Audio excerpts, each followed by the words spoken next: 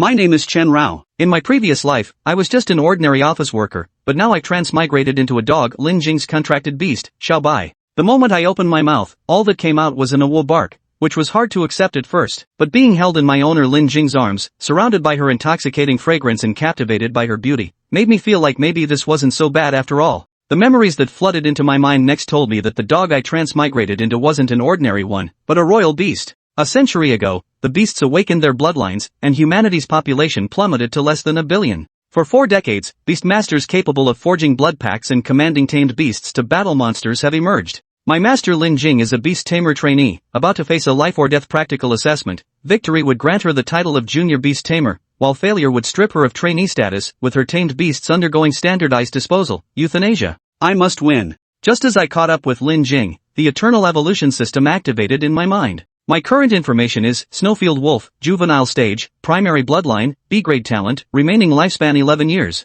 The system can enhance bloodlines, talents, skills, or simulate evolutionary processes by consuming lifespan, but it cannot be used when the remaining lifespan is less than 1 year. I dismissed it with contempt, considering it useless. Lin Jing told me that her opponent was Zhou Yuan. That guy is the vice dean's brother-in-law, enjoying immense power and privilege within the academy, getting whatever he wants with a snap of his fingers. Lin Jing feared the assessment might be rigged. She couldn't afford to lose, she needed to become a beast tamer and avoid returning to those mountains to marry a fool. The door swung open, leaving me frozen in place. Standing before me was a royal beast at least 25 meters tall, its arms as thick as a man's waist, clearly not in its juvenile stage. Zhou Yuan proudly informed me that this was a rockbreaker bear in its growth phase. The strength of royal beasts is primarily determined by their developmental stage. Rock bears of the same lineage and potential in their growth stage can instantly kill juvenile snowfield wolves. Zhou Yuan even verbally humiliated Lin Jing, telling her to admit defeat quickly and return to her hometown to marry a fool. Since it's death either way, I might as well take the gamble.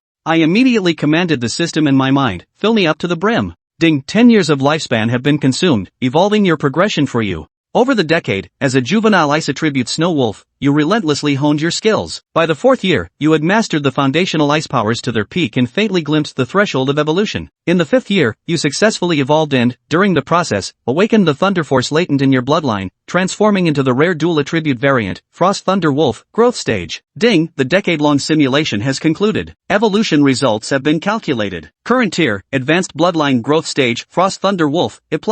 Current skill mastery, barking, perfected, scratching, perfected, thunder sphere, intermediate, ice blade, advanced, swift thunder flash, beginner. I feel incredibly energized, with a faint blue-violet glow shimmering along my spine. Lin Jing sensed the violent surging of my bloodline. Zhou Yuan roared uneasily, what have you done? It's evolving. Giant rock bear. Zhou Yuan swiftly gave the command, and the boulder rage bear roared as it charged forward. It sought to secure victory with a single decisive strike, leveraging the advantage of its growth stage. Xiao Bai, leap high, dodge. Lin Jing reacted with lightning speed, but I was faster than her. I leaped high, grazing past the head of the massive boulder bear, twisting midair to land gracefully on the ground. My human soul doesn't need commands to fluidly execute combat techniques. Zhou Yuan roared, giant rock bear, tremor smash. The rockbreaker bear raised its arms high and slammed them down onto the ground. Lin Jing commanded, Xiao Bai, lower it, steady. I kept my posture low while wrapping my tail around Lin Jing's calf without fail. Press the advantage, rock surge. Zhou Yuan roared.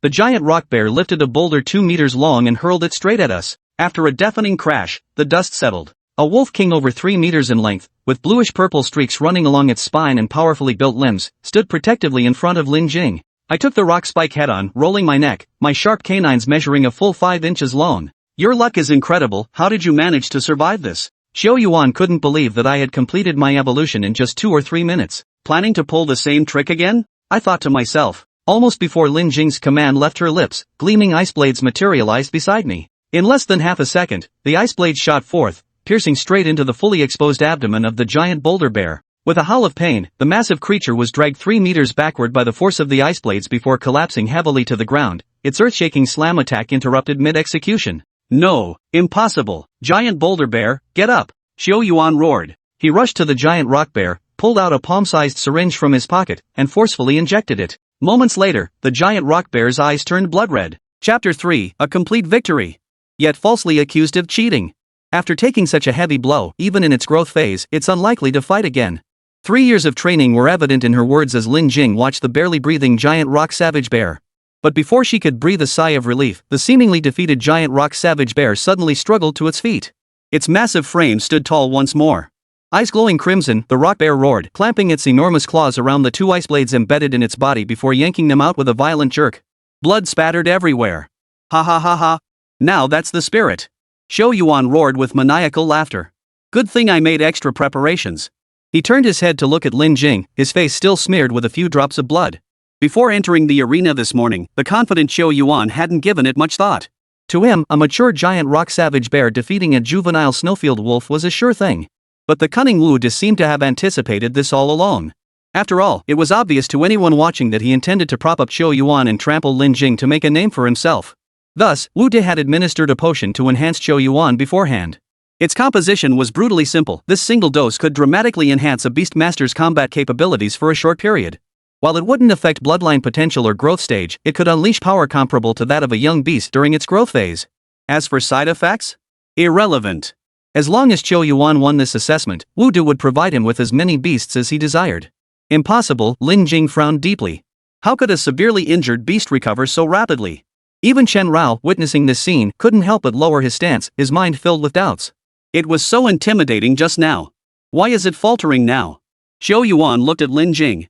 Behind him, the giant rock savage bear, under the influence of the enhancement potion, opened its gaping maw, crouched low, poised to charge at any moment.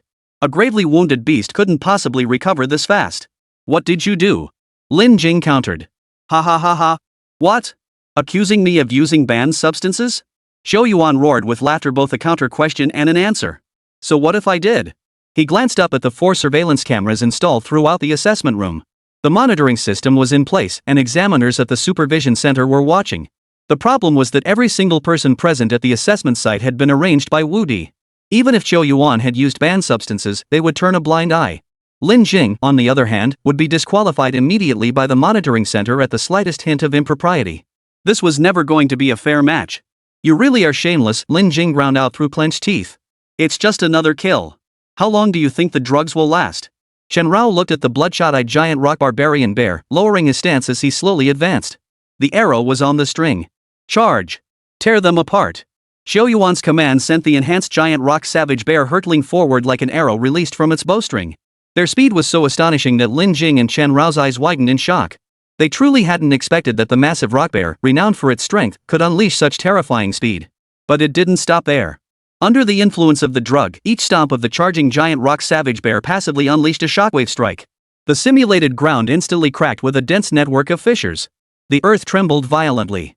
Losing her balance, Lin Jing stumbled and fell to the ground. Xiao Bai. Right here. No command was needed. Shen Rao understood instantly, wrapping his thick tail around Lin Jing and hoisting her onto his back. With a powerful thrust of his front paws, he activated his skill the instant the giant rock savage bear collided. Basic lightning flash. A flash of lightning erupted, enveloping Chen Rao's form as the colossal rock bear's massive body crashed through. In an instant, Chen Rao vanished, swallowed by the blinding electrical blow. Boom! The rock bear crashed into the ground, its massive body slamming into the earth with a thunderous roar.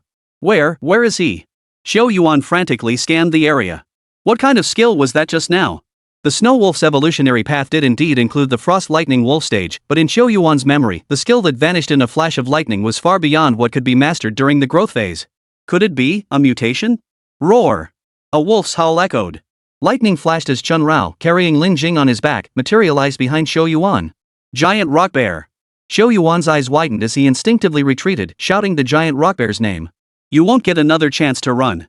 Chen Rao's gaze darkened as he raised a claw the size of a human head and swung it toward Xiao Yuan. Xiao Bai! Lin Jing cried out in panic. She only wanted to win the trial, not kill Xiao Yuan. But it was too late. Chen Rao's raised claw came crashing down with crushing force. A dull thud echoed. Help! Xiao Yuan screamed. In the distance, a giant rock-crushing bear, crushed into the ground, breathed its last under the side effects of the banned drug. Chen Rao tilted his head slightly, a hint of confusion in his eyes. Beneath his claw, a cold sensation touched his skin. Killing someone should leave them cold, right? That couldn't be right. Candidate Lin Jing, suspected of issuing a kill command to her beast against fellow examinees.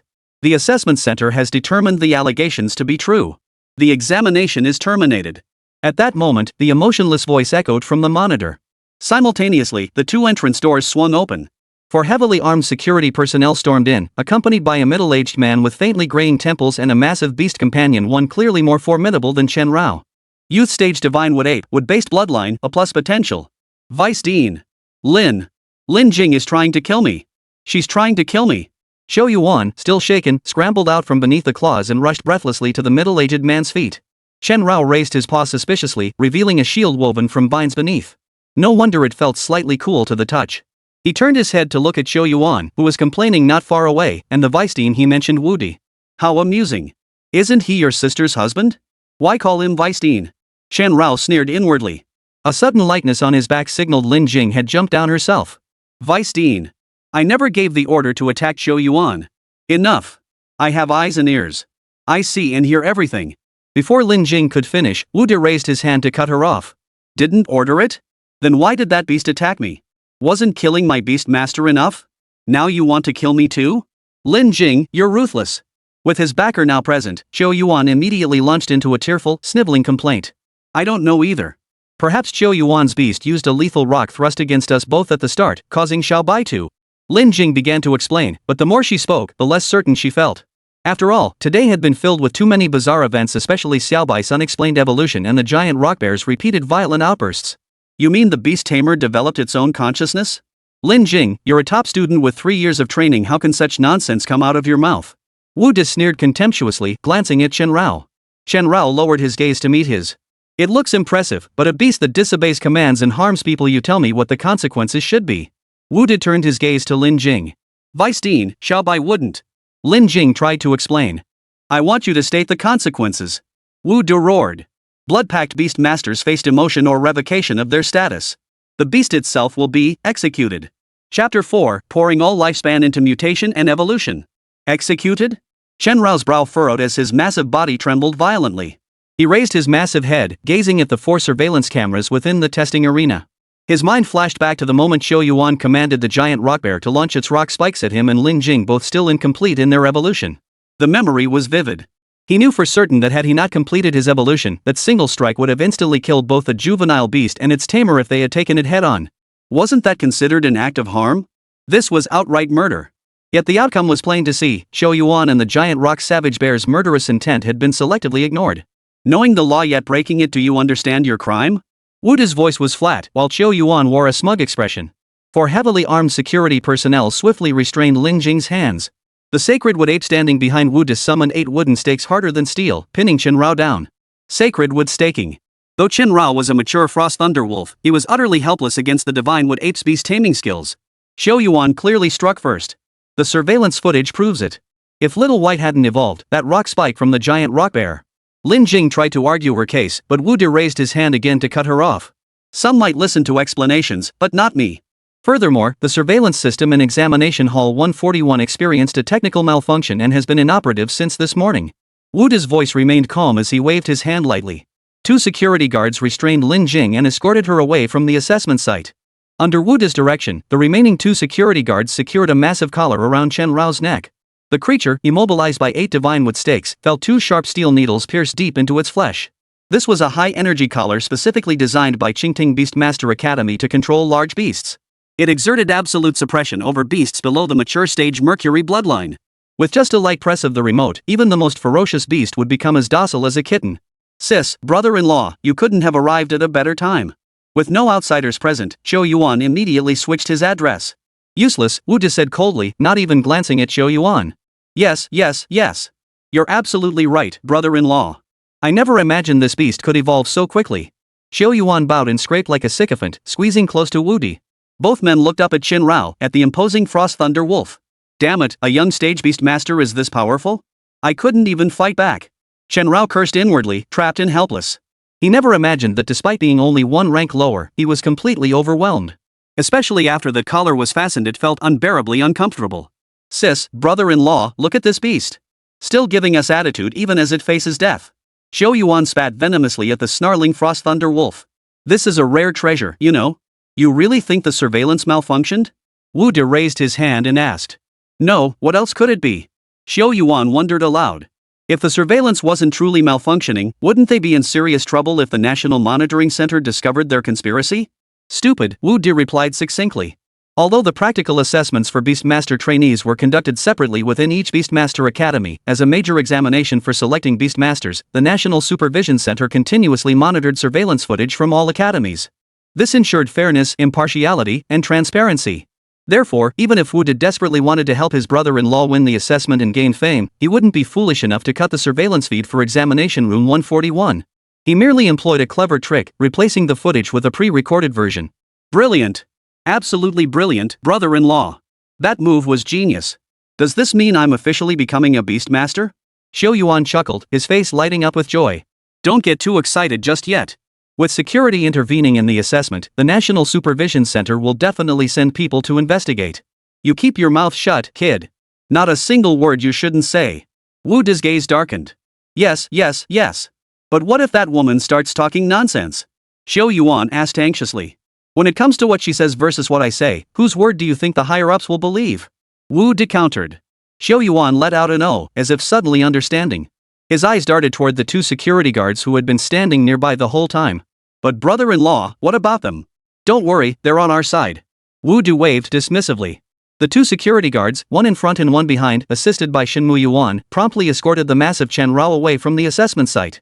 That's good. But speaking of which, brother-in-law, what are you planning to do with that beast? Xiao Yuan asked, watching Chen Rao's retreating figure. What? Already forgotten the rules we just discussed? Wu De countered, hands behind his back. Xiao Yuan froze for a moment, then clapped his hands and laughed. Chen Rao, who had been firmly restrained, immediately recalled Lin Jing's words. For any Beastmaster whose beast attacked humans in violation of regulations, the Beastmaster bound by Blood Pact would be demoted or stripped of their Beastmaster status, while the beast itself would be executed immediately. But this beast tried to kill me outright. Isn't executing it a bit too lenient? Xiao Yuan rubbed his hands together, a wicked grin curling his lips. Wu De shot him a glance. He knew all too well about his brother-in-law's vindictive nature. He lifted his head to gaze at the enormous skull before him, then waved his hand dismissively. Make it clean. Don't leave any loopholes for tomorrow's inspectors to find. Rest assured, you know how I handle things. Xiao Yuan flattered with a smile. The moment Wu De left the assessment site, he immediately switched his demeanor, barking orders at the remaining two security guards. They struggled to drag the over 3-meter-long Frost Thunder Wolf toward the nearest prison cell. Little pup, ready for my special attention? Along the way, Xiao Yuan raised his hand and lightly slapped Chen Rao's cheek. You're asking for trouble, you rat licking a cat's ass. Either execute me now, or I'll find a way to escape. If it weren't for this divine wood ape's bloodline, you wouldn't even be worthy of me. Chen Rao glared at Xiao Yuan with his wolf eyes, unable to move an inch, restrained by the divine wood cutting in the high-energy collar. TSK. Still daring to look at me like that? You really don't know what's good for you. Xiao Yuan narrowed his eyes as the massive cell door swung open. Two security guards deftly manhandled Chen Rao to the center of the cell. This cell, spanning the size of 4 standard basketball courts, was entirely constructed of hardened alloy impenetrable even to a young beastmaster. Alright, you're dismissed for now. I'm going to have some fun with this one. Xiao Yuan waved the guards away, and they wisely departed.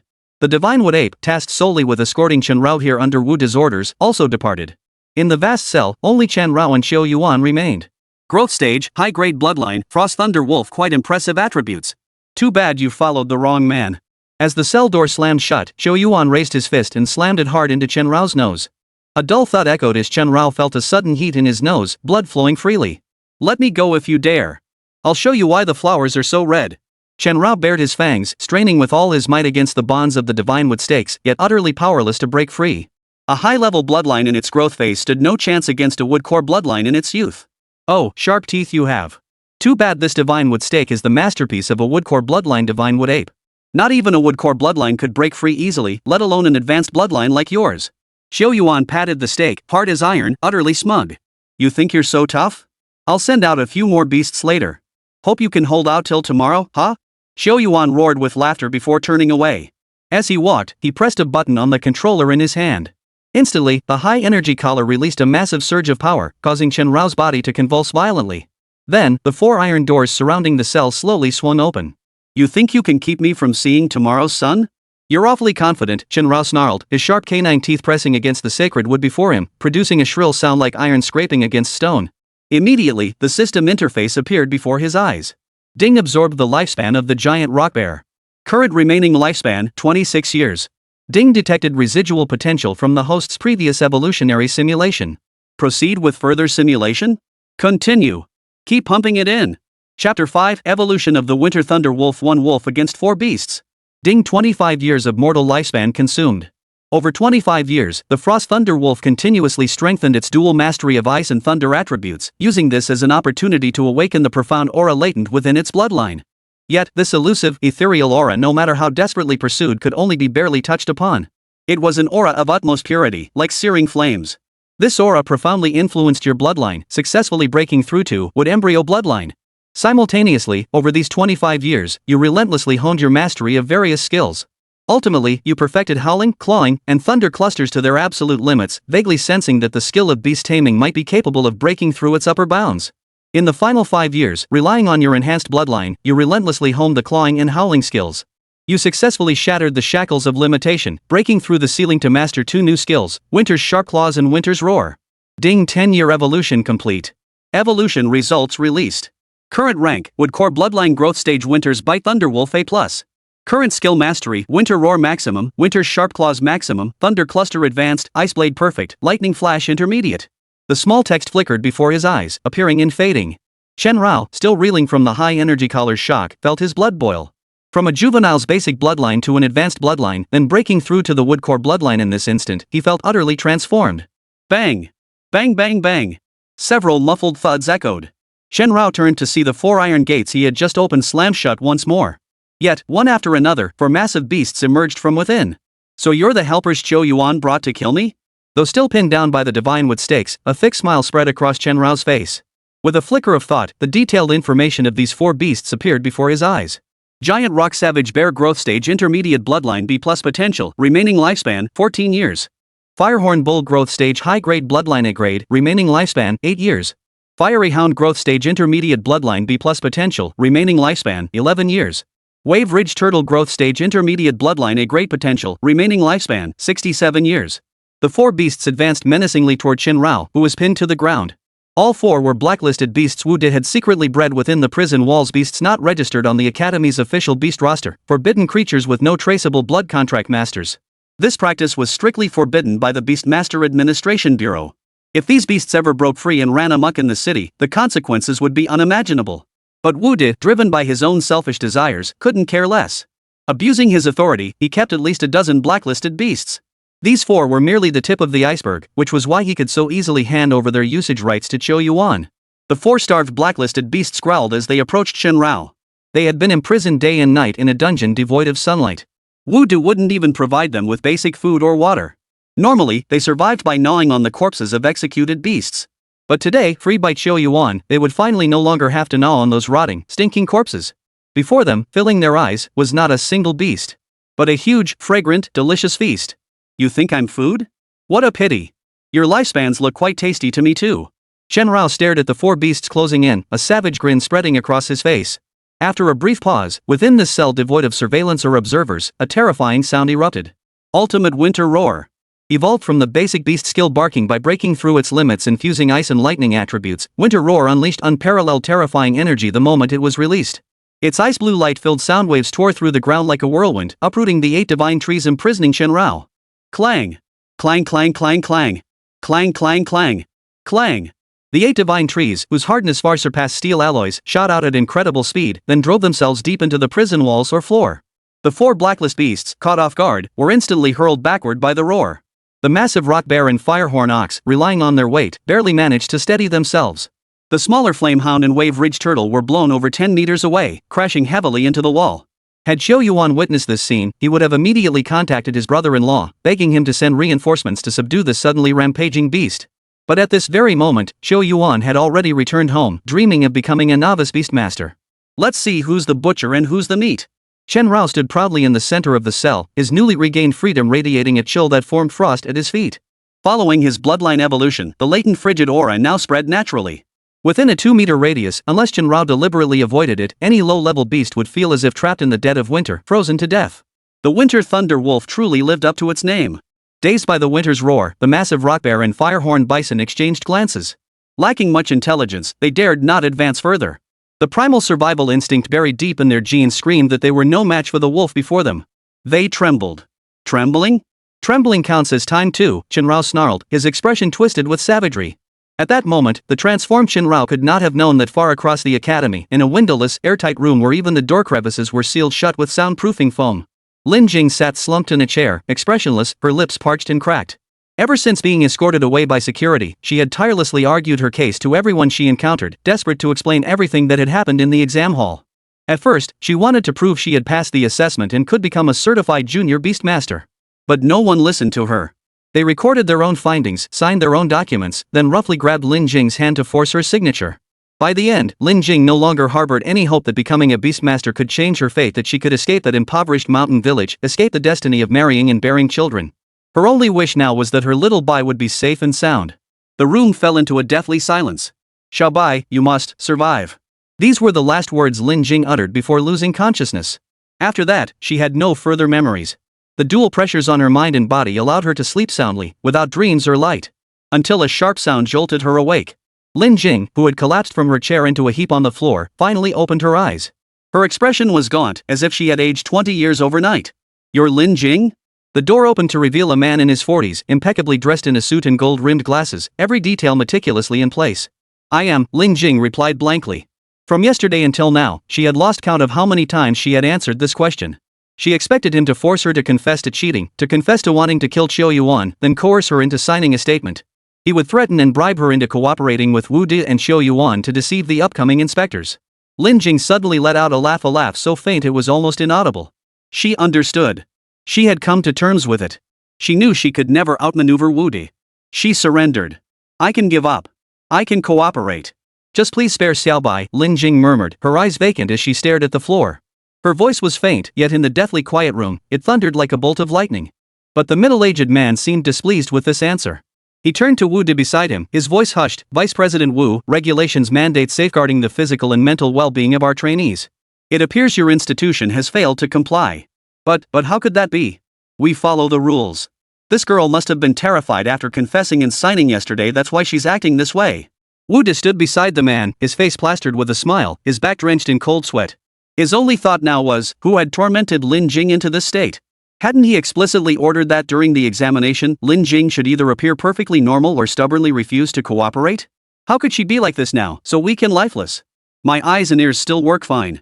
The middle-aged man shot Wu De a glance, adjusted his glasses, and slowly walked over to crouch in front of Lin Jing. "I'll cooperate. Please spare Xiao Bai," Lin Jing repeated weakly, seemingly unaware of who stood before her. She only wished for Xiao Bai to be safe. "Miss Lin, allow me to introduce myself. I am Geng Shuwen, Chief Inspector of the East Asian Beastmaster Administration. Any questions or grievances, you may address them to me." The middle-aged man retrieved his credentials from his breast pocket and placed them in Lin Jing's palm.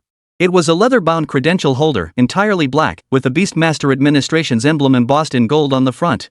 "Mr. Geng, she's a Beastmaster trainee who cheated and attempted murder. How can you stand so close to her? What if she harms you?" Wu De hurried in, desperate to prevent Lin Jing from saying another word. To everyone's surprise, Geng Shuwen remained utterly unmoved by Wu De's concern. Instead, he grabbed Wu De's forearm firmly. "I told you, my eyes and ears are fine. I can see and hear perfectly well." Geng Shuwen's voice was barely audible, yet it thundered like a bolt of lightning into Wu De's ears. I. Lin Jing, finally comprehending the situation, looked at Geng Shuwen with tears welling in her eyes. She gazed at this chief inspector who could have simply reviewed Wu De's fabricated report and walked away. Her already weak voice trembled, growing even fainter. "I'm being framed. Chapter 6, Cover Up? Alive or dead, I demand proof." "Nonsense. Lin Jing, you admitted it yourself yesterday and signed the document." Wu De leapt to his feet, pointing directly at Lin Jing. Beads of sweat the size of beans rolled down his forehead as time seemed to freeze. He had miscalculated badly. At first, Wu De had assumed this inspection from headquarters would be like all the others, some random person sent down to go through the motions, glance at his fabricated records, and call it a day.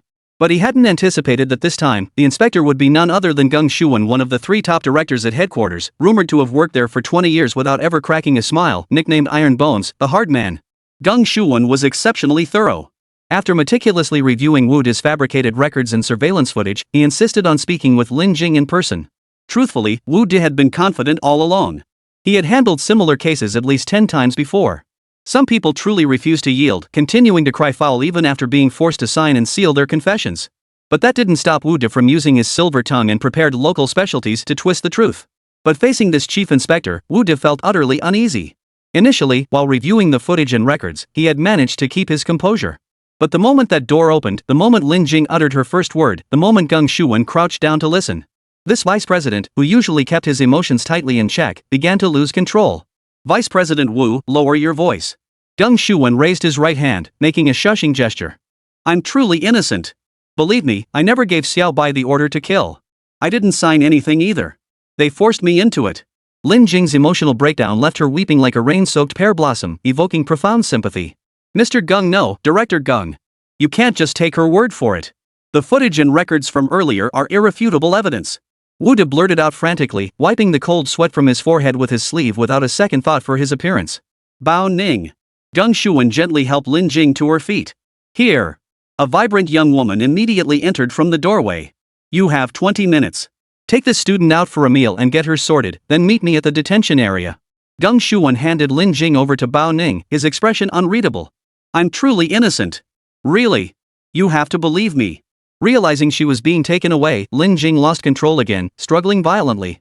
She dreaded being dragged back into that cold, gloomy room, dreaded being forced to sign and seal documents again without understanding why. Don't be afraid, don't be afraid. Trust old Gun to handle things. I'll take you to eat first, then get a shower. You're so pretty your eyes are all swollen from crying. Bao Ning wrapped his arms around Lin Jing, soothing her with a gentle voice. Lin Jing clutched Bao Ning's arm tightly. In a daze, she caught sight of the emblem of the administration bureau on his chest. Only then did she gradually calm down and follow him out. The room fell silent once more. Only the thump-thump-thump of a heartbeat remained. Deputy Director Wu, what about that beast? Deng Shuwen removed his glasses and slowly began wiping them with a cloth. It's been executed. Beasts that commit murder are required to be put down according to regulations. Wu De swallowed hard, wiping the cold sweat from his forehead with his sleeve. The Bureau has long mandated that executions require prior verification. Have you forgotten? Deng Shuwen paused his cleaning and asked. No, it was an emergency. An accident occurred while restraining the beast, leading to its death. Yes, an accident. Wu De scrambled to explain. Accident. Every year around this time, hundreds of accidents pile up one after another. I truly don't understand why, after decades of developing beast tamers, accidents always seem to cluster during the practical assessment days. Deng Shuwen sighed, slipping his glasses back on. We demand to see the beast alive or the corpse dead. Vice Dean Wu, lead the way. Deng Shuwen's voice was calm as he reached the doorway. Wu De swallowed hard inside the room and hurriedly followed. As he left, he shot a meaningful glance back at the man behind him, who understood instantly. An unused number was dialed immediately. After only a few rings, moments later, in a single dorm room at Qingting Beastmaster Academy, a disheveled Chou Yuan clutched his phone and bolted out the door. Cold sweat covered his forehead and back. Trouble. Big trouble. His brother-in-law had personally warned him, once this number was activated, the situation was beyond urgent.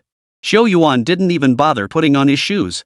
He hailed a taxi and sped straight to the Beastmaster detention area. He needed to get there before the Administration Bureau arrived to confirm that Chen Rao, who had been locked up last night, was thoroughly dead, and to dispose of the body cleanly. Since the surveillance footage and interrogation records couldn't be faked, he might as well eliminate any witnesses. After all, Deng Shuwen's motive was simply to find Chou Yuan's blood on Chen Rao's claws for DNA verification, thereby proving that Chou Yuan had indeed been severely injured by Chen Rao. Getting Chen Rao to actually scratch him was impossible, so Chou Yuan had no choice but to ensure there was no evidence left behind. The car sped along, taking a shortcut to reach the detention area in just 45 minutes. But it seemed Deng Shuwen's group was even faster. The all-black coaster van, emblazoned with the Administration Bureau insignia, was already parked steadily at the detention zone entrance. Despite Wu De's endless excuses and attempts to delay, Deng Shuwen's patience with him was nearly exhausted. The black coaster sped along the route. Though it didn't take the shortcut, it still arrived at the detention area before Chou Yuan. Vice President Wu, lead the way. Deng Shuwen remained unmoved by Wu De's excuses and delaying tactics. Director Gung, please wait. Since we need to verify the DNA, shouldn't we wait for the victim to arrive too? Shouldn't all three parties go together? Wu De smiled apologetically, wiping cold sweat from his brow. Sis. Vice President, I'm here. Chou Yuan pushed open the door and stepped out, hesitating slightly. He wasn't aware of the actual situation at that moment, but judging by his brother-in-law's expression, the trouble was definitely no small matter. His legs felt like they were filled with lead, each step heavier than the last. The few steps felt like a lifetime. Chou Yuan walked as if in a daze, his mind replaying every detail of yesterday's release of the 4 blacklisted beasts. He clung to the thought that Chen Rao would surely be devoured by these 4 ravenous, growing beasts, leaving not a crumb behind. Yes, it'll be completely wiped out. Chou Yuan reassured himself with this thought, flashing a smile at Deng Shuwen while giving Wu De a reassuring glance that everything was under control. Their eyes met, and both breathed a sigh of relief. You're Chou Yuan? Deng Shuwen asked. Yes, it's me. Want to see the wound on my back? Xiao Yuan said, starting to take off his shirt. No need. Let's just go inside. Gung Shuwen waved him off. At the same time, Bao Ning arrived by car with Lin Jing, who had finished washing up and tidying herself. The moment Lin Jing stepped out of the car, her spirits, which had only just begun to recover, plummeted upon seeing Xiao Yuan. Can I not go? Lin Jing grabbed Bao Ning's arm and asked. The sight of Xiao Yuan instantly brought back the horrors of last night's ordeal, sending waves of fear through her. That's not possible. It's a bureau regulation. Besides, if a beastmaster who's been detained overnight goes berserk and loses control, we need a blood-packed beastmaster to subdue it, Bao Ning reassured her. Old Gung is here. Nothing will happen. Oh, come collect your beast's remains? Xiao Yuan's voice was low but sharp when he saw Lin Jing. Wu De's expression darkened. With Gung Shuwen standing right there, Xiao Yuan's remark was decidedly ill-timed. But he couldn't stop him. In fact, he secretly hoped that Xiao Yuan's provocation would push Lin Jing over the edge, making her snap and ending this whole mess once and for all. I warn you, stop provoking her. Do you really think you can get away with presuming innocence? Bao Ning's eyes darkened. Xiao Yuan immediately shut up. Gung Shuwen glanced at Bao Ning, then turned his gaze to Wu De. Vice President Wu, we'll discuss the premature execution of the Beastmaster later. For now, lead the way. I need to examine the Beastmaster's body. Certainly, Director Gung. Please lead the way. Wu De scrambled to put on a conciliatory smile as the group proceeded deeper into the detention area. Along the way, Lin Jing's breathing grew heavier. She couldn't believe it, and she dared not face what was about to happen. Xiao Bai. Is Xiao Bai really dead? Lin Jing asked, struggling to hold back her tears. I can't say for certain. Bao Ning felt a lump in her throat, unsure how to respond. Along the way, the two women, not far apart in age, chatted. They spoke of Lin Jing's tragic childhood, how fate had mocked her by betrothing her to the village simpleton, then of her unexpected bond with Xiao Bai, her desperate journey from the mountain village to the city, and her relentless pursuit of becoming a beastmaster to escape her destiny. Xiao Bai wasn't merely her beast, he was the pillar that had sustained her through it all. The bond between them had long transcended that of beastmaster and beast. So, the moment the prison cell door swung open, everyone was overwhelmed by the thick, overwhelming stench of blood, unable to move forward. Only Lin Jing broke free from Bao Ning's grasp, charging madly toward the center of the cage. With every ounce of strength, she threw herself onto the blood-stained pure white figure. Xiao Bai, open your eyes and look at me. Chapter 7, this beast tamer seems to understand human speech. Is this a prison cell? Gung Shuwen pressed his hand to his nose to block out the thick stench of blood. I don't know exactly what happened.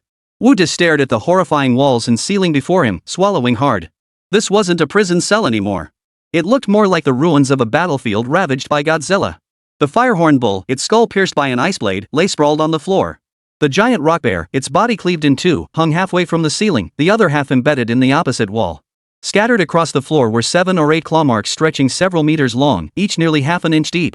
Countless circular pits dotted the entire cell, densely packed as if Godzilla had been dancing here last night. The corpses of the two massive beasts were gruesome. As for the two smaller ones? The bodies of the flamehound and wave-ridge turtle were almost unrecognizable, charred black by the lightning storm. Wu De and Xiao Yuan stared wide-eyed at the scene, Xiao Yuan especially. He never dreamed a high-grade bloodline frost thunder wolf in its growth phase with a plus potential could survive the assault of 4 blacklisted beasts. And emerge victorious? Impossible. This can't be possible. Xiao Yuan's eyes widened as his mental defenses teetered on collapse. What's impossible? Gung Shuwen's question was clearly rhetorical. The prison cell strewn with destruction, the 4 unexplained beastmaster corpses, and Wu De's complete 180-degree shift in attitude and micro-expressions since seeing Lin Jing all pointed to one conclusion. Lin Jing had been framed. Xiao Yuan's current behavior, in particular, screamed guilt. Gung Shuwen raised his hand, signaling Wu De to remain silent. He intended to wait for Xiao Yuan to answer himself. Meanwhile, Lin Jing, who had sprinted to Chen Rao's side, paid no heed to the filthy blood clots and flesh fragments covering his body. All she wanted now was to confirm one thing, that Chen Rao was not dead. He was still alive. That was enough. Xiao Bai, you're not dead. Not dead. You scared me to death. Lin Jing threw her arms around Chen Rao's massive head, tears of joy streaming down her face. She'd shed many tears today, but these were tears of joy. Chen Rao, who had fought 4 beasts single-handedly last night and won only after a grueling battle lasting half the night, was still deep in slumber. It was Lin Jing's commotion that finally roused him. Opening his eyes, his nostrils filled not only with the pungent stench of blood but once again with that refreshingly sweet fragrance. How did you get out?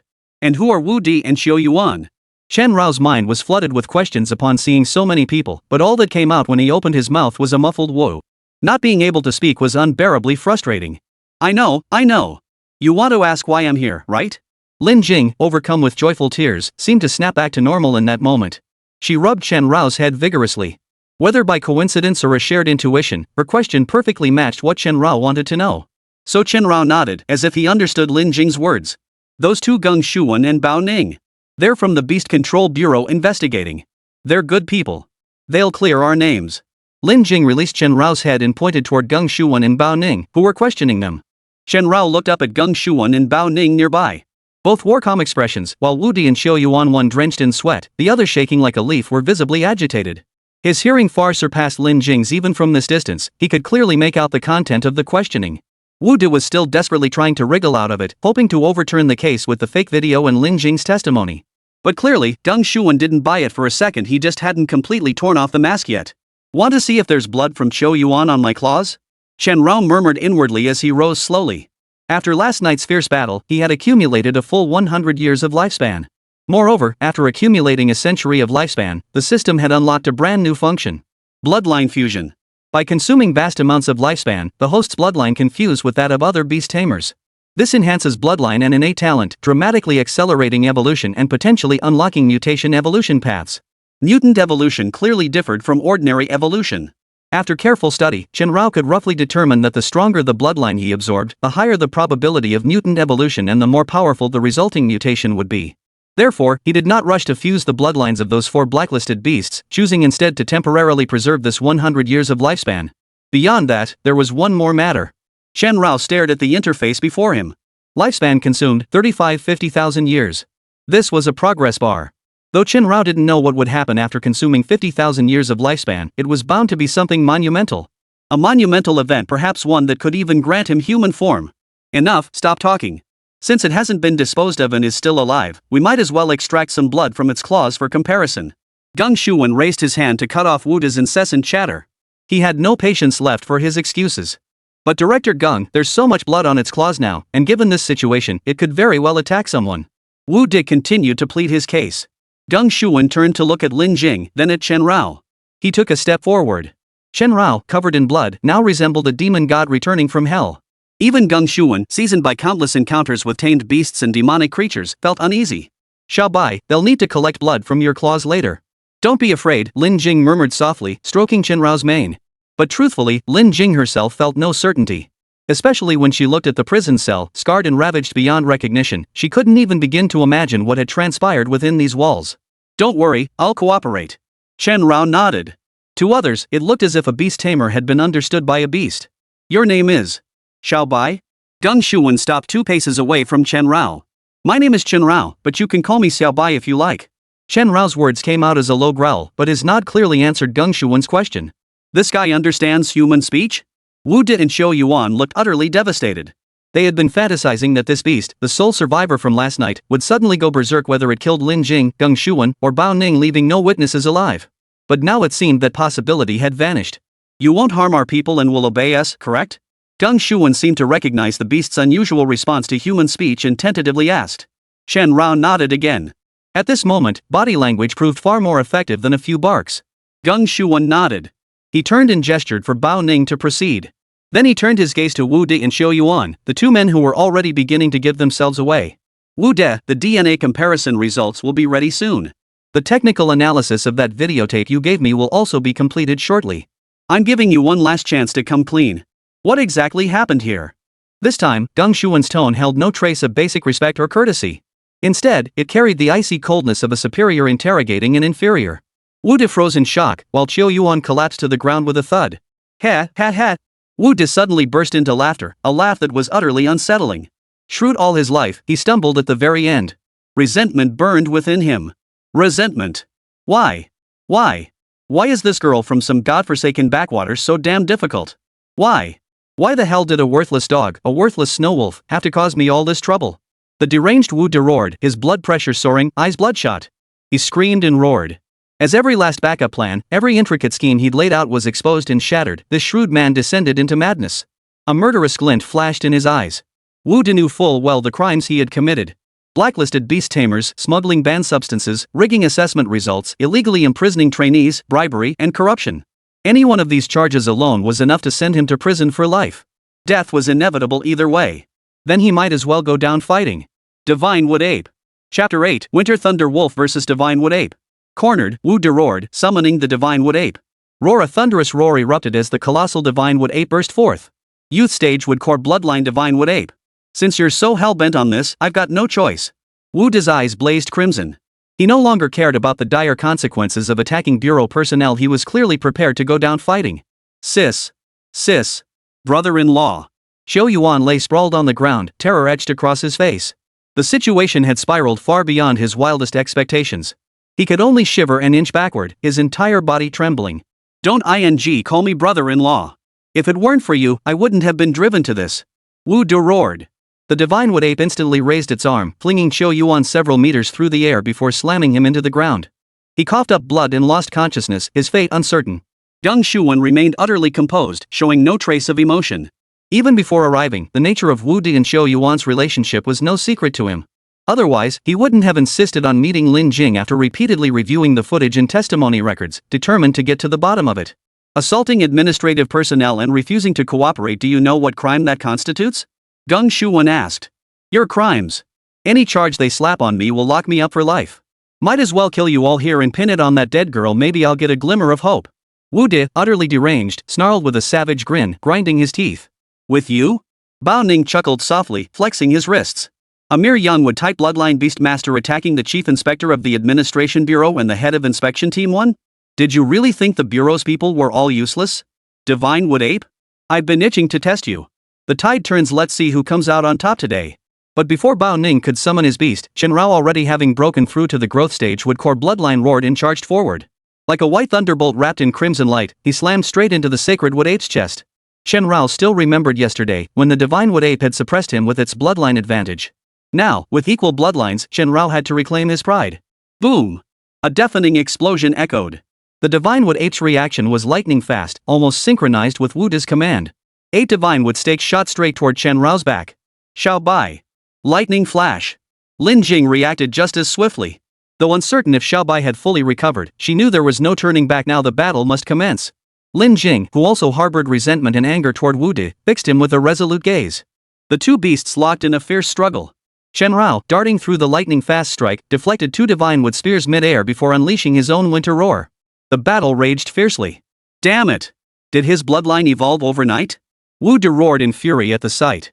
Chen Rao, who had been dominated by the sacred Wood Ape just yesterday, now seemed like a completely different beast. Little monkey, try this move of mine. After dodging the Divine Wood's thrust with lightning flash, Chen Rao twisted mid-air. The colossal form of the Winter Thunder Wolf instantly unleashed blinding lightning. Advanced Thunder Cluster. The Divine Wood Ape refused to be outdone. Under Wu Di's command, it rolled swiftly to evade the Thunder Cluster before activating Advanced Tree God's Blessing. Its entire body was encased in iron-hard wooden armor as it leapt forward, locking in a fierce grapple with Chen Rao. Booming! This scene played out with crystal clarity before Gang Shuwen and Bao Ning's eyes. Chief, should we separate them? Bao Ning asked tentatively. Gang Shuwen didn't answer. Instead, though he didn't smoke, he pulled out a cigarette and lit it. Bao Ning understood the gesture and nodded, pulling out a voice recorder and pressing the start button. I am Gang Shuwen, Chief Inspector of the East Asian Beastmaster Administration Bureau, Identification Code, Wanjun. We are now processing the case involving Qingting Beastmaster Academy's Lin Jing, who is suspected of commanding a beast to commit murder. The allegations are unfounded. All disciplinary actions against Lin Jing are hereby revoked. A field assessment of her beastmaster skills will be conducted immediately. Bao Ning smiled as he watched Lin Jing, fully immersed in the battle. She couldn't quite recall when Old Gung had last personally conducted a skill assessment for a beastmaster cadet. But she was certain, as long as Lin Jing commanded flawlessly, admission to Qingting Beastmaster Academy with its mere level 3 standards was guaranteed. Even advancement to level 2, level 1, or even special grade academies would be a sure thing. After all, being personally evaluated and recommended by one of the 3 Grand Commanders was an honor rarely seen throughout the entire history of beast tamers. Xiao Bai, flank. Dodge leftward at an angle. Lin Jing raised her left hand high. Got it. Chen Rao, who had just separated from the Divine Wood Ape, mentally acknowledged the command. His unconditional trust in Lin Jing's maneuver was almost simultaneous with a razor-sharp wooden stake whizzing past his ribs. Damn it! Wu Di cursed, stunned by Lin Jing's unexpectedly keen observation. Gang Shuwen nodded. Improvise command ability, excellent. Boom! The deafening explosion drowned out Gang Shuwen's voice. Chen Rao, twisting his posture to land once more, unleashed another winter roar. Even the Divine Wood Ape, facing this ultimate skill, had to retreat 3 paces. The hardened wooden armor forged by the tree spirit's blessing was already cracking, teetering on the brink of collapse. Sacred wood ape, 3,000 flower trees. Wu De stepped forward, projecting his voice as far as possible. Hearing the command, the sacred wood ape darted left repeatedly. The howling sonic waves shattered the alloy floor beneath its feet, and the terrifying energy surging with the attack threatened to hurl it skyward. But in the next instant, the sacred wood ape clasped its palms together, summoning basketball-sized flower buds that hurtled straight toward Chen Rao. Xiao Bai. Attack is the best defense. Lin Jing acted decisively. Chen Rao instantly twisted his body. Seeing the mysterious flower buds hurtling toward him at breakneck speed, he paused. He had no idea what these buds contained, but since Lin Jing told him to attack as defense, then offense as defense. Frost Claw. A claw strike brimming with winter's chill erupted. The icy aura, nearly solidified, transformed into 8 terrifying ice blades that shattered every single bud. Boom! Boom! Boom! Boom! A chain of explosions erupted, effortlessly dismantling the 3,000 flower trees. Damn it! Wu De cursed furiously. Practical combat handling skills, excellent. Gung Shuwen nodded. Bao Ning smiled. To earn 2 excellent ratings from Old Gung, Lin Jing was truly formidable. Fine then. Divine Wood Ape. Seeing himself at a disadvantage, Wu De shot Lin Jing a vicious glare before pulling a fingernail-sized forbidden pill from his pocket and hurling it toward the Divine Wood Ape. Gung Shuwen narrowed his eyes. Xiao Bai, press your advantage. Lin Jing was about to give the command when Gung Shuwen pressed down on her shoulder. You're skilled at suppressing younger stages during growth phases, but jumping 2 levels is too much for your Xiao Bai. I'll handle this. Gung Shuwen patted Lin Jing's shoulder lightly. Pursue what? Chen Rao frowned from a distance. Then he watched as the sacred wood ape leapt high into the air and swallowed the forbidden pill. Fine. Taking drugs, huh? I'm not afraid of you even if you're high. System. Chen Rao gritted his teeth, glancing at his remaining 101 years of lifespan, preparing to refill it once more. Xiao Bai. Come back. Lin Jing's command suddenly reached him. What? Chen Rao whipped his head around, utterly baffled why she'd recall him amid such intense combat. Your synergy with the beast. Gung Shuwen hesitated. Hurry back. This isn't something you can handle. Lin Jing knew the Divine Wood Ape's power would surge after swallowing the forbidden pill far beyond what Xiao Bai, still in its growth phase, could match. But at this moment, she didn't know how else to summon Xiao Bai back, so she can only resort to this method of communicating with humans. She wasn't sure if it would work. Yet just moments ago, Xiao Bai seemed to understand her words. But what if it attacks those two? Chen Rao glanced at Lin Jing, then back at the Divine Wood Ape, which was growling incessantly, seemingly on the verge of mutation. He hesitated, fearing that if he backed down now, the taut string would snap completely. Come back! Lin Jing shouted. The sacred wood ape, its blood boiling from the forbidden drug, eyes glowing crimson, roared. Young people! No! The Divine Wood Ape has now broken through to the mature stage. Mature stage Ironstone Bloodline Forest Walker. A roar! Good! Chen Rao glared at the Divine Wood Ape, now evolved into a Forest Walker, and activated Swift Lightning Flash, instantly returning behind Lin Jing. This is interesting. Can it really understand human speech? Gung Shuwen closed his eyes, the corners of his perpetually downturned mouth lifting slightly, though remaining mostly flat.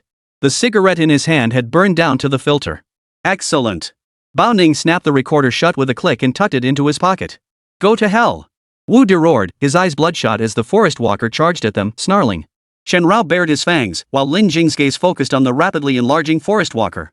Bao Ning patted Lin Jing's shoulder lightly. Congratulations! You've become a junior beast master. Gung Shuwen flicked his finger, sending the burnt cigarette but flying it landed squarely on the Forest Walker's face. 4-Pillar Dragon. The voice was barely audible, so faint that even Chen Rao could only just make it out. This was Bao Ning's first glimpse of Old Gung's beast taming. Golden Bloodline Metamorphosis Stage S plus Talent 4 Pillars of the Dragon. Then, a fist larger than half of Chen Rao's body slammed into the Forest Walker's face. One punch. That single punch. The outcome was decided. Chapter 9, Johua Beast Master Academy Freshman, sponsor Gung Shuwen? Forest Walker's remaining lifespan absorbed 33 years. 100 years of lifespan consumed, Bloodline Fusion, Forest Walker. Ding successfully fused Forest Walker Bloodline. Acquired new skills, Tree Spirit's Blessing Wood Attribute, 3000 Flowering Trees Wood Attribute. Ding skill attributes mismatch detected. Repairing skills. Skill attribute repair complete.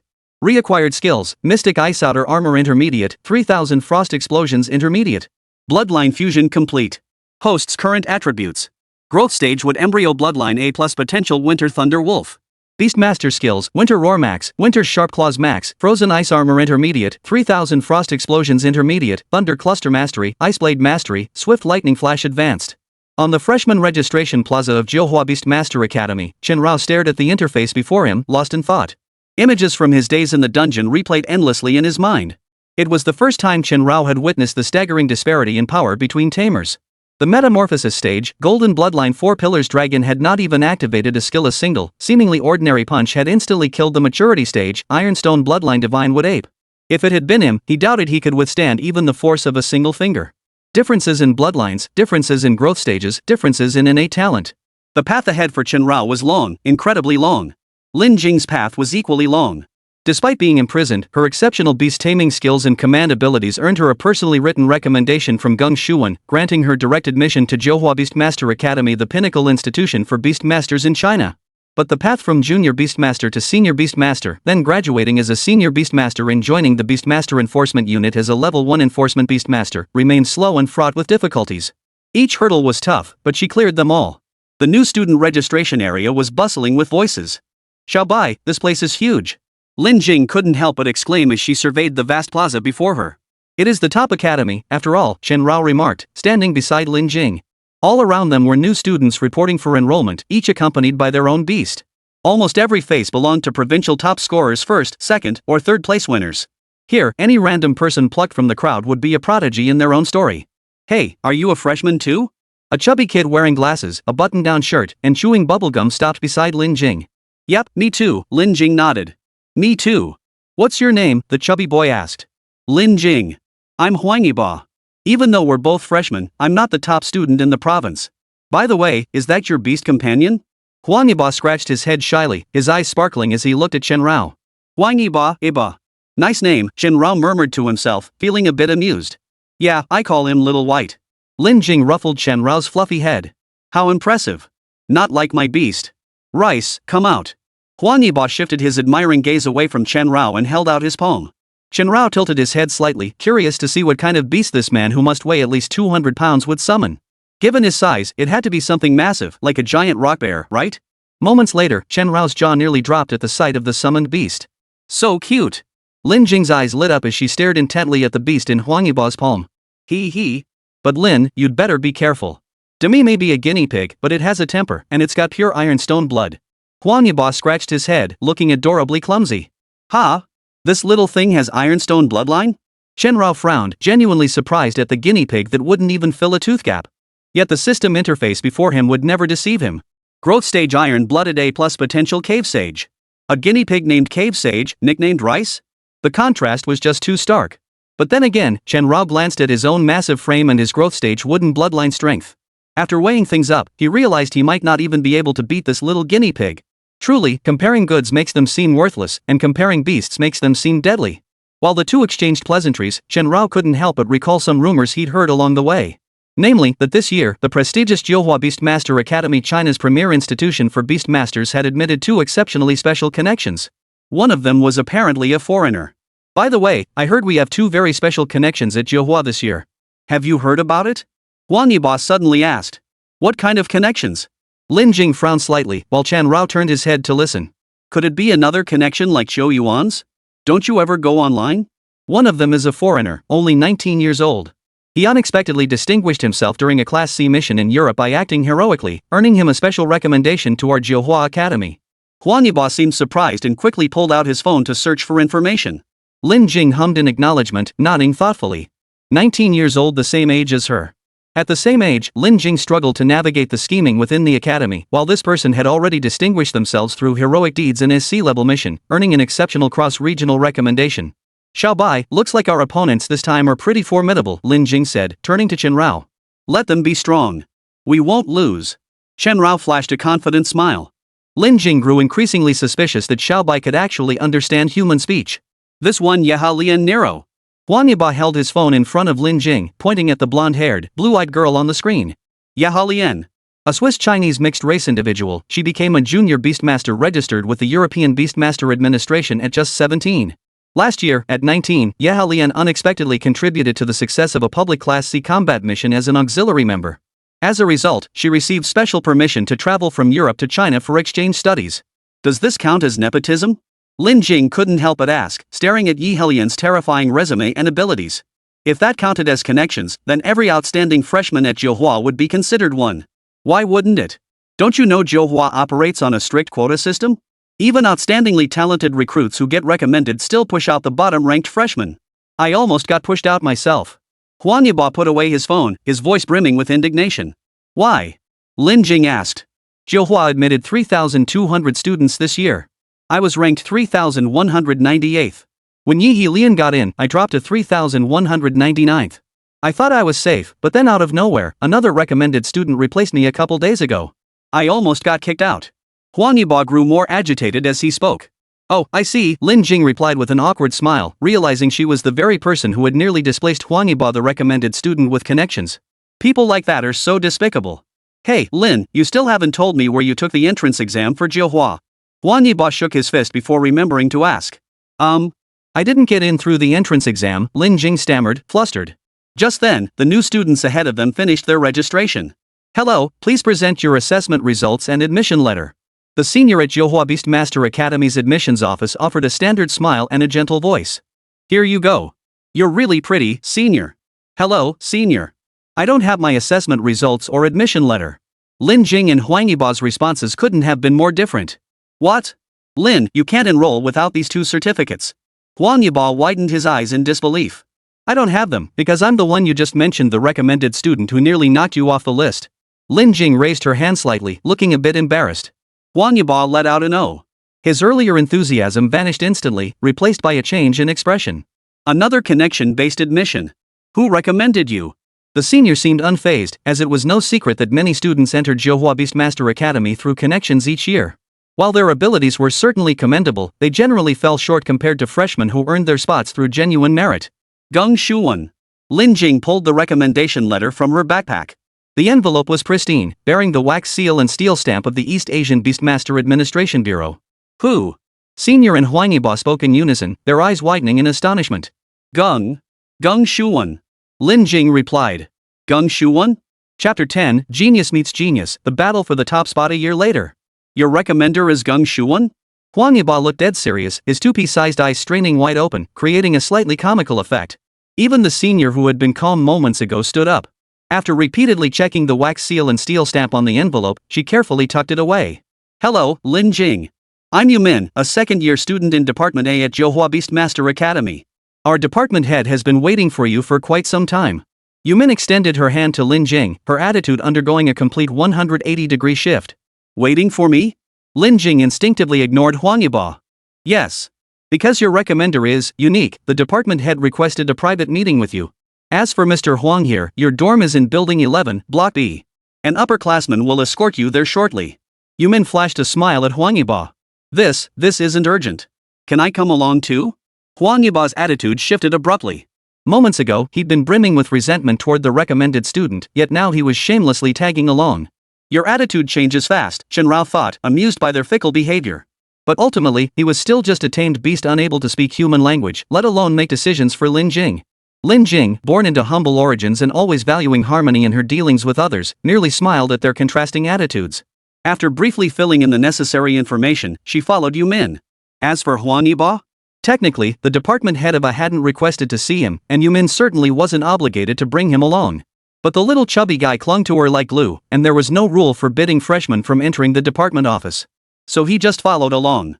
Aren't you quite critical of the recommended admissions? Lin Jing turned to Huang Yiba. While she was genuinely kind, her words were also refreshingly blunt. Chen Rao beside them couldn't help but roll his eyes. My issue was with those recommended by some college dean or so-called outstanding entrepreneur. But you were recommended by Geng Shuwen. That's Geng Shuwen. Geng Shuwen. Huang Yiba grew animated, gesturing wildly as he spoke Geng Shuwen's name. Geng Shuwen? Is he really that impressive? Chen Rao muttered under his breath. Having only crossed paths with him once in prison, Chen Rao didn't know much about him. In Chen Rao's eyes, Geng Shuwen was just another worker at the Beastmaster Administration Bureau, someone who took his job seriously, spoke fairly, and had a stronger blood contract with his beast. What was so special about him that it could make Huang Yiba, an obvious rich kid, so excited? Judging by Lin Jing's reaction, it seems she doesn't know much about your recommender? Yumin turned to the unmoved Lin Jing beside her and asked kindly. We've only met once. He came in a hurry and left just as quickly, just handing me that letter, Lin Jing replied honestly. Holy crap. Just one meeting? Lin, you're not pulling my leg, right? Just one meeting means you're not even related to him? Not related, and Gung Shuwen personally wrote you a recommendation letter? Huang Yiba nearly jumped out of his skin upon hearing this, his eyes brimming with admiration as he looked at Lin Jing.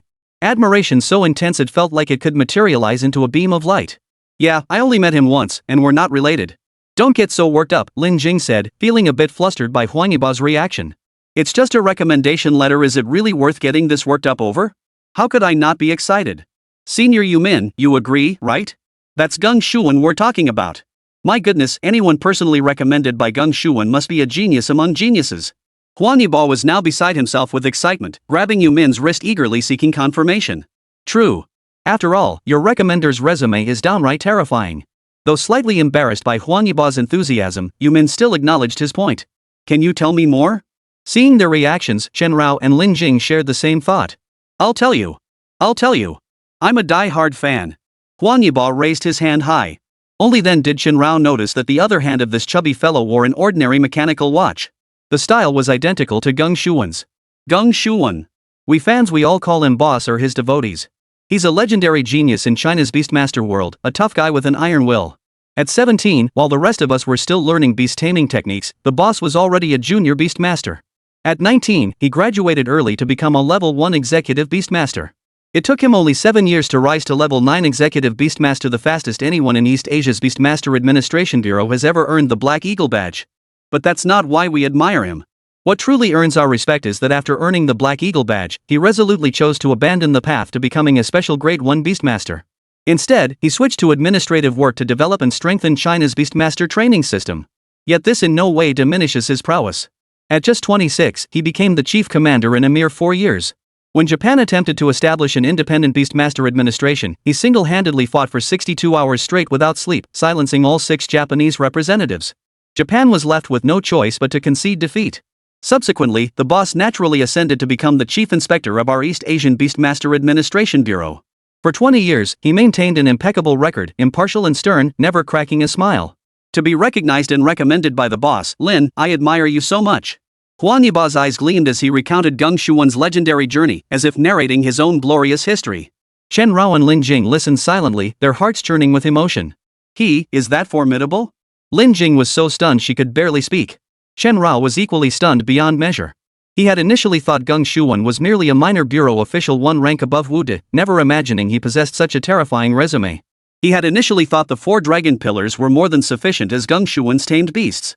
But after hearing Huang Yiba's account, Chen Rao now felt that even a tamed beast of the golden bloodline metamorphosis stage like the 4 dragon pillars seemed somewhat inadequate for Gung Shuwen. That's why the department head requested to meet you. Please come in. Yumin nodded. By the time they finished speaking, the 3 had reached the door of the department head's office. All right. Senior, aren't you coming in? Lin Jing asked. There's another guest present, so I won't be going in. Yumin smiled faintly, stopping Huang Yiba as they both leaned against the corridor window. Lin Jing nodded, pressed the door handle gently, and stepped inside, followed closely by Chen Rao. The office interior was sparingly furnished, a coffee table, sofa, and chairs in the reception area, a desk, office chair, and bookshelves stacked with books and files in the work zone. Just as Yumin had described, besides a middle-aged man, there was also a very young woman inside. She wore an all-white outfit, white top and white pants with no other colors in sight. Her short, cropped blonde hair gave her a sharp, capable look. Hello, Dean. My name is Lin Jing. I'm the new student here to register. Lin Jing bowed toward the middle-aged man. Hello, I'm Chung Yuan, head of Department A at Johua Beastmaster Academy. You must be the Lin student personally recommended by Mr. Gung Shuwen. You certainly look the part. Chung Yuan offered a polite handshake before gesturing for Lin Jing to sit opposite the short-haired girl. The atmosphere felt off. After Chen Rao sat down beside her, Lin Jing felt an oppressive weight. It wasn't the oppressive aura emanating from Chung Yuan, but rather the heavy pressure radiating from the short-haired girl who appeared to be the same age as Lin Jing. Something's off. Chen Rao cautiously lowered his posture, appearing natural yet prepared for battle. Chung Yuan, however, moved with deliberate slowness, personally pouring 2 cups of tea for Lin Jing and the short-haired girl. He then spread his palms, pointing them toward each of them. He looked at Lin Jing. Allow me to introduce you. This is Yalian Nero, a recommended student who has come from Europe to study and exchange with us in China. He then turned to the pure white-clad Yalian and spoke in English. She is the one I mentioned earlier, personally recommended by Mr. Gung Shuwen. Yi Helian stood up abruptly, interrupting Chung Yuan with no regard for etiquette. Hello, my name is Yahalian. Her Chinese was perfectly fluent. Hello, my name is Lin Jing. Lin Jing also stood up and Chen Rao rose as well, the sense of pressure growing more pronounced. I imagine you've heard about some of my background, though it's nothing to boast about. I deeply value this opportunity to study in China, hoping to learn advanced theories and meet friends who can challenge me intellectually. Yahalian's voice was calm, his pace neither hurried nor slow. I have. So you want to be my opponent? Lin Jing finally caught on. In a year, there will be a promotion assessment. I hope you can defeat me. Yi Helian held up one finger. Shang Yuanan's face flushed with embarrassment. These two newcomers clearly held him in no regard. But remembering who had recommended them, he could only let it slide. It's like this, according to Johua Beastmaster Academy's regulations, a comprehensive assessment is held every June to determine whether students can advance normally. The assessment involves assigning controlled tasks of verified difficulty levels. Scores are based on task rate and completion rate to gauge eligibility for advancing to the next Beastmaster rank. The top performer not only receives an exceptional promotion to Advanced Beastmaster but also earns a special reward prepared by the Academy. Typically, students select their mission difficulty based on their own abilities. However, considering your unique circumstances, Yehalian's repeated requests, and Mr. Geng Shuan's personal recommendation, the Academy has decided to assign both of you an S-level controlled mission. Does Lin agree to this arrangement? Cheng Yuan glanced at Lin Jing and then at Yehalian. He dared not provoke either of their recommenders and could only hope both would cooperate. Lin Jing tilted her head slightly. A genius from Europe? Geniuses were a dime a dozen at Johua. If Lin Jing dared to come here, she certainly wouldn't shy away from competing with them. I agree. Chapter 11, The Wealthy and Powerful Huangyiba. Lin Jing's prompt agreement eased Cheng Yuan's tension. Yi Helian, who had proposed the top-ranking competition, showed a slight change in expression, appearing somewhat troubled. Then we'll see who claims the top spot a year from now. Little Bai, you got confidence? Lin Jing spoke to herself, wrapping her arm around Chen Rao's furry neck and giving it a gentle rub. You've only lived a year, but I might have lived countless years. As long as I've accumulated enough lifespan, forget about Yi Helian, even Geng Shuan wouldn't stand a chance. Chen Rao grunted in response, paying no mind to Yi Helian's peculiar expression as he summoned the system interface before his eyes. Youth stage Mercury Bloodline S-grade potential Silver Dragon. Yi Helian's starting point in beast taming was indeed a full tier above Chen Rao's current growth stage with embryo bloodline A+ potential in every aspect, if not more. But as long as it didn't start now, Chen Rao had confidence he could win. 1 year. Just 1 year. After 1 year, whether it's a silver dragon or a golden dragon, they'll all be coiled at my command. Director Chang, if there's nothing else, I'll take my leave. Lin Jing offered a faint smile, preparing to depart. But I must remind you of one thing. After what seemed like an internal struggle, Yi Helian stopped Lin Jing as she was leaving. Lin Jing paused and looked at her now rival classmate. The comprehensive assessment tasks are complex, but ultimately, the strength of your beast will determine success or failure. I don't want this to become an unfair contest. Yi Helian raised his right hand, fingers splayed like green onions, and the silver dragon coiled upward. In the blink of an eye, it grew from finger thick to arm thick before landing and coiling around Yi Helian's feet. It seemed to grow with every breath of air until it reached the girth of a man's embrace, only then ceasing its expansion. Its length was astonishing, nearly filling the entire room. Its entire body was snow white, shimmering with silver light. A single scale was as large as Lin Jing's palm, radiating an imposing and truly domineering presence. Don't worry, I'll do my best. And your beast is beautiful, Lin Jing replied politely, failing to grasp the hidden meaning in Yi Helian's words. Chen Rao, however, caught the implication immediately. The primary factor was the strength of the Beastmaster's mount.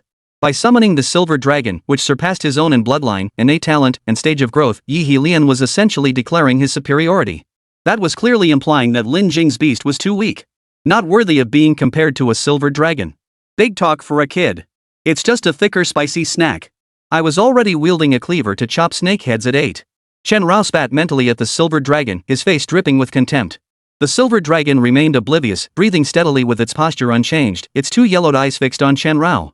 I think you might have misunderstood me.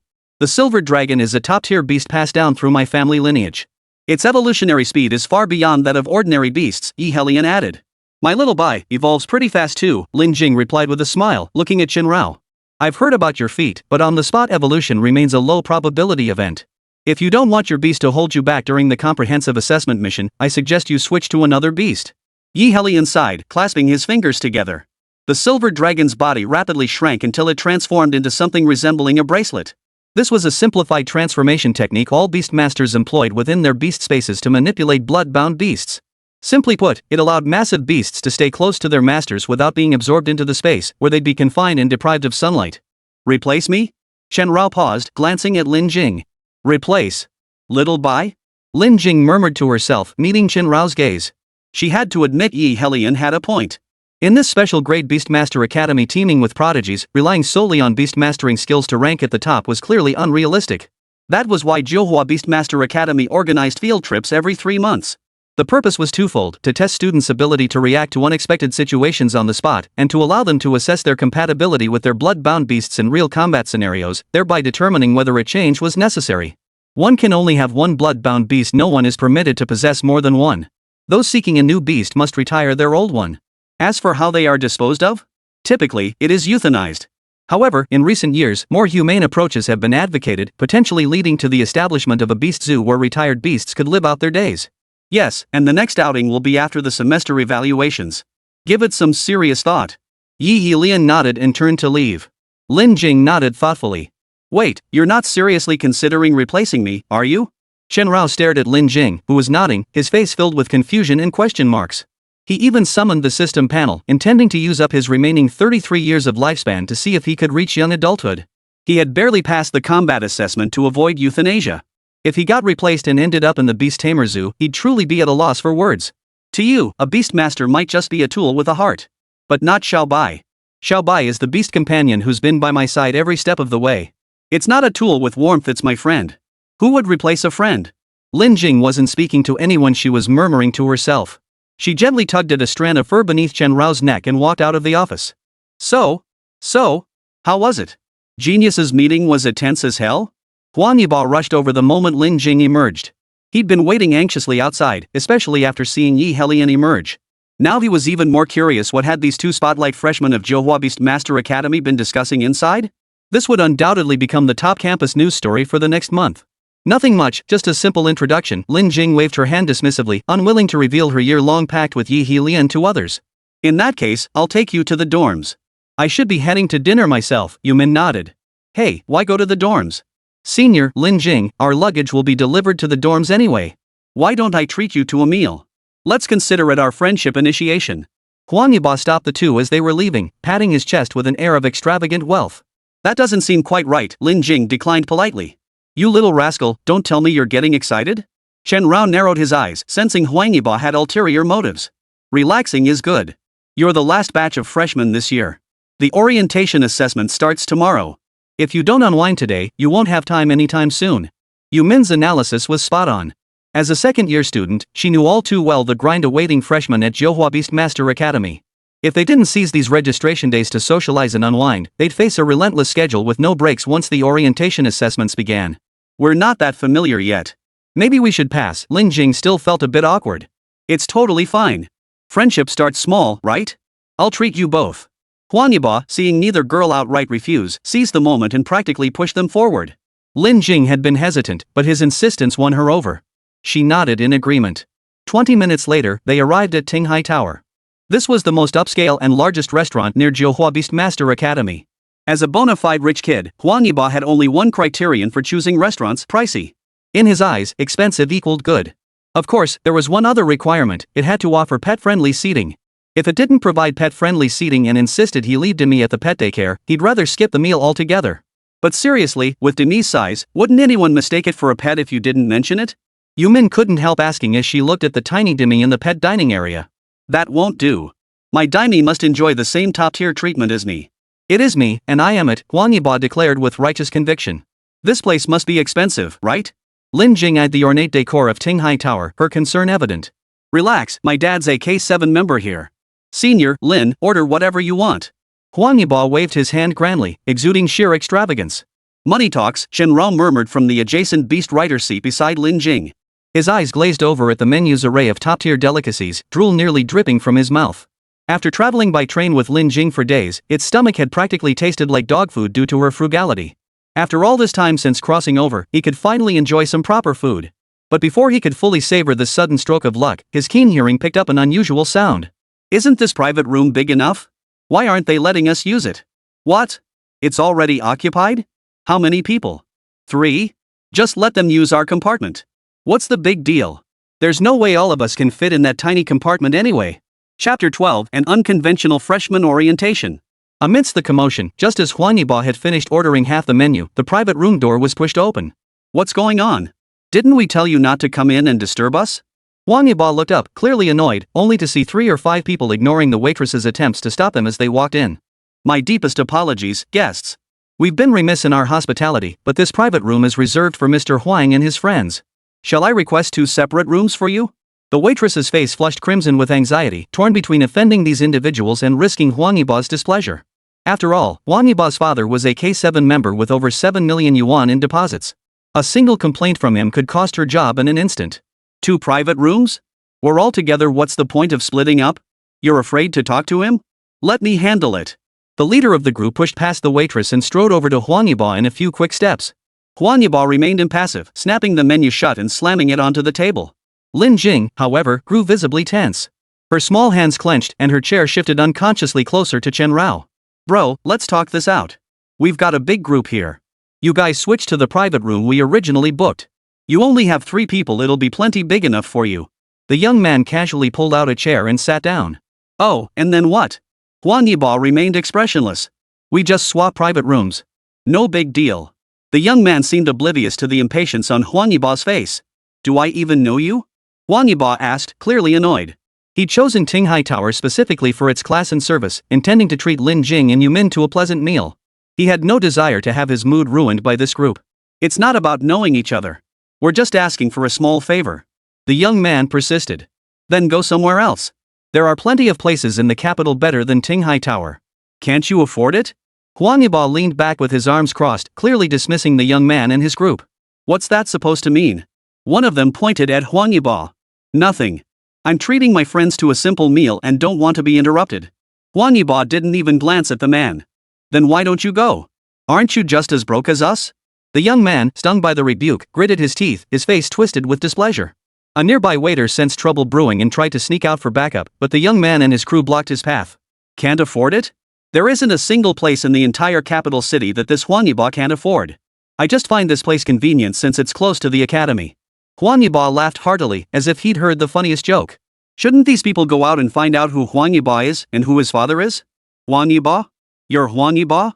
At that moment, a scrawny guy squeezed his way through the crowd, scrutinizing Huang Yiba from head to toe. What? Someone's impersonating me to swindle people? Huang Yiba shot him a glance. Damn, no, you're the Huang Yiba from the freshman group chat who said he'd treat the whole department to a meal at the start of semester, right? You didn't look this chubby in the photos. The skinny monkey clapped his hands and blurted it out. Huang Yiba hummed in acknowledgement, then turned his gaze to the group. You guys are new students at Johua Beastmaster Academy too? The group exchanged glances, their earlier tense standoff evaporating. Chen Rao, standing nearby, nearly burst out laughing at the scene. He'd been wondering if Huang Yiba would pull a Dragon King reveal, striking these arrogant fools down with his top-tier rich kid status. And this was it?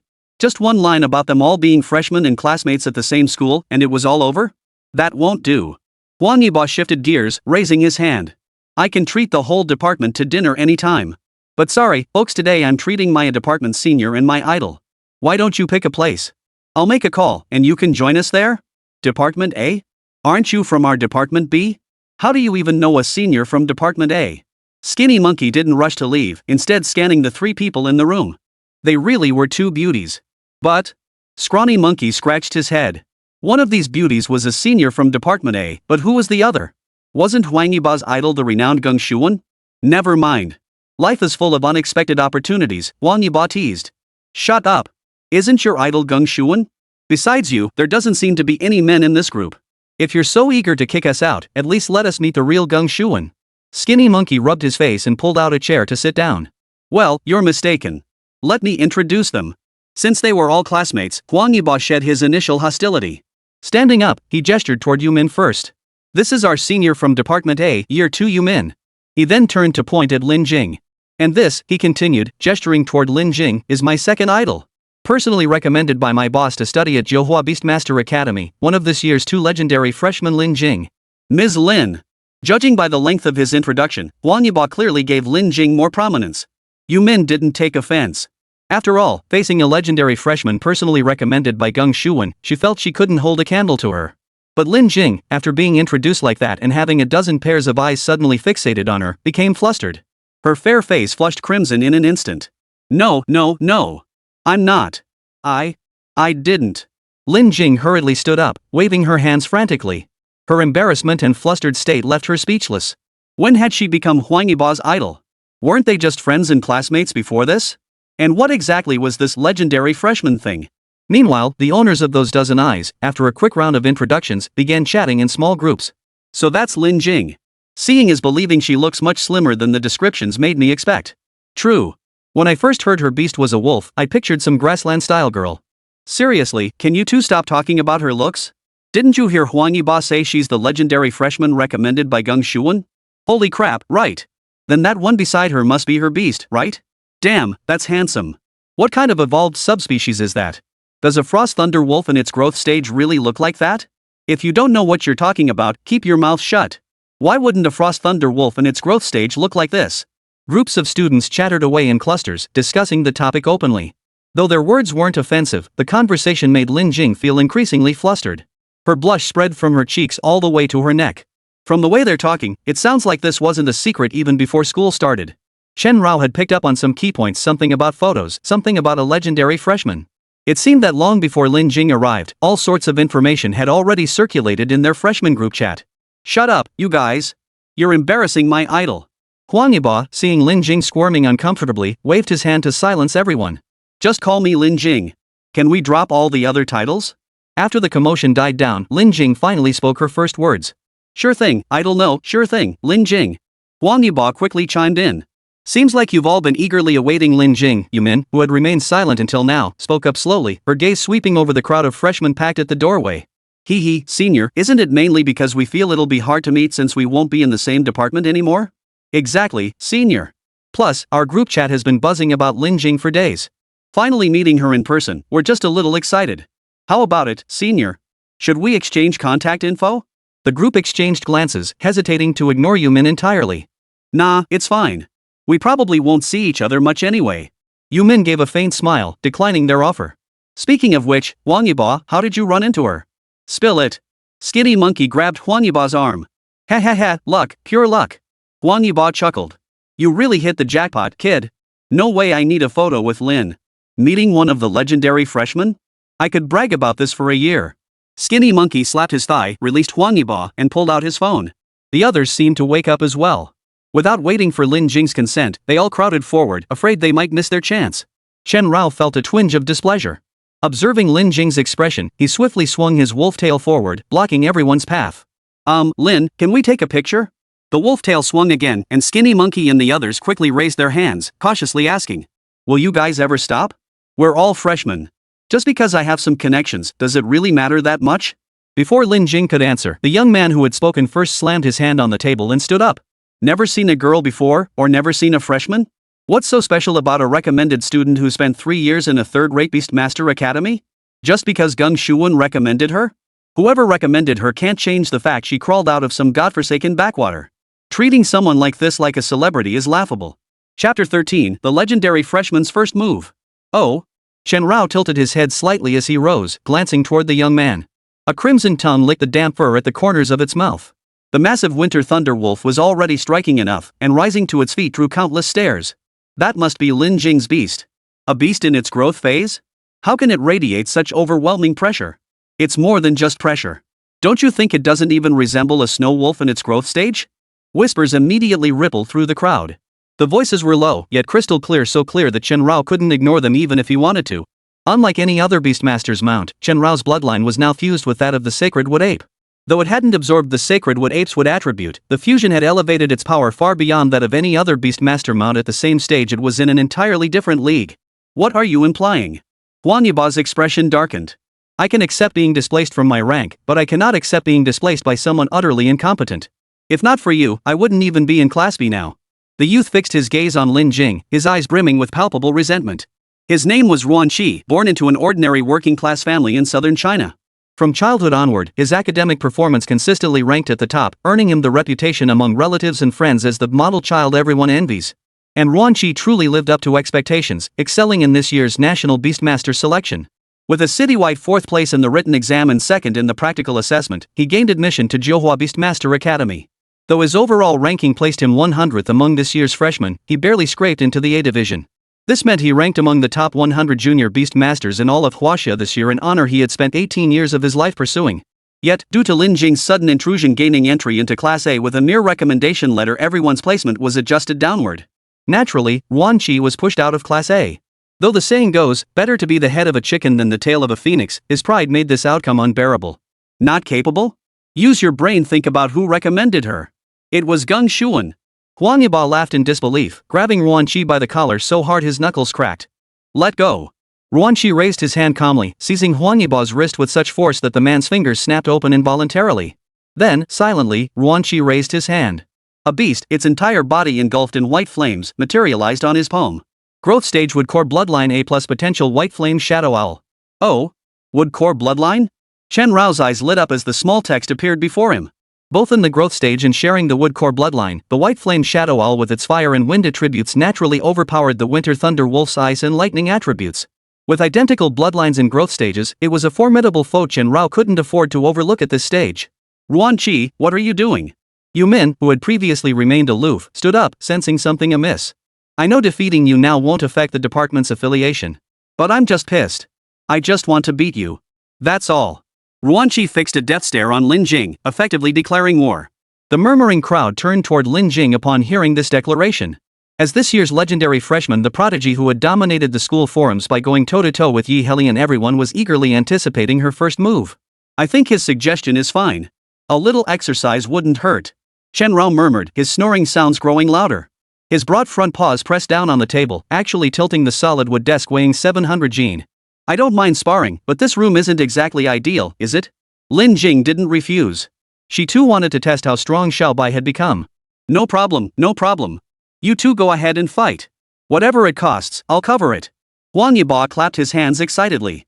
He didn't mind redecorating this private room, but he was genuinely eager to see just how powerful Lin Jing was. Or rather, how powerful was Lin Jing's beast companion. And he wasn't the only one. Everyone present wanted to see. Actually, even before Lin Jing arrived, everyone had picked up bits and pieces of information through various grapevines. Though it was all rather vague, they had formed a general understanding. For instance, that Lin Jing was a beauty, that wasn't particularly important. What mattered was her beast. Snow wolves weren't rare, but what was rare was the winter thunder wolf that had evolved during its growth phase. This was an entirely new species. Before Chen Rao evolved into a winter thunder wolf, there were only 4 known growth stage evolutionary variants of snow wolves across all of China, East Asia, and even the entire world. 3 of these were extremely common and possessed only a single ice attribute. Another had mutated a second attribute, but it was the common wind attribute, evolving into the cold wind wolf king. Only Chen Rao evolved with the lightning attribute. The fusion of ice and lightning, the winter thunder wolf. No one had ever seen it before, or even heard of it until recently. What's the matter? Scared? Yuan Qi asked Lin Jing. Scared of your teeth? Chen Rao answered for Lin Jing. Though beast masters and their beasts communicate through basic commands, the blood pact creates a faint psychic link between them. While far from true telepathy, it allows them to sense each other's emotional fluctuations. With Lin Jing's tacit nod of consent, Chen Rao slammed his palm down on the table and charged forward. Boom! A dull thud echoed as the 700 gene tabletop was crushed under Chen Rao's forepaws. The terrifying force even left distinct claw marks on the solid wood surface. Sanqi. Yuan Qi swiftly retreated, calling out the name of his beast. Bai Yanning Xiao, engulfed in scorching flames, soared into the air. The flames on its wings were torn apart by the wind pressure, scattering into searing fragments. The tilted table formed an angle of nearly 70 degrees with the ground as Chen Rao, clad in pure white, leaped forward, feet planted firmly on the tabletop. In an instant, all eyes were fixed on the two beasts about to collide. Challenging my strength? Chen Rao stood on the tabletop, less than 2 meters from the white flamed shadow owl without activating any skills. He could even feel the scorching heat radiating from its body. Hiss! The white flame shadow owl emitted a shrill screech. Its 2 claws, each twice the size of a normal human palm, hooked onto the edge of the table. Its wings, whipping up a gust of wind, flailed wildly, attempting to flip the entire table over. A tug of war. Without their tamer's guidance, the two beasts engaged in the purest form of combat before the crowd's eyes. It really is a primitive struggle without any technique, but I like it. But from this angle, the winter thunder wolf doesn't seem to have the upper hand. Standing on the tabletop, it has no room to exert its strength. True. If it doesn't use its beast skills, the white flame shadow owl will overturn the table sooner or later. The murmuring crowd comprised elite students admitted to Jiuhua Beastmaster Academy, each a prodigy in their own right. Though the difference was minute, it was clear enough to discern the victor at a glance. No leverage? Chen Rao stood on the tabletop, his sharp claws digging into it. He could clearly feel the angle of the slanted surface increasing with each flap of the white flame shadow owl's wings. But who said standing on the table meant no room to exert force? A savage grin spread across Chen Rao's face as both front paws lifted high. Perfect timing. Ruanqi shouted upon witnessing this, immediately relaying a return command to the White Flame Shadow Owl. The exact meaning remained unclear, but upon hearing the command, the White Flame Shadow Owl instantly halted its flapping wings. Its massive claws immediately released the tabletop, seemingly preparing to use Chen Rao's momentum against him in a surprise attack. Xiao Bai, get back! Lin Jing reacted instantly. Little bird, you're just as foolish as your master. Chen Rao's savage grin twisted into cunning as lightning flashed from his raised forepaw. Swift lightning flash. In an instant, brilliant lightning enveloped Chen Rao. The wood shavings torn from the air ignited into sparks of fire as Chen Rao vanished from everyone's sight. Thunder, a thunder-type skill. The rumors are true? It really has both ice and thunder attributes? No, impossible. This beast actually mutated with lightning attributes? There are thousands of base attributes, why did it get lightning and not me? Under the dazzling lightning, the stunned crowd erupted in shouts.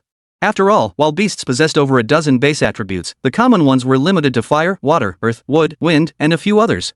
For most who had just advanced from Beastmaster trainees to junior Beastmasters, securing a growth stage dual-element beast was already remarkable. They dared not dream of rare elemental beasts, let alone one boasting the dual-element rarity of lightning, hailed as the pinnacle of fundamental attributes? This wasn't merely rare, it was 1 in a million. Blinding lightning flared. The next instant, Chen Rao appeared before the White Flame Shadow Owl, his feet planted on the edge of the table. His 2 front paws, streaked with lightning sparks, sliced through the air, charging straight toward the owl. Sanchi, dodge! Ruanqi, who had barely regained his senses under the blinding lightning, shouted urgently. Too late! Chen Rao snarled, his feet propelling the table downward at breakneck speed. Simultaneously, his 2 front paws, crackling with lightning, slammed down over by Yang Yingxiu's head. Boom! A thunderous explosion echoed as the White Flame Shadow Owl crashed straight into the ground. But it wasn't over. Mid-air, Chen Rao twisted his body, using the wall and tabletop to land smoothly. With a thunderous crash, the 700-gene tabletop landed perfectly intact on its legs. Is this something a Beastmaster can do? No, that's impossible. Even Schwarzenegger wouldn't dare pull off something like that without wires. Lin Jing, how on earth did you train him? Can you teach me? As the dust settled, the envy in everyone's eyes nearly materialized into beams of light. They'd seen many beast tamers and witnessed countless battles between tamers, but something as fluid and almost entirely independent of the tamer's commands as Chen Rao's performance was unheard of. That was the kind of high-level maneuver only an execution beastmaster could pull off. It tested not only the beast's own strength, but also the synergy and coordination between beast and handler, something cultivated over years of relentless training. I'm not really sure either. Lin Jing shrugged, speaking honestly, though it always made people think she was faking it. Chapter 14, Super Dangerous Dust. Chen Rao activates self-repair. Well, little birdie? Chen Rao stood with 1 foot on the tabletop, his snow-white fur flickering with sparks of lightning. The White Flame Shadow Owl, reeling from the heavy blow, flapped its wings to rise from the ground. Though unsteady after taking that solid claw strike, its wings still functioned. With a couple of flaps, it soared back into the air. Want to keep going? Lin Jing locked eyes with Ruanqi across the table. But so what if it's a rare lightning type? Let's go! Ruanqi gritted his teeth, clenching his fists. He'd faced setbacks since childhood, but he'd never given up. That's the fighting spirit I love. Come on! Chen Rao growled, his steady stride slowly advancing across the table, each step thudding with a dull thump. The crowd held their breath, watching intently. Some had even pulled out their phones to take pictures. The White Flame Shadow Falcon, once again stirring up wind pressure, circled in the air. This was a species advantage. Just as the divine wood ape's humanoid form allowed it to easily grasp and throw objects, the bird-like White Flame Shadow Falcon possessed the innate ability to fly, even without a flight attribute. Having learned its lesson, the White Flame Shadow Owl grew more cunning in its aerial maneuvers.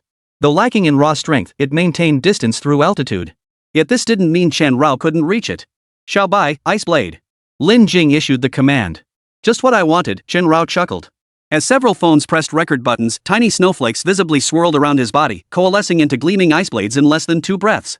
Empowered by the surging bloodline within him, even in his growth stage, Chen Rao's ice blades reached a terrifying 2 meters in length.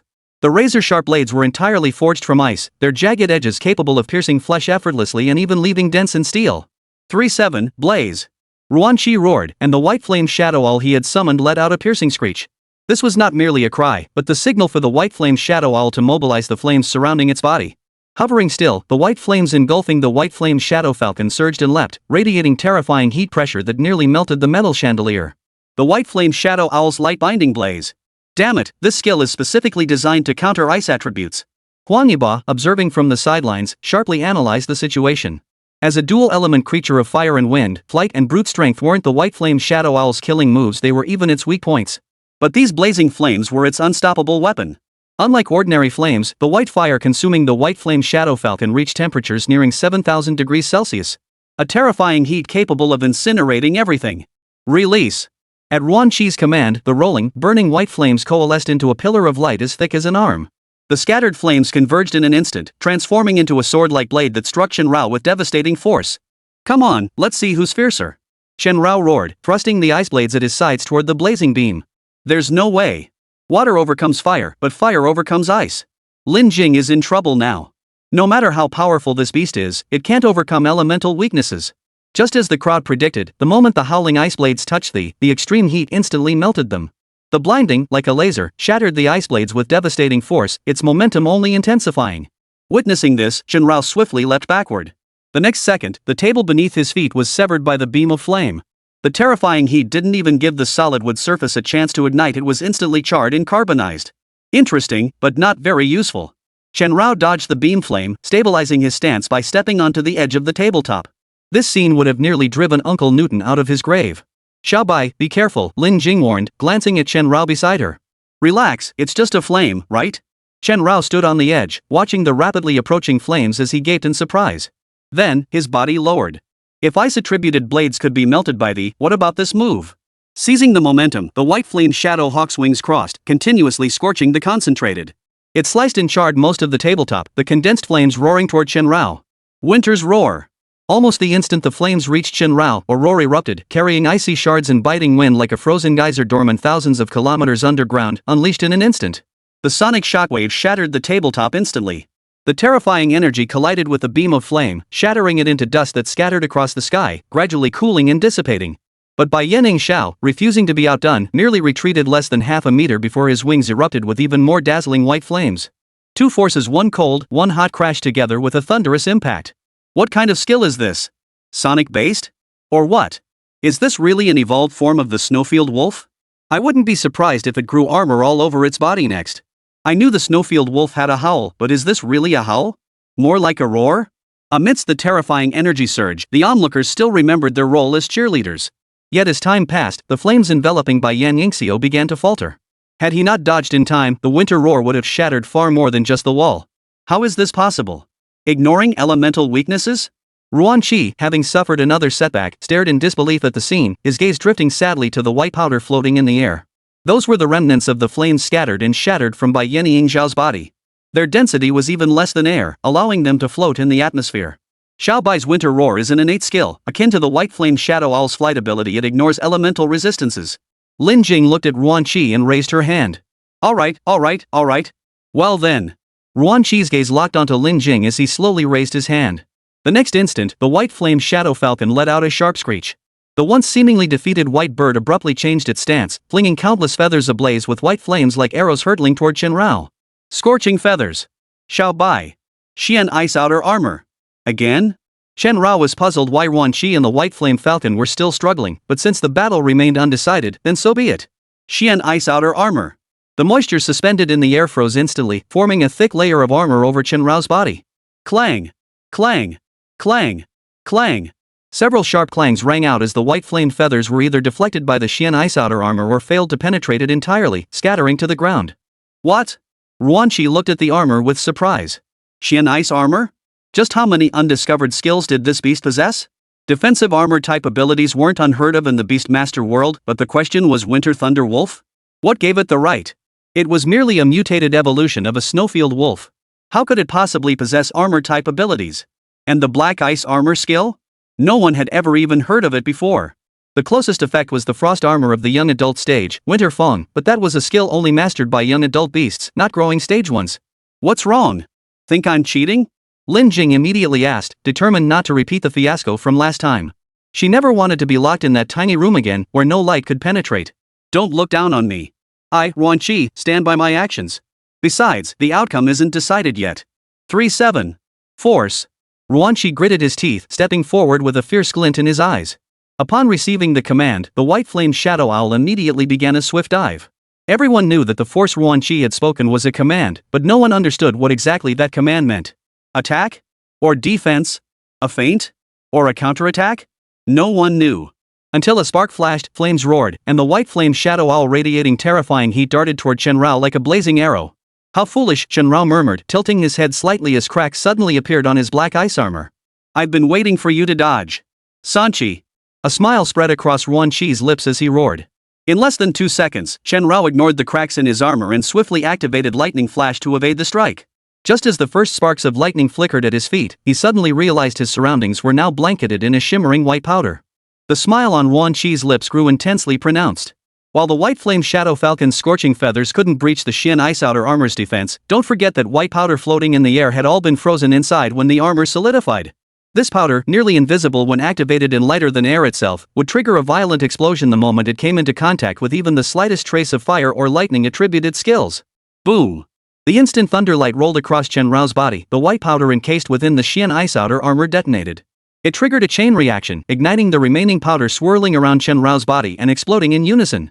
A deafening roar. Dust billowed upward before crashing back down. The terrifying shockwave sent everyone flying. The immense kinetic force even lifted Shenrao off his feet, slamming him back down and shattering the round table inside the private room. The indestructible Xian ice armor covering his entire body was shattered by Shenrao's own skill. Cough, cough. What just happened? I don't know. Who won? Who won? Those scrambling to their feet quickly resumed their roles as cheerleaders. Neither won, but Lin Jing seems to be losing. Huang Yibo was the first to stand, his face twisted with reluctance yet helplessness.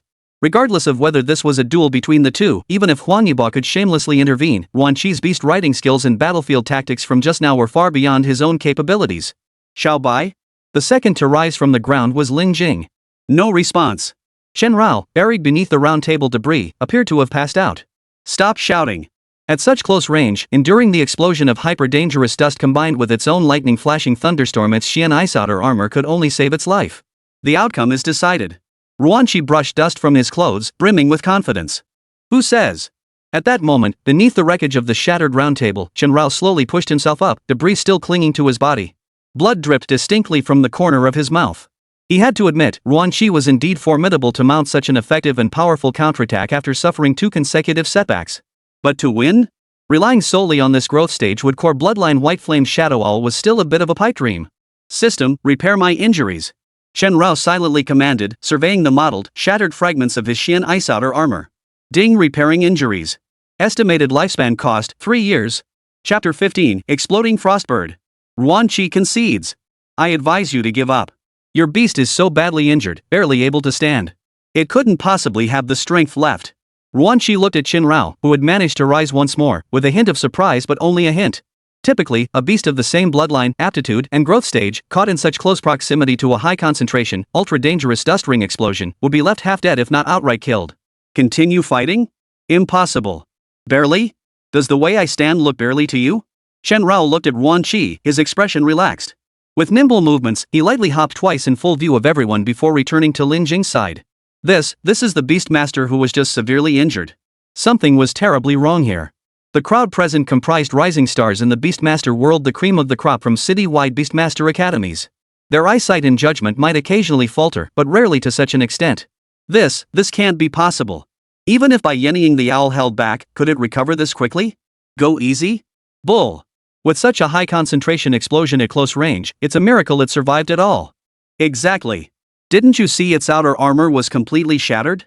The Atmosphere team members scrambled to their feet, exchanging bewildered glances. Their minds were filled with more than 10,000 question marks. Even Lin Jing herself stared in disbelief at Shenrao as he approached. She cautiously raised her hand, her eyes brimming with incredulity. Xiao Bai, are you really unharmed? Lin Jing ran her fingers through Shenrao's mane at the back of his neck, examining him thoroughly from head to toe. Indeed, she couldn't find a single wound. Hurt but not hurt, Shenrao said, flexing his neck until his bones cracked. As a beast rider, Shenrao's senses far surpassed those of humans, allowing him to perceive details invisible to ordinary people. The instant he unleashed his lightning flash, the arcing electricity instantly ignited the highly dangerous dust particles suspended in the air. Had he not dodged fast enough, he likely wouldn't have even had the chance to activate his system for healing. Ding, all injuries repaired. Lifespan consumed, 3 years. Current host's remaining lifespan, 31 years. The 2 lines of text appeared before his eyes. Shenrao nodded slightly, feeling his chi and blood flowing smoothly throughout his body, completely refreshed. Come on, let's continue. Shenrao turned his head to look at Ruan Chi and the Bai Yen Shadow Falcon on his arm. A first encounter where both sides gained and lost. Now that was an interesting fight.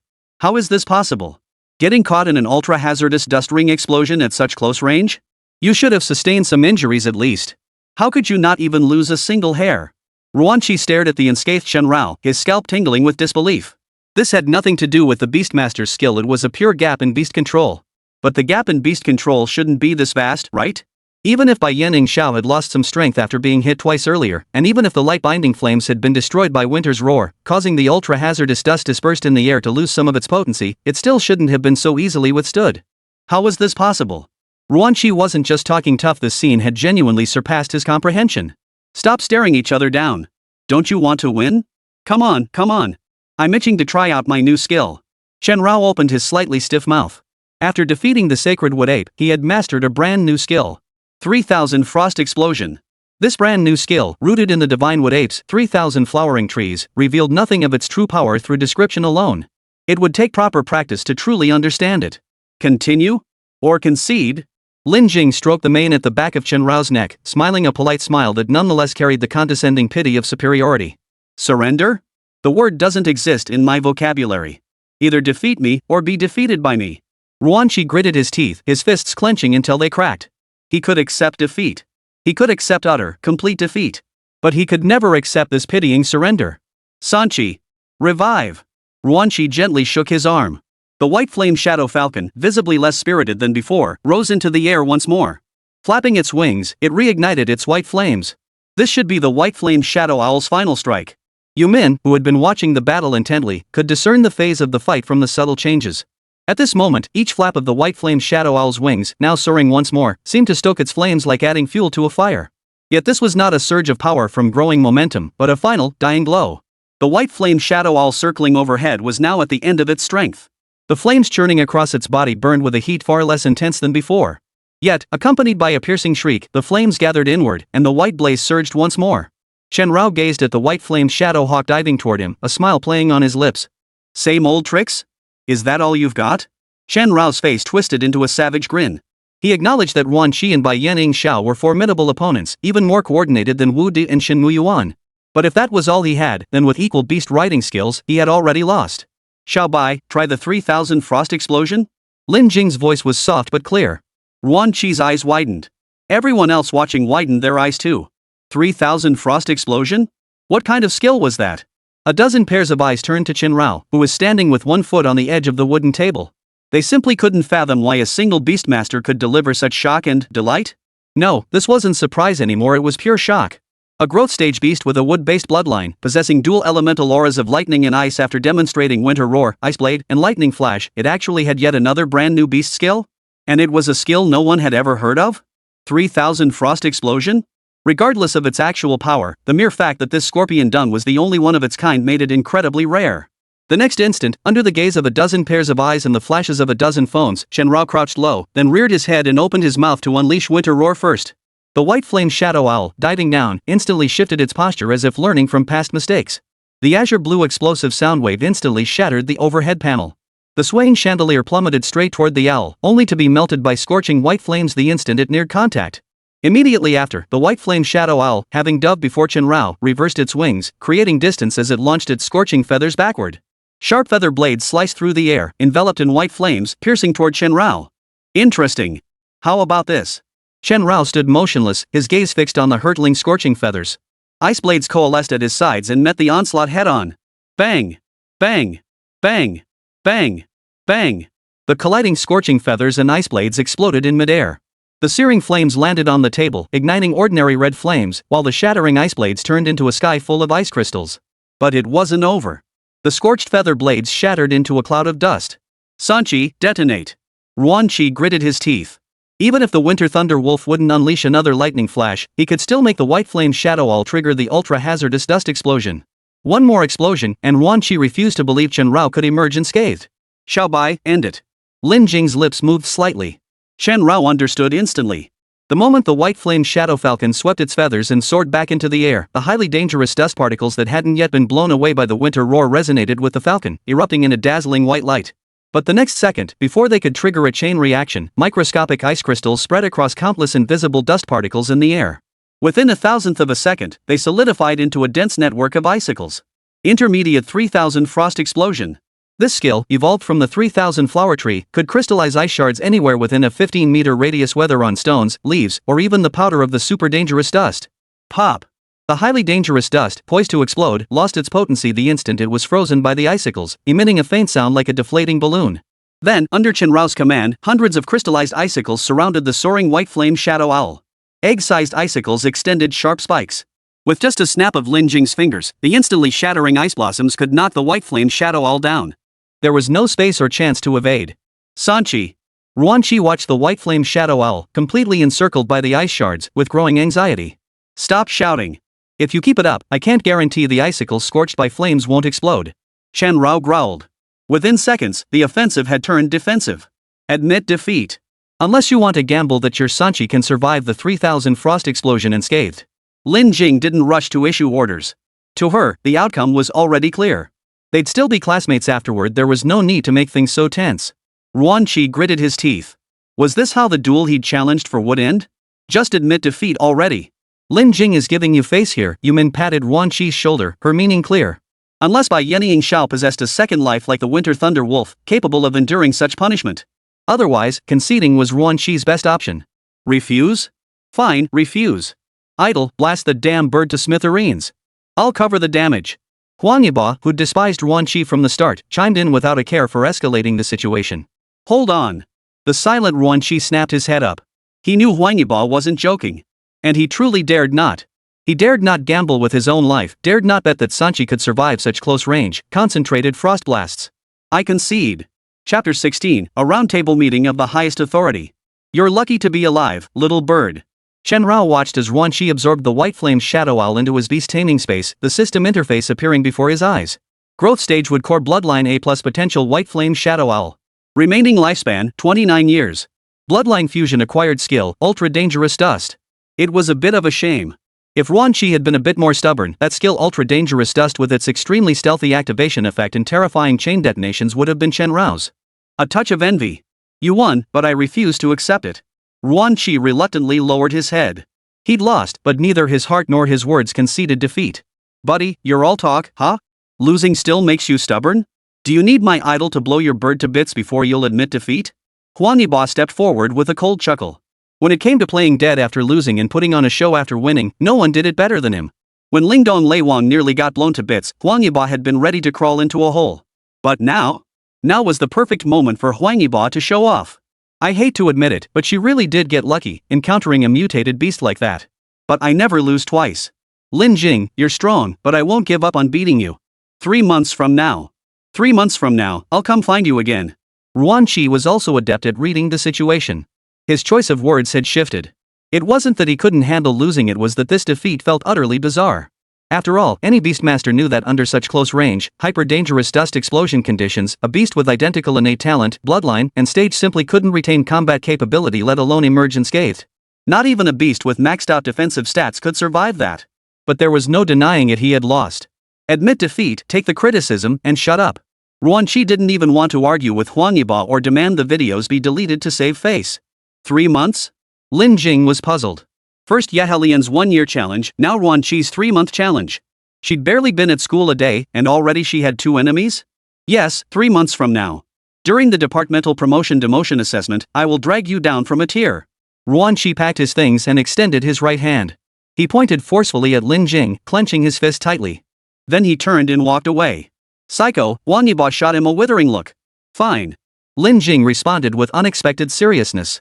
First a year, now 3 months. Does everyone issue challenges these days?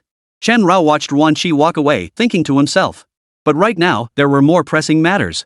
Just moments ago, after he'd been gravely injured by the super hazardous dust, the system had simultaneously offered Chenrao 2 choices. The first was, consume lifespan to heal injuries. In his haste to get back up and continue fighting, Chenrao had chosen this option without a second thought. But now that he had calmed down, he was curious to see what the second option actually meant. Carry bloodline, fusion rebirth. 8 words in total.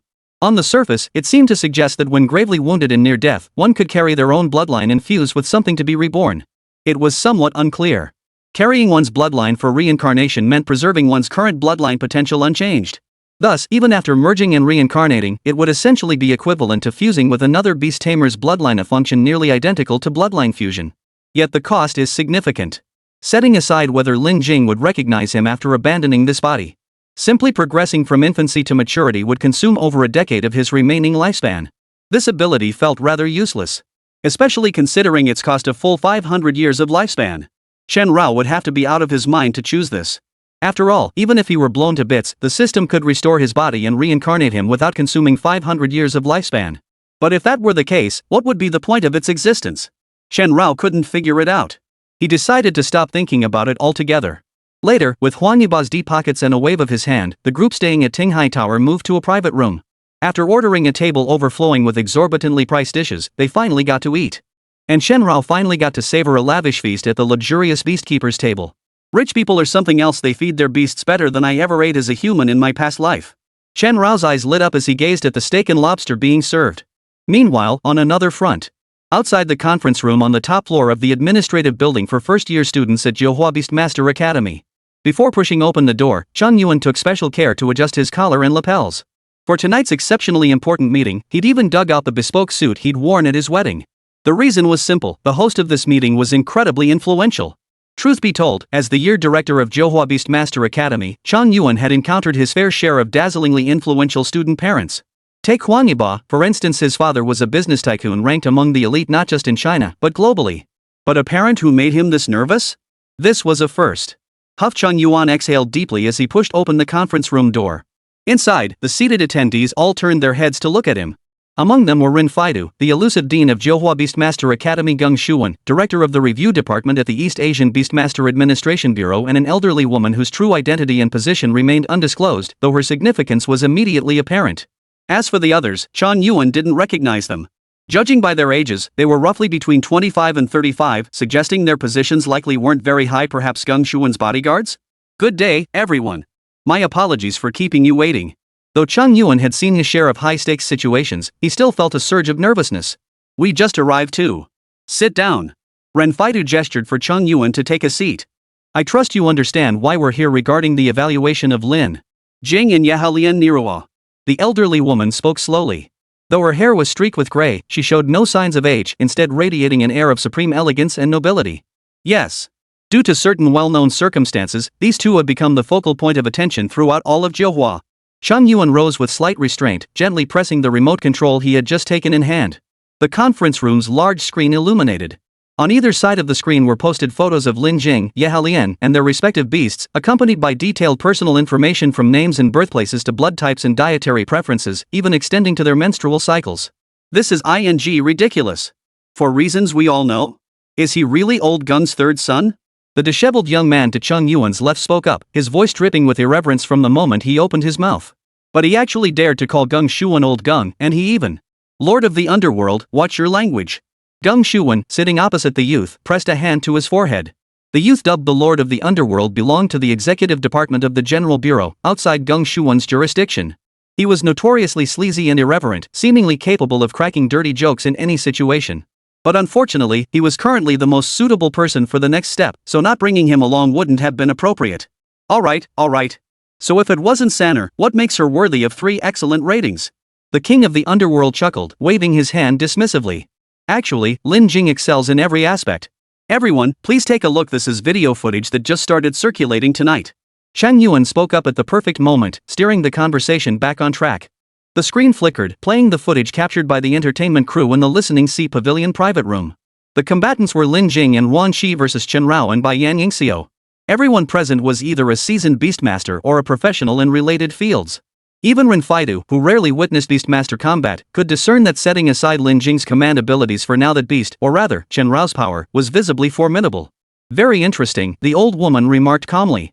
Her identity remained undisclosed, though she appeared to be one of the high-ranking officials from the East Asia Bureau. Is this truly the growth stage? Hades' tone was unusually serious. It's in its youth stage, though it's already vastly different from when I last observed it. Its evolution speed and method are both highly unusual.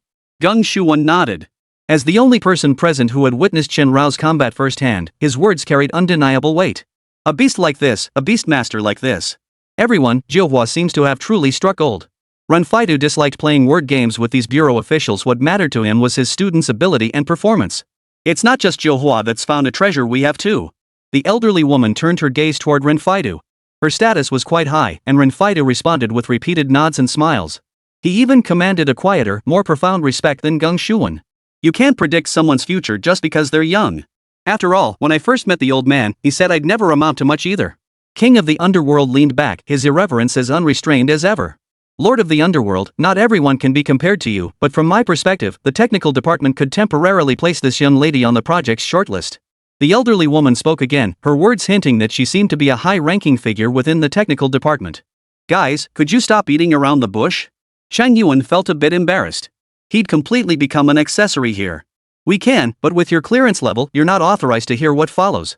Renfido turned his gaze toward Chang Yuan. Chang Yuan fell silent. Stop intimidating the young man. Director Chang, I'm pleased you compiled these two students' profiles so thoroughly. Though slightly inaccurate, it's still commendable work. The elderly woman rose, preparing to leave the meeting. Today's meeting is adjourned. Dean Ren, proceed with follow-up tasks as usual. Ensure these two feel no unease. Gung Shuwen also rose, followed by Lord of the Underworld and several others. They exited the conference room. Moments later, only Renfido and Chang Yuan remained in the conference room. Dean. Chang Yuan felt awkward, sweat trickling down his forehead. He feared he might have done something wrong to cause the others to leave. Calm down. That's just how they are. They come to handle business, then leave once it's done. But since they've made it clear, proceed with the next steps as planned. Renfido rose to reassure him. In truth, not only was Chang Yuan's clearance insufficient to know what followed, but even Renfido, the dean of Johua Beast Master Academy, was unfit to know. Chapter 17, Lin Jing's going to bathe Chen Rao? Old Huang. Old Huang. You'll never guess who I ran into today. Imperial capital of Huaxia, Villa 004, Xian Palace. Huang Yiba strode through the front door, beaming with pride. In the hall, his father, Huang Xingxian, stood dressed in a sharp suit, looking like he'd just returned from a business dinner. Who? And why did I get charged over 200 yuan? Huang Xingxian looked at his precious son. It wasn't the money he cared about, but why his usually frugal son had suddenly spent over 200. Though the amount wasn't huge, for Huang Yiba, a rich kid who usually made do with 10 yuan boxed meals, spending over 200 was genuinely surprising to his father. Didn't I mention I'd be treating classmates to dinner recently? Huang Yiba plopped down. Over 200 on a meal? At that place, Tinghai Tower? You didn't tear the private room apart, did you? Huang Xingxian leaned back in his chair and asked. Heh, not me. My new friend from today did it. Huang Yiba scratched his face, casually picked up a Fizi Xiaopear, took a bite, and tossed it into the trash. New friend, huh? You sure are rolling in dough. Spending over 200 on someone you just met. Maybe I should lower the limit on your card? Huang Shengxian feigned displeasure, trying to get Huang Yiba to spill the beans. No. Fine, I won't keep you in suspense anymore. Huang Yiba quickly conceded defeat and stood up. Remember when I told you about two legendary freshmen at Johua this year? One foreigner and another personally recommended by my boss? Huang Xingxian gave a slight nod. Though a businessman, he frequently mingled with the elite. Especially the public actions of top-tier figures, like the moves of someone like Gung Shuwen, who stood at the pinnacle of power, were no secret within his private circles.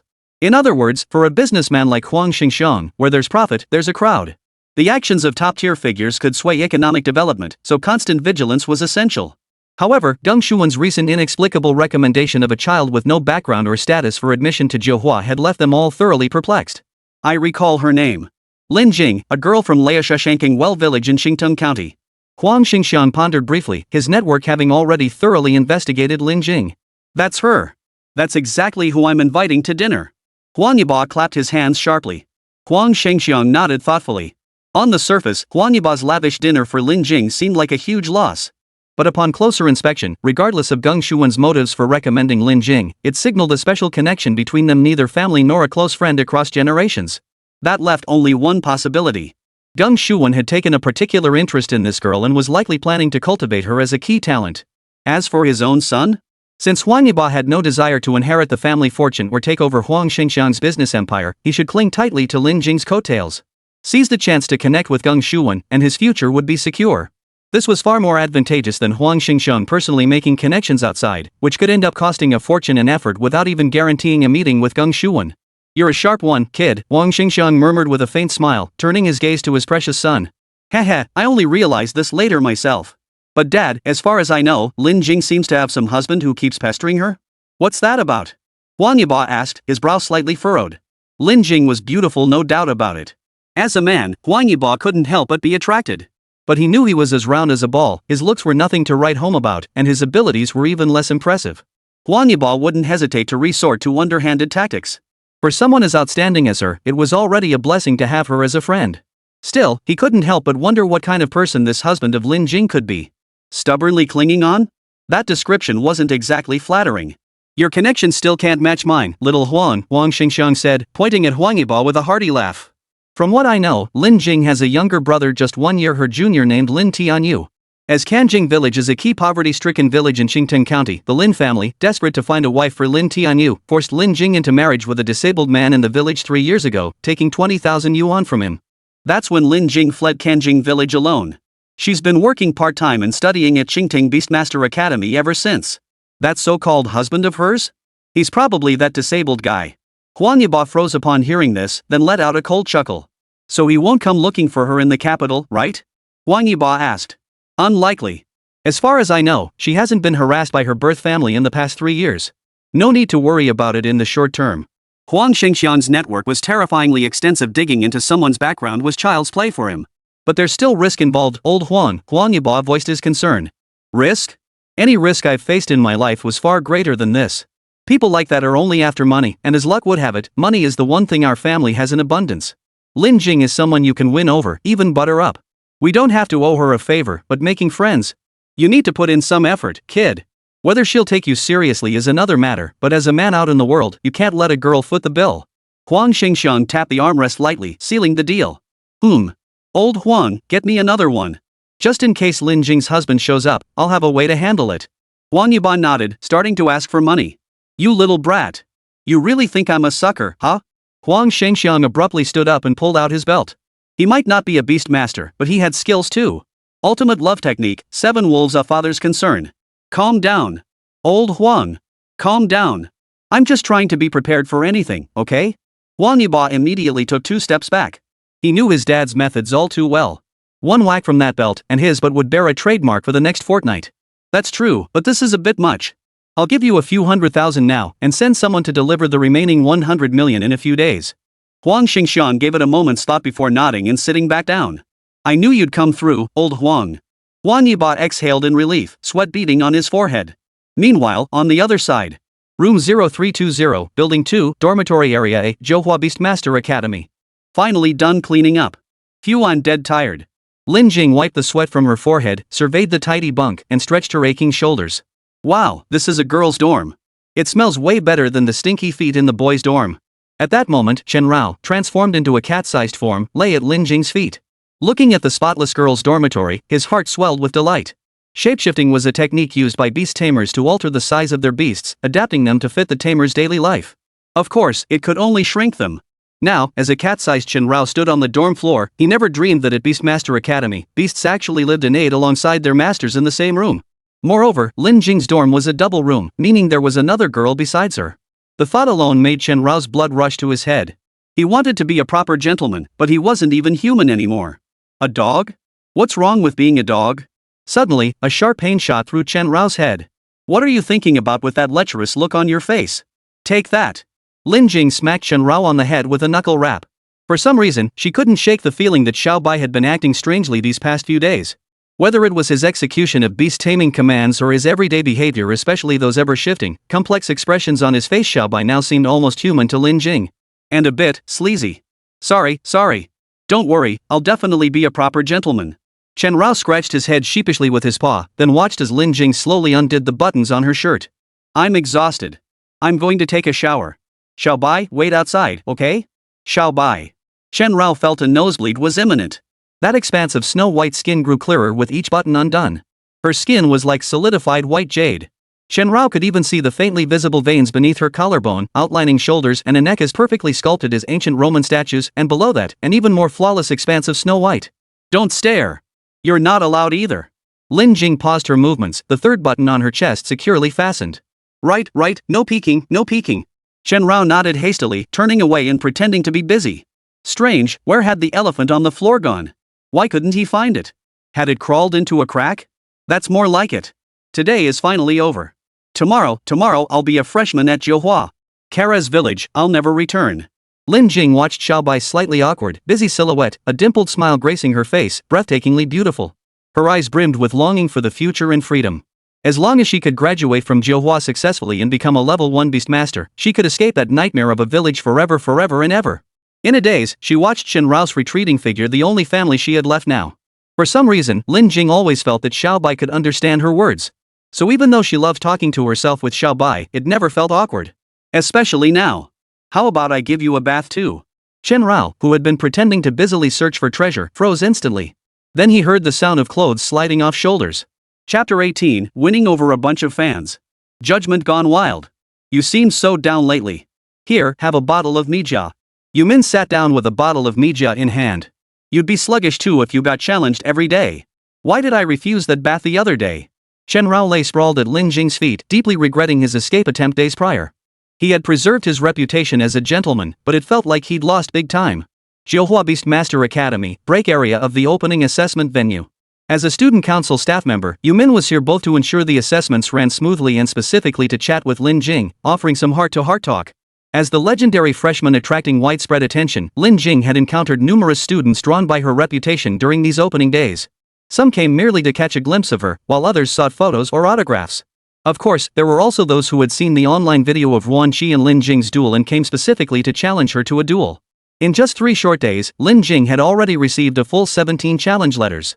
While Jiuhua Academy did not prohibit private duels between students, in fact, it encouraged such matches as a means for students to identify weaknesses and enhance combat skills, even providing dedicated venues for this purpose. However, 17 challenges in 3 days was undeniably excessive. To ensure Lin Jing could maintain her normal life, the academy had no choice but to issue a regulation temporarily prohibiting anyone from challenging her to private duels. Actually, it's not just challenge letters, there are also love letters, Lin Jing sighed, pressing her fingers to her temples in exasperation. Yes, over these 3 days, she hadn't only received 17 challenge letters.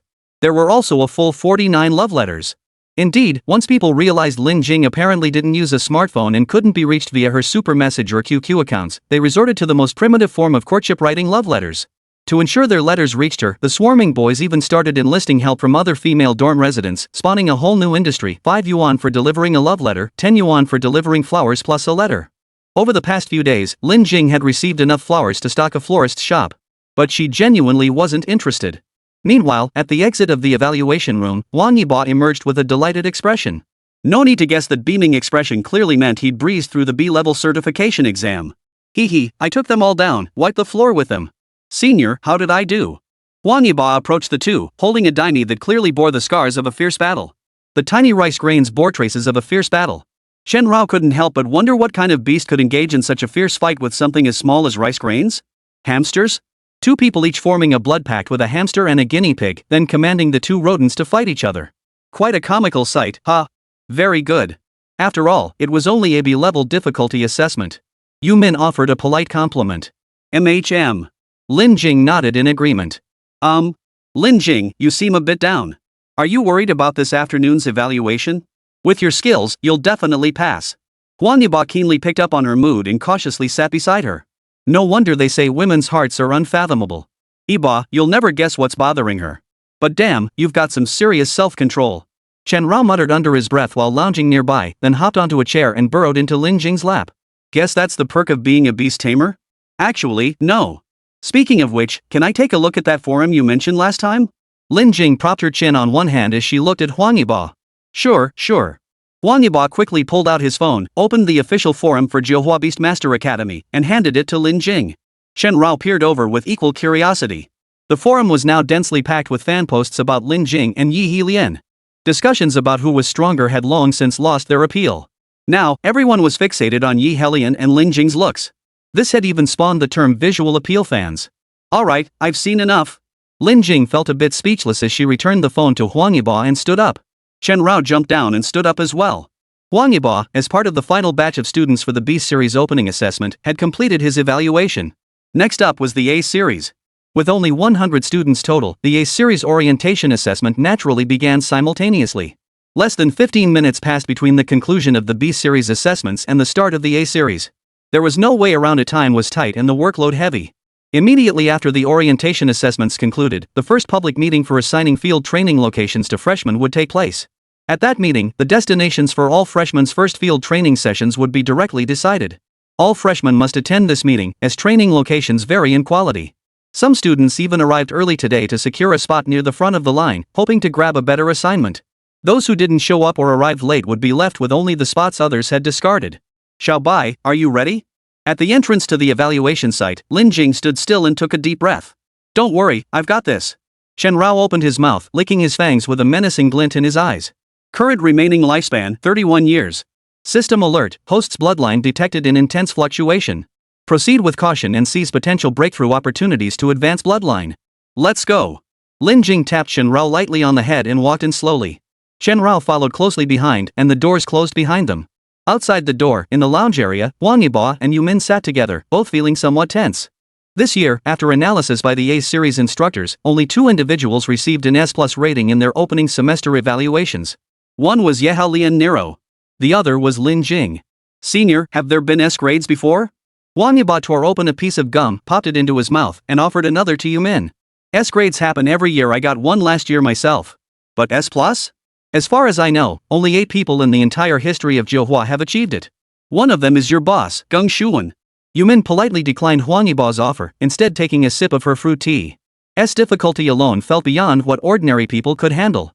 S+, that might be beyond human challenge, only geniuses could attempt it. Huang Yibo nodded, or perhaps he didn't nod, but he definitely swallowed hard. What if someone fails? Huang Yibo asked cautiously. It depends. Passing means smooth sailing. Failing means faculty from each department will analyze the footage. If they deem it truly unfit, you'll either be demoted or expelled. Yu Min replied. But what about cases where someone fails but isn't demoted or expelled? Huang Yibo asked, his curiosity as boundless as a child from the 10,000 Y series.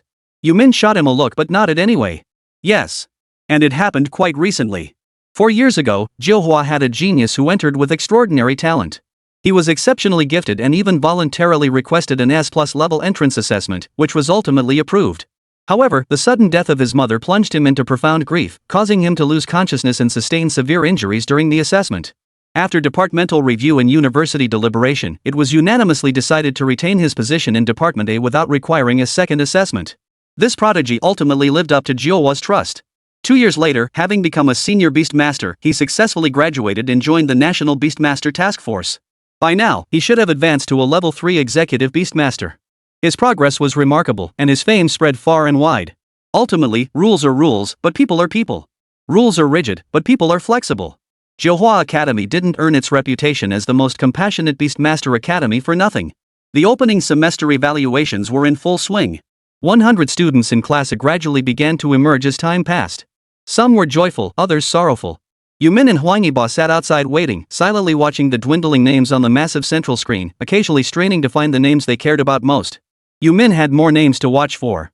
To recruit talent for the student council, she had already set her sights on several outstanding freshmen, including Lin Jing and Yi Helian. Whether they chose to join was up to fate. Huang Yibo, however, had only one name on his mind. Time ticked by, and the names on the screen dwindled until there was no need to search anymore. Only 2 remained. Yi Helian narrow level, S+ checked in, 48:06. Lin Jing level, S+ entered, 47:21. The 2 highest ranked participants, with the longest durations. Those outside the arena couldn't see what was happening inside. Only the teachers monitoring security in the control room could see. Only the 2 of them left, sis. I'm so nervous. Huang Yibo stared at the ticking timer on the screen, sweat beading on his forehead. You're still nervous about their evaluation? Yu Min stood up and stretched her limbs. In just that brief moment, Yi Helian had already completed her assessment. Moments later, Yi Helian emerged slowly, clad in pristine white robes and trousers. Her entire appearance remained spotless, making one wonder if she had secretly changed clothes inside. How else could she be so spotless? Unless she was already powerful enough to face an S+ level assessment unscathed. Yi Helian's out. Lin Jing should be next, right? Huang Yibo watched her confident stride before turning to Yu Min. Yu Min nodded. Make way. Make way. Everyone, make way. What's happening? Huang Yibo turned his head in confusion, looking toward the source of the commotion. He saw the crowd, equally anxious about Lin Jing's evaluation results, gradually parting to form a passage. 2 figures in protective gear, clearly not medical personnel, yet far more alarming than any doctor or nurse, charged through the opening. Chang Yuan followed closely behind, his expression tense. Director? What's happening? Why is security here? Yu Min hurried forward. Yes, Director. What's happening inside? Huang Yibo was even more worried. The energy intensity from conducting 2 S+ level evaluations simultaneously exceeded the simulation room's capacity limit. After Yi Helian's session ended, Lin Jing's simulation system malfunctioned. No one knows what's happening inside now. We can only pray no one gets hurt. Cold sweat poured down Chung Yuan's forehead. He knew all too well how rare these meetings were. Chapter 19, The Blood-Soaked Skull of the Fire-Bathing Demon Ape. Thick smoke billowed within the evaluation simulation chamber. By the time two security personnel forced open the chamber doors, the battle had already ended. The barely functioning safety system sprayed low-activity pressure relief particles to prevent the raging flames and scattered lightning bolts from triggering explosions. Struggling exhaust fans hissed as they expelled thick smoke. Scan for life signs. Security Officer 1 retrieved a life detector from his back. The simulation room spanned over 1,600 square meters, and with thick smoke everywhere, locating Lin Jing immediately would be nearly impossible without equipment. What's the point of checking? She's probably already dead. Security Officer 2 wasn't being pessimistic, it was an objective assessment. Indeed, since Johua Beastmaster Academy's founding, S+ level entrance evaluations weren't unheard of, they had occurred before. But conducting two simultaneously was unprecedented. Especially since the two simulation rooms were extremely close, causing their combined powerful pressure energy to exceed the structural load limit during the simulation. Maintaining equilibrium under such extreme conditions might have been manageable, but the problem was, Yi Helian ended hers prematurely. The moment her assessment concluded, one of the two simulation chambers, previously held in precarious equilibrium, instantly lost pressure. Her neighbor, Lin Jing, didn't even have time to react before her chamber overloaded and exceeded its pressure limits. This caused the originally certified S+ energy level rating to surge by over 0.7 points in an instant, nearly double the S+ rating. This level of difficulty was beyond what a novice beastmaster could handle, or rather, beyond what a beast in its growth phase could handle. What's going on? What's the situation? Chung Yuan, arriving belatedly, sensed trouble the moment he saw the two security guards at the entrance. Behind him were numerous students who had forced their way in, including Huang Yiba and Yumin, Yi Helian, who had already left, and Ruan Qi, along with a large crowd of others whose names he couldn't recall, likely all drawn by the commotion surrounding Lin Jing's incident. Under such circumstances, sealing off information was standard procedure. But the urgency of the situation meant Chung Yuan hadn't had time to cordon off the scene, let alone organize personnel to prevent unauthorized entry. Let's just hope she's okay. Security guard number 1 raised his life detector, scanning the thick smoke for Lin Jing's vital signs. Safe? How could she be safe? Director Chang, I doubt you'll keep your job after this. Security guard number 2 never minced words. Compared to number 1, who was diligently scanning, he looked like he was goofing off while holding his own life detector. Human lives come first. Hurry up and find her. Chang Yuan was nearly frantic. If he hadn't been unsure of the situation inside, he would have charged in himself to search. Director, I'm so sorry. I just couldn't hold them back. Yumin rushed over, followed by a swarm of students who instantly blocked the hallway completely. Director Chang, what happened? A boy shouted. Yeah, Director Chang. Is Lin Jing hurt? Another girl's voice echoed just as loudly. Move. All of you, move the hell out of the way. The burly Huang Yiba shoved both students aside, one in each hand, and forced his way to the very front using sheer body weight. Everyone, please calm down. I know you're all concerned about Lin Jing's condition, but standing here won't change anything. Could you all please go back to class? Chung Yuan turned around and shouted at the top of his lungs, trying his best to make himself heard by everyone. Principal, you have to tell us what happened. Yeah, Director. Otherwise, tomorrow we'll probably just be firing temporary workers, right? Don't talk like that. When did Director Chang become so irresponsible? Director Chang, tell us what's going on. The onlookers, who loved a good spectacle, began to clamor. The bystanders, who thrived on chaos, seemed born for such idle gossip. The simulation room went haywire. If my books are correct, Lin Jing is in grave danger. Ruan Qi stood right behind Huang Yiba, his voice calm and utterly rational. Bull. Watch your mouth. Huang Yiba spun around and yanked Ruan Qi by the collar. I'm stating facts. Do you think I want her to die? I'd rather see her live long enough for me to defeat her with my own hands. Ruan Qi wasn't without temper, he'd only refrained from arguing with Huang Yiba out of sheer contempt. But that didn't mean he'd tolerate Huang Yiba's constant disrespect. Then you damn well better not curse her to harm. Huang Yiba gritted his teeth. He'd fought tooth and nail to secure that funding from old Huang, planning to cultivate a relationship with Lin Jing to pave his own path. Nothing could go wrong. Are you clinging to me now? Ruan Qi glanced at the crowd gathered around them, only then realizing all attention was fixed on the two of them. Wherever there was trouble, they were sure to be found. You too. If you want to fight, take it outside. Don't block the hallway. Yumin finally snapped. She grabbed Huang Yiba and Ruan Qi by the collars and shoved them out. Meanwhile, the belated security team finally arrived on the scene. Armed with professional equipment, they swiftly cleared the corridor of onlookers, taking the opportunity to escort the two men Huang Yiba and Ruan Qi, whose tension was palpable, away together. The two, whose long-standing grudge had reached a boiling point, were bound to clash today. As the noisy crowd dispersed, Chang Yuan's taut nerves finally relaxed a little. No one wanted Lin Jing's accident to happen, but it did. As the department head, it was his duty to handle the situation properly, which naturally included minimizing the impact. Gentlemen, have you located them? Chang Yuan's voice cut through the deathly silence in the corridor. Not yet, replied security officer number 1. Highly likely dead. Probably gonna need a shovel to dig up the body, Security 2 chimed in with his usual unpleasant tone. Why not go in and check? A calm, emotionless voice cut through the air. Yet alien near. How did you get in? Yu Min asked urgently. I've been here all along. The security guard just now didn't kick me out. Yi Helian crossed her arms. Who knew why the security guard hadn't cleared her out? Because the conditions inside are highly unpredictable, Security Guard 1 stated, holding up the detector. Little sister, barging in could easily disturb the particles floating inside. You could die, you know. Security Guard number 2 chuckled. Yi Helian stared expressionlessly at the two security guards before turning his gaze to Chang Yuan. Nero, you should go back and rest for now. Chang Yuan had no real solution when faced with Yi Helian. He had received considerable intelligence in China, indeed across all of East Asia and the world. Everyone maintained a facade of harmony while harboring underlying discord. Thus, toward this exchange student suddenly thrust upon them by the European Management Bureau, Zhou's attitude remained one of polite formality. The interests entangled behind the scenes were incredibly complex, and what Chang Yuan could see was merely the tip of the iceberg. Therefore, when it came to Ye Helian, keeping a respectful distance was the prudent course. How about letting me try? Ye Helian's words were a question, a request, and at the same time, merely an announcement to Chang Yuan, nothing more.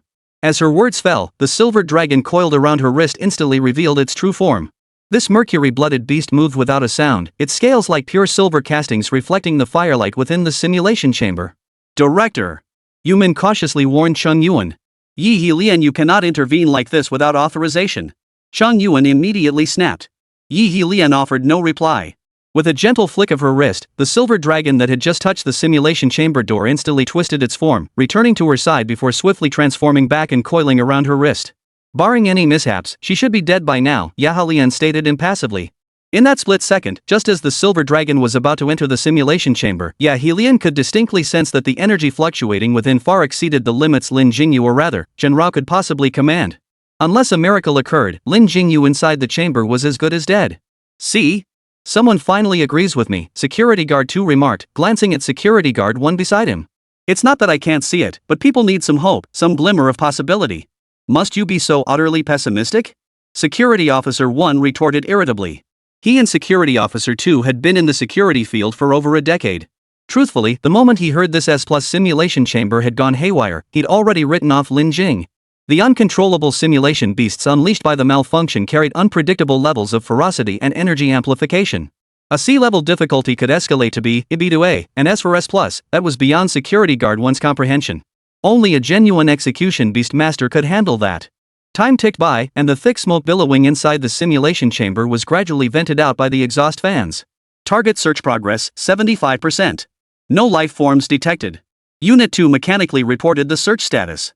Just as he prepared to return and replace the light detector's batteries, 2 points of light suddenly flickered beneath the thick smoke. What is that? Unit 2's eyes widened. What? Unit 1 instinctively spun around. Beneath the thick smoke, 2 light points resembling bulbs gradually approached them. Accompanying them were heavy footsteps and labored breathing. At the simulation room entrance, Chang Yuan and the other two, who had also noticed the faint lights, immediately grew alert. What is that? Yu Min's eyes widened. Simulated beasts? Ye Helian raised his hand slightly, preparing for battle. I hear you all said we were dead? Beneath the thick smoke, the battered Chen Rao led the charge, smashing through the smoke barrier with his wolf head. In the center of his gaping maw was a blood-soaked head. It was the head of the S+ simulated beast, the fire-bathing demon ape. Chen Rao had actually managed to slay the out-of-control fire-bat ape? Hello, everyone. The smoke was too thick. Xiao Bai and I circled around inside for ages. Lin Jing sat atop Chen Rao's back, her face and clothes dusty but otherwise unharmed. Chapter 20, Embracing Death to Live. Safely passing the S+ evaluation? You're really okay? Security Guard number 1 stared wide-eyed at Lin Jing. An S+ simulation room gone haywire? He'd never seen a single intact corpse, everything turned to pulp. You're actually alive? Security Guard number 2 was nearly scared out of his wits, especially when Chen Rao tossed that massive, fire-scorched ape head onto the floor. For a moment, he'd even doubted whether he himself was still alive. In all his years as security guard 2 had never seen a student survive an S+ simulation room gone haywire. Forget S+, even a B-level simulation room malfunctioning was usually enough to kill students attempting its rated difficulty. As for S+, number 2 and number 1 had only handled 3 such incidents combined. Not counting this one, the previous 2 corpses weren't even recognizable as bodies anymore, more like flesh sludge. You couldn't even scoop it up with a shovel, you had to blast it down with a high-pressure water jet and then vacuum it up. Because when an S+ simulation room goes haywire, the simulated beast's power spikes instantly. Take Joa's case, the runaway fire-bathing demon ape instantly leaped from its growth stage wooden core bloodline to its youth stage ironstone bloodline. Moreover, in its rampage and simulation states, the fire-bathing demon ape operates strictly according to its programmed patterns. It never tires, nor does it lose its fighting spirit from exhaustion. Instead, the moment it spirals out of control, it plunges into a frenzied state due to system glitches. Of course I'm alive, and doing just fine. Lin Jing managed a strained smile. She hadn't been injured, but she certainly wasn't having an easy time of it. The enraged fire-bathing demon ape exceeded Lin Jing's expectations. After its strength, speed, and aggression surged dramatically, even Chen Rao struggled to keep up. Winter Roar was nearly useless. The ice blades melted before touching the beast, vaporized by the molten lava flowing across its skin. If by Yan Yingxiu's elemental advantage over Chen Rao could be barely ignored, then the fire-bathing demon ape was a genuine, absolute counter to Chen Rao's ice attributes. Under the fire monkey's fiery fists, the Xian ice outer armor crumbled like paper. Had Chen Rao not possessed ample remaining lifespan, or lacked the lightning-fast evasion speed of swift lightning flash, he would have surely fallen. Ding current remaining lifespan, 5 years. Ding remaining lifespan of the fire-bathing demon ape absorbed, 16 years. Ding current remaining lifespan, 21 years. Ding host, do you wish to repair injuries? Estimated lifespan cost, 10 years. Chen Rao silently selected yes as the system interface appeared before his eyes. During his battle with the fire-bathing demon ape, he had fought while consuming his lifespan to heal his wounds. He had to admit that the rampaging ape's combat power approached that of the youth stage ironstone bloodline. Every strike, every roar, far exceeded Chen Rao's expectations. Yet despite its overwhelming strength, despite its ability to ignore stamina depletion and exhaustion, Chen Rao had ultimately prevailed. Truly, when pushed to the brink, one finds new strength. So, how did you survive? Or rather, how did you kill this fire-bathing demon ape? Chang Yuan was nearly speechless. In all his years as department head, this was the first time he'd encountered or even heard of a student surviving an S+ class monster's rampage. While waiting just moments ago, Chang Yuan had already mentally drafted his resignation letter in public apology. He never imagined Lin Jing and Chen Rao could actually slay the fire-bathing demon ape. Honestly, all the credit goes to Xiao Bai. It was probably just its survival instinct. Lin Jing let down from Chen Rao's back. She'd sustained a minor scrape, nothing serious. Ha! The others all turned to stare at Chen Rao. Even Yi Helian stared at Chen Rao in disbelief, her sapphire blue eyes filled with astonishment at this beastmaster she had once urged Lin Jing to replace. Yet she offered little in words or actions. She seemed to have come only to check if Lin Jing was in danger, to see what had become of her. After confirming Lin Jing was safe and sound, this peculiar, snow-white creature silently departed. The fire-bathing demon ape's attributes were simply too counter to Xiao Bai. Ice attribute attacks were useless, even the frost explosion could be easily deflected. So Xiao Bai ultimately chose an extreme solution, Lin Jing patiently explained to everyone. After the fire-bathing demon ape entered its berserk state, its vastly enhanced stats allowed it to shrug off virtually all of Chen Rao's attacks. Whether it was Winter's Roar or Frostbite Claws, every ice attribute skill melted away before even touching the beast. Knowing rescue was hopeless and relying solely on himself, Chen Rao poured vast amounts of his lifespan into instantly healing his wounds at the last moment. Then he charged headlong, slamming his body into the fire-bathing demon ape. He unleashed the thunder cluster nearly flush against the beast's hide. Lightning pierced its impenetrable armor, igniting an explosion within the intense heat. The terrifying force shattered Chen Rao's double-layered mystic ice armor. Trust me, that blast was more than twice as potent as by Yan Yingxiu's super dangerous dust. The horrific blast tore the fire-bathing demon ape's body apart, splitting it clean in two. Chen Rao fared little better, scarcely an inch of his skin remained intact. Thankfully, the system proved resilient, forcibly pulling him back from the brink. This suicidal tactic was far too thrilling, so thrilling that Chen Rao never wanted to experience it again in his life. But regardless, he won and won spectacularly. An S+ grade for the opening assessment? That's nothing. If I hadn't seen it with my own eyes, I'd never believe it. Security guard number 2's eyes widened. Even if his own father told him, he wouldn't have believed it. Even seeing it myself, I can't believe it. Beautiful lady, may I touch your face? Security guard number 1 wore thick gloves, utterly convinced he wasn't looking at a living person. Sure. Lin Jing agreed graciously. Just touch me. Chen Rao, however, was less than willing and nudged forward, blocking security guard number 1's hand with his fluffy body. As long as you're okay, as long as you're okay. Little Bai, you really surprised me. Chang Yuan finally exhaled a sigh of relief as he looked at Chen Rao. He suddenly recalled the meeting days ago. Back then, he hadn't understood why such a fuss was made over a student with merely some abilities and a beastmaster with a slightly peculiar beast. Now he understood. The imposing winter thunderwolf before him was anything but an ordinary beast. To abandon its own safety in such perilous circumstances, to make a desperate, all-or-nothing sacrifice to save its master. It wouldn't be an exaggeration to call it spiritually attuned. It was well known that under extreme peril, if the bond between a beastmaster and their beast wasn't deep enough, the beast might prioritize its own survival. To fight to the death without regard for one's own safety, as Chen Rao had done, such cases were exceedingly rare. So what about the outcome of this evaluation? There are still so many people waiting outside. Yumin voiced the question on everyone's mind. Isn't it obvious? The fire-bathing demon ape's head is right here. Of course he passed. Chang Yuan smiled with relief. Not only had Lin Jing unexpectedly passed the S+ level assessment, but as long as she was unharmed, alive, and even able to stand on her own, even if she hadn't passed, Chang Yuan wouldn't have minded. If everything's settled, can I go rest now? Lin Jing took a deep breath. This ordeal had truly exhausted her. I need to rest too. I'm dead tired. Chen Rao's eyes practically radiated resentment. Let's go. We'll head out together. Chang Yuan waved his hand. Outside the venue, over 40 security guards formed an impenetrable human wall using tools and their own bodies, blocking more than 100 reporters, paparazzi, and students eager for first-hand news from crowding in. The area was a cacophony of voices, a clamor of noise. Do you think Lin Jing died in there? Hard to say.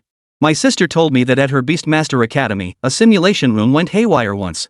When she came out, she was missing half her body. True. My uncle teaches at a Beastmaster Academy. He said simulation rooms either never have accidents, or when they do, people die. The students' concerns weren't unfounded. Simulation room malfunctions weren't uncommon, but what was rare was for it to happen in the imperial capital, to happen at Zhouhua. Zhouhua Beastmaster Academy, one of the most prestigious institutions of its kind in all of China, indeed all of East Asia. Today's incident is so major that if no one had died, it might have been manageable. But if there were casualties or even injuries, it would have sparked a massive uproar online. Hello everyone, this is Weibo Daily. Reports indicate that Zhouhua Beastmaster Academy, a top-tier institution, experienced a shocking simulation room malfunction this afternoon. Hello everyone, I'm Xiao Yang, frontline reporter for CC Kickway. I'm bringing you the latest updates on the simulation room malfunction incident that occurred this afternoon at Zhouhua Beastmaster Academy. Hey everyone, I'm Chao and I'm Ah. Welcome to Rage Diary.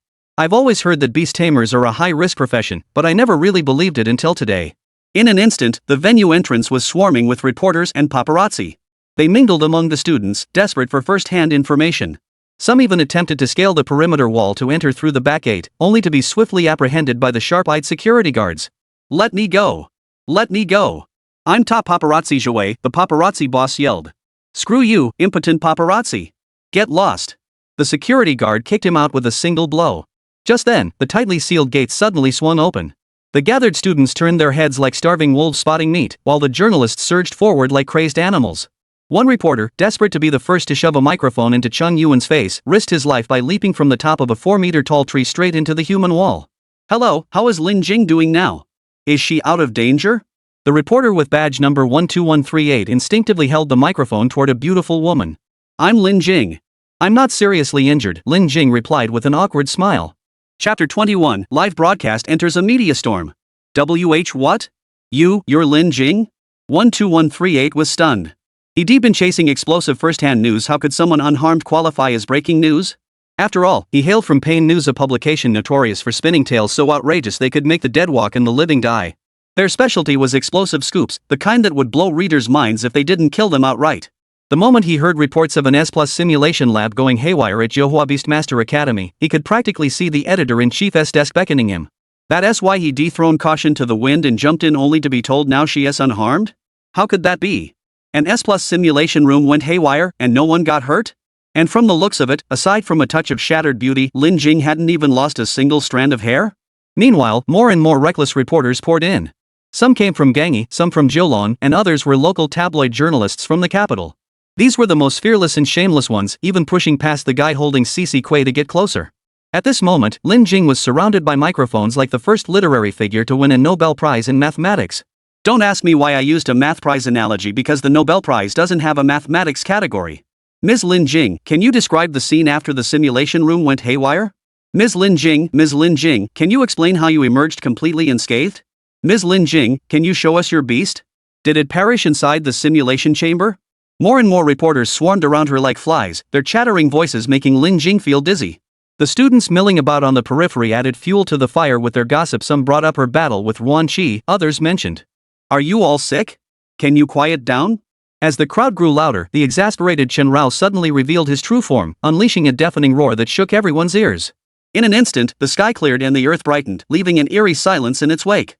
"Whoa, Lin Jing, is that your beast companion? It sure is mighty and imposing."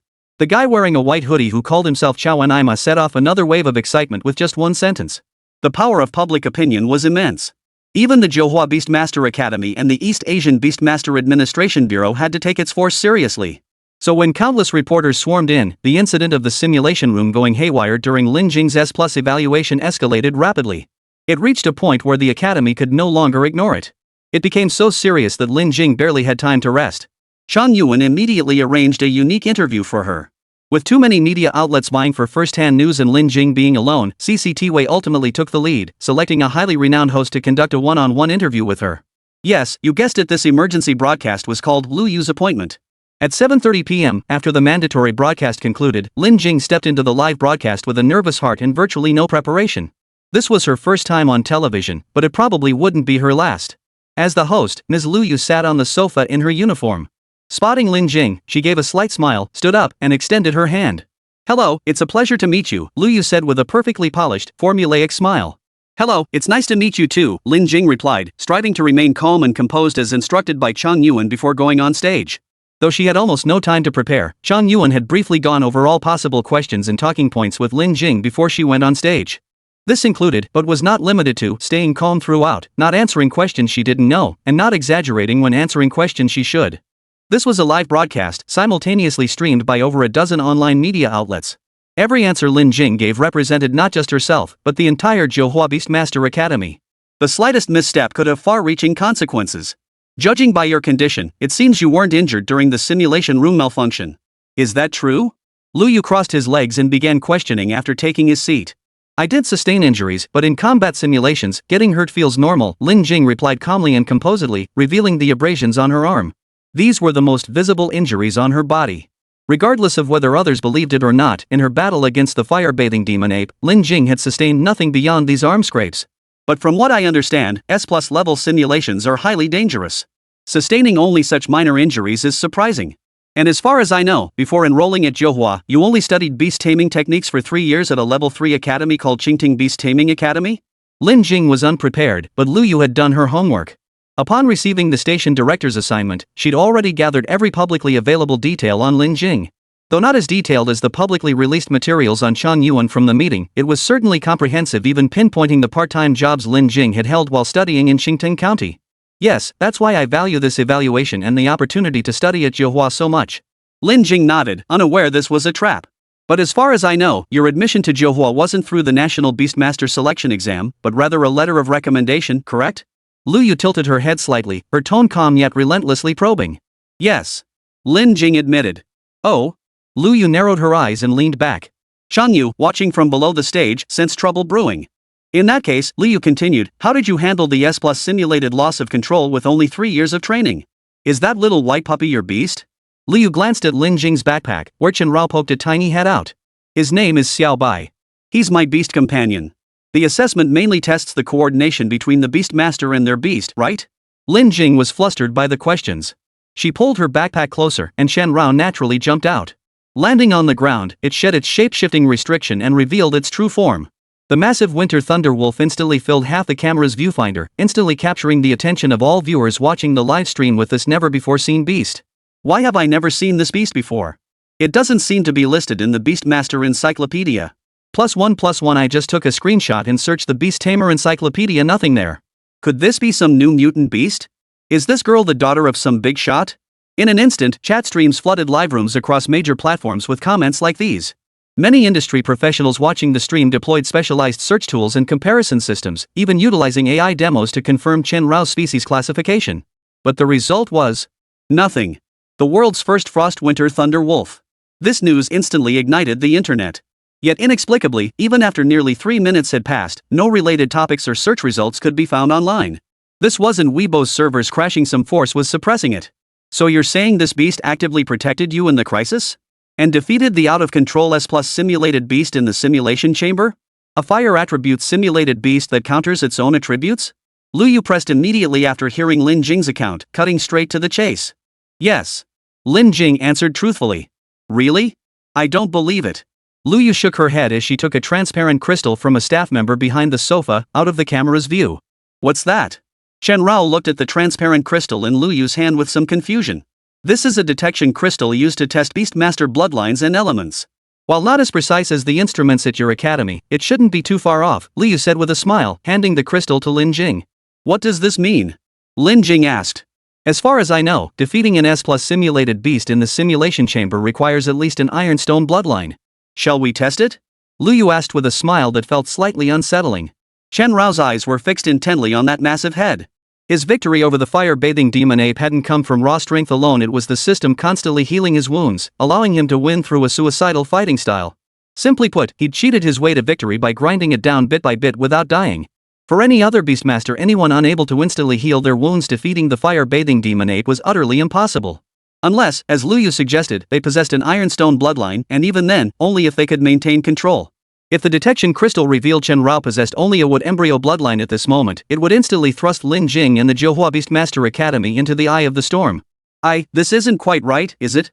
Lin Jing panicked slightly. Though she had indeed passed the S+ grade assessment, she knew that convincing the outside world with Xiaobai's current growth stage wooden core bloodline was impossible. Not okay? I don't buy it. Or are you feeling a bit guilty? Could it be that Jiuhua Beastmaster Academy staged this whole charade for publicity? After all, everyone knows the European administration sent another prodigy Beastmaster this year, Yahalian Nero, right? Lu Yu's barrage of questions left Lin Jing increasingly at a loss for words. She looked helplessly toward Cheng Yuan, seeking support. Below the stage, Cheng Yuan's face was as sour as if he'd eaten, but constrained by the live broadcast, he couldn't storm the stage. Test me if you must. I've got nothing to hide. Chen Rao, however, was decisive and thorough. He raised his thick paw and pressed it firmly onto the detection crystal. Chapter 22, Shocking the Beastmaster Realm, the livestream explodes. On this extraordinary night, the simultaneously broadcast livestream was shattering every conceivable online record. Just 10 minutes into the broadcast of Halibut Date, views had already surpassed 40 million, with related searches nearing 100 million. Attention wasn't confined to China, even foreign IPs were tuning in. Yes, the entire world was watching this girl who, wielding only a growth stage wood core bloodline Beastmaster, had just survived an S+ difficulty simulated rune run amok with uncontrollable beasts. Not just for Jiuhua, but for the entire world, this event was utterly shocking. In the livestream of Halibut Date, as Chen Rao's claw pressed down, the detection crystal sensing the Beastmaster aura emitted a faint glow. Inside the transparent crystal, blue and purple lights flickered, intertwining like ice and lightning, revealing Chen Rao's current attributes. Ice and lightning attributes, Lu Yu remarked with surprise, though whether feigned or genuine remained unclear. Yes. Lin Jing was now completely bewildered, utterly at a loss for what to do. If it weren't countered, the fight wouldn't have been this tough. Chen Rao's mouth twitched. Though unable to speak, he could at least vent his frustration mentally.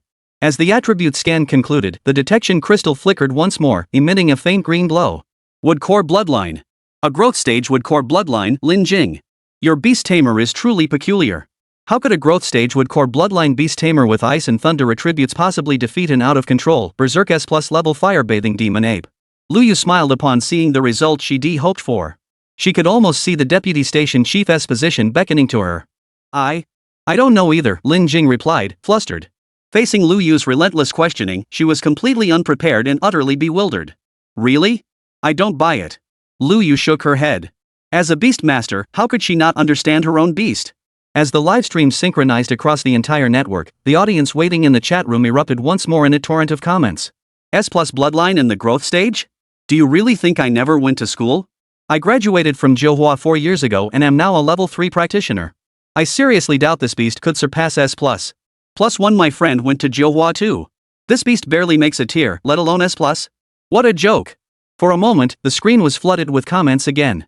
As if telepathically attuned to the comments, the hidden staff member swiftly handed Lu Yu another crystal chip flat and circular, nearly the size of her head. So, Lin Jing, did you really pass the S+ level assessment? Or did you fail, but Jiuhua insisted you passed for the sake of their reputation? Lu Yu pressed relentlessly. I did pass. There's no doubt about it, Lin Jing defended herself with all her might. Really? I don't believe it. Because as far as I know, the surveillance system in your simulation room malfunctioned. There's no evidence proving you and that big dog defeated the fire-bathing demon ape. Luyu continued with her signature tone of doubt and denial. Is this never going to end? If you don't believe me, fine. How about we test it? Shenrao was growing increasingly exasperated with Luyu's line of questioning. How about this, Lin Jing? I have a crystal chip specifically designed to test Beastmaster power. Its hardness matches the physical strength of a fire-bathing demon ape at S+ rating difficulty. I'd been curious to see the power of a dual-attribute Ice Thunder Beast. Would you mind demonstrating it for us? Luyu held the crystal as staff swiftly mounted it on a special tripod at center stage. That doesn't seem right. What if it affects you? It could be dangerous, Lin Jing said hesitantly. Really? I don't buy it. Didn't it protect you after the assessment went haywire? Luyu's trademark self-questioning was genuinely hard to take. Not just Lin Jing and Shen Yuan in the audience, but even viewers in the livestream chat started rolling their eyes. Who the heck picked this big-headed host? Does she even know how to interview? +1+1, can we get a new host? I want to see how strong this beast tamer really is. Meanwhile, in the skyrocketingly popular Luyu's livestream, backstage staff quickly launched a poll. Within just 5 seconds, 23,000 viewers believed Shenrao could shatter the crystal chip using the power of his wood bloodline. But skepticism and disbelief were more prevalent. A staggering 870,000 viewers believed it was impossible to shatter the test chip with wood core bloodline alone. Though most viewers were ordinary people, some with no exposure to beast taming recent years had popularized the knowledge. Even illiterate seniors in their 60s and 70s understood the gap between wood core bloodline and ironstone bloodline. Put kindly, it was a difference of just one rank. Put bluntly, it was like comparing heaven and earth. A wood core bloodline defeating an ironstone bloodline? Give me a break. Even the cameraman slung over the shoulder muttered his disbelief. On the live feed, facing Luyu's further provocation, Shenrao could no longer hold back. But Lin Jing still hesitated. No buts about it. Are you worried about making a fool of yourself? Luyu asked with a sneer. All right then. Lin Jing nodded. She stood up and gestured for Luyu to step back a bit too. Finally, my turn to shine. Shenrao, who had been bursting with anticipation, planted his feet firmly on the ground. His broad claws pressed against the glass tabletop, producing a dull thud. In truth, the fire bath demon ape's physical strength wasn't exceptionally high. It was simply that its attributes were too well suited to counter Shenrao. The molten lava and scorching rocks covering its body rendered most of his attacks ineffective, especially the ice blades and the 3,000 frost explosions. However, this test chip only simulated the fire bath demon ape's physical toughness, not its extreme heat. Under the gaze of tens of millions of viewers in the livestream, as the camera pulled back, Shenrao, now entirely white, stood less than half a meter from the test chip. Wooden core bloodline versus ironstone bloodline. If you can pierce me, I'll do a handstand and take a dump. I screenshotted the earlier part. Remember to stream live when you yourself. Who'd stream that? Wooden core bloodline versus ironstone bloodline? Impossible. The bullet comments kept flooding the screen. Inside the studio, Shenrao gathered his energy and focused his mind. The air seemed to freeze for about 2 seconds, then thunder cluster. As Shenrao awakened the dormant lightning element within his bloodline, 2 violet-blue arcs of electricity materialized out of thin air. Like 2 sharp swords, they shot toward the crystal chip. ZZZZT. At the moment of impact, the chip, firmly secured on its tripod, was sent flying into the air. The camera swiftly pivoted to capture the spectacular moment, while Shenrao, frozen in place, gaped in astonishment. Winter Roar. Ice Blade. The azure blue sonic wave struck the chip mid-air, its devastating force even affecting the sturdy and composed Luyu. Her short hair flew wildly as she yelped and ducked behind the sofa. Then, 2 condensed ice blades shot forth, piercing the chip clean through in the camera's lens. Shattered. Is that all? Shenrao narrowed his eyes, observing the dust of the chip shattered into fragments by the ice blades. The fire-bathing demon ape was indeed tough to fight, but the challenge lay in elemental counters, not physical strength. Done? Is it over? Luyu, still cowering behind the sofa, was deathly pale, scared out of her wits. It's over. The camera swiveled back, capturing Lin Jing's dimpled smile. In the livestream chat, bets on handstand pooping and handstand hair washing instantly exploded as stunned viewers flooded the feed. No, wait, did I just see that? It actually pierced through? Impossible. How could the fire-bathing demon ape's physical strength be breached so easily? Something's off. Way off. This Beastmaster's skill power doesn't match a wood-type bloodline in its growth phase. Exactly. As a Beastmaster Academy instructor, I can tell this beast's skill power rivals that of an ironstone bloodline. Hey, what kind of eye is that? Forget ironstone bloodline, I swear that lightning skill is almost mercury bloodline level. This time, the livestream literally exploded in the physical sense because the server blew up. It genuinely blew up. The overwhelming data overload caused the server to overheat and catch fire. Yet simultaneously, across the globe, several events unfolded. The content was largely the same, all revolving around this peculiar beast tamer. Chan Rao.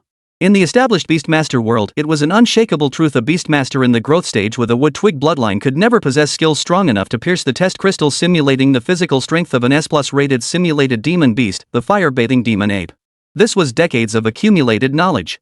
Yet today, such a beast had emerged out of nowhere, a reality the entire world found difficult to accept. Beneath the seemingly tranquil surface of the Beastmaster world, dark currents began to surge this very night. Ms. Yi, we did our utmost, but we couldn't contain it. At a facility within the East Asian Beastmaster Administration, a drenched in sweat Level 1 technical department official bowed respectfully to an elderly woman. What must happen will happen. Let them have their way. This project has been in development for years. Do we truly fear their petty tricks? The old woman's voice remained calm, her expression dignified, showing not a trace of tension or emotional fluctuation. Colors are black and white, the world has two sides, and competition comes in both visible and invisible forms. But at least for Lin Jing, the visible competition was behind her. No matter how the situation unfolded, she had proven she earned that S+ rating. Whether people believed it or not was beyond her control. Director. I never want to be on TV again. Lin Jing exhaled deeply, as if a weight had been lifted.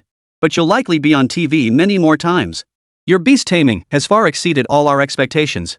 Honestly, if I hadn't seen it with my own eyes, I'd have suspected the simulation room malfunctioned, causing the fire-bathing demon ape's simulated strength to drop. Shan Yuan felt equally relieved. In truth, this evaluation had been a predetermined test from the start. The specific test content had been devised by a high-ranking figure whose identity Shan Yuan didn't know. Otherwise, according to Jiuhua's regulations, Chen Rao, who possessed only a wood talisman bloodline in the growth stage, would never have been assigned an S+ difficulty rating. Even Lin Jing, a legendary newcomer like Yi He Lian, wouldn't have been assigned S+ difficulty, as Jiuhua had a responsibility to ensure student safety. Thus, once the difficulty was set to S+ and the outcome was predetermined as a test, the result would have been a pass regardless of whether Lin Jing succeeded or failed. Yet surprisingly, she actually passed. It was like an exam she was never meant to pass, yet she scored a perfect score. Unbelievable.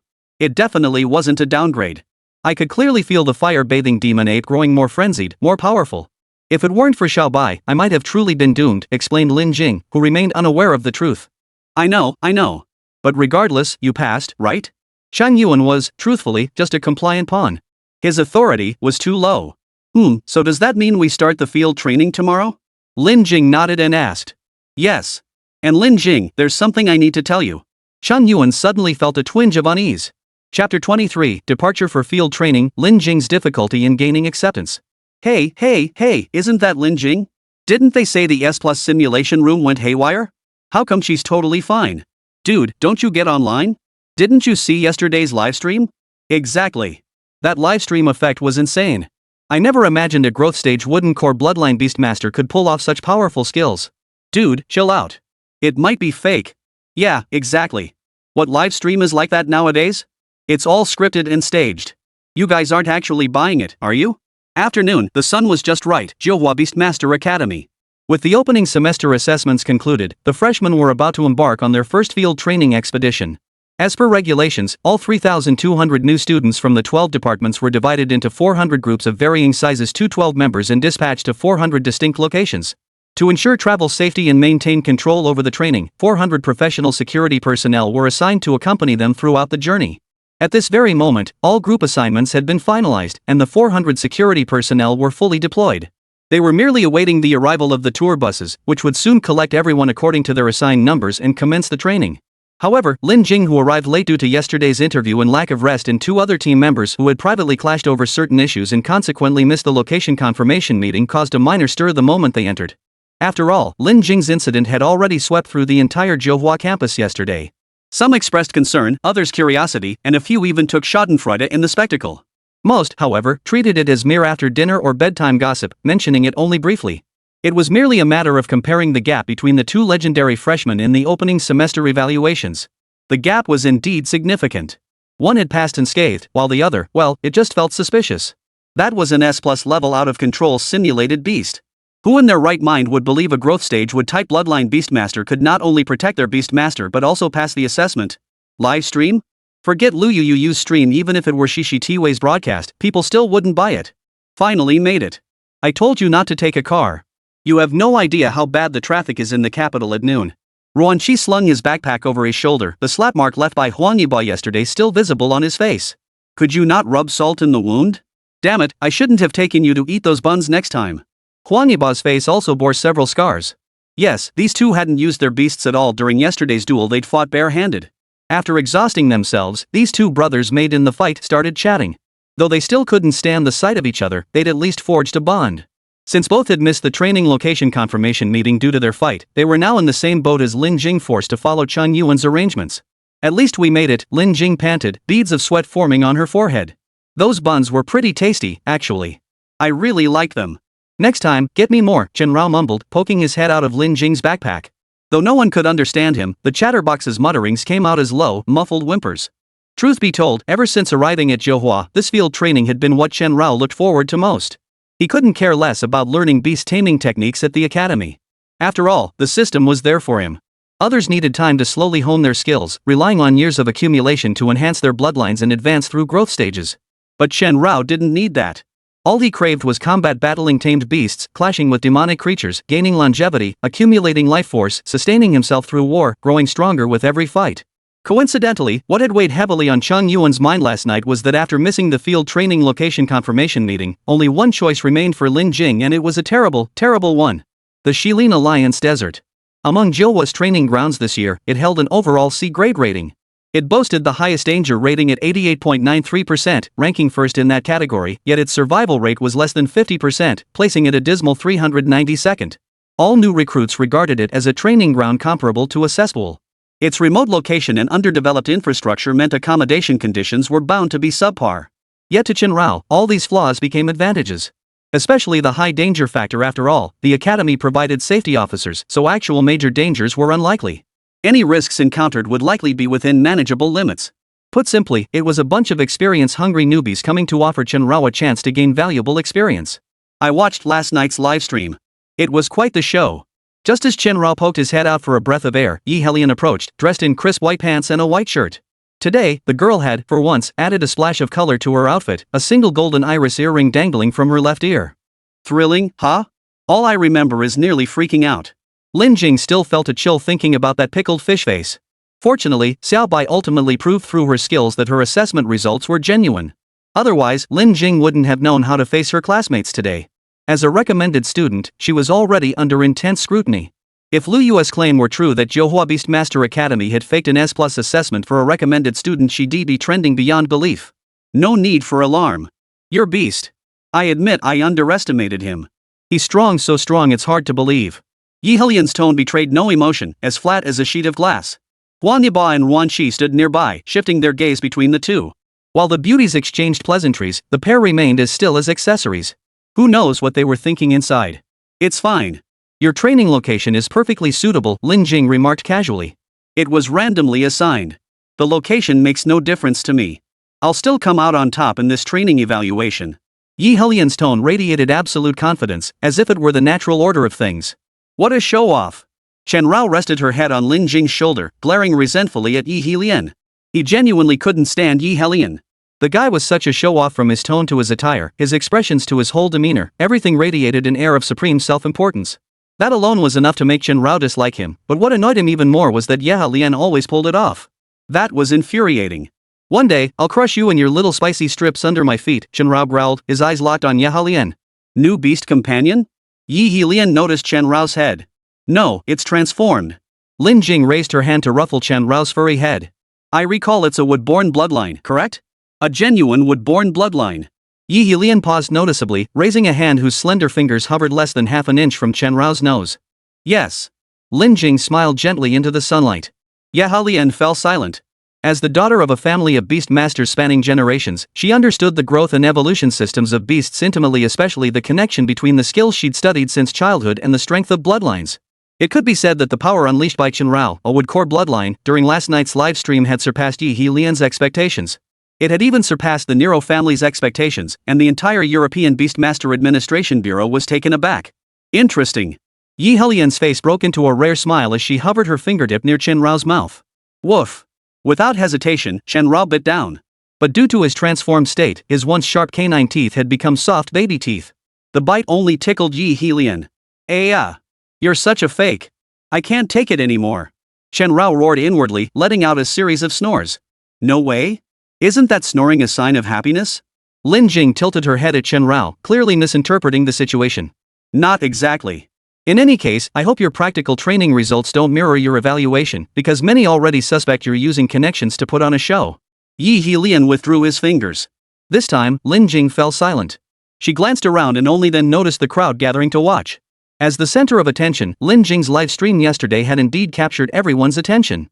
The S+ assessment simulation room had gone haywire. A beast tamer with a wood talisman bloodline in its growth phase unleashed skills rivaling those of Ironstone or even Mercury bloodlines. Coupled with the long-standing rumors that she was a genuine connection seeker with significant ties to Gung Shuwen, public opinion, like wild grass, had sprouted overnight. TSK. Would type bloodline? Would type surpassing S+? I don't buy it for a second. Exactly. And they even streamed it live? Could it be that the Shilin Alliance training grounds are fake too? Agreed. Maybe they just called it Shilin Alliance, but in reality, they went to some scenic spot. With connections like hers, deceiving us is like fooling children, right? These whispers naturally reached Lin Jing's ears. Of course, Wang Yiba and Ruan Qi heard them too. The latter was fine. Ruan Qi never cared about rumors. Otherwise, he wouldn't have let others upload the video of his defeat by Lin Jing online without a word of defense. Couldn't he have said something like, I hadn't eaten and was hungry, so I didn't perform well? But Huan Yiba was never one to swallow his pride. Gritting his teeth, he walked up to a yellow-haired guy who was pointing and whispering about Lin Jing, then barked. What? The punk-eyed Huan Yiba up and down. Never seen him before, never heard of him either. Probably just some Lin Jing groupie, right? What are you pointing at? Huan Yiba's tone was sharp. What's it to you that I'm pointing at her? She's from the A series, and so are you, right? Mind your own business. Don't you have any self-respect? You're as fat as a ball. Even if you tried to be a suck-up, no one would give you the time of day. The punk sneered twice, clearly mistaking Huan Yiba for an easy target. Oh, I'm not in Section A. What about you? Huan Yiba grinned, rolling up his sleeves. Me? I'm Lu Jian from Section C. Go ask around. I almost made it into Section B. The blonde spat on the ground. A C-tier student acting all high and mighty? Huan Yiba glanced at Lin Jing and Ruan Qi, then turned his gaze back to Lu Jian. Among the people Huan Yiba knew, none of them held C-tier students in high regard. So what if I'm C-track? What makes you so special? You're just a bootlicker for some connected bastard. What's so great about that? Lu Jian sneered. Oh? Then go ask around about Shenghua Group. Then ask around about which Huang in Huang Yiba's name is mine. Huang Yiba had never been spoken to so disrespectfully in his life. Unable to contain his rage, he swung his fist ready to strike. Don't hit him. What's going on? Suddenly, Lin Jing grabbed Huang Yiba's fist. Oh my, is the sycophant going to hit someone? Lu Jian burst out laughing. Then, he leaned in with a grin. Come on, hit me. I've always looked down on you for being a lapdog to that loser. What are you gonna do about it? Hit me? Come on, hit me?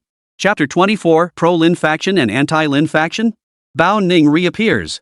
I can't take it anymore. Lin Jing, let go. I'm gonna beat both sides of this kid's face until they're swollen. Huan Yiba's face flushed red with anger as he stared at Lu Jian's approaching face. Calm down, will you? Lin Jing gripped Huan Yiba's wrist. Already in the spotlight due to her status as a recommended student and the incident during the opening semester evaluation, she certainly didn't want Huan Yiba's violent outburst to add fuel to the fire. There's always someone better out there, and the sky has no limits. Being too cocky will only get you hurt sooner or later. Fine. Huan Yiba was seething with anger, but he obediently withdrew his fist. TSK. You're such a sycophant doing whatever your master tells you to do. Unexpectedly, Lu Jian didn't back off. Instead, he kept advancing, his face nearly pressed against Huan Yiba's fist. Hey, did we do something to you?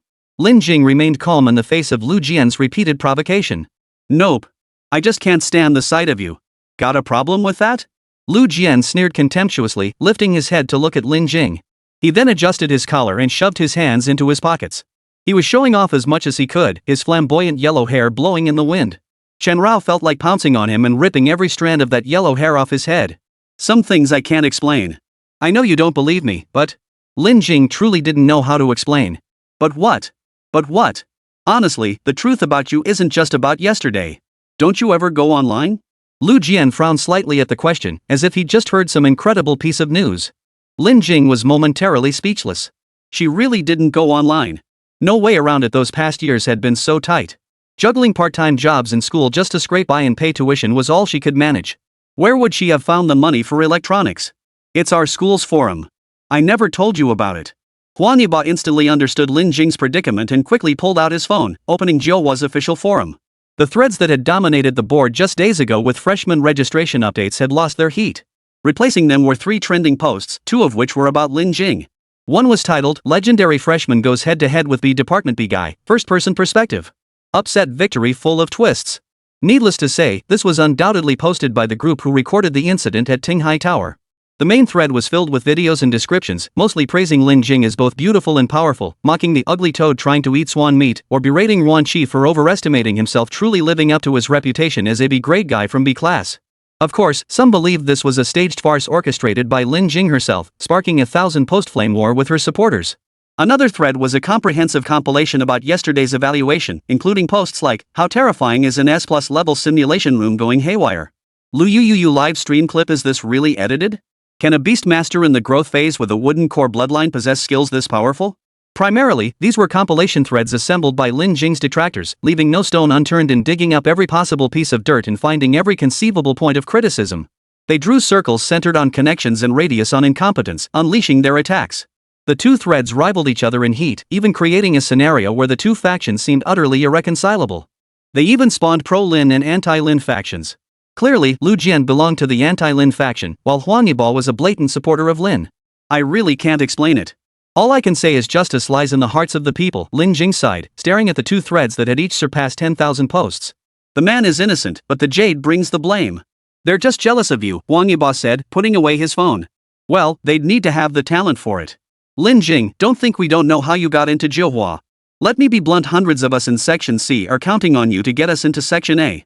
Lu Jian sneered twice, his words blunt and unapologetic. At Jiuhua, the difference between departments significantly influenced the rank of Beastmaster Task Force one could join after graduation. The Elite A tier, hailed as the nation's top 100, could almost guarantee direct entry into national-level Beastmaster task forces.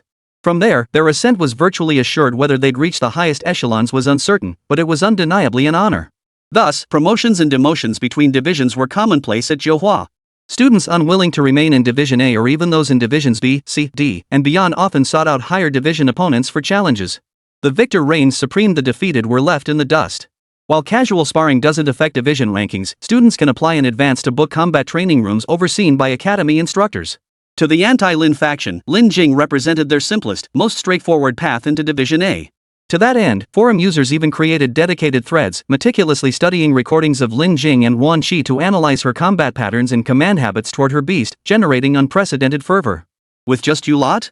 Frankly, I've seen the forum posts too. Your analysis is too superficial, even childish at times.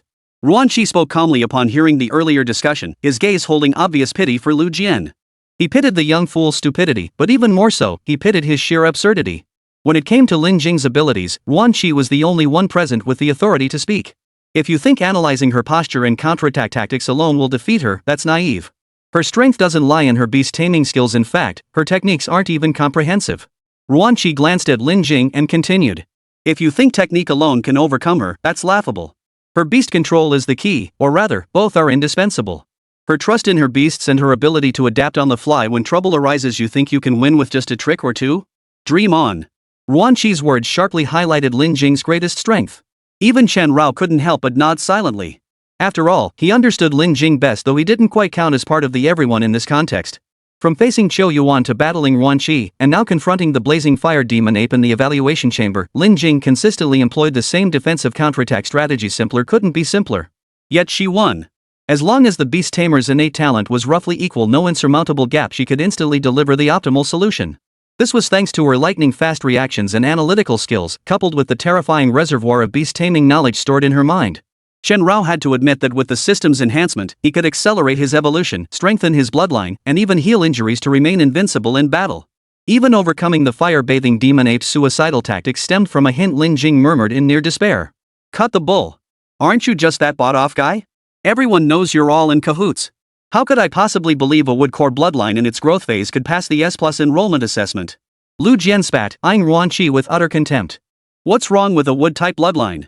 Look down on me? You think I won't come back and flashbang your titanium alloy dog eyes? Chen Rao, caught in the crossfire, growled. His stubby legs kicked repeatedly inside the bag before finally landing on Lin Jing's shoulder to jump down. Shapeshift dissolved. Winter Thunder Wolf. Xiao Bai. Lin Jing shot her hand up, grabbing Chen Rao by the neck. What are you doing? Lu Jian's eyes widened. He was about to summon his beast when something suddenly felt off. Come on, come on. You think so little of the wood-tailed bloodline? Let's spar. Chen Rao growled. He'd long been fed up with this guy's head full of yellow fur. Xiao Bai's been a bit moody lately. Lin Jing offered an awkward smile, unsure how to explain. Bad mood? Why not just say he's on his period? That's hilarious. Lu Jian was still putting up a front, but truth be told, he'd watched that Lu Yu livestream yesterday. Talking trash was one thing, but actually fighting Lin Jing? He really wouldn't dare. After the verbal sparring, Lu Jian took 2 steps back to leave, but accidentally bumped into someone. Watch where you're going, buddy. Bumping into me is one thing, but what if you hit an elderly person? The girl he'd bumped into steadied him. The ID badge hanging around her neck revealed she was the safety officer for Lin Jing's team. Sis Bao Ning? Lin Jing was a bit surprised. Long time no see. Your livestream yesterday was all over the feed. I watched it. Bao Ning waved at Lin Jing. Last night, it wasn't just the tech department working overtime, their review department had been busy too. Huang Yaba and Wan Qi, witnessing this scene, exchanged glances and swallowed hard, their expressions heavy. Lu Jian was no exception, his face ashen, looking worse than if he'd eaten. Fatso, am I seeing this right? The one greeting Lin Jing isn't that Bao Ning, the level 2 officer who was on TV not long ago? Ruan Qi nudged Huang Yiba's shoulder lightly. Nope, that's definitely him. Seems pretty chummy with Lin Jing, huh? Huang Yiba swallowed hard, growing increasingly grateful for his polite small talk that day. It had been absolutely the right move. As for Lu Jian, he watched the peaceful scene of Bao Ning and Lin Jing chatting nervously, wishing he could find a crack in the ground to crawl into. Everyone said Lin Jing had connections, but no one said she actually did. As a member of the anti-Lin faction, Lu Jian never dreamed that the esteemed second-level director of the review department at the East Asian Beast Management Bureau could be this close to Lin Jing. Oh, by the way, I noticed you two were chatting away earlier. What were you talking about? Bao Ning finally snapped out of it and turned to look at the trembling Lu Jian. And nothing at all, sir. I've got things to attend to, so I'll be heading out now. Lu Jian wiped the sweat from his forehead and turned to leave. Hold on. Weren't you supposed to have a practical training session with Lin Jing? Wang Yiba, ever eager for a spectacle, chimed in. Ascension system? As a fellow Jiuhua graduate, Bao Ning knew this inside out. Right. Lin Jing nodded naturally. Lu Jian was on the verge of losing his mind. Chapter 25, Official Clarification, but it seems to make things worse. Weren't you shouting pretty loudly just now? Why so quiet now? Chen Rao watched Lu Jian, sweat beading on his forehead, and yawned leisurely. Misunderstanding? I'm from the C Division. Challenging the A Division would be courting disaster. Lu Jian laughed awkwardly, wiping sweat with his sleeve as he backed away. Bao Ning looked puzzled, then glanced at Huang Yiba and Ruan Qi beside him. Both just nodded. Really? Bao Ning turned to Lu Jian. Really? Lu Jian nodded hastily. Alright. I was actually planning to teach you a few moves. Bao Ning waved his hand dismissively, clearly not holding it against him. Lu Jian, however, visibly relaxed, exhaling a long breath before fading away like a flat, tasteless fart. With the place already packed shoulder to shoulder, a single moment of distraction was enough to lose sight of him completely. Sis Bao Ning, how did you end up as a safety officer? Lin Jing glanced at Bao Ning's ID badge. Though she seemed certain, she still found it hard to believe. In previous field training sessions at Jiuhua, security arrangements had at most involved the team leader of an operational group to ensure student safety, nowhere near the level of deploying a second in command. Especially Bao Ning, who had just distinguished herself and was likely on the verge of promotion. Why would she suddenly appear here? To be your safety officer, of course. This gig beats the office any day, paid travel that seamlessly connects with vacation time. As soon as old Gung signed off, I was here. Bao Ning, known as the #1 work shirker, was being perfectly honest, though the real reason was higher-ups' arrangements. Last night's livestream had far-reaching consequences. While things hadn't escalated to outright hostility, the training location's unique nature led to the decision that a higher-ranking officer should oversee safety. Plus, Bao Ning couldn't sit still, and her thick-skinned nature meant she actually liked Lin Jing. So she volunteered, eager to enjoy a government-funded trip. But this perfectly reasonable explanation took a turn for the worse after Huang Yiba and Ruan Qi exchanged a meaningful glance. Using the excuse of needing to use the restroom, the two brothers who had been at odds since they first met unexpectedly joined forces. Did you hear that? Serving as safety officers for you all? When did being a safety officer ever get you a second-level officer position? Huang Yiba deliberately emphasized the word "you" with a heavy staccato. It certainly is unprecedented. Had I not witnessed her strength firsthand, I'd probably be joining the anti-Lin faction too. Ruan Qi nodded, marking the first time he'd ever agreed with Huang Yiba. TSK, at least your words are somewhat palatable. But seriously, why does this Bao Ning look so familiar to me? Huang Yiba undid his belt. Early last month, the primary commander of the South Sea Class A Demon Beast incident reportedly temporarily reassigned from the inspection department even handled the post-battle briefing single-handedly. This woman is no ordinary figure. Ruanqi tapped his chin thoughtfully as he spoke. No wonder the boss assigned her to work alongside Lin Jing.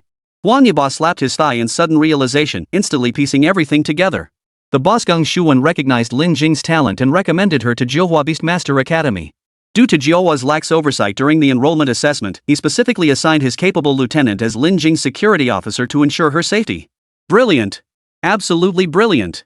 Under the double-layered idol filter, the admiration in Huang Yiba's eyes had solidified into something tangible. Guys, your imagination is running a bit wild here. At the men's restroom entrance, Chen Rao, who had transformed into a cat-sized form to relieve himself, overheard their secret plot and was utterly speechless. Holy crap, it's Xiao Bai. Huang Yiba jumped at the sudden appearance of Chen Rao. Why are you freaking out? Even if it understands human speech, it can't speak it. Ruanqi shot Huang Yiba a look, utterly baffled by the kid's fear. You brat. The little respect I had for you is about to vanish. Chen Rao shot Ruanqi a look. The slight admiration he'd just developed for Ruanqi after hearing him gush about Lin Jing was rapidly evaporating. Don't even think about it. I just feel like it's different from other beasts. Sometimes the commands Lin Jing gives don't sound like they're meant for a beast at all, more like they're for a person. Huang Yiba crouched down, reaching out to touch Chen Rao's head. Hey! You fatso, you want to touch my head? Chen Rao dodged nimbly, baring his fangs, though the effect was a bit lacking. Small and cute. That's absolutely right. When I fought her, I always felt Xiao Bai was a bit too human-like. Ruanqi nodded in agreement. Human nature, my ass. I am human. Just wait till I figure out how to talk and I'll show you what it means to be a silver-tongued devil. Chen Rao was genuinely flustered by the phrase human-like. If the bathroom hadn't been so cramped, he might have even revealed his true form. Xiao Bai, you don't actually understand human speech, do you? Huang Yiba looked at Chen Rao with deadpan seriousness, asking this question. To anyone else, this would make Huang Yiba look foolish. After all these years of development in the Beastmaster realm, no one had ever heard of a growing beast understanding human speech. Were there any that could? Yes, but extremely rare. Mostly humanoid beasts past the molting stage, and even then, they could only grasp a fraction of speech, with comprehension roughly equivalent to a 2-year-old child. But to Chen Rao, his heart skipped a beat. His eyes darted rapidly as he weighed the decision at least 30 times in less than a second. Should he nod? If he nodded, given Huang Yiba's temperament, he would undoubtedly exaggerate the matter and tell Lin Jing. Then, the fact that he could understand human speech would no longer be a secret. The upside was that he wouldn't be treated purely as a beast tamer anymore, and his food and drink would improve significantly. But the problem was, once it was exposed that he understood human speech, or worse, that his soul was human, would he be taken away for research? Slicing, brainwashing, dissection. Even with Geng Shuwen overseeing things, Chen Rao dared not take that gamble. Of course, there was another crucial point: if his human soul were exposed, he could never be as close to Lin Jing again. Thus, Chen Rao had a sudden inspiration. He pretended to be an ordinary beast, walked over to the urinal, took a piss, then flashed Huang Yiba a look of utter human stupidity before strutting away. Did it just give me a look of disgust? Huang Yiba turned to Ruanqi. Yes, a foolish human. Ruanqi was utterly speechless at Huang Yiba's naivety. Asking if a beast master could understand human speech. Naive to the point of stupidity. You brat, I see you're itching for a beating again. Huang Yiba's face darkened with anger as he gave chase. As if you're worthy? Ruanqi didn't take Huang Yiba's threats seriously at all. The two continued bickering like this, following Chen Rao out one after the other. But it seemed that this little incident had actually eased the previously tense relationship between them. In any case, during the subsequent drive with Bao Ning at the wheel and Lin Jing in the passenger seat, the two brothers sat in the back seat engrossed in a heated game of Honor of Kings, casually glancing at several new hotposts on the Academy forum. The most eye-catching was a thread titled "The Anti-Lin Movement. Does this guy really have connections?" posted by a user named . It remained extremely popular, with over 1,000 replies. The thread centered on the revelation that a Level 2 officer was assigned as Lin Jing's training safety supervisor. The original poster was undoubtedly Lu Jian. His signature ID style and non-mainstream avatar gave him away. As for the ensuing discussions. Meanwhile, pro-Lin factions reveled collectively. Some bold social butterflies even recorded videos questioning fellow safety officers. Upon receiving responses like, "The team assignment seems to be based on my own application letter to Chief Geng, details are unclear to me," they celebrated on the spot. The frenzy reached a fever pitch, with the thread poised to become the forum's 4th most popular post. What are you two talking about? Why does it sound like my name's involved? Bao Ning, who'd been driving the whole time, yawned as she finally pulled into a service area. It's just a post from our school. Didn't you know, Sister Bao Ning? Huang Yiba asked, puzzled. Of course I know. Let me see, what's it called? As a Jiuhua graduate, Bao Ning was naturally aware of the forum's existence, though she'd barely visited it in the past 2 years. The one that shot to number 1 in popularity, Ruanqi added. Bao Ning hummed in acknowledgement and clicked on it. 2 seconds later, the two guys who had just gotten out to stretch their legs heard Bao Ning shriek. You guys aren't studying and just daydreaming about power struggles all day? How did the entire Lin family end up here? Keep making stuff up and old gun will become a Lin family member. Bao Ning roared as she stormed off the bus, grabbing Huang Yibo and Ruanqi by the collar. We didn't make this up. You have no idea. Ever since Lin Jing arrived at Jiuhua with Geng Shuwen's endorsement, no background, and humble origins, the forums have been blowing up. Huang Yibo whimpered in pain, begging for mercy. Though he didn't believe Lin Jing truly had no connections, the real person was right there, forcing him to back down. Yeah, Captain. Plus, Lin Jing never publicly explained herself. With rumors being so easy to spread, it just snowballed, Ruanqi added. Ugh. Fine. But my dear Lin Jing, do you really never go online? After pondering for a moment and conceding their points, Bao Ning trudged off to find Lin Jing, his spirits thoroughly dampened. Truthfully, it wasn't a big deal. Back in her school days, Bao Ning had enjoyed reading these so-called celebrity gossip posts too. The problem was that the pro-Lin faction's fabrications were getting increasingly outlandish. Stories about her being the heiress of the Lin family or the next leader of the 9 guilds were circulating. After all, Jiuhua was one of China's most prestigious universities. The Alumni Association inevitably included some genuinely influential figures who occasionally browsed the forums. If old Gung found out that this hawkish guy who never joined cliques or factions was now being labeled a Lin family member, wouldn't he blow his top? Lin Jing felt awkward. She couldn't exactly say it was because she was too poor to afford a smartphone, could she? Sis Bao Ning, Lin Jing's phone accidentally got wet a few days ago. With everything going on lately, I haven't had time to replace it for her yet. Huang Yibo reacted quickly, immediately coming to Lin Jing's rescue. Alright. Make sure you replace it for her tomorrow when we get there. And Lin Jing, you better hurry up and register an account to post a clarification. Bao Ning was easily placated, nodding as she gave her instructions. After giving the instructions, she still felt uneasy. But since she had forgotten her old forum account, she registered a new one and posted a clarification herself.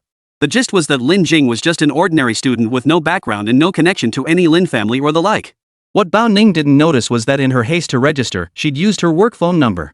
Not only did it automatically verify her identity, but it also linked her work credentials. To save time, she even used her real name as her ID. Thus, that night, a certain pro-Lin student got up to pee and, with nothing better to do, stumbled upon this post. A new account with the ID Bao Ning and default avatar, verified as second-level officer, Review Department, East Asia Beastmaster Administration Bureau, Ning, posted a statement titled Clarification, Jiuhua Beastmaster Academy freshman Lin Jing is not a special individual. Cease dissemination of false information. Holy! The deafening scream woke half the building. Seems like the more they tried to explain, the worse it got. Chapter 26, Training Ground, Sandling Control Zone. Sis Bao Ning, wake up. Something's wrong. Morning hours, a small inn in a town of Shilin League's left banner. This was the best lodging the group could find after arriving at dawn. Though it didn't meet Huang Yibo's demand for fully smart check-in, it at least had private bathrooms with air conditioning, Wi-Fi, and 24-hour hot water. At the very least, it was better than the dilapidated guesthouse they had imagined. The three who had managed to rest briefly in the car had already gone out for a walk early in the morning. Bao Ning, who had driven for a day and night straight, was now sound asleep on the bed. If the others hadn't returned from buying Lin Jing a phone, she probably would have slept until afternoon.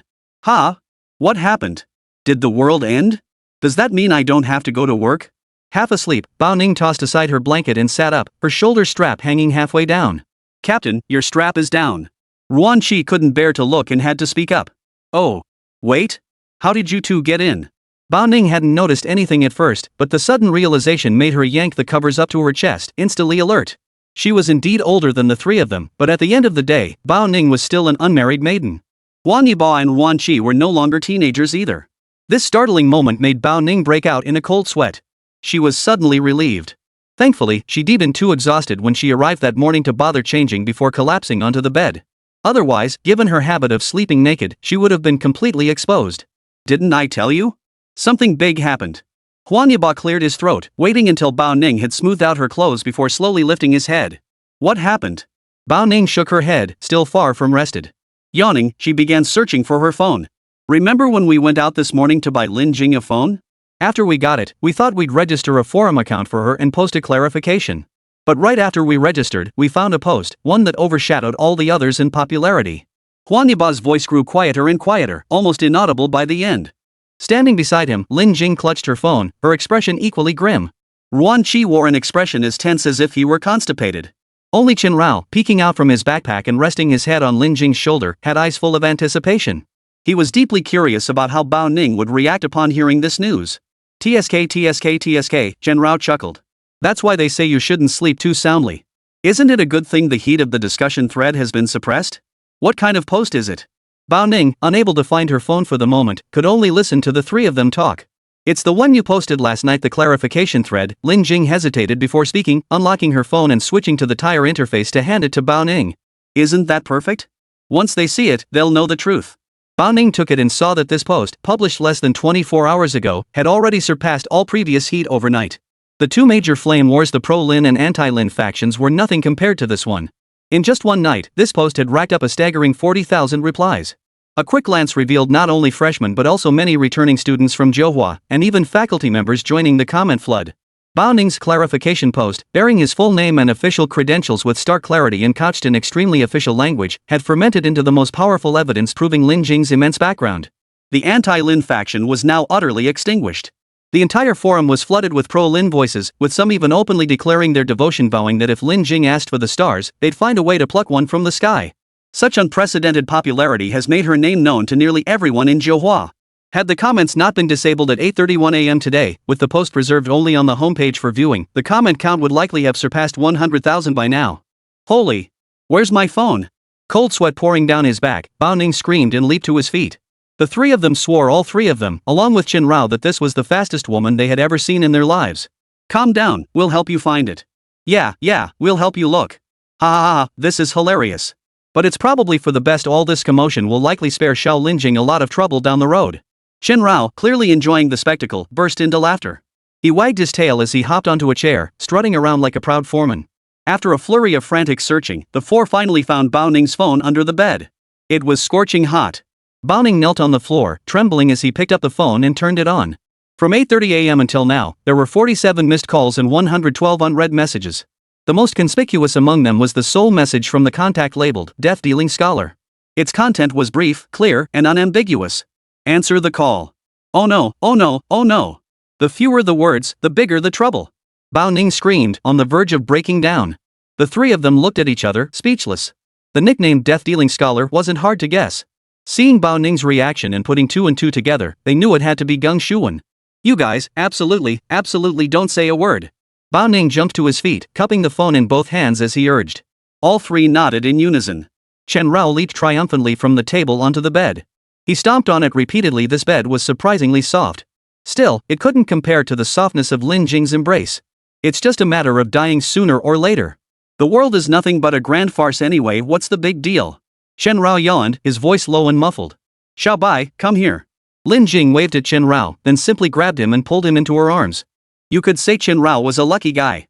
Most beast masters treated their beasts differently. Few carried them around like pets the way Lin Jing did. After all, beasts came in all shapes and sizes, their forms changing drastically with each growth stage.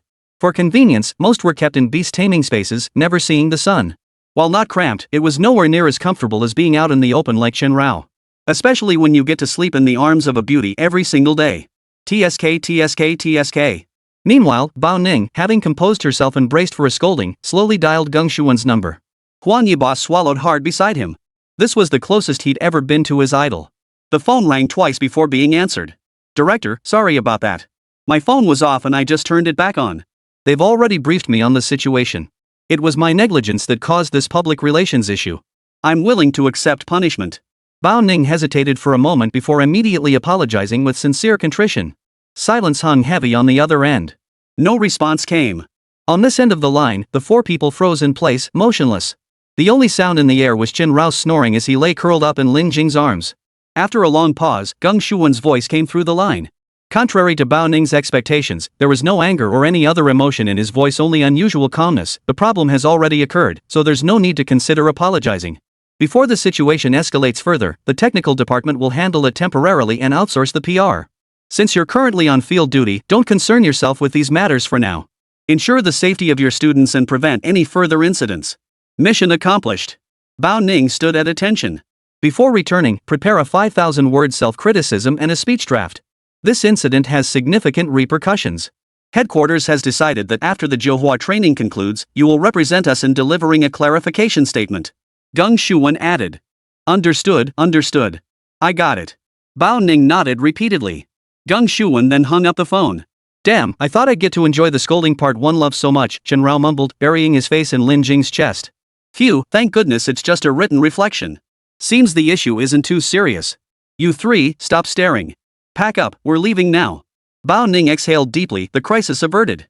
After a quick packing session and an even quicker meal, the four of them loaded into the SUV they'd swapped for at the Shilin League Administration Bureau and headed straight for the training site. The Sanling Control Zone, located 42 kilometers northwest of a town in Shilin League. A control zone referred to an area with little to no human habitation, where most regions were controlled by magical beasts or existed in a state of anarchy. There was no law, no rules, only the basic law of the jungle where the weak fell prey to the strong. Still, it was considerably safer than the completely monster-controlled fallen zones. After all, even without security personnel, the nearest executive Beastmaster outpost was less than 7 kilometers from the Sanling Control Zone. I'd heard it was desolate, but never imagined it would be this barren, Wang Yiba remarked, gazing out the window and feeling a pang of anxiety for the upcoming field training. You all understand the specifics of the field training, right? Bao Ning asked, nibbling on a piece of bread. The three nodded. The training was straightforward, each would conduct independent operations in the Sanling Control Zone for 5, 7, and 15 days respectively. Their autonomous adaptation, combat, and survival skills in the wild would be comprehensively evaluated. Final assessments would weigh the duration and quality of each phase, alongside whether their beasts evolved or grew stronger. However, the most significant factor in the evaluation was whether the tamed beasts evolved or grew stronger. Therefore, among the numerous training locations, areas with more abundant resources were far more appealing. Certainly not a godforsaken place like the Sanling Control Zone of the Shilin Alliance. Keep these three safe. Since we're likely to get separated during the training, you'll need the soul tracking system for precise location tracking. Remember, you can lose anything else, but not this. Bao Ning retrieved 3 keychain-sized black cubes from his storage box and tossed them to the trio. Got it. See you in 5 days? Huang Yiba caught the black cubes, gazing at the endless Gobi Desert with equal parts anticipation and reluctance. Let me find a flatter spot. Before Bao Ning could finish, the left front tire of the moving off-road vehicle exploded with a deafening bang. Instantly, the entire vehicle lifted off the ground, nose heavy and tail up. Hexagonal Black Dragon. Chapter 27, Fierce Battle Against the Armored Beetle. The roar thundered like an explosion. Bao Ning reacted faster than anyone, summoning his beast. The tumbling SUV disintegrated mid-air before hitting the ground. Its burning fuel tank was deflected by a thick, black arm, arcing through the sky before exploding into a fiery ball. The blaze lit up the sky, illuminating the silhouette of a demon beast in the distance. It was a beetle at least 2 meters long, with 2 slender antennae stretching over 3 meters. Its entire body was encased in armor as hard as steel. This thing counts as a demon beast? Aren't insect-type creatures supposed to have short lifespans? Chen Rao, who had finally regained his balance, had already manifested his true size. He gently lowered Lin Jing to the ground, her backpack still clenched between his jaws. Small text appeared before his eyes, displaying the beetle's basic information. Youth stage would bloodline a great armored dung beetle. Remaining lifespan, 74 years. Chen Rao stared at the text in confusion. This little thing had such a long lifespan? A full 74 years, nearly matching the combined lifespans of the 4 blacklisted beasts from his time at Qingting Academy. Are you guys okay? Bao Ning, who had also landed safely, looked at the 3 of them. Apart from Lin Jing, who was safe thanks to Chen Rao grabbing her backpack, Wang Yiba and Wan Shi looked a bit disheveled but were otherwise unharmed. Both had successfully summoned their beasts. Growth Stage Ironstone Bloodline A+ Potential Cave Sage. Growth Stage Wood Core Bloodline A+ Potential White Flame Shadow Owl. And towering behind Bao Ning stood a colossal beast companion massive, with a dragon-like head and a body resembling a fusion of lizard and ape. Its entire form was pitch black, covered in sharp, jagged scales and protrusions, resembling a fearsome deity from myth. Fully matured Ironstone Bloodline S-grade hexagonal black dragon. So this is Sister Bao Ning's beast, truly magnificent. Wang Yiba admired the hexagonal black dragon, then glanced at the miniature rice grain in his palm before offering his praise. Just a big, black lizard, Chen Rao dismissed with a glance. Among the mounts he'd seen so far, none could compare to the 4 pillars of the dragon. That overwhelming power and terrifying aura had left an indelible mark on Chen Rao. Besides, the hexagonal black dragon's bloodline was merely ironstone tier. Compared to Chen Rao, it was only marginally superior in growth stage and innate potential. He lowered his head to examine his system interface after achieving S+ rating. Growth Stage Ironstone Bloodline A+ Potential Winter's Bite Thunderwolf. Current remaining lifespan, 11 years. Cut the flattery, fatso. Let's focus on figuring out how to deal with this thing first. Ruan Shi shot Huang Yiba a withering glance before turning his worried gaze toward the armored dung beetle. This beetle-type demon beast was massive, with a hard exoskeleton. Being in its youth phase, it naturally possessed considerable combat experience. Having grown this large in the controlled zone without being eliminated suggested its combat prowess was undoubtedly formidable. Combined with the armored scarab beetle's inherently formidable defense and the disparity in growth stages, breaking through its defenses would be difficult for just the three of them with their tamed beasts. You sure know how to put it bluntly. Hwang Yiba shot Ruan Qi a look before setting the rice down on the ground. The tiny guinea pig pushed itself up onto its hind legs. But he's absolutely right. The three of you need to figure out how to deal with this armored scarab. Bao Ning crossed her arms.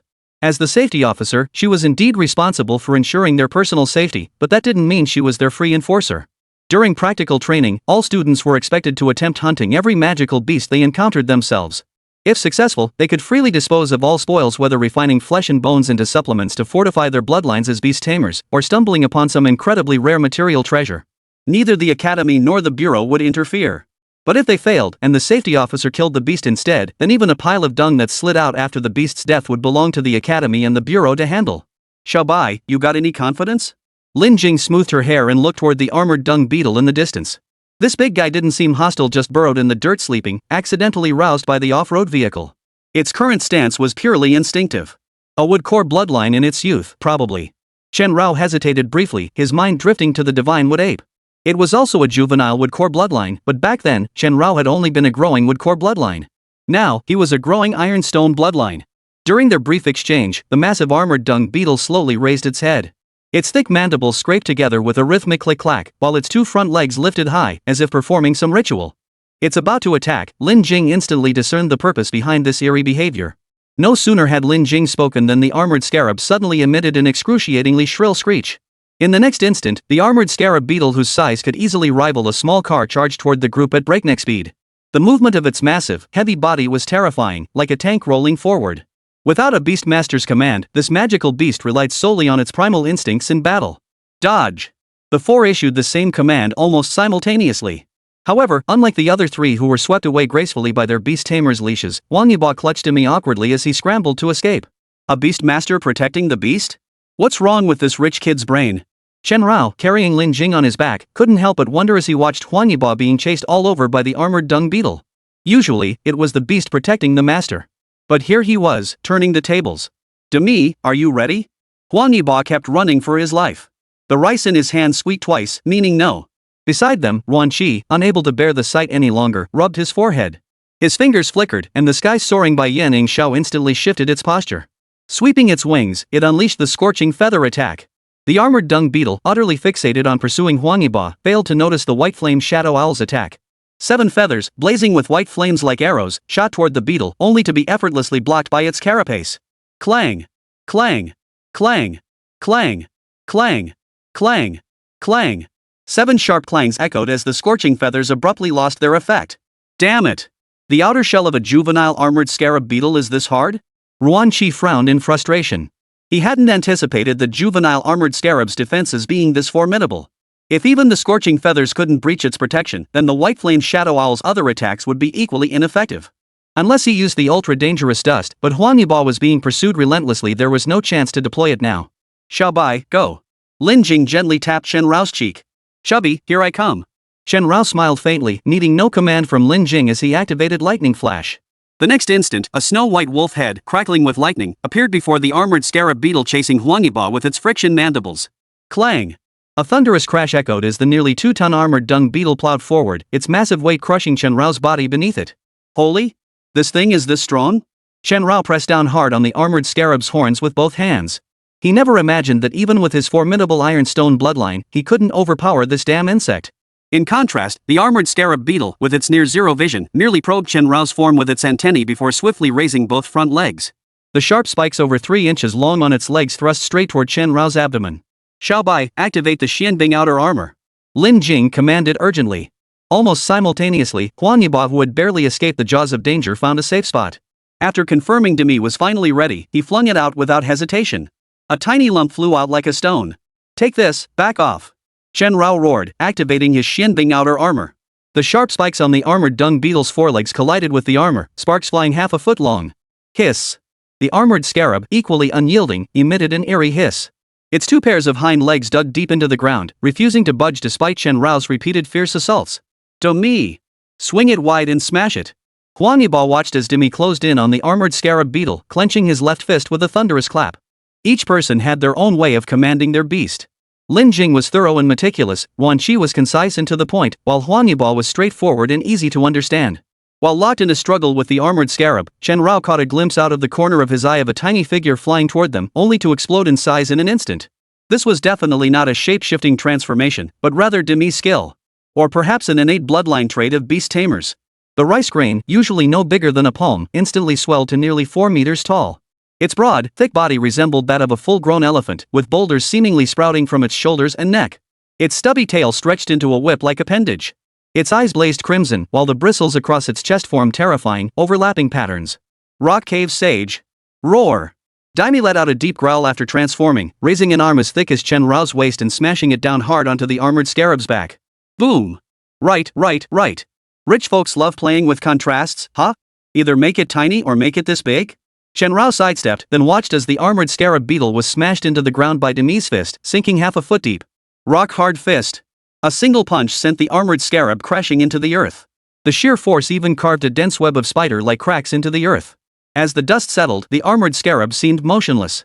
Is it over? Lin Jing furrowed her brow slightly, sensing something was off. Not yet.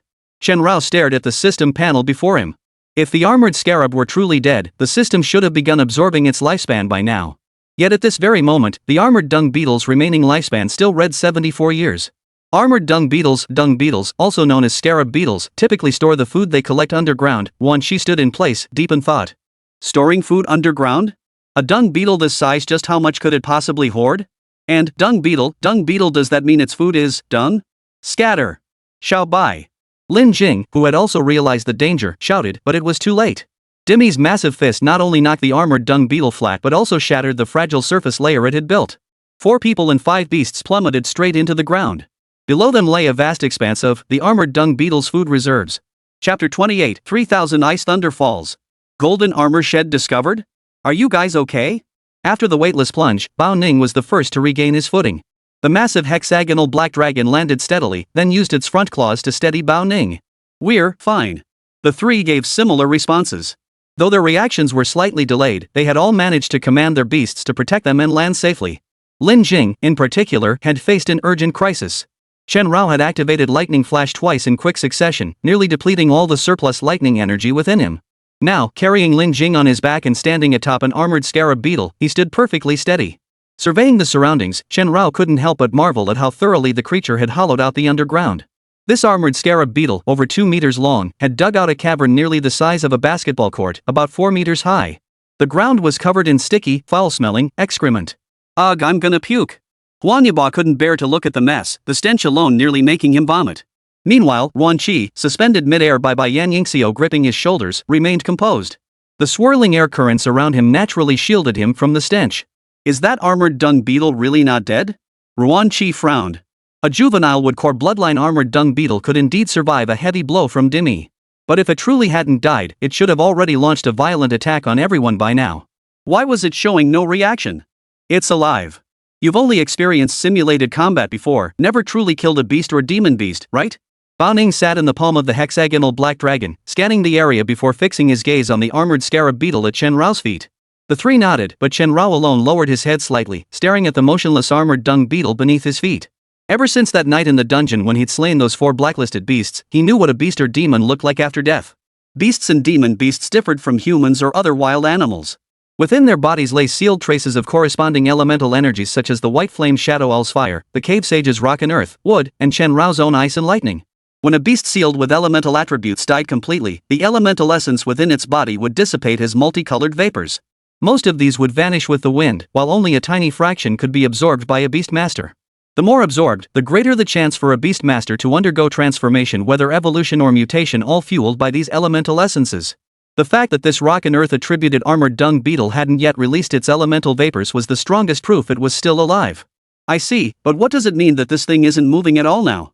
Huang Yibo forced back his nausea and nodded as he asked. At this moment, the severely wounded armored dung beetle lay motionless at Chen Rao's feet. Its 2 slender antennae lay flat against its sides, and its 3 pairs of equally slender legs were drawn in and overlapping like armor. Part of its body was exposed, while the rest was buried in the dung-covered ground. Like a turtle retreating into its shell, it remained utterly still. When threatened, beasts within the controlled zone don't resort to the unrestrained, frenzied attacks typical of those in the fallen territories. Instead, they choose to flee and conceal themselves, Bao Ning patiently explained. Having lived in the controlled zone, most of these beasts had clashed with the executive beastmasters stationed there. Their survival instincts wouldn't lead them to court death. Instead, they'd learned to defend and evade. This stood in stark contrast to the beasts in the fallen zone, who knew only rampant plunder. So basically, they'd been beaten into submission? Ruan Qi frowned. I see. Beasts in the controlled zone can neither shed their primal instincts to become tamed beasts nor carve out a place for themselves in the overrun zones teeming with beasts. That's why they survive in the controlled zone. When danger arises, most choose evasion and defense, Lin Jing said thoughtfully. Exactly. That's why the training grounds are in the controlled zone. While there are risks, it's relatively safe. Bao Ning gave Lin Jing a thumbs up. So you were just playing dead? Chen Rao lowered his head to observe the armored scarab beetle feigning death. He planted his foot firmly, pressing a claw the size of a human head against the beetle's hard carapace. A crunching sound echoed from the pressure. The power of Rice's stone giant fist was no joke. Even the armored rhinoceros beetle's carapace, as hard as steel, had been cracked by the blow. Compounded by the fact that this creature had already been hunted by a nearby beastmaster squad, its carapace was now covered in fresh and old wounds, teetering on the brink of shattering. With 74 years of lifespan at stake, Chen Rao couldn't simply let it off the hook. So what do we do with it? Make a decision quick, this place stinks to high heaven. Huang Yiba pinched his nose, having already vomited once from the stench. Since it's already playing dead, it must be close to dying. Too bad Sanchi's attacks rarely break its defense. Using the super dangerous dust. I don't want to get covered in. Ruan Qi shot a disgusted glance at the armored dung beetle. Xiao Bai's attacks also seemed to struggle to break its defense? Lin Jing perched on Chen Rao's back. Thanks to the biting cold of the winter thunderwolf, she couldn't detect the overwhelming stench. Hitting the carapace is indeed tough, but I can strike here. Chen Rao traced his claw along the beetle's carapace line toward the head's texture, stopping at the junction. This was the joint, the weakest, most pliable point in the beetle's otherwise impenetrable carapace. Whatever you decide, if you want me to handle it, you won't get any spoils. Bao Ning tossed out the words before urging the hexagonal black dragon to leap upward. The stench below was truly unbearable, a basketball court-sized area covered in nearly half a meter of dung. That smell. Ugh. I can't take it anymore. Demi, lift me up. After vomiting 3 times, Huang Yiba could no longer endure the stench and surrendered, commanding Demi to carry him away. In the hollow void, only Lin Jing and Ruan Qi remained. Though they were teammates now, 3 months later, Ruan Qi had long agreed with Lin Jing to compete for promotion to a higher division. Faced with an opportunity to grow stronger, he naturally wouldn't pass it up. Yet, as Ruan Qi had warned from the start, Bai Yenying Xiao proved remarkably resilient. I can't stand it either, Sanchi. Let's move up. Ruan Qi shot a disgusted glance at the armored dung beetle, determined not to linger here any longer. It's just us now, Xiao Bai. Can you break its defenses? Lin Jing also despised this dung-eating beast, but with the chance to grow stronger right before her, she wasn't about to give up so easily. After all they'd been through, Lin Jing had come to understand a profound truth. Strength is hard to gain, is hard to eat, but gaining strength is harder than eating. When a chance finally came, she had to seize it. A piece of cake. Chen Rao pressed his claw against the soft junction between the armored dung beetle's head and body, applying slight pressure. In the emptiness of that moment, neither Lin Jing nor Chen Rao noticed that the way they communicated bore no resemblance to the typical bond between a beastmaster and their mount. Only a human would ask whether the armored dung beetle's defenses could be breached. And only a human could provide a definitive answer to that question. The answer was yes. Yet neither of them realized this. Instead, they both found it perfectly normal. Chen Rao's claw pressed against the soft neck of the armored dung beetle. With a slight exertion, the sharp claw pierced through. Gurgle, gurgle, gurgle. The armored dung beetle let out a low, pained cry. Its massive body stirred, 3 pairs of hard legs slowly spreading apart. Its carapace trembled as it mustered every ounce of strength to violently fling Chen Rao away. Just a death throw. 3,000 frost explosions. Chen Rao steadied himself while carrying Lin Jing, using his Xian ice outer armor to shield them from the filth on the ground. Without any further command, he unleashed the 3,000 frost explosions. Dense icicles erupted instantly, surrounding the armored dung beetle in a solid wall. But unexpectedly, the beetle, now in its death throes, did not attack Chen Rao. Instead, it lowered its head extremely low, continuing to emit that peculiar goo-goo sound, as if begging for mercy. Xiao Bai, stop. It seems to be begging for mercy? Lin Jing noticed the armored scarab's peculiar behavior and gently pressed Chen Rao's head. Begging for mercy? As if I'd spare it just because it begs? Chen Rao lifted his head. He too had seen the beetle's actions, but after living a full 74 years, he wasn't about to give up so easily. Spare it? Impossible. For the first time, Chen Rao ignored Lin Jing's command. He continued directing the ice shards of the 3000 frost explosion to press closer to the armored dung beetle. The relentlessly pleading beetle seemed to realize its pleas were futile and suddenly retreated. "Watch out, Xiaobai!" Lin Jing cried out in alarm. "I knew you wouldn't beg for mercy easily." Chen Rao's eyes flashed with ferocity. While the 3000 frost explosions relentlessly pressed the armored dung beetle, he channeled every last bit of lightning element within his body to unleash a small-scale lightning cluster, fusing it onto the ice shards of the 3000 frost explosions. 3000 ice thunder cascades. Dense clusters of ice crystals, shrouded in lightning, hurtled straight toward the armored scarab. The terrifying cold even froze the sticky, damp dung on the ground. Lightning rolled, arcs snapped, and in an instant, the cavern was filled with flashes of light. Above ground, the three watched the scene in the cave. As the lightning faded, their limited perspective made it impossible to discern details. "To become stronger, Lin Jing really is going all out," Bao Ning murmured, his tone a mix of admiration and resignation. The other two remained silent, simply watching. Meanwhile, within the cavern. As the lightning faded, Chen Rao stood with his foot planted on the corpse of an armored dung beetle. Ding absorbing the armored scarab beetle's remaining lifespan, 74 years. Ding lifespan absorption complete. Current remaining lifespan, 85 years. Ding's system detects high concentration elemental aura nearby. Host advised to observe carefully. Chen Rao stared at the small text before him, puzzled. High concentration of elemental energy? Ahem, Xiaobai, did you just create an entirely new skill? Lin Jing coughed twice, choked by the ice blossoms, still struggling to believe what she had just witnessed. While Beastmaster skills could be freely combined, most were masterpieces crafted by the Beastmasters themselves. But a beast mastering skills on its own? That was a first. Let's ignore those details. Chen Rao swallowed hard, suddenly realizing this instance of autonomous behavior might have gone a bit too far. But this minor interruption didn't last long, because Lin Jing noticed something buried beneath the head of the armored scarab's corpse, an object emitting a faint glow. Ding's system scan complete. Found, golden armor shedding perfect. Chen Rao also spotted the faint glow at his feet, and the system delivered its result almost simultaneously. Chapter 29, The Mystery Between Attributes, Devouring the Golden Carapace Shed. What is this? Lin Jing bent down, puzzled. Beneath the ice layer under the armored dung beetle's corpse, a palm-sized, faintly yellow object was exposed. Golden armor shed? What is that? Chen Rao read the small text before him, equally puzzled. Both looked down and realized the armored dung beetle seemed intent on digging this object out to trade for its life, only to be struck down by the 3000 ice thunderfall before it could be unearthed. It's buried a bit deep. Xiaobai? Lin Jing grabbed one corner and pulled hard, but it wouldn't budge an inch. Chen Rao nodded, intending to move the dung beetle's corpse first. To his surprise, he couldn't budge the massive insect's body with his strength alone. With no other choice, Lin Jing finally had to call Huang Yiba down. Fortunately, this time the excrement on the ground had frozen solid under the 3000 ice thunderfalls, or else Huang Yiba would likely have vomited again. In the end, it was Demi who re-entered the cave in sage form. With a single swipe, he sent the armored dung beetle's corpse flying. Though small in its normal state, this little creature possessed astonishing strength after transformation. With the corpse moved aside, the exposed golden exoskeleton lay within easy reach. Lin Jing bent down, reached out, and with a slight tug, pulled the golden shell free. Held up to the sunlight, the golden exoskeleton, roughly the size of a basketball, resembled the shell of some crustacean. Its amber-like hue was faintly translucent, its exterior rock-hard, yet the interior felt surprisingly soft to the touch. Moreover, despite being hidden beneath the dung heap by the armored dung beetle for who knows how long, the golden exoskeleton emitted not a trace of foul odor. Instead, it carried a faint, pleasant scent of grass and wood. "It's beautiful," Lin Jing murmured, holding the golden exoskeleton in one hand. Though substantial to the touch, it felt surprisingly light. Golden armor shed, it really is as tempting as gold, Chen Rao thought silently, recalling the system's description of it. Contains high concentration elemental essence? Chen Rao sniffed it, detecting nothing beyond that faint herbal scent. Do you know what this is? Huang Yiba leaned in curiously. Lin Jing shook her head. She didn't recognize it. In all the books on beast taming she had read, there was no mention of such an item, not even anything remotely similar. It was completely beyond her knowledge. Then why are we still standing here? Huang Yiba implied that perhaps the two above recognized it.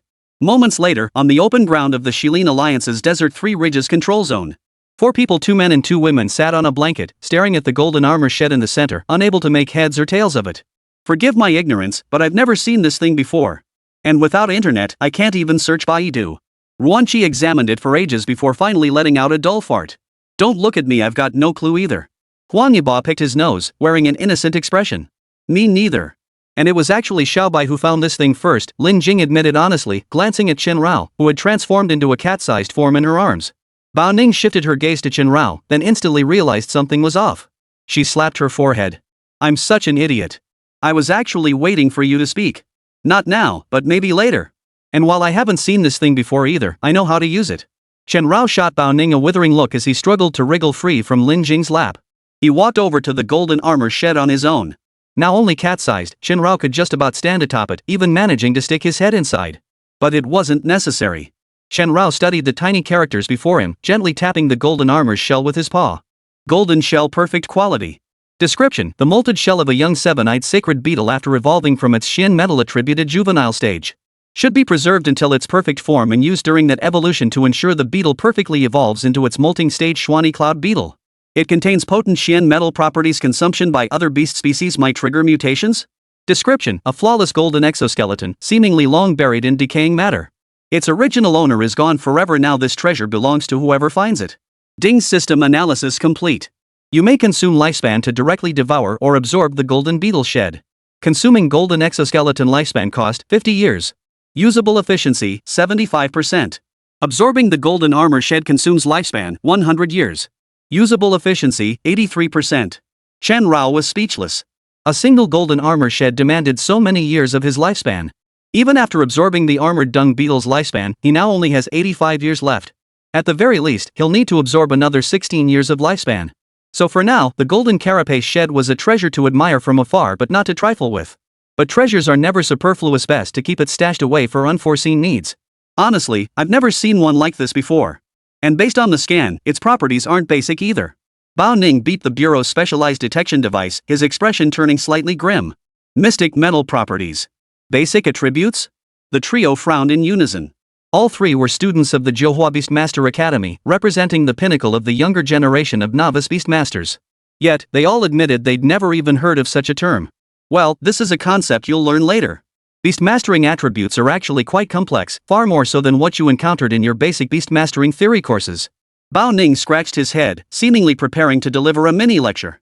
Simply put, the beast attributes the three currently knew and could interact with were all basic attributes.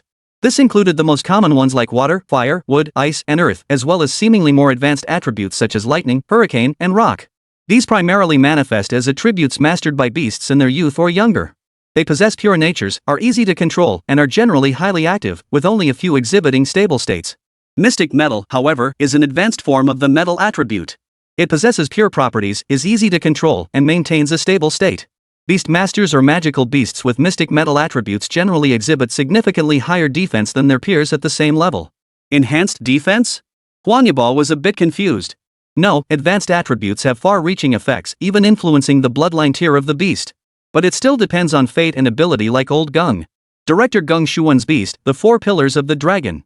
Bao Ning quickly changed his title. Could you elaborate? Ruan Chi's face brimmed with curiosity. Chen Rao was equally curious. Primary attributes, advanced attributes. No wonder the Four Pillars of the Dragon had always felt special to him. So it was due to their distinct attributes. Certainly.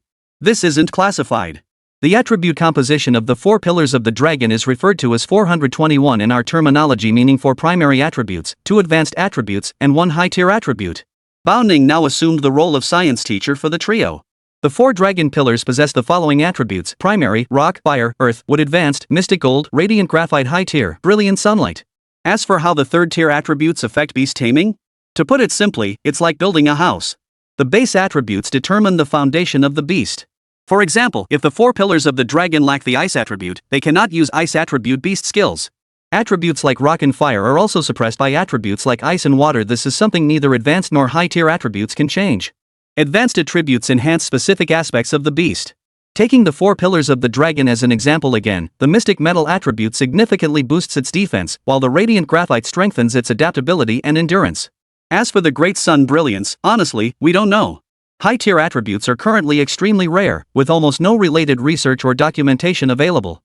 Even in the few battles fought after the 4 pillars of the dragon awoke the Great Sun Brilliance attribute, its specific effects remained unseen. It's simply named Great Sun Brilliance because after awakening this attribute, a massive golden pattern resembling the sun's blazing flames appears on the back of the 4 pillars of the dragon. It's a bit complicated, but it's basically just an enhancement attribute, right? Chen Rao nodded thoughtfully, patting the golden armor shed beneath his belly.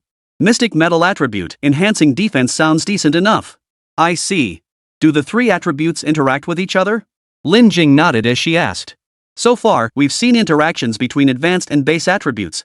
Some beasts awakening Crimson Tide attributes lose their original wood attributes, along with related skills and traits. It seems tied to the 5 elements cycle of creation and destruction. We'll need to wait for the tech team's official announcement for specifics, Bao Ning explained patiently. Well, this might not be such a good thing after all. Mystic metal overcomes wood. Fatso, looks like your rice is useless now, Wan Qi analyzed rationally. Get lost, get lost, get lost.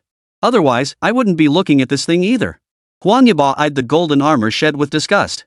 He really didn't want the thing he'd dug out of the frozen dung. As for my white flame shadow falcon, fire overcomes metal, it might not work well either. Ruan Qi continued his analysis. After all this back and forth, it seemed the responsibility might ultimately fall on Lin Jing. So it's my turn? Little Bai is ice and electricity now, with the heavenly thunder refining gold top. Seems like that's how it is. Lin Jing said after a moment's thought. By comparison, Huang Yiba seemed to be the least knowledgeable of them all. Who else could it go to? Isn't it whoever finds it gets it? Bao Ning shot a glance at Huang Yiba and Ruan Qi. Did these two really plan to split it evenly? If Lin Jing hadn't left it down there, no one would have found it. Now that's more like it. This belongs to me and me alone. Chen Rao bared his teeth at Bao Ning. But how do we even use this? Lin Jing asked curiously. Bao Ning shook his head. Humans knew as little about the beast taming world as they did about the cosmos, far too little. I know. Chen Rao slowly rose from the golden armor. Devouring versus absorbing, comparing the efficiency of utilization to the lifespan consumed, devouring was clearly the better deal. Devour, golden armor shed. Ding, 50 years of lifespan consumed. Devouring, golden armor shell. Chapter 30, Evolving Frost-Tainted Thunder Spirit, Mastering Mystic Gold Nectar. Devouring golden armor shell. As the system prompt appeared, Chen Rao pressed both hands against the golden armor shed's hard outer shell. Within a single breath, the once unbreakable armor yielded to his touch, leaving claw marks with surprising ease. Ha! Lin Jing seemed to notice this, leaning forward slightly. What is it? Huang Yiba looked at Lin Jing with confusion, but soon noticed the subtle change in the golden armor. The once unbreakable shell now felt like soft jelly. Chen Rao pressed down with just a little force, and instantly, the softened golden armor began flowing upward toward his body like molten gold. How is this possible? Bao Ning stared at Chen Rao in astonishment, her eyes filled with disbelief. She didn't know the exact method for using the golden armor husk, but based on past experience, all items containing elemental essence required prolonged refinement. They were ultimately processed into supplements using some edible medium before being administered to the beast tamers. During the refining and consumption process, the elemental essence contained within would often be lost by more than half. Even with the best refining methods available today, the utilization rate was only around 35%. Yet at this very moment, the golden armor shed, untouched by any refinement process, was being consumed by Chen Rao of its own accord. Moreover, according to the analyzer's readings, Chen Rao's absorption efficiency of the golden armor shed had reached a staggering 75%. This can't be possible. Beast taming mutation, temporary evolution, and now it's inexplicably devouring the elemental essence of the golden armor shed? I could understand one stroke of luck, but this. Ruan Qi, who ultimately viewed Lin Jing as a rival, felt his composure shatter upon witnessing this scene. That's why they say comparing yourself to others can be deadly, Huang Yiba remarked with pure schadenfreude. As her devoted fanboy, he naturally wanted Lin Jing to grow stronger by the day. Lin Jing, however, remained utterly still, her face betraying not a single flicker of emotion. She was perfectly calm. She wasn't stupid. She had come alone from the mountains to the capital, rising from a poverty-stricken school with outdated ideas and barely adequate teaching resources to become the prodigy of Johua Legend's new generation. Once was an accident, twice was a miracle. But what about the third time? Lin Jing herself couldn't believe luck could be this good. Especially after arriving at Johua, Xiaobai's various behaviors seemed as shrewd as a human's. Sometimes, even when she hadn't consciously given Xiaobai instructions, interacting with it felt just like chatting with a person. Xiaobai, are you really still you?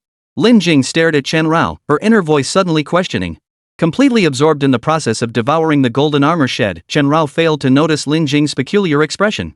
He felt the heavy, powerful aura of mystical metal emanating from the golden armor shed, allowing it to spread upward, enveloping his body in a golden liquid. Absorbing golden armor shedding as the remnant of the seven-eyed sacred beetle's evolution, it contained a potent aura of mystical metal elements.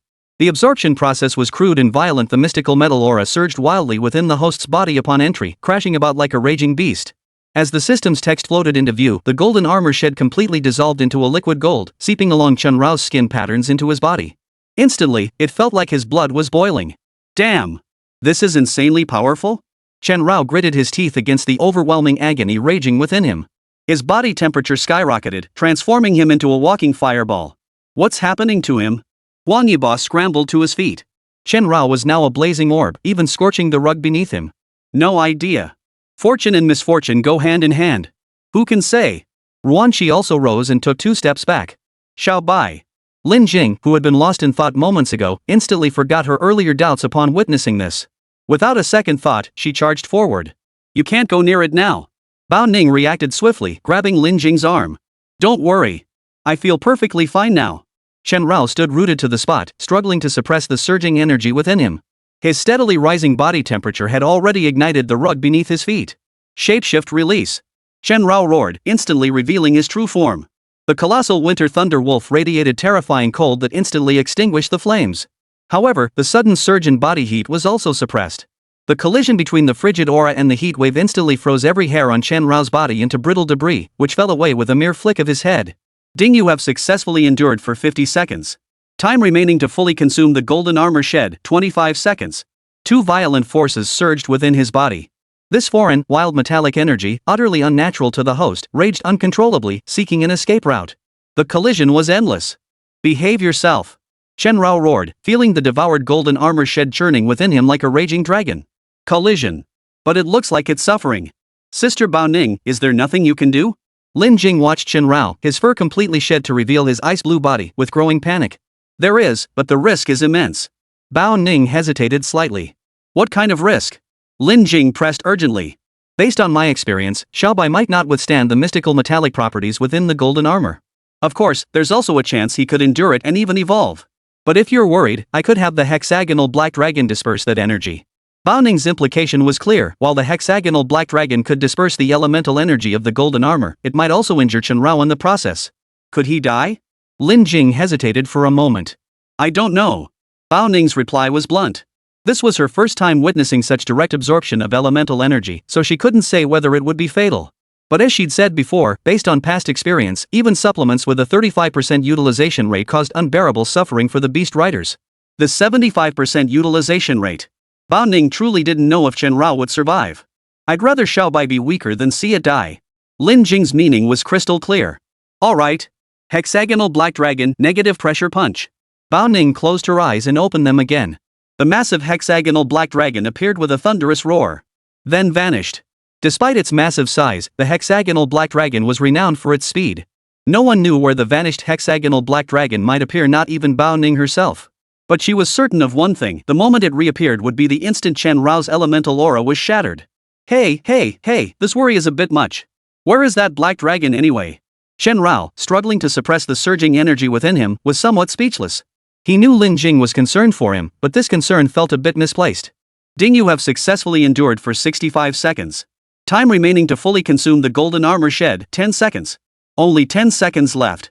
In 10 seconds, he could finish devouring the golden armor shed. Just don't get scattered by that hexagonal black dragon. Huff. Suddenly, Chen Rao felt himself sink slightly downward. No, it wasn't him sinking, the ground beneath his feet had caved in over an inch. As if struck by some powerful iron hammer, a circular depression about 5 meters in diameter appeared beneath Chen Rao's feet, sinking over an inch. Control your power, Bao Ning instructed upon seeing the circle. The other 3 all wiped sweat from their brows. They knew Bao Ning was addressing the hexagonal black dragon. A fully matured beast's attack was no match for a growing one. Even if the hexagonal black dragon held back, Chen Rao might not emerge unscathed. Ding, you have successfully endured for 70 seconds. Time remaining to fully consume the golden armor shed, 5 seconds. Damn, this pressure is intense. Chen Rao's body was crushed downward by an invisible force, sinking further into the ground beneath his feet. 4 seconds remaining. Whoosh, boom.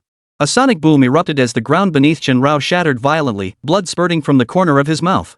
The hexagonal black dragon appeared in an eerie dive, hovering about 6 meters above Chen Rao. 2 seconds remaining. Xiao Bai Lin Jing's palms were drenched in sweat, and she even closed her eyes in fear. Negative pressure. Boom.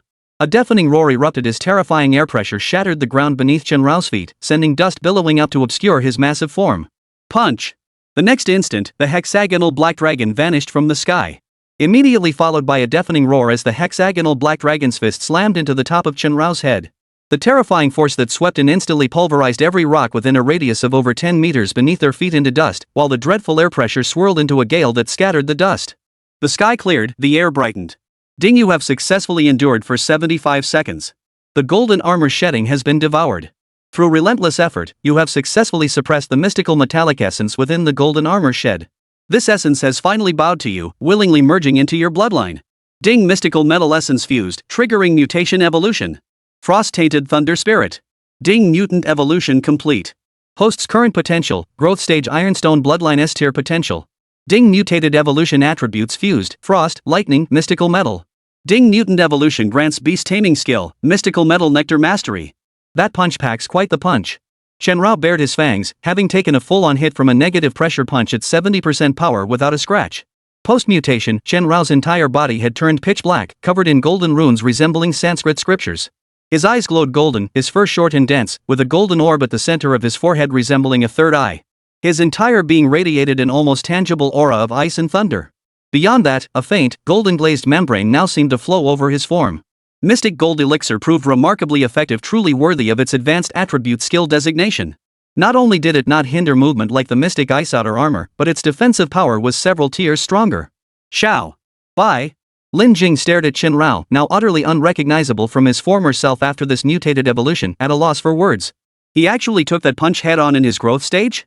Bao Ning could scarcely believe it. Yet the truth was as solid as iron. The hexagonal black dragon slowly raised its fist. Suddenly, several warning shouts echoed from the distance. Humans ahead, maintain your current position. Do not move. Beast Tamers, secure your mounts. This is the second Beastmaster Enforcement Squad of the Shilin Alliance's Sanling Control Zone. Cooperate with our operation. Chapter 31, Twisting Truth and Playing with Justice. Hello, I'm Lei Bo, captain of the second squad. Moments later, a tall man approached, pressing a button to retract his dust mask, revealing a chiseled, resolute face. Why are you here? Bao Ning frowned slightly, puzzled. Typically, Academy student field training wouldn't involve alerting the stationed Beastmaster squad at the corresponding location. Unless extremely unusual circumstances arose, such as encountering grave danger or disturbing beasts in the Fallen Zone, classified as Level 2 incidents, the stationed Beastmaster squad would not readily abandon their post. Their sole responsibility was safeguarding the perimeter defenses of the controlled zone. Miss, please show some respect. State your purpose and identity. Lei Bo maintained a polite expression, but his tone had shifted slightly. We are students from Jiuhua Beastmaster Academy here for practical training, Huang Yibo replied.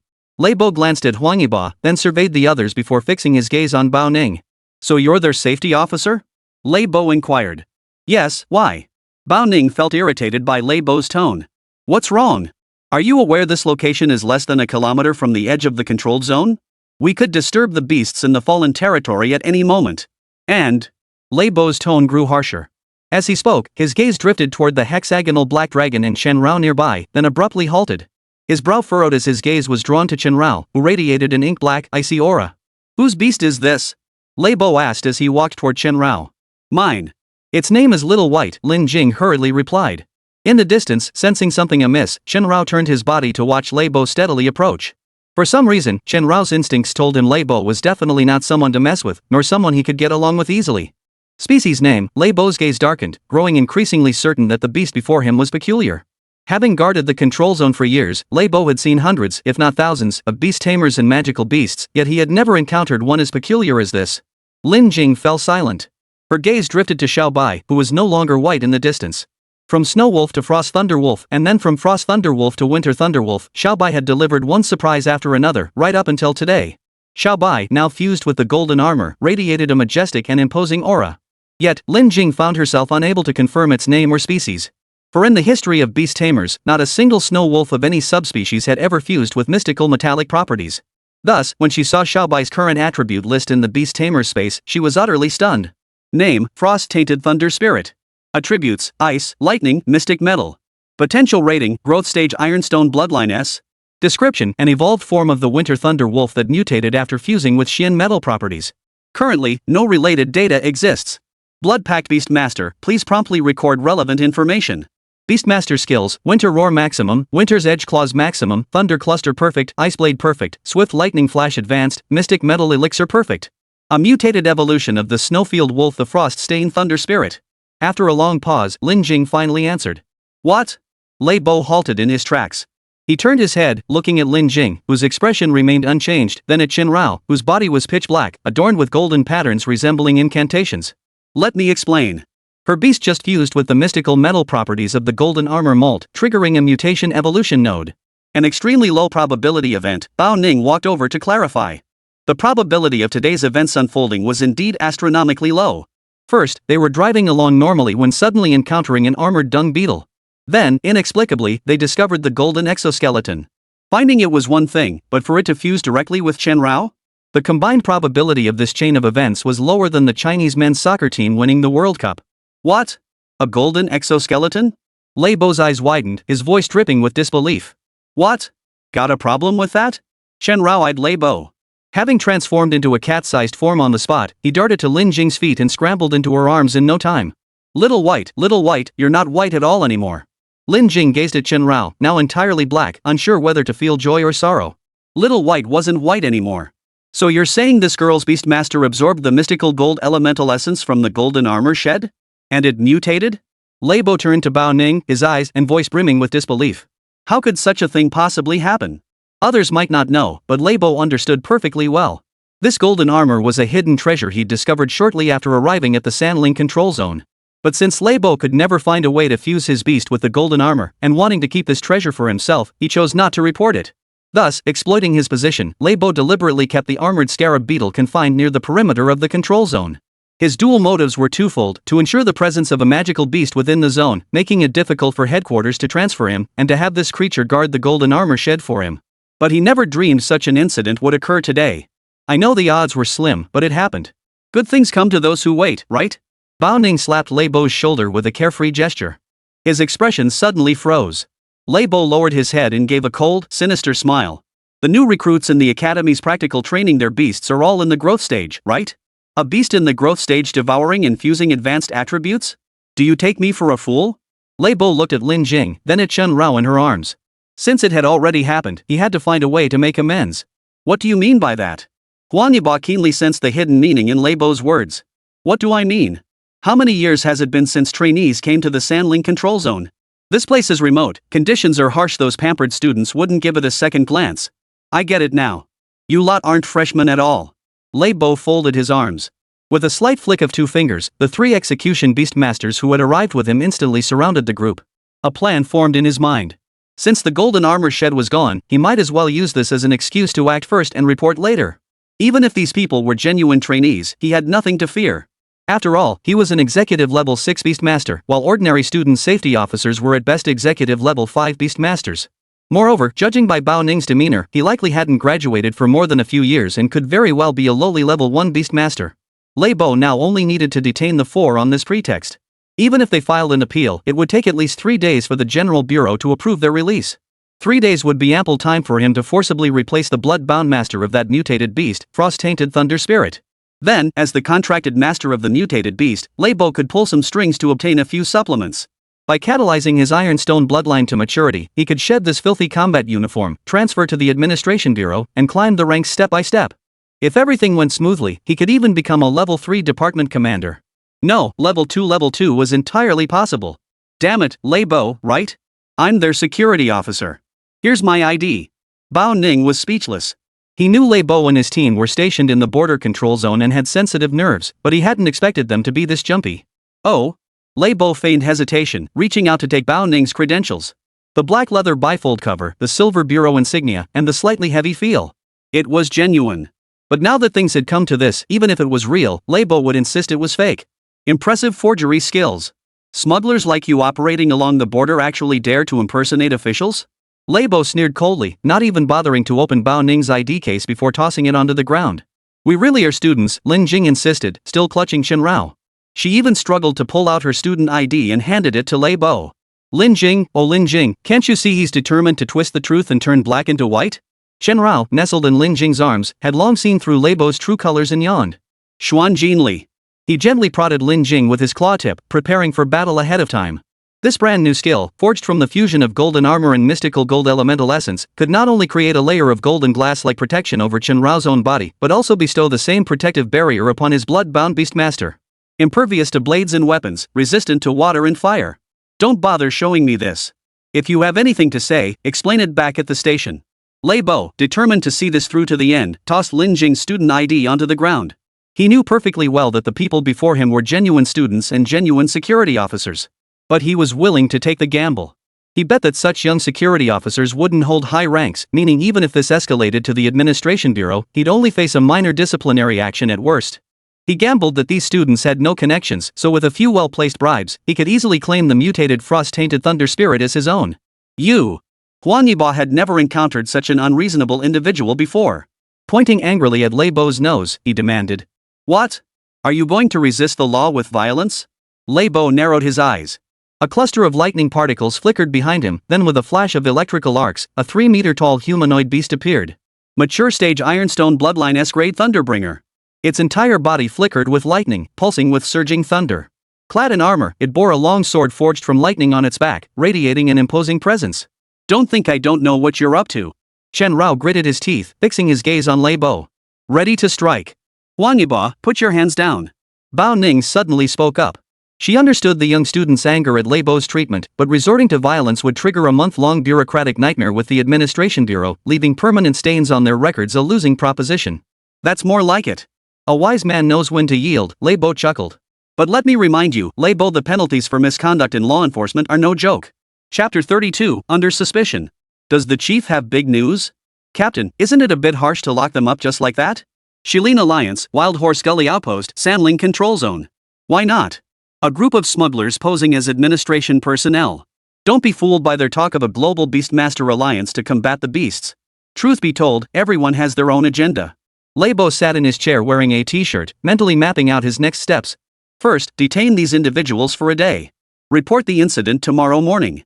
Then, before the higher-ups release their investigation findings, find a way to replace that mutated, evolved Beastmaster blood pact. As for disciplinary action, with some behind-the-scenes maneuvering, it'd likely be a month's suspension. But once reinstated, with regular evaluations, Lei Bo could advance to level 7 Beastmaster within a year. Then he'd finally escape this godforsaken place. But Captain, what if they really are? Team member 41 voiced his concern. You said what if there's a 99.99% chance it's fake, Lei Bo countered with a clever evasion. But I'm worried. That girl gave us student IDs from Jiuhua Beastmaster Academy. What if one of them is some rich kid's son? 41 looked anxious. If it were some level 1 or level 2 academy, it wouldn't matter, but this was Jiuhua, China's premier Beastmaster Academy. Only the most gifted prodigies or the sons and daughters of the wealthy and powerful gain admission. If they offended such people, forget about 41 being a mere level 3 Beastmaster. Even Lei Bo and the station commander combined wouldn't be a match for a single finger of those kids' parents. Are you out of your mind, kid? Do you think those privileged brats would come to this godforsaken place? How many years has it been since San Lingzi had any students for practical training?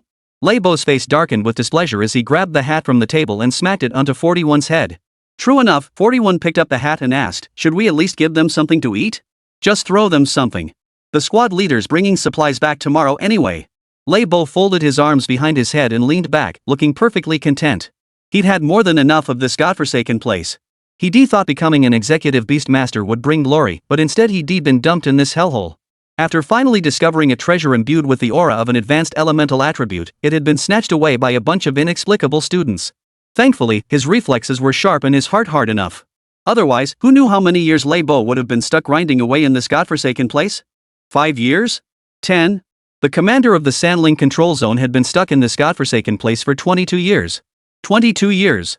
His temples were graying, his face etched with deep lines. Lei Bo refused to waste his youth in this hellhole.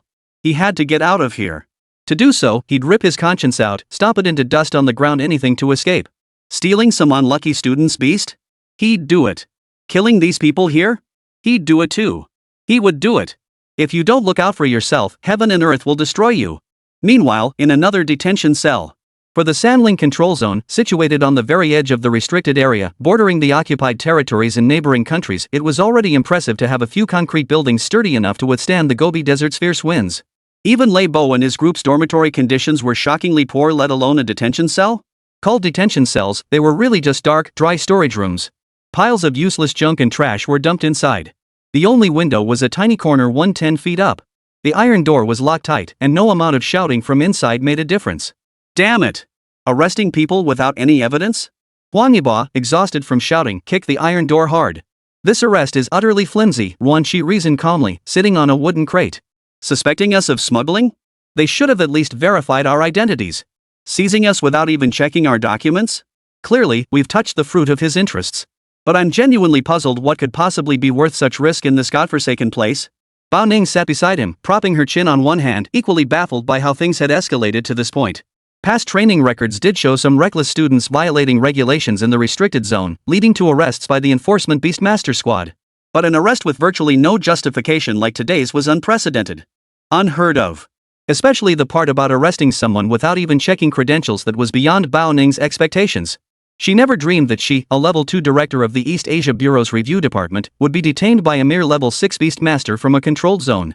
If word got out, she'd earn yet another nickname. But judging by the current situation, there was no other option but to wait for the Bureau's inspection team to arrive in a few days. After all, Bao Ning couldn't very well take the lead in teaming up with these 3 students to tear the place down, could she? The 3 sat huddled together, each seething over this absurd predicament. Lin Jing, however, had been sitting on a pile of straw in the corner since being locked in, staring blankly at Xiao Bai, who was no longer white. If the previous days had been too hectic to dwell on it. Now, with nothing to do, Lin Jing finally realized something. Xiao Bai seemed to understand human speech. Xiao Bai, Lin Jing looked at Chen Rao, who had been holding back for ages before finally blurting out, "I'm starting to wonder more and more if you can actually understand what I'm saying." "It's true I can understand, but I can't let you know that." Chen Rao sat opposite Lin Jing, pretending to be an ordinary beast tamer who couldn't understand human speech. He tilted his head, wearing an innocent and naive expression. "Stop pretending. You can understand me, right?" Lin Jing seemed convinced, gently tapping Chen Rao on the head. "Damn it, did I not fake it convincingly enough? Or is it that woman's intuition kicking in? It can't be that accurate, can it?" Chen Rao winced in pain, somewhat baffled. He carefully recalled his interactions with Lin Jing over the past few days and his actions during battle. Aside from disobeying her orders when facing the armored beetle and the golden armor molt when he defied her to gain longevity and uncover the truth, there hadn't been anything particularly unreasonable. Surely that one incident couldn't have made Lin Jing suspicious of him? That seemed far too unreasonable. Could this girl's intuition really be that sharp? "Look, Xiao Bai," Lin Jing suddenly grabbed Chen Rao's head, locking eyes with him. "The look in your eyes just now, it's nothing like the Xiao Bai I used to know." She even pulled Chen Rao close, so near that he could feel the warmth of her breath. A woman's intuition is terrifying, Chen Rao thought, swallowing hard.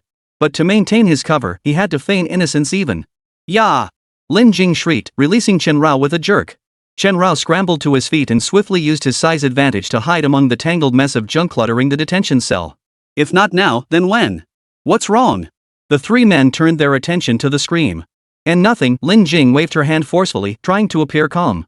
We dodged that bullet. Risky move, but it worked." Chen Rao caught his breath beneath a wooden plank. To escape, he closed his eyes, steeled himself, and stuck out his tongue to lick Lin Jing's nose. Was that even reasonable? A beast licking its master? Fair enough. But Chen Rao was human. Human. He only appeared to be a beast tamer. At that moment, faint footsteps echoed outside the detention cell's sealed iron door. After a brief pause, the inspection window in the door slid open. "You lot, dinner." Half of 41's face appeared at the window. He then stepped back half a pace and tossed several hard, black-steamed buns through the window. The thud as they hit the floor sounded like stones landing. Curious, Wang Yiba bent down to pick one up. He pressed it with his finger but found it completely unyielding. "Damn it, this is abuse. Is this even fit for human consumption?" Unconvinced, Wang Yiba bit into one. Its hardness nearly shattered his teeth. "You're lucky to get anything to eat. Once the investigation's done, you won't even get this," 41 said, tossing in a few more black-steamed buns. Ignoring Huan Yiba's curses, he shut the inspection window and walked away. Huan Yiba was left screaming at the top of his lungs. "I'm filing a complaint. When I get back, I'm filing a complaint. I'll have my old man go to the headquarters himself and file a complaint." Furious beyond measure, Huan Yiba clenched the black-steamed bun, his eyes bulging as if fire might burst from them. "This is unbearable. Absolutely unbearable." In his entire 19 years of life, this was the first time Huan Yiba had ever been treated like this. "Captain, are all beast masters like this?"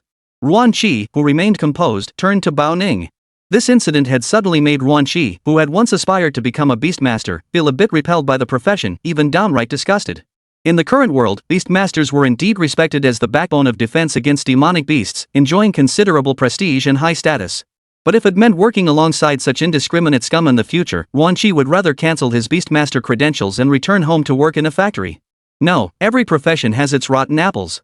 Besides, this place is unique. Stress is inevitable.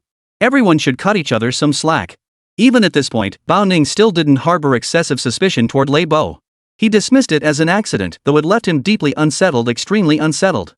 "But Sister Bao Ning, we can't really eat this, can we?" Lin Jing approached then, eyeing the hard, black cornbread. Human teeth would never crack it. Outside the detention room, after delivering the food, 41 hummed a tune as he walked down the corridor. Just then, he spotted the squad leader, who had gone into town to procure supplies, pulling the transport vehicle to a stop. Captain! You're finally back. 41 hurried over at a jog. Big news. Go notify everyone to assemble in the main classroom. I have an announcement to make, the captain ordered as soon as he stepped off the vehicle, his expression clearly indicating something important. What is it? 41 asked curiously, about to mention the detention room incident but stifling the words. This concerns all of us. Tell me, did you see any strangers in the control zone today? The commander asked after taking a sip of water. 41 froze. Strangers? Weren't those the ones locked up in the detention room? Could they be some untouchable bigwigs that had the commander so on edge? What's wrong? Could they already be here? Seeing 41's silence, the squad leader's eyes lit up. And no, I haven't seen them. The timid and cautious 41 hastily denied. I'll gather everyone for a meeting right away. Chapter 33, Leibo's Escape, the squad leader's rage. Captain, why call a meeting out of the blue? Yeah, squad leader, everyone's been working all day. Let's just eat already. In the large classroom at the Wild Horse Gully outpost, 12 scattered beast masters sat below.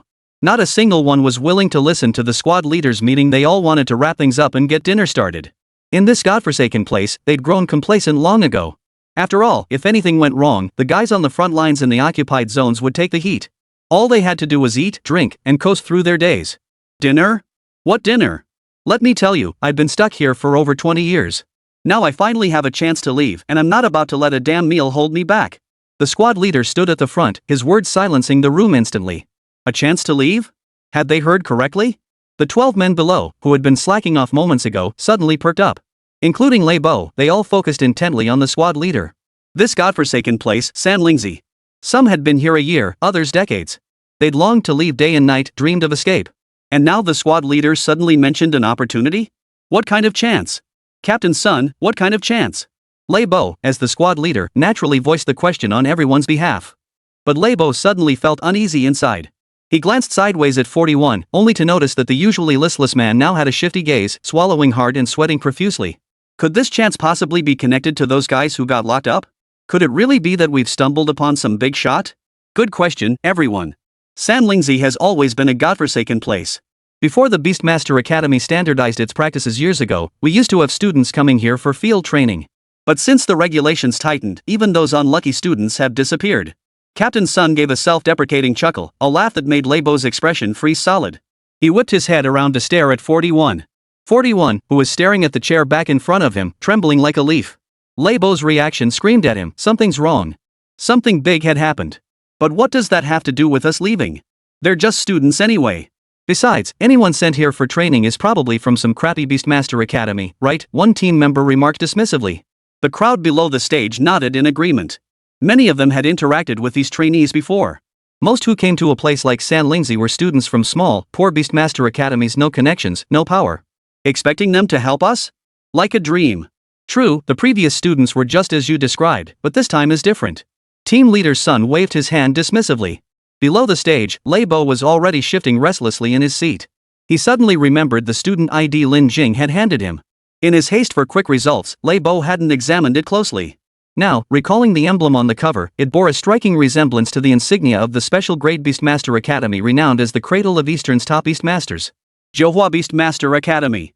And then there was that document Bao Ning had handed him, an official bureau credential as genuine as they come. Could he really be some kind of big shot? Leibo, where are you going? Team leader Sun noticed Leibo rising. I gotta pee. Leibo forced himself to stay calm, using the bathroom excuse to escape the situation. Captain Sun glanced at him but didn't think much of it.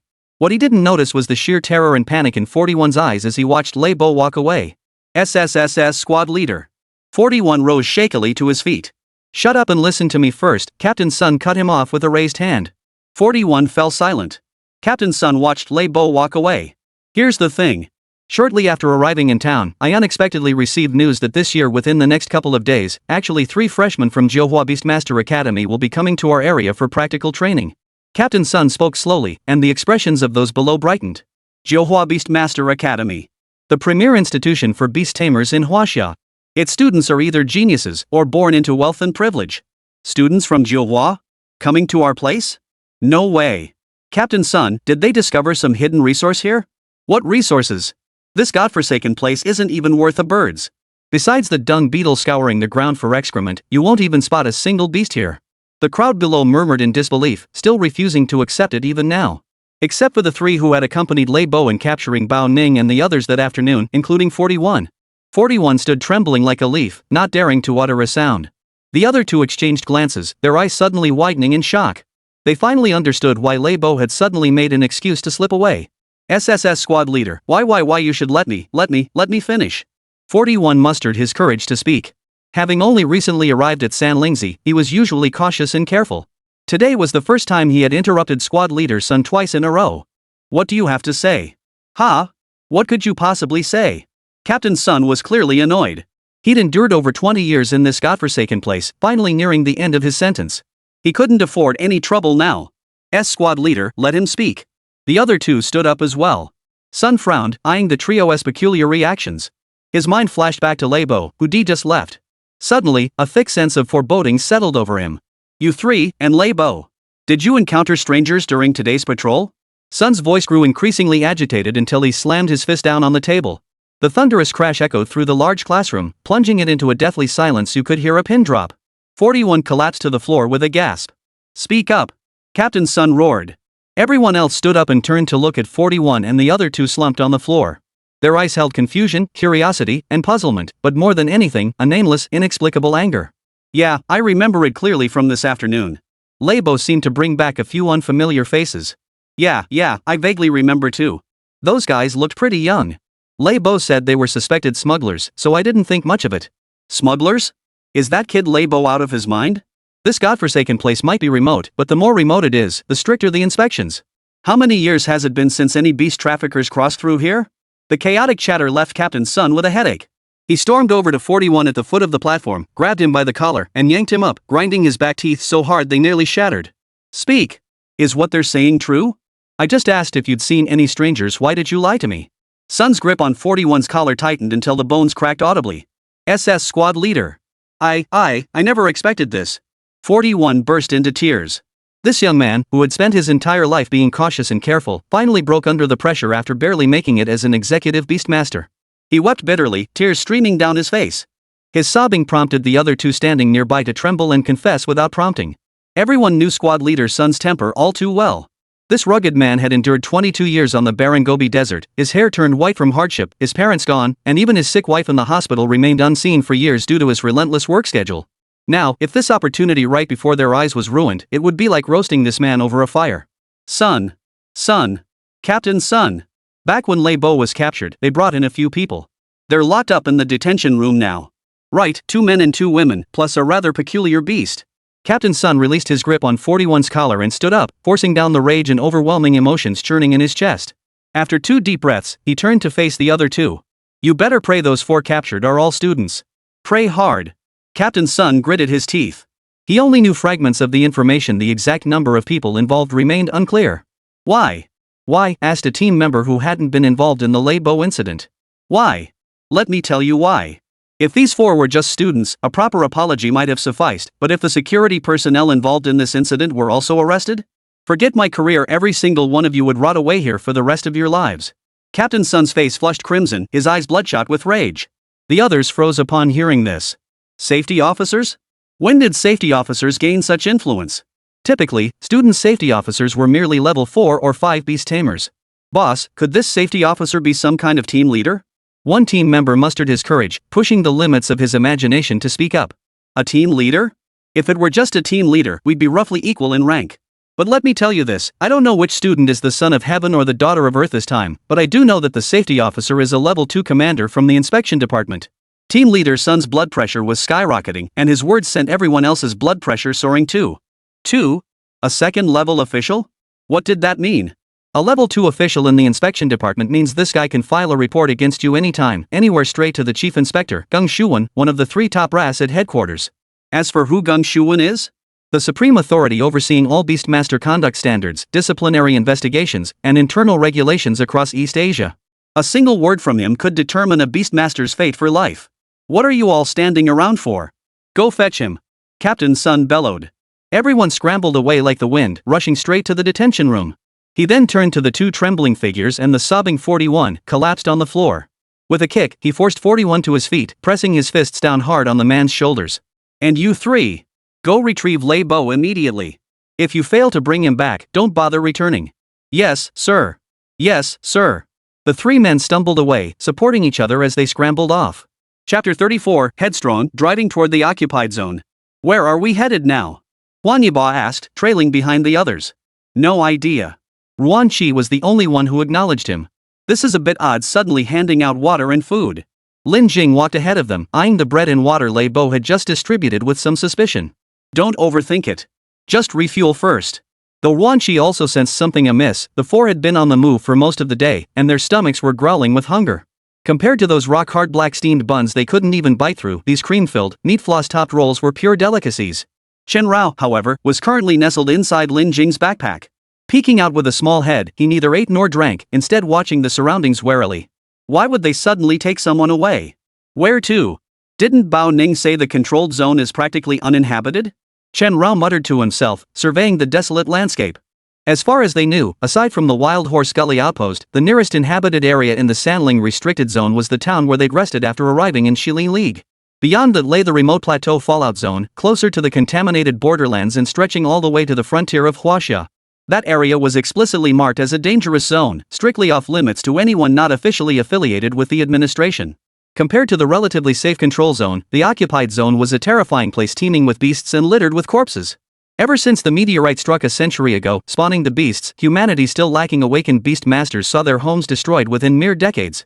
The population plummeted, and over 45% of the land resources were seized by the beasts.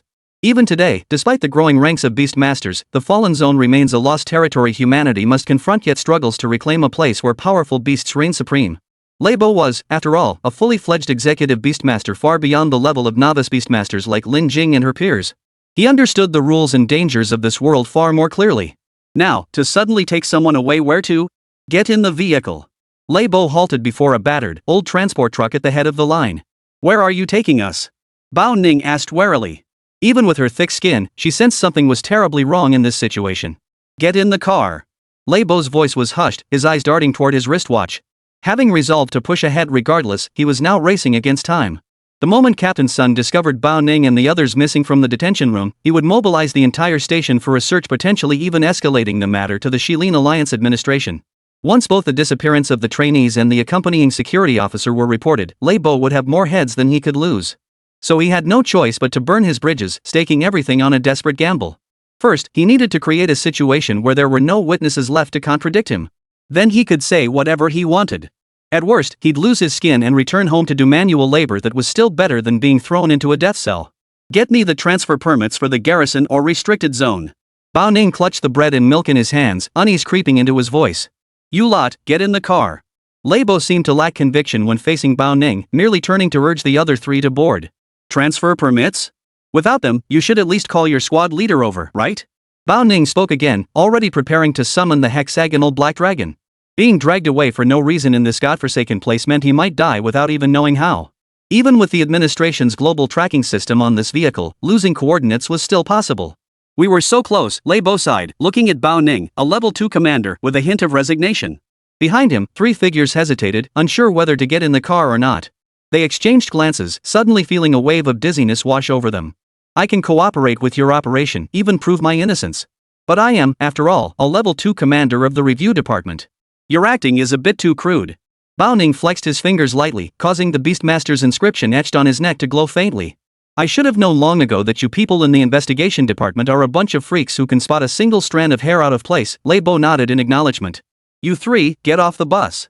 Bao Ning had no desire to clash with her colleagues from the administration bureau, but protecting Lin Jing and the others was her duty on this mission. Hexagon. Hold on, I have the transfer order. Lei Bo hurriedly calmed Bao Ning, who was about to summon her beast, then pretended to reach for his shoulder bag. Bao Ning, poised to summon the hexagonal black dragon, hesitated briefly. Then, in less than half a second, Lei Bo pulled out an injection syringe smaller than a pinky finger from his shoulder bag and slapped it straight toward Bao Ning's neck. Hexagonal black dragon. The massive, pitch-black hexagonal black dragon instantly materialized behind Bao Ning. Its tail, thick as a tree trunk, lashed out toward Lei Bo. Yet the moment it began its swing, the force vanished. Lei Bo dodged slightly, and the tail struck the transport vehicle with a dull thud. That was terrifying. Thank goodness this thing works. Lei Bo exhaled deeply, relieved he'd prepped an 8 ml syringe of instant-acting anesthetic effective within 1 second. Before it could fully emerge from the Beastmaster's space, the hexagonal black dragon hadn't even completed a proper attack. Due to Bao Ning's unconsciousness, it was automatically recalled into the Beastmaster's space. This was an extremely unreasonable setting, yet it served as a safety measure to prevent beasts from causing widespread destruction when separated from their Beastmaster's command. Leibo, what the hell? The three figures behind him began to demand in unison, only to collapse instantly, their vision going black. What a hassle! Leibo kicked the unconscious Bao Ning lying on the ground, then turned to look at the three others sprawled haphazardly. He felt it would be troublesome to carry them all to the vehicle, yet he showed not a trace of criminal panic. Moments later, the battered old transport truck slipped out of the base through an unnoticed exit. It drove into the vast Gobi Desert. No one knew where Leibo was headed, not even the soul-chasing system. Heh, a level 2 commander. Nothing special. Inside the truck, Leibo rested one hand on the steering wheel, glancing at Bao Ning, unconscious in the passenger seat. He sneered contemptuously before stowing the ID he'd found on her into the glove compartment. Then, he casually disassembled the soul tracking system from the vehicle's console, gave it a quick wipe, and tossed it out the window. From that moment on, the transport vehicle, numbered CA10012, vanished completely into the Gobi Desert of the Shilin League. Meanwhile, at the base's large classroom, Team Leader Sun paced anxiously like a caged animal. Logically, the main classroom was less than an 8-minute walk from the detention room. Even accounting for the time it took to retrieve the person and bring them back, along with the necessary coaxing and apologies, they should have been back within 20 minutes. It's been half an hour. Where are they? Sun slammed his fist on the desk, glancing at his watch. Captain Sun. Captain Sun. It's bad. The person. The person. The person. The first team member to return skidded to a halt at the doorway, gasping for breath. Where are they? Sun rushed to the doorway, scanning left and right, but saw no one else. How could 9 people go out to invite someone and only one come back? Where were the other 8? They're gone. The panting team member finally managed to speak. What? Captain Sun's eyes widened. He nearly fainted from the shock. When we rushed over, they were already gone. The detention room door was open. We searched everywhere inside and out, front and back, no trace at all. The team member steadied Captain Sun and hurriedly added. Where's the surveillance footage? Captain Sun asked, steadying himself. The surveillance. We checked the surveillance. Someone cut the feed for the first 40 minutes, another officer shouted as he ran over from the monitoring room. Who? Leibo? Captain Sun asked and answered himself. Yes. It was Leibo, Captain Sunday. He also drove off with a fuel truck full of gas. Another team member burst in frantically, having just returned from the parking lot. He was running faster than Bolt himself. What? Get on it. Track down that truck's location. The barrage of news nearly made Captain Sun spit blood. The transport trucks stationed in the control zone were all specially modified, running on diesel, not gasoline, with terrifying power. Carrying just a few people, they could reach the border in under 20 minutes at full speed. Checked, can't find it. Headquarters, Leibo disabled the tracking system on that vehicle. The bespectacled technician rushed in, panting heavily, his laptop cradled in his arms. Sun couldn't catch his breath and collapsed to the floor. Several team members rushed forward, lifting the nearly unconscious Captain Sun and propping him against the doorframe. Go find it for me. If we don't find it, we can all go home and herd cows. Captain Sun forced out the words with his last ounce of strength. It's hopeless, Captain.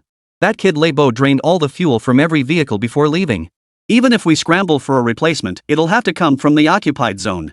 The technician was known for his meticulous thinking. We must get them. Contact Team Leader Meow in the occupied zone. I have some standing with him. If we retrieve them before tomorrow, we'll only face written reprimands and confinement. But if they're not back before sunrise tomorrow. Captain Sun's voice grew weaker with each word, and by the end, even he dared not contemplate the consequences. A second-level commander, 3 freshmen from top-tier universities, all taken away by a squad leader he personally promoted, all because of his negligence. Regardless of whether they were injured or not, this kind of failure. No one could bear the weight of it. At his command, everyone sprang into action except Captain Sun himself, who could barely stand. The technician responsible for liaising with the occupied zone front lines found a spot with decent signal and dialed an encrypted call. What? You guys really know how to stir up trouble. On the other end, Team Leader Meow nearly crushed the phone in his grip. He glanced up at the window of the operations command room. The distant sky over the occupied zone stretched dark and ominous. That was the real deal, a territory controlled by beasts, a dangerous zone where humans could scarcely set foot. If Leibo managed to bring a level 2 commander and 3 students into that place, forget the Wild Horse Gully outpost. The entire Western Forest Alliance's second-tier frontline in the occupied zone would have to be evacuated, top to bottom. Thank you for your concern, Team Leader Meow. The technician continued to offer apologies. Enough talk. Guards, implement full-line martial law. Conduct a thorough inspection of transport vehicle CA10012. Team leader Meow hung up the phone and turned to shout at the people behind him. At the entrance, a young woman who had jogged over tilted her head. Section chief, what's going on? She asked urgently. Nothing. By the way, you're in charge of the checkpoint today, right? Team leader Meow asked quickly. Yes, and. Don't say and. Have you seen a transport truck with license plate CA10012? Male driver, 2 men and 2 women on board? Team leader Meow grabbed the girl's shoulder urgently. If they could intercept it here, it would be the best possible outcome. Yes, but. The girl seemed flustered. But what? Team leader Meow sensed trouble brewing. But he used a level 2 official's credentials and said it was urgent, so I let him through. But he can't be far. Look, right over there. The girl grew more frantic as she spoke, finally pulling team leader Meow to the window and pointing. On the distant horizon, a transport vehicle raced toward the occupied zone. Chapter 35, Lin Jing, who knows everything, confronts Lei Bo. Is this the occupied zone? Chen Rao, who had remained motionless since Lin Jing and the others were knocked unconscious, finally poked his head out, peering through the cracks of the transport vehicle. The landscape outside had undergone a cataclysmic transformation. The once barren Gobi Desert was now strewn with ruins and rubble. This place had likely been a city bordering China before the demon beasts descended. Now, however, the city had fallen into enemy hands. Monsters roamed the streets, and the roadsides were littered with corpses and the scars of fierce battles between humans and beasts. The sight was horrifying. No wonder they say the occupied zone is more dangerous than the controlled zone. The massive corpses of beasts scattered everywhere were the starkest proof. Chen Rao blinked. Even the small text appearing on just any random monster corpse surprised him. Complete form Mercury Bloodline S Grade 8 Eyed Ghost Bat deceased. Youth Stage Ironstone Bloodline A Plus Potential Heavy Rock Demon General deceased. Mature Stage Mercury Bloodline S Grade White Calamity Thunder Tiger deceased. Almost every beast's bloodline here was at least wood twig level, and nearly all were in the youth stage or beyond. By comparison, even including Chen Rao, Ruan Chi's White Flame Shadow Owl and Huang Yiba's Cave Sage, all 3 beasts still in their growth stages would be torn to shreds within minutes if placed in this fallen zone. No wonder even prodigies like Lin Jing and Yi He Lian had to diligently study at the Beastmaster Academy until they became advanced Beastmasters. Only then could they take the assessment to become executive Beastmasters authorized to enter the controlled zone or even venture into the fallen zone. We're already in the fallen zone. Where the hell does Lei Bo plan to drive this thing? Does he think he can strike a deal with the beasts? Chen Rao withdrew his gaze, scanning the 3 unconscious figures before summoning the system interface. Host's remaining lifespan, 35 years, 34 years available for consumption. Ding system notice, host has just completed fusion with the Xian metal element. Bloodline remains unstable, resulting in slightly reduced combat effectiveness. Avoid combat whenever possible. Chen Rao stared at the panel before him. Ever since being locked in the detention cell, the system prompts had been constant. His combat strength was slightly reduced, though Chen Rao himself didn't know by how much. Otherwise, given his temperament, he would have torn ties with Lei Bo the moment he first applied the mystical metal elixir to Lin Jing. But Lei Bo was, after all, a seasoned level 6 executive beastmaster. His beast handling skills and arsenal of equipment were the real deal. Having never faced an opponent of this caliber before, Chen Rao couldn't gauge the difference in combat effectiveness between an executive beastmaster and a novice like Lin Jing. After weighing all factors, Chen Rao had decided against confronting Lei Bo outright mid-journey. If I'd known this guy was a lunatic, I should have stalled at that checkpoint, Chen Rao mused from inside the vehicle, a hint of regret in his voice. Ultimately, Lei Bo's ability to drive safely into the fallen zone stemmed from Chen Rao's own greed, his desire to see firsthand how this place differed from the controlled zone. What if they stumbled upon some golden opportunity? Wouldn't that be a huge win? But now, regret consumed him. Deep regret. This place was far too dangerous for Lin Jing and the others. Even with the system protecting him, Chen Rao feared these powerful beasts could kill him outright. Even if he used his entire 34-year lifespan to heal his injuries, how long could that really last? Just then, the vehicle that had been moving for nearly 2 hours finally came to a halt. Chen Rao hurriedly pressed his eyes against the crack in the carriage wall and peered outside. All he saw was pitch black. It seemed they had entered some kind of building. The sound of doors opening and people getting out reached his ears. Chen Rao slowly turned his head, his ears twitching slightly as he listened intently for Lei Bo's movements. Instead of rushing to the compartment to check on the others, the man first went to the passenger seat, hoisted the unconscious Bao Ning out of the car, and then walked to a distant spot so far that Chen Rao could no longer hear any sounds. An unusual breath. Chen Rao, who had been listening intently, looked down and saw that the first to wake up among the 3 was actually the frail Lin Jing. Come to think of it, it made sense. The other 3 had practically devoured all the bread and water laced with Lei Bo's drug, while Lin Jing had only taken a small bite. With such a low dose, it was only natural she'd wake up first. Where are we? Lin Jing rubbed her head as she instinctively asked. Sure, don't make a sound. Chen Rao, no longer concerned with concealing his true identity, quickly raised his paw to cover Lin Jing's mouth. Exclamation point. Lin Jing's eyes widened as she looked at Chen Rao, instantly alert. This kind of mouth-covering gesture, could a beast tamer actually do that? Shoo! Don't make a sound. This place is dangerous. If Bao Ning doesn't wake up, there's almost no way the two of us can defeat Lei Bo. Even if we could win, what if we attracted Demon Beast? We'd all be done for. The situation was urgent. Chen Rao pressed his paw against Lin Jing's mouth, his eyes pleading for her to stay silent. Okay. Lin Jing nodded cautiously, afraid to make even the slightest sound. I'll go check the situation. Don't move a muscle. Only then did Chen Rao lift the table. Using his head to nudge Lin Jing's chest, he helped her sit up near the carriage wall before tiptoeing toward the rear. He cautiously pushed open a small crack. At that very moment, the transport vehicle, numbered CA10012, was parked inside a relatively intact empty warehouse. Solid metal walls enclosed the space, with only a gap in the ceiling allowing a sliver of moonlight to filter through. Lei Bo stood in a corner directly opposite the rear of the car, a palm-sized lantern placed at his feet. In his hands, he held a rope, binding Bao Ning tightly. Whether from fear or nervousness, Lin Jing cautiously edged closer to Chen Rao. Shoo! Chen Rao turned to Lin Jing, gesturing for her to be quieter, much quieter. Her movements were already as light as possible. Had Chen Rao's hearing not far surpassed that of ordinary humans, they would have been completely inaudible. How long have I been asleep? Where exactly are we? Though Lin Jing didn't speak, her eyes betrayed her questions. You should be thankful this guy only wanted to kill you. Otherwise, those long legs of yours would have kept him busy for days. Chen Rao watched Lei Bo tie up Bao Ning. The kid was being thorough, clearly afraid Bao Ning would wake up and pin him to the ground. Now, Lei Bo's footsteps outside the carriage grew louder. Chen Rao stood alert, his claws resting lightly on Lin Jing's knee. Xuan Jinli. Even with his bloodline unstable and his combat power slightly diminished, Lei Bo was drawing nearer. To ensure Lin Jing remained unharmed and to safeguard himself, Chen Rao ultimately chose to fight. His claws pressed down slightly, the sharp tips touching Lin Jing's knee. A protective membrane, visible to the naked eye and shimmering like golden glass in the dark carriage, enveloped her body. Is there danger? Having confirmed he could understand human speech, Lin Jing asked directly. Chen Rao, no longer hiding anything, nodded decisively. Lin Jing swallowed hard. She looked at the dark gold liquid on her body. Is this to protect me? Chen Rao continued nodding. Lei Bo's footsteps grew louder and closer, now reaching the rear of the carriage. He came to a halt. Then let's catch him off guard first. Lin Jing had likely figured out their predicament by now and could probably deduce the danger Chen Rao had mentioned. Since things had come to this, it was time to go all in. That suits me perfectly. Chen Rao gave a slight nod, lowering his stance. Thunder cluster. Almost the instant Lei Bo raised his hand to pull open the train door, a bolt of lightning as thick as an arm erupted from Chen Rao's mouth. Compressed into a concentrated beam, this thunder cluster unleashed far greater power than a direct discharge. Crack boom. A series of muffled thuds followed the rolling arcs of electricity, sending Lei Bo flying backward. Don't go out yet. He's in plain sight while we're hidden. He probably won't dare kill us, he would have done it already. Lin Jing glanced at the still unconscious Huang Yiba and Ruan Qi, quickly making her decision. Even if Lei Bo was powerful, unless he was determined to go all out and kill all three people in the compartment, hiding inside remained the safest option. Chen Rao remained silent, tacitly agreeing with Lin Jing's reasoning.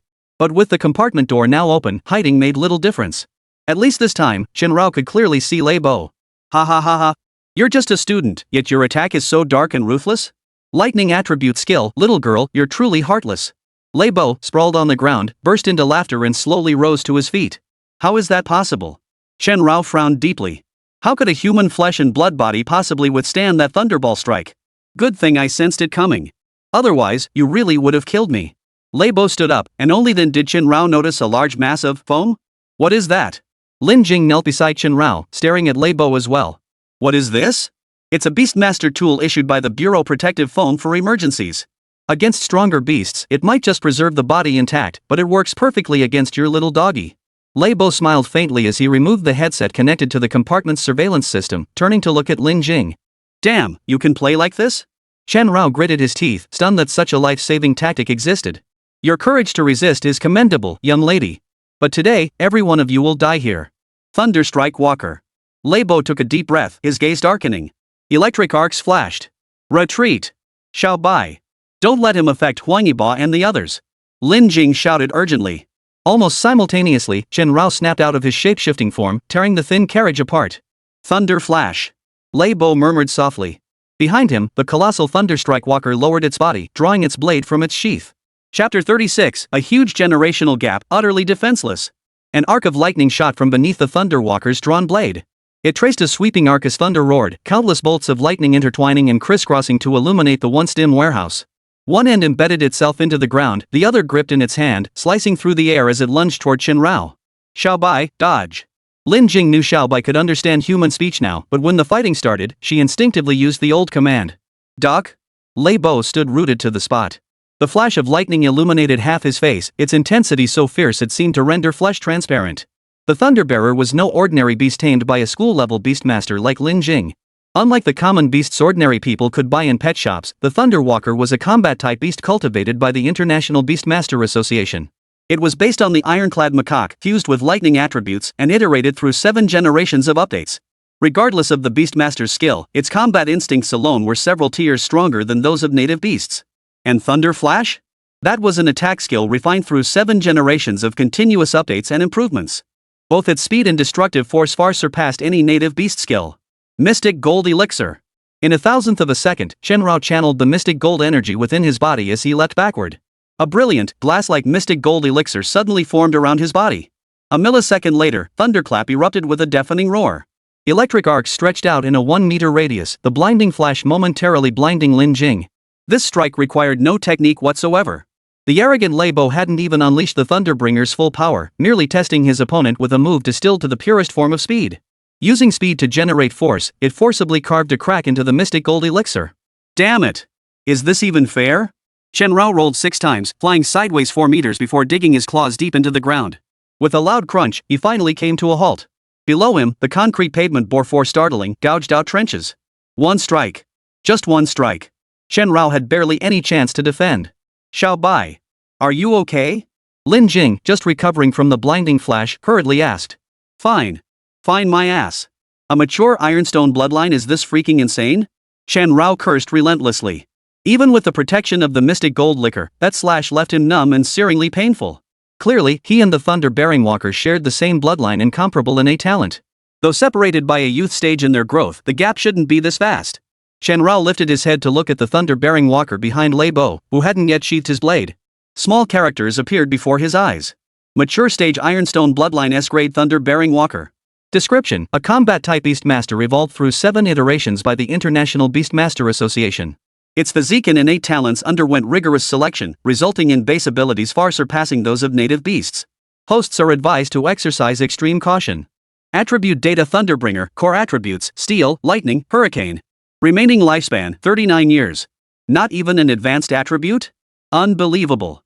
Absolutely unbelievable. Now do you see the gap between us? Lei Bo glanced expressionlessly at his wristwatch. He had roughly 5 minutes left to toy with Lin Jing. Damn it. Xiaobai, do you stand a chance? Lin Jing gritted her teeth. She couldn't fathom why the Thunderbolt Walker possessed such a vast disparity in power compared to Xiaobai the Frost-stained Thunder Spirit. It was only after confirming Xiaobai could understand human speech that she felt any hope at all. Otherwise, she'd be utterly lost. Not much. Who knows what other tricks he's got up his sleeve? Just dealing with that knife-wielding guy is headache enough. Qianrao lowered his stance, beginning to expend his lifespan to purge the lingering traces of Thunder Flash from his body. How about this, young lady? You admit defeat and transfer the blood contract for your black dog to me. I'll consider letting you die painlessly. Lei Bo eyed Qianrao with a hint of reluctance. His true goal was to claim this naturally mutated frost-touch thunder spirit for himself. The thought of seriously injuring or crippling it filled him with regret. Bull. Qianrao snarled. Aren't you afraid of being captured? Lin Jing clenched her fists. This was the first time she'd faced such a clear and present threat to her life. Yet strangely, she felt little fear. She was more perplexed. Lei Bo had such a promising future ahead of him. Why insist on this reckless path? Fear? If I dared take this step, I wouldn't be afraid. But you young and finally making it into Jiuhua, only to die now. Don't you hate me? Lei Bo asked, glancing at his wristwatch. He showed no urgency. Even if Captain Sun and his men had left the base shortly after him and emerged together from the second defense line of Shilin League, tracking him down along the deliberately convoluted route he'd chosen would take them at least 10 minutes. That dozen minutes would be more than enough for him to kill these 4 men, tidy up the scene, and depart with ease. Afterward, he could simply find any random beast, stage a convincing charade, and then insist that Bao Ning had attempted to defect with the 3 others. Even if he didn't earn a hero's title, at least he wouldn't end up behind bars. At worst, he'd lose his skin. But as long as he got his hands on Frost-stained Thunder Spirit, even if he couldn't stay with the East Asian Bureau, he could join another regional bureau. Hate. Lin Jing gritted her teeth. Even knowing defeat was certain, she would draw her sword and charge. Admirable courage, Lei Bo smiled. Behind him, the Thunderbearer slowly sheathed his blade. As the thunder-forged blade slid back into its scabbard, Chen Rao felt the lingering remnants of the thunderflash still clinging to his body. They now tore at the Xianjin liquor like rabid venomous insects, clanging like iron striking stone. Thunder flash, brutal. As the blade retracted, a thunderous sphere erupted from Chen Rao's body. Its force was so immense it sent Lin Jing tumbling several meters away. Had it not been for the protection of the mystic gold elixir, the impact alone would have knocked her unconscious. As for Chen Rao, the thunderous blast shattered the Xianjin liquor enveloping his body. Ding, 12 years of lifespan automatically consumed. Repairing current injuries. Damn it. We both have ironstone bloodlines, how can the gap be this huge? Chen Rao wiped the blood from his lips with his claw and staggered to his feet. Without the system, he'd likely be having tea with the King of Hell right now, discussing how not to get reincarnated as a pig again next time. Xiao Bai. Lin Jing scrambled to her feet and rushed over. I'm fine, but there's no way we can win against them. Chen Rao shook his head, glancing at Lei Bo. He had to admit, Lei Bo was no bluffer, no wonder his beast, clearly only at the mature stage ironstone bloodline, had only bound Bao Ning. Of everyone present, only Bao Ning could handle him. Hexagonal Black Dragon. Chen Rao had fought it before. Even the hexagonal Black Dragon's negative pressure punch, unleashed at 7/10 power, hadn't shattered his mystic gold liquor. How could this thunder-bearing walker shatter it with a single slash? This is unscientific. Unbelievable. Truly worthy of a naturally mutated beast to withstand that strike. Fascinating, utterly fascinating. To endure that blow unscathed with a natural physique? That genuinely earns my respect. Lei Bo couldn't help but praise aloud, even clapping his hands. Natural physique? What does that mean? Chen Rao furrowed his brow, turning to look at the thunder-bearing walker. A system notification appeared. Description: a combat-type beast mastered by the International Beast Masters Association after 7 iterations. Its physique and innate abilities underwent selective screening, resulting in base capabilities far surpassing those of native beasts. Host: exercise caution. Physique and innate abilities selected through rigorous screening? Could it be that Thunderstrike Walker was artificially engineered? He suddenly recalled the system's earlier option, carry bloodline, fusion reincarnation. Could it be that by consuming lifespan, the advantages of this body were fused with those of another body before reincarnation? In this way, while other beast tamers require generations spanning decades to evolve, only to restart from the rudimentary bloodline of youth, Chen Rao could inherit and evolve infinitely. What good does it do me to figure this out now? Besides, where am I supposed to get 500 years of life? Chen Rao struggled to steady his breathing, the 12 years of life consumed already restoring his body. Enough. We're running out of time. Little girl, I'll take your beast. As for you? Lei Bo glanced at his wristwatch. He'd had his fill of games and talk. He wasn't one to show mercy to the weak. If they didn't wrap this up quickly, trouble would brew if Captain Sun or Miao Haizi from the Fallen Zone defense arrived. Watch out. Chen Rao reacted instantly, diving to pin Lin Jing to the ground. The next instant, a flash of pale lightning streaked past where Lin Jing's neck had been just moments before. It whistled past, tearing straight through the warehouse's metal wall. Such unwavering loyalty to your master, I find myself growing more and more fond of you. Little girl, if you weren't facing certain death, I'd genuinely love to learn how you managed to get along with him. Lei Bo couldn't help but marvel at the sight. For a primal, growing stage beastmaster to achieve such devotion. Truly a rare sight in this world. Xiao Bai. Lin Jing lay on the ground, gazing at Chen Rao. She had only just learned that Xiao Bai could understand human speech, and now it was about to die? Cut the melodrama as if it'll actually die. Chen Rao shook his head free from Lin Jing's grasp, twisted his body, and once more unleashed the mystic gold due to envelop both himself and Lin Jing. Then, he took 2 steps forward. Lightning flickered around him incessantly, and 6 ice blades instantly materialized, hovering on either side of his body. No, not ice blades, thunder blades. Chen Rao had directly crystallized ice upon the thunderlight. Whoa! One surprise after another. Lei Bo was so excited tears nearly sprang to his eyes. Another beast taming skill he'd never witnessed before. He was utterly fascinated. Just how many more surprises did this naturally mutated frost-tainted thunder spirit hold in store for him? Alas, he wouldn't get to see it now. 10 thunderbolts to extinguish. Lei Bo murmured softly as the thunder-wielding walker closed in. Chapter 37, Blood Pact. The long-awaited rescue. 10 thunder extinguishes. The voice was quiet, yet the spectacle was grand. Before Chen Rao could react, the ground beneath his feet split open into 10 intersecting chasms. Driven by instinct and his resolve to protect Lin Jing, Chen Rao activated swift lightning flash on the spot, vanishing in an instant. Hide? You won't be able to hide, Lei Bo tapped his forehead lightly. The next instant, blinding lightning erupted within the warehouse. From beneath the 10 fissures, lightning surged forth like water columns, coalescing into beams in midair. Gather! Chen Rao's figure flickered with electric arcs before materializing in another corner. Release. Chen Rao growled lowly. The ice blades, crystallized atop the lightning and suspended at his sides, shot forth, hurtling straight toward Lei Bo's body. Xiao Bai. Lin Jing, whose attention had remained fixed on Lei Bo, sensed something amiss. Facing Chen Rao's relentless ice blades, Lei Bo neither dodged nor flinched. He seemed to have anticipated Chen Rao's counterattack all along. This naturally mutated beast had already surprised him enough, surviving 2 consecutive attacks from the thunderous flash unscathed. It was no wonder it still had the strength to fight back. A wicked smile curved the corners of Lei Bo's mouth. Quick reflexes, but useless. The next instant, the hurtling ice blades froze solid midair. What? Chen Rao's eyes widened in shock as he realized the thunder-bearing walker pressing down on him had vanished. A millisecond later, the thunder-bearer, a figure forged from surging lightning, clad in brick-red armor, appeared beside the ice blades, dragging a battle axe equally composed of thunder. Raising its arm, the 6 ice blades were already tightly bound by the surging lightning light swirling around its forearm. Fall, Lei Bo declared, as if pronouncing Chen Rao's defeat. The thunder-bearer strode forward with great strides. Dodge again. Thunderlight surged beneath Chen Rao's feet as he relentlessly drained his lifespan to replenish his strength. Ding consuming lifespan to replenish energy, 346 years. Ding host's current remaining lifespan, 17 years. Remaining consumable lifespan, 16 years. Lightning flashed. Chen Rao watched the thunder-bearing walker charging toward him with a drawn blade. If this strike connected, he would have no chance to fight back. I told you, you can't dodge it. Lei Bo's voice was soft. Chen Rao, whose feet had just begun to glow with electricity, felt his feet sink suddenly. His body was violently forced downward, beyond his control. 10 bolts of lightning thundered into a cage, trapping him in place. Xiao Bai. Lin Jing charged toward Chen Rao without hesitation. Don't come near. Chen Rao roared, staring at the thunder-bearing walker closing in. He was gambling that this strike wouldn't kill him. Even if it could, the remaining 17 years of his lifespan would be enough to pull him back. 3,000 ice lightning waterfalls. Ding consuming lifespan to replenish energy for 7-9 years.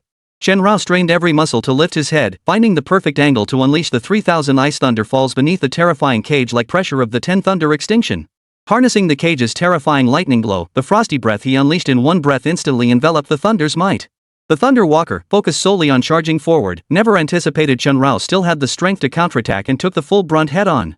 Swoosh horizontal blade. The collision of the 2 energies instantly triggered a colossal explosion. Boom! Using the force against him, after the strike, the lightning faded. Moonlight streaming through the warehouse roof illuminated Chen Rao's darkened form. The layer of brilliant, golden-hued mystical liquor had dissipated, leaving his body covered in fine cracks from which blood seeped. The terrifying blast energy even overturned the transport vehicle. The unconscious Huang Yibo and Wan Qi were hurled out, crashing heavily into the metal wall, their fates unknown. Pff, damn it, thank God for the cheat. Chen Rao lay sprawled on the ground, spitting out a mouthful of blood. Ding consuming lifespan to repair injuries. Estimated lifespan cost, 3 years.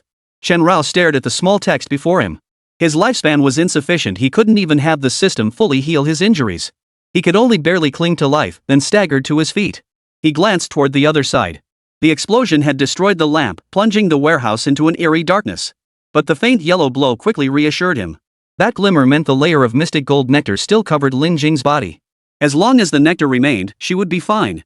Damn it, where are the reinforcements? Chen Rao staggered to his feet. Had every other Beastmaster from the Shilin Alliance been wiped out? A level 2 commander and 3 students were brought into the fallen zone. Where the hell are you all? Ha! Ha ha ha ha ha ha! Well done. Well done, dog. A growing native mutant beast, and you've driven me to this. Young lady, you're truly formidable. To possess such a beast. What a pity. Perhaps if you'd been given 10 years, no, 5 years. 5 years. You might have become the fastest Beastmaster globally to earn the Black Eagle badge. What a pity, such a pity. Ha ha ha ha ha ha. In the darkness, Lei Bo's maniacal laughter rang out piercingly. Lightning flickered as he forcibly recalled the thunder-bearing walker to absorb the blast's impact with his own body. The consequence was near total disintegration of the Thunderstrike Walker. Chen Rao's attack, channeling the power of 10 thunder to extinguish the 3,000 ice thunder waterfall, was truly formidable. But alas, this was Chen Rao harnessing the 10 thunder annihilation technique. Had Lei Bo possessed such a Beastmaster skill of his own, he would have lost. He would have. But alas, Chen Rao would never get a second chance. Stay away from Xiao Bai. Lin Jing, struggling to rise from the ground, blocked Lei Bo's path. Get out of the way. Lei Bo kicked Lin Jing hard in the abdomen, sending her crashing to the ground with such force that if not for the lingering trace of Xianjin liquor still within her, the blow would have made her spit blood. Lin Jing! Chen Rao roared, the searing pain in his body causing him to stagger. Gritting his teeth, he forcibly summoned his inner energy, ignoring the warning text from the system. Sparks of electricity flickered around him once more. Damn, what a touching human-beast bond. Ha! Almost moved me to tears. Leibo snarled at the sight of the lightning, drawing a specialized launcher from his waist and pulling the trigger.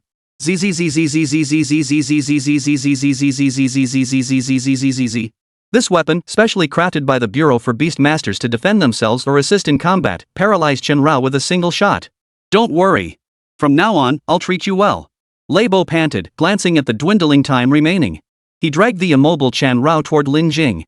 What are you doing? Shenrao couldn't move, but he still managed to growl. Lin Jing, kicked to the ground, struggled to her feet.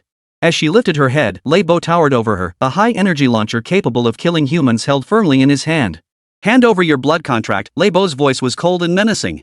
Lin Jing's forehead pressed against the still warm tip of the launcher, her mind momentarily blank before snapping back into focus. The Beastmaster Blood Pact. The sole proof and binding contract between a beast tamer and their beast, sealed with blood. Once formed, it could only be destroyed, not replaced, unless one party died. Leibo now intended to force Lin Jing to summon the Blood Pact, kill her, and then sign it himself.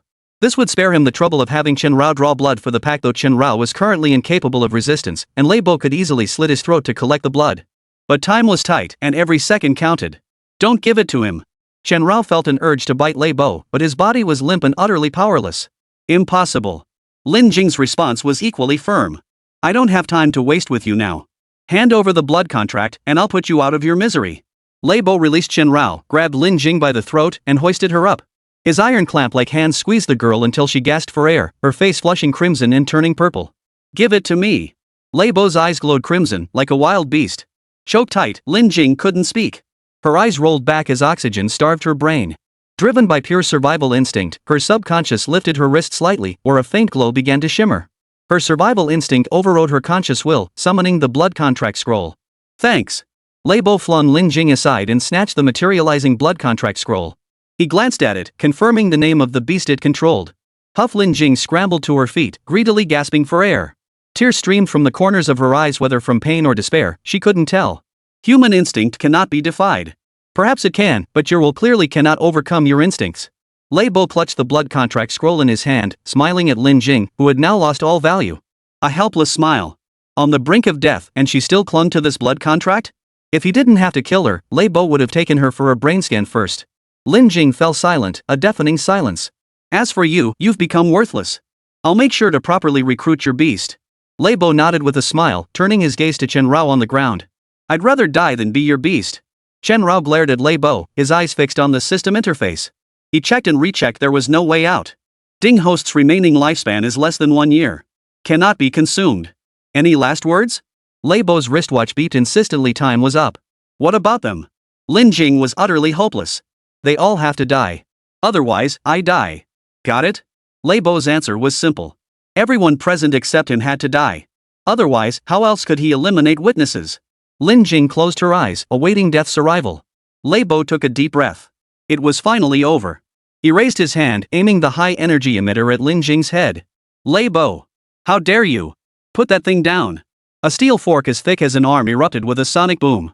After piercing through the warehouse's metal wall, it shattered Leibo's hand before tearing through the opposite wall. Don't ever attempt a rescue like that again.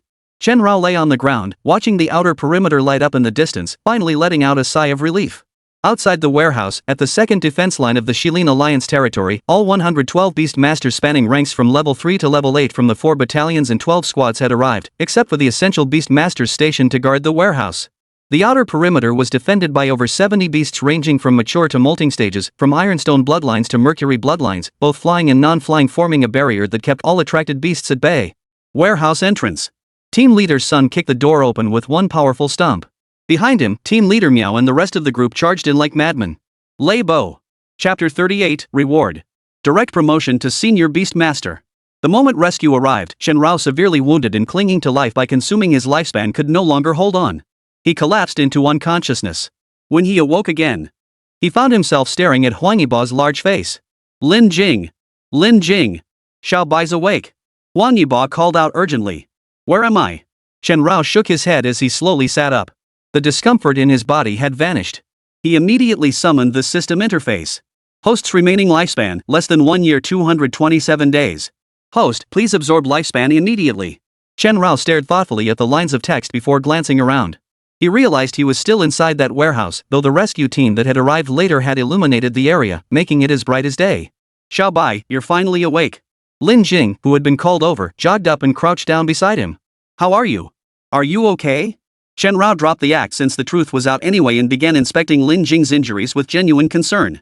Fortunately, protected by the mystic gold liquor, Lin Jing had sustained little harm beyond a faint red mark where her neck had been gripped. That damn Lei Bo.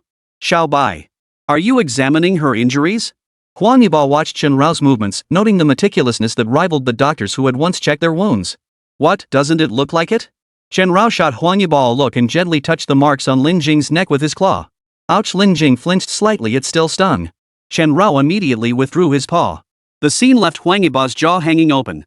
Had he ever seen a beast master with such human-like understanding in his entire life? Lin Jing, has Xiaobai always been this understanding? Huang Yiba asked hesitantly. You don't know how to speak, do you? Chen Rao scolded, glaring at Huang Yiba. But as soon as he turned his head, he realized, could it be that during the time he was unconscious, Lin Jing hadn't mentioned that he could understand human speech? Lin Jing gave Chen Rao a gentle pinch on the neck. Did I guess right? Chen Rao looked at Lin Jing, convinced the pinch meant exactly that. I'll come check on you later. Lin Jing nodded, gave a faint smile, and stood up. Chen Rao hummed in acknowledgement. The weighty task of concealing his identity from today onward, it would become a secret shared by two people? That seemed rather nice. You still haven't answered me. Huang Yiba chased after Lin Jing. You brat, she understands her, not you. Chen Rao followed after adjusting slightly, bumping into Huang Yiba as he went. Not that it made much difference after all, in his transformed state, he was about the size of a cat. On the other side of the warehouse, Team Leader Sun and Section Chief Miao sat in chairs, their anger spent. Lei Bo, bound and gagged, sat on the floor with his hands behind his back. Fresh bruises marred his face, clear evidence of the affection he'd received from these two. Let me tell you, Lei Bo, it's only because nothing happened to them. If something had gone wrong, you wouldn't have enough heads to spare, even 10,000. Team Leader Sun clenched his fists. If not for Bao Ning stepping in to stop him, he might have beaten Lei Bo to death on the spot. Modifying special-purpose vehicles, deserting his post, crossing borders illegally, forging an officer's credentials, kidnapping an officer, abducting 3 students, purchasing and using banned substances, seizing a blood contract, and attempted murder. For years to come, Lei Bo would be the cautionary tale at every Shilin League Beastmaster Administration study session. Alright, Captain Sunday. At least everyone's safe in the end, right? Bao Ning sat between the two men, still stunned that she'd been taken down by her own people. After all these years braving wind and rain, dealing with countless beasts, this was the mess she'd created. If word got out, it would be utterly humiliating. Right. We owe it all to this Lin Jing. If she hadn't fought back so fiercely, that brat might have committed an unforgivable crime. Team Leader Miao, with his dark complexion, hurriedly offered praise, not forgetting to take a dig at Lei Bo. Poof. If I hadn't been careless, her alone? Lei Bo, knowing his fate was sealed, might as well go down fighting. Wailing and begging for mercy? That was for cowards clinging to life. Shut the up. Captain Sun bellowed, startling everyone. Shut up? What? Can't a dying man vent his frustration? Ha! Lei Bo, now utterly fearless, scanned the group before fixing his gaze on Chen Rao. The root of all this misery. He stared at Chen Rao, at that utterly absurd beast tamer, and laughed. If not for you swallowing that thing, I, Lei Bo, wouldn't have ended up like this. What did I do wrong? Ha! I just wanted to leave this hellhole. What's wrong with that? Who here doesn't want to leave? Sunny, Miao Hongting, which one of you dares say you're willing to devote your entire life to this endless Gobi desert? Lei Bo grew increasingly agitated, struggling to his feet as bloodshot eyes bore into the crowd. That doesn't justify what you've done. I've endured these 22 years, what about you? What right do you have to judge me? To protect this Gobi, I never even got to see my father one last time. You? A delusional fool like you has the nerve to lecture me? Sunny rose abruptly. When it came to suffering, no one had endured more than him. 22 years in Shilin League, 22 whole years. Yes, Sunny hadn't gone a single day without dreaming of leaving this place, but he'd never once considered acting like this. The administration's transfer system does have flaws. Headquarters has been working to reform it, but the problem is East Asia's defense line stretches too far. With both East and West under siege, there's no solution beyond piling on more manpower. Bao Ning spoke up, slightly easing the tension. So people have to find their own solutions. Miao Haizi, isn't that exactly what you did? Wasn't it you who personally submitted the proposal to abandon the Shilin League region? Lei Bo sneered twice, fixing his gaze on Miao Hongting. Yes, and for that I served 3 months in confinement, had my salary suspended for 6 months, lost 3 years of vacation time, and was permanently reassigned to the front lines of the occupied zone.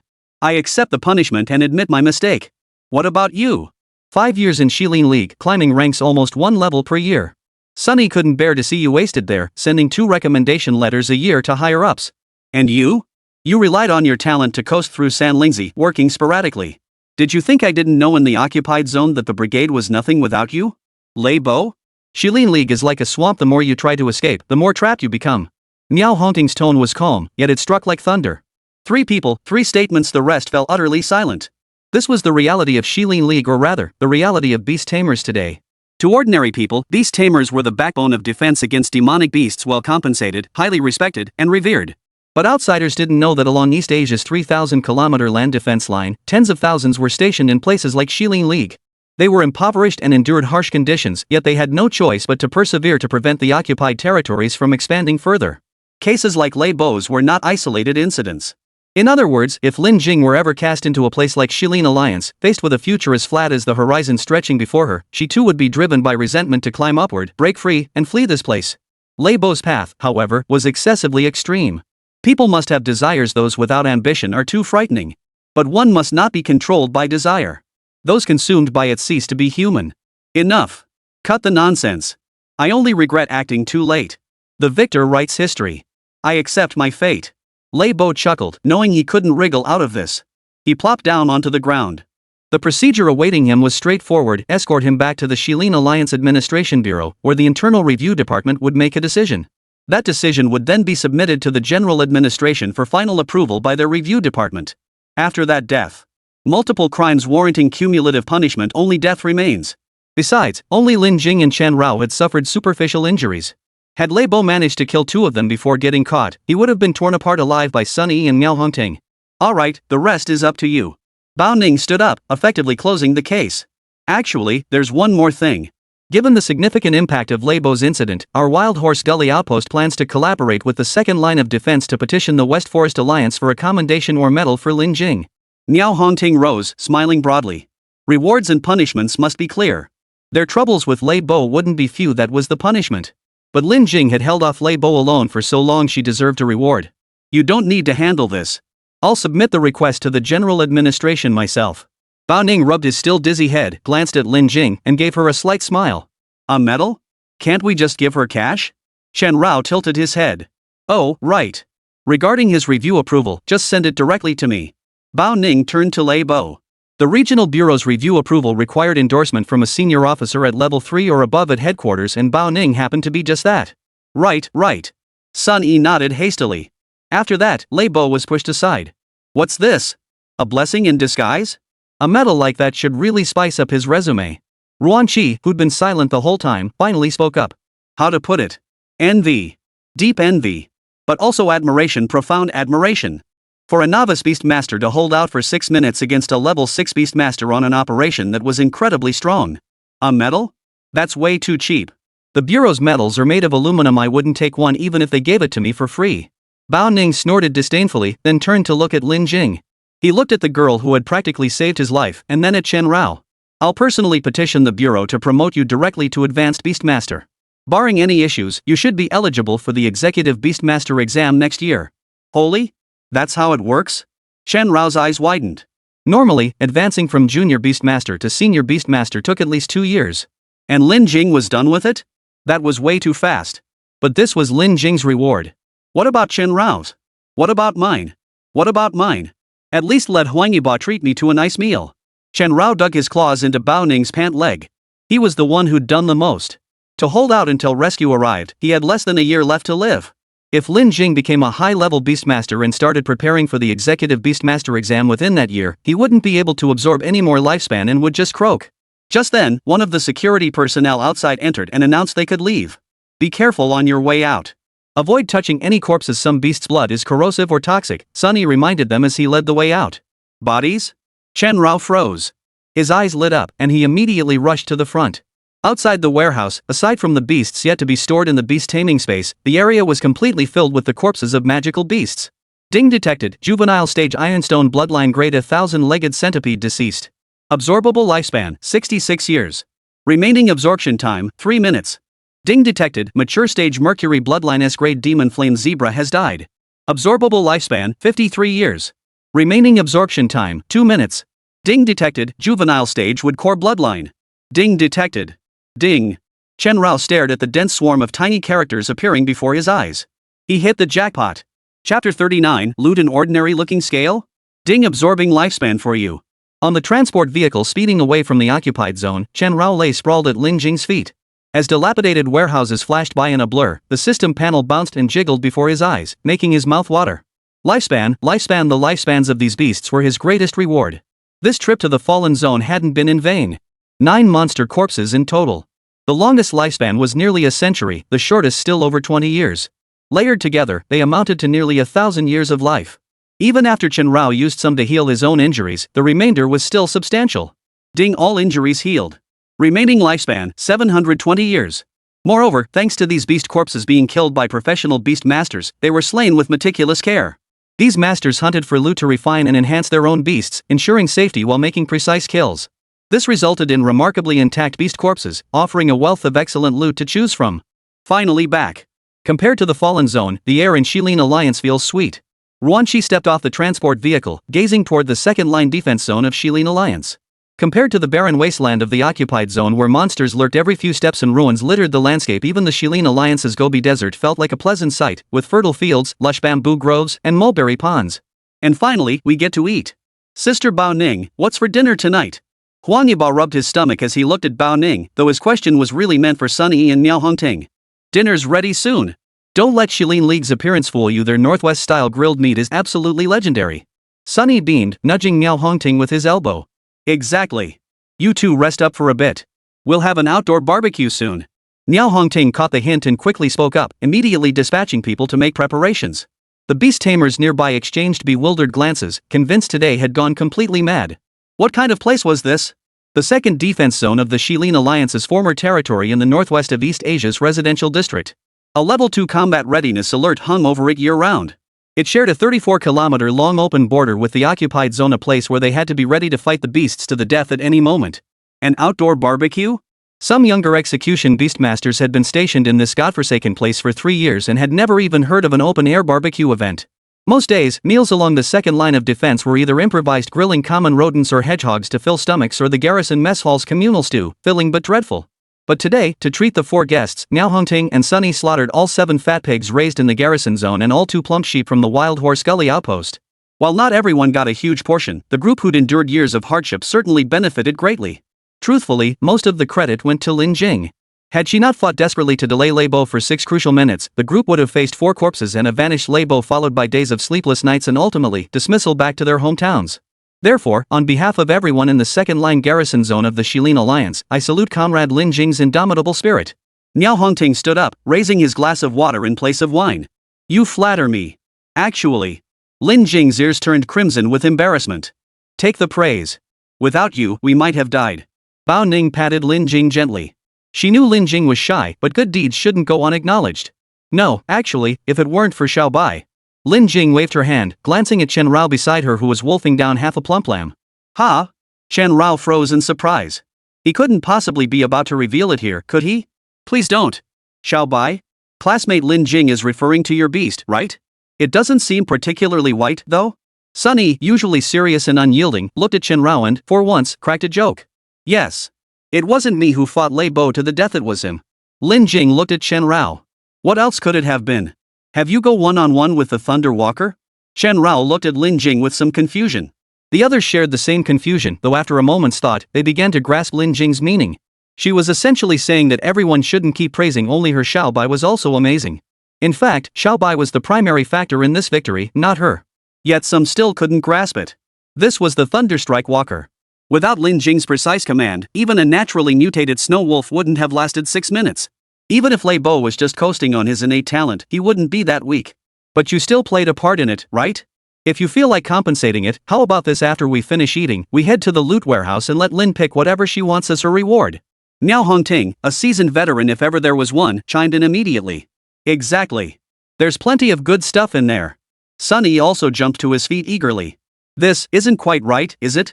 Lin Jing's voice was barely audible. She simply didn't want everyone focusing on her, since during the battle with Lei Bo, Chen Rao had practically fought alone. But somehow, the conversation always circled back to her. Take it. Its genuine monster spoils better than over 70% of the beast taming supplements, medicines, and items you could buy at your current level. Bao Ning also stood up, gently patting Lin Jing's shoulder. Exactly. That's absolutely true. Huan Yiba also stood up. As a rich kid, he knew better than anyone what was in high demand and what was cheap in the current Beastmaster market. Bao Ning's estimate of 70% was actually generous. The current Beastmaster market was flooded with counterfeits. While supplements, medicines, and items were plentiful, fewer than 5% were genuinely potent and delivered immediate results, and those came at a steep price. Only about 10% were made with real ingredients and actually effective. But these spoils, freshly harvested from a demon beast slain less than 2 hours ago, still warm to the touch, were the real deal. Loot? Can I pick my own? Shen Rao grunted, picking lamb meat from between his teeth with his tongue. Half an hour later, after everyone had eaten their fill, Sunny and Miao Hongting kept their promise and led the group to the trophy warehouse where the monster carcasses were stored. The warehouse was enormous, over 7 meters high, 30 meters wide, and stretching so far that its end was barely visible. Inside lay every piece of monster loot confiscated by the second-line garrison zone over the past 3 years. The array was dazzling, offering everything imaginable. Holy crap, is this what opening a treasure vault feels like? Shen Rao trailed behind Lin Jing. The moment the doors swung open, the small characters before his eyes never stopped scrolling. Ding detected high concentration elemental signature. Locking onto location, crimson kite scale high quality. Ding detected high concentration elemental information. Locking your position, San Sea whale horn medium quality. Ding detected high concentration elemental information. Locking your position. Ding. Ding-a-ling. Ding-a-ling. The entire warehouse was filled with dazzling displays that were overwhelming to take in. Shen Rao found himself drawn to one item after another, each one capturing his interest. It was like a monkey devouring elixirs. He wanted to stuff them all into his belly at once. Xiaobai, don't wander off. Come back here. Though Lin Jing was keeping the secret, she did call out to Chen Rao in a different way. I just want to look around. I didn't say I wanted everything, right? Chen Rao circled back after a quick tour, already forming a plan in his mind. Go ahead, Lin Jing. Take whatever catches your eye, but only one item. We do have rules, after all. After scanning her iris, Miao Hongting waved his hand, instantly deactivating the protective shields on all the loot. But I don't really know much about these things. Lin Jing felt a bit embarrassed. Her knowledge of beast taming only covered the most basic techniques. She was completely clueless about these items. Then why not ask someone you trust to pick for you? Sunny offered a reasonable suggestion. Lin Jing considered it for a moment. It was indeed a good idea. Among those present, the most suitable candidate was obvious. Bao Ning. As a level 2 officer in the Bureau's review department, no one possessed more relevant knowledge than her. In fact, Bao Ning had already begun scanning the area from a distance, looking for creatures that might suit Lin Jing and Chen Rao. Can I choose it? But Lin Jing's answer was unexpected. Isn't that a bit awkward? Miao Hongting followed Lin Jing's pointing finger. It was directed at Chen Rao. What's wrong with me? If I can't use it, then choosing it is the most reasonable thing to do, okay? If he hadn't been afraid of going too far, Chen Rao would have spat phlegm right in Miao Hongting's face. Lin Jing, you really need to think this through. A good magical beast trophy, even if you don't use it, could fetch hundreds of thousands if sold. Huang Yiba quickly interjected. That's true, Ruan Qi agreed. Right now, he could only feel envy, not jealousy. Xiaobai? Lin Jing shot Chen Rao a peculiar look, an unspoken communication between them. Just follow me. Chen Rao returned the look, then headed straight for the depths, guided by the system's breadcrumb trail. Lin Jing followed closely behind. The remaining few exchanged bewildered glances, speechless. Of all the choices, why did she pick a beast tamer? What good stuff could a beast tamer pick? She might just bite into some junk and call it a day. Still, it worked out well for Sunny and Miao Hongting. While grateful to Lin Jing for saving their jobs, they'd be even happier if her choice yielded nothing worthwhile. A moment later, Lin Jing and Chen Rao returned. What did you pick? What did you pick? Let me see. Huang Yiba rushed over eagerly. This. Lin Jing silently pulled a plain-looking scale from her pocket. Pure white throughout, it emitted a faint silver sheen. Its intricate patterns appeared chiseled into the surface, with a slightly darkened tip. Lightweight to the touch, it produced a hollow sound when tapped. What is this? Ruan Qi frowned slightly. This one stumps me too. Bao Ning couldn't identify it either. This seems to be. Oh, it's been nearly 20 years now. I just arrived at the Shilin Alliance back then. The second segment line wasn't pushed out as far as it is now. After one offensive campaign ended, while clearing the battlefield, I found it on the long-decayed corpse of a demon beast. It had no value, so I just tossed it into the depths of the warehouse. Sunny spoke after carefully examining it. No value? Huang Yiba clutched the scale in his hand, feeling regret for Lin Jing. How about giving you another chance? Swap it for something else? Niao Hongting offered kindly. No need. This one will do. Lin Jing took the scale back. She trusted Chen Rao completely. Chapter 40, Another Revolution? Let's see just how powerful it is. Though everyone found Lin Jing's choice utterly baffling, since she'd made up her mind to pick this unremarkable scale, there was no stopping her. Given the late hour and potential dangers in the restricted zone, Niao Hongting arranged lodging for the four. With more men than women in the garrison, the female dormitories offered ample space. Bao Ning and Lin Jing even secured single rooms. Huang Yiba and Ruan Qi, however, were the ones who suffered. Though honored as guests, gender distinctions prevailed, forcing them to make do with lodgings alongside the rough and tumble guards. As for Chen Rao? Being a beast master, he naturally stayed with the other beast masters. Finally, some rest. Lin Jing closed the dormitory door. The room wasn't large and the furnishings were simple, but it was cleaned daily and kept reasonably tidy. Quick, quick! Get that scale out! Chen Rao grabbed Lin Jing's pant leg impatiently. This scale had quite the story behind it. Chen Rao had to admit, the warehouse was overflowing with treasures so many he couldn't take it all in. He wanted them all. But if forced to choose just one item, Chen Rao would pick the scale without hesitation. Were there better options? Absolutely. This was a legitimate frontline battlefield spoils warehouse. You could find the remains of golden-blooded beasts here. A single drop of their essence blood could fetch hundreds of millions on the open market. But what use were they?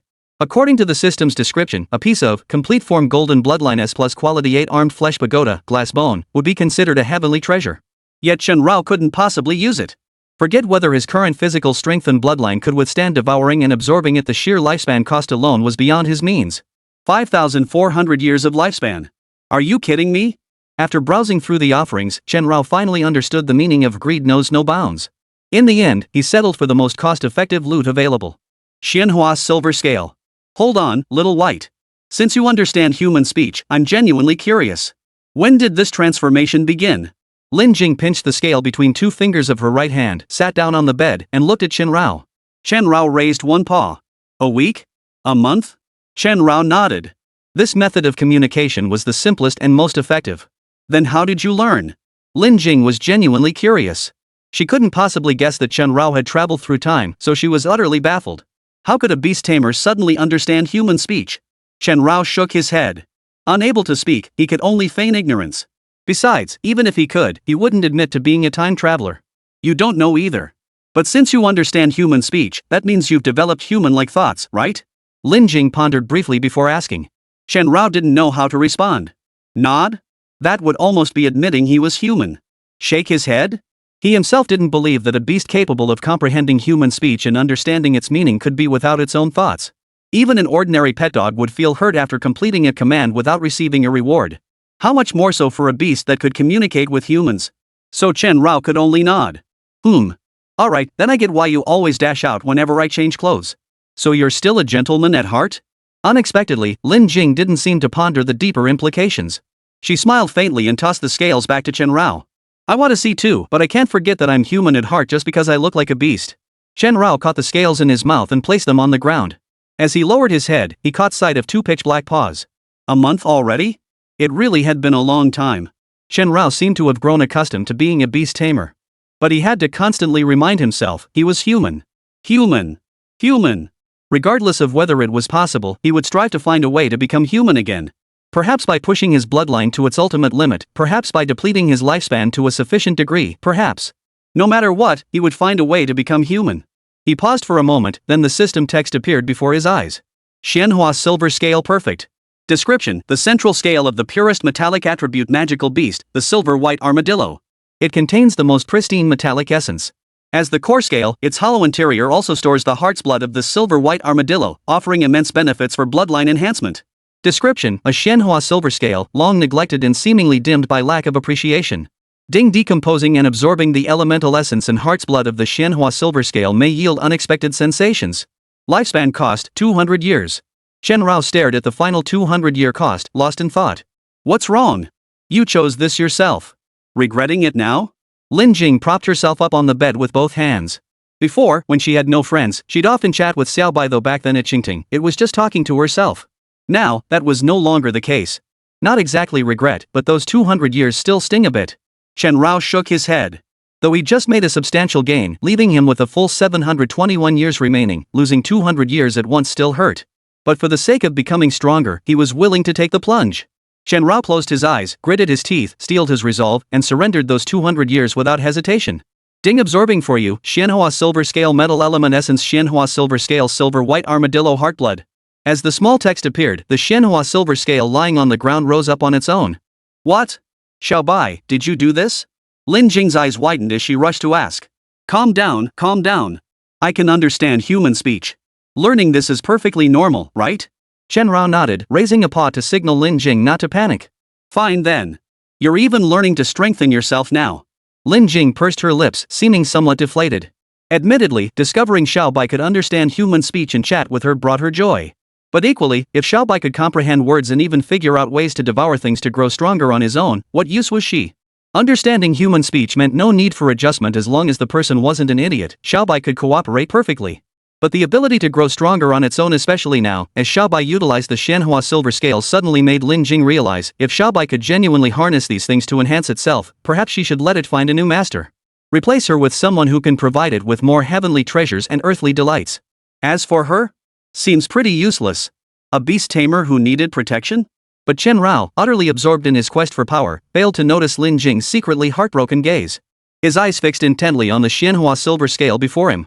Beneath its chiseled patterns, a single drop of essence blood suddenly surged forth. Heart's blood. Chen Rao remained motionless. The drop of heart blood extracted from the Xianhua Silver Scale was squeezed, spun, and seared by unseen forces in the air, finally coalescing into a sesame seed-sized, jet-black droplet. It was delivered into Chen Rao's mouth. Ding absorbed Xianhua Silver Scale Silver White Armadillo Heartblood. The rich essence of the heartblood instantly radiated a nourishing warmth upon entering his body. As a crucial safeguard for the Silver White Armadillo's pseudo-rebirth, the heartblood dissolved layer upon layer, saturating his 5 vital organs and 6 energies, filling the voids in his blood vessels and patching the gaps. Simultaneously, the Xianhua Silver Scale suspended in the air gradually dissipated, as if ground into powder. Its threads and strands fused into Chen Rao's body, even forming a thin silver film upon his pitch-black skin. Ding absorbed Xianhua Silver Scale's metal element essence. The silver armadillo, possessing the purest metallic element among all natural primordial beasts, boasts the strongest defense at its level. The metallic element essence within its body is supremely rigid and pure. The instant it surged into the host's body, it collided with the lightning element essence. Chen Rao drew a deep breath. As he felt the heart's blood nourish his veins, he could distinctly sense 2 energies colliding within him. The clash between lightning and metal elements felt just like devouring the golden armor shed. Damn, this is intense. Chen Rao lowered his stance, struggling to suppress the violent collision of the 2 elemental energies within him. Simultaneously, the heart's blood began to take effect. The body, constantly fracturing from the collision of the 2 elemental energies, was continuously repaired by the heart's blood. The body, which during the growth phase had been unable to withstand such terrifying bloodline intensity, was now being continuously strengthened by the relentless collision of the 2 energies. It was like an ice cup on a winter night, nearly overflowing with water. The more the water threatened to spill, the more it froze solid, becoming part of the cup itself. This cycle repeated itself, sending chills down Lin Jing's spine. Xiaobai, are you okay? Lin Jing couldn't help but sweat nervously. I'm fine. Chen Rao gritted his teeth. Though this process was agonizing, compared to devouring the golden armor shed, this pain felt like a mere scratch. Time dragged on as Chen Rao's body underwent drastic transformations. His pitch-black form gradually began reflecting a silvery white hue, only to dissipate again as the 2 elemental energies within him collided. In the end, it settled chaotically, like splashes of ink. Ding Xianhua Silver Scales, metal elemental essence fully absorbed. Ding hosts current attributes: frost, lightning, metal, mystic gold. The text flickered and vanished, for in that instant, Chen Rao let out a low growl. His blood surged and boiled like thunder, exploding from his heart with a pounding roar that reverberated to the tips of his hair, only to instantly blast back to his heart. Ding Xianhua Silver Scale, absorption of Silver White Armadillo Heartblood complete. Ding host bloodline evolution. Ding hosts current aptitude, growth stage Mercury bloodline S-rank Frost touch Thunder Spirit. As he expelled a heavy breath of stale air, Chen Rao distinctly felt his body had changed from before. This wasn't merely the sensation brought by bloodline transformation, more importantly, it seemed. What's going on? Bao Ning, who lived next door, heard the commotion and pushed open the door. And nothing. It's just Xiaobai. Lin Jing hurriedly interjected. Did it evolve again? Bao Ning instantly saw through the situation. Not exactly evolved, but it definitely grew stronger. Chen Rao examined his own body. The increase in strength was undeniable, though he wasn't quite sure where exactly it had come from. Right. Lin Jing nodded. Evolving twice in a single day, no one would believe it if they hadn't seen it with their own eyes. Bao Ning wouldn't have believed it either, but the evidence was right before his eyes. After devouring the golden armor shed at noon and mutating into the frost-tainted thunder spirit, Xiaobai had now fully absorbed the scales. Its body seemed noticeably more robust. Amazing. I really want to test just how strong this little guy is now. Bao Ning looked at Chen Rao, his face brimming with curiosity. Me too. As if reading each other's minds, Chen Rao and Lin Jing answered in perfect unison. This garrison zone happens to have a training ground. Why don't we give it a try? Bao Ning suggested. Chapter 41, God Tier Stats. Battling level 6 again? Sir, it's not that I'm stubborn, but you really don't need to. Outside Training Ground 1 in the second-line garrison zone of the Shilin Alliance, Guard 147 blocked Bao Ning's path. The stubborn guard refused to budge, adamantly blocking Bao Ning's entry once he learned the purpose was to test Chen Rao's stats using the training ground. So what if he was a level 2 officer from headquarters? This was the review department, not the operations division. Since he wasn't Bao Ning's direct superior, bureau regulations mandated that, to ensure operational safety, he had a duty to intercept them. Moreover, Bao Ning wasn't even acting in his capacity as a level 2 official from the review department during this field assignment. He was serving as a safety officer for the Jiuhua Beastmaster Academy's practical training student group, accompanied by a student. This made it even more imperative for the guard to block both of them from entering. Damn it, you're quoting regulations to me? You know who revised the new ones? Let me tell you I did. I could recite all 477 regulations backwards. Bao Ning was speechless. How did he end up with such a greenhorn? The regulations cited by 147 were indeed correct, but the administration had 10 ironclad rules that superseded all others, demanding unconditional obedience. One of them stated, when encountering extremely unusual beasts or magical creatures, special situation assessments must be conducted promptly and locally, provided necessary personnel accompany the process. All departments must cooperate. So you're saying this beast is special? I don't see anything unusual about it. 147's tone softened considerably under the weight of the ironclad rule. Xiaobai, you don't think it's special? Lin Jing glanced at Chen Rao, thinking silently, a mature tamed beast that understands human speech. Who wouldn't believe it's special? I thought the same when I first saw it, Bao Ning explained calmly, using reason to persuade. Until I witnessed it devour and absorb the golden armor shedding. Then tonight, with its native growth stage physical strength, it withstood the Mercury bloodline. What? That's impossible. 147's eyes widened.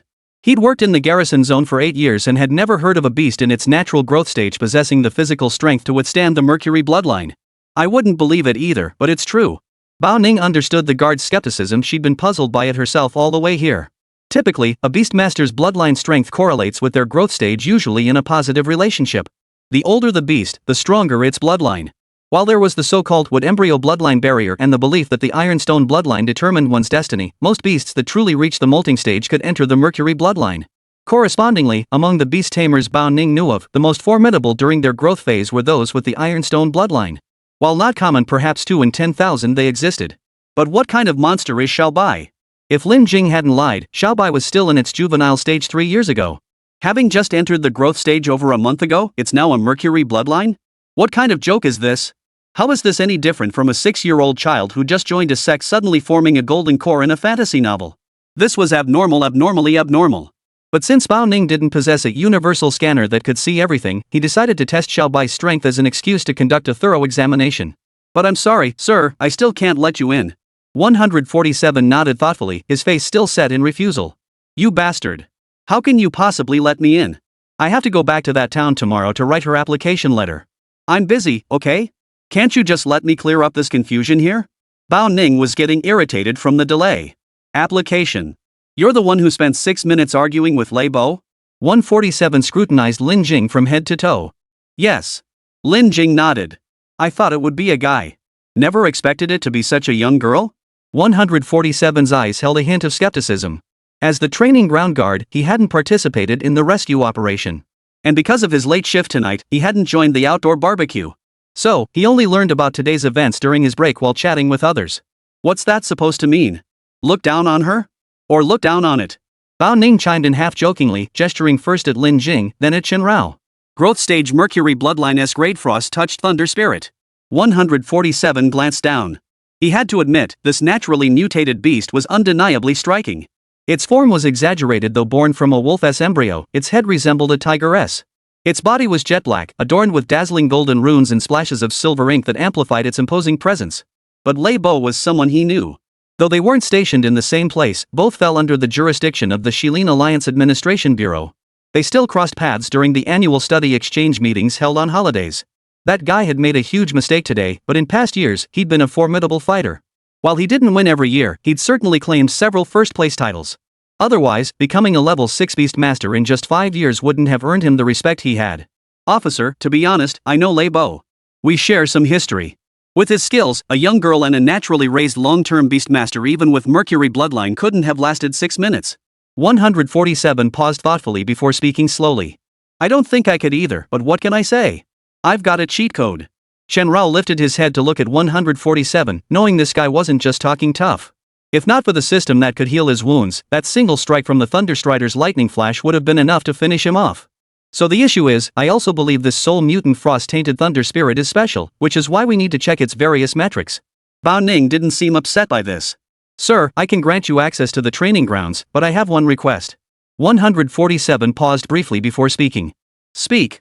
Bao Ning waved his hand dismissively. Anything within reason was acceptable.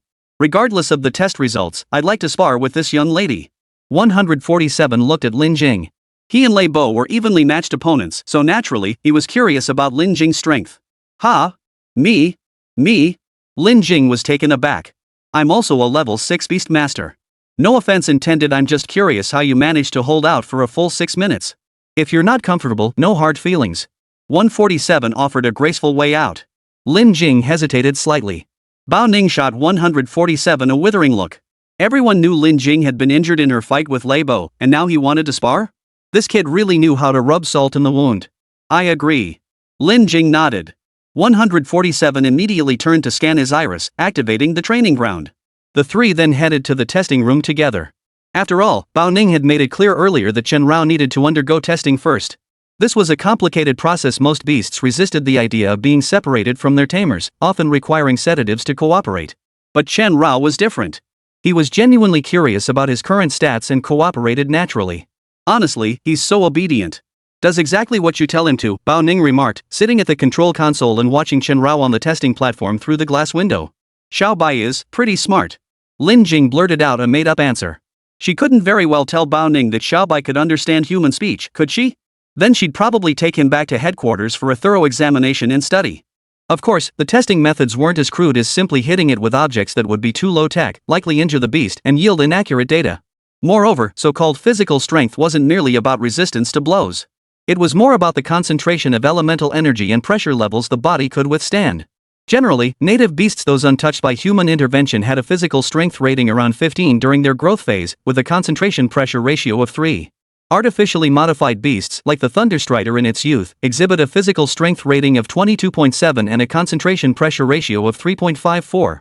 Though the numerical difference may seem small, these figures represent data meticulously gathered through countless experiments by the Bureau.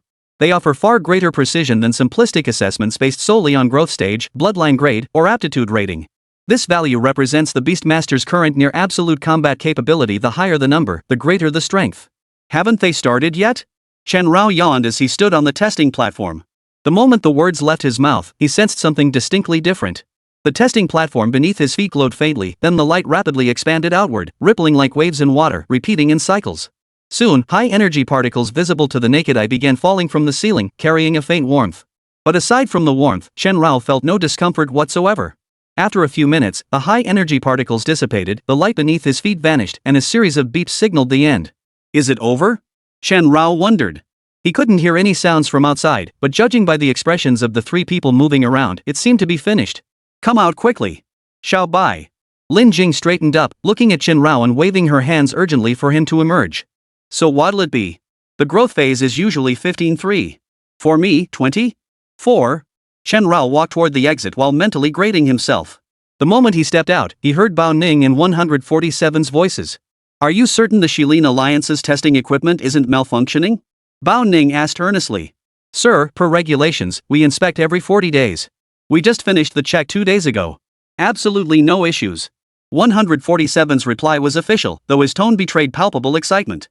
Xiao Bai, guess what your reading is? Even Lin Jing, who was approaching, seemed visibly excited. Chen Rao tilted his head. In front of outsiders, it was best to maintain the appearance of a beastmaster. He merely nudged Lin Jing's hand with his head before walking inside. But this reading, isn't it a bit too exaggerated? Bao Ning stared at the numbers on the screen, swallowing hard, unable to believe his eyes. Typically, a growth stage Beastmaster would max out at Ironstone Bloodline, with dual stat limits currently capped at 15.33 and 3.09. Considering Chen Rao's unique growing phase Mercury Bloodline, Bao Ning had mentally anticipated readings around 18 and 3.5. Even Chen Rao himself had only anticipated around 20 and 4. Yet the screen displayed 24.45, 4.93. Chapter 42, Growing Too Strong Too Fast. Lin Jing can't keep up. That high? Chen Rao stared at the readings on the screen, unable to believe his own eyes. The data was simply too high, so high that Bao Ning double-checked it 4 times and still couldn't believe it. Impossible. Impossible. This value shouldn't belong to a Beastmaster in the growth stage. Bao Ning stared at the screen, then looked at Chen Rao, his face a mask of disbelief. Since the meteorite fell, beasts were born and beast tamers awoke. Hundreds of branches under the 4 major global bureaus had emerged. Rough estimates put the number of beast tamers near 1 million, with related industries beast cultivation, trading, research spanning human civilization. Decades of development, tens of thousands of combat trials, and countless data points had finally crystallized into the current power rating system. It included rudimentary systems like growth stages, bloodline grades, and aptitude assessments still in their infancy. But it also featured dual indicator readings, precise measurements detected by analyzers accurate to 2 decimal places. Every Beastmaster-related industry worldwide shared this unified power rating system. Even though Bao Ning wasn't from the technical department, he understood one thing clearly. Xiaobai, this could very well overturn the entire Beastmastering world. After a long pause, Bao Ning spoke slowly. Disrupt the entire Beastmastering world? Lin Jing stared blankly. Bao Ning nodded firmly. Revolutionize the entire Beastmastering world. She had to emphasize one crucial point to Lin Jing: the Beastmastering world she currently understood bore little resemblance to the true Beastmastering world.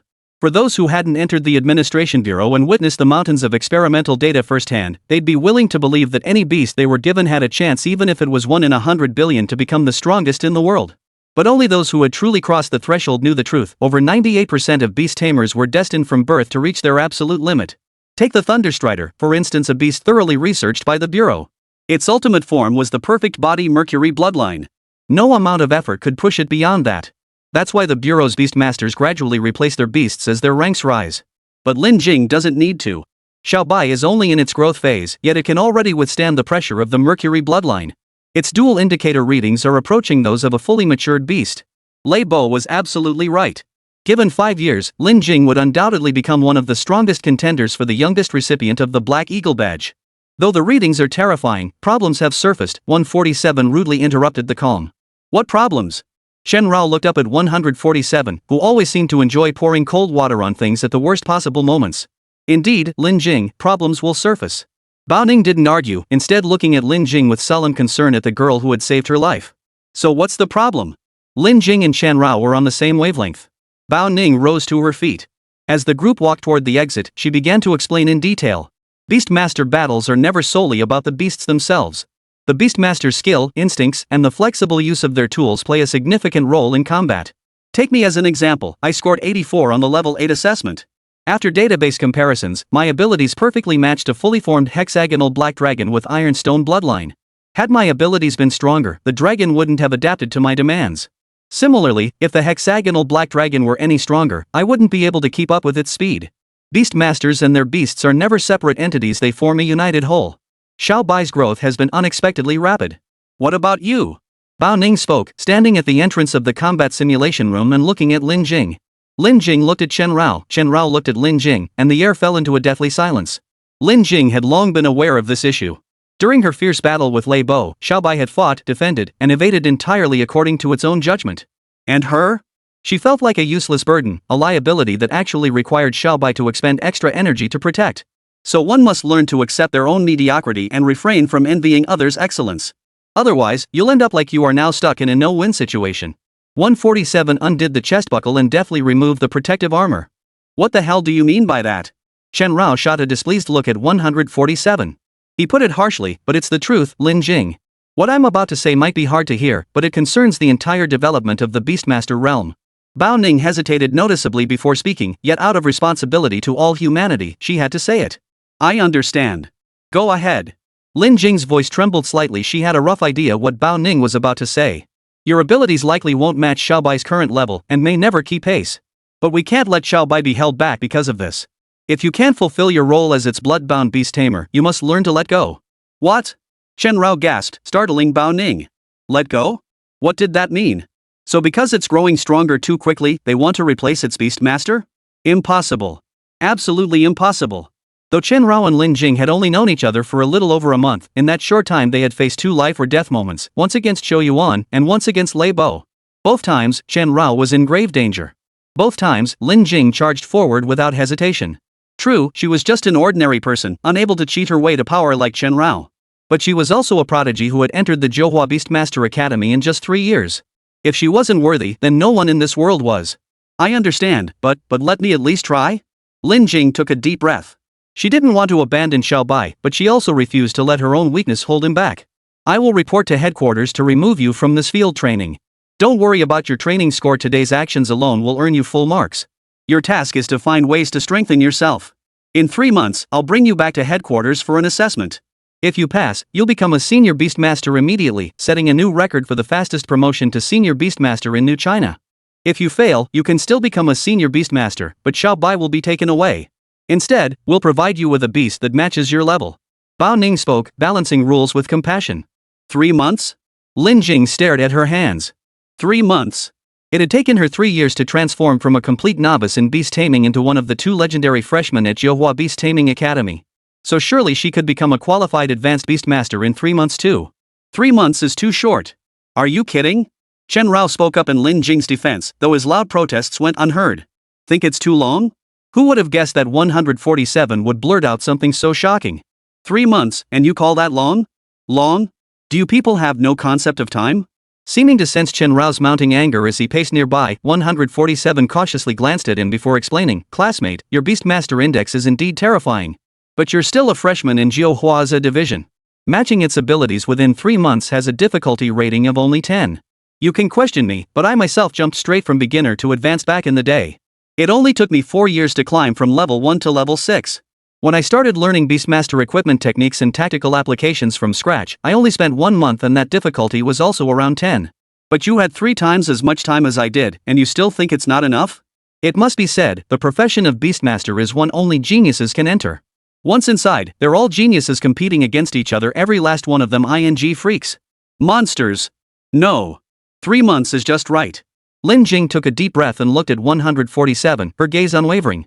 Life was one challenge after another, one mountain after another.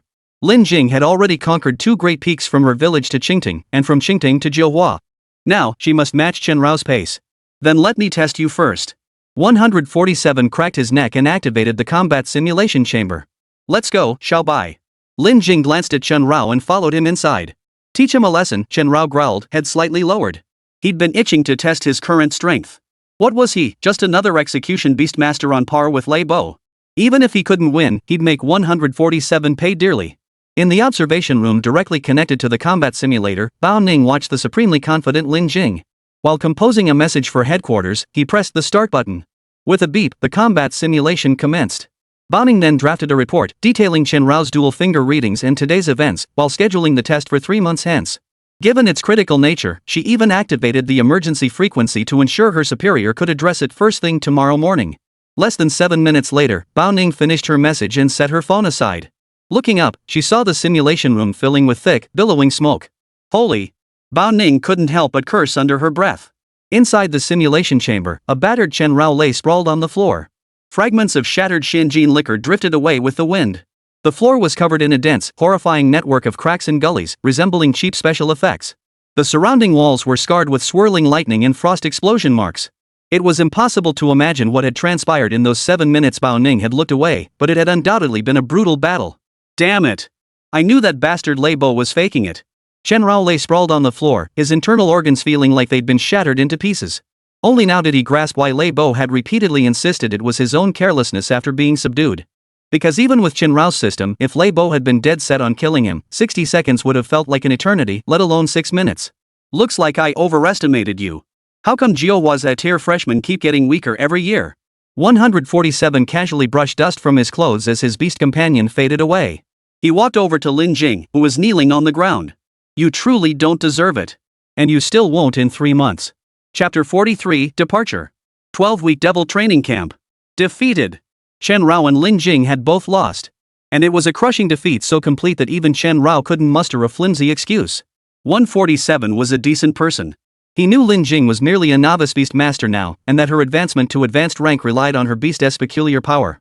Therefore, he hadn't even activated his own beast. Instead, he requested a shared execution beast from the system within the combat simulation chamber.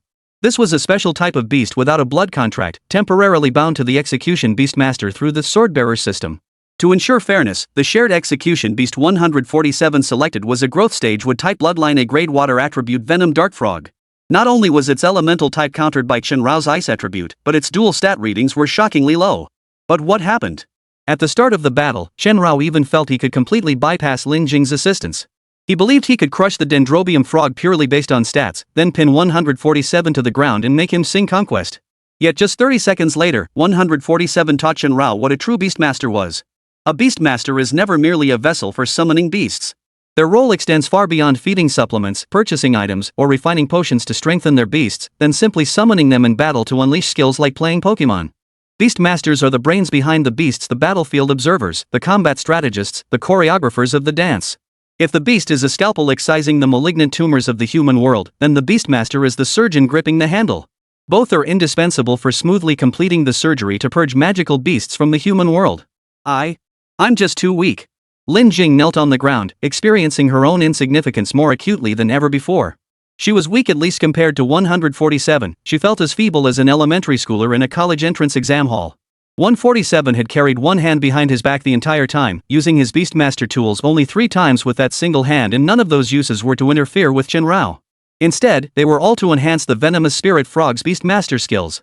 Just as Chen Rao had used 10 thunder squares to amplify the 3000 ice thunder waterfalls, 147, like a magician, had enhanced the feeble poison dart frog into a Beastmaster capable of rivaling Chen Rao himself. It's not that you're weak, it's that he's ridiculously overpowered.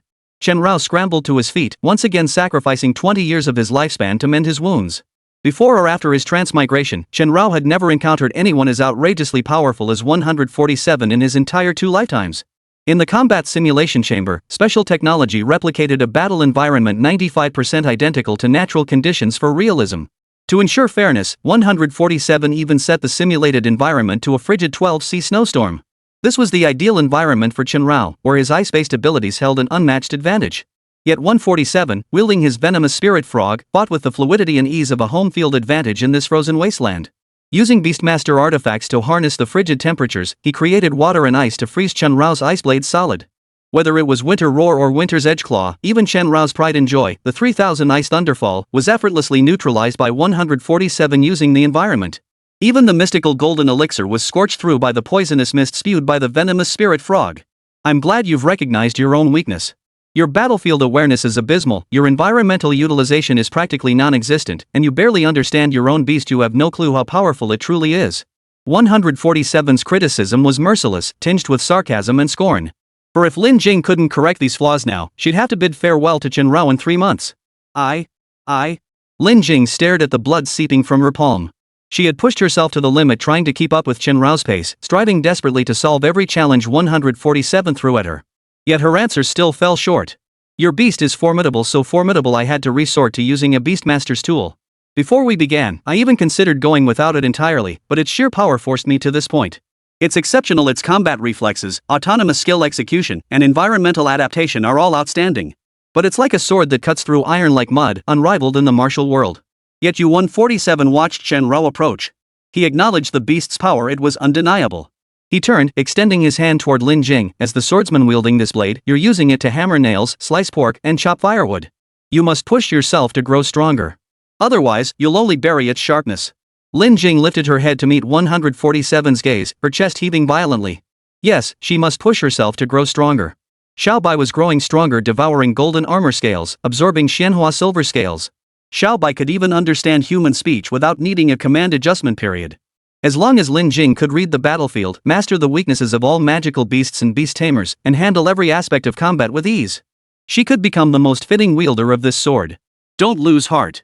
Even if they think you're unqualified, I believe you are. Chen Rao walked over to Lin Jing's side and nudged her shoulder with his head. Xiao Bai. Lin Jing's voice was barely audible. She took a breath and looked at Chen Rao. She knew perfectly well that Xiao Bai was trying to comfort her. If there weren't outsiders present, he'd probably be patting her gently with his paw like a human. But where could I possibly go in just 3 months? Lin Jing sighed. Leaving the team for practical training meant she could theoretically go anywhere she wanted. As long as she was willing and the rules permitted, she could travel anywhere under the sun before the training ended. But where could she possibly go? Without the Jiuhua aura and the government-funded expenses, she was just a student girl with almost no savings and even some debt. Even though Huang Yiba didn't need her to repay the money, she insisted on doing so. So where could she possibly go? She could only return to Jiuhua, working part-time while figuring out how to improve herself. That's too slow. 3 months, juggling part-time work and self-improvement? You're leaving the training team. Going back to Jiuhua means no classes. Even if you manage to book a simulator, there'll be no one to train with. Bao Ning pushed open the door to the combat simulator room and walked in, accompanied by 2 others. Ruanqi and Huang Yiba, both still bleary-eyed from sleep. The pair had been sound asleep after a hearty meal when Bao Ning's call roused them. They'd rushed over while asking questions along the way. Why are you here? Lin Jing asked Huang Yiba and Ruanqi. We were called. Ruanqi's answer was dead simple. Sis Bao Ning said you'll be leaving the team for practical training in 2 hours tomorrow, and we still have to stay here, so we came to see you off. Huang Yiba's answer was more earnest. I really am bothering you too. Lin Jing felt a bit embarrassed. It was clearly her own mismatch between ability and beast control causing all this trouble. Don't talk about inconveniencing us. Don't forget, after the training, during the promotion system's live combat, I'm going to drag you down. No matter how awesome your beast is, I'll still win.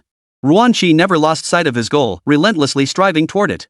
He did envy Xiaobai's rapid growth, but he'd never lost heart. You're one confident kid, 147 remarked, eyeing Ruanqi. Their personalities were strikingly similar. No, isn't the top priority right now helping Lin Jing get stronger? Huang Yiba slapped his cheeks, trying to snap himself out of it.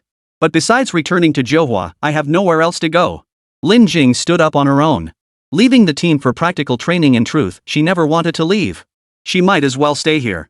But staying here won't help you. The upcoming training content holds no value for you, no room for growth. 147, having been through it himself, knew exactly what the first field training for new recruits entailed. Then what should I do? Huang Yiba asked, yawning. Xiaobai's dual finger reading is too high. There are quick fix methods, but... Bao Ning spoke slowly, her brows furrowed as she deliberately teased them. But what? Just say it. Chen Rao beside him was pacing impatiently. He absolutely didn't want to switch beastmasters. What if, after leaving Lin Jing, his next beastmaster turned out to be some rough and tumble guy? What if it was a pervert who enjoyed feeding him feces? What if it was a monster with an overwhelmingly foul body odor? This sweet, soft, long-legged, mature beastmaster, he couldn't let her be replaced. He even started checking the system interface, hoping to see if he could pay to make Lin Jing stronger. But the answer was no. Ding system notice, kryptonite enhancement applies only to the host. Blood-packed beastmasters may only utilize immediate functions such as injury repair. Look at him, see how anxious Xiaobai is getting? Bao Ning, just tell us already. Huang Yiba urged impatiently. As a staunch supporter of the assisting forest faction, he couldn't stand Bao Ning's teasing ways. Similar to your field training, the second-year students at Jiuhua are currently participating in an activity. Bao Ning finally spoke up. The 12-week boot camp. Ruanqi certainly had his sources. Exactly. It's Jiuhua's intensive boot camp specifically for the top 400 second-year students. The goal is to compete for 40 spots to become advanced beast masters through 12 weeks of grueling training. Bao Ning nodded. Boot camp, Lin Jing murmured to herself. Then let's go. I'll cover whatever it costs. Huang Yiba once again flaunted his wealth. All expenses are covered by Jiuhua. Students just need to show up with their blood-bound beast. The problem is, as a first-year freshman, it's unclear if Lin Jing can be admitted as an exception. Even if she gets in, the camp has already started 2 days ago. Joining midway will inevitably cause discontent. Bao Ning's concern was well-founded. The Devil's training camp was filled with the cream of the second-year crop, the prodigies from their respective stories. Suddenly inserting a first-year freshman into their midst?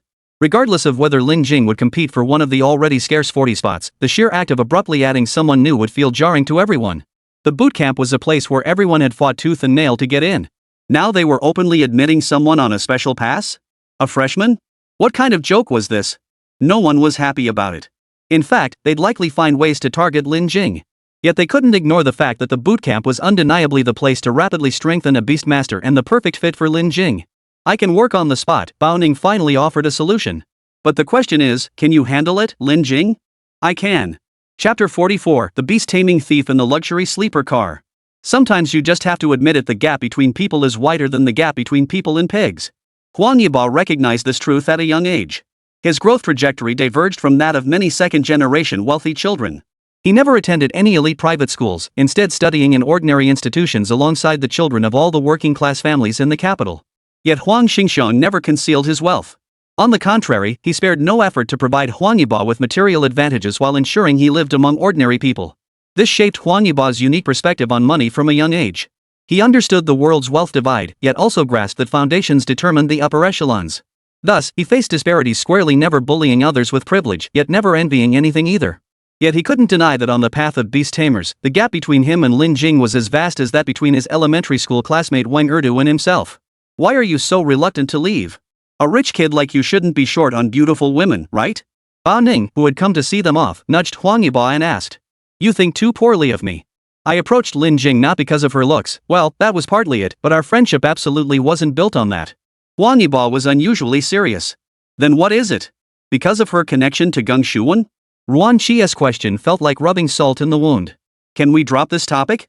Bao Ning looked utterly exasperated. Just thinking about having to return to Johua in 3 months to make a formal apology and hold a clarification meeting over this gave her a headache. Honestly, I did think at first that I could use Lin Jing to get a meeting with the boss or something. Huang Yibo admitted it openly. The kid wasn't good at lying and spoke his mind without hesitation. But after that hospital incident, it was purely out of admiration for Lin Jing. Admiration? Bao Ning was puzzled. Yes, admiration. When Lin Jing woke up and recounted her experiences in Kara's village, both the senior student and director Chang reacted with sympathy and pity. But I genuinely admired her. For a girl to rise from that environment to Johua in just 3 years, that's incredible. So incredible it left me in awe.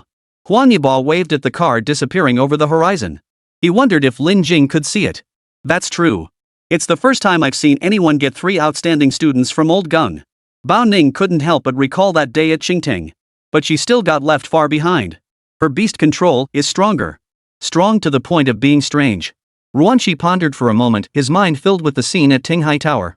Yeah, that's why comparing people is deadly, and comparing goods is pointless. Even geniuses get outshined by stronger geniuses, let alone someone like me? This was the first time Huang Yibo had ever looked so downcast. Don't be so quick to write yourself off. The field training isn't over yet. Bao Ning patted Huang Yibo on the shoulder. Yes, the practical training wasn't over yet. Or rather, it had only just begun.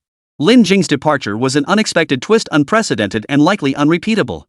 From Bao Ning's perspective, even 100 years from today, there might never be another beastmaster whose beast was as absurdly powerful as Little White. Not only did a beast in its growth phase bear the burden of the Mercury bloodline, but its dual finger readings were also ridiculously high. This was Lin Jing's fortune, and also her misfortune. It was like Pan Jinlian marrying Wu Dalong. No matter how hard the short-statured husband worked selling baked buns, he could never reverse the fate of Shiman Xing cuckolding him and then plotting his death. Fortunately, Lin Jing still had a chance. In 3 months, the new student's practical training would conclude, and the grueling bootcamp would end. Then, either she would become an advanced beastmaster, continuing to write the legend of Johhua's new generation alongside Xiaobai. Or Xiaobai would be confiscated by the Bureau, and Lin Jing might fade into obscurity forever. The journey from Shilin Alliance Station to the Imperial Capital took a full half-day even by high-speed rail. Fortunately, Huang Yibo had purchased the tickets, a generous gesture securing 2 first-class soft sleeper compartments, effectively granting Lin Jing a luxurious private suite aboard the bullet train. Such extravagance, Lin Jing murmured as she entered the compartment with her sparse luggage. This was her first time riding in a premium soft sleeper. In her entire life so far, she had only taken the train twice, once from Qingting to the Imperial Capital, a grueling 37-hour journey in hard seats, and now this trip from Shilin League to the Imperial Capital, an 11-hour ride in a deluxe soft sleeper. It just goes to show how much better the world is for the wealthy. Devil's training camp? How devilish could it be? Chen Rao poked his head out of Lin Jing's backpack. Although this train allowed beast masters to summon their beasts, Chen Rao was simply too large to stay in his non-transformed state. Xiaobai, you can actually get stronger, right? Lin Jing set down her luggage briefly before cradling Chen Rao and settling onto the berth. Yes. Chen Rao readily admitted. He still had a full 501 years of lifespan remaining. Not only could he use that time to accelerate his evolution or enhance his skills, but he hadn't even fully absorbed the Xianhua silver scale yet. Ding system notice, the elemental aura of the Xianhua silver scale contains a portion of special essence. Consuming lifespan can analyze it. Estimated lifespan cost 150 years. Chen Rao didn't know what this special essence was, but his instincts told him it was undoubtedly something valuable. Yet he couldn't ignore Lin Jing's current predicament. Her growth was accelerating at an alarming rate, far too rapid for her to adapt. While he possessed a system, she did not. To prevent their partnership from fracturing, he had no choice but to temporarily slow his own progress. Looks like I'll have to give it 200% effort. Since leaving the garrison zone, Lin Jing seemed much more spirited. She rummaged through her backpack and pulled out several notebooks that were clearly well used. These were small gifts given to her by Miao Hongting and Sun Yi before her departure. These notebooks came from several level 5, 6, and 7 beast masters within the garrison zone, as well as Sun Yi himself. They contained self-discovered beast taming techniques and combat methods honed for their advancement assessments, essentially, the secret manuals of martial arts masters. If Lin Jing could fully grasp the contents of these notebooks, she might not immediately become a level 1 beast master, but successfully navigating the grueling bootcamp would certainly be within her reach. Go for it, Chen Rao said, giving Lin Jing's thigh a pat with his paw before leaping onto the top bunk. He yawned and settled in for a nap. Truth be told, Chen Rao was the one truly anticipating the bootcamp. Upon arriving in the imperial capital tonight, they'd rush to complete enrollment procedures, and training might begin immediately. He needed to rest up. Lin Jing, however, felt no sleepiness.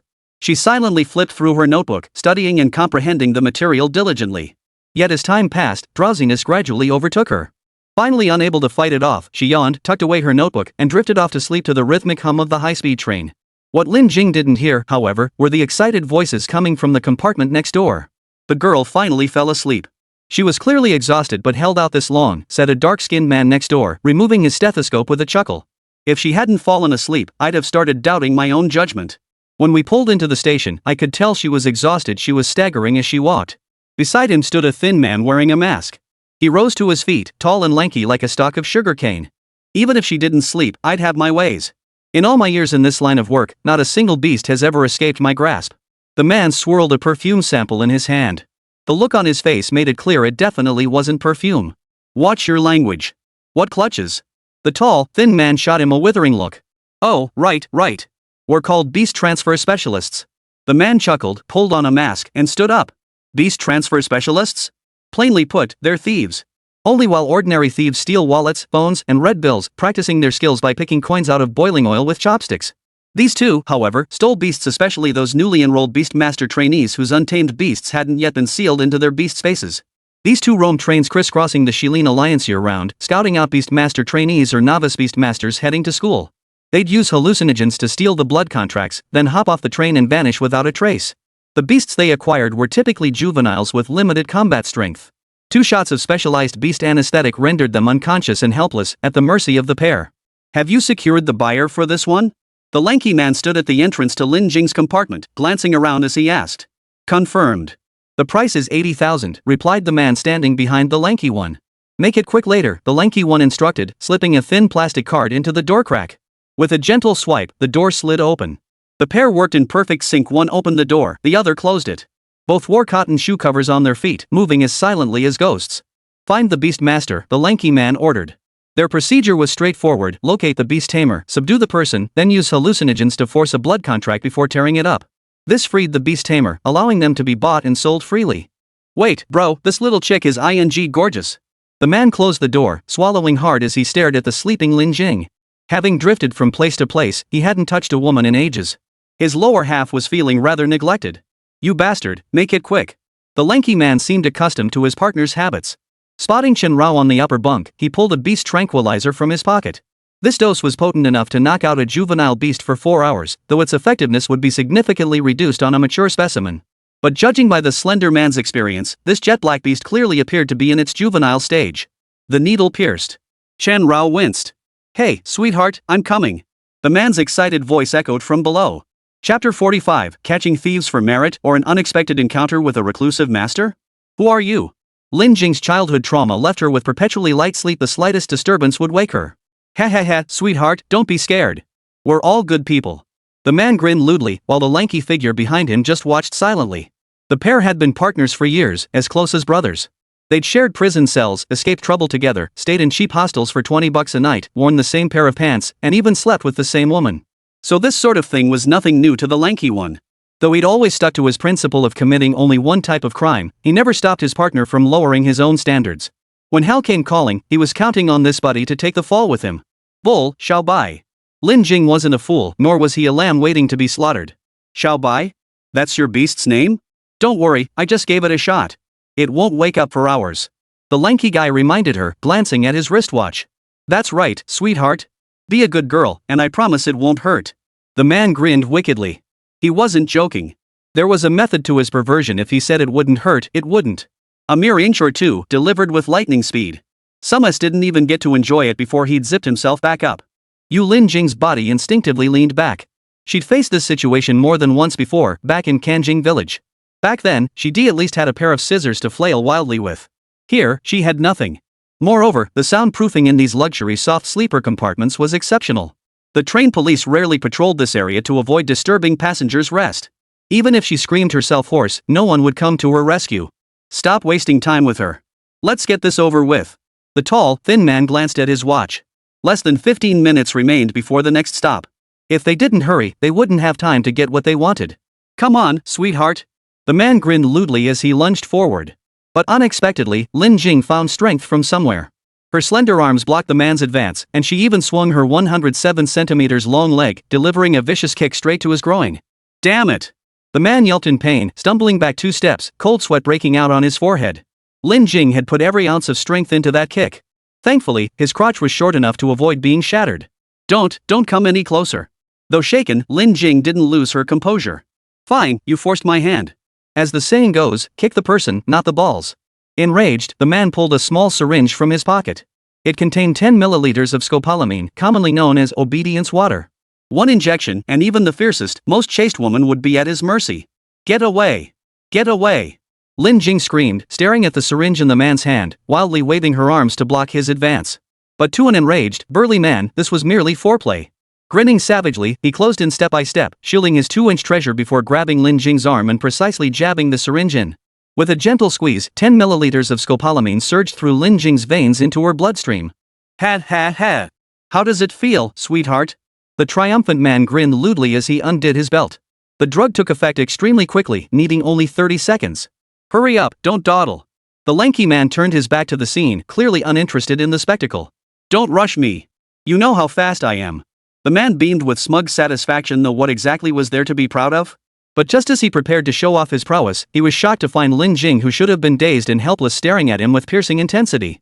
Lin Jing clutched a carbon pen she'd pulled from her bag as a weapon. Her face was flushed, not from the drug, but from fury. Fear had turned to rage. Ha! The drug, it didn't work? This was the first time the man had encountered such a situation. Logically, with this dosage, even a Russian swimmer wouldn't be able to handle it. Get away from me! Don't push me! Lin Jing gripped the carbon pen tightly with both hands. She knew it was just plastic and easily breakable, but with Xiaobai knocked out, she had no other weapon. She could only fight back with everything she had. Sweetheart, I'm not forcing you. I just want your. He grinned lewdly, despite the drug's failure. Who said he only brought 1 syringe? With his pants down to his knees, the man couldn't turn around. He simply gestured behind him for the lanky guy to hand him the syringe. But something felt off. He distinctly remembered the lanky guy wearing a woolen coat today. Why did this feel so hard to the touch?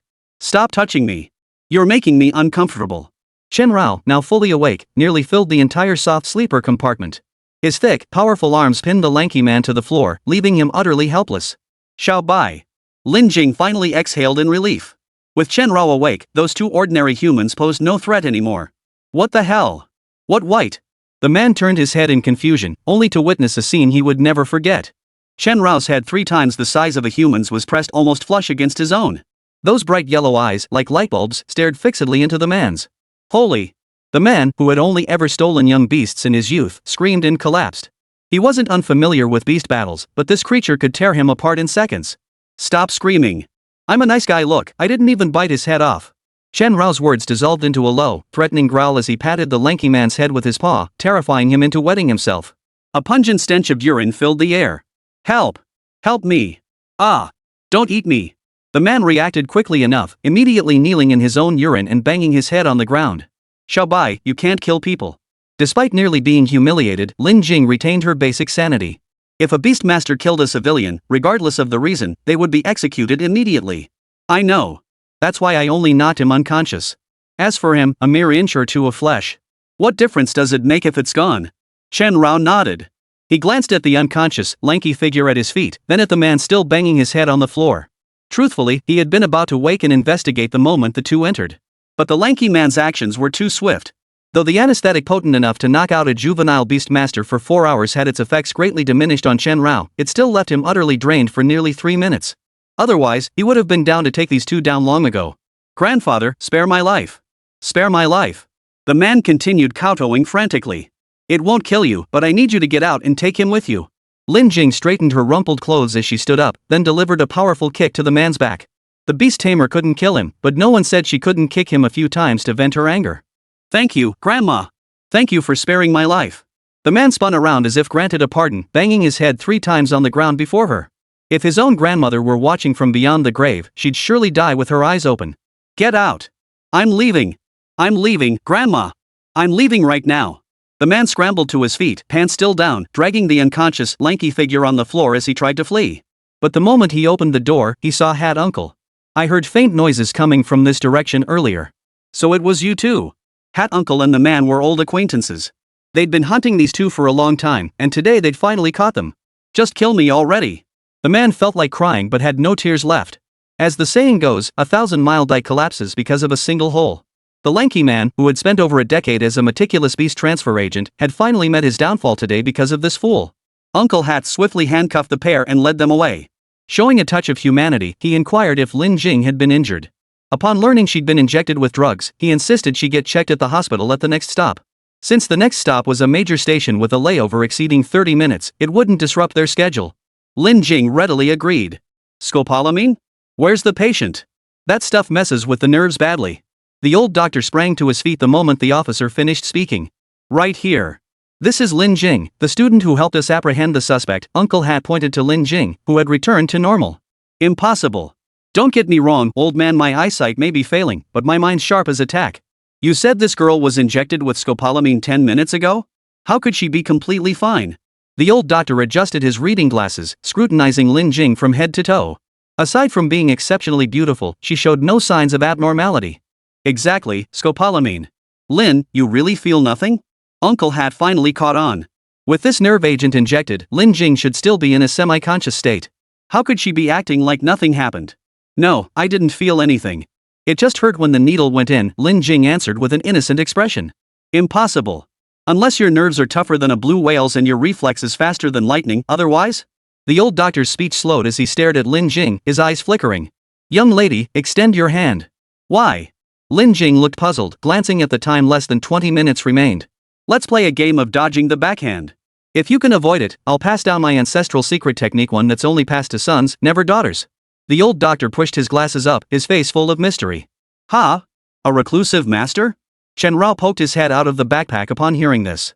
He stared at the old man as a line of text appeared on his system panel, leaving him wide-eyed. Ding, target detected, ordinary male human. Remaining lifespan, 69 years. The remaining lifespan alone wasn't alarming, but this old doctor looked at least 80-something. Chapter 46, Dr. Sun's Ancestral Secret Art. This old doctor was no ordinary man. Chen Rao emerged from the backpack, standing on the ground like a little black dog. The system never errs, and Chen Rao's eyesight is perfectly fine. This old doctor must be at least 80 years old this year. Add that to his remaining 69 years of life. Doesn't that mean he'll easily live to be 140 or even 150? A mere human living to 150? A century and a half? Even if he possessed some extraordinary martial arts skills beyond the ordinary, Chen Rao refused to believe it. Dr. Sun, spare us the nonsense. Your hands shake like a leaf when you play chess. Uncle Hat, who knew the old doctor privately, spoke without restraint. That's because I go easy on you. Today I met someone extraordinary. Perhaps they can inherit my family's secret techniques. Though traditionally passed only to sons, my boy died young. I can't let it die with me. Dr. Sun stroked his beard, his face etched with the weight of years. Watching this scene, Lin Jing felt a pang of sympathy for the old doctor. It wasn't about the family's secret technique, she simply wanted to go along with his wishes. Miss Lin, go easy on Dr. Sun, he's 92 years old, Uncle Hat whispered. All right. Lin Jing nodded and walked to Dr. Sun's side, extending both hands. What beautiful hands you have, Dr. Sun murmured, rising to his feet as he admired them. The rules of the hand-slapping game were simple. Lin Jing held her hands above, while Dr. Sun placed his hands below. He could flip his hands upward at any moment to strike the back of her hands. If hit, she lost. This old doctor's family secret technique must be something special, Chen Rao thought, watching Dr. Sun stand face to face with Lin Jing. He was convinced this elderly practitioner was undoubtedly a hidden master. A 92-year-old man. Not only was he still practicing medicine in the hospital, but just the way he rose and walked, his breath controlled, his steps steady, would have been a stretch to call him 20 or 30, but anyone would believe he was a man in his 40s or 50s. Moreover, the instant Dr. Sun's palm turned upward, nearly touching Lin Jing's, Chen Rao distinctly sensed the old man's entire aura shift. It's like transforming into a super saiyan. Young lady, how old are you this year? Dr. Sun struck up a conversation. 19, Lin Jing replied. 19, still in school? Dr. Sun inquired further. Yes, at Jiuhua Beastmaster Academy, Lin Jing nodded. Jiuhua. Not bad. It has a bit of my old man's flair back in the day. Master Sun smiled, his hands suddenly moving. So fast. Not only Chen Rao, but even Uncle Hat's eyes widened in astonishment. No one could have imagined that at 92 years old a man whose hands trembled even while playing chess Dr. Sun could move so swiftly in that sudden burst of action. His hands flashed so fast that Chen Rao could barely discern how he shifted his grip from below to above, then slammed it down. But Lin Jing's reaction was even faster. This wasn't a logical thought process, it was pure reflex. Lin Jing wasn't even focused on the game. She'd been chatting with Dr. Sun, yet the instant he made his move, she snatched her hand back. This lightning-fast strike had completely missed. Good, very good. Little one, you're only the second person to dodge it in all these years. Dr. Sun beamed with delight, turning and walking back to his seat with a smile. The second? Lin Jing was puzzled. That's right, the second. To be honest, this old man fought in wars and killed people in my youth. I've lived nearly 100 years with this rotten life, yet I'm still this healthy. A pack of cigarettes and half a pound of liquor a day, all thanks to the Sun family's secret techniques.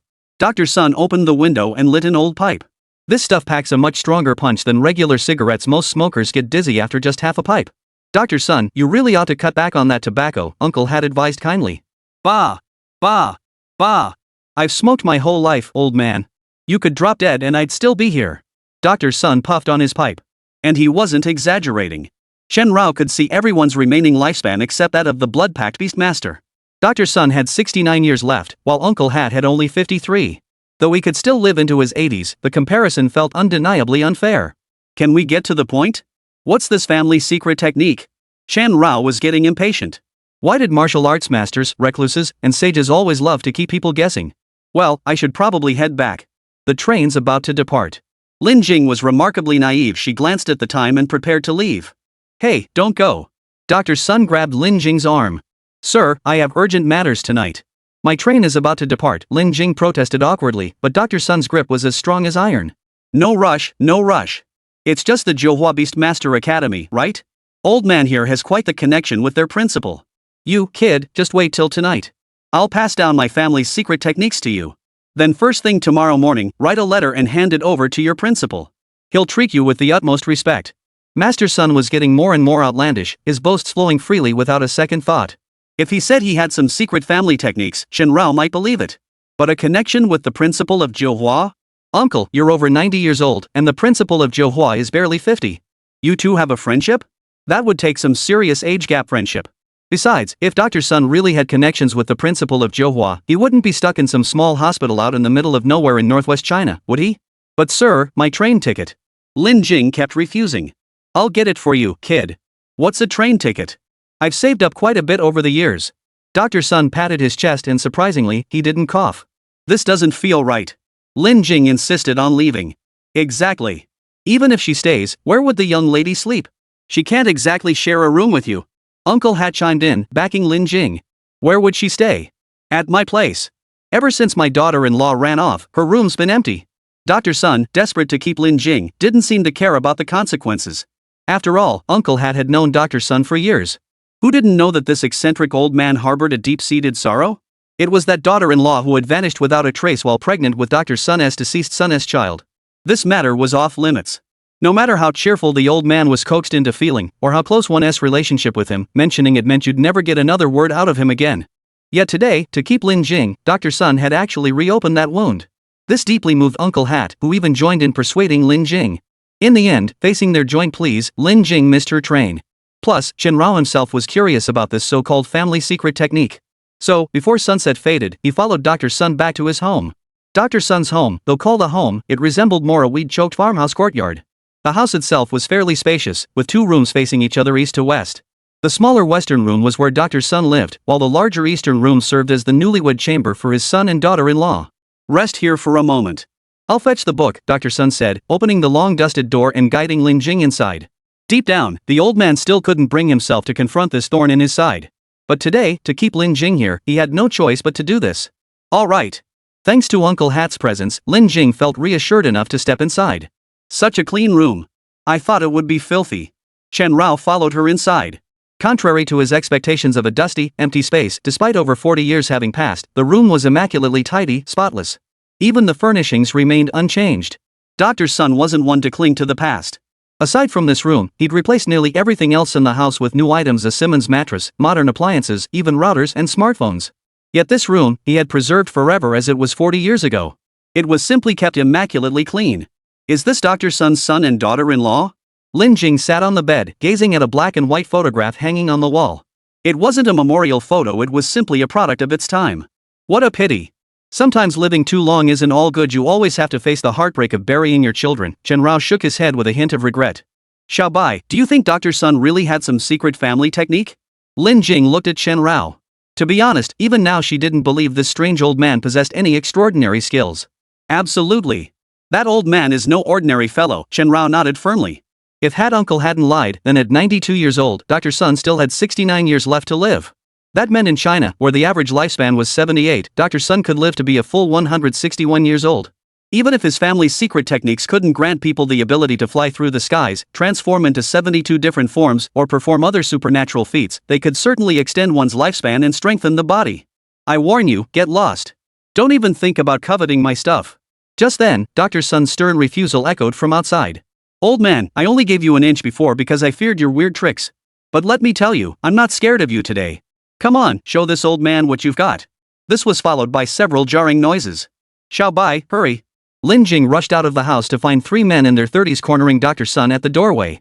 Alongside them stood a beast tamer's mount nearly half a man's height. Chen Rao followed her out, transformed into a kitten-sized form, utterly adorable. Ding detected, juvenile stage intermediate bloodline C-grade talent Blackfire Hound remaining lifespan, 16 years. I warn you, get lost. I've already found my successor. Dr. Sun clutched a worn, ancient-looking book in his hand, guarding it as if it were more precious than his own life. Heir? You mean this girl? The buck-toothed man at the front tilted his head slightly, glancing at Lin Jing behind Dr. Sun. Exactly. I advise you to give up that notion. Dr. Sun declared. Ha! Give up? Impossible. Mark my words, old son, I will have this thing, and no one can stop me. This dog isn't just any dog, it's a beastmaster. A beast tamer. Do you understand? It could tear all three of you to shreds in an instant. And that pitch black cat too. Chapter 47, Scaring Away the Three Fools. Learning the mysterious art of heaven and earth? Black cat? Me? Chen Rao took a couple hesitant steps forward. Roar. Face to face, the waist-high black fire dog let out a deep growl at Chen Rao, sounding like a threat. Threatening from juvenile to adolescent. Did you hear that? Old son, hand over the goods now. Buckteeth glared at Dr. Sun with bulging eyes, his expression fierce and unyielding. You lot, bullying an old man? Isn't that a bit shameless? Lin Jing took two unprecedented steps forward, abandoning her usual passive demeanor. The old Lin Jing would never have acted so courageously. This shift was deeply intertwined with her past experiences. As a child, Lin Jing had often been bullied, but back then, no one had stood up for her. Instead, they would force her head down to apologize to the bullies. That's why she'd never possessed the kind of courage to stand up for others. But now, things were different. Whoa! Did I hear that right? You're a little thing, but you've got some guts. Buckteeth was instantly drawn to Lin Jing. He eyed her up and down, a peculiar grin curling his lips. Step back, kid. Dr. Sun raised his hand, trying to pull Lin Jing behind him. Almost instinctively, Lin Jing stepped back again.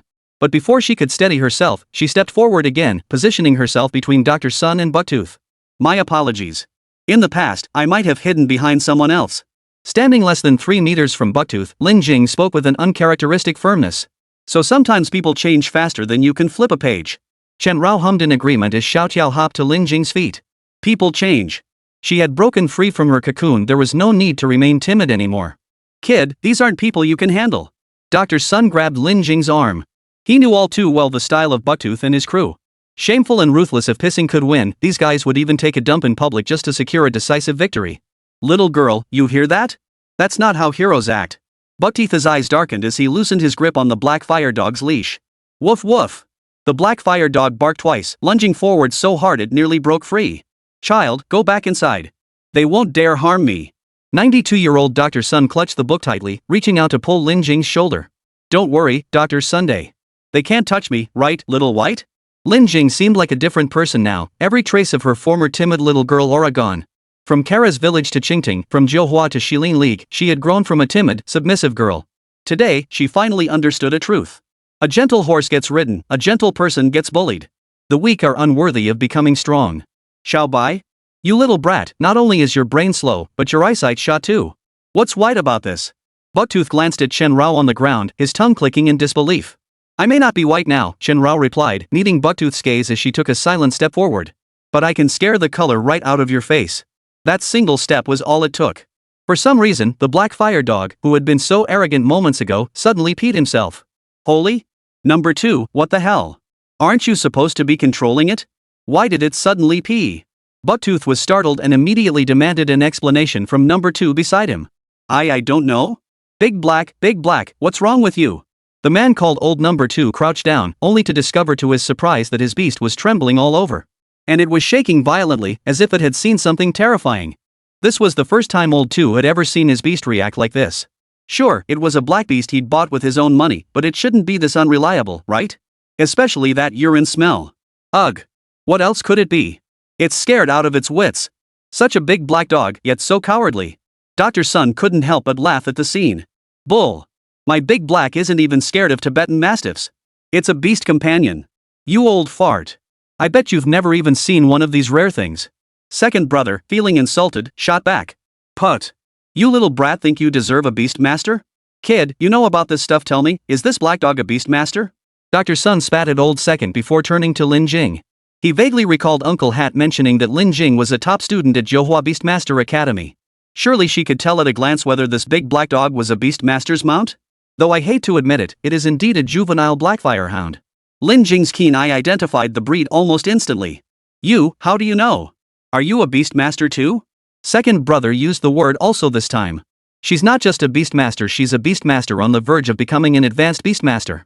Chen Rao took another step forward. Had he not moved, it would have been fine, but that single stride was startling.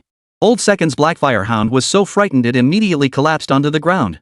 Though Chen Rao appeared roughly the size of a cat, he was in fact a genuine growing stage Quicksilver bloodline. Dahe, a juvenile intermediate bloodline, was already remarkably brave just for not being instantly paralyzed with fear. I'm a freshman at Johua Beastmaster Academy this year. Since you're also a beastmaster, my challenge to you counts as a friendly spar between fellow practitioners. Injuries are within acceptable limits. Lin Jing hadn't studied her train notebook in vain, she'd learned many previously unknown rules. For instance, 2 beast masters could engage in sparring anytime, anywhere. Beasts weren't entirely forbidden from attacking humans, just ordinary humans. Moreover, there were 2 types of beast tamers in this world, those like Lin Jing, officially registered with the Bureau, and black beast tamers who privately contracted beasts, using them as tools for nefarious deeds. Clearly, the second guy belonged to the latter category. Johua Beastmaster Academy? Impossible. You really think I don't go online? How could a student from Johua Beastmaster Academy only have such a crappy beast? The second brother stood up, still stubbornly arguing even as Big Black cowered in fear. Xiao Bai. Lin Jing gave a light clap. The transformation dissolved. Chen Rao, now in the growth stage with the Mercury bloodline, fully revealed his true size, nearly 4 meters long, with a tail over 1 meter long, standing taller than a person at the shoulders, and a head as massive as a bronze cauldron. His jet black body, adorned with dazzling golden runes and eerie white markings, looked terrifyingly monstrous. Now old Second understood why Big Black had peed himself. It wasn't from drinking too much water, but from sheer terror. This. Buckteeth stumbled backward, tongue-tied and trembling, utterly petrified by Chen Rao's true form. Big Black. Get up, Big Black. Old Second was clearly an untrained dark beast master who treated his beast like a pet. He was actually expecting Big Black to get up on its own and fight Chen Rao one-on-one. If you don't leave now, I'm going to get really angry. Lin Jing spoke up at just the right moment. Don't think I'm scared just because you have a big beast. Big Black is just feeling unwell. Big Black, get up. Old Second stubbornly persisted, repeatedly slapping Big Black's rear in an attempt to make him stand. Youngster, you're beast. Dr. Sun lowered his voice as he looked at Chen Rao, who had revealed his true form. It's more than enough to deal with them. Lin Jing's expression darkened. This was the first time Chen Rao had ever seen her like this. Come to think of it, among those who had clashed with Lin Jing before, they were either fellow students facing off in assessments, or the utterly overwhelmed Lei Bo in 147. Today marked the first time she faced an unfamiliar, hostile opponent who wasn't merely being beaten, and this was the first time Lin Jing had truly lost her temper. Aren't you running yet? Lin Jing turned to ask. Oof. Old man, we won't let this slide. If you're so brave, keep letting that girl take the hits. Buckteeth proved himself a true opportunist, like all villains, hurling a parting threat before bolting faster than a rabbit. Yeah, just you wait. Wait till Big Black's back in shape. I'll be back for you. Old Second scooped up Big Black, running while spitting threats. His status as a Black Beast Master was confirmed after all, he didn't even know how to use a Beastmaster's space. Stop running, you little brats. Dr. Sun stood behind them, clutching that ancient-looking book and cursing like a sailor. This old man, having lived over 90 years, had honed two skills to perfection, his foul temper and his cursing. He'd been ranting for over 10 minutes without repeating himself once. Lin Jing stood by, merely smiling politely. After all, one glance at Dr. Sun's face told you he was not someone to mess with. As for Chen Rao, he was utterly captivated by Dr. Sun's verbal prowess, even tempted to kneel and ask to be taken as a disciple. All right, Lin Ling. Dr. Sun finally settled back into his chair, perhaps exhausted from ranting or simply satisfied. You know what? You're a prodigy, you understand? What kind of genius? Lin Jing was baffled. Did winning a game of rock paper scissors make her a genius? Your neural response is incredibly fast, extremely fast, and exceptionally strong. A 10 milliliters injection of scopolamine solution had no effect whatsoever. Even a professional anesthetic would only knock you out for a few dozen minutes at most. When Dr. Sun spoke these words, he seemed like a different person, utterly professional. He briefly analyzed why Lin Jing remained unaffected, attributing it ultimately to exceptionally powerful neurons. It was a complex matter, but simply put, her mental strength was formidable. Dr. Sun's family secret technique demanded exceptionally rigorous mental strength. Though traditionally passed only to sons, Dr. Sun felt his time was nearly up. With his son dead and his grandson nowhere to be found, this ancestral art would be lost forever if not passed on now. As for the secret art's purpose? Enhancing physical strength and prolonging life are the basics. Crucially, it amplifies one's perception of the world and ability to read situations. When mastered, a single glance can reveal an object's material composition and age. It even grants slow-motion vision. Such a powerful manual, you intend to pass it on to me? Lin Jing asked, staring at the ancient-looking book in Dr. Sun's hands. Indeed, little Lin. Not only will I pass it on to you, but I will personally oversee your training until you master it. Dr. Sun pledged, pounding his chest. Master it? But Dr. Sun, I have to return to school tomorrow. Lin Jing looked at the book, which was at least 100 pages long, feeling a bit downcast. She couldn't afford to waste any more time. I'll go back with you. I told you, I have connections with the Dean of Jilhua. Chapter 48. Dr. Sun never blows his own horn. Master Sun's family secret technique was quite formidable. Like all martial arts manuals in novels and movies, it began with breathing exercises, supplemented by mental techniques to circulate qi and blood, which then nourished the extraordinary meridians in 32 acupoints. It sounded a bit far-fetched, but when Lin Jing actually started practicing, she felt as if the world itself had transformed. The chaotic world grew still, complex matters dissected into their most fundamental elements. A single glance could reveal their core essence. Her breath steadied, energy returning to its source. After just an hour of practice, her body and mind felt wonderfully refreshed. How does it feel? Dr. Sun pushed open the door, holding a porcelain bowl in his hand. Warm, feels great. But I need to use the restroom. Lin Jing opened her eyes. What she didn't mention was that after this practice session, even her period, which had been half a month late, had finally arrived. The effects of strengthening the body and prolonging life were immediate. Watching Lin Jing's retreating figure, Dr. Sun stroked his beard thoughtfully before turning to Chen Rao, who lay sprawled on the bed. A faint smile touched his lips. Youngster, your master is no ordinary person, you know. You're the one who's anything but ordinary. Chen Rao shot back at Dr. Sunday. A man who'd lived over 170 years, could curse for 10 straight minutes without repeating himself at 90-something, and then pull out a martial arts manual? Even in third-rate online novels, this plot would be slammed as nonsense. You're quite remarkable too. Possessing Mercury bloodlines during your growth phase? That's highly unusual. Unexpectedly, Dr. Sun's words were even more astonishing. He sat down holding a porcelain bowl and reached out to touch Chen Rao's head. Dodge! In an instant, driven by primal instinct, Chen Rao flinched as if facing mortal danger. Something's wrong. More than wrong, it's dead wrong. Chen Rao crouched low. He didn't even understand why he dodged, but his gut screamed he had to.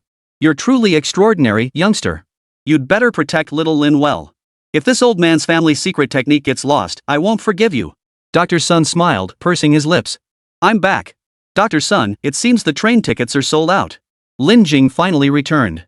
She had just checked online and found that all train tickets from here to the capital city for the next few days were completely gone. That's no problem. I'll make a call shortly, and someone will come to pick us up. As for you, drink this later. It'll be very beneficial for your cultivation. Master Sun spoke with a calm, matter-of-fact tone as he stood up and handed the porcelain bowl to Lin Jing.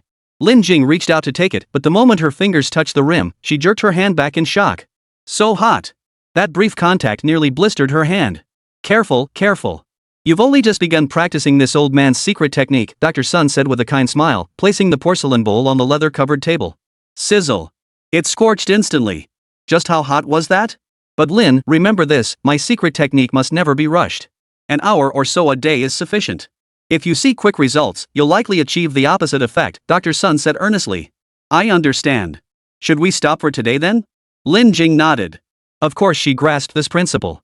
Dr. Sun nodded immediately, only instructing Lin Jing to be sure to drink the medicinal broth from the porcelain bowl later. The root cause was that cultivating this secret technique placed strain on her internal organs. Though Lin Jing possessed strong spiritual energy, her physical body remained extremely fragile.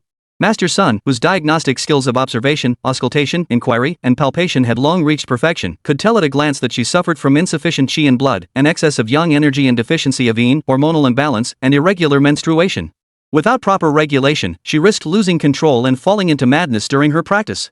Xiaobai, this Dr. Sun is truly remarkable. Lin Jing sat on the edge of the bed, the only one aware of the profound transformation occurring within her body. Her qi and blood were now abundant, her limbs solid and stable. Having suffered from malnutrition since childhood, Lin Jing's health had always been poor. Yet now, she felt as if she had been reborn. If that old man claimed he was about to form his core and ascend, I wouldn't be surprised. Chen Rao thought to himself. No wonder Dr. Sun had been so protective of Lin Jing when facing those three idiots earlier. Looking back, Chen Rao and Lin Jing should have been more wary of those three fools.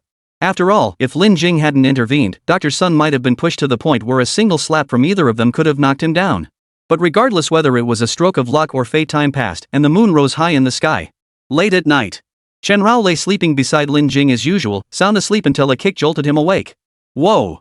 Chen Rao jolted awake, his two brilliant golden eyes lighting up like bulbs. Moonlight spilled like mercury over Lin Jing's form. This girl clearly knew Chen Rao's little secret, yet she remained so uninhibited. She had no habit of wearing pajamas, and with the dry, stifling heat of the place, her two long legs tucked under the quilt beneath the mercury like moonlight were as tempting as a free 5-grade scenic spot. To say he wasn't moved would be a lie. Just as Huang Yiba had admitted himself, Lin Jing was beautiful, unbelievably beautiful. Her rise as a legendary freshman at Johua wasn't solely due to Geng Shuan's personal recommendation. After her first photo surfaced on the school forum, a legion of fans obsessed with her looks erupted overnight. Standing at 173 centimeters tall, her skin perfectly embodied the phrase as smooth as jade and as white as milk. Her features were exquisitely proportioned, and her figure was flawless. Especially those 107 centimeters long legs. Combined with her tragic childhood, Chen Rao couldn't fathom how such a beautiful flower could bloom from such a muddy pond. He couldn't understand it. Truly couldn't understand it. He lowered his head slightly, glancing at the foot pressed against Lin Jing's stomach. Guards! I am a gentleman, I am a gentleman. Chen Rao repeated to himself like a mantra, yawning as he prepared to drift back to sleep. Suddenly, he heard the jarring sounds of footsteps and whispers. You think that old man's asleep by now? He must be asleep. What else is he waiting for, a sudden death? But that little girl might still be up. What if she catches us? Her big dog is terrifying. She'll quietly come, quietly go. Young people these days aren't so easily woken. Chen Rao gently nudged Lin Jing's foot off his belly with his paw, then leapt like a feather onto the windowsill. His two brilliant golden eyes fixed on the three idiots below the bed, their heads covered in stockings. Bucktooth, number 2, and the one with the red stocking over his head must be number 3, right? These three really wouldn't give up until they got what they wanted. Before, they didn't know what Dr. Sun's secret manual looked like, but now that they knew, they'd gone straight to being thieves. Idiots, Chen Rao silently judged them, pondering how best to play a trick on the trio when a fourth figure appeared outside the window. Holy! The leader, wearing the white stocking hood, nearly had his soul scared out of him. Holy! Number 2 was so terrified he plopped right down on number 3's foot, causing number 3 to yell in pain. Chen Rao instinctively glanced at Lin Jing first. Whether it was the medicinal broth or some secret technique at work, this girl who rarely slept soundly was now out like a light. You three never learn, do you? Dr. Sun held aloft a candle? Old man, hand over the goods. Since he'd been caught, Bucktooth didn't bother pretending anymore. He ripped the white stockings off his head. That's right. Or else I'll unleash the big black one. The second guy tore off his black stockings with fierce determination. Old man, don't push your luck. The third brother's red stockings were apparently too high quality. He tore at them repeatedly without success. He just kept them on. Originally, I considered sparing you three since you're not inherently bad. But you all had your eyes on this old man's secret manual. Did you really think my war stories and killing experience were just bragging? Dr. Sun took 2 steps forward, giving Chen Rao the distinct impression of a retired martial arts master shedding his disguise in a movie. In this small city of less than 300,000 people, almost everyone knew Dr. Sun. His age was truly immense. He had watched the entire town grow up before his eyes. Naturally, everyone had heard his tales of youth. He'd fought wars, taken lives, carried cannons up hillsides, and witnessed meteorite impacts, the awakening of beasts, and the birth of beast tamers. His life was nothing short of legendary. Heroes don't boast about past glories. Old man, 3 against 1, do you think you're still young? Bucktooth sneered, his face twisted with malice. After my son died, I intended to retire from the world. But today, I saw hope to inherit both of Sun Qiankuan's supreme arts. I won't pretend anymore. I'm laying my cards on the table. Dr. Sun twirled his beard and stamped his foot lightly. Then, the 3 fools and Shen Rao witnessed a scene they would never forget. A golden-armored deity, at least 10 meters tall, appeared behind Dr. Sun Qiankuan himself. Clad in golden armor, dragon-headed, shoulder-devouring, and standing upon cloud shoes. Ding detected ultimate form Crimson Heart Bloodline SS potential dragon subduing Divine General. Fulua Divine General? Shen Rao's eyes widened. Dr. Sun was actually a beast master too? And his beast was even more powerful than the 4 pillars of the dragon? Ultimate form Crimson Heart Bloodline SS tier potential. Any one of these traits alone signaled the pinnacle of beast taming. That overwhelming, godlike pressure left Shen Rao gasping for air. Are you going to get out yourselves, or should I help you? Sun Qiankuan surprisingly refrained from cursing. Sorry, Grandpa Sun, we'll get out ourselves. The 3 idiots reacted quickly enough. After apologizing in unison, they flopped onto the floor and literally rolled away. Sun Qiankuan then stamped his foot lightly, causing the dragon-subduing Divine General to vanish. Holding a candle, he walked to the window. Inside the window, Lin Jing and Shen Rao slept soundly. Those little brats. Sun Qiankuan glanced at them before quickly turning away, muttering to himself, "Don't look where you shouldn't look, don't look where you shouldn't look." The scene was a bit too stimulating for a man nearing 100 years old. The night passed peacefully. The next morning, after breakfast, Lin Jing woke up wondering how she would leave with Dr. Sunday. Just then, a luxurious business vehicle pulled up at the unassuming courtyard gate. Stepping out of the vehicle was none other than the current dean of Johua Beastmaster Academy. Ran Faidu. The dean? Lin Jing was taken aback, turning to Dr. Sun with surprise. I told you I have some connection with him, Dr. Sun replied calmly. After removing his yellowed white coat, he changed into a simple Zhongshan suit. Old dean. Ren Faidu hurried to Dr. Sun's side, his eyes brimming with tears. Chapter 49, The Old Dean. The founder of China's beast-mastering world. The old president? Shen Rao and Lin Jing both gaped in disbelief. So this was the some connection Dr. Sun had mentioned? Good heavens, old dean. I never imagined you'd return to the field again. Ren Faidu gripped Sun Qiankuan's hands, tears streaming down his face like a child. You little brat. What are you crying for in front of Lin Wawa? You're over 40 now, hold it in. Sun Qiankuan's scolding showed no regard for the occasion or his status. The words little brat rolled off his tongue as naturally as drinking water. Ren Faidu's bodyguards stood stunned nearby. Having served the dean for years, they'd encountered dozens of high-ranking officials. Even the director of the Beast Management Bureau wouldn't dare use the term young punk. Yes. Your criticism is spot on. But instead of getting angry, Ren Faidu nodded repeatedly, wiping away his snot and tears with his sleeve without a care for his status. You're the dean of Johua Beastmaster Academy? Lin Jing had seen photos before, but this was her first time meeting him in person. She couldn't deny feeling nervous. While Ren Faidu was indeed the Academy's dean, he also served as deputy director of the East Asian Beastmaster Administration's executive department, ranking only half a level below Geng Shuan within the bureau and towering above everyone else at the Academy. Yes, that's him. Introduce yourself to little Lin. Sun Qiankuan didn't treat Ren Faidu as an adult at all. In this moment, he resembled a parent urging their child to perform at a New Year's gathering. Dean, it's not customary for me to introduce myself to students. Ren Faidu felt a bit awkward after all. Getting bold, are we? Sun Qiankuan raised his hand to strike. Dr. Sun, please control your temper. As a junior colleague and former student of Dean Run, it is indeed inappropriate for him to introduce himself to me. Wouldn't you agree? Lin Jing swiftly intercepted Sun Qiankuan's hand, her words displaying remarkable emotional intelligence. Sun Qiankuan stroked his beard, scrutinizing Ren Faidu from head to toe. 30 years had passed since they last met. This youngster, who used to be scared stiff at the sight of his son yet still recklessly joined him in setting off firecrackers to blow up cow dung, had indeed passed the age of 40 and stood on his own 2 feet. Asking him to introduce himself to little Lin was indeed a bit awkward. Alright, I'll introduce the old man to you, Sun Qiankuan nodded. No, Dean, let me handle it. Ren Faidu hurriedly interrupted Sun Qiankuan. He couldn't bear to imagine what would happen if those childhood embarrassments were brought up. Thus, a scene unfolded that left the bodyguards speechless. Ren Faidu, the esteemed dean of Johua Beastmaster Academy, deputy director of the East Asian Beastmaster Administration Bureau's executive department, and the incoming rotating chair of the International Beastmaster Association, whose resume ranked among the top 10 in all of China, was actually introducing himself to an obscure freshman. The bodyguard's worldview was about to shatter. Compared to him, I'm more curious about your past. Dr. Sun, please tell us about yourself. I beg you. After hearing Ren Faidu's introduction, Chen Rao grew even more intrigued by Sun Qiankuan's background. As expected of the dean. So your predecessor was Grandpa's son? Lin Jing nodded thoughtfully. No, not at all. This old man left Johua over 30 years ago. Back then, he wasn't even 10 years old. How could someone who spent his days blowing up cow dung possibly be the dean?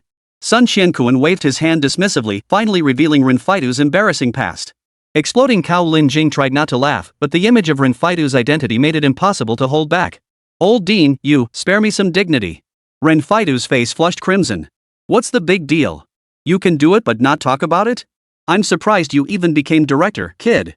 The only reason I didn't beat you to death is that you didn't wreck my Johua. Sun Qiankuan smacked him across the face as punishment, then led Lin Jing toward the minivan. What followed was a long drive. From this small city to the capital, it would take at least a full day. The road stretched endlessly before them as time slipped by. Inside the vehicle, the three exchanged sporadic conversation, and within these scattered exchanges, the story of Sun Qiankuan gradually took shape. Sun Qiankuan was born in northwest China during the early days of the demon beast invasion, when meteors still occasionally fell from the sky. Back then, beast tamers had yet to awaken, and to protect their homeland, humans could only rely on planes and cannons to fight the demon beasts. But against the beasts, planes and cannons proved insufficient, while nuclear and hydrogen bombs carried too great a cost. Humanity suffered defeat after defeat, while the beasts grew ever more powerful. Just as humanity faced utter despair, the first wave of beast masters awoke, and Sun Qiankuan was among the earliest. The very first beast master? Lin Jing couldn't help but exclaim in awe. Not exactly the very first, but certainly among the first wave, Sun Qiankuan replied modestly. After becoming a Beastmaster, Sun Qiankuan led others to form the initial Beastmaster team, which gradually expanded. Later, at the age of 50, he stepped down from the front lines and founded the Johua Beastmaster Academy. Time flew by like an arrow, and years passed like a shuttle. After his son passed away, Sun Qiankuan, disheartened, left the imperial capital. He chose to settle in the vast northwest with the dragon subduing divine general, becoming a hidden defense line guarding this land. He alone was an army. The Beastmaster team he founded later evolved into the Beastmaster administration. The Johua Beastmaster Academy he founded became the premier institution for Beastmasters in present-day China. It could be said that Sun Qiankuan was the founding patriarch of the Beastmaster industry in present-day China, indeed, the entire world. Holy crap, this old man's power is just insane. Chen Rao was nearly dumbfounded upon hearing this. He had always considered Deng Shuan's backing substantial enough, yet today he encountered another patriarch-level patron. Even though Sun Qiankuan held no formal power now, who in the entire Beastmaster world of China would dare to disrespect him? And even if they didn't respect him, they'd have to respect the dragon subduing divine general, right? That was an ultimate tier beast with the Crimson Heart bloodline. Old Dean, what brings you out of seclusion this time? As the car pulled up, Ren Faidu stepped out first and helped Sun Qiankuan out. This isn't me stepping out of retirement. I just want to see Lin Hua complete her cultivation of my family's secret art, the Qiankuan technique. If she hadn't insisted on joining some damn monster training camp, I wouldn't have bothered coming. Sun Qiankuan swatted away the helping hand and stepped off the vehicle with effortless ease. What? The Qiankuan's secret art? But you said it's passed down only to sons, not daughters? Ren Faidu's voice shot up 2 octaves as if he'd heard the most shocking news. When I was young, I fancied myself a grand hero. But now I'm old. If I don't pass it on to her, who else would I teach? Sun Qiankuan shot Ren Faidu a dismissive glance. The so-called rule of passing it only to sons was just nonsense spouted by pretentious masters. When it came time to take the secret to the grave, the only thing that mattered was whether it could be passed on. Besides, Lin Jing possessed extraordinary talent and immense spiritual power. She was practically the chosen one destined to master the heaven and earth secret art. She might even surpass Sun Qiankuan, the founder himself. Grandpa Sun, Dean Run, you two keep chatting. I gotta go register. Lin Jing stepped out of the car, glanced at the time, and dashed off in a hurry. After a day's drive, there were now less than 20 minutes left before the Devil's training camp break. If she couldn't register today, she'd have to bother Bao Ning to find someone again. But she clearly hadn't noticed the looks the 2 men behind her were giving her. Not even Chen Rao had caught it. Young people, full of energy, Sun Qiankuan murmured contentedly, watching Lin Jing's retreating figure. His eyes gleamed with unmistakable desire. Don't misunderstand, it wasn't base, vulgar thoughts. Rather, it was the eagerness one feels when faced with a perfect, unpolished gem, an urge to carve her into a peerless masterpiece. Old Dean, you're unaware. I've heard of this Lin Jing. Ren Faidu also watched her retreating figure inside. Oh? Sun Qiankuan turned to Ren Faidu. She was recommended by Shuwen, so I noticed her name when signing the documents. At first, I didn't pay much attention, but then the incident at the Shilin Alliance happened a couple days ago, and I realized. As he spoke, Ren Faidu unconsciously crossed his arms, adopting a guarded posture. Put your hands down. Sun Qiankuan showed no leniency. Yes, yes, yes. Renfido complied obediently, waving his hand. His two bodyguards turned sharply. I've heard bits about the Shilin Alliance incident. And her beast control is peculiar, I can tell. But exactly how peculiar? I don't know. As long as it stays within acceptable limits, there's no need for concern. Sun Qianquan's tone was unusually serious.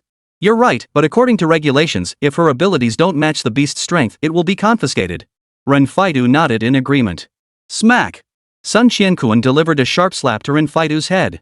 Dean, Renfido clutched his head. He was over 40, for heaven's sake, how could the old dean still resort to such methods? So embarrassing. What do you mean? Are you suggesting that Lin Hua's inheritance of my Qianquan's secret art makes her unworthy of that little black dog? Bull.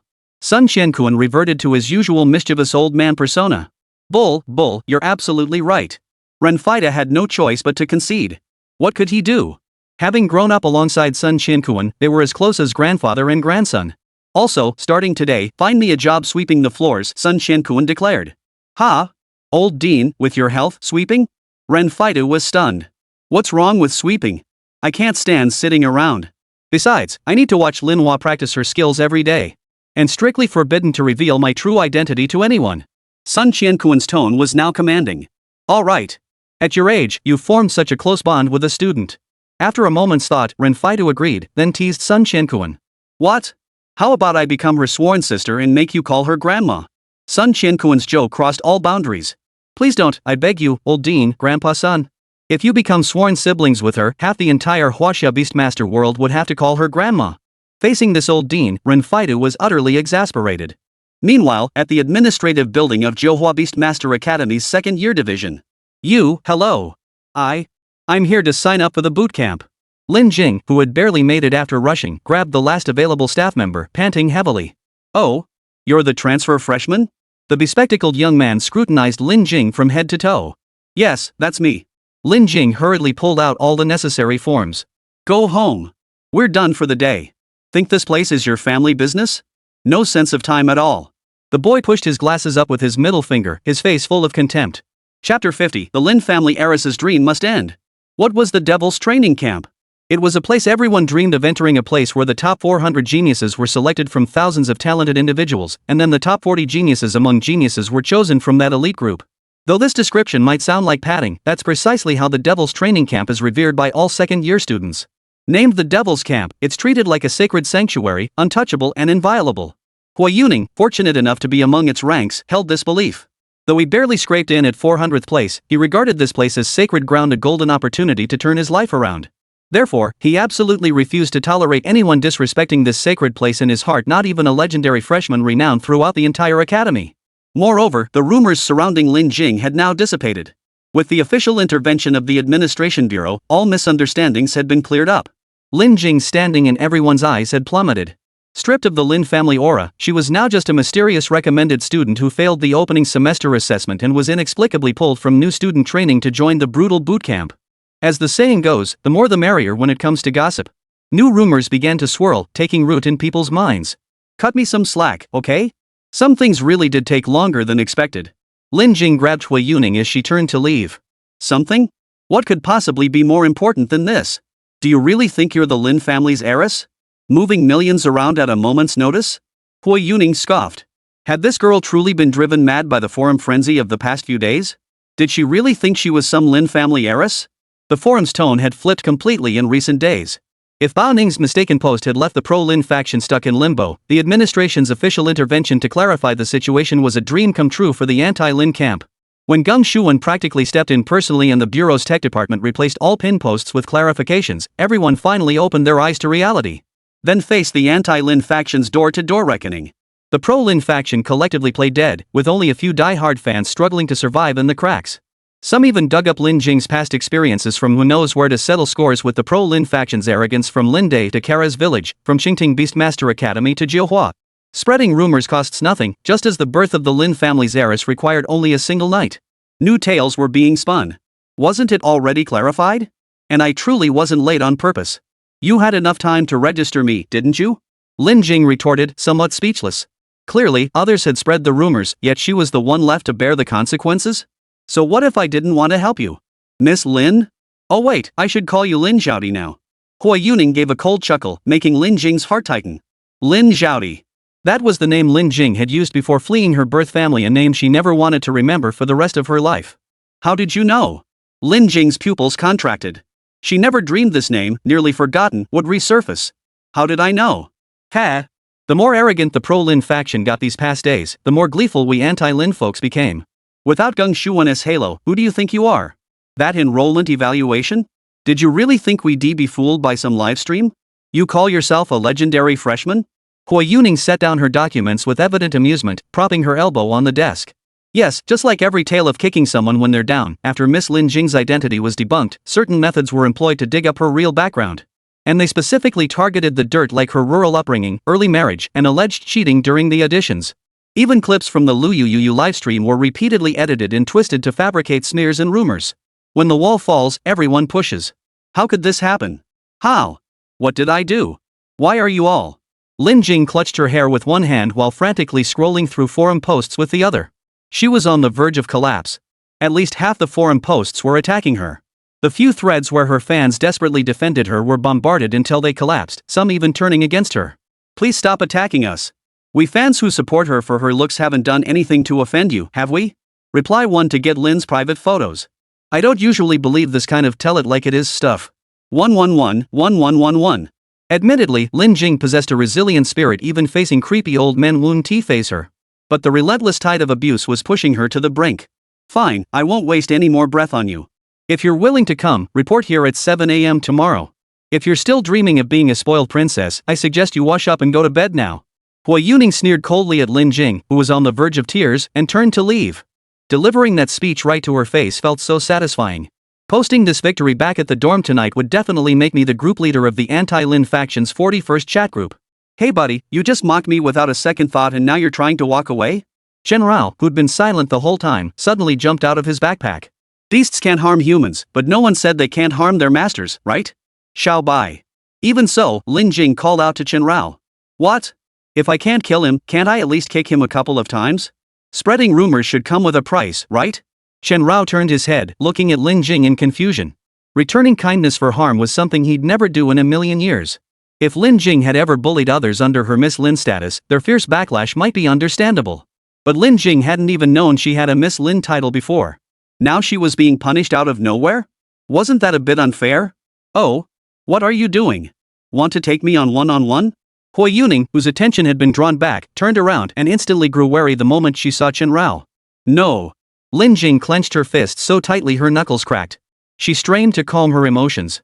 If not for the Chen Kuan secret art, she might have been so enraged she fainted on the spot. A first-year student, really thinking you can turn the world upside down? I bet you got sent back from the training grounds because you couldn't handle the hardship. Hua Yuning's eyes darkened. Sure, he loved trash-talking, but he was still ranked in the top 400 among second-year students. And after a year of study, his beast-taming skills had undergone a complete transformation. I never intended to fight you. I just wanted to clear things up for myself. As for the Devil's training camp, I won't back down. See you tomorrow morning. Lin Jing took a deep breath, nearly crushed beneath the wave of criticism. TSK, clear things up? I don't see what you have left to clarify. But don't worry, we'll keep bashing you for another week or so. Once the heat dies down, no one will care anymore.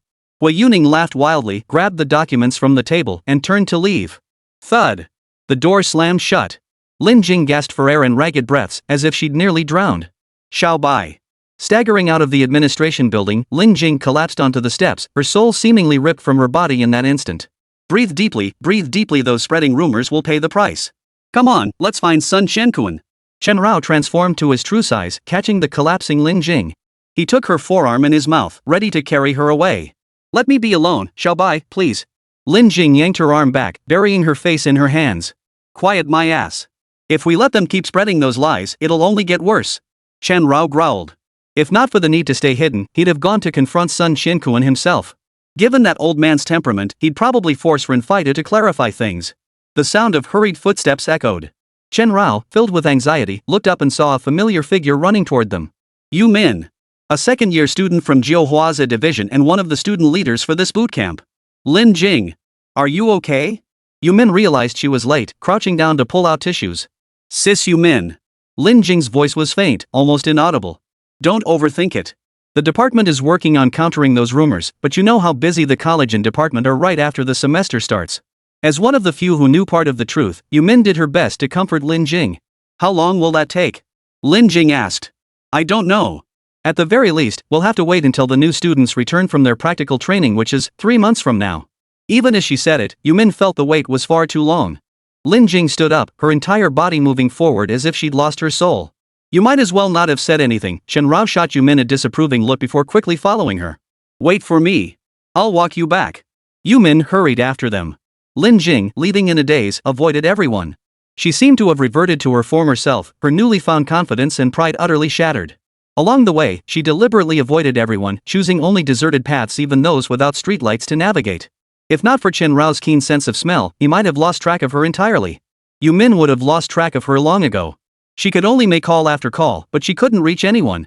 Equally unreachable were Huang Yiba, Wan Qi, and Bao Ning, who were undergoing training thousands of miles away, and even someone with the super chat nickname Nero.Y. But she didn't want to deal with anyone right now. She just wanted to retreat to her dorm room and escape the entire world. The night dragged on interminably, so long that Shen Rao felt as if a century had passed. As a beastmaster, he could fight enemies with reckless abandon, never backing down even against formidable opponents like Lei Bo. Yet now, beyond guarding against Lin Jing harming herself in an emotional breakdown, he was utterly helpless. Lin Jing lay on her bed, struggling to calm her emotions. She had considered explaining, even proving herself. Countless times she picked up her phone to draft a post, only to delete it in the end. Explaining now would only make things worse. No one would believe her. Chapter 51, Lin Jing's sudden change in attitude. She's angry. Are you sure she's back? Absolutely certain, without a doubt. Are we going to hell for doing this? Pfft, hell? It's just taking a few photos. In the dead of night, the dormitory hallway echoed with hushed voices, jolting Chen Rao awake. He opened his eyes to find Lin Jing awake too. After struggling for hours to fall into a shallow sleep, she sat silently, her eyes fixed on the doorway without blinking. But I'm still scared.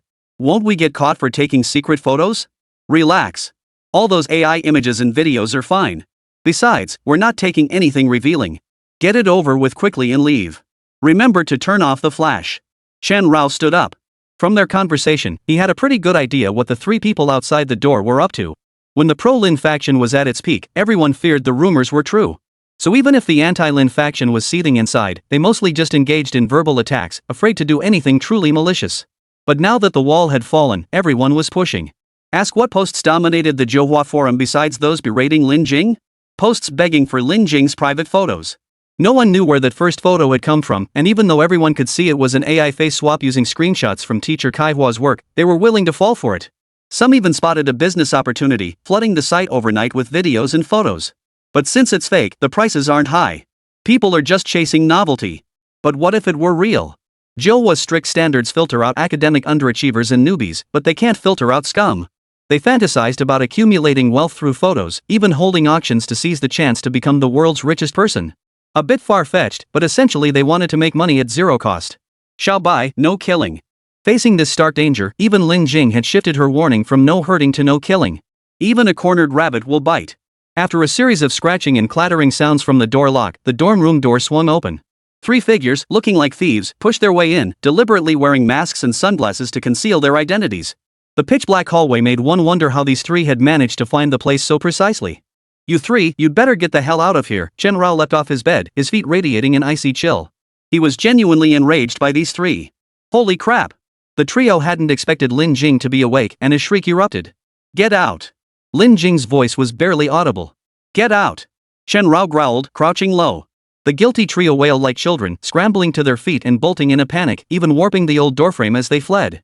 Now completely unable to sleep, Lin Jing lay in bed, her eyes fixed on the ceiling. It felt as though she had been transported back to that hillside years ago, facing the evening breeze, transformed into that Lin Zhaodi who would rather shiver with goosebumps than return home even a single second early. Shen Rao wasn't one for comforting others, especially now that he was still a beast tamer. All he could do was lie by Lin Jing's bedside, his eyes which seemed to glow fixed intently on the doorway. A sleepless night. Trouble loomed, but life marched on. Lin Jing might shed tears, but she wouldn't halt her forward momentum. This time, however, she'd taken precautions. She'd changed her outfit, swapping her usual plain, fresh-face style for all black attire, black pants, black boots, and a pure black trenchcoat draped over her shoulders. If her former self resembled the pure, innocent girl next door, now she embodied the aloof goddess who kept others at arm's length. This transformation served as the perfect disguise. When those who knew Lin Jing had returned but still searched for her in her old style passed her by, they might glance back, but no one recognized her. Why are you dressed like this? Even Yu Min failed to recognize her. Just wanted to try a new look. Let's go inside. Lin Jing removed her mask and followed Yu Min. The two walked one after the other into the second-year administration building. Several students who had come for inquiries couldn't help but whisper among themselves upon seeing Lin Jing. Gossip is endless, but if you don't listen, it doesn't exist. If you don't listen, it doesn't exist. What did you say? Yu Min hadn't caught it clearly. Nothing. Lin Jing shook her head. Having gone without sleep all night, her complexion looked poor even with the power of the Qiankuan secret arts. Her complexion was ashen. Oh, you really came? It was the same spot as yesterday, the same person as yesterday. Hua Yuning had only stepped out to take a look on his way out, never expecting Lin Jing to actually show up. I told you I wouldn't give up. Now, I'm here to register. Lin Jing practically ground the words out between clenched teeth. She handed over the pre-prepared application form. Hua Yuning glanced down briefly, then picked up the form and scanned it. The format was standard, no surprise for someone parachuted in to participate. Though he had no idea how Lin Jing, stripped of her princess aura, had managed to land in the devil's training camp. But, Hua Yuning, what are you doing? Yu Min watched in horror as Hua Yuning shoved the form into the shredder. Oh, sorry. I thought that was the filing cabinet. Hua Yuning quickly feigned embarrassment, bending down to pull up the bag that collected paper scraps from beneath the shredder. The bag was completely full, packed with paper shreds the size of rice grains. As fellow second-year students, Hua Yuning naturally didn't want to openly clash with Yu Min, especially since she was one of the student coordinators for this boot camp. Logically, Lin Jing's enrollment should have been processed directly and completed in one go, allowing her to enter the camp immediately. But unfortunately, the chief instructor of this year's boot camp was a ruthless individual who demanded strict adherence to procedures, regardless of who made the request. And wouldn't you know it, the person the chief instructor had assigned to handle Lin Jing's registration was none other than Hua Yuning? Without the registration form, enrollment was impossible. To prevent forgery, the printed form featured a QR code for verification. Reprinting it required a new application. Who would she ask to reapply? Baoning, of course. But if Baoning had to find someone else and delegate the task step by step, it would take at least half a day. What a pity. Since you're so skilled at parachuting in, why not go find one of your all-powerful sugar daddies again? Hua Yuning's smile was dripping with malice. His post on the forum last night had already garnered over 10,000 views. The one parachuted into the devil's training camp is actually Jing. Her sugar daddy is seriously powerful. Hua Yuning, if you can't speak properly, you don't have to say anything. Let me make this clear, I've saved every piece of slander you've spread. The academy will settle accounts with you sooner or later. Yu Min was visibly irritated. She glared intently at Hua Yuning. She was well aware of the forum's current situation, but the problem was that all 3 grades at Johua were busy right now. While the impact was certainly negative, there simply weren't enough spare hands to handle it. Really? Actually, there was. Manpower was like a career path, there was always room to squeeze more out if you tried. But the question was, why? The vast Johua could halt operations due to directives from the general administration, but it would never cease functioning over the plight of a single ordinary student. Enough, Yu Min. I get what he means, he just doesn't want me to participate, right? Lin Jing finally spoke after a long silence. Exactly. I don't care how powerful your sugar daddy is. Unless he holds my head down, I'll never bow to evil forces. Hua Yuning adopted a heroic expression. You're absolutely right. Hua Yuning, I'm with you. Exactly. Word is her sugar daddy is that rich second-generation guy among this year's freshmen. Yeah, that pig-like guy. Money really is great, I'm jealous. All the good stuff goes to the pigs. Hua Yuning's words ignited the other second-year students watching nearby. They weren't participants in the boot camp, just ordinary students handling GPA issues. But joining the commotion? That's a skill humans are born with. Did you hear that, Yu Min? I've got the whole crowd behind me now. Hua Yuning beamed with pride, basking in the attention. It was the first time so many people had ever supported him. If Huang Yiba heard you talking like that, he'd rip every tooth out of your mouths. Chen Rao poked his head out of his backpack. Huang Yiba, miles away, hearing about this? Given his temper, every gossiping fool here would be forced to kneel and sing conquered. After all, this was embarrassing for Huang Yiba at best, and at worst, it could affect the entire Huang family. Huang Shengxian's methods were far more ruthless than these rumor-mongering students. You kids think you can kill someone with just your words? Talk about baseless accusations. Just then, an old man in a janitor's uniform, broom in hand, spoke up slowly. As he spoke, he used the broom to tap the feet of those chatterboxes. Hey, old man. Why are you hitting my feet? You good-for-nothing brat. Don't you know you're blocking my sweeping? Hitting you is the least of it. Why didn't your father smack you against the wall for running your mouth like that? This sweeping old man was none other than Sun Qianquan. Grandpa's son? Lin Jing frowned slightly. How could the founder of the prestigious Johua sect be sweeping floors? Little Lin, what goes around comes around. Do good deeds. But as the saying goes, if someone acts like a jerk, they deserve a good whack. If I recall correctly, this so-called ghost training camp operates on a last-place elimination system, right? Sun Qianquan had skimmed through the camp's rules last night and now knew them by heart. This old geezer knows a lot. Does sweeping floors pay enough to keep you around? How about we make a deal? I'll give you 100, and you give me some fun? Hua Yuning sneered shamelessly. Calling a janitorly old man grandpa was laughable enough. You little bastard, watch your mouth. Sun Qianquan, leaning on his broom, immediately cursed. So Grandpa's son was right, huh? Yu Min, is it last place elimination? Lin Jing turned to Yu Min. Correct. Theoretically, during training, first and second year students can challenge camp members to enter the training camp. But you don't need to do this. You have extra spots. If you lose. Yu Min was cut off mid-sentence. Challenge me? You think you're worthy? Hua Yuning narrowed his eyes. Though he ranked 400th among second years, everyone knew his fighting style was the most disgusting. We'll see if I'm worthy once we fight. Lin Jing clenched her fists. The pent-up resentment and fury she'd bottled up all night finally found an outlet. Chapter 52, Full Force Against Hua Yuning. Why was the boot camp called the Devil's Camp? Because it doesn't treat students like human beings. The devilish instructors enforce rules that would terrify even cattle and horses, regulations so strict that even bathroom breaks are timed. If Joe Poppy saw this, he'd cry out for his mother. Yet its rewards were irresistibly tempting. Out of 400 trainees, only 40 would survive to be promoted directly to advanced Beastmasters. This meant those 40 could take the Beastmaster exam at least a year early. Even if they failed, they'd still retain student privileges upon entering third year, enjoying lower standards and more lenient selection policies. So to stay in, everyone resorts to every trick in the book, even kneeling to kowtow and grovel before the instructors. But this wouldn't sway the instructor, who had no balls, nor would it deter the envious from pursuing their goals. The bottom-tier elimination system and survival of the fittest meant the annual challenge to the 400 trainees was a perennial hot topic, but this year's intensity was unprecedented. News of the most notable student challenge in Johua Beastmaster Academy's history, Hua Yuning's defiance, swept through the official forums within 4 minutes. Over 2,000 people, including faculty and staff, gathered to watch. The place was buzzing. Challenging Hua Yuning? Is that girl out of her mind? No clue. But even if she has no connections, getting into Class A means she must have some skill, right? What good is skill? She's a first year. Everyone knows Hua Yuning's fighting style is utterly disgusting. True. If it were me, I'd rather fight 2 opponents at once than face Hua Yuning. The discussions on stage meant nothing to Chen Rao and Lin Jing at that moment. The rage pent up inside them overnight now felt like churning magma, ready to erupt at any second.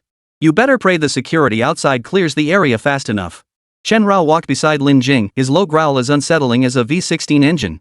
His gaze locked onto Hua Yuning's face in the distance, his eyes burning with a desire to tear him to shreds right then and there.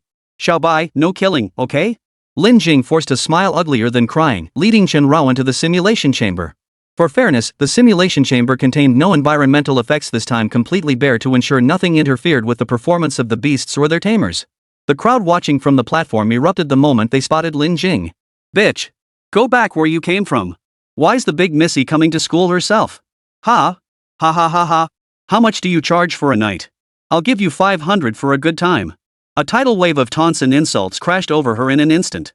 Among the thousands in the stands, scarcely a soul could be seen cheering for Lin Jing. Well, almost. A few die-hard fans, steadfast admirers of her looks, huddled in a corner, cautiously holding up signs that read "Go for it." Now that's what you call true fans. Little one, who do you think will win? Sun Qianquan asked from a corner of the stands, leaning on his broom. Honestly, old man, Hua Yuning has a strong chance of winning. Yu Min glanced down at the stage, where the tension between the two fighters was thick enough to cut with a knife. Public opinion was terrifying indeed. 2 strangers now faced each other like sworn enemies, fueled by a hatred as deep as a father's murder or a wife's betrayal. And it was about to erupt. 3,000 ice thunder falls. The moment the entrance closed, Chen Rao showed no hesitation or setup. Blinding lightning enveloped the sky and earth, exploding amidst a sea of ice crystals. This near-suicidal tactic instantly silenced the over 2,000 spectators in the stands. They were all professionals. Combat tactics, key points, and techniques were limited in number. But a play like Lin Jing's, practically synonymous with suicide, was something they'd never seen before. Dude, did that girl just go all out against Hua Yuning? No, it can't be. This tactic of mutual destruction is just too brutal, isn't it? What can't be? With this tactic, Hua Yuning might survive by sheer luck, but what about her? Just as everyone present held their breath in suspense, the ice blossoms dispersed and the lightning fades.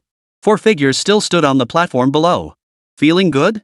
Chen Rao roared, his body covered in brilliant, molten gold like Shinjin liquor. His full power 3000 ice thunderfall had even scorched the ground beneath him black. Damn, this suicidal tactic, you actually think you can kill me? On the other side, Hui Yuning emerged from a large mud puddle, looking every bit as disheveled as Lin Jing could possibly be. His beast companion also emerged from a large mud puddle. A youth stage Ironstone bloodline A+ potential. Mud rolling salamander. The thick mud had shielded it from the thunderstorm and icefall. Though battered, it had survived. As long as it's not dead, Lin Jing said, her body covered in mystic gold dew, her expression unreadable.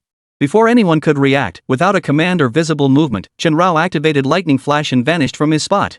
Something's wrong. Something's wrong. That woman's beast control is off. Not just the beast. That woman herself is off. Finally, after a collective silence, the crowd on the stands erupted. Only now did they emerge from the wave of mocking Lin Jing, realizing they'd never seen the pitch-black beast at her feet before. How is that possible? It's not even listed in the Beastmaster Encyclopedia? Yu Min stared at the image search results, unable to find a single match for Chen Rao's creature. Little one, the world is full of wonders. Anything is possible. Sun Qianquan remained utterly calm, his gaze fixed on the 2 shadows intertwined below the stage. Chen Rao swore this was the most satisfying fight he'd ever had in his life. Full firepower unleashed, might at its zenith. Empowered by the mystic gold elixir, he scarcely needed to concern himself with Lin Jing's position or safety. Even the mud-rolling salamander, possessing only the youth stage Ironstone bloodline, seemed no more formidable before him than an ornamental goldfish. Moreover, Lin Jing, having cultivated the heaven and earth secret art, now possessed senses over twice as acute as before. Her eyes could track every minute movement of Hui Yuning, her ears could detect every sound made by the mud-rolling salamander concealed within the mud, and she could precisely predict its every step. Hui Yuning, whose fighting style was universally acknowledged as the most infuriating, now felt utterly miserable. Normally, the mudskipper's ambushes from within the mud were almost always successful, but this time, he couldn't even touch Chen Rao's hair. Damn it! Why? Hui Yuning stood on the ground, utterly flustered, the mud covering his body already beginning to harden and flake off. Because you're weak, Lin Jing's reply was a dagger to the heart. Bull! How could I be weaker than you? You're just some bastard who got into school by kissing ass. Hui Yuning's rage ignited, grinding his teeth in fury, utterly disregarding the 2,000 spectators on the stands who could hear his words. Isn't this guy being a bit too harsh? Dude, cut the act. Weren't your replies to that post last night even worse? Fine, I admit I was wrong. But when have you ever seen someone who can consistently beat Hui Yuning? Never seen it. Speaking of which, Lin Jing seems to have something special, especially her beast control. Who brought a detector? On the stands, the initially unanimous opinion now split. Some stubbornly clung to the belief that Hui Yuning was the embodiment of a hero, the champion of truth, vowing to crush the dark forces on the beach. But some clear-eyed observers could see through it. Regardless of whether the other forum claims were true or false, just looking at Lin Jing's strength alone, it was absolutely fake. Mercury bloodline? Are you kidding me? A Mercury bloodline in its growth phase? Not kidding. Not just Mercury bloodline, it's also mystical metal affinity? As more and more people sensed something amiss, and as more and more used scanners to check Chen Rao's stats, the roar from the stands grew louder and louder. The tide of public opinion was slowly being turned by those die-hard fans who seized the opportunity to start whitewashing. People loved a good spectacle, no doubt about it, but what they craved even more were dramatic reversals. No matter who turned on whom, as long as there was an unexpected twist or an underdog comeback, the crowd was hooked. Mercury bloodline? Mystical metal affinity? Yu Min's eyes widened in disbelief. She knew Lin Jing personally. She had seen Xiaobai. In just one short week, Xiaobai had progressed from a wood-type bloodline to a Mercury bloodline? And gained an advanced attribute? How was that even possible? The odds of this happening were even lower than her finding a discarded lottery ticket on the street and winning 5 million. Old man, I may need logic to curse someone, but reality doesn't require it. Sun Qianquan stroked his beard with a smile. As one of the world's first beast masters and an enlightened practitioner of the Qianquan secret arts, he had already seen the victor of this battle. But there was a twist. Lin Jing, I admit it, you're incredibly strong. So strong it feels unreal. But your journey ends here. Hui Yuning, who'd been forced to the brink by relentless assaults, gasping for breath and rolling like a dog in the mud to dodge blows, finally caught a breath. It was Lin Jing who feared she might truly kill him, deliberately sparing him. You know what? Someone once said something similar to you. But do you know what happened to him? Lin Jing looked down at Hui Yuning on the ground, the anger in her eyes gradually transforming into pity. He's dead now, Chen Rao growled, closing in step by step. The last man to tell Lin Jing to stop was Lei Bo. But compared to Lei Bo, Hui Yuning was weak as a chicken. I don't know what happened to him, but you're really going down now. Hua Yuning scrambled up from the ground, battered and bruised. His fighting style was disgusting, and not just because of the mud. Neurotoxin. The stands erupted once more. Hua Yuning's signature move, the most vicious and treacherous tactic. Yes, his approach remained consistent in every fight, taunting his opponent into rage, then wallowing like a pig in the mud to stall for time. This allowed the mud salamanders lurking beneath the surface to gradually seep their neurotoxin through splashes of mud into his opponent's body. Then instantly activate. A mere 0.003 seconds was enough to bring his opponent crashing down. I told you, you would lose. Hua Yuning rose from the mud, laughing maniacally. The neurotoxin took effect, and Lin Jing stiffened as she fell backward. Chapter 53. Who knew a beautiful woman could look so graceful while fighting? So, it still didn't work? Yumin watched Lin Jing collapse stiffly, sweat beading on her palms. Among the second-year students at Johua, Hua Yuning's overall strength was far from the best, even bordering on clumsy. Yet his fighting style relied on sheer force to break through any defense. Unless one could counteract the neurotoxin, defeating him was utterly impossible. On the spectator stands, over 2,000 people held their breath, eyes fixed on the arena below. Their perception of Lin Jing had shifted considerably. Ultimately, the root of their criticism stemmed from envy that she could become a legend among the freshmen, envy that she was the brightest new star in Division A, and even envy of her fair skin, striking beauty, and long legs. Envy, jealousy, and finally, hatred. Hate for Lin Jing's brilliance drove them to seek every means to tear her down from her pedestal, to shatter her divine status and reduce her to a mere mortal. Yi He Lian was no exception. Yet Yi He Lian's light was too dazzling, too overwhelming. With an effortless S+ rating in the opening semester evaluations, there was simply nothing for anyone to criticize. But Lin Jing was different, which is why the criticism rained down relentlessly. Yet now, the tide was shifting. People were realizing Lin Jing wasn't the fragile, worthless, incompetent mess the rumors painted her to be. Consider this, among the 2,000 spectators present, nearly half were second-year students of Hua Yuning's caliber. Even the remaining 398 members of the Devil's training camp had been specially permitted to witness the match. Yet, how many among them could consistently dominate Hua Yuning throughout an entire battle? Hua Yuning's tactics were indeed unscrupulous, but he was still a student of Johua Academy, the prodigy of his own story.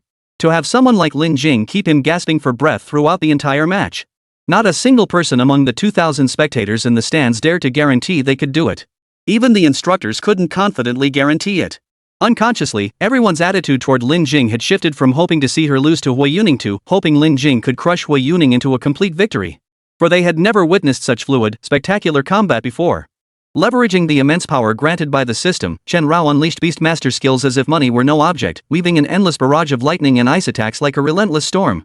Meanwhile, Lin Jing, having meticulously studied the combat notes of veteran Beastmasters like Sun Yi and Miao Hongting, had mastered the battle wisdom distilled from their real-world experiences. The battlefield's precise targeting, attacks, combat rhythm, positional shifts, skill execution, and coordination, all paired with that relentless barrage, sent wave after wave of excitement through the crowd watching. Awesome! So thrilling! This style of combat was unlike anything they'd ever witnessed. In an instant, at least half the crowd began rooting for Lin Jing's victory. She's already lost? She dominated the entire match. Get up, damn it! I'm a looks-based fan, but I just started defending you and you're already giving up? The voices of two fans who just started defending her echoed through the arena. Yeah, damn it! Get up! Does Hua Yuning really think one trick is enough to win every time? Hey, Hua, can you come up with something new? After getting beaten by your junior for so long, you pull this move at the end? Talk about Lin Jing being strong, huh? Well, I can't beat that guy surnamed Hua. That's not strong enough? Now I'm so pissed I'm gonna challenge Lin Jing to a fight. If you beat me, I'll transfer you $50 and treat you to KFC's Crazy Thursday. The crowd's opinion on stage shifted instantly. Sun Qiankuan twirled his mustache lightly, watching Lin Jing lying on the ground, and smiled. Sir, stop laughing. Lin Jing is about to lose. Yu Min was sweating profusely with anxiety. The neurotoxin was taking effect. If Lin Jing didn't concede, she could genuinely die. Everyone who had fought Hua Yuning before knew that after getting hit, this guy would give them a chance and the strength to concede and then proceed to taunt them. After being dominated for an entire round, how could he not mock them back at a moment like this? But Sun Qiankuan merely nodded with a smile, picked up his broom, and walked away. Nerve toxin? The mud salamander's neurotoxin was indeed potent, but its effectiveness was significantly reduced when transmitted through muddy air. While it still caused symptoms like breathing difficulties, muscle spasms, confusion, and even organ failure. Lin Jing was protected by the Qiankuan secret art. Hear that? Public opinion is already shifting. But sadly, you can't win. As someone who witnessed it firsthand, how could Hua Yuning not understand Lin Jing's strength? This woman was too strong, abnormally strong. It wasn't just that bizarre black dog that was powerful. Its strength felt like pure numerical superiority. Over 95% of their 10-minute clash involved relentless barrages of beast summoning skills, leaving Hui Yuning with no choice but to flee. But Lin Jing's power was suffocatingly oppressive. Her battlefield control was overwhelming. If Chen Rao's barrage felt like a nuclear blast, Lin Jing's micro-manipulation confined that blast radius to a single bathroom. Seriously, if you win, the Lin faction will be stuck celebrating the new year right where they are. Hui Yuning gasped, his nerves temporarily suppressed by the neurotoxin, finally giving him a moment to act like a fool. Lin Jing simply lay on the ground watching him put on a show. She stared at the glaring overhead lights, listening to the crystal-clear sounds around her. Those voices that had once mocked and insulted her were now mostly urging her to get up. Humans, such complex creatures. What a pity. Lin Jing, I'm giving you the chance to concede gracefully. Otherwise, I'll have red skin boost the neurotoxin's potency. If you end up convulsing, foaming at the mouth, and soiling yourself, that wouldn't be pretty. Hui Yuning smiled as he walked to Lin Jing's side. Whoosh! An egg flew out of nowhere, smashing into Hui Yuning's face. Spit! Stop pretending, will you? Who doesn't know your little tricks? Lin, get up! Don't make me clean up your mess for nothing, okay? Yeah, get up! Do you have any idea how hard it is for us looks-obsessed fans to survive in this niche? Such voices echoed incessantly. Hui Yuning burst into laughter. How could he not know what the man on stage thought of him? How could he not know the mood of these fickle opportunists now? But the fact remained, he was about to win. Neurotoxin, no human can ignore it. No one could. He wiped the excess egg white from his face and waved his hand. The massive mud salamander, its body still dripping with mud, crawled over. It extended its bright red tongue, coated in slimy mucus that reeked of a foul, fishy stench. Admit defeat, Hui Yuning crouched down, staring coldly at Lin Jing's face. Otherwise, I'll make you lose control of your bowels right here. He had to admit, Lin Jing was beautiful. But he also had to admit that the more beautiful someone was, the more terrified they'd be of losing control in public. I really love how you brag, Lin Jing suddenly spoke from where she lay on the ground. Just like I love watching you roll around in the mud. The murmurs on the stage abruptly fell silent as all ears turned toward them. Stop pretending. Don't you feel your breathing getting heavier? Hui Yuning didn't understand why Lin Jing's complexion hadn't turned blue like the others who'd been poisoned, but since she was already lying down, it didn't matter anymore. When I ran from the village to the town, I had only 31 yuan to my name. To survive and not starve to death in the town, I had to grovel and beg the boss to let me work for him 5 cents for braiding a knot, 10 cents for wiping a table. During my 3 years at Qingting, I slept less than 6 hours a night.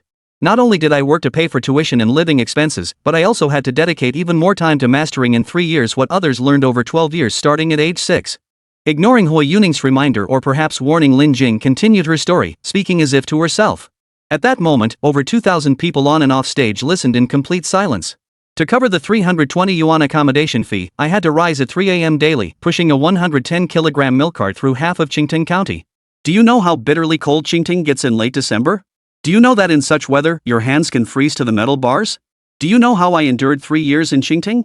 Do you know that during the national exams, Zhou Yuan stabbed my back with a steel ruler until it bled, just to copy my written answers? The field assessment cheating scandal. I don't even know if you're here to attack me or Geng Shuwen. Don't you know he was the one investigating that incident? Of course you don't. All you know is I'm not some spoiled Lin family heiress, so you'll go out of your way to target me.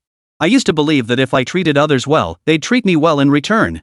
But now I understand, to be a good person, you first have to beat the bad ones into submission. Lin Jing spoke, then suddenly grabbed Hui Yuning by the collar.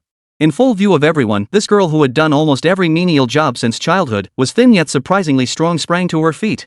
Nerve toxin, useless. How is that possible? Why doesn't the neurotoxin affect you? Hui Yuning stared wide-eyed at Lin Jing, utterly incredulous. You don't deserve to know. When I was little, if I did something wrong, I'd usually get this. Lin Jing was now a completely different person.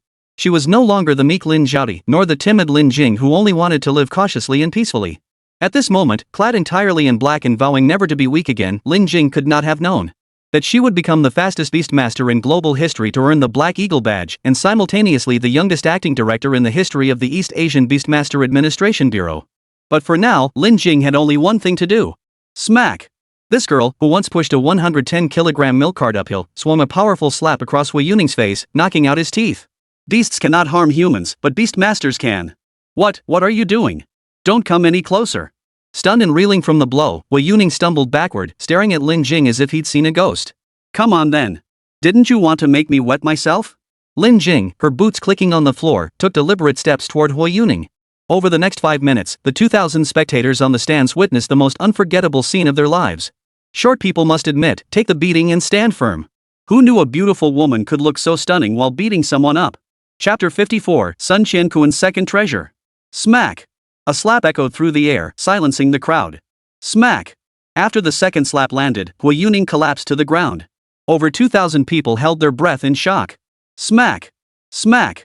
Smack! What kind of scene was this? It was like a movie filled with the sound of slaps, starring a fair-skinned, beautiful woman with long legs.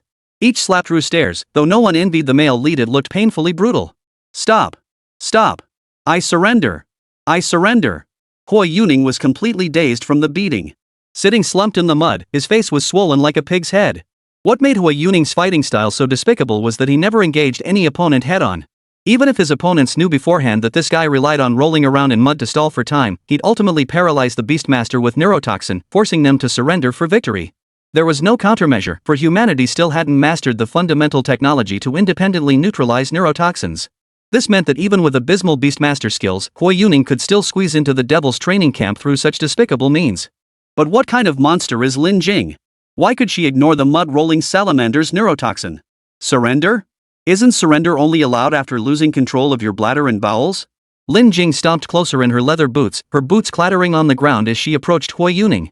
Truth be told, the moment the first slap landed and Hu Yuning realized the neurotoxin was ineffective, he'd already been screaming to surrender.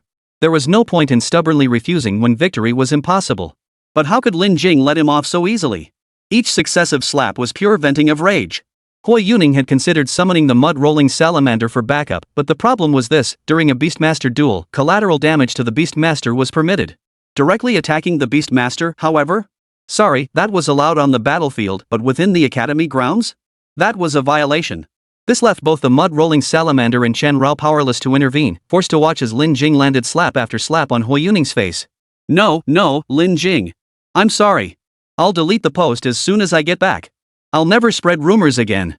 Hu Yuning scrambled to raise his hands in apology, his tongue darting in his mouth before spitting out another bloody molar.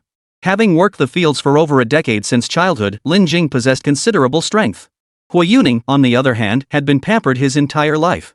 This weakling, incapable of lifting a finger, couldn't win in a beast-taming duel, nor could he hold his own in a verbal battle between beast-tamers. Deleting posts isn't just your responsibility. I can handle gossip, but I won't tolerate baseless smears and rumors, especially about my friends. Lin Jing's words weren't just for Hu Yuning, they were for everyone present. This girl had truly changed. Rights must be fought for with fists. Only now did she understand why Yi Helian always carried himself with such an aloof, arrogant air, as if he were untouchable. Because only then would those lurking scum tremble and retreat. Did you hear that? Delete the post now. Yeah. Hurry up, hey, you over there, add me to that good-looking fans group. You're right here and you're joining the group? Watch this. Goddess, slap me. You're a pervert, aren't you? But the way you slap looks so hot, sis. Maybe I should consider you, senior. The buzz of discussion surged again from both stage and audience. Those 17 slaps landing on Hu Yuning's face not only forced his defeat but also wiped out over half the forum's flood of fabricated smear posts. Beyond that, the beauty fans were collectively celebrating like it was New Year's Eve. Even before Lin Jing had left the simulation room, the video titled, "Goddess Punishes Rumor Mongers," had already surpassed 10,000 views. The comments section exploded with all manner of reactions. While a few stubbornly insisted it was all staged, the overwhelming majority were blatant advances. Some with peculiar interests even privately inquired about what they needed to do to be selected. But Lin Jing knew none of this. After leaving the simulation room, she walked straight toward the administrative building. The first person she encountered wasn't Yu Min, nor was it a drill sergeant from the boot camp, it was Sun Qianquan. Grandpa Sun, you really took a janitorial job? Lin Jing stood at the sink, vigorously scrubbing the dried mud off the back of her hand. Of course. I'm getting old. I trust Renhwa to run the academy, but I can't sit still. So I'll just sweep floors and clean up. Sun Qianquan rinsed the mop, his swift, precise movements betraying none of the frailty one might expect from a 92-year-old. Alright, but please take care of yourself. Lin Jing nodded, her hands red from scrubbing. This old man's got some serious stamina. Chen Rao, transformed into a cat-sized form, crouched on the sink, mimicking a cat's hand-washing motions with perfect imitation. Oh, Lin, Ren mentioned yesterday that the ghost training camp officially starts tomorrow. It's semi-closed, so I'm giving you these in advance, 1 packet per day. Sun Qianquan finished washing the mop and retrieved a cloth pouch from his cleaning cart. Inside was the medicinal powder he'd had Ren Fighter Rush grind overnight.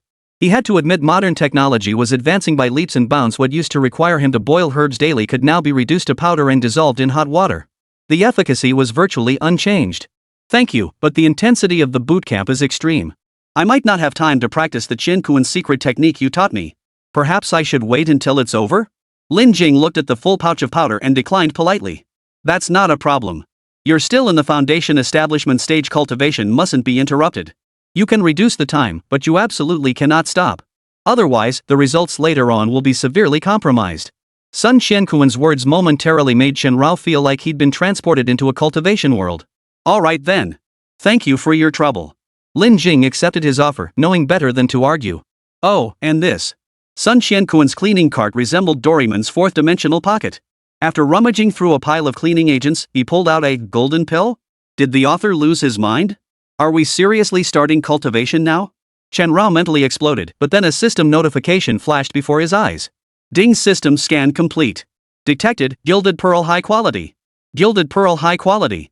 Description: a mystical orb formed from the blood left behind when the dragon-subduing divine general underwent its ultimate transformation from the metamorphosis stage. After centuries of refinement, most of its inherent properties have dissipated, yet it retains some residual value for absorption and utilization. Perhaps it could be harnessed by humans? Description: a meticulously preserved golden pearl, smooth-surfaced with noticeable crafting marks. Suitable as a gift. Ding, consume lifespan to devour and absorb the gilded pearl. Lifespan cost 5,000 years. Fu, an evolutionary product of the dragon-subduing divine general? Chen Rao's eyes widened. He couldn't help but recall the Xianhua silver scale and golden armor shedding. After all, those two items were obtained from the juvenile Sevenite sacred beetle and the mature silver-white armadillo respectively, yet they already possessed such remarkable effects. This was solidified blood flowing within the dragon-subduing divine general's body. Ultimate form, the crimson-hearted dragon-subduing divine general. Chen Rao dared not imagine what would happen if he absorbed it now. Wouldn't he become ridiculously powerful? But then he thought, forget the 5,000-year lifespan he couldn't possibly sustain right now. Just the cost of absorbing the golden armor shedding and Xianhua silver scales was agonizing enough. If he absorbed the gilded pearl now, he'd be lucky to avoid exploding into a bloody mess on the spot. Is this gold? Lin Jing stared at the gilded pearl, instinctively assuming it was made of the precious metal. Not exactly. Where would an old man like me get such a massive chunk of gold? Truth is, I stumbled upon this little trinket by accident in my youth. Thought it was rather pretty, though it serves no real purpose. Just felt it was a waste for an old codger like me to hold on to it. If you think it's pretty too, I'll give it to you. Old man Sun Qiankuan didn't even blink an eye as he spun his tail.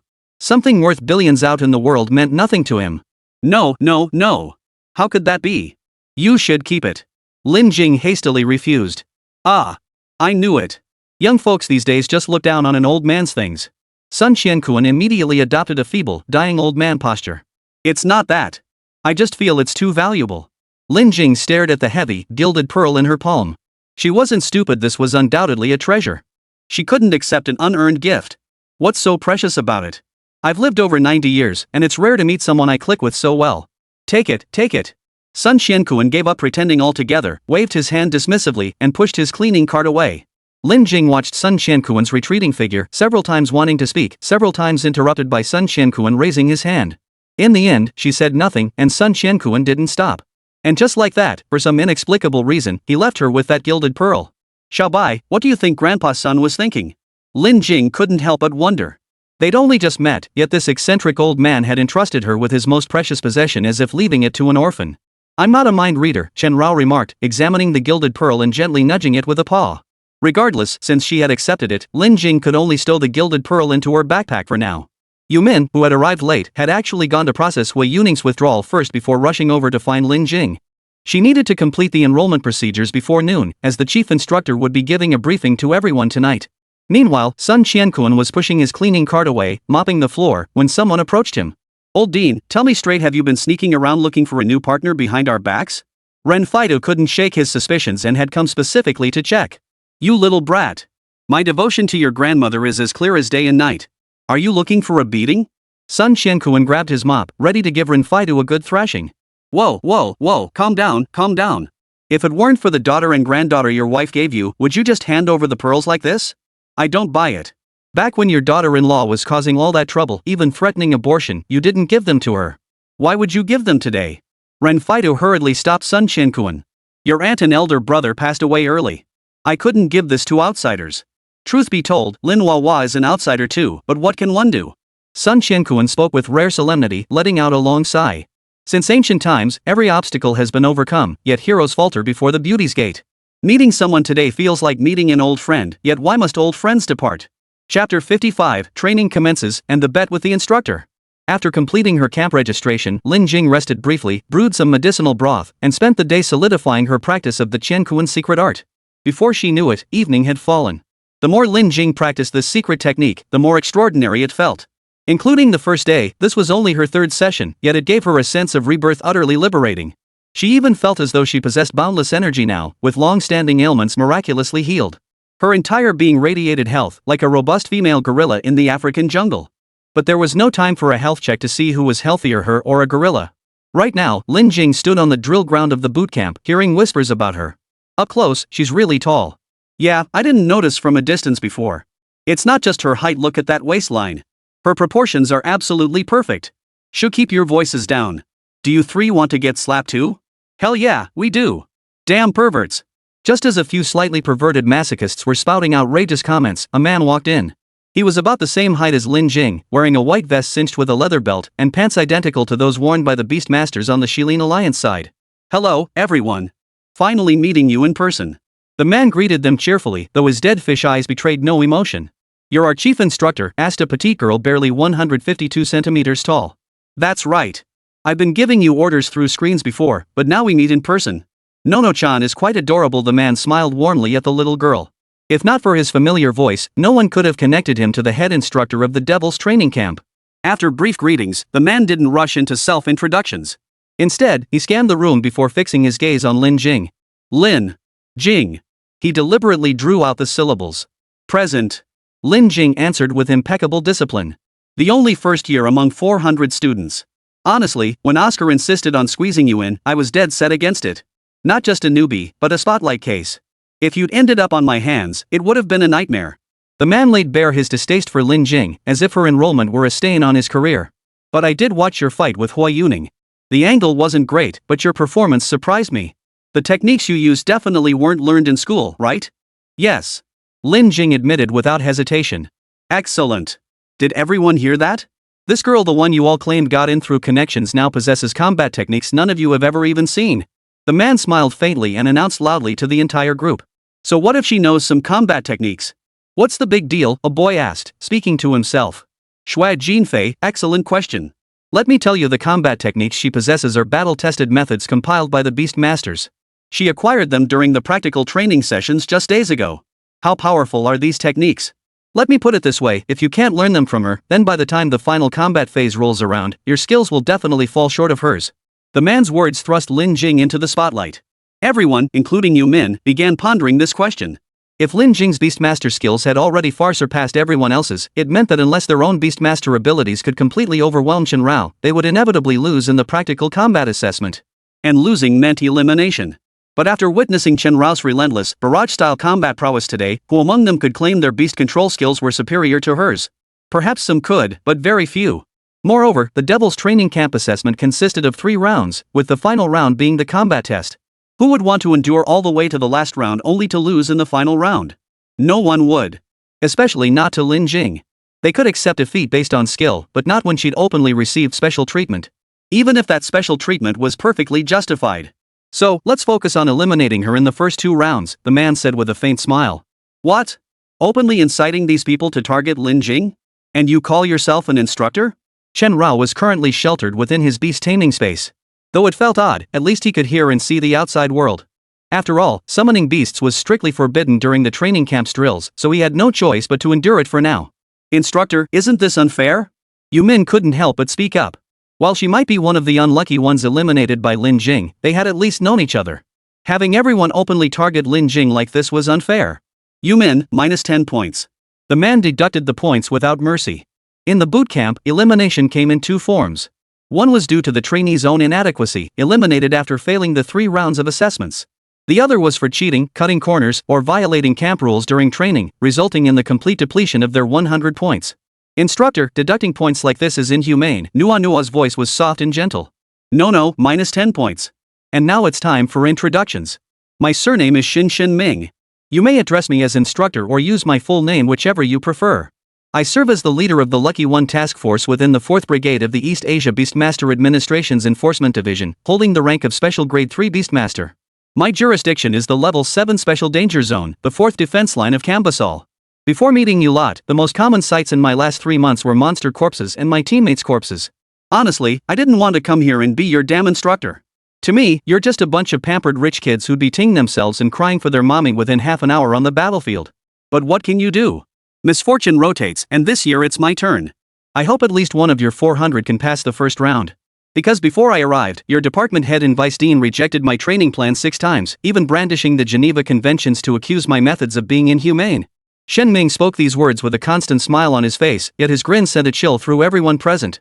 Setting aside the sheer inhumanity of his deductions, the mere mention of his self-proclaimed rank as Special Grade 3 Beastmaster was enough to make everyone gasp in shock. In the Beastmaster rank progression, the lowest tier is Trainee Beastmaster, followed by Junior, Intermediate, and Senior Beastmasters. Graduation from the Beastmaster Academy and passing the assessment qualifies one as an Executive Level 1 Beastmaster. Gradual advancement continued until reaching Level 9 Executive Beastmaster, at which point one could opt to transfer to the Administration Bureau for administrative roles. Take Bao Ning, for instance. While retaining his Beastmaster status and registration, he ceased further advancement. Generally, Level 9 Executive Beastmaster marked the pinnacle of one's career. But what kind of monster is Shen Ming? Barely 30 years old, he already surpasses even Level 9 Executive Beastmasters as a Special Grade Beastmaster, a goddamn Special Grade 3-star Beastmaster. This is even more absurd than a 6-year-old child forming a golden core. Because once one becomes a Special Grade Beastmaster, each star earned requires completing an S-rank mission of maximum danger. The difficulty is akin to fighting your way from Earth to Hell, crawling back out unscathed, and slapping the King of Hell 10 times for good measure. Shen Ming wasn't bragging when he spoke earlier, nor was his blatant contempt for everyone else an act. Because in this world, fewer than 100 people possessed raw combat prowess surpassing his. A Special Grade 3 Beastmaster. Don't be ridiculous. How could a Special Grade 3 Beastmaster possibly come here to train us? Yu Min's eyes widened. In the 12 hellish boot camps Johua had hosted before, the highest-ranked chief instructor had only been an Executive Grade 8. And rumor had it that by the 4th day of that Level 8 instructor's training, 8 people had already cried themselves to sleep begging to go home. The intensity of a Special Grade 3? That'd kill someone. Draw lots. I'm just too unlucky. Now I'm giving you a chance. Anyone who admits they're a weakling or a loser, step forward. Shen Ming clasped his hands behind his back, introducing a coward's clause. No one stepped forward. They knew staying meant facing not only Lin Jing, who was blatantly receiving special treatment, but also the inhuman training methods of a Special Grade 3 Beastmaster. But for those final 40 spots to become Advanced Beastmasters, even if it meant dying, they'd fight until they were half dead before giving up. Excellent. I appreciate your stubborn defiance. Now, let's begin the first training session, physical conditioning. Shen Ming announced the first exercise openly. The content was extremely straightforward. From running to cross-country training, from push-ups to sit-ups, Shen Ming had arranged every conceivable form of physical training. The requirements for passing were simple as well. The physical training program lasted 20 days. He would publicly announce the daily training content. Anyone who completed all 20 days of training would pass. There would be some minor assessments and special training sessions interspersed throughout. Running? Lin Jing frowned. Her physical strength had just been enhanced by the Qiankuan secret art, and now they were testing her endurance? Don't underestimate physical training, Shen Ming stated bluntly. In a Beastmaster's battle, if you can't keep up with your beast's pace or combat rhythm, if your stamina fails and you can't endure days or nights of continuous fighting, it's deadly. The others exchanged glances, accepting his reasoning. Alright, you lead the way. Run 5 kilometers around the field. The women's world record is 14 minutes and 13 seconds. I demand you finish within 16 minutes. Otherwise, immediate elimination. Shen Ming was clearly targeting Lin Jing. His smiling challenge made the boy's legs tremble. Fine. What if I finish in under 15 minutes? Lin Jing adjusted her breathing, activating the secret art of heaven and earth.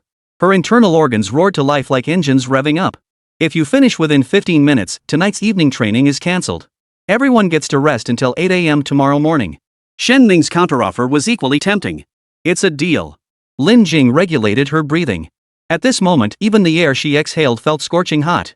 Chapter 56, Becoming the Target of All Eyes, Beast Control Requires Training Too? At its core, the Heaven and Earth secret art was essentially an overdraw on the human body.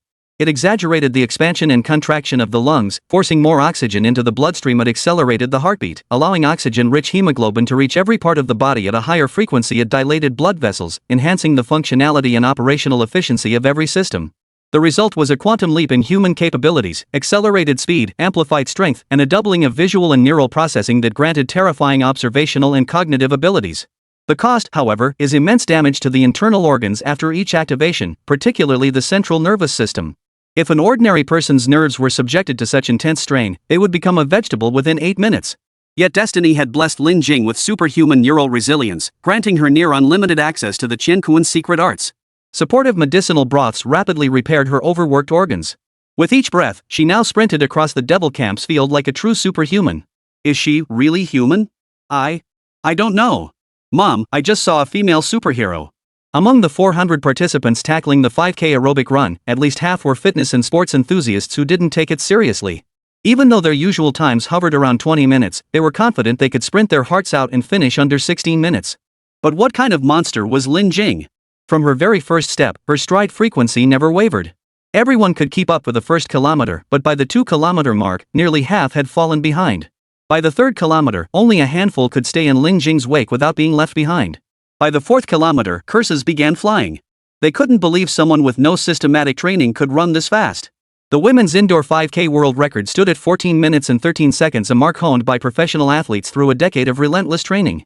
Yet Lin Jing, radiant and effortless, achieved it before everyone's eyes. Though she didn't break the world record, such extraordinary physical talent would leave even Usain Bolt shouting, "I can't do that." Even Chen Rao was baffled by how the slender Lin Jing unleashed such potential.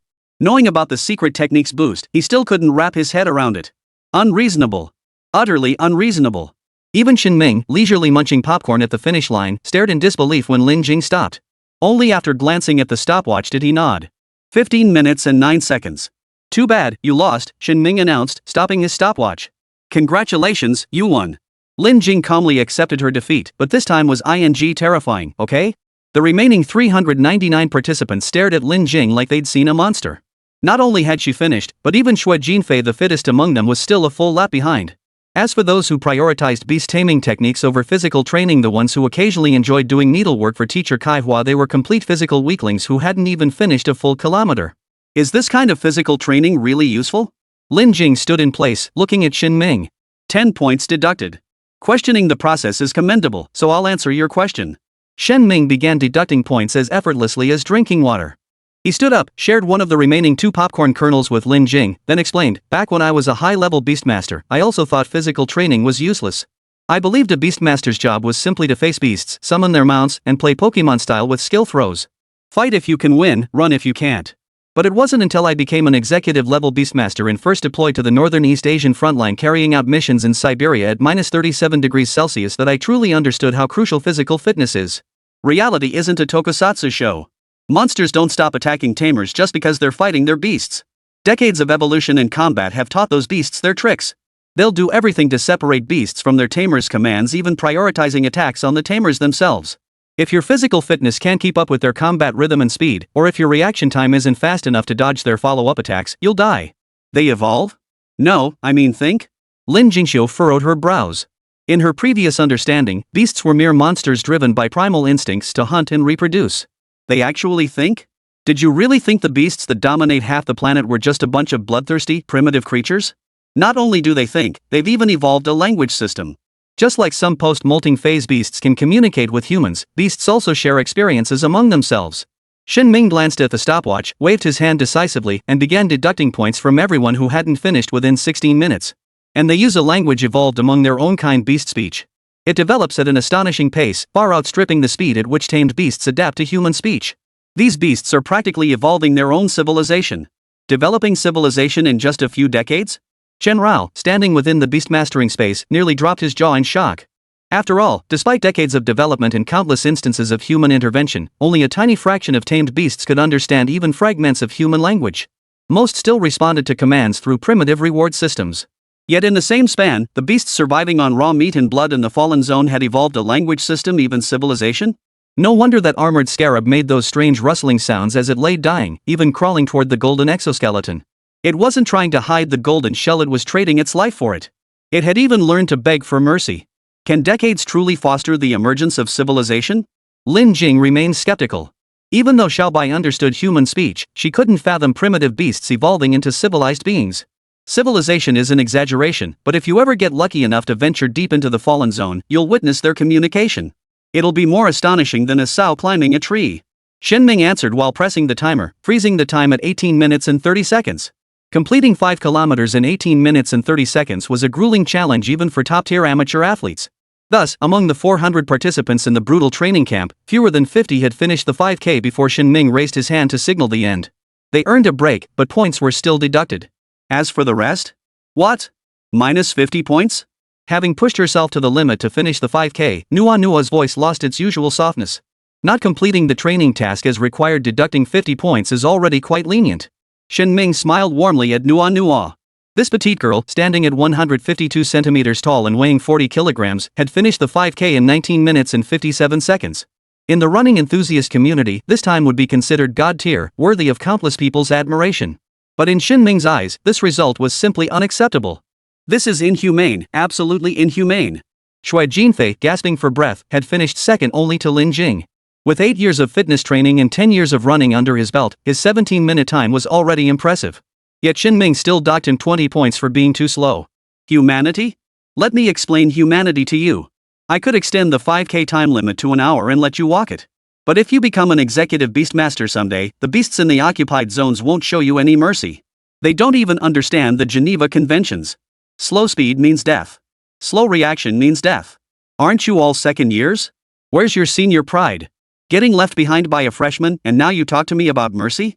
Shinming chuckled, deducting another 10 points from Shui Jinfei's score on the roster. This guy was definitely a joke sent down from heaven, deducting points without logic just because he felt like it. And he was skilled at redirecting hatred.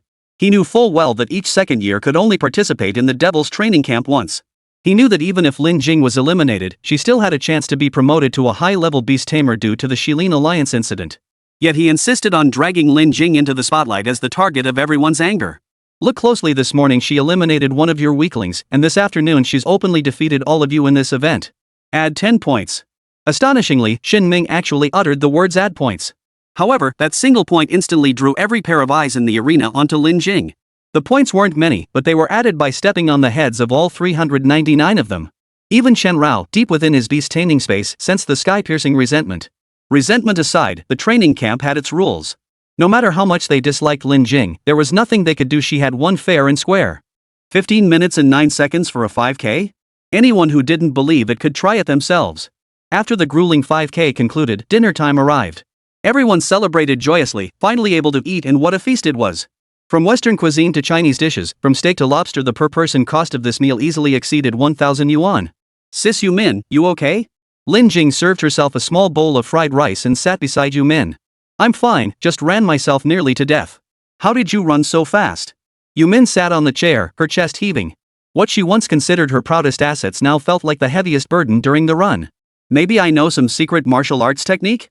Lin Jing said truthfully in a joking tone. Meanwhile, in another combat simulation room. The specially designed simulation room had walls twice as thick as standard ones. I knew it, it's not just the beast tamers getting scolded, but the beasts too. Shen Rao stood in his true form amidst 399 beasts. Before dinner began, Shinming had ordered everyone to leave their beasts here. Hello, furballs, Shinming sauntered in with a carefree air. Four shared beasts trailed behind him. I hate that name, and facing you. I don't need to understand human speech, do I? Shen Rao didn't particularly like Shinming, so he simply pretended not to comprehend. Want to earn points for your beast master? Then come attack me. Shinming pulled out 8 irritant spray grenades designed to provoke beasts or monsters from behind his back and tossed them into the crowd of beasts. Then he grinned like a masochist. Chapter 57, The Soul 110-point score. The Contraband Incident. Ugh. Early morning, Devil Training Camp Lounge. The sound of vomiting echoed relentlessly. Even though Shinming had graciously assigned everyone a private dorm room, there was only one bathroom. This meant nearly everyone was crammed around the sink, freely releasing. The intensity of the evening training far surpassed the shock of the 5-kilometer run. After eating and drinking their fill, the 400 trainees plunged straight into even more terrifying physical torment. After 3 hours of dreadful jostling, even Godzilla would have knelt down to vomit for half a minute. I can't. I'm gonna die. Guh. Nua collapsed by the sink, her vomit nearly filling the basin alongside nearly 70 other girls. This training is inhumane. Ugh. Yumin suffered equally. Having eaten the most, she vomited the worst, projectile-like splatters of food residue even splashing onto the walls. Thank goodness I ate less. Lin Jing was equally pale. She wasn't a superhero even with the protection of the Qianquan secret art, she was still vomiting violently. Fortunately, her dinner had been light, a small bowl of fried rice with eggs and some high-protein meat. While providing sufficient energy, it had been relatively gentle on her stomach. Otherwise, she too would now be huddled over the sink, vomiting incessantly like the others. Honestly, Shinming's training methods treated them like they weren't human. The girls had it relatively easy, but the boys carried an average of 15 kilograms. Before evening training even ended, some were already vomiting like fountains on the field. If the training intensity for level 6 Beast Masters could be endured for a few days before people cried their way out, then the intensity for special grade 3 Beast Masters was, well, some had already quit. By 1 a.m., before anyone was forced to quit due to failing assessments or depleting their points, 20 trainees had voluntarily withdrawn from this hellish boot camp. The reward of direct promotion to Senior Beast Master was tempting, but fear of death prevailed. Because someone was literally puking blood. "Oh, everyone's here," a jarring voice echoed through the bathroom, thick with the stench of vomit. "Pervert! How did you get in?" a girl in just her underwear screamed. "Oh my god." Halfway through vomiting, Nuonuo frantically grabbed Lin Jing's arm to cover her chest, tears welling up in fright. "Instructor, you've got some nerve." Lin Jing, who was still somewhat presentable, glared at the intruder at the door. Shen Ming stood there holding a plastic basin, clad only in combat fatigues. His bare upper body was chiseled like stone, covered in scars that made him look like a demon crawling out of hell. "Shame. You know who gave emergency treatment to my second-term comrade when he was nearly roasted alive by a beast?" Shin Ming casually walked to the center of the bathroom, plastic basin in hand, as a crowd of girls suppressed their gag reflexes and stared at him. "Let me tell you, it was a girl barely 2 years older than you, who'd never even had a boyfriend. But to save my comrade's life, she personally spent 10 minutes treating his wounds, disinfecting and bandaging them. Couldn't you just find a doctor?" Yumin took a sip of water, suppressing the wave of nausea. "A doctor? That's a privilege for you spoiled princesses. On the battlefield, when a comrade is bleeding out and dying, are you just going to say no doctor and watch them die? When your buddy's balls are crushed and he's bleeding to death, are you going to say gender differences and let him die because he's a guy?" Shin Ming scooped a packet of powder from the plastic basin, casually grabbed a C-cup girl, pinched her cheeks, and dumped the powder into her mouth, utterly brutal. "Stop fantasizing. Beastmasters aren't some cushy job where you just command beasts and toss out a couple skills to win battles. Our casualty rate is nearly 30%. Emergency treatment is basic training for every field beastmaster. If you insist on gender distinctions, feel free to leave now," Shin Ming said, picking his nose. "But we're not on the battlefield. And what the hell did you feed me?" The C-cup girl was nearly crying from the bitterness. "Special medicine to fix your stomach. And Li Jiji, minus 100 points. You can leave now." Shin Ming smiled faintly at her. "Why? I warn you, my father is a level 3 commander at the administration bureau. Treating me like this violates the Beastmaster training code." Li Jiji exploded. As a bona fide second-generation elite, her patience had already stretched to its limit. "If I truly violated the code, my superiors would strip me of my position and lock me up. But since I'm still out here, it means I haven't.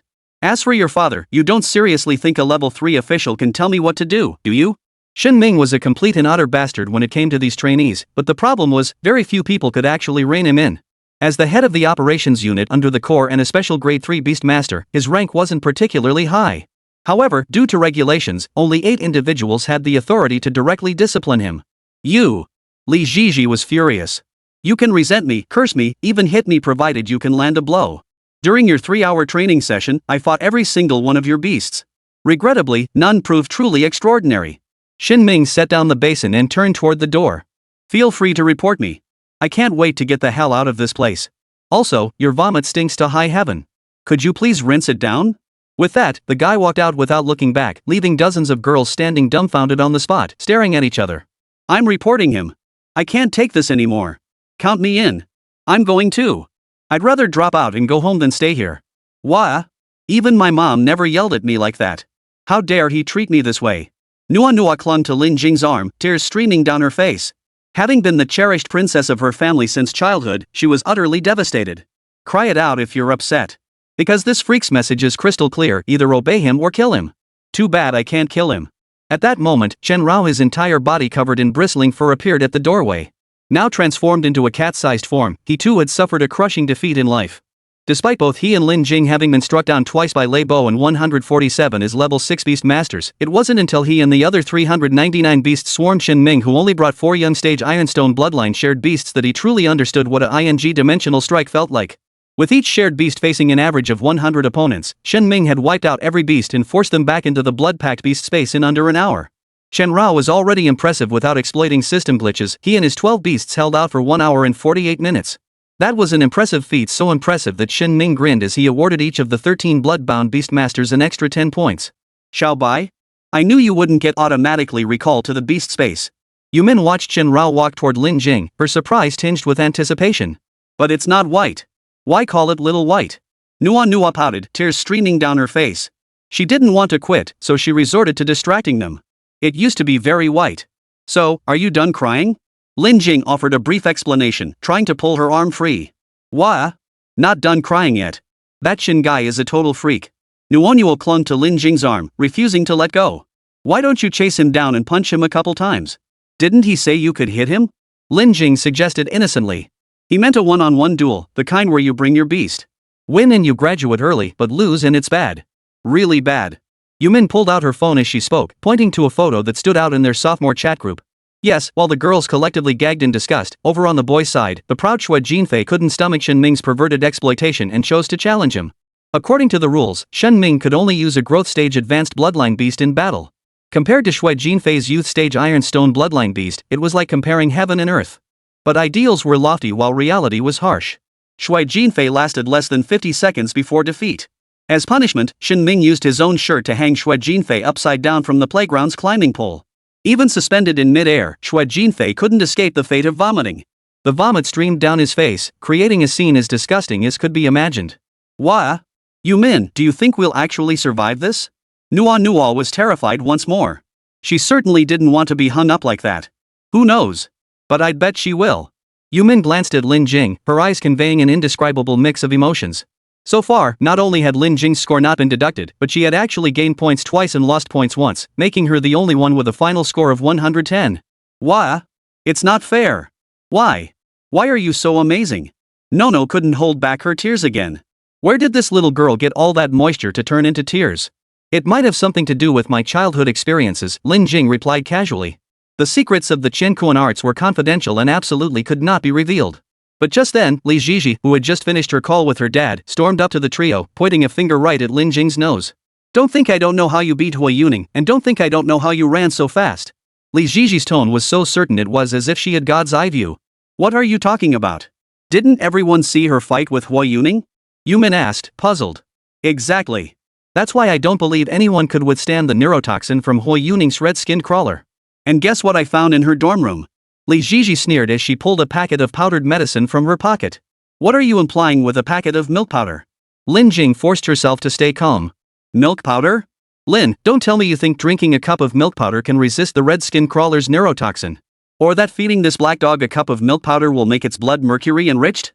Li Jiji's cold laughter and actions drew the attention of many, who turned to stare. A packet of powder clearly repackaged from something else, could it be contraband? Chapter 58, Li Jiji's father.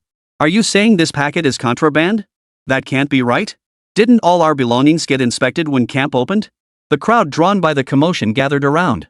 One curious individual picked up the packet of powder and examined it closely. The fine, pale yellow powder emitted a faint medicinal scent even through the plastic packaging. Faced with the scrutinizing stares of the crowd and Li Jiji's aggressive stance, Lin Jing finally withdrew her arm first, crossing her arms over her chest. No, it's not what you think, let me explain. Given Lin Jing's usual temperament, she would have offered a feeble defense in front of everyone, her voice barely louder than a mosquito's buzz. Then she'd get stuck in that vicious cycle where she had to prove her innocence after being slandered. What? Struck dumb? Li Jiji watched Lin Jing's silence, growing increasingly convinced she'd uncovered the truth. The discovery of banned substances was never a trivial matter, especially in a place like the Devil's Training Camp. At its mildest, if this were merely a packet of stimulants affecting only today's physical training, Lin Jing's punishment would likely be expulsion from the Devil's Training Camp. But if this powder proved effective on beasts and mimicked the effects of all banned substances, those explicitly prohibited for interfering with a beast's bloodline, growth stage, physical constitution, or even its dual finger readings, then Lin Jing would have her registered beastmaster credentials revoked immediately. Lin Jing, this can't be real, right? Yumin looked at the silent Lin Jing, unease rising in her heart. Lin Jing remained silent, only a faint smile playing at the corners of her mouth. She couldn't understand why, as classmates who'd all endured half a day of torture from that sadistic instructor, they still ended up tearing each other apart in the end? Weren't they tired? The pool was filled with vomit, all produced by the group in less than half an hour. After throwing up that much, they still had the energy to make a big deal out of it? It was utterly absurd. So your point is, I used banned substances. And then? After a long silence under everyone's gaze, Lin Jing spoke quietly. Then? What do you mean then? How dare you ask? A first year expelled from practical training, then using connections to get into the devil's training camp. Lin Jing, beating Hui Yuning was impressive, sure. And yeah, this powder is powerful, it even made your body resistant to toxins. Li Jiji snatched the packet of powder, which everyone had been passing around, back into her hand with a cold laugh. Under the watchful eyes of the crowd, she tore open the packaging and poured a small pinch of powder into her palm. The potent medicinal scent hit them like a wave, filling everyone's nostrils within mere breaths, even overpowering the pungent stench of vomit. That's an incredibly potent medicinal scent. Even my grandfather's Chinese herbs don't smell this strong. Could it really be banned substances? Even veterinary drugs wouldn't dare use something this potent. Heh, why wouldn't they? If you don't look out for yourself, heaven and earth will destroy you. Haven't you forgotten what she said herself? A person who crawled out of the backwoods, what wouldn't she do to stay here? Li Jiji held up 2 fingers, pinched a bit of the powder, and began to gently rub it between them. This specially formulated medicinal powder, crafted by Renfido according to Sun Qiankuan's specifications, rapidly heats up upon exposure to warmth. Its potent medicinal properties are astonishing, even gentle rubbing produces the same effect. The medicinal scent grew increasingly potent, so strong that some began coughing. Cough, cough, so potent. This must be veterinary-grade stuff. That's got to be bitter as hell. I wouldn't dare drink it if it were offered to me. This is animal medicine, obviously not meant for you.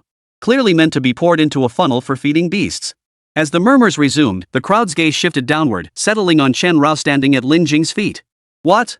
Me? I'm not stupid, drink this? Chen Rao grunted and took 2 steps back. These people really had some nerve. Forget drinking that powdered concoction, just watching Lin Jing swallow it each time made Chen Rao feel sick. That intense medicinal smell combined with the scalding heat. He wondered how much resolve it took her to actually drink it. But then he thought about it. Combined with the Qiankuan secret art, this medicinal broth had strengthened Lin Jing's physical body to its current state in just a few short days. Its effects were practically comparable to immortal elixirs. No matter how awful it tasted, she had to drink it. Put. Faced with everyone's scrutinizing gazes and Li Jiji's firm questioning, Lin Jing burst out laughing. What are you laughing at? Li Jiji frowned. How could she laugh when disaster loomed? I'm laughing at how poorly you fabricate rumors, Li Jiji. This is boot camp. Instructors barge into the girls' dorm without so much as a greeting. What on earth makes you think I'd smuggle contraband in here? Lin Jing, her mindset completely transformed, didn't bother defending herself this time. Instead, she turned the tables and confronted her. She snatched the half-empty packet of powder from Li Jiji's hand, clutching it tightly. Then she pointed at herself and then at Chen Rao lying at her feet. I owe you no explanation for how I ran that 5K, nor for how Little Bai evolved his Mercury bloodline. If you insist this powder is banned, we can test it right now. Lin Jing spoke slowly, her voice neither loud nor soft. Damn. Now that's the kind of talk that fits your face. Not that sweet, innocent act. Chen Rao, who'd known Lin Jing for so long, felt for the first time that her words and tone perfectly matched her intimidatingly aloof features. Li Jiji faltered at Lin Jing's retort. Having grown up shielded by her father's influence, she'd never been called out like this in front of so many people before. Actually, Lin Jing has a point. If it really were contraband, I'd hide it in my sanitary pads. Yeah. Honestly, if someone offered me a package of contraband, I wouldn't feel safe hiding it anywhere. Enough with you. Last time I asked you to hide a box of Lanjing for me, you were sweating bullets. Contraband? You'd probably cry your eyes out. Enough. Stop it. Are you all crazy? Li Jiji shouted, silencing the chatter. So? Want to test it? Lin Jing asked with a smile, holding the packet of powdered medicine. Of course. Why wouldn't I? I refuse to believe this is anything good. And as for why I didn't hide it? As the saying goes, the most dangerous place is the safest. Li Jiji grabbed the packet from Lin Jing's fingertips with such force that the veins on her knuckles bulged. Fine, let's go find the instructor. Lin Jing agreed readily. No, why go to him? Mark my words, what bull, special grade 3 beastmaster. I refuse to believe the academy could hire a special grade 3 beastmaster as our instructor. I've already told my dad, and he's on his way. Li Jiji hadn't been joking when she threatened Xin Ming earlier. Her overprotective father was already in the car. Among the Bureau's 3 major departments, audit, enforcement, and technology, only Li Jiji's father, a level 3 official in the technology department, could be on duty this late at night and get the Bureau's approval for an official trip. After all, it was the dead of night. Who else would be awake besides those field agents from enforcement? That said, when Li Jiji had tearfully confessed to her father, her wails had echoed down half the corridor. Just hearing her account would have prompted the International Beastmaster Association to dispatch investigators to probe Xin Ming for dereliction of duty. And it was precisely her exaggerated claims that fueled her father's righteous indignation. Having spent his days buried in overtime at the technical department lab, he stormed out immediately. After all, Li Ziji's father had never in his life heard of a special grade 3-star beast master being assigned as an instructor or teacher for students. A special grade beast master? A 3-star one at that? What kind of joke was this? How many grand beast masters are there in the entire world? 500?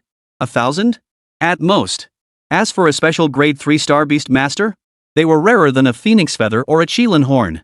Such elite individuals were stationed in the most perilous locations, serving as the final line of defense against demon beast invasions. How could they possibly be sent out to teach students? Joking? That joking my ass. Meanwhile, as the tension in the girls' dorm reached boiling point, in a room on the top floor of the boys' dorm, I saw her. Her physical prowess is insane. Doesn't look like a student. Shen Ming leaned back in his chair, a Bluetooth earpiece hanging from his ear. Right, she doesn't look like one. Does the old man look 92 to you? Came the voice from the other end. Doesn't look like it. What do you mean?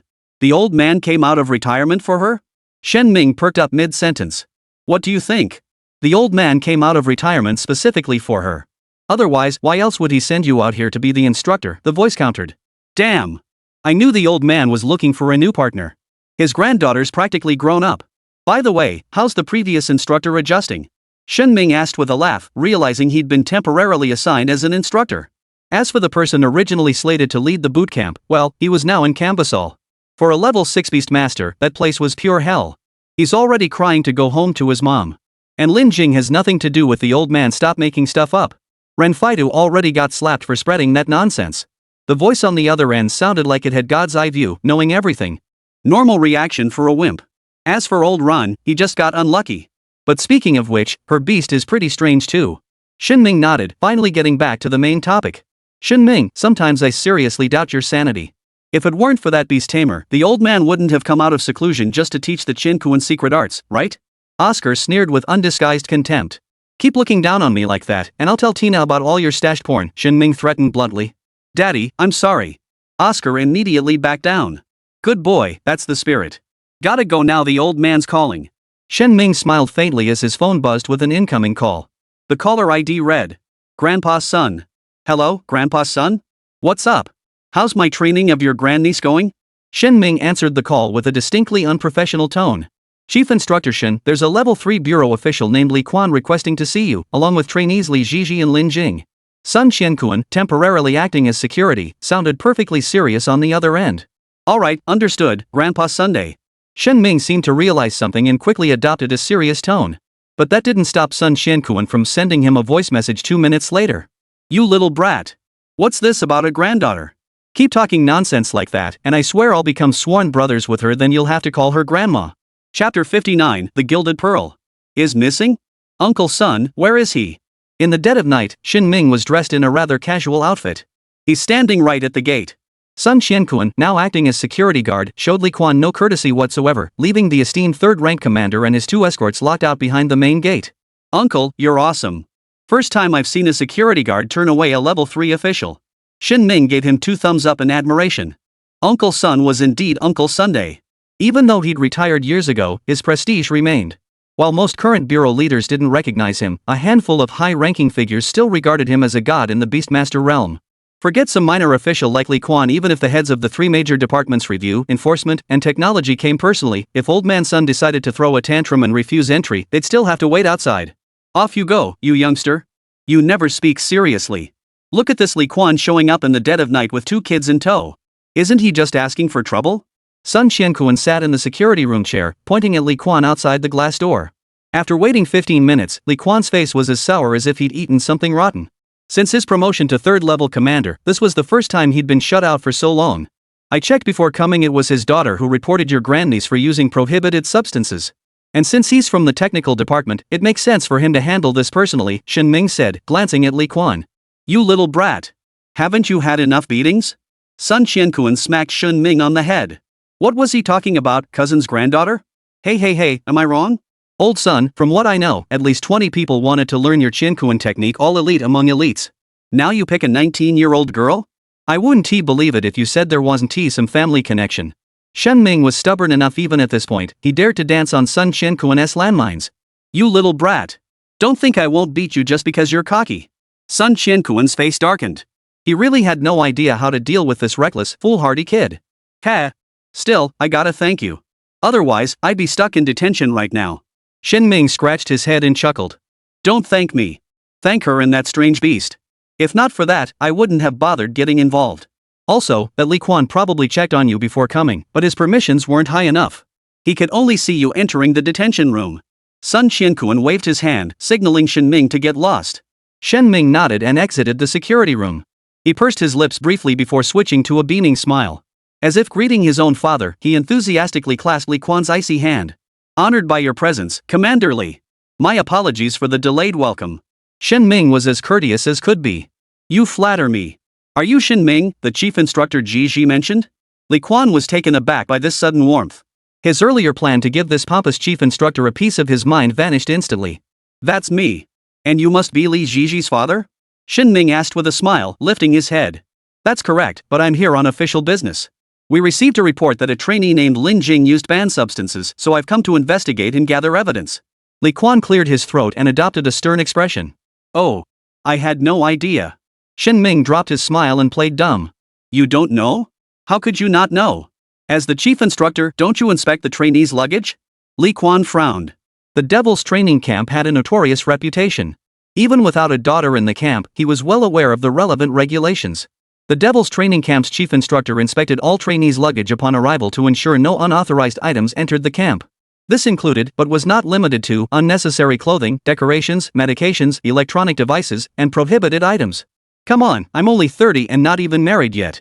You want me to search through a bunch of female cadets' luggage? Finding sanitary pads would be one thing, but what if I stumbled upon some kind of vibrating toy? Who'd be blushing more, me or them? Shen Ming scooped his nose dismissively. Li Quan narrowed his eyes. He sized up the man before him, those dead fish eyes, the slacker demeanor, the unmistakable aura of a rogue practically radiating from his pores. Thankfully, he checked Shen Ming's name on the internal network before coming.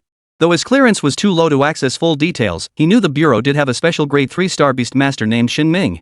But from past experience, those who reached special grade were the cream of the crop, especially 3-star. A freak who survived at least 3 special hazard S-rank missions alive? How could he be so slackerish? No way. Li Quan would never believe that this loser who picked his nose, examined it, and then tossed it away could be the legendary 3-star Grand Beastmaster. Instructor Shen, please mind your tone and choice of words, Li Quan said, his expression turning stern. Am I not right, Mr. Li Quan? They're all grown women now, it's perfectly normal for them to have physical needs. I started buying cups myself at 15. Shen Ming's shamelessness had reached such heights it could be taught in a class. You're out of your mind. Instructor Shen. With your mouth spewing nothing but filth, I seriously doubt you're fit to be the head instructor. Faced with Shen Ming's relentless string of inappropriate remarks, Li Quan finally lost his temper.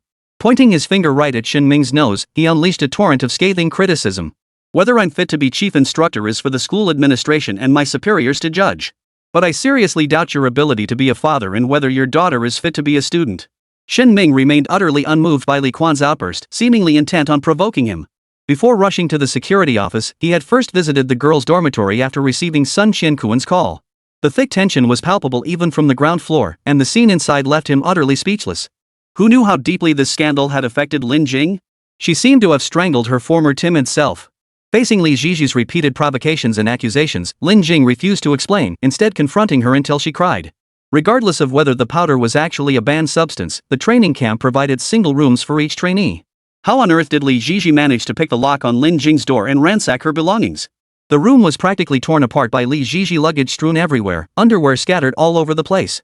The only reason nothing got smashed was probably because Lin Jing didn't have any cosmetics or such. Seriously, what girl could tolerate having her belongings trashed like that for no reason? Li Jiji crying from being scolded? Serves her right. Hell, if anyone dared soil my treasured, years-old full-color Oda Sensei Collector's Edition, I'd beat the crap out of them. Shen Ming yawned, completely unimpressed by the furious Li Quan. You're vulgar. Shen Ming. Setting aside the Jiji incident, I've received reports that you violated the Beastmaster training regulations by subjecting these 400 trainees to inhumane training. Li Quan, knowing he was in the wrong, angrily accused Shen Ming of changing the subject. Whether it's humane or not isn't for you to decide. Since the school administration and my superiors approved it, what gives you, a mere level 3 official from the technical department, the right to investigate me? Shen Ming began to openly show his contempt. Indeed, even before Shen Ming was specially assigned here, his training plan had already been personally approved by the school administration and the chief of the operations department. Even if Shin Ming had violated the Beastmaster training regulations, any arrest should have been carried out by the operations department itself or approved by the inspection department. What business did the technical department have in this? I refuse to waste my breath on you. Shin Ming, I now suspect not only that Lin Jing possesses contraband, but also that you, as chief instructor, have neglected your duty to inspect properly. I am proceeding to verify the existence of these prohibited items. If confirmed, I will not only report this to my superiors but also submit a formal complaint to Gung Shuan of the review department, demanding the revocation of both Lin Jing's and your Beastmaster credentials. Furious, Li Quan's face flushed crimson. Having worked diligently for over 40 years to finally attain the rank of level 3 commander, Li Quan had received elite education his entire life and had never been cursed or mocked like this before. Red-faced with rage, Li Quan shoved Shin Ming aside and stormed inside, accompanied by 2 aides. Inside the security room, watching the flushed Li Quan, Sun Qianquan blew on the tea leaves in his cup and gave Shin Ming a thumbs up. Perhaps this was the very reason behind Sun Qianquan's love-hate relationship with Shin Ming. The kid understood him all too well. What kind of person could possibly be locked out by old man Sun? Shin Ming's mockery was actually mild. That said, Li Quan, who had stormed in with such force, hadn't gone far before he saw Li Zhizhi and Lin Jing walking toward him, followed by a black dog carrying a cloth bundle in its mouth. Chen Rao. Daddy! Li Zhizhi, her eyes red from crying, spotted Li Quan and sprinted toward him, throwing herself into his arms. How are you? Did they hurt you? Li Quan's heart shattered at the sight of his only daughter. It wasn't just her eyes that were red, they had broken his heart too. No, they didn't. But Dad, this stuff, it's definitely contraband. Though frightened to tears by the stern-faced Lin Jing, Li Zhizhi remained unharmed. Feeling somewhat in the wrong, she pinned her hopes on that packet of powder. If this packet tested positive as contraband, not only would Lin Jing get expelled, but Shin Ming would have to pack his bags too. This medicinal scent is so strong. Yeah, and it smells weird. The 2 technicians, who had remained silent throughout, covered their noses. See? I knew this stuff was fishy. Li Zhizhi's eyes lit up as if she'd found allies. Whether it's problematic or not depends on the test results. And, instructor, I've lost something. Lin Jing paused, then turned to Shin Ming and spoke. Then Chen Rao flung the package he'd been holding in his mouth onto the ground. Damn it! Where's my gilded pearl? Chen Rao's mouth fell open. Thankfully, he'd caught a glimpse of it when confronting Li Zhizhi back in the dorm, otherwise, he'd never have noticed it was gone. The gilded pearl, gone. Chapter 60, Li Quan, ignited by the spirit of research. What's missing? Shen Ming asked warily. As one of the few privy to the camp's special nature, he naturally knew some of Lin Jing's secrets, especially those 2 items Sun Qianquan treasured above all else. The secret art of heaven and earth and the gilded pearl. Few knew of these 2 items now, but that didn't mean everyone who knew was dead. Previously, constrained by Sun Qianquan's status, those who coveted them dared only to dream. But now that the items were no longer in Sun Qianquan's possession, it was no wonder thieves had set their sights on them. A pearl, about this big. Lin Jing gestured with 2 fingers to indicate its size and shape. Li Zhizhi. Shin Ming instinctively confirmed his suspect. As one of the very few known individuals to have entered Lin Jing's dorm room, suspicion inevitably fell upon her. What? What does this have to do with me? You don't think I'd steal, do you? My dad's right here, don't make baseless accusations. With her father nearby, Li Zhizhi glared at Shin Ming with confidence. She was jealous of Lin Jing, no doubt, but she wouldn't actually steal. Instructor Shin, evidence is required for accusations. While Li Ji may not be skilled in verbal disputes, if you unjustly accuse my daughter without cause, I, Li Quan, am not someone to be trifled with. Li Quan narrowed his eyes, taking the packet of powder from his daughter's hand and pinching it between his fingertips. As her father, he knew her temperament well. As the youngest daughter of the Li family, with numerous older brothers and sisters, the precocious Li Zhizhi had naturally been treated as the apple of their eye since childhood. This had fostered a somewhat spoiled and extreme personality in her. However, Li Quan could vouch with his honor that his daughter would never be a thief. The Li family, after all, came from a scholarly background. Petty theft was utterly despicable. Evidence is indeed necessary, so let's first see if she's falsely accusing me, shall we? Lin Jing's calm and composed reply broke the dead silence between Shin Ming and Li Quan. You're just playing dumb, Lin Jing. Admit it now while you still can. Li Zhizhi pressed relentlessly. I have nothing to admit. The item is in your possession. A simple prohibited substance test will prove its nature. Lin Jing stood tall, unshaken. Since matters had reached this point, she saw no harm in letting them run their course. Quite the spirited student. You two, hurry up. Li Quan studied Lin Jing. Since joining the technical department, he'd dealt with hundreds if not thousands of contraband dealers or users, but rarely encountered someone this composed. In other words, based on Li Quan's experience, Lin Jing was most likely being falsely accused by her daughter. Still, dragged here in the dead of night, Li Quan had no choice but to proceed with the protocol. The 2 officers behind him set down their backpacks, revealing a high-tech testing device inside. They took a sample, flattened it, injected a reaction reagent, observed that the color remained unchanged, and then fed it into the detector. Then came the long wait. Results will be ready in 5 minutes, Li Quan announced as the machine began processing. Just stand here and stare? Li Jiji stood beside her father, tapping her foot impatiently. No, let's handle your withdrawal paperwork first. We were planning to process everyone tomorrow, but since your father's here, just sign it now. Shin Ming yawned, pulling a heavily folded sheet of paper and a pen from his pocket. This was the withdrawal form all trainees voluntarily leaving the boot camp had to sign. Traditionally, it contained a clause where the trainee pledged that their departure stemmed from personal inadequacy or insufficient willpower, confirming their voluntary exit from the boot camp. But Shin Ming's twisted sense of humor extended beyond his sadistic training regimen to this very withdrawal form. What does this mean, admitting I'm a noob? That I can't complete simple little games under the guidance of our brilliant and mighty chief instructor?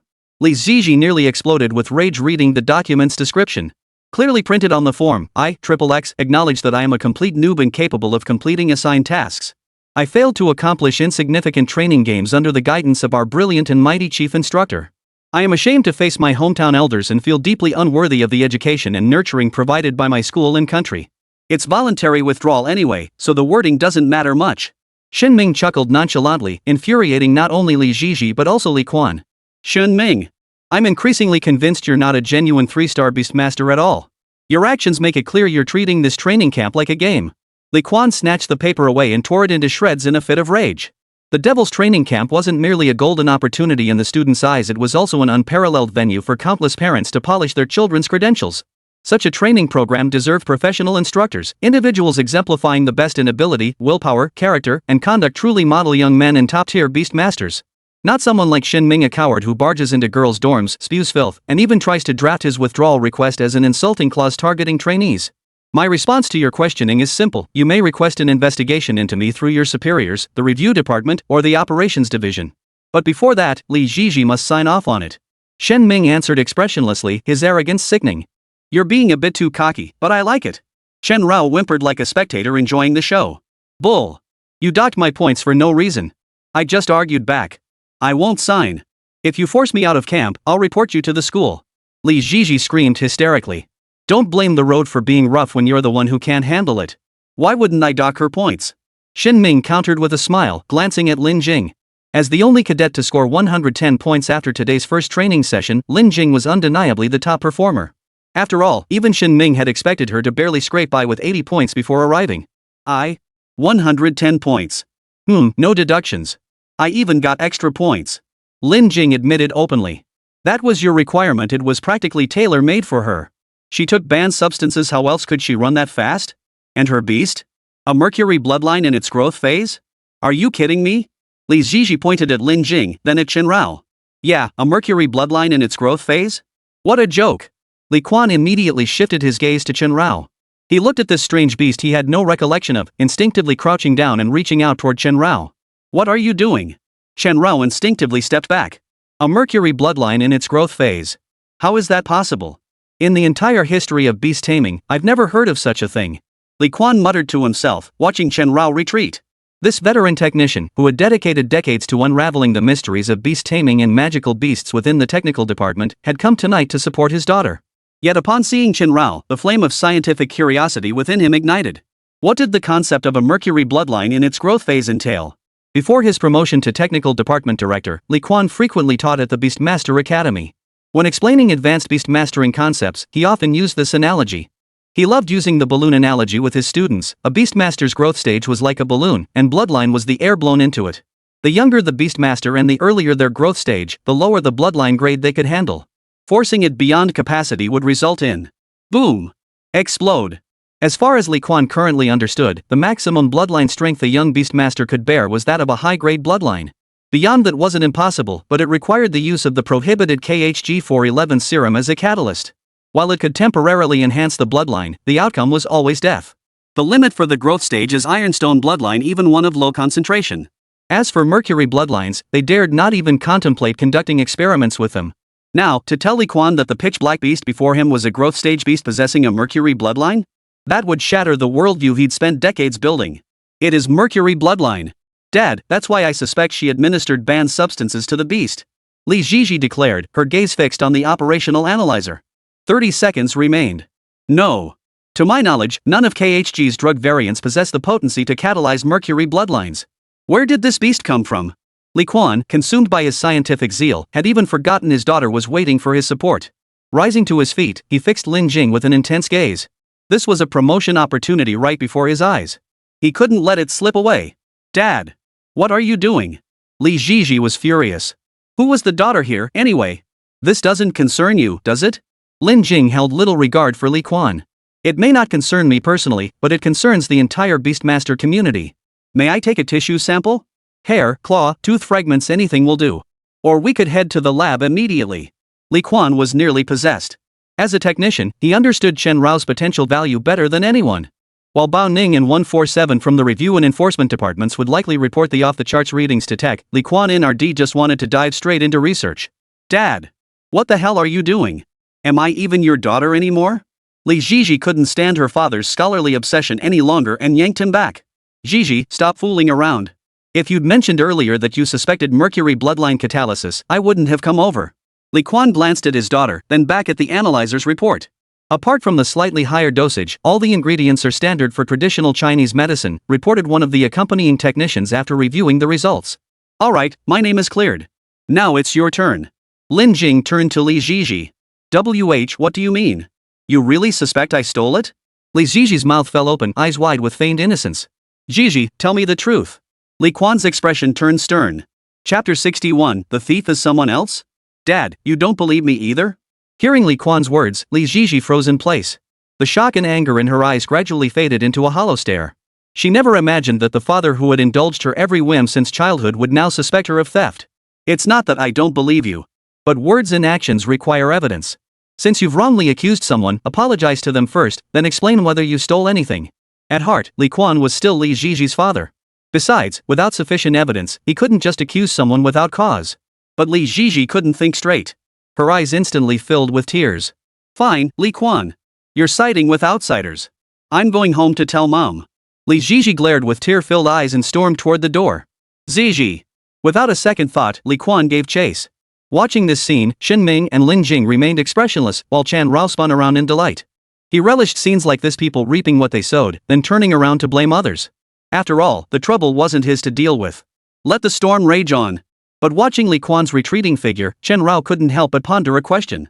His current body truly seemed inadequate. He hadn't felt it during his fight with Lei Bo, but battling 147 had made it painfully clear. Chen Rao was struggling to keep up. His bloodline was expanding too rapidly, so fast he couldn't adapt to the side effects of such colossal power on his flesh. Much like how the Heaven and Earth secret art affected Lin Jing, both involved powerful forces being channeled into the body. The difference was that Lin Jing's overtaxed flesh could be restored by Sun Shen Kuan's medicinal broth, while Chen Rao could only rely on the system to consume his lifespan as compensation. After battling Hui Yuning and Shen Ming, especially the latter, Chen Rao had stubbornly refrained from using his lifespan to heal during the fight against Shen Ming. He wanted to test his absolute strength in its current state. The consequence? The interface before him was now densely packed with data. The sheer volume of fine print made Chen Rao reluctant to even glance at it. The burden of the mercury bloodline upon this body was simply too great. So great that after every battle, Chen Rao had to expend vast amounts of lifespan to mend the scars on his flesh. After the fight with Hui Yuning, he had consumed 37 years. After the fight with Shen Ming, he had consumed 63 years. Combined, that amounted to exactly 100 years. A full century of life. Chen Rao's remaining lifespan now stood at 401 years, with barely 400 usable years left. Though this was still considerable, Chen Rao always felt it wasn't quite enough. As for enhancing his physical form, Chen Rao had considered it, but the cost was. Ding system alert: if you proceed with evolution now, your bloodline may surpass your body's carrying capacity, resulting in death. Ding system alert: host's current growth stage is too low. Please advance to young adulthood immediately. Ding system alert: if you proceed with the evolution process now, your bloodline may further enhance beyond your body's carrying capacity, resulting in death. Ding system alert: host's current developmental stage is too low. Host must promptly advance to adolescence. At this moment, the system panel before Chen Rao resembled a program stuck in an infinite loop. This is a real pain. Compounded by the fact that the absorption of Xianhua Silver Scale hasn't fully concluded yet, Chen Rao now seemed trapped in a dead-end path to becoming stronger. If he became stronger, he would die. If he didn't become stronger, it seemed he would die anyway. In short, one word: tough. Kid, if you've done something wrong, admit it. If you haven't, you still need to speak up. And you, for heaven's sake. How can a father not trust his own daughter? Enough, enough, enough. No explanations needed. The last thing this old man wants to hear is excuses. What goes around comes around. Heaven sees all, and karma is inevitable. There will be consequences. Just as Chen Rao was silently pondering a way out of this predicament, Sun Qianquan's voice, unusually serious, echoed through the room. The 92-year-old man entered, one hand pushing Li Quan and the other supporting Li Jiji. Grandpa's son? Why are you still here? Lin Jing's eyes lit up, only to dim instantly. If Sun Qianquan found out the gilded pearl was missing, Lin Jing would be consumed by guilt. Though he dismissed it as a worthless trinket, her gut told her it was anything but cheap. Short-handed. Cleaning staff doubling as security. Anyway, this old man can't sleep either. Sun Qianquan beckoned cheerfully, giving Li Quan a kick as he did so. Easy there, old man. Li Quan staggered, nearly falling over. Easy? What were you thinking when you called me security just now? If it weren't for the kid, do you think I'd help you? Sun Qianquan shot Li Quan a look of utter contempt. This eccentric old man had locked Li Quan out simply because he'd called him security upon entering. If Shin Ming hadn't arrived promptly, Li Quan would likely have been stuck standing guard outside for a while longer. Good kick. That's what he deserved. Li Jiji pouted. Father and daughter, truly devoted to each other. Jiji, you little brat. Li Quan felt like he'd raised his daughter for nothing. What did I do? You're the one who wronged me. If Grandpa hadn't stopped me, I would have told Mom all about this and let her give you a good scolding. Li Jiji waved her fists, clearly acting more like a friend than a daughter to her father. Grandpa's son, about the thing you gave me. Lin Jing stepped forward to apologize. After all, the gilded pearl had been lost while in her care. Failing to guard it properly, she couldn't escape blame. Actually, I share the responsibility. The theft occurred within the camp. Shin Ming stepped forward, voluntarily taking the blame. Li Quan watched the scene unfold, utterly stunned. Wasn't Shin Ming always the ultimate scoundrel? Where had that dead pig fearing no boiling water attitude gone? Shouldn't he be glaring with those dead fish eyes right now, delivering a perfectly measured, sarcastic jab at Lin Jing for failing to guard the item properly? Why the sudden change in attitude? It's nothing at all. Just a worthless bead lost is lost. Though I'm poor, old man here doesn't cling to wealth. Someday it'll find its way back. Sun Qianquan remained remarkably calm, showing zero attachment to the gilded pearl he'd cherished for decades. Even Shin Ming's dead fish eyes flashed a hint of astonishment. If not for the outsiders present, he'd have begged old man's son to just hand over the gilded pearl. So what does that thing even look like? When I went in. Li Jiji started, but mid-sentence, she seemed to catch herself and silently swallowed the rest. So you admit you snuck into Lin Jing's dorm, right? Li Quan pursed his lips, nitpicking again. Li Quan. Li Jiji snapped, her anger flaring again. Can you two stop arguing? Lin Jing looked at them, wanting nothing more to do with this mess. Why wouldn't this father and daughter just let it go? Compared to the minor trouble she'd gotten into, she was far more concerned about where the gilded pearl had gone. Exactly. We can discuss Li Jiji's withdrawal from the camp later. Right now, the priority is finding this thief. Shen Ming nodded. The severity of theft depended largely on what had been stolen. The golden pearl. That was a treasure coveted by countless top-tier beast masters worldwide, the molted skin of the dragon-subduing divine general. If it leaked onto the black market, it could fetch billions in no time. Could we perhaps reconsider the withdrawal? Li Quan spoke hesitantly, feeling awkward. Even though his daughter had made a mistake, he still wanted to plead for her to stay. The Devil's Training Camp, a once-in-a-lifetime opportunity for anyone. Shut up, Dad. I said I'm leaving, and that's final. I don't need this place to become a high-level beastmaster. Li Jiji cut off her father's plea. Now that's more like it, Shin Ming smiled with satisfaction. In his view, people could make mistakes, but they couldn't keep making them. They could be weak, but they had to be tough when it mattered. It was just a child's make-believe game. What difference did it make if he didn't participate? Many roads lead to Rome, no need to hang yourself on a single tree. Oh no. He'll die if he stays hanging much longer. Shin Ming slapped his thigh, suddenly remembering Xue Jinfei still dangling upside down on the climbing pole. The poor wretch had been hanging upside down for nearly 4 hours. If he stayed up there any longer, he'd likely kick the bucket. That instructor's pretty sketchy. I think quitting is the smart move, Sun Qianquan remarked, watching Shin Ming's retreating figure. Yeah, you're right. But seriously, I didn't mean to go in. I just noticed Lin Jing's dorm door was ajar when I was on the phone. I was going to close it, and that's when I caught a whiff of medicine. My dad works in the technical department, so I'm really sensitive to that smell. And then Li Jiji's voice trailed off as she grew quieter, finally realizing how foolish she'd been. So you thought I used banned substances? Lin Jing delivered the final blow with relish. Then I wasn't being targeted by that perverted instructor. Oh my gosh, I'm sorry. I was wrong. Li Jiji gritted her teeth and bowed apologetically to Lin Jing. Admitting your mistake is good, but this thief still needs to be caught. However, Sun Qianquan nodded. Since the suspect was someone else, there was no need to keep pressing Li Jiji now. But what? Chen Rao perked up. He was still counting on the golden pearl to break the deadlock. The building's surveillance network got knocked out this morning. It won't be fixed until tomorrow. As for whether we caught that guy on camera, we won't know until at least tomorrow night. Shen Ming rushed back breathlessly, shouting the latest update. The guy's speed was truly astonishing. What do we do now? Lin Jing and Li Jiji asked in unison, one desperate to find the evidence, the other determined to clear her name. We'll just have to wait, Sun Xiankuan replied nonchalantly. The others fell silent. Since we're all just waiting anyway, why not let me get what I want first? Li Quan, his scientific spirit reignited, suddenly spoke up. He was still determined to use Chen Rao for his research. Just a little hair, or a nail, anything will do. Li Quan crouched down and grabbed Chen Rao when he wasn't looking. Pervert!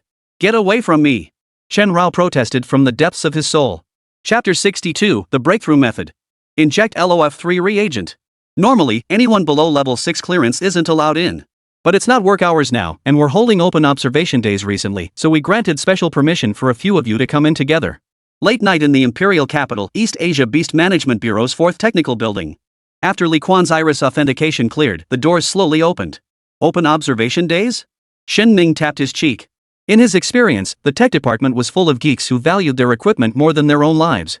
Asking them to host open observations was like asking Shen Ming to publicly share his private videos. Correct, but it's only the lowest level access. Primarily aimed at educating elementary students in the capital about beast taming. The current pilot program is limited to a few elite schools, all for the privileged elite.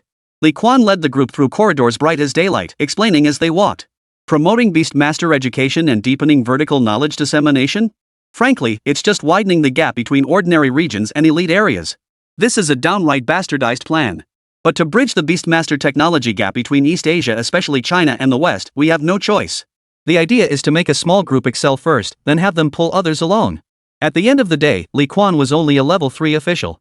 The decisions he could make were too small. Even though he knew this so-called lift others up approach was utter nonsense, he had no choice but to follow orders. After all, everyone knew beast taming originated in China. But as techniques were made public and data declassified, the deep-pocketed West began offering astronomical salaries to poach talent. Within a mere decade, their technology had overtaken China's. This not only caused the East Asian administration's influence to plummet, leaving it virtually voiceless in the International Beastmaster Association, but also led to a mass exodus of talented young beastmasters. After all, people naturally seek higher ground. Everyone wants to become stronger. So that's why you're so eager to study Xiaobai? Sun Qiankuan trailed behind, surveying the corridor that had once been bare concrete walls now transformed into a tech-drenched space. A profound sense of accomplishment filled his heart. Yes, the Mercury bloodline in its growth phase. Its physical strength already surpasses all known tamers and magical beasts. If its evolution speed and process are confirmed, it would completely rewrite the history of tamer evolution. Put simply, its impact on the current Beastmaster world is like someone bringing a high-precision sniper rifle back to the Three Kingdoms era and headshotting Lubu from 800 meters away. It's like seeing a ghost. When it came to technical details, Li Quan suddenly became unstoppable. Chen Rao listened with a grim expression. While others remained unaware of the truth, he knew it all too well. The system itself was a cheat code transcending all rules, virtually ignoring every law of nature. If not for concerns about logic and serialization, he'd likely be unrivaled in the world by now. But what could Chen Rao do? As a beast tamer, he had no choice but to cooperate with it. But Dad, won't this really break the rules? Li Jiji asked with concern. A large group of them had come in the dead of night. If caught, they'd likely face dire consequences. It's not exactly breaking the rules. Rules are rigid, but people are flexible. I know old Lu on duty tonight, Li Quan chuckled, swiping his palm to open an airlock door. As the pressure relief valve vented, the door swung open, and the room's automatic sensors flooded the space with light as bright as day. Please come in, everyone. Lin Jing. Li Quan gestured for them to enter. Just as he reached to take the backpack containing Chen Rao from Lin Jing, the 180-inch screen in the room activated on its own. The group froze, then the screen displayed a room, a table, a chair, and a young man with yellow hair and a listless, exhausted expression. Hello, everyone. Finally meet you, the young man yawned, tossing a flirtatious glance at Xin Ming. Oh. Oscar? Li Quan visibly startled, breaking out in a cold sweat despite being nearly 50. The young man on the screen was none other than the genius the Bureau had poached just last year. He'd been parachuted into his position as a level 1 commander in the technical department, enjoying the perks of a deputy chief of the technical department. He could request any level 1 laboratory or conference room within the administration at any time. Such terrifying perks were predicated on his even more terrifying abilities, an IQ of 179 and instantaneous memory. He could analyze every stat of any beast he glanced at, even down to its anus radius. Li Quan believed that only geniuses could enter the technical department, and those who rose to high positions were geniuses among geniuses. As for Oscar, he wasn't human, he was a walking machine. What are you? Sun Qianquan demanded bluntly. He is. Sir, I'm not a thing. My name is Oscar. I'm 24 years old and work in the technical department of the East Asia Bureau. The day before yesterday, I received a data report from the front lines of the Shilin Alliance. I had planned to distribute it to this lab tomorrow, but since you're all here, I'll share it early. Oscar spoke with a smile, exuding an air of arrogance. A data report from the front lines of the Shilin Alliance? Something that would even concern you? Li Quan frowned. Combat data reports from the front lines weren't unusual, but they were typically handled by subordinate laboratories. How could it possibly be handed over to Oscar? The classified nature of his research was so high level that Li Quan had likely never even heard of it. The last rumors suggested his work involved the Stability Technology Assignment research for the Advanced Attribute Brilliant Sun of the Four Dragon Pillars. Combat data? Handling that is perfectly adequate for you mortals. But what can you do when a truly formidable monster appears? Right, Xiao Bai? Oscar chuckled, rising to his feet as if locking eyes with Chan Rao through the screen. I really hate that look you give me, like you can see right through my underwear. Good thing I don't wear any. Chen Rao rested his head on Lin Jing's shoulder, his brilliant golden eyes fixed on Oscar on the screen. Did Sister Bounning tell you? Lin Jing asked. Yes and no. She uploaded the data to the central database. After the review department approved it, it was transferred to the tech department. Then a bunch of idiots studied it for ages before finally passing it on to me. Oscar made no effort to hide his contempt for the other techs in the department, leaving Li Quan and the other two looking extremely uncomfortable. But they couldn't really argue back. The same data analysis took them 4 hours, while Oscar finished it in just 43 minutes, and he even had time for a meal in between. Cut the crap and get to the point, Shin Ming finally snapped, unable to tolerate the kids showboating any longer. Could you spare me the embarrassment in front of outsiders? Oscar scratched his head sheepishly, solidifying his status as one of the two guys' buddies. As for Li Quan, the one who doubted Shin Ming's status as a special grade 3 beastmaster until now, he suddenly understood everything upon seeing Oscar and Shin Ming actually knew each other. The slacker standing before him, spewing filth with utter shamelessness, he really was that special grade 3 beast tamer. Kid, spit it out if you have something to say. Don't hold back if you don't, Sun Qianquan spoke with his usual bluntness. Alright. To cut to the chase, regarding the research on frost-tainted thunder spirit, or Little White's related indices, there hasn't been any major breakthrough yet. But what we know now is that its body can't handle the Mercury bloodline's activity. This is evident from its known combat data. My plan is to inject it with LOF3 serum to attempt breaking down its existing keratin layer. While we don't know how it fused the Shin metal element with its lightning attribute to form this layer, LOF3's high reactivity might allow us to destroy it and rebuild stronger. We estimate this could increase its physical strength by 70%. While it still falls short of the standards for a young Mercury bloodline, at the very least, it won't risk exploding from the strain during all-out combat. Oscar certainly recognized Old Man Sun, even displaying a young photo of him beside pictures of Ms. Ayaka and Ms. Akemi on his computer as motivation. But isn't the current LOF3 formula still imprecise? Are you sure nothing will go wrong? Li Quan asked hesitantly. You're really treating me like a lab rat? Chen Rao listened intently, fearing he might be dissected for research any second. Li Quan, I really dislike working with overly cautious people like you, but what can I do? This situation just happened to land on your plate. The LOF3 ratio isn't precise, but the problem is Frost-Dyed Thunder Spirit's body is even more unstable now. If it dies, the impact on the Beastmaster realm would be enormous. Besides, it can already withstand the Mercury bloodline during its growth phase. What difference would a measly LOF3 make to it? It's like offering it a sip of sweet water. Oscar openly scorned Li Quan. Hey, watch your language.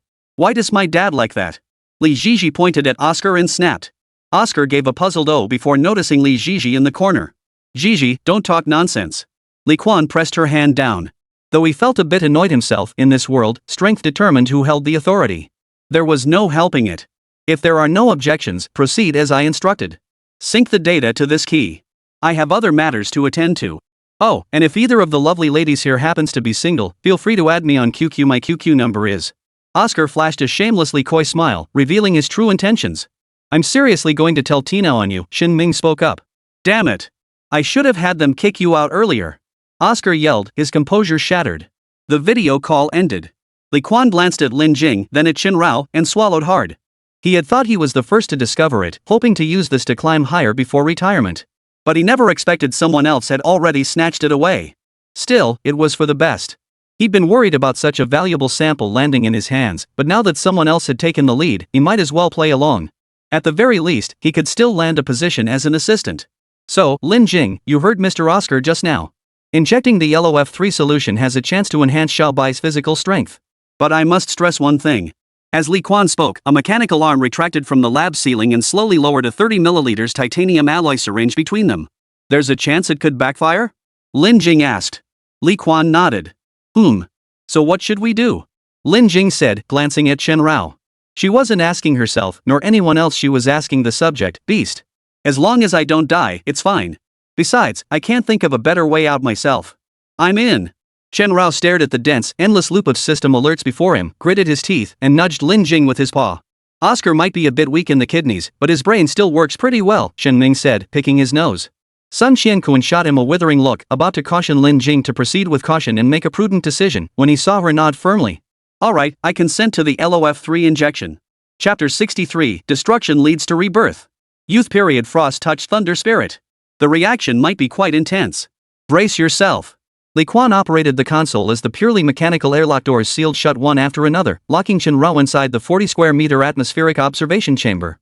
This is the observation chamber in the 4th laboratory building, specifically designed to monitor test subjects' reactions. It possesses formidable environmental control capabilities, capable of regulating temperatures between 155 C and 3750 C, as well as adjusting internal atmospheric pressure up to 1100 MPa equivalent to 11,000 kilograms per square centimeter. Beyond this, its other adjustment capabilities are countless. It stands as one of the world's most advanced atmospheric observation chambers. Trust me, it's at least 10,000 times more powerful than the testing equipment in that simulation room at the Shilin Alliance. The worst-case scenario is just LOF3 failing, right? Lin Jing asked, still sounding worried. After all, this matter directly affected Xiaobai and herself. Yes, but no. LOF3 is a highly reactive small molecule injectable. It disrupts the existing molecular structure logic of the beast tamer's body before reconstructing it, essentially breaking down to rebuild. If it fails to rebuild... Li Quan's voice trailed off, his confidence waning, even though he knew Oscar would take the fall if anything went wrong. They'll die, Li Zhizhi finished for her father. The others fell silent. Though they all knew this outcome, hearing it spoken aloud made it harder to accept. Especially Lin Jing. Standing directly opposite the observation window, she could see Xiaobai inside. She knew this was Xiaobai's own choice, so she had no right to call it off now. Begin, Lin Jing said. Li Quan didn't respond, his hands continuing their movements. As the two mechanical arms of the apparatus slid out from a concealed passage in the ceiling into the normal pressure observation chamber, Chen Rao, who had been waiting silently, finally heard sounds beyond mere breathing. Is it finally starting? Chen Rao lifted his head toward the source of the sound. Due to the vacuum isolation of the airlock door, he could hear nothing else inside besides breathing and heartbeats. Two mechanical arms slowly descended from the ceiling. One bore a massive front connector holding a single 100 milliliters rated syringe. The other, though connected to syringes of the same specification, held a full 24 of them. As Li Quan had explained, the single vial contained the LOF3 reagent, while the remaining 24 held a condensing agent with a molecular structure nearly identical to LOF3's opposite. Should any uncontrollable situation arise, these 24 vials would be the key to saving Chen Rao's life. Initiating the frost-dyed thunder spirit injection experiment with LOF3 reagent, first attempt. Li Quan took a deep breath and pressed the confirmation button. Beep.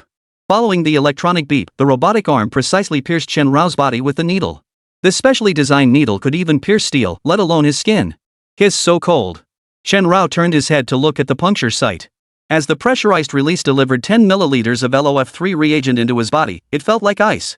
Then, within a single breath, it spread through his entire bloodstream. Cold. Extreme cold. Even with his innate ice attribute, Chen Rao shivered violently from the extreme cold. Ding system alert, please expend lifespan to heal injuries. Estimated cost, 35 years. A system alert popped up in that single instant? Chen Rao struggled to steady his breathing. Ignoring the small text that appeared from the system, he lowered his body posture. He could feel the blood inside him losing its fluidity, as if gradually solidifying into frozen sand.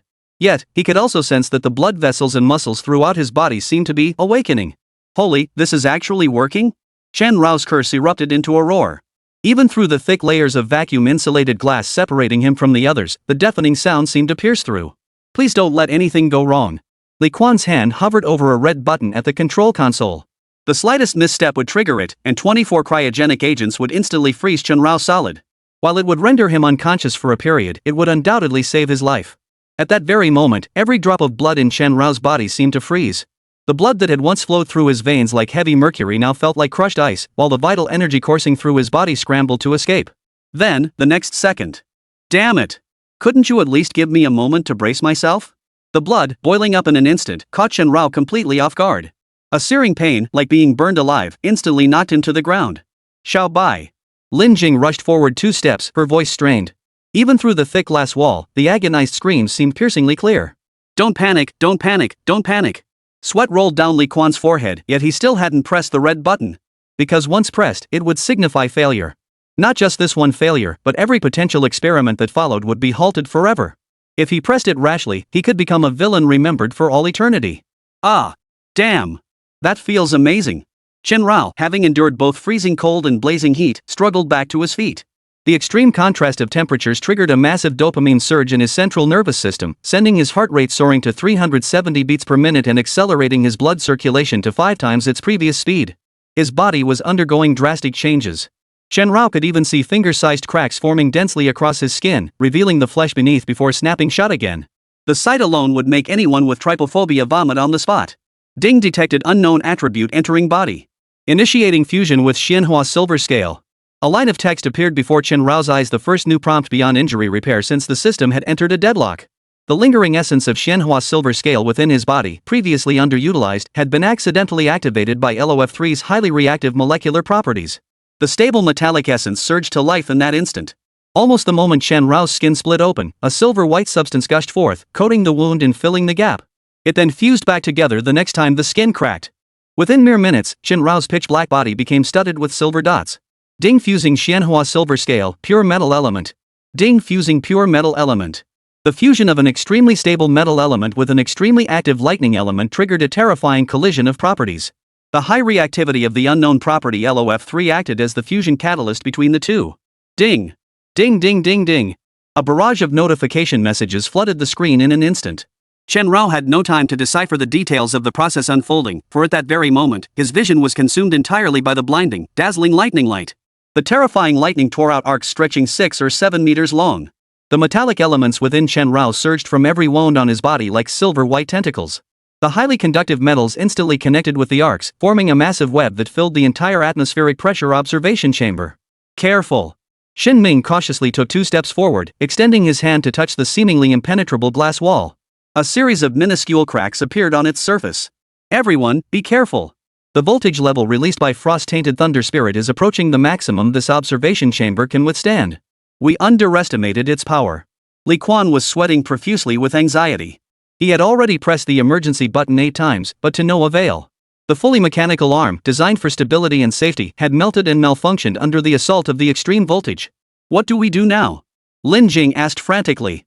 The blinding electrical flashes made it impossible for her to see Xiao Bai's current condition. Nothing. We can only pray the safety systems activate before exceeding the chamber's limit or that it survives. The situation had spiraled beyond Li Quan's expectations. The trembling floor signaled voltages exceeding 3.8 million volts. No insulator could withstand such ultra-high voltage, even air itself would be pierced. A non-native lightning attribute beast capable of unleashing such voltage must be at least in its mature stage. Chen Rao had already made history today. If it survived, the history of beast taming research would be split into 2 eras because of it. But now, the most urgent matter was. Before the sweat could even bead on everyone's palms, in a matter of mere seconds, the fine cracks at Xin Ming's fingertips rapidly expanded into a spiderweb pattern covering the glass wall. Watch out! Li Quan shouted. The next instant, the 4-meter-thick, 6-layer vacuum-insulated protective glass shattered into dust. The terrifying ultra-high voltage within the observation chamber erupted like a roaring thunder dragon. Boom! The deafening roar echoed like a nuclear explosion, its terrifying shockwave shattering every ordinary glass object within a 3-kilometer radius. Cough! Cough! Everyone, are you alright? Despite the shockwave causing blood to trickle from the corner of his mouth, Li Quan's first concern was for the others. I'm fine. Li Zhizhi had ducked behind Li Quan during the explosion. This old man's got iron skin. Sun Qianquan was equally unscathed. The dragon-subduing divine general appeared and vanished in an instant, effortlessly intercepting the thunder dragon that swept through like a devastating force. Had it not been for that, the terrifying thunder dragon would have utterly destroyed the entire corridor. I'm fine too. Could you put me down, instructor? Lin Jing was currently cradled in Xin Ming's arms, shielded beneath him. This man's reaction speed had even surpassed Lin Jing's, who had activated the Qianquan technique. Emergency! Emergency! Shen Ming hurriedly set Lin Jing down, and the translucent crimson statue behind him dissipated. The entire lab lay in utter disarray. The walls were scorched black, and shards of glass littered the floor. This feeling is seriously so satisfying. As the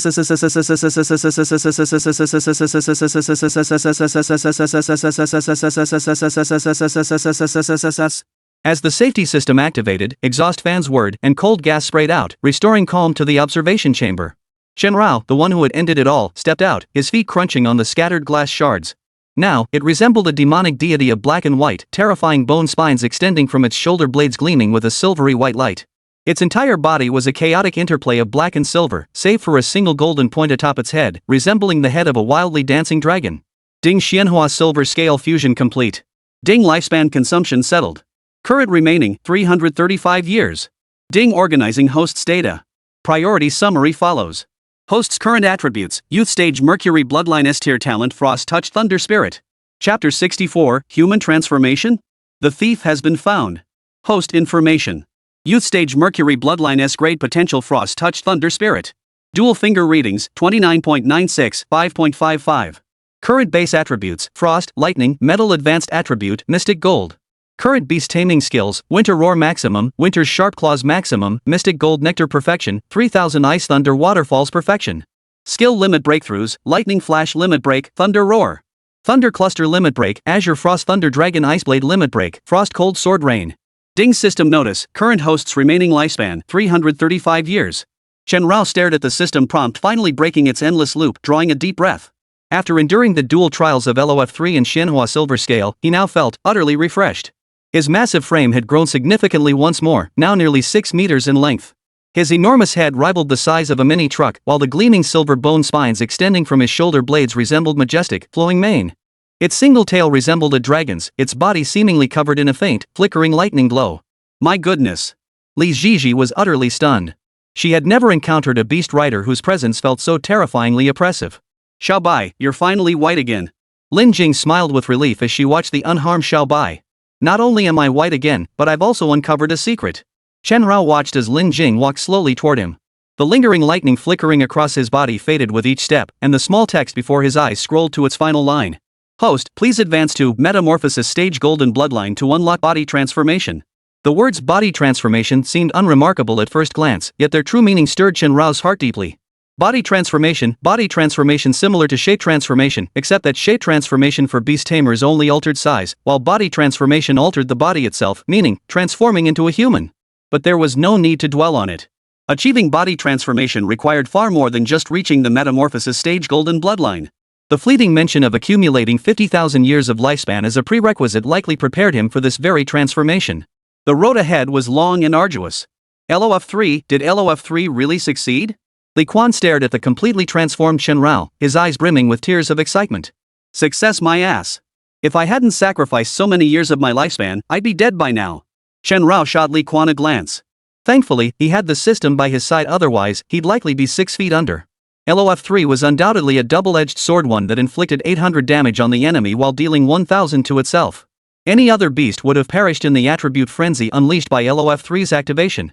Officer Li, Frost-Tainted Thunder Spirit's success was purely probabilistic. In other words, if it weren't for it, the observation room's glass wouldn't be the only thing blown to smithereens. The technician beside him was the level-headed one, instantly sobering the excited Li Quan. Right. Lin Jing, may I take a tissue sample from it? Fur, claws, anything. Li Quan, now composed, turned to Lin Jing, eager to obtain even the smallest trace. If it's just a small sample. Lin Jing raised her hand to ruffle Chen Rao's hair, nodding in silent agreement as their eyes met. Overjoyed, Li Quan immediately arranged for various specialized sampling tools to be brought in. The primary experiment concluded. The security system swiftly retrieved the data, organized it, and transmitted it to the encryption key Oscar had left behind. The follow-up procedures proceeded rapidly. Though Chen Rao's physical strength now far surpassed that of other beasts of comparable caliber, professional sampling tools still managed to secure tissue samples. Li Quan carefully ground 5 grams of keratinous shavings from each of its 4 claws, extracted 8 grams of silvery white bone spurs from its shoulder blades, and drew 20 milliliters of blood. Shockingly, Chen Rao's blood now glowed a brilliant silver throughout his body, a pure bloodline mutation induced by the influence of Xianhua Silver Scale heart blood. This will undoubtedly advance China's beast taming endeavors. Lin Jing, thank you for your contribution to China's beast taming community. At the entrance of the fourth research building, Li Quan clasped Lin Jing's hand tightly. You flatter me. Should you need anything further, please have Li Jiji contact me anytime, Lin Jing replied with a smile, as Chen Rao, now back to kitten size, rested her tiny head on her shoulder. As long as you don't give me any more shots. Chen Rao was quite fond of getting his nails trimmed. Who needs to contact you? Li Jiji retorted stubbornly. So, are you going to sign that cowardly withdrawal clause or not? Where the hell did Shen Ming pull that paper and pen from? What choice do I have? You've already deducted all my points. Li Jiji declared with blatant resentment. She wasn't worried about her mom nagging her after getting kicked out of boot camp. After all roads led to Rome. Li Jiji's talent was more than enough to make her a qualified advanced beast tamer before graduation. Given your honesty, I might consider sparing you 10 points. Shen Ming held up one finger, glancing casually toward Sun Qiankuan. Yes, that's right. This old man, who had repeatedly declared he'd never set foot in the Beastmaster world again, had not only concealed his identity and emerged from seclusion because of Lin Jing and Chen Rao's peculiarities, but also chose to lend Li Jiji a hand due to her sudden honesty and willingness to admit her mistakes. Sorry, no thanks. Rome is right there. I don't need your help to get there. Li Jiji shook her head haughtily, ignoring the insulting terms of the coward's clause. She picked up the pen and signed her name with a sweeping gesture. Though Li Quan's face darkened, this was ultimately his daughter's choice. As her father, he could do nothing to change it. As Shen Ming had said, she was now an adult woman. One day, she would have to face the storms of the outside world alone. She couldn't live under her parents' protection forever. And so, the turmoil of the first day at the Devil's training camp finally subsided. Returning to the camp dormitory, Lin Jing was utterly exhausted. After briefly reviewing the meditation mantras of the Heaven and Earth secret art, she brewed a bowl of medicinal powder and fell into a deep sleep. Chen Rao was no different. As usual, he transformed into the size of a kitten and curled up at the foot of the bed. A night of peaceful sleep. Peaceful sleep? Not at all. For Lin Jing felt she had barely closed her eyes when, in the next instant, an excruciating itch erupted on her face. An itch that seemed to seep into her very bones. Scratching with her fingers was completely useless. Within minutes, the excruciating itch turned into a burning pain. Fearing she might disfigure herself, Lin Jing shot up like the wind and dashed to the bathroom.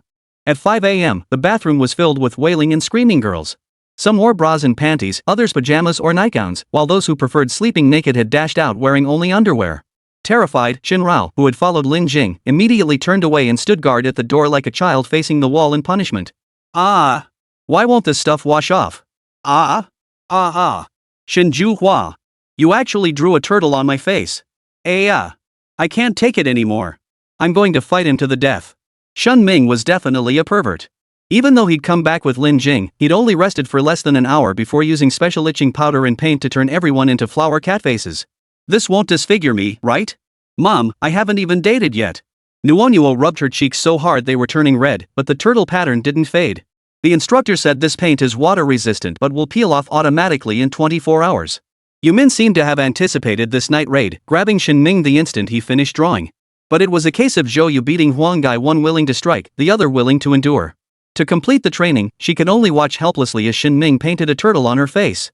He really is strict, Lin Jing murmured, laughing helplessly at her own face, now similarly painted like a spotted cat. Shen Ming was so dependable when danger struck, yet when there was no threat, he seemed to become the most dangerous one of all. When the girls realized the paint on their faces was impossible to wash off, they completely lost it. They rushed back to their dorms, dressed, and grabbed all sorts of weapons, storming out ready to fight Shen Ming to the death. But when they charged out of the dorm building wielding toilet plungers, eyelash curlers, nail clippers, and even purple lollipops, they realized the boys were even worse off. At least the girls were spared worse than cat face makeup. The boys, however. Some had painted faces too, having woken up quickly from light sleep. But the unlucky ones? Every inch of their bodies except for their private parts was covered in symbols. Even the soles of their feet bore Shen Ming's handwriting. The 4 characters repeat and clear a cosplay of Wei Xiaobao. The unbearably itchy boys dared not even put on clothes, some standing on the playground in nothing but loose boxers. Ah, the girls are finally here, Shen Ming grinned wickedly. Shanju Hua. I'll kill you, a girl painted to resemble Judge Bao waved a used toilet plunger in her hand. Save it, San Lu. Forget how badly Xue Jinfei got it? Yumin grabbed her arm to stop her. Brave of you, but I'm not in the mood to deal with you right now. Everyone, you have 30 seconds to form ranks. Otherwise, everyone loses 100 points. Shen Ming flashed a smile at the restrained San Lu before gently pressing the timer. The 300+ people still at the camp sprang into action. Knowing this was no joke, they swiftly forgot their itches and pains, forcing themselves into formation in a mere 29 seconds. Looks like you've been trained pretty well. 29 seconds is barely passing. Shin Ming smiled as he surveyed the assembled crowd, then pulled out a small remote control and pressed it. Beep. No girl suddenly rolled her eyes, nor did any boy tremble uncontrollably. Instead, the massive wall screen before them suddenly lit up, playing a surveillance video. The footage showed the empty girls' dormitory. I'm sure some of you have heard one of you lost something. I won't say what it is yet, but we found the thief, or rather, thieves. I hope you'll have the courage to step forward. If you do, I'll consider not handing you over to Uncle Hat. Shin Ming pressed pause, his gaze sweeping across the entire room. Chapter 65. To wear the crown, you must bear its weight. The word thief sent whispers rippling through the room. Eyes darted from face to face, but not a single person stepped forward. Alright, since no one's admitting it, let's continue watching. As expected, the room fell silent. Shin Ming pressed the button and the video resumed. The time was 5:27 p.m. Not a single girl was in the dorms during evening training. The empty hallway suddenly saw two shadowy figures appear. The camera angle made it impossible to see their faces clearly, but judging by their builds, they were definitely two guys. Boys entering the girls' dorm? Disgusting. Chen Rao muttered from within the beast taming space. As the footage continued, the two thieves moved slowly down the hallway, seemingly arguing for less than half a minute over some disagreement. Yet this didn't halt their progress. They swiftly located Lin Jing's room using the nameplate next to the door number. The taller thief crouched by the door, fumbling for nearly 20 seconds before finally picking the lock. Holy, he picked that lock that fast? Song Lu scratched his face in astonishment. This is actually slow.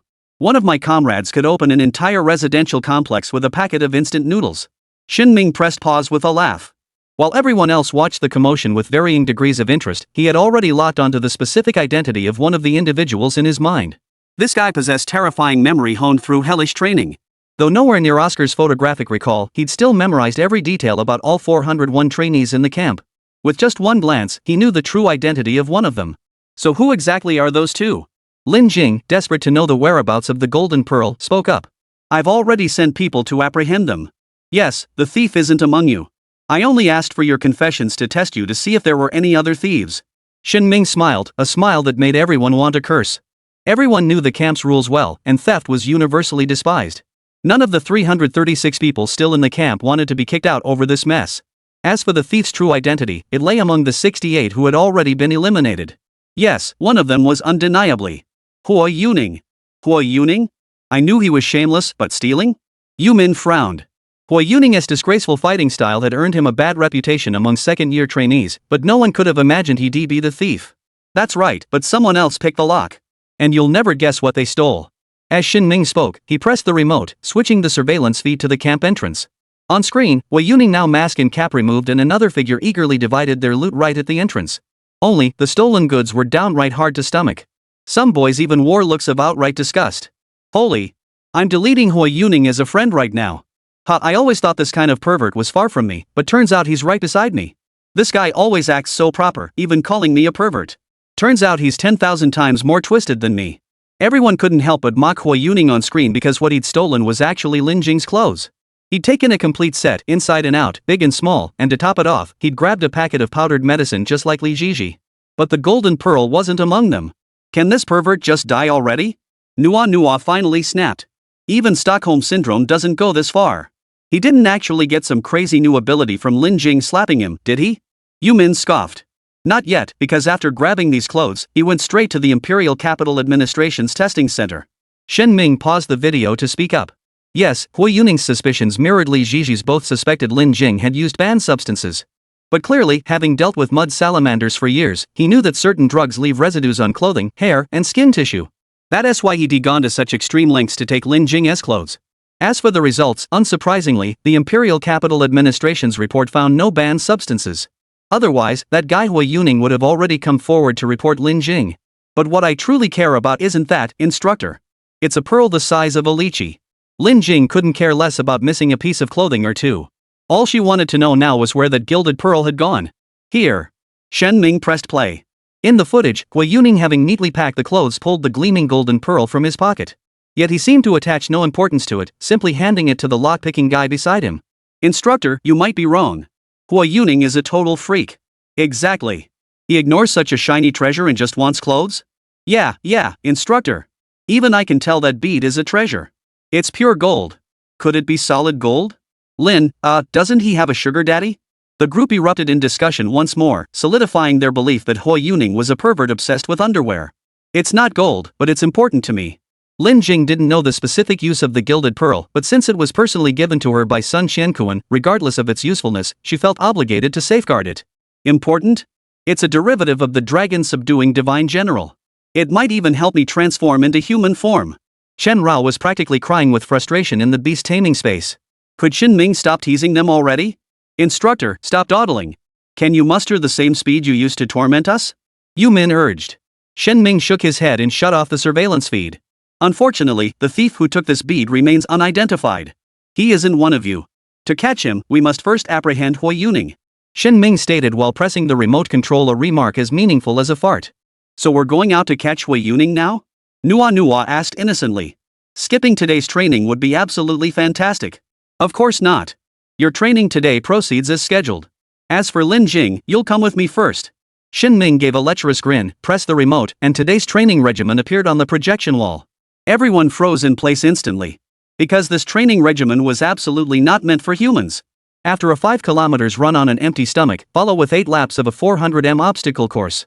After breakfast, complete a 1 kilometer intensive cross-country run within 5 minutes and 30 seconds. Those failing to meet the time limit would run continuously until completion or lunchtime. The afternoon training was even more inhumane. Everyone was assigned to the combat simulation room, where they would face off against simulated grade A level magical beasts alongside their chosen beasts in harsh environments handpicked by Shen Ming. Shen Ming kept the evening training secret, but judging by the day's regimen, there was definitely another major surprise in store. Yet to stay in the competition for those 40 advanced Beastmaster spots, everyone had no choice but to throw themselves into the first 5-kilometer run even if they resisted. They even managed smiles, because this event turned out to be the easiest one today. Instructor, what do I need to do? Lin Jing asked as she followed Shen Ming to the instructor's lounge. Lin Jing, female, 19 years old, height 173 centimeters, weight 57.5 kilograms, born in Household 5, Team 2, Kara's Village, Qingtung County. Attended Qingtung Beastmaster Academy Level 3 for 3 years with a cumulative GPA of 4.93, ranking first for 3 consecutive years. During this year's National Beastmaster Selection Practical Assessment, she was investigated for suspected cheating. Subsequently, she underwent an on-site evaluation by Mr. Geng Shuwen, director of the review department, and demonstrated exceptional performance, earning admission to Jiuhua Beastmaster Academy. Recently having separated from his household registration to become an independent individual, he earned a second-class combat merit at the second line of defense of Shilin Alliance under Miao Hongteng. Following a recommendation by Bao Ning of the review department and confirmation of his exceptional abilities through departmental review, he is hereby specially approved as an intermediate Beastmaster. Shen Ming didn't look at Lin Jing, yet he recited all her records with practiced ease. He pulled a medal from his drawer and tossed it to her as casually as discarding trash. This is a merit medal? Lin Jing caught it and glanced at it. Bronze in color, it bore the engraved number 2. Yes. You're one of the very few to earn a merit medal while still a student. Though it's practically worthless to me, it's still quite impressive. Shen Ming sat down with an air of nonchalance, casually pushing a chair toward Lin Jing.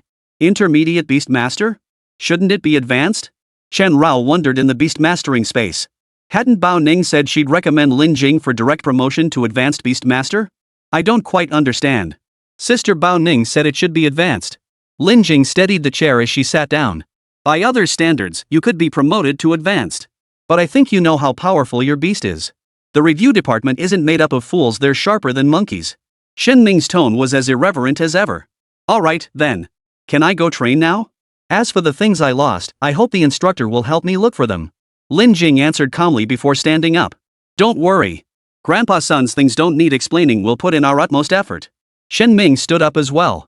You know Grandpa Sun? Lin Jing turned around, surprise evident in her voice. Sun Grandpa. That's quite affectionate. Are you really not Sun De Ye's granddaughter or great-granddaughter? Shen Ming asked with a playful tone. Instructor, please be serious. Lin Jing felt embarrassed. Alright, I'll be honest with you. Your actual instructor for this session isn't me, it's level 6. But you should know, given Grandpa Sun's standing and the unique nature of your beast taming abilities, your assessment standards will be higher than everyone else's. If you want to catch up to that white-haired girl, I suggest you put in twice the effort. Shen Ming grew serious for once. The white-haired girl? Lin Jing was puzzled. Yahalian near, Shen Ming replied. What about her? Isn't she still in field training? Lin Jing asked. Her field training is over, just like you, she scored perfect marks. She arrived in Europe today. She'll be training and studying within her clan for the foreseeable future. Trust me, that experience will be far more grueling than anything we've faced. Because those old fools in Europe didn't send her over just for learning in exchange. They sent her to intimidate the younger generation of Chinese beast masters, hoping to make them live in her shadow. For the next 50 years, they want Chinese beast masters to tremble at the mere mention of her name, seeing her as an insurmountable mountain whenever they think of her. So, Lin Jing, I don't know why old master son holds you in such high regard, even going so far as to emerge from seclusion to bestow upon you the heaven and earth technique and the golden pearl, two treasures coveted by outsiders yet beyond their grasp. But with great power comes great responsibility. I hope you won't lose to Yi Helian. Understand? Shen Ming stepped closer to Lin Jing, his eyes burning with desire. He spoke each word deliberately. Win her over. Chapter 66, Battle Shun Ming. Survive 1 minute to win. The Beastmaster world was far from the tranquil surface it presented. Just as the emergence of the first Beastmaster had unleashed a tidal wave of change, the four major global administrations continued their covert rivalry to this day. Especially those white-skinned bastards from Europe and America. They established the Beastmaster Association to bleed China dry, then, once technologically superior, began to marginalize China. All that talk of exchange and learning was bull. Yi Helian was nothing but a dagger thrust by the European Bureau into China. They schemed to use a young prodigy with absolute dominance to crush the confidence of China's beast masters, eroding the aspirations of China's youth toward beast taming from within. Once they've devoured their faith, they'll carve up the East Asian Bureau. By then, the safety of all East Asian territories would be firmly controlled by the European and North American administrations. China would have no foothold left, forced to watch its neighbor Japan grovel at the white ass's feet, reveling in their victory all night long. To destroy the East Asian Bureau, they offered a staggering $300 million to any level 7 or higher East Asian Beastmaster and a whopping $1 billion to any special grade Beastmaster. One female commander even offered to sacrifice her dignity plus a $3.5 billion signing bonus to capture Shen Ming. So how did you respond to her? Lin Jing asked Shen Ming, staring at him. I said I'm. Shen Ming chuckled. Thus, facing the squeeze from the two major administrations and the open and covert attacks from the International Beastmaster Association, Huaxia struggled desperately. As Li Quan had suggested, they even proposed the policy of open observation to popularize Beastmaster education. But human growth takes time, and Yi Helian's sword of Damocles was already hanging over their necks. What was Jiuhua Beastmaster Academy? China's premier Beastmaster Academy. If Yi Helian were to effortlessly become its top student, it would be tantamount to elevating her above all young Beastmasters in the nation. Then, when the white-skinned old bastards hyped up their advanced concepts again, China would struggle to cultivate outstanding young beast tamers. Sun Qianquan's reason for emerging from seclusion was actually quite simple, so simple that even now, the many powerful figures who knew of his return refused to believe it. He had come out solely for a young man with some talent and achievements, even bestowing upon him the Qianquan technique and the golden pearl, treasures coveted by countless others. Yet upon reflection, it dawned on everyone that this stubborn old man who pioneered the realm of beast tamers merely sought to inject one last shot of adrenaline into China's beast taming world before his final resting place. And that shot of adrenaline was Lin Jing. As for whether it would take root, that depended on her own efforts, but even more so on the resources poured into her cultivation. Can you imagine the terrifying resources Yi Helian secured for her from the European Bureau? She began learning Beastmaster techniques at age 4, with her first teacher being an executive level 6 Beastmaster. At 12, she formed a blood pact with a beast and began studying combat techniques under an executive level 8 Beastmaster. By 16, she apprenticed under a special grade 2-star Beastmaster and entered the restricted zone. Hailed as a rising star in the Beastmaster realm, she hadn't even attained executive Beastmaster status when the European Administration Bureau had already assigned her a codename, White Thunder. And Lin Jing? She only began learning beast taming at 16 and enrolled in Jiuhua Beast Taming Academy at 19. The European Administration Bureau hadn't even categorized her file, treating her as an ordinary, run-of-the-mill Beastmaster. But some saw her differently. Like Geng Shuwen, who believed Lin Jing possessed extraordinary talent and recommended her to Jiuhua. And Sun Qianquan? He believed she was a genius. Qianquan arts and the golden pearl were gifts Sun Qianquan could offer directly. As for other matters like Shen Ming being released from confinement by the Special Operations Unit, or Oscar personally taking charge of the frost-tainted thunder spirit research, these required Sun Qianquan to burn through his entire network of connections. This was his gamble, and a gamble for half of Huaxia's Beastmaster world. Win over Yi Helian. The goal was simple and straightforward. Yet for Lin Jing, it remained blurred and uncertain. She had only met Yi Helian twice, and though her impression of him was faint, they had already sealed a year-long pact. At the time, Yi Helian had seemed somewhat baffling, but now it felt like nothing less than a declaration of war against the entire Huaxia Beastmaster realm. The grueling boot camp raged on, and Lin Jing, entrusted with a special mission, threw herself wholeheartedly into the training. Shen Ming's plan, though tailored solely for her, was so demanding it made the other 300-plus trainees curse daily. Especially the nightly special performance at a fixed hour. He would randomly select a lucky trainee, someone so exhausted they could fall asleep standing up, to summon their beast for an absolutely public one-on-one duel. Yes, a one-on-one duel with a special grade 3-star Beastmaster. It was no different than a baby challenging Tyson to a fight. During the first 20-day training phase, including Shuejin Fei's ill-advised challenge, Shin Ming knocked 19 people flat on their backs. Their average endurance was less than 26 seconds, with the shortest lasting a mere 4 seconds. But one must admit, his brutal training did yield results. After 20 days of terrifying selection, the initial 400 trainees were whittled down to 221. The average 5-kilometer run time improved from 22 minutes 42 seconds to 18 minutes 9 seconds, a truly terrifying acceleration. Unfortunately, according to camp regulations, only 200 could remain after the first phase concluded. This meant that after tonight's special performance, 21 were destined to depart. "Your progress is undeniable," Shin Ming announced, smiling broadly as he held everyone's scoresheets, chewing bubblegum. "But sadly, 21 of you will still leave tonight. Still, after 20 days of intense pressure, I think you deserve a break." "Relax? Your idea of relaxation is running 5 kilometers, right?" Song Lu chuckled, rubbing his sore shoulder from his one-on-one duel with Shin Ming 4 days prior. "Song Lu, don't say that. I genuinely intend to give you all a break," Shin Ming said, blowing a bubble. "Then I want the instructor to give me a back massage first." Nuonuo shouted excitedly. "Don't let her tearful, petite appearance fool you. She was the trainee who lasted the longest in her one-on-one match against Shin Ming. Her time was even higher than the acknowledged second-year prodigy Shuejin Fei's, reaching 1 minute and 11 seconds. Terrifyingly good, no. Well, it's not exactly that relaxing. First, I've got some good news for you all. Regardless of your scores this time or your results from the first training phase, anyone who fought me and lasted over 10 seconds will be prioritized for advancement." Shen Ming wiped the bubblegum off his face and smiled. "Yay! Hooray! Instructor, you finally act like a human. Why? Why did I only last 4 seconds? I demand a redo." In an instant, some rejoiced while others despaired. Compared to enduring 10 seconds against Shin Ming, some trainees still couldn't meet the grueling qualifying standards of the first phase training, even today. Take Yu Min, for instance. While her ample bust might have been a source of pride in everyday life, it proved to be nothing but dead weight during physical training. Fortunately, she managed to hold out for exactly 30 seconds during her one-on-one duel with Shin Ming, thus avoiding elimination for failing the physical fitness assessment. "It's unfair. I want a turn too." "Right. Why can't we do it? This is pure luck. Instructor, I want to challenge you too. I swear I can last 10 seconds. Echoing this were other trainees whose physical fitness was similarly lacking.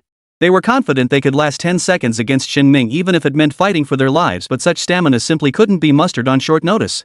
In an instant, at least 30 trainees worried about failing stepped forward to challenge Shin Ming one-on-one. Excellent. It seems this can ignite your courage and fighting spirit. However, only one person will face me tonight.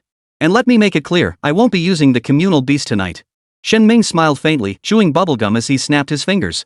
Then, a colossal beast appeared overhead, a monstrous creature covered in crimson, horned armor, resembling a demonic statue torn from hell itself. It plummeted in an eerie posture, then bounced back with a thud just as it was about to touch the crowd. Without making contact with anything, it ascended again mid-air, twisted its form in an even more bizarre manner, and landed perfectly. What a show-off! Absolutely ridiculous. Metamorphosis stage Crimson Heart Bloodline SS rank Master Jura. The demonic-faced Azura crouched behind Shin Ming with arms spread wide. As a humanoid mount, its proportions were truly otherworldly. Its slender arms stretched nearly 10 meters, while crimson bone blades extending from its elbows pushed its wingspan to a staggering 14 meters. Holy! The ghost-faced Azura? Isn't there only one in the entire world? Holy! Instructor! You're really the bloodbound beast master of the ghost-faced Azura? Mom! I really saw the ghost-faced Azura. Yes, it's real, a living ghost-faced Azura. In an instant, the entire crowd erupted into chaos. I told you all about my special grade 3 Beastmaster status, but you never believed me. Shen Ming scratched his head helplessly before motioning for silence. It's not that we didn't believe you, it's that we couldn't believe it. Lin Jing stood rooted to the spot, staring at the Beastmaster filled with murderous aura. Honestly, if she hadn't known beforehand, she wouldn't have dared to believe Shen Ming was a special grade 3-star Beastmaster either. As for why this ghost-faced Azura had everyone so excited? More rambling in the next chapter. Seems everyone's pretty excited, Shen Ming chuckled. The others chuckled in response, but then a realization dawned on them. It seemed tonight's lucky challenger facing Shin Ming one-on-one wouldn't be battling a shared beast, but rather the ghost-faced Azura. Instantly, the 30-plus people who had been jumping up and down to challenge Shin Ming fell silent. They'd been eager to risk their lives to pass the first round of training, not to actually die. What? No one wants to challenge me now that you've seen Red? Shen Ming asked, feigning ignorance. Honestly, this guy's naming sense for his beasts was something else. Instructor, that's the ghost-faced Azura. I'm not crazy. Yeah. No one can even last 2 minutes against the shared beast, let alone this one. Faced with the relentless chorus of excuses, Shin Ming silently set down his scorecard and turned his gaze in one direction. Well then, lucky one, you step up. All eyes turned to Lin Jing, who silently stepped forward. It was her, as expected. Expected yet unexpected. But here's an extra rule: if you can't last a minute, you're eliminated immediately, Shin Ming added, chewing his bubblegum. A collective gasp of confusion rippled through the crowd. After all, everyone had witnessed Lin Jing's performance and abilities over the past few days. Her assessment results would undoubtedly pass the first round, but holding out for a minute in front of Shin Ming and the masked Azura? What kind of joke is this? Wasn't this just a blatant attempt to eliminate Lin Jing? Just as everyone was about to erupt in righteous indignation against Shin Ming, Lin Jing silently nodded. Xiaobai, just 1 minute. Can you handle it? Of course, no problem. Chapter 67, all cards on the table, a long minute. Those who rise from trainee Beastmasters to become registered level Beastmasters are geniuses. Those who advance from registered Beastmaster to executive Beastmaster are freaks. But those who ascend from executive level to special grade Beastmasters? They're ing freaks among freaks. Especially those who continue advancing beyond special grade, they're freaks among freaks. Before her one-on-one duel with Shen Ming began, Lin Jing harbored some doubts. She suspected that his claim of a $3.5 billion price tag might be nothing but bragging. Even after watching him dominate all 19 trainees in the camp over the past 19 days, she still believed an executive Beastmaster could achieve the same feat. But the moment they entered the combat simulation chamber and clashed, she regretted it. The overwhelming pressure was something she simply couldn't handle. Damn it! Shen Rao cursed under his breath. He'd imagined countless scenarios of facing top-tier Beastmasters, but never anticipated a challenge this many tiers above his own. The ghost-faced Azura, a bloodline of Crimson Heart at the metamorphosis stage, was simply beyond his reach. The bone blades extending from its elbows were harder than titanium alloy, as evidenced by the 8-meter-long gash instantly carved into the titanium alloy floor of the combat simulator upon contact. Running away won't help. If you think you can last a minute like this, you're being far too naive. Shen Ming stood there with an air of leisurely confidence.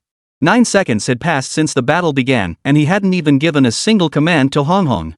At this moment, the crowd gathered outside the simulation room watching the battle was utterly electrified. This is ghost-faced Azura. We've only seen him on TV before, this is the first time we've been this close. Look at those bone blades. Look at that armor. Holy crap, no wonder he single-handedly broke through the Siberian snow mountain redline. I can't take it anymore. I'm starting to worship you, instructor. Instructor, I want to bury your children. Their excitement wasn't unfounded. To amplify the influence of Beastmasters among the public and bolster the younger generation's confidence in pursuing the profession, the International Beastmaster Association annually selected a few exceptionally talented special-grade Beastmasters for special coverage. For confidentiality, specific details remain undisclosed, though satellite-recorded battle footage is occasionally broadcast. In these clips, the massive beasts command far more attention than the pixel-sized tamers themselves. Among them, Ghostface Azura, with its striking appearance and thrilling, life-or-death combat style, claimed the top spot in the most awesome Shining Beast event hosted by YouTube Video.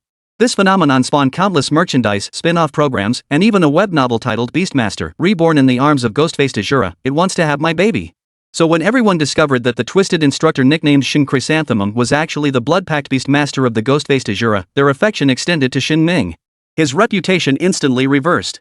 Unfortunately, Lin Jing was suffering in the moment. Just 27 seconds into the fight, she was already tempted to concede defeat. Chief Instructor Shin, you're here to target me, aren't you? Lin Jing propped herself up with one hand, having been pushed back nearly 10 meters by the explosion's shockwave before finally coming to a halt. Yep, Shin Ming admitted with utter shamelessness. Then, the ghost-faced Azura strode forward. Its 5 eyes blazed crimson, and 3 pairs of vents on its shoulder armor spewed white steam. It was about to strike. Damn you, Shin Juhua. You're actually using skills? Chen Rao roared curses as he scrambled to his feet. In the past 22 seconds, the ghost-faced Azura's casual attacks mere gestures had already cornered him. And now it was unleashing skills? I knew you'd be this shameless, Lin Jing smiled, her expression unchanged by the turn of events. The Beastmaster's rune on her wrist glowed faintly. The next second, Chen Rao vanished, absorbed into the Beastmaster's space. With its target gone, the ghost-faced Azura slammed to a halt, its razor-sharp bone blades plunging over 3 meters deep into the titanium alloy floor. This wasn't a battlefield, it was a trial Shen Ming had devised to temper Lin Jing. Shen Rao was gone, and Shen Ming would never allow ghost-faced Azura to kill Lin Jing outright. Learned to use the beast control space? Shen Ming hummed in acknowledgement. Such a petty trick was hardly worth mentioning. He raised his hand and gave a light pat. The ghost-faced Azura, who had been guarding its position, slowly rose to its feet. Facing Lin Jing's little trick, it didn't even bother to defend or dodge. It simply stood there, quietly waiting for her to make her move. To the onlookers, this crude technique might seem perplexing, but to Shen Ming, it was no different than a child's clumsy attempt to cover something up. The seconds ticked by, 28, 29, 30. Keep stalling, and I'll declare you defeated, Shen Ming said, growing impatient. Here it comes. Lin Jing raised her hand as well. The next second, her Beastmaster's face opened, but instead of Qin Rao, a massive lightning net in a semicircular arc appeared, enveloping the ghost-faced Azura. Invoke Thunderclap. Blinding lightning instantly enveloped the crimson-clad ghost-faced Azura. This thunderous net, meticulously woven by Qin Rao within the beast taming space over 7 seconds, unleashed a surge of nearly 180 kilovolts. The tearing arcs could pierce through air, yet striking the ghost-faced Azura felt like nothing more than a tickle. Had enough? Shen Ming asked. Not yet, Qin Rao growled from within the thunder's glow. As the ultimate breakthrough skill of Lightning Flash, Summon Thunder did more than merely soften lightning or reshape it to his will. It could also reverse. Under everyone's gaze, Lin Jing stepped forward. From the Beastmaster's tools at her waist, she selected a grenade and tossed it. This was a privilege Shen Ming had specially granted to each lucky one. Even those not acting as Beastmasters could use Beastmaster tools. As the grenade flew through the air, Qin Rao, who had been concealed within the lightning's glow, finally revealed himself. You've got some skills, but they're useless, Shen Ming remarked while picking his nose, flicking it lightly. The thunder net woven by Qing Laming shattered instantly. The white vapor spewed by ghost-faced Azura instantly condensed into a solid wall of air. The grenade, thrown in a straight line, embedded itself with a dull thud. 38 seconds. Boom. A dull explosion echoed as the grenade detonated. The high-energy particles released within churned against the air wall, yet to no avail. Ugh, this is blatant bullying. Lin Jing clenched her fists. This was an unfair fight from the start. All her skills and backup plans felt as powerless against Shen Ming as a baby's flailing fists. As for Qin Rao, he was now practically face-to-face with the ghost-masked Azura. That massive, devil-like visage was half concealed by crimson visor armor, its 5 completely asymmetrical, murky yellow eyes fixed intently on him. In that instant, Qin Rao felt as if he'd fallen into a frigid abyss. Ding! A millisecond later, the strike reached his side. A razor-sharp bone blade sliced against Qin Rao's skin, exposing flesh that spurted mercury like blood. Simultaneously, the air wall agitated by high-energy particles began to expand. Normally, particles this active wouldn't even scratch the ghost-faced Azura's defenses. But who asked Shen Ming to secretly tell Hong Hong to use only 30% of her strength? Second 39. Summon Thunderclap. Qin Rao roared. The shattered remnants of lightning, now mere specks of light, seemed to be reborn with life, rolling once more. Those that fell into the air wall lit up like stars in the night sky. Then, at the 40-second mark, the bone blade pierced nearly half a foot into Qin Rao's body. Under the gaze of over 200 observers in the viewing room, the energy walls surrounding ghost-faced Azura and Qin Rao erupted in a blinding flash of light. Oh? Shen Ming looked surprised. If it's unfair, there's always an unfair way to fight it. This time, it was Lin Jing's turn to smile. As early as the 3rd day of training, Lin Jing had guessed she would eventually become Shen Ming's chosen lucky one.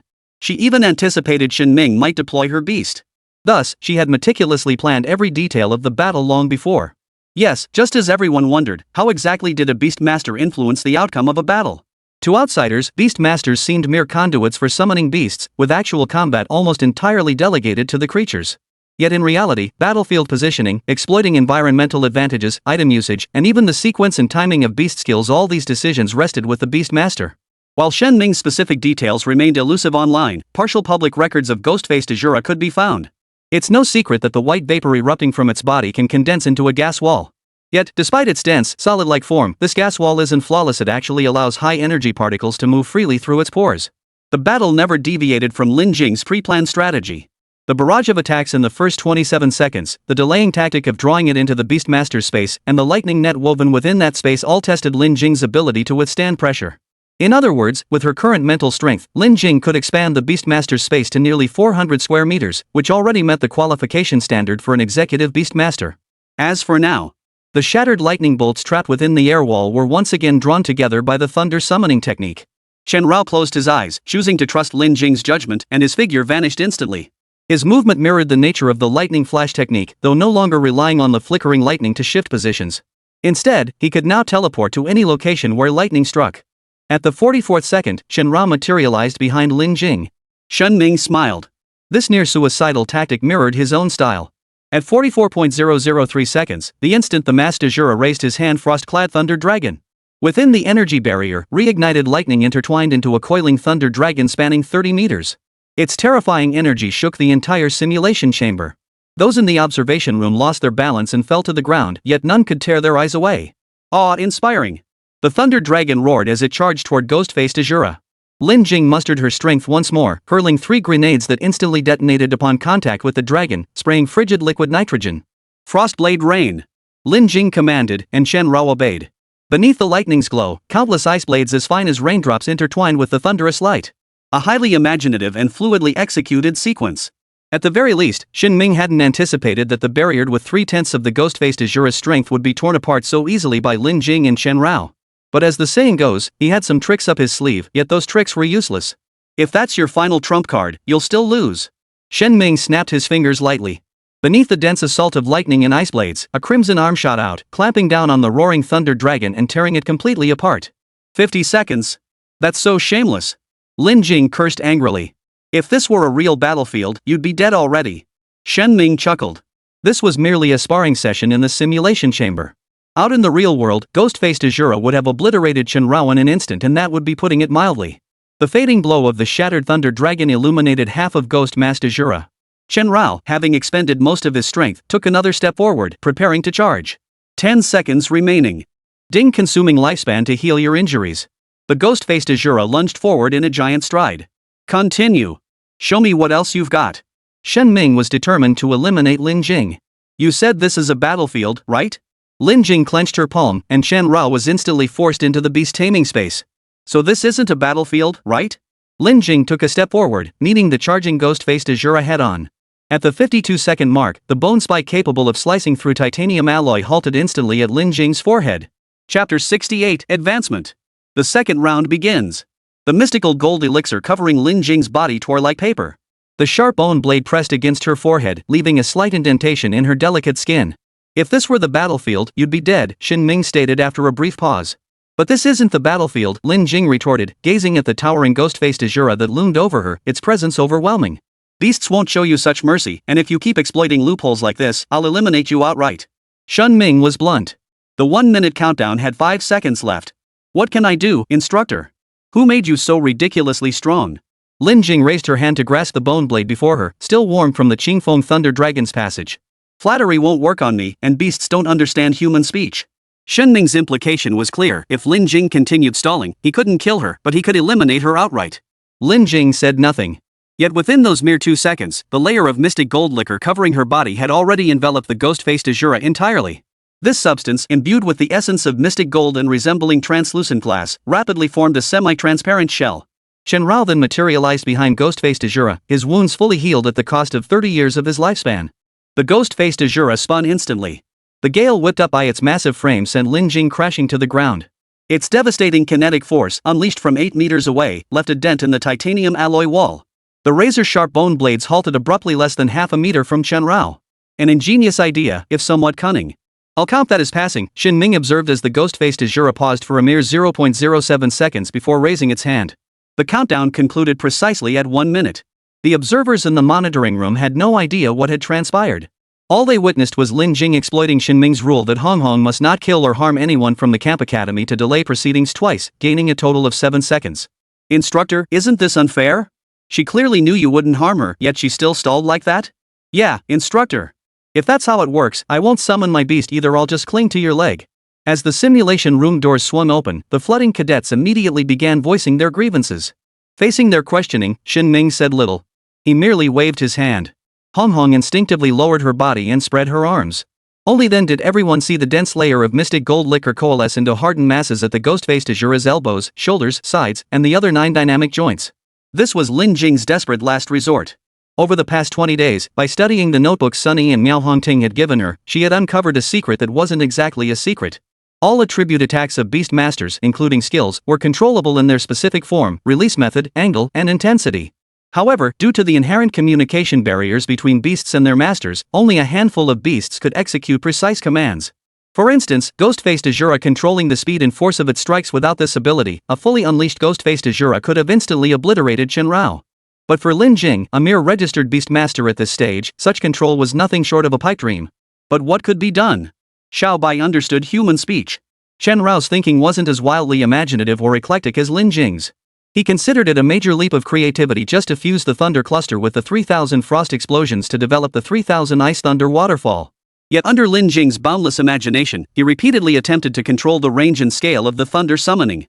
Thanks to their nearly unimpeded telepathic connection, Chen Rao could swiftly put Lin Jing's ideas into practice and master them. From weaving the thunder net within the beast taming space to embedding the hand grenades within the air wall as Lin Jing had envisioned, then tearing the thunder net apart to infiltrate the air wall, to harnessing the lightning shards from the preceding 27 seconds of relentless bombardment to teleport Lei Ming out of the air wall's encirclement, culminating in detonation, the Azure Frost Thunder Dragon, and the Frost Cold Sword Rain Suppression. The sequence itself was straightforward, but the crux lay in whether the Beastmaster could conceive such a vision and whether the beast could execute the pre-planned strategy. It sounds simple, even mindless, but doing it is no different from climbing to the heavens. Don't forget, other tamed beasts can't understand human speech. Even if they grasped some of it, achieving the flawless precision Chen Rao demonstrated would be nearly impossible. I don't get it, how could a Beastmaster command such obedience? Song Lu scratched his head in frustration, utterly baffled by how Lin Jing could possibly train a young beast to execute such a precise sequence of commands in just 20 days. Especially since there was almost no communication between them. Yeah. It's like Xiaobai could understand human speech. Yumin looked at Chen Rao, puzzled. Chen Rao quickly pretended to be busy. Ah, the sunset tonight is truly beautiful. Especially that glass-like membrane. I've seen covering defense skills before, but shouldn't they just be a uniformly thick layer of membrane, armor, or shield? Solidifying into nodules? Are you kidding me?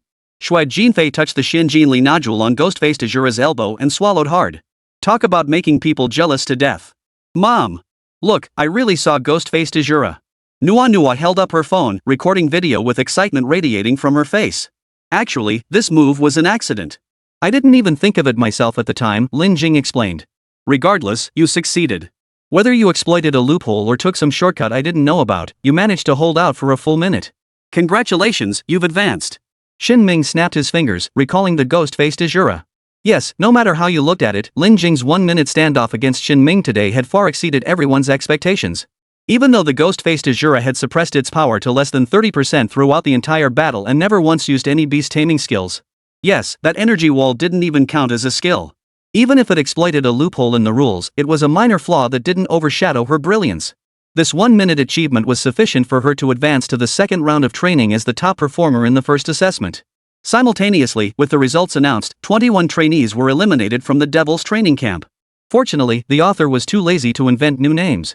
In the second round of training, the 5 who hadn't been eliminated Nua, Yumin, Song Lu, Shui Jinfei, and Lin Jing were assigned to the same group. First, I have some slightly disappointing news. There's been an issue with Cambasol. For the next 2 training phases, you'll have a different instructor. After the remaining 200 trainees were divided into 40 groups, Xin Ming walked over carrying 2 boxes. Yay! The freak's gone! Nua shouted excitedly. Don't celebrate too soon. I may be leaving, but the training plan I designed won't change. Shen Ming chuckled. I knew it, Song Lu pouted. But don't be too upset. Starting from the second phase, you'll only see the instructor during evaluations. For the entire 30-day second phase, you'll have complete freedom. As Xin Ming spoke, everyone stared at him with disbelief. Freedom? Could those 2 words really come out of his mouth? Consider that over the past 20 days, this guy had criticized them every 3 minutes on average, allowed less than 7 hours of rest, and practically kept them under his watch 24/7. Freedom? Good heavens, for the 200 people present, this felt like being locked in a death row cell for 20 years and suddenly being told they could walk free. But surely the assessment won't be that free too? Lin Jing asked cautiously. As the saying goes, extremes tend to reverse. If Xin Ming dared to let them out with such freedom, there must be some other twisted twist in store. My parents gave me life, Lin Jing knows me best sort of. The assessment itself was indeed flexible. As everyone knew, the global Beastmaster community currently had only one method for obtaining beastmastering materials and magical beast resources: extracting materials from magical beast carcasses within controlled or occupied zones, and collecting rare plants, minerals, or other resources in specific regions. However, due to the complex environments and conditions, tight timelines, and heavy workloads, even executive or special grade beastmasters must sometimes gather materials during combat. This severely tests their ability to identify resources. Therefore, the second round of training and assessment will require you to obtain materials within 30 days using any legal means you can devise. Anything goes. At the end, all materials will be brought back here for total value calculation. Teams will be ranked, and the top 16 teams advance, Xin Ming said with a smile. Can we buy them? Shui Jinfei asked, rubbing his chin. Any means are acceptable, provided they don't violate the law, Xin Ming replied with a smile. He then opened 2 boxes in his hands, revealing bundles of cash inside. But to prevent those among you who are simply too wealthy, during this assessment period, all your personal information has been distributed to every trading outlet and platform across the imperial capital. Your living allowance is capped at 20,000 yuan. If even a single extra dime is found during the final audit, you will be immediately eliminated. Xin Ming's words shattered the fantasies of the wealthy second-generation participants. The second round of assessments seemed nonsensical at first glance, but a moment's reflection revealed its purpose. The first round tested physical fitness, gauging the synergy between beast tamers and their beasts. The second round, meanwhile, measured the depth of their accumulated knowledge about beast taming. While the hellish training camp was in full swing with its second round, in an obscure corner of the imperial capital. Is this the thing the entire Beastmaster world is clamoring over? Exactly. Looks perfectly ordinary. I've tried every trick I know, but nothing's happening. Interesting. Too bad you picked such a lousy spot. The imperial capital of Huaxia. Do you have any idea how tight security is here? It took me nearly 3 weeks to sneak in. The blonde-haired, blue-eyed youth pinched a gilded pearl between his fingers, clearly displeased. I couldn't get out with it either. Don't be fooled by the capital's current calm. They've set up hidden checkpoints. Security's so tight they won't even let you keep your underwear on, chuckled the middle-aged man who'd appeared in the girls' dormitory of the Devil's training camp. True. China's pulling out all the stops to catch up with us, even summoned the Lord of the Underworld. Good thing we still have some tricks up our sleeves. The blonde youth chuckled. Cut the crap. That kid's been locked up for over 10 days. Even though he never saw my face, we need to get out of here fast. The middle-aged man shot the blonde youth a withering look. We'll find a way out. Just need to stir up the waters a bit more, the blonde youth replied. Chapter 69, Round 2 begins. Time to snatch up bargains. Just like all existing human endeavors, the development of the Beastmaster industry spurred the emergence and advancement of numerous related fields. The Beastmaster Administration Bureau was the most tangible example. Other fields like Beastmaster Medicine, Beastmaster Potions, educational programs, and even Beastmaster Grooming were also thriving. Therefore, in megacities like the imperial capital, the most obvious way to obtain various materials was simply to buy them at the ubiquitous beast taming shops. You mean, buy them with money? Somlo asked while eating a steamed bun at the cafeteria table. For now, yes, Shui Jinfei replied, chewing on his fried dough stick. After a night of rest and reflection, he had come up with a rather feasible plan. The second round's assessment criteria had been announced. 40 teams would roam the entire capital city. While the freedom seemed boundless, in reality, without leaving the capital, there was only one way for everyone to obtain materials. Buy. Pay for it. But it was obvious. With the pet shops so well established now, every material available in those shops had been tested by years of market competition. Suppliers would never sell materials without profit margins. The retail price included profit. They'd gladly sell a material costing 500 yuan and 1,000 yuan. Compounding this, each team's budget was capped at 20,000 yuan. After deducting the minimum monthly living expenses for 5 members in the capital, roughly 10,000 yuan, only 10,000 yuan remained for material sales. While the rules don't explicitly forbid earning extra income through part-time work, the evaluation criteria don't favor the team that makes the most money. Instead, it's about which team brings back materials of higher value, all while staying within legal and regulatory boundaries. This raised a critical question: how to spend limited funds wisely to acquire higher value materials. Ensuring team members didn't starve was key to winning the second round. 10,000 yuan. If my math holds, the cost price of materials we can buy won't exceed 6,000 yuan. Shinjua's calculations might be even harsher. Halved? That's roughly 3,000 yuan. Though petite, Nua possessed a remarkably sharp mind. 3,000? Then we'd just starve to save money? Yumin sipped her soy milk. Her strategy was simple: save every penny to buy more materials. Maybe that would get them through. Then the test wouldn't be about our knowledge reserves, but about who can endure hunger longer. Lin Jing spoke while sipping her soy milk too. Exactly. Shinju.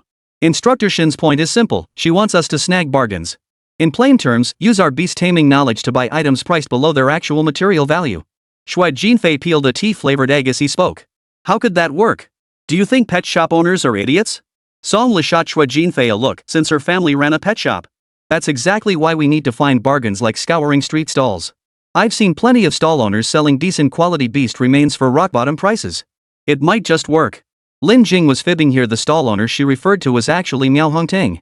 Yes, she still remembered seeing that Shenhua silver scale the one Little Bai had chosen and helped break through to the Mercury bloodline, gathering dust in a corner of the Shilin Alliance warehouse.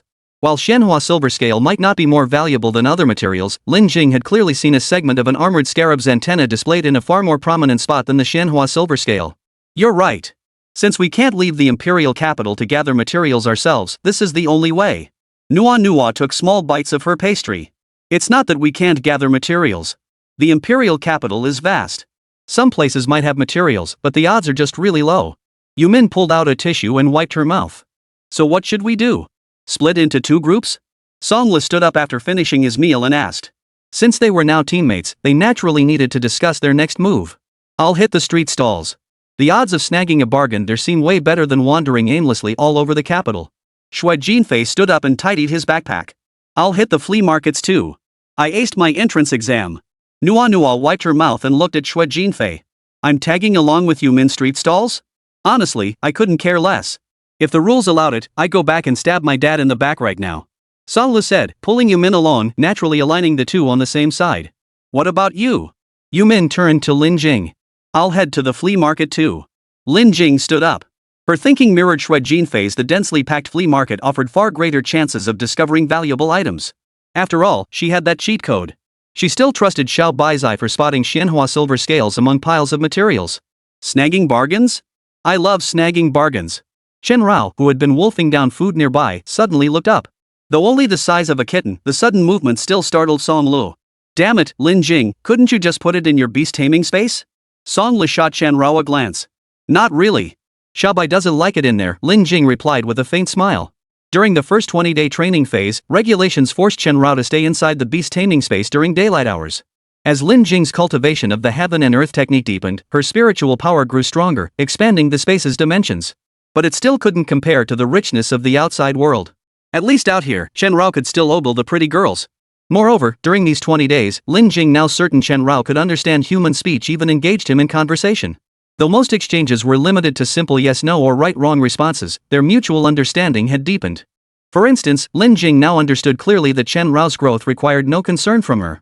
Likewise, Chen Rao now grasped that after 20 days of cultivating the heaven and earth technique, Lin Jing's physical constitution had undergone a qualitative leap. While not invulnerable to blades or impervious to fire and water, ordinary people could no longer harm her. After brief deliberation, the 5-member team decided to split into 2 groups. Yumin and Song Lu headed to Beihai Park to try their luck, while Shui Jinfei, Nua, and Lin Jing set off for Fangjiewen, the largest antique market in the imperial capital. As the largest flea market in the capital indeed, all of Huaxia Fangjiewen's offerings extended far beyond materials useful to the beast-taming realm. From antiques to second-hand goods, semiconductors to porcelain and bronze, it boasted an astonishingly comprehensive selection. Over the years, its reputation spread, attracting many who made fortunes by snagging hidden gems or exploiting loopholes. Consequently, the market became a haven for counterfeiters, where genuine and fake items mingled freely. Spanning over 40,000 square meters, this flea market had evolved into a paradise for middlemen. They boast extensive connections and influence, claiming that with enough cash, they could even procure the dragon throne from the Forbidden City for you to sit upon for a while. This also meant that besides Lin Jing and her group of 3, many other teams with the same bargain-hunting mindset set off for Fangjiewen. Wow, this place is huge, Chen Rao murmured, resting her small head on Lin Jing's shoulder as she surveyed the endless rows of stalls. Fangjiewen is just too vast, and the vendors selling Beastmaster materials are scattered everywhere. The 3 of us definitely can't stay together. 1,000 yuan each, meet back here at 4 p.m. tonight. As the sole male in the group, Shui Jinfei couldn't help but assume the role of leader in this situation. No way. I'm hopeless with directions, I even get lost on campus. Nua grabbed Lin Jing and Shui Jinfei's arms, on the verge of tears again. Then how about you stick with Shui Jinfei while I explore on my own? Lin Jing took the 1,000 yuan and looked at Nua. I'm fine with either, as long as you can keep up with me. Shui Jinfei looked at Nua. He didn't mind having an adorable little lowly tag along, but he was very concerned about whether she would slow him down. This guy, who ranked in the top 3 among regular applicants during enrollment, passed the entrance assessment with an A+ difficulty rating, and entered the Devil's training camp as the top-ranked student out of 400, had only victory on his mind. I'll try my best. Nua clearly wasn't directionally challenged, she was just a hopeless romantic. No wonder Shui Jinfei wasn't just academically brilliant, he also bore an uncanny resemblance to the legendary Wu Yanzu. Add his 6 feet 2 inches frame and perfectly sculpted physique from years of training, and it would be strange if Nua wasn't smitten. So now it's just the 2 of us. Watching their retreating figures, Lin Jing shifted her backpack to her chest and ruffled Chen Rao's hair. Yes, even after their lengthy conversation, Lin Jing still viewed Chen Rao solely as a beast tamer. After all, when she asked, Xiaobai, are you human, he just kept shaking his head. Shui Jinfei probably isn't a lelicon, right? But that doesn't matter. Bargain hunting. Here I come. Chen Rao also watched their retreating figures, though his vision was far superior to Lin Jing's. He could clearly see that to ensure Nua wouldn't be left behind, Shui Jinfei had already taken her wrist in his hand. But that didn't matter, not at all. With a blink of Chen Rao's eyes, the system interface swiftly appeared before him. Ding detected strong attribute elemental aura. Coming out to tempt me so soon, little darling? Chen Rao popped out of his backpack and landed on the ground, swiftly diving into the crowd along the direction indicated by the system. Xiao Bai, wait for me. Lin Jing hurried after him. The cat-sized Chen Rao weaved through the crowd with the agility of an untethered fish. As he ran, he even began singing to himself, "Can't help but turn into a free fish." As he sped up, Lin Jing, pushed back by the crowd, naturally fell behind. By the time Chen Rao located the item radiating a potent elemental aura, Lin Jing had vanished far behind in the throng. Ding's system scan complete. Detected, fragment of a pearl inlaid conch shell medium quality. Lin Jing. Lin Jing? Hey! Chen Rao, realizing she was gone, called out urgently from the stall. Only, his voice came out as a series of woof woof barks. The vendor merely smiled at it, treating it as a slightly unusual black dog. Just then, a chubby little boy crouched down before the stall. He glanced around before pointing at the dull, grayish-brown fragment of the Hanjuchuehu. Hey, boss, how much for this? Chapter 70, Bargaining. A 500 yuan fragment of turquoise-colored conch shell. This one? The owner, nearing 50, extended his calloused hand and picked up the turquoise conch shell fragment. Yeah, this one. How much? The chubby kid was clearly another graduate of boot camp. My father stumbled upon this decades ago. Look at the texture, look at the color, it's gorgeous. Anyone doing business in Fangjiewen was a shrewd operator. The vendor saw the chubby kid was serious about buying and immediately launched into a story. Chen Rao couldn't care less about these half-truths. No matter how embellished the tale, it was ultimately just a ploy to inflate the price. But the chubby guy listened intently. Clutching the turquoise conch shell fragment, the vendor launched into a nearly 2-minute tale about how legendary his father had been, how incredibly skilled, and how he'd acquired this very piece. At the most emotional part, tears even welled up in his eyes. He claimed that if his father hadn't urgently needed surgery, he would never have parted with such a precious item. So, young man, this jade is 5,000 yuan. The vendor wiped the tears from the corners of his eyes, revealing his true intentions. What? 5,000 yuan? Old man, you're asking for the moon. The chubby kid was stunned. 5,000 for this thing? Never mind that this fragment of turban shell looked covered in dust from the outside. Even if cleaned and polished, it would still just be a somewhat textured piece of shell, a world away from the jade the owner claimed it to be. Whoa, young man, don't you know how to haggle? The shopkeeper seemed a bit flustered. He couldn't afford to scare away a customer when business was finally picking up. Oh, right. How about 50 bucks? The chubby kid, who'd already started to stand up, crouched back down. Chen Rao was utterly dumbfounded by the scene. It was the first time he'd ever seen a shopkeeper begging a buyer to haggle. 50 yuan? You little brat, you think you're messing with me? But you said we could haggle. 50 bucks. Will you sell it or not? 4,000 yuan. Not a penny less. 55. That's my absolute limit. In an instant, the old man and the youngster were squatting before the stall, engaged in a frenzied haggling battle. Their loud commotion drew the attention of many passers-by. To be fair, the chubby kid was relentless. The vendor had asked for 5,000, and he immediately knocked off 2 zeros. No wonder the vendor's tone had shifted from calling him young man to you little brat. But this was driving Chen Rao beside them absolutely mad. No matter how much those two valued this piece of turquoise conch shell, in his eyes, it was an absolute treasure. Chaotic pearl tridacna fragment medium quality. Description: a remnant of the mature stage, Mercury bloodline, chaos porphyry shell. As a sea-dwelling magical beast, chaos porphyry possesses the innate ability to spew seawater and even summon vast quantities of liquid water on land. Its shell contains abundant water elemental essence. Though merely a fragment, it can still be absorbed and utilized, perhaps even granting mastery over water elemental power. Description: a fragment of the shell from a chaos tridacna, weathered by time and covered in scratches and dust, its former luster long faded. Water elemental essence remains one of the fundamental elements Chen Rao has yet to master. But as the saying goes, if you don't pick it up, it's as good as lost. Chen Rao didn't mind adding another elemental power to his repertoire. The more, the better. Who knows when it might come in handy during a battle. As the haggling between the chubby kid and the vendor escalated into a heated argument, the price steadily dropped, now hovering at 1,200 yuan. 1,200 yuan.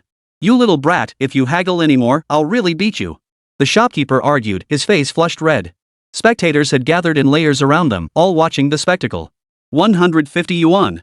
That's my absolute limit. The chubby kid was equally flushed. He'd split up with his team members, carrying only 500 yuan total, and he'd planned to save some for a nice dinner tonight. Old Han, how could this possibly be worth 1,200? Just sell it cheaper to the kid if he wants it. Yeah, why fight with a young guy? But this kid's being cheap too. 150 is way too low. One wants to make money, the other wants to save it. Keep haggling. I love watching the drama unfold. The onlookers chimed in with jokes, some even hoping the two would come to blows right there. Only Chen Rao weaved through the sea of legs, finally spotting a pair of familiar long ones. Found you. Quick, come with me. Chen Rao called out twice to get Lin Jing's attention, then grabbed her pant leg and pulled her toward the center of the crowd. Finally found you. Oh my, excuse me. Lin Jing had been about to pick up Xiao Bai when she was yanked into the crowd, nearly stumbling.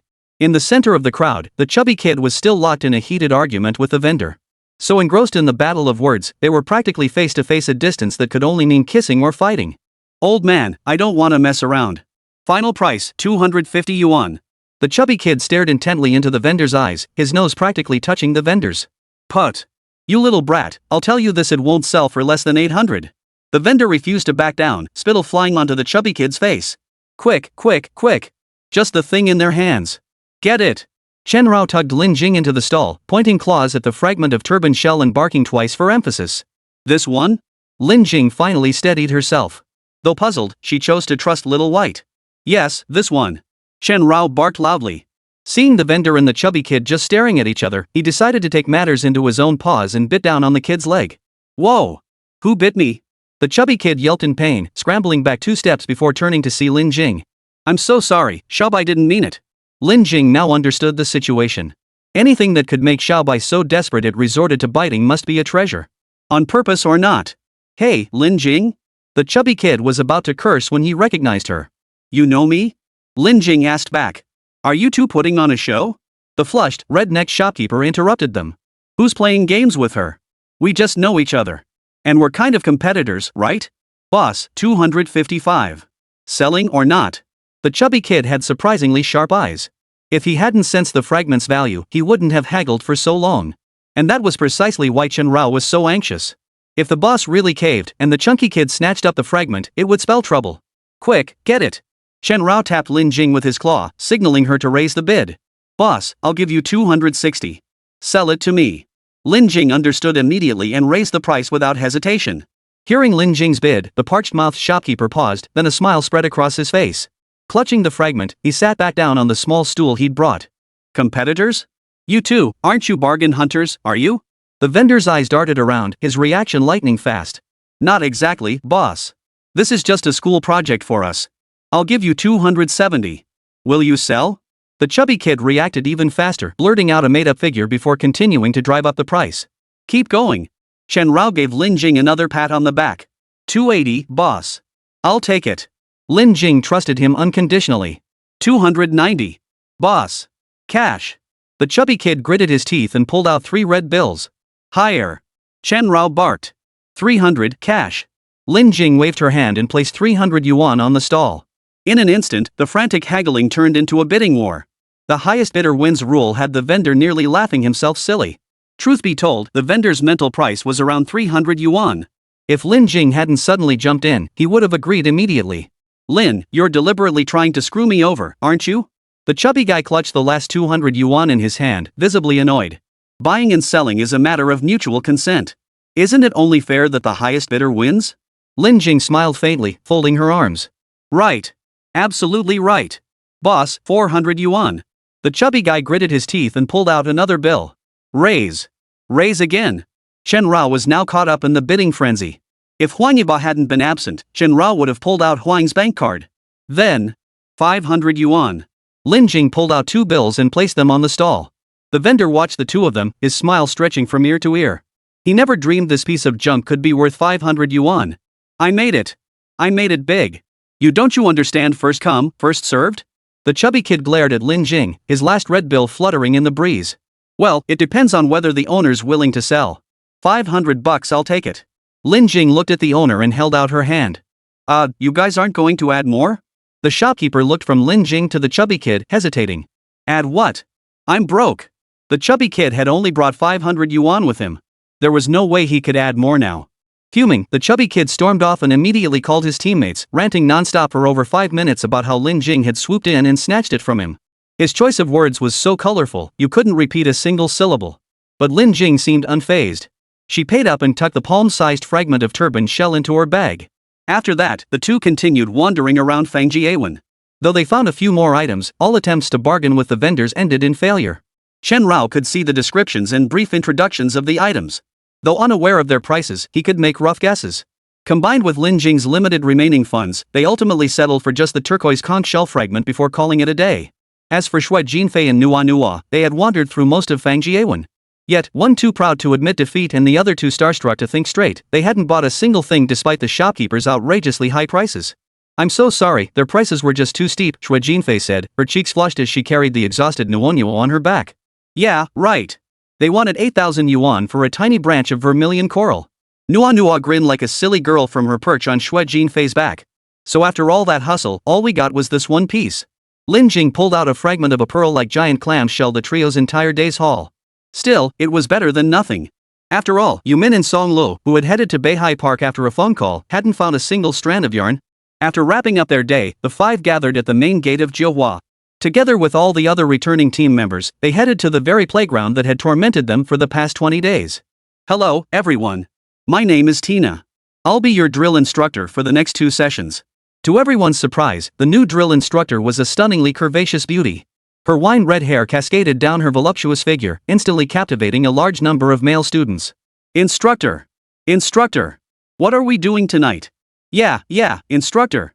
Instructor Shin always had evening drills before. "No evening drills, but per Lord Hades' orders, we'll evaluate the materials you collected today, followed by punishment." Tina's words trailed off into a smile that was utterly mesmerizing. "She's gorgeous," Song stared, completely transfixed. Chapter 71, A Loss of 495 and the Joy of Landing Last Place? "Instructor, may I ask a question?" "Of course, little brother." Tina flashed a seductive smile. The inquisitive boy happened to be the chubby kid who'd competed with Lin Jing for the pearl conch fragment. Instructor Shin said the assessment standard this time is the total value of materials after 30 days. "I don't get why the bootcamp focuses on this instead of combat training, but I really want to know what if someone steals our team's materials." The chubby kid's way of asking was unique. "Just take it. In the contested zones, you have to fight for what you want. The world is far crueler than you imagine, little brother." Tina deliberately emphasized the word little. "So Instructor Tina means it's okay for teams to steal each other's materials?" a girl asked. "I never encouraged you to steal, but Hades' rules do not explicitly forbid plundering other teams' materials, little sister." Tina smiled. This woman, who thrived on chaos, excelled at 2 things, forcing Oscar's hand and provoking every rule imaginable. Only 2.5 beings could subdue her in this world: Satan, the demon she'd meet in hell after death; Hades, who pinned her to the ground with one hand until she submitted, and half of that was Oscar, who had gracefully rejected her advances. Why only half? Because Tina only fancied Oscar's right half. Thus, the question of young Oscar's allegiance arose, which is why Tina still hadn't forced herself on Oscar. "I knew it wouldn't be that simple." Shui Jinfei scanned the room, catching the little chubby kid glaring at them like they were mortal enemies. "But what if someone gets hurt? The instructor can't follow us everywhere, right? 40 teams, 200 people, he can't be in 2 places at once," Nuanua asked innocently. "Of course, it can happen." Tina turned toward Nuanua and gave a light snap of her fingers. Then, from the seams and corners of everyone's clothes, even beneath thick hair, emerged a nail-sized, plump, yellow and black bee. To be precise, they were bumblebees. Metamorphosis stage golden bloodline S plus potential Banbo queen. Yes, Tina's blood-bound beast was a queen bee barely larger than a palm. And these 200 plump, fingernail-sized bumblebees were the offspring of the Banbo queen. This wasn't a beastmaster skill, but part of the species' innate talent. Just as humanoid primates like the divine would ape excelled in throwing and weapon use, the Banpo Queen's offspring were her most formidable weapons. These little creatures could not only attack and carry beastmaster skills but also defend.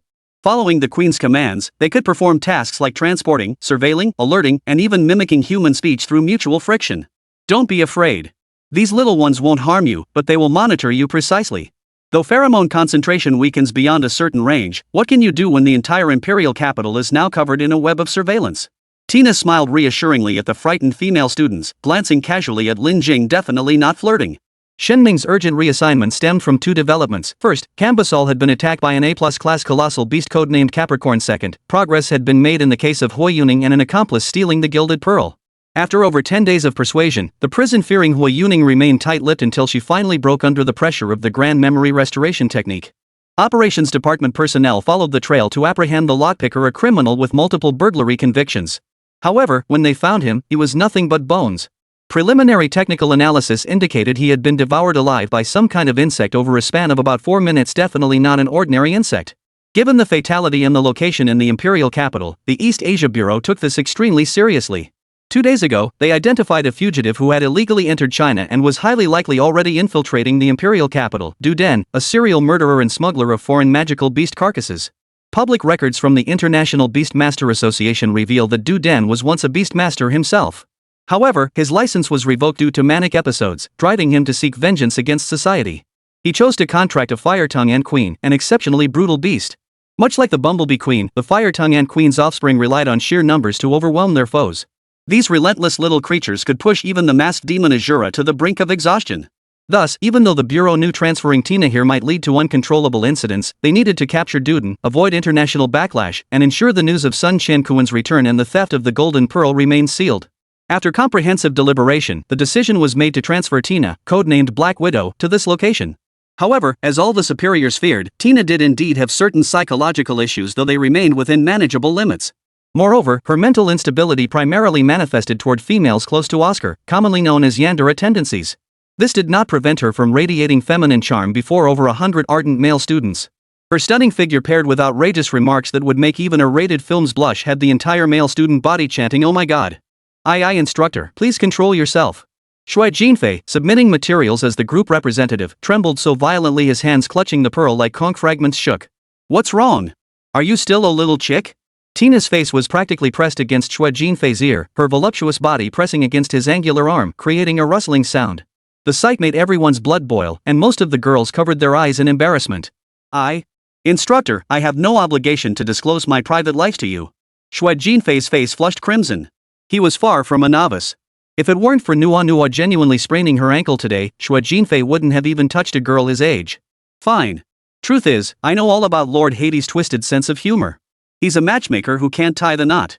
If I'd known you were, I wouldn't have assigned you so many beauties as teammates." Tina chuckled, reaching out to pluck the pearl like conch shell fragment from Shui Jinfei's fingertips. Shui Jinfei returned to the line with a sigh of relief. The others who'd overheard Tina's remark, however, looked distinctly uneasy. I knew Shinju Hua's group wasn't randomly assigned, Song shot Shui Jinfei a glance. He really did fit the straight girl aesthetic. "Too bad I'm a single person," Yumin chuckled awkwardly. Me? I just turned 20. Nua, who'd been daydreaming all day, was practically ready to move the Civil Affairs Bureau into the barracks. Don't get the wrong idea.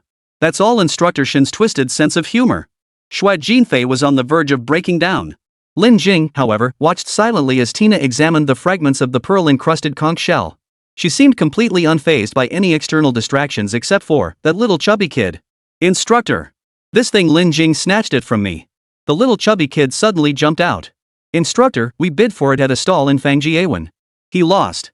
Lin Jing held her close while Chen Rao, perched on her shoulder, rolled her eyes at the chubby kid. TSK. Running to the instructor to complain? Why not go tell your mom?" Chen Rao looked at the chubby kid with blatant contempt. "You're the one who bid unfairly. You paid 500 yuan for something worth 250. The chubby kid didn't back down, completely oblivious to Tina's strange gaze. "It's a fair trade, one willing to give, one willing to take. If I want something, I'll get it even if it means losing money." Truthfully, Lin Jing had no idea how much this piece was worth, but since she'd chosen to trust Xiaobai unconditionally, she wouldn't regret it. Well said. Actually, the value of these items has already been proven. Tina interrupted the two before they could start a full-blown argument. She pointed at the chubby kid, then at Lin Jing. "I know you two, Lin Jing and Fang Jian. Since Fang Jian has come to me with his complaint, how about this, Lin Jing? Give him a chance. If he beats you, you hand this over to him?" Facing Tina's proposal, Lin Jing didn't hesitate. She tapped her shoulder lightly, and Shen Rao leapt out of her backpack onto the ground, revealing his true form. "Go ahead," Lin Jing said, looking at Fang Jian. Fang Jian took half a step forward, his belly protruding, then retreated in full view of everyone. After all, Lin Jing had just held out for a full minute yesterday against Qin Ming and Ghostface Azura in front of everyone. Regardless of how she managed it, and regardless of how much everyone despised Qin Ming, those were a triple-star beast tamer and Ghostface Azura. Forget holding out for a minute, Fang Jian didn't even have the guts to face them head-on. What's more, Fang Jian's own strength wasn't much stronger than Hui Yuning's, and he was missing his nerve toxin technique. "Beat Lin Jing? Give me a break. I won't fight. A real man doesn't pick fights with women." Fang Jian backed down while putting on a brave front. "Tisk, coward," Chen Rao rolled her eyes in disgust before transforming back and burrowing into the backpack. TSK. Can't win, so you chicken out? Real men don't fight women? If you really don't fight women, why not just hand the stuff over to Lin Jing? Yeah, I think he's just scared he can't win. Honestly, I feel like I couldn't beat her either. The murmurs grew louder, leaving Fang Jian flushed and embarrassed, wishing he could sink into a hole. Fortunately, Tina finally clapped her hands to quiet the crowd and announced the day's profit and loss results for the 40 teams. To everyone's surprise, Fong Jian's team had taken first place. Their 5-member team, excluding Fong Jian's Zero Hall, collectively submitted 3 materials. After deducting costs, the materials were valued at 1,800 yuan, placing them temporarily in first place. As for Lin Jing's team, a fragment of pearl-like conch shell. Material value 5 yuan. Tina held the cleaned, translucent shard between her fingers, flicked it lightly, and a bumblebee caught it, returning it to Xue Jinfei's hand. Spent 500 on something worth 5. Lin Jing's group lost a net 495. Dead last. Chapter 72, Internal Strife. 117-meter unprotected speed descent. How much?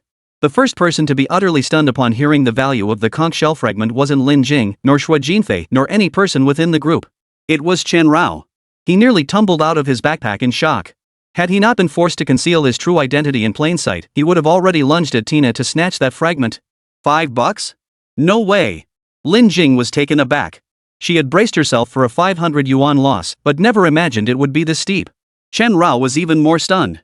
He stood frozen in place, staring at the panel description that appeared before him. No matter how he looked at it, he couldn't believe this fragment was only worth $5. Even as a joke, this was taking things too far. He might not know the exact worth of these materials, but the system description clearly stated that the Honshu shell fragment could help him master the power of the water element. How could it possibly be worth only $5? The shopkeeper didn't recognize its worth, but surely Tina wouldn't be so clueless too? Or was the entire East Asian Beast Master Bureau completely oblivious? That would be pretty ridiculous, wouldn't it? Fong Jian, however, burst into cheerful laughter. Not only did he stop arguing with Lin Jing over the fragment's ownership, but he even generously pulled out $1 to compensate for the loss incurred by Lin Jing's team. We're down 495 yuan. My apologies. Reluctantly accepting reality, Lin Jing looked at the other 4 with regret. After all, the second round of assessment was about teamwork. A single person's mistake could lead to the entire team's collapse and failure. As the saying goes, 1,000-mile dike collapses because of a single hole. It's fine. My dad always said losing money isn't scary as long as you can make it back. Songla forced a light-hearted smile, though finishing dead last was undeniably embarrassing. Anyway, it's only the first day. We still have 29 days left, right?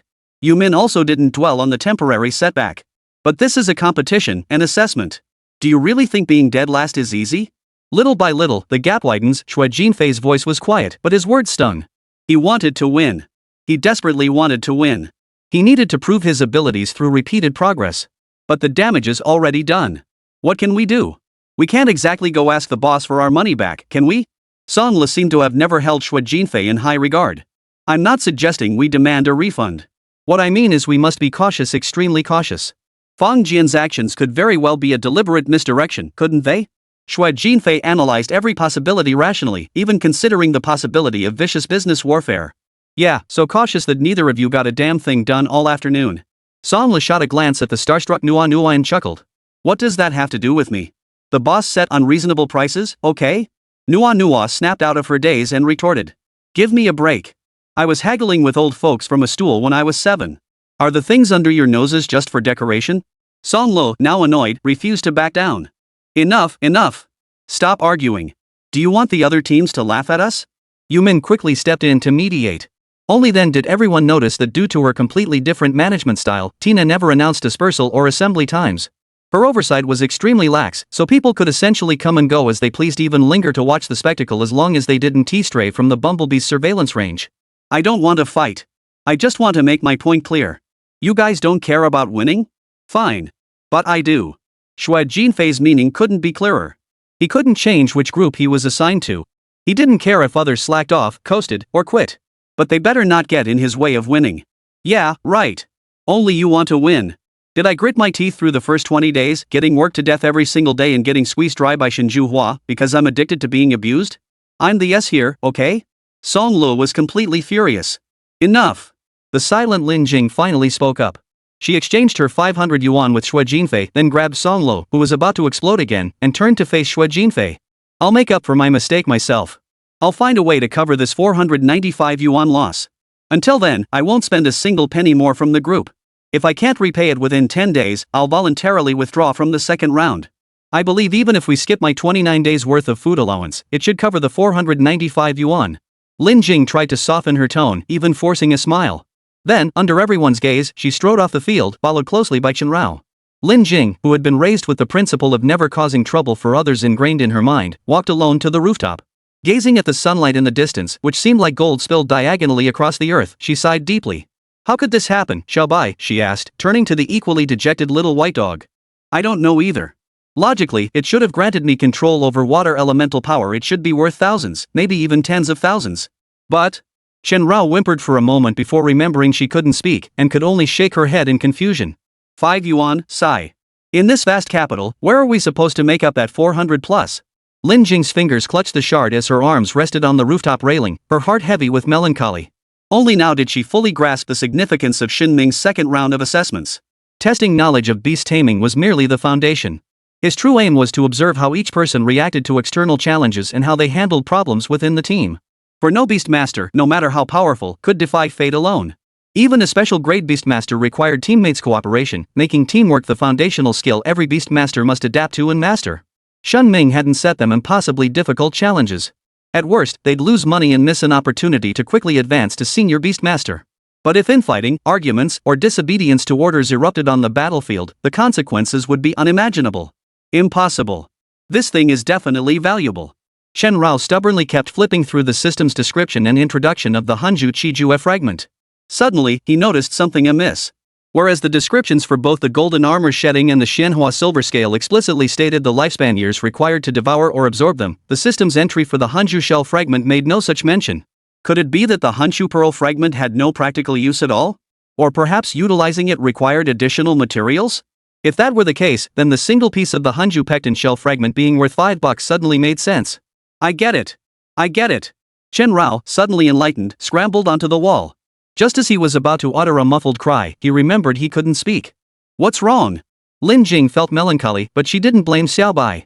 After all, she had chosen to trust him then, so she absolutely couldn't turn her back on him now. Just then, 2 bumblebees suddenly flew before Lin Jing's eyes. Soon, a swarm of bumblebees filled the sky, at least 1,000 of them, thick as honey. These plump little creatures gathered into a dense cluster before Lin Jing. The outer bees flapped their wings vigorously, while those in the center piled on top of each other, rubbing their bottoms together. Finally, found you. To Chen Rao's astonished gaze, the swarm of thousands of bumblebees had somehow mimicked human speech through their collective friction. Though it sounded as faint and indistinct as the dying gasp of a dying man, it was undeniably human speech. Instructor? Lin Jing blurted out, momentarily stunned.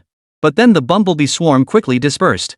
About 70 seconds later, Tina, clad in leather pants and a jacket, wearing a mask reminiscent of Catwoman, appeared behind Lin Jing out of nowhere. Little sister, you're young, but you take responsibility fast. A mere 500 yuan shortfall, and you're already willing to atone with your life?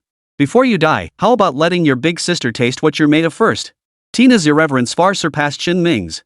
Taking advantage of their shared gender, the woman pressed her face against Lin Jing's, chest to chest, stopping just short of kissing her. Instructor, I didn't. I just came here to be alone, Lin Jing stammered, flustered. I get it. When Hades gets depressed, he likes to do extreme stuff too, like skydiving from 10,000 meters without a parachute, counting on ghost-faced Azura to catch him. Tina laughed as she spoke, wrapping an arm around Lin Jing's slender waist. Then, with a forward thrust of her hips, she pinned Lin Jing against the edge of the wall. Instructor, I'm not. Lin Jing shook her head frantically. Neither am I. The Lord of the Underworld told me your story. You've mastered the Qiankuan technique. Your physique must be incredible. Your skin is so smooth, you can barely see any pores. Tiana's words denied it, but her body told a different story. Her hand traced the curve of Lin Jing's spine from top to bottom, finally resting just above her navel. The other hand grabbed the belt of Lin Jing's trench coat, looped it around, and with both hands working together, gave a gentle tug. Lin Jing's body lurched forward uncontrollably, nearly kissing Tina. Instructor, what exactly are you doing? I'm a bit hungry. Lin Jing's neck flushed crimson with embarrassment, desperate to escape. You smell so good. Tina closed her eyes, burying her face in Lin Jing's neck and gently inhaling the faint fragrance. Watching this scene, Chen Rao felt his blood boil beside them. Finally unable to bear it, he retreated into the beast taming space, silently repeating to himself, don't look, don't listen. Listen up. Keep your mouth shut tight, because you definitely don't want your tongue stung by those venomous spines. Tina suddenly looked at Lin Jing with seriousness, then flashed a seductive smile before giving her a gentle push. Then, from the rooftop of the 117-meter-tall second-year administration building at Johua Beastmaster Academy, a dark shadow began its rapid descent. Lin Jing screamed instinctively. Now listen up. While the value of a single Hanju shell fragment is only $5, you can check the library or ask Xiao Ao to look it up for you. When purified after mixing with a few other materials, this thing can be worth over 150,000 yuan. Tina was also plummeting at the same speed, though she clearly had long since grown accustomed to this weightlessness. She gracefully twisted her posture mid-air, then, less than 20 meters from the ground, was instantly carried away by a swarm of bees soaring toward the distant sky. As for Lin Jing, nearly scared out of her wits, she wasn't caught by the swarm and slowed to a halt until she was less than 3 meters from the ground. Thankfully, she hadn't drunk too much water, or she would have peed herself in fright. It was a miracle Lin Jing hadn't vomited during this unprotected freefall. Xiao Bai, did you hear what the instructor just said? Lin Jing, her legs still trembling, summoned Xiao Bai. Of course. Chen Rao couldn't feel weightlessness or hypergravity within the beast control space, so he'd heard Tina's words perfectly. Chapter 73, The Ant Nest Killer Beneath the Hive. Chen Rao possessed a system, making it difficult for him to comprehend the evolution and strengthening logic of other beast tamers. His system allowed him to transcend the rules, altering reality almost like a creator. Naturally, he assumed that once he obtained a material, he could use it directly. But that wasn't the case. For beast tamers without systems, all materials required a process of fusion and refinement. It was like traditional Chinese medicine for the human body. Taking it alone could be deadly, but mixing it to counteract toxins could cure illnesses and save lives. Take the golden armor shedding and Xianhua silver scales as examples. Their quality was too high, and as primary ingredients, the system could consume lifespan to reduce loss and use them directly. But the fragment of the Hun Pearl Cowrie shell is different. While it does contain water elemental essence, it's first and foremost a fragment too small to be valuable. If it were whole, it might fetch a higher price.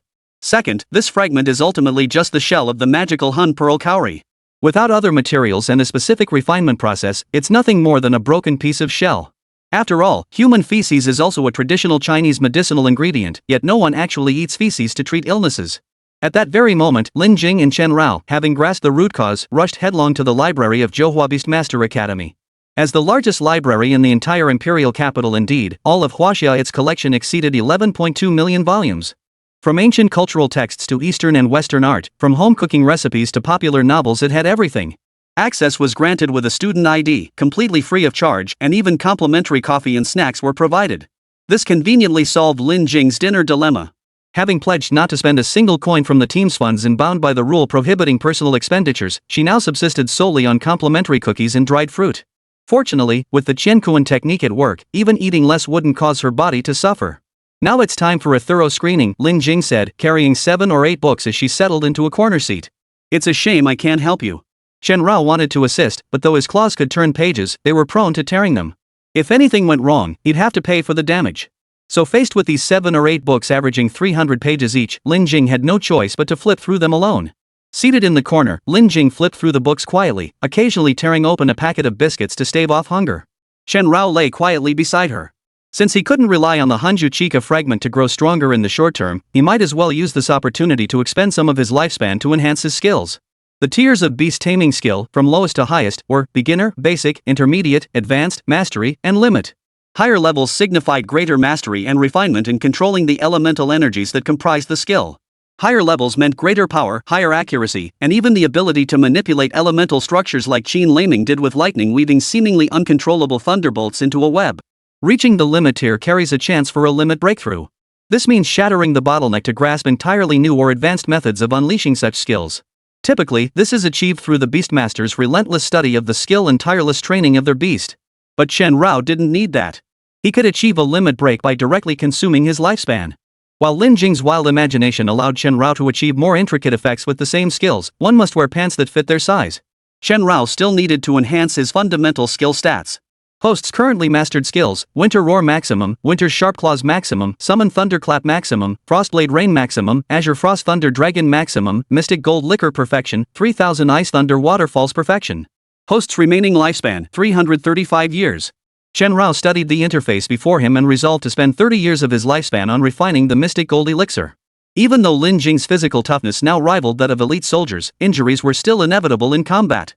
Just as Xin Ming had said, modern beasts had learned to prioritize attacking their tamers. Ding, consuming 30 years of lifespan to infuse Mystic Gold Elixir Perfection. Ding, over the past 30 years, you devoted yourself to mastering the Mystic Gold Elixir skill. Through relentless experimentation, the elixir, saturated with Mystic Gold essence, now flows effortlessly under your will, shifting form and enveloping objects. Ding, lifespan consumption complete.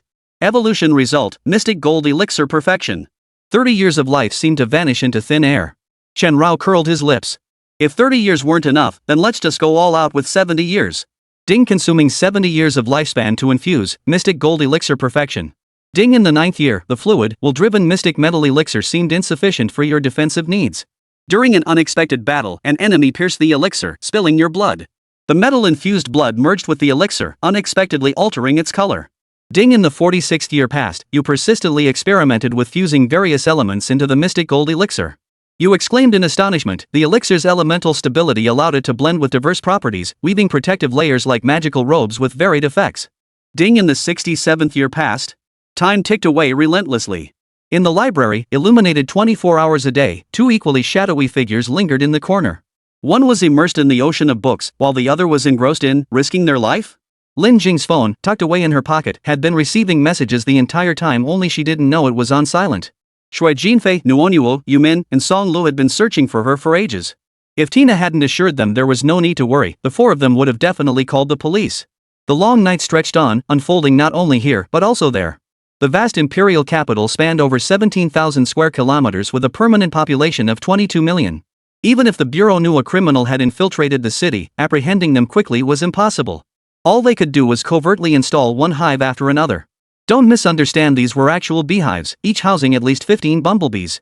Over 80,000 such hives were deployed across the entire capital. Trust me, you absolutely don't want to know how many overtime hours it took 500 people to complete the installation. This means that as the blood-bound beastmaster of the Bampo Queen, Tina can indirectly keep the entire imperial capital under her watch through this vast network of hives covering the city. Every hornet is an extension of her ears, nose, mouth, eyes, hands, and feet, and this is precisely why headquarters summoned her here. Only through this network could they apprehend the internationally wanted beastmaster criminal, Duden, who was highly likely to be carrying the golden pearl without alerting him. The net is wide, yet nothing escapes it. In a small hotel located beyond the capital's third ring road, the establishment's location was far from ideal. Yet its affordability made it a haven for the cash-strapped and those drifting through the capital, a mere 100 yuan per night in this city where every inch of land was precious. So even with the blush-inducing moans echoing from both adjacent rooms and the floors above and below, Yang Shui, a 26-year-old unmarried woman earning 3,500 yuan a month, had no choice but to endure the solitude of her room. Boss, when can I go home? Hui Yuning couldn't stand the awkward silence any longer and finally spoke up. Home? I wish I could go home. Do you have any idea what kind of mess you've gotten us into? Yang Shui rubbed her flushed cheeks, wishing she could slap Hui Yuning silly. If it weren't for this kid's greed lured by that middle-aged lockpicker's offer of 20,000 yuan and his insistence on finding fault with Lin Jing, leading to the theft of the golden pearl, Yang Shui wouldn't be unable to return home. Instead, she had to pay out of her own pocket to put Hui Yuning up in a hotel. There was no other option. The bureau was severely understaffed. Even after deploying the entire network, they still couldn't spare extra personnel to protect Hui Yuning. This was because they needed to ensure that Du Deng, that psychopath, wouldn't run amok and kill indiscriminately within the capital, making him impossible to stop. Plus, Tina needed rest. After all, this kid was the only one who had seen the middle-aged man's face.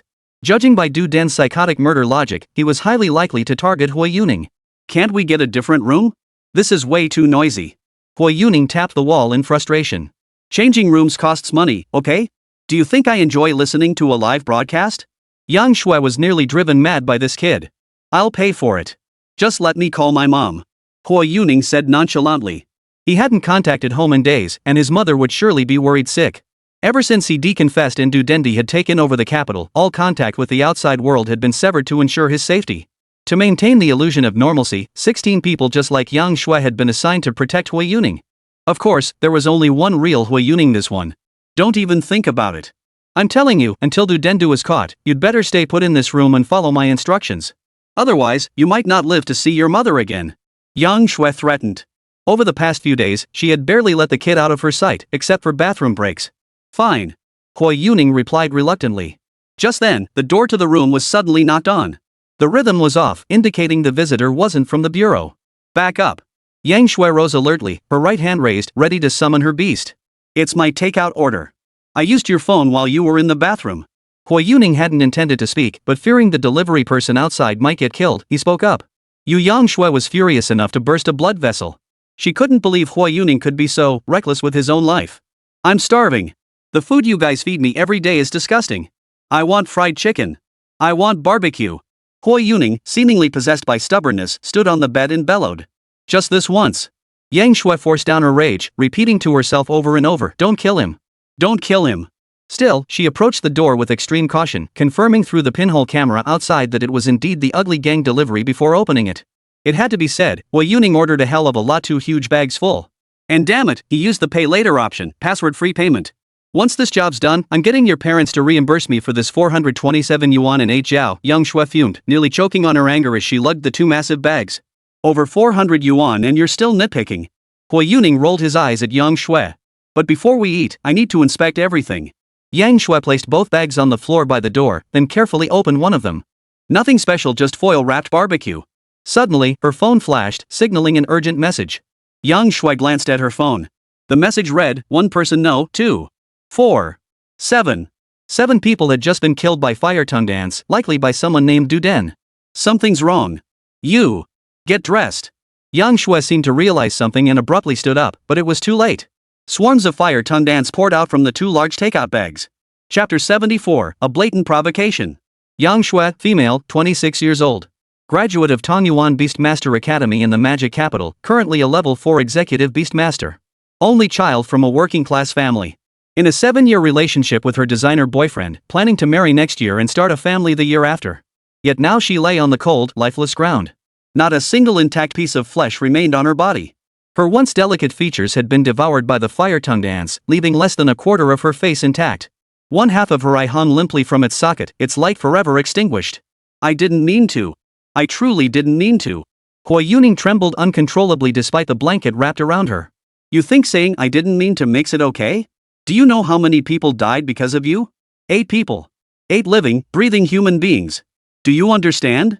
Duan Cohen, who had rushed over to handle the emergency, clenched his fists, his rage so intense he could barely restrain himself from strangling Hui Yuning to death. I was just hungry. I never thought ordering takeout would get me caught.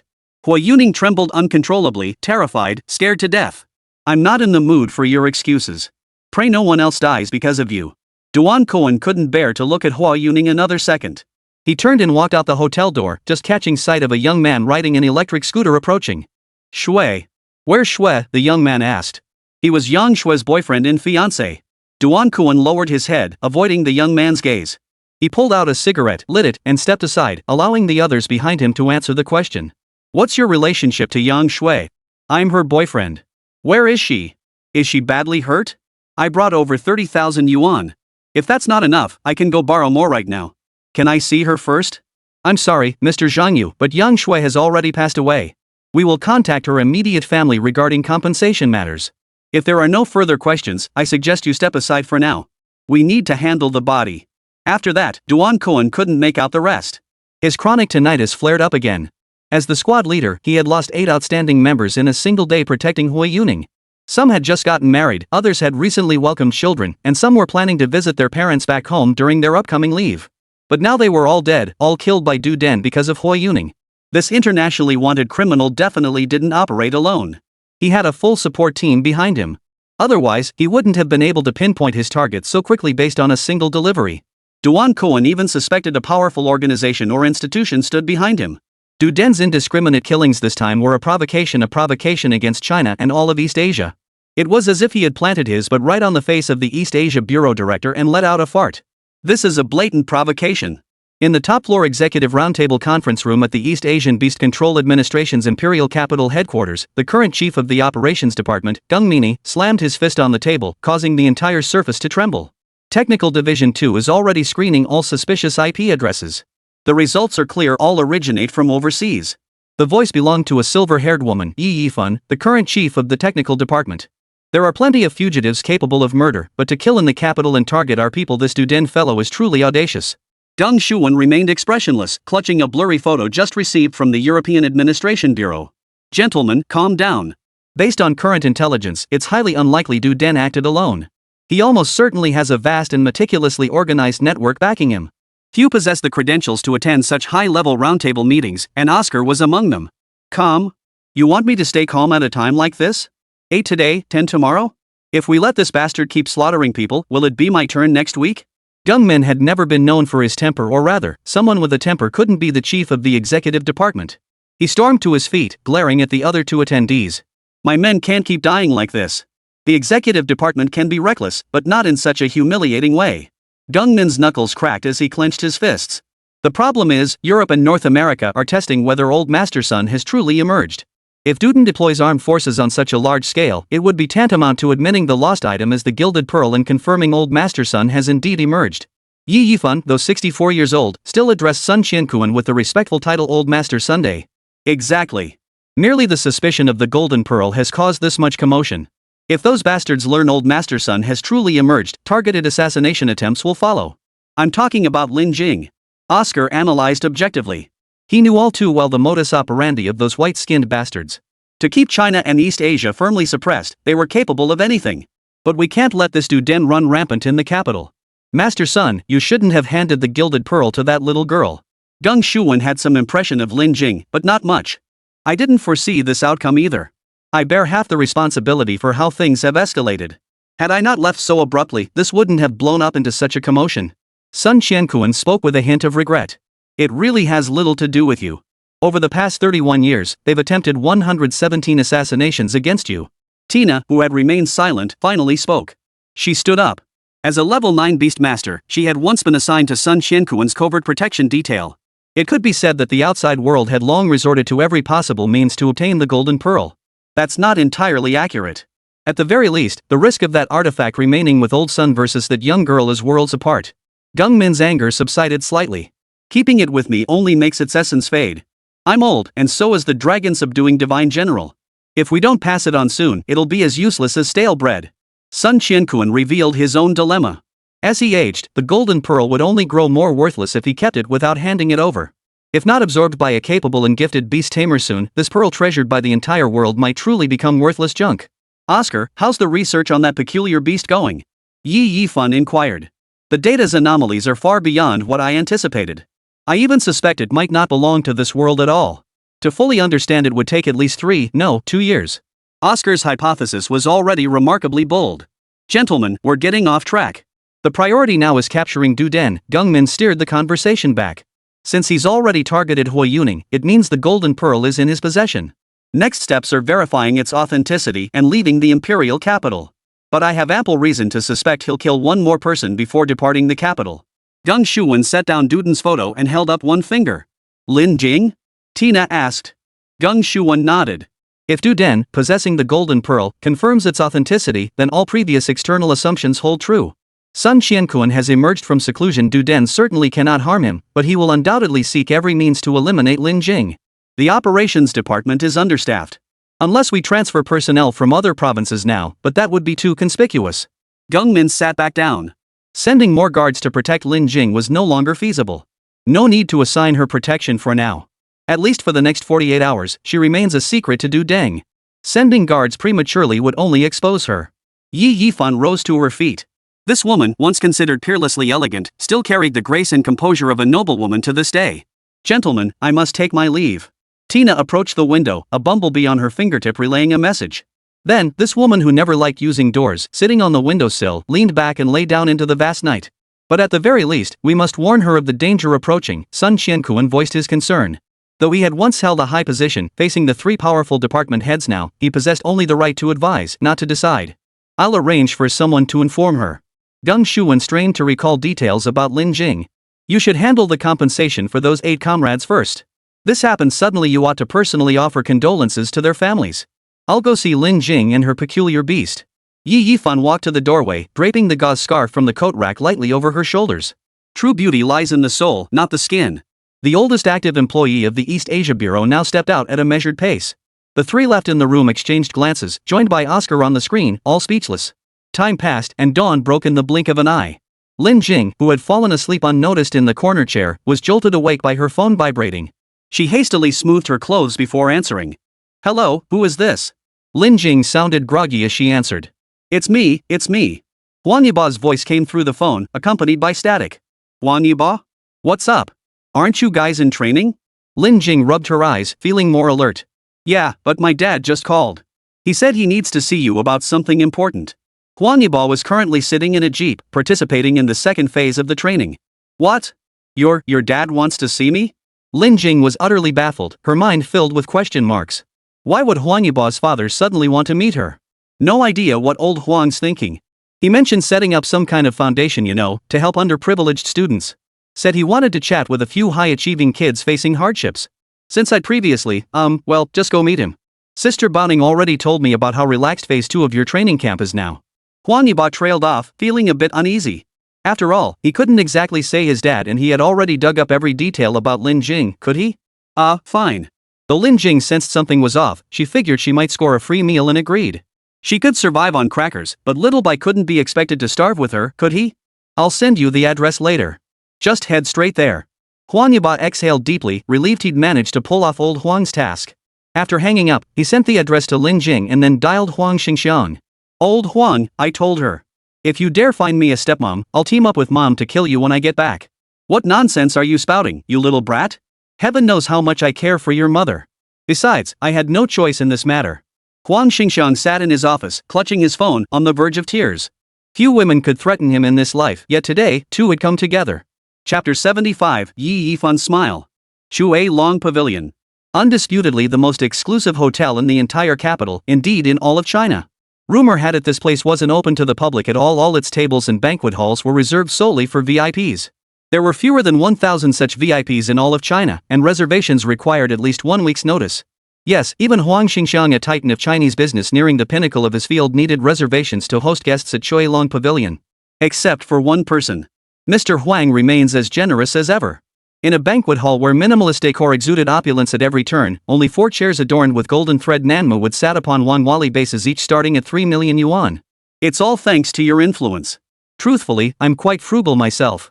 Huang Xingxiang sat down, and surprisingly, this seasoned tycoon navigating the turbulent business seas seemed somewhat reserved.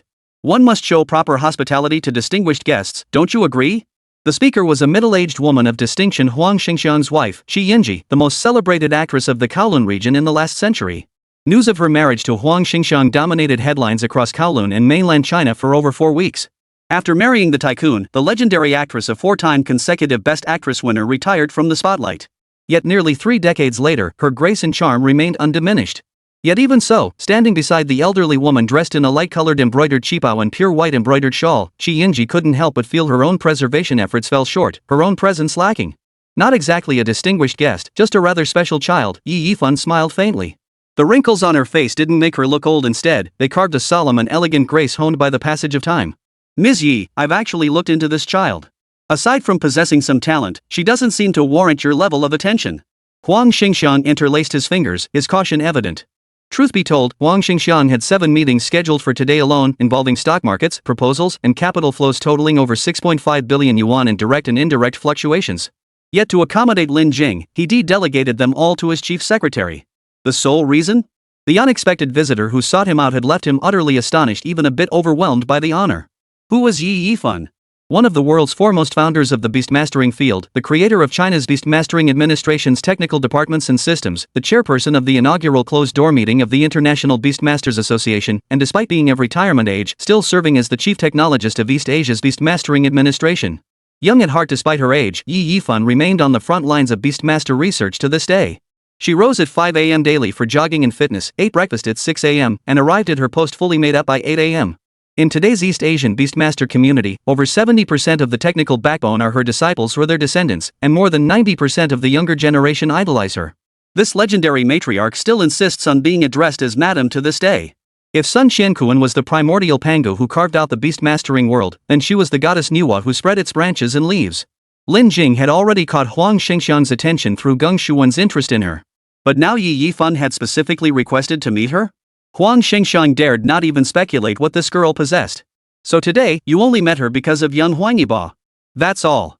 Yi Yifan's stance was clear. She would never meet Lin Jing in her personal capacity, that would be too conspicuous. Yet she couldn't disguise herself as an old woman either. After much deliberation, this solution seemed most viable. The dragoness lair offered impeccable secrecy, and whether she came or Huang Xingxiang came, it would be plausible either way. The only inconsistency was Lin Jing's presence. Hence the official story, Huang Xingxiang personally interviewing potential daughters-in-law. Perhaps that was one reason Huang Yiba sounded uneasy on the phone? At this very moment, Lin Jing, who had jogged all the way to the entrance of Shui Long Pavilion, stared at the red walls and blue tiles, hesitating to step inside. Huang Yiba, are you sure you didn't send the wrong address? Lin Jing eyed the security guard at the gate. The bulging outline beneath his uniform clearly indicated a gun. No mistake, no mistake. Just say you're here to see Old Huang. Huang Yiba's signal must have been poor, his voice coming in choppy bursts. Is this really a place ordinary people can come to? Chen Rao peeked out, his small head peering at the imposing Choi Long pavilion before him. His gut told him that only extraordinary power brokers dined here. He wondered if Obama had dined here back in the day? Alright. Lin Jing hesitated before hanging up. Just as she was about to peek inside, a security guard approaching from the side raised his hand, signaling her to stop. Excuse me, may we see your invitation or reservation confirmation? The security guard was a 192 centimeters tall young man. Judging by his physique, he must have been part of some elite military unit like the Dragon Corps or something. I don't have an invitation. My friend's father asked me to come. Lin Jing decided to be honest. Your friend's father's name is? The security guard looked slightly exasperated. Huang Xingxiang. Fortunately, Lin Jing had asked for the name on the way over, otherwise, she wouldn't have been able to answer. The security guard paused noticeably, picked up his walkie-talkie to confirm, then politely raised his arm. The security here seems a bit excessive. Chen Rao poked his head out from Lin Jing's backpack. His extraordinary vision allowed him to track a mosquito's flight path within 200 meters. After Lin Jing followed the security guard into the courtyard, Chen Rao casually scanned the seemingly empty space and spotted at least 4 hidden guards and 2 snipers. Inside the Dragon Pavilion itself, the security setup was downright extravagant. Chen Rao could even detect a faint scent of gunpowder in the air, thanks to his extraordinary sense of smell, which ordinary people naturally couldn't detect at all. This signaled that everyone encountered within this building carried firearms loaded with live ammunition. Beyond the armed security personnel, Chen Rao also detected the presence of other beast tamers, spotting the first beast tamer just around the first corner. Fully matured golden bloodline S plus potential netherworld hound. Security had even deployed tamed beasts and ones of this caliber at that. One could only imagine the caliber of VIPs this place typically hosted. At that moment, Lin Jing, clad in a cheap trench coat and sporting messy hair, walked down the corridor looking as tacky and low budget as a beggar entering the city. Some fellow guests passing by couldn't help but glance at her, wondering if she was here for a janitorial interview.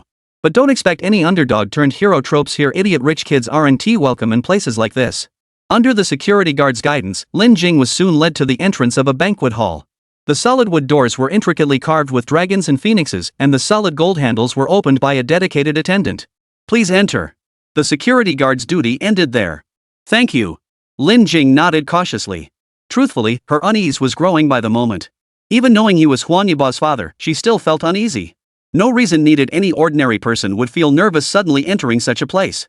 At last, inside the banquet hall, Huang Xingxiang, who had been waiting for quite some time, rose to greet her personally. Hello, you must be Mr. Huang Yiba's father. My name is. Lin Jing offered her utmost respect and humility. Lin Jing.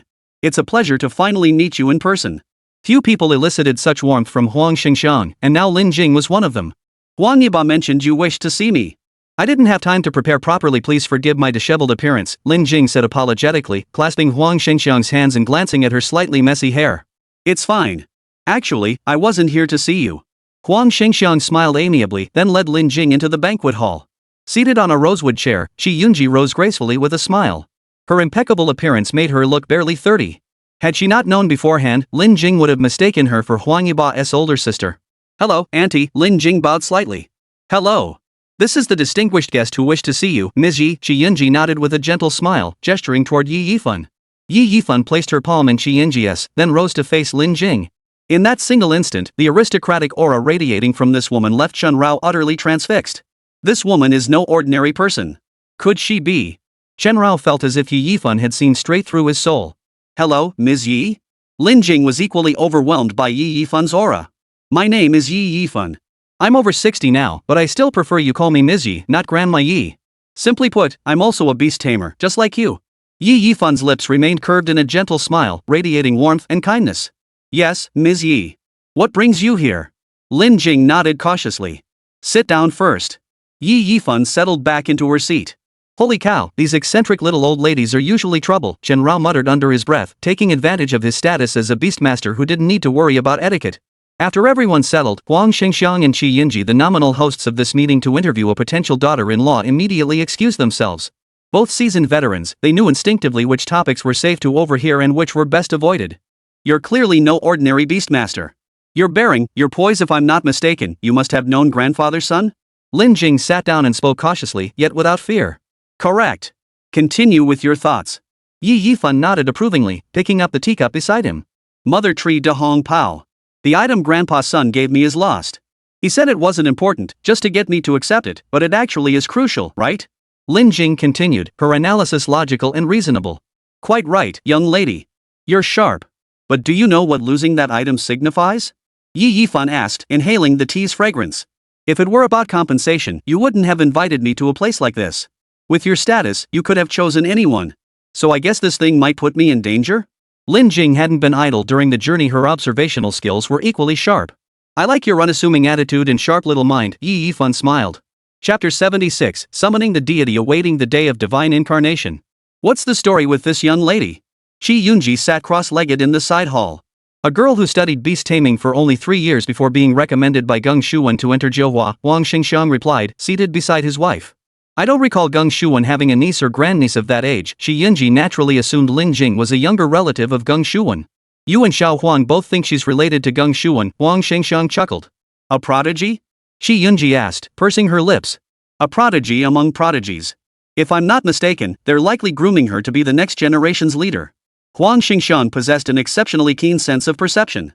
Through Huangyiba and other networks, he uncovered secrets unknown to most. Ending freshman training early to join the second-year boot camp, sudden instructor changes, ranking first in the initial training assessment, and even. Honestly, after seeing the report that Lin Jing had lasted a full minute undefeated under Shin Ming's hands, Wang Xingxiang had to double-check it 4 times before he could believe it. He'd met Shin Ming once before, during a donation and morale-boosting visit to the Cambasol front lines. Shen Ming had struck him as an absolute war machine. To last a full minute against such a machine even if he went easy was nothing short of remarkable. Little Huang won't agree to you going after his friend. It's non-negotiable. Shi Yinji seemed to sense what her husband was about to do. Just don't let him know. It's only a few favors. Huang Xingxiang rested his hand on his thigh, his fingertips tapping lightly. Next door, in the main hall. So that's why you chose this place to meet me and used Huangyiba's father as cover. All right. Lin Jing nodded thoughtfully, finally grasping her current predicament. Du Den was an extremely neurotic psychopath. While he didn't kill without reason or logic, those he targeted rarely survived. From a conventional perspective, Lin Jing shouldn't have been his target. But as mentioned, he was an extremely neurotic psychopath. No one could guarantee that this man wouldn't kill her just because she had also come into contact with the Golden Pearl. Compounding the issue was the current situation. To prevent the project from being exposed, they couldn't openly provide protection for Lin Jing. She would have to fend for herself. So what exactly is this project that can't be exposed? Chen Rao looked at Yi Yifan with some confusion. Over the past 5 minutes, Yi Yifan had repeatedly, intentionally or unintentionally, mentioned a mysterious project. Yes, I want you to protect yourself because you're important. Yi Yifan nodded. She needed to admit she was getting old, and she also needed to admit that the girl before her reminded her of her younger self. Geng Shuwen had described this girl as timid and introverted, yet upon meeting her today, Yi Yifan found her neither servile nor arrogant, quite to her liking. All right. Ms. Yi, may I ask one more question? Lin Jing nodded before speaking. I know what you want to ask. You want to know what makes your beast so special. You want to know why Old Sun would give you something so precious. You want to know what it truly is. Yi Yifan spoke calmly, raised her hand calmly, and calmly moved closer to Lin Jing beside her, lifting Chen Rao out of the backpack. What are you doing? Chen Rao hung limply like a puppet, forgetting even to struggle like a beast or an animal to break free from Yi Yifan's grasp. Well, because Xiao Bai's evolution is progressing far too rapidly, and... Lin Jing hesitated, glancing between Yi Yifan and Chen Rao. She wasn't sure whether she should confess something. The fact that Xiao Bai could understand human speech. Yi Yifan didn't rush to respond to Lin Jing. Instead, like an ordinary grandmother, she placed the cat-sized Chen Rao on her lap, gently stroking the fur on his head and chin before setting him down on the floor. Can you reveal your true size? Yi Yifan asked, looking at Chen Rao on the floor. Yes. Lin Jing nodded naturally, then snapped her fingers lightly. Chen Rao immediately shed his disguise before Yi Yifan, returning to his original size. Majestic and imposing. Shaolin, do you really think he's just capable of understanding human speech? Yi Yifan kept his eyes fixed on Chen Rao's, not looking away for even a second. What? Chen Rao startled, his gaze instinctively darting away before he realized his mistake and immediately locked eyes with Yi Yifan again. I'm afraid I don't quite understand your meaning. Lin Jing knew the truth could no longer be concealed. I've seen the footage of you fighting side by side with it, and Xiaoxin shared the battle details with me. Shaolin, I've been in the beast taming technology field for over 40 years. My achievements today weren't earned by resting on my laurels. I could have retired to enjoy my golden years, but I'm still on the front lines for this project. Do you know why? Lin Jing shook her head silently. Even Chen Rao was shaken by the powerful, unwavering resolve in Yi Yifan's eyes and followed suit. You're actually a person, right? Yi Yifan looked directly into Chen Rao's eyes. A beastmaster, no matter how intelligent, even Europe's sword-wielding Poseidon, thinks differently from humans. Through training, they can grasp human-defined concepts like right-wrong, left-right, front-back, heavy-light. They might even develop emotions through constant companionship with their tamers, simple likes, dislikes, longing, fear, feelings rooted in hormones and external experiences. But they can hardly match you that instantary flicker of avoidance in your eyes, like fear. Then, out of guilt, you stare back at me again, even forcing yourself to look harder. That kind of complex, logical emotion is uniquely human. So you're actually human, right? Yi Yifun's voice was neither loud nor soft, as calm as a grandmother telling stories on a sweltering afternoon in childhood. Yet it struck Chen Rao's ears like thunder from the heavens. Chen Rao instinctively parted his lips slightly, emitting a low, rumbling growl. Ms. Yi, you might be overthinking this. Xiao Bai just understands human speech. Lin Jing could no longer keep up the pretense, though she too believed Xiao Bai merely understood words. No, he absolutely isn't limited to just understanding human speech. Yi Yifan was utterly confident in her assessment. Yes, I am. Chen Rao could have feigned ignorance and gotten away with it, but he could see in Yi Yifan's eyes that she was no longer merely suspicious, she was certain. Deceiving her held no meaning or value. When Lin Jing saw Chen Rao nod, she froze in place as if struck by lightning. She hadn't dared imagine, let alone considered, that Xiao Bai could be human. And most likely, a man. Xiao Bai, you, how could this be? Lin Jing was momentarily speechless. The world is full of surprises. If you truly experienced the macro beast taming realm, you wouldn't be so shocked. Yi Yifan accepted it all with remarkable calmness. She raised her hand to touch Chen Rao's face, her touch gentle. I can accept that Xiao Bai understands human speech, but how could it possibly be a human? Lin Jing still couldn't accept it. The creature that had been her constant companion day and night was actually a person. A living human, even if its exterior was that of a beast, its soul was human. Actually, being human isn't so bad. Its coordination and communication with you will surpass every beastmaster in history. The history of beastmasters might even split into two distinct eras because of it. One era would be called the old, the other the new.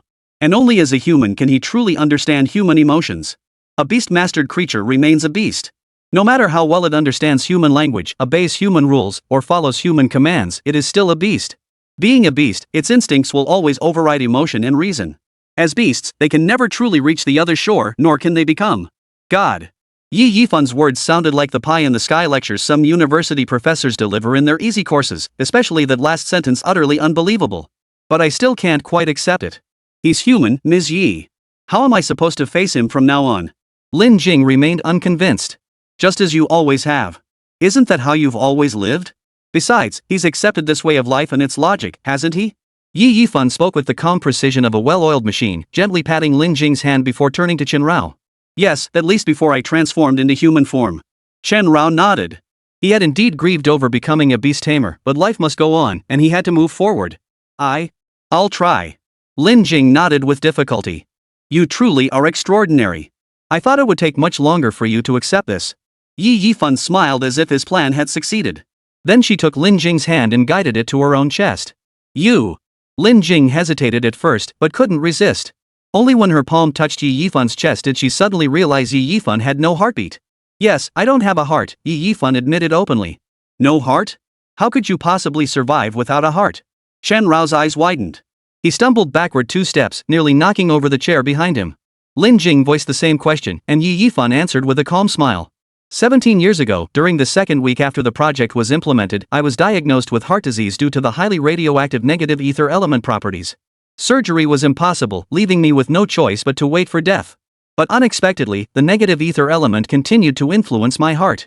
After condemning me to a fatal disease, it took over all the functions of my heart, allowing me to survive to this day without ever suffering from heart or vascular disease. This outcome transcends the boundaries of the Beastmaster realm. It demonstrates that the elemental properties of beasts can override cellular regeneration and death, that is, transcend the power of the Creator. This undeniably validated the project's validity. Precisely because of this, I chose not to retire but remained in the technical department to advance the project's research and implementation. Surpassing the Creator. Does this project aim to resurrect the dead? Lin Jing was utterly stunned. No. From the meteorite impact, the awakening of demonic beasts, the rise of beast tamers, to the verification of supernatural powers, what was once the fantasy of novelists has become reality. Beastmasters and their tamed beasts alone cannot withstand the demonic beasts. The pace of demonic beast evolution far outstrips the speed at which tamed beasts adapt to human civilization. Therefore, humanity needs a person capable of ending or restarting all known phenomena, even locking down every fundamental particle before rebooting it. So the actual purpose of this project is? Shen Rao seemed to anticipate Yi Yifan's next words. Human bodies cannot withstand the bloodline of beasts. Pure beasts cannot comprehend human emotions or civilization. But he is a synthesis of power and reason. A vessel perfectly suited to the project's requirements. Yes. The project's codename is Divine Descent. Yi Yifan nodded. Take care of each other. Await the day the deity descends. Chapter 77, 20,000, team funds depleted. The collapse and reconstruction of beliefs takes time. Even Lin Jing, with her exceptionally resilient mind, found it difficult to accept that the beast companion she spent every waking moment with possessed a human soul. She forced herself to accept it all, but she needed time to adjust to the truth. After bidding farewell to Yi Yifan and Huang Xingxian, an invisible barrier seemed to form between Lin Jing and Shen Rao. Though they interacted as before, it felt like the calm before a storm. The spirit summoning project had profoundly shaken them both. It was an extraordinarily complex endeavor, involving over 3,000 experimental and research protocols.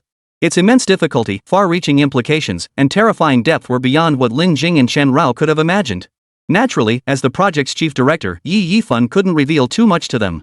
Simply put, the summoning project involved human intervention in the bodies, elements, and bloodlines of beast tamers to create or refine an ultimate weapon capable of turning any losing battle around. It was humanity's final trump card against the demonic beasts, to be unleashed at the moment of doom to reverse everything. For this, humanity was willing to deify him. Yet like all projects, it had built-in contingencies. The Divine Summoning Project had multiple implementation targets. While specific details remained classified, Lin Jing and Shen Rao were far from the only candidates. Yi Yifan could even reveal one of the alternate targets, as it was likely obvious anyway. European Beast Management Bureau candidate number 3 Yalian Nero. That name clung to her like an inescapable curse, haunting Lin Jing's world ever since she arrived at Jiuhua. Perhaps this is how the world of geniuses operates. Only mortals would seek opportunities across the vast expanse of the world, while geniuses stand atop the summit, swords drawn against their sole rival. So what should I call you now? Little White? Or Shen Rao?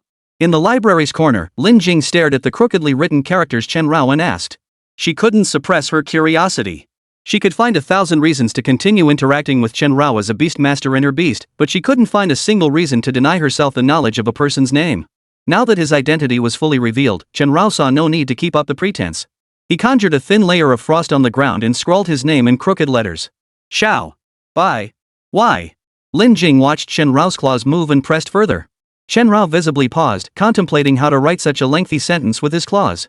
Then he shifted his approach, summoning thunder. A flurry of crisscrossing lightning bolts wove into nail-sized characters in the air. Though it looked laborious, it was far easier than writing stroke by stroke with his claws. Only you and Yi Yifan know the truth now. I don't want it exposed further. Lin Jing nodded at the tiny characters. Yes. Shen Rao nodded, and the lightning faded. All right. Lin Jing took a deep breath. She accepted it, though it was hard to digest. Shen Rao felt the same.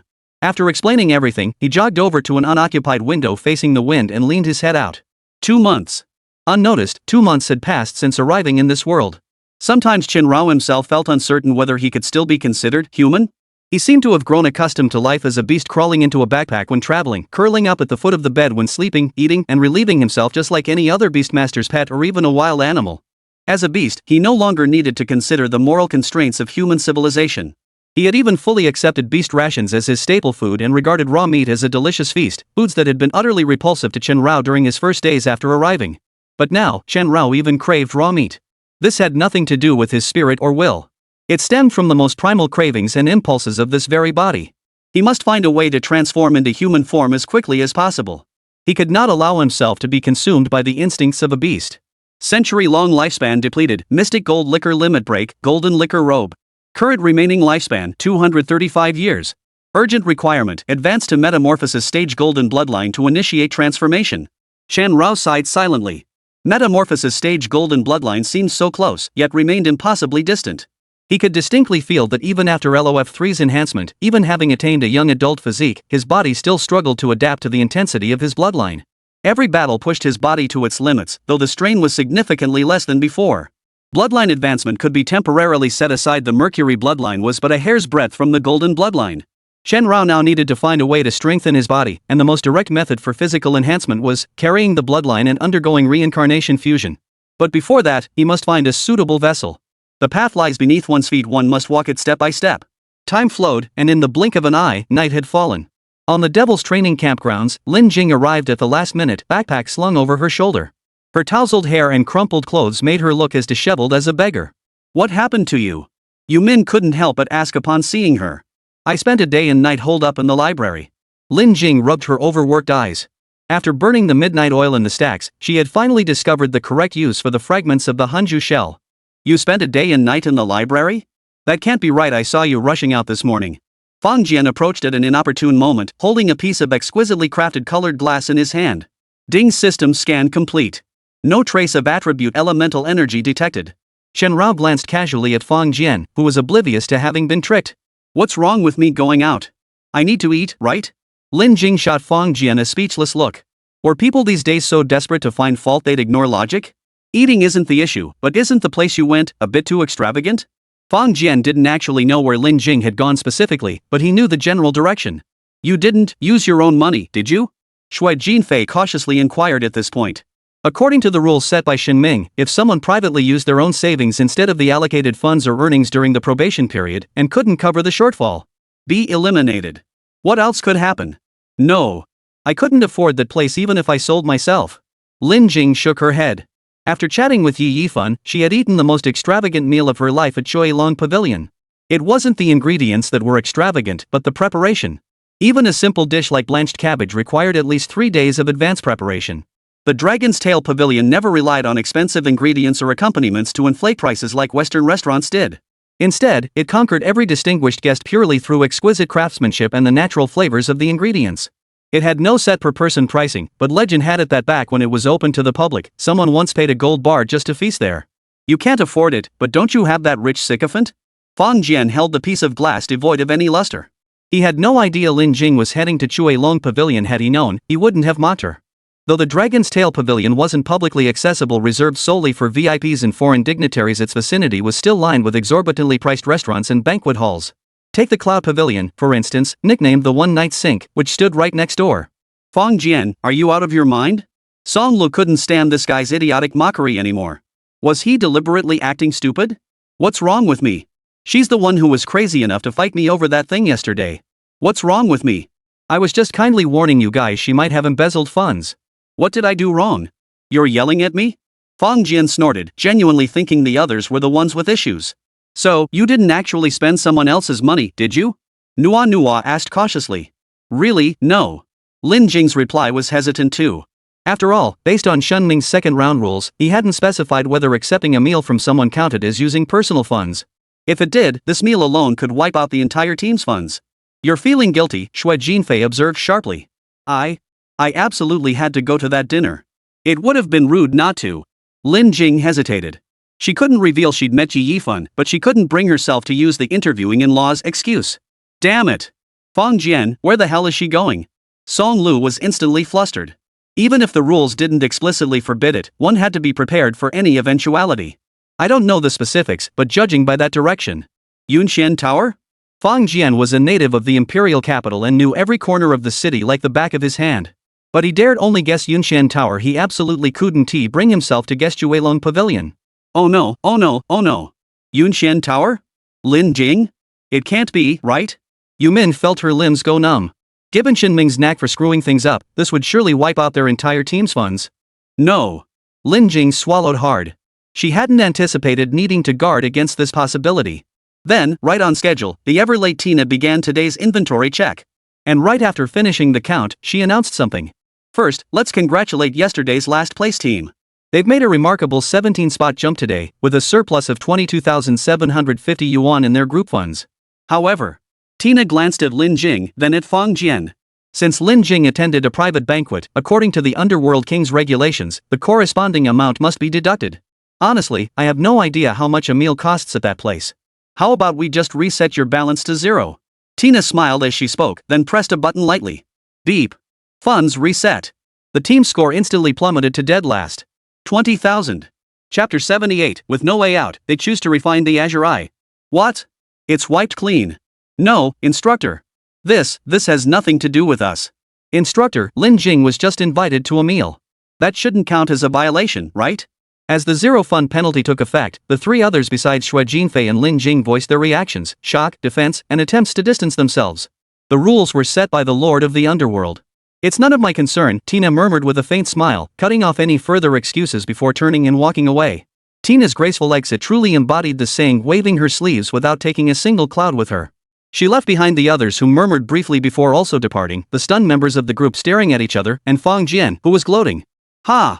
I thought my poor eyesight leading me to buy the wrong thing was the worst possible outcome. Who knew there could be someone worse off than me? Ha ha ha ha. Fong Jian laughed unrestrainedly before turning and striding away with flair. Within minutes, the playground was left with only the few remaining group members. Silence. Dead silence. 20,000 points.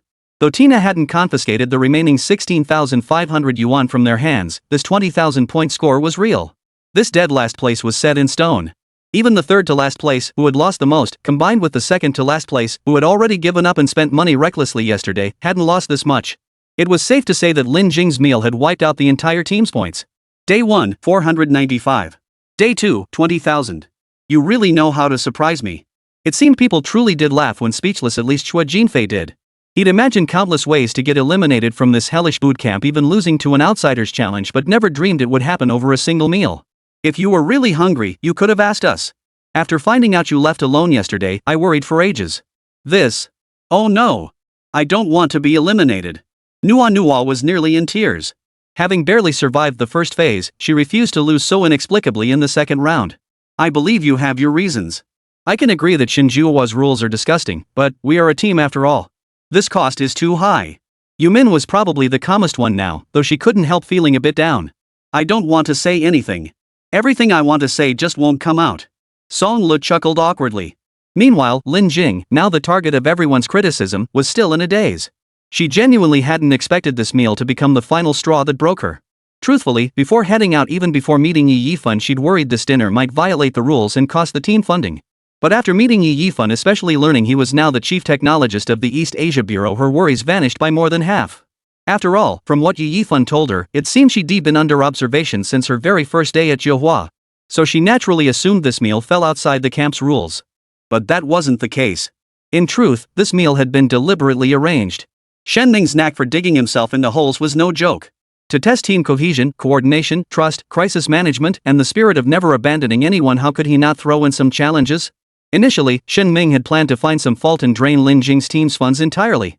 After switching to Tina, the original plan remained largely unchanged.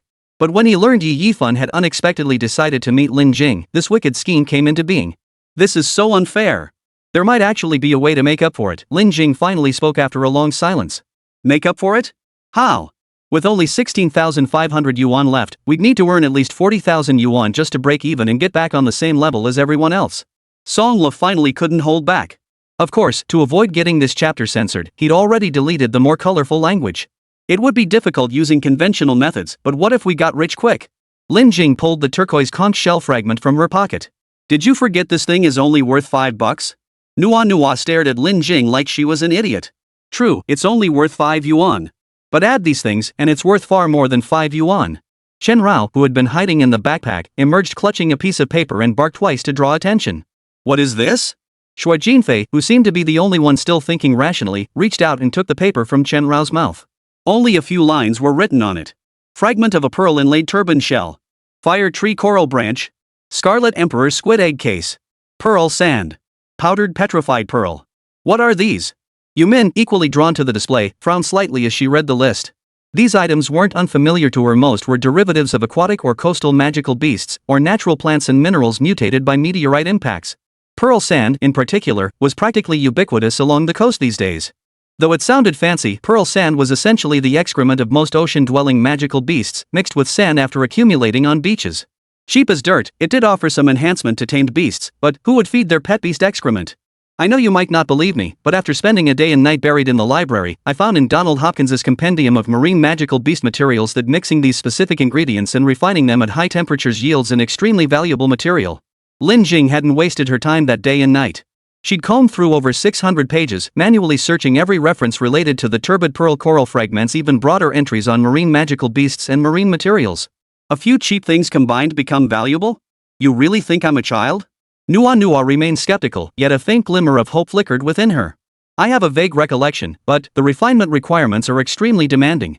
Though it's a water elemental material, it requires high temperatures not just exceeding 15,000 degrees Celsius, but with millimeter-level precision.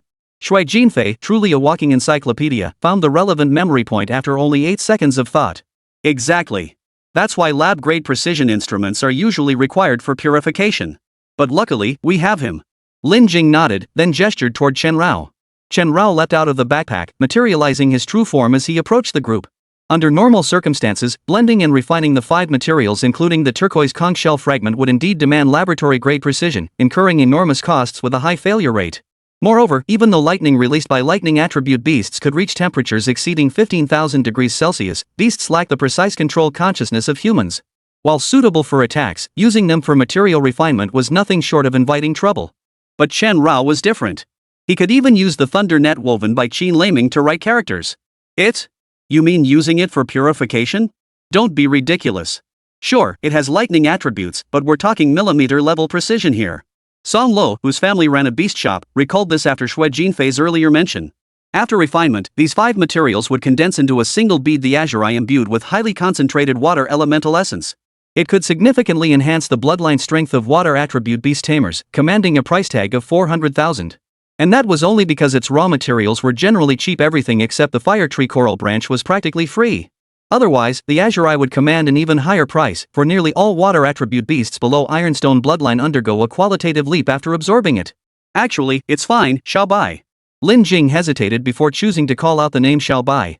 Chen Rao, understanding the implication, stood still and silently activated Summon Thunderclap. Then, tiny sparks of lightning danced from Lin Jing's fingertips. These sesame seed-sized flashes flickered like jubilant sprites, causing not even the slightest harm to her skin. This terrifying level of control surpassed everyone's understanding of beast taming. What? Are you kidding me? Song Lu was nearly speechless. Beast taming, could it truly grant such precise control over one's abilities? No.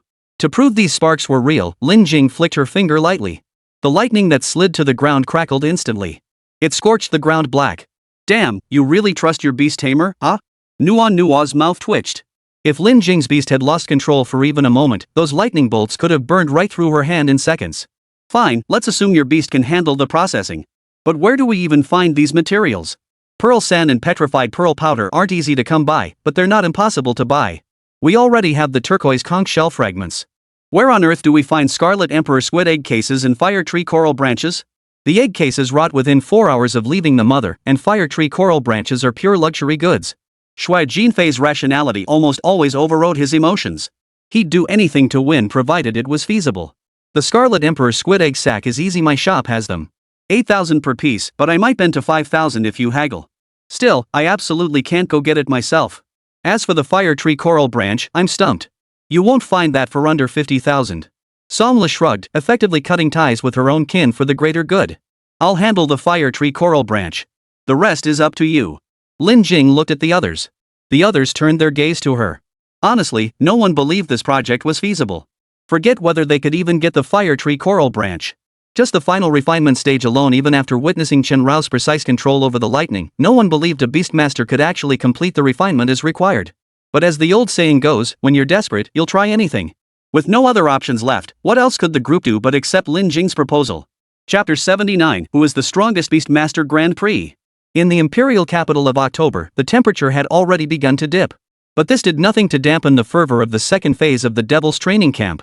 The 30-day assessment period, neither long nor short, flew by in the blink of an eye, with 20 days already gone. During these 20 days, Shinming's devious rules exacted a bloody toll almost daily on those attempting to exploit loopholes. These rules were far from as straightforward as they appeared. He seemed to have anticipated some participants' attempts at clever shortcuts. Beyond prohibiting the use of personal funds, the rules also barred accepting any external gifts or transfers. Whenever someone tried to leverage connections for materials, Tina's Hornets would meticulously record every instance. The punishment was straightforward. Shin Ming offered no room for error. Violating the rules meant an immediate reset of funds, leaving offenders pitifully at 20,000 points. Beyond that, he didn't even allow speculation or side deals. Selling materials bought cheaply at inflated prices was also within his calculations. The 20,000 point penalty felt like child's play, a blatant rip-off. But the rules were what they were. Everyone had no choice but to comply. To advance, to level up, to win, except for the few teams resigned to failure, everyone else was scrambling to find ways to make up for their mistakes. As time passed, Duden seemed to have vanished from the capital without a trace. Were it not for the airtight security lockdown by the general administration, which guaranteed his presence within the capital, Tina would have suspected he'd already slipped away. Similarly, Lin Jing, who had been cautious and guarded just days ago due to Yi Yifun's subtle hints, gradually relaxed her vigilance toward Du Den as time passed. Time truly did wash away everything, including Lin Jing's initial struggle to accept that Xiao Bai was actually human. By today, the 21st day of the second phase of the Devil's training camp, Lin Jing had fully adjusted. Xiao Bai, what time is it? Lin Jing asked sleepily while brushing her teeth early in the morning. 7:30, Chen Rao yawned, weaving the time from the electric grid. Both had grown utterly accustomed to this method of communication. Though it consumed a minimal amount of energy, it was better than nothing. Then we still have time for breakfast. Fire tree coral branches really are hard to find, Lin Jing remarked after washing her face. Over the past 20 days, the five who resolved to turn the tide with azure eyes had worked tirelessly toward a common goal. Whether driven by desperation or awe and trust in Chen Rao's precise lightning control, the others had secured every other ingredient needed to refine azure eyes. 13 days ago, Xue Jinfei and Nua, who had been staking out the Feng family estate, finally bought a packet of petrified pearl powder for 50 yuan. 8 days ago, Yu Min scoured every single one of the 21 beast taming shops across the imperial capital. After 7 rounds of fierce bargaining with shopkeepers, she finally secured a box of nearly impurity-free pearl sand for 110 credits, slightly above cost price. 3 days ago, after confirming with her father 27 times and meticulously studying nearly every team's mistakes that resulted in 20,000 points for trying to cut corners, she finally reserved a scarlet imperial squid egg sack at her family shop for 6,600 credits ready for pickup anytime. As of today, the 5-member team is just one ingredient away from refining the azure eye, the most challenging one. Fire tree coral branch. This precious coral, found near undersea volcanic vents below 1,500 meters, isn't hard to come by. In fact, it's quite common. Its excellent properties make it ideal for direct absorption by fire attribute tamers, and it's readily available in major tamer shops. The problem, however, was exactly as Song Lu had stated: it was expensive, too expensive. Even after Lin Jing talked herself hoarse, the price remained at a minimum of 60,000 yuan, completely exceeding the team's budget. Fortunately, where there's a will, there's a way. Just yesterday, the group unexpectedly learned of a new possibility. A way to obtain a fire tree coral branch without spending a single penny. Guys, are you sure this isn't a scam? At 9 a.m., gathered at the entrance of Beihai Park, Song Lu was the first to break the silence. Even if it is, what choice do we have besides believing them? Yu Min retorted, hands on her hips. They'd come this far, with less than 9 days left. Factoring in trial and error refinement, they had barely a week to gather the materials. But with little buy and big buy on our side, we should win, right? Nua glanced back at Chen Rao, who stood behind Lin Jing in his original size. Drop the should. I absolutely will win, Chen Rao growled in a low rumble. Then sign up, though I suspect it's a scam too. Xue Jinfei frowned, but at this point, even knowing it was a dead end, he wanted to see if he could break through the wall. Then I'll go register. Are you guys really not going to try? Lin Jing started to walk away but paused to ask one last time. You're the only one who could last a minute against Shinju Hua and Ghost-faced Azura. If even you and the 2 can't win, the 4 of us joining in would be pointless. Nua shrugged. In terms of raw combat strength, Lin Jing was currently the strongest member of the 5-person team. Xue Jinfei might be able to test his strength against her, but, given the known opponents, his beast taming skills held no advantage. Adhering to the principle of minimizing risk, the remaining 4 unanimously decided that Lin Jing should register for this tournament, one that seemed tailor-made for them. Who is the strongest Beastmaster Grand Prix? Sponsored by an anonymous overseas tycoon, the tournament's registration was held at Beijing's Beihai Park. Rumors claimed its total investment exceeded $30 million, with the specialized battle arenas alone set up across 5 locations in the capital costing nearly $20 million. The prize structure was exceptionally generous. The 5-day tournament progressed through group stages, round of 16, quarterfinals, semifinals, and finals. Even participants eliminated in the group stage received a consolation prize of 5,000 yuan.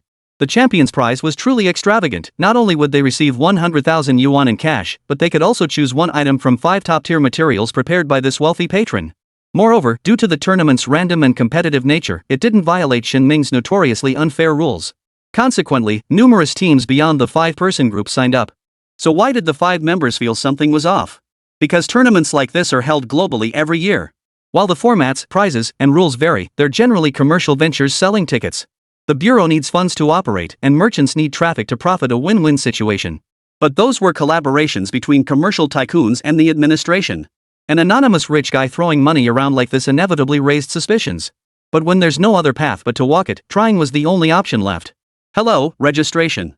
After confirming her participation, Lin Jing walked with Chen Rao to the registration counter. Meanwhile, at the hive established in Beihai Park, worker bees tasked with intelligence gathering and surveillance buzzed busily back and forth. Their pheromones were relayed through secondary queen bees within the hive, transmitting information to the Bampo queen in under 55 milliseconds. They've signed up, as expected. In a room at headquarters, Tina leaned back in her chair. Knowing the mountain harbors tigers, yet heading straight for it at the end of the day, Shin Ming has simply pushed things too far. Yi Yifan sat opposite Tina, his expression unruffled. Ms. Yi, that competition is a scam, a complete and utter fraud. Tina sat up straight. Over the past 20 days, her hive network had operated non-stop. While the search perimeter for Duden continued to shrink, every step of this so-called Grand Prix had been under her surveillance. Duden was indeed cautious, and the disciplined organization behind him was equally vigilant. But orchestrating such an elaborate scam inevitably led to mistakes. And where there were mistakes, there were cracks. The only reason Tina hadn't made her move yet was that the cracks weren't big enough to pinpoint Duden directly. A little training isn't a bad thing. If a mere crisis could destroy her, it would only prove she's not the right candidate for the divine summoning. Yi Yifan lifted his teacup, inhaling its fragrance. Anyway, this has nothing to do with me. I'm only here to capture Duden on orders. Faced with Yi Yifan's calm demeanor, Tina could do nothing. She stood up and, unsurprisingly, left the room once more through the window. Yi Yifan rose slowly, walking to the window where the silhouette of Beihai Park lay spread out below. A cornered sheep will try to attack the wolf. Don't blame us for being ruthless. If we don't teach you survival skills now, once you truly enter the Beastmaster realm, countless people will want you dead. Yi Yifan's hand rested on the windowsill, veins clearly visible in the sunlight. There's no such thing as a wall that never lets the wind through, no matter how tightly sealed it may seem. As the saying goes, determined individuals cannot be contained. No matter how meticulous the East Asia Bureau's operations, as time passed, more information surfaced and all conversations ceased to be secrets. Deng Shuwen's recommendation letter remained hidden for 198 hours. The details of the Haluyu meeting stayed concealed for 47 minutes. The Shilin League's Leibo incident was kept secret for 226 hours. Shen Ming's covert transfer from Cambasol lasted 430 hours. If He Helion was a blade the East Asia Bureau couldn't stop, one that would pierce through without concealment. Then Lin Jing, that breastplate concealed beneath her cloak, had now been fully exposed to the outside world. Inside the planning vehicle at Beihai Park, bearing the sign "Who is the strongest beast tamer?" Through the one-way glass, the blonde youth Duden smiled. So this is the girl the East Asia Bureau went to such lengths for, only to backfire spectacularly? Duden watched Lin Jing complete her registration. Since his failed attempt to kill Hua Yuning, he hadn't seen the sun in ages. Today was the first time. Duden, she's your only chance to leave the imperial capital alive. Make the most of it. Rest assured, there won't be any mishaps. Chapter 80, Little White, let me see how strong you really are. The Who is the Strongest Beast Tamer Grand Tournament has begun. This tournament, which received almost no publicity yet still managed to attract some attention, kicked off its group stage matches the very next day after registration closed. Though seemingly hasty, the group stage was organized quite formally. The organizers weeded out some slackers and freeloaders hoping for consolation prizes from the 83 registrants, leaving only 64 participants. According to the schedule, the group stage leads directly into the round of 16. This means the 64 participants today must win at least 2 matches decisively to advance. Overexerting themselves now would inevitably hinder their performance in tomorrow's round of 16. As for opponents in the group stage, they were determined by random draw. To eliminate match fixing or manipulation, the organizers numbered 64 ping-pong balls representing the 64 players, launched them into the air with a cannon, and used high-speed cameras to capture their landing times, selecting the closest frame number. This grouping method is absolutely tamper-proof, yet it is also entirely random. Thus, some fated matchups are highly likely to occur. The opening day group matches were held at the Bird's Nest Stadium in the capital. So, how did the draw go? Yu Min, seated in the stands, asked Lin Jing as she returned from the draw. I've already sent the photos to you all. The group stage draw is fine. Lin Jing had shared the draw results in the 5-person group chat before returning. It's not just fine, I could wring their necks if I were allowed to. Chen Rao, as always, rested his head on Lin Jing's shoulder. During non-combat hours, this petite frame suited him best. Holy crap, what a coincidence! Nua exclaimed upon opening her phone to see the draw results. What? Song Lu peered over curiously. It really is quite a coincidence. Shui Jinfei stared at the draw results, unsure whether to laugh or feel sorry for Lin Jing's opponent. Indeed, in today's 2-round group matches, Lin Jing's first-round opponent was a 37-year-old man who was still only a junior beastmaster. Such individuals possessed remarkable perseverance, born from their genuine passion for the profession. Yet, whether due to innate talent or inadequate beast control, with just a bit more effort, they wouldn't still be stuck at the beginner level at 37. Therefore, defeating this man wouldn't be difficult for Lin Jing, it could even be effortless. To take it to the extreme, the man was likely just here for the 5,000 yuan consolation prize. But if Lin Jing smoothly advanced to the second round of the group stage, things would get interesting. She might very well face a fellow student from Johua Beastmaster Academy. Actually, you can beat Hui Yuning. There's no problem with that, Song Lo laughed outright upon seeing the draw results. Indeed, should Lin Jing advance to the second round of the group stage, her potential opponent would be none other than Fang Jian. Yes, Fang Jian had a bone to pick with Lin Jing over the turquoise conch shell fragment. He gloated when his group became the first to hit 20,000 points after exposing Lin Jing's banquet attendance. Yet his own team, desperate for victory, got docked 20,000 points for pushing the boundaries. Still, Fang Jian retained some backbone. Instead of giving up, he signed up for the Who is the Strongest Beast Tamer Grand Tournament, hoping to turn things around with the final self-selected materials from the prize money. But as luck would have it, he faced Lin Jing in the group stage. But his beast's attributes are highly effective against both Little White and Big White. I suggest you be cautious, Nua advised after a moment's thought. Right, Fang Jian's beast counters ice and lightning attributes. It's a rare dual-type beast with fire and rock attributes, and apparently has poison too.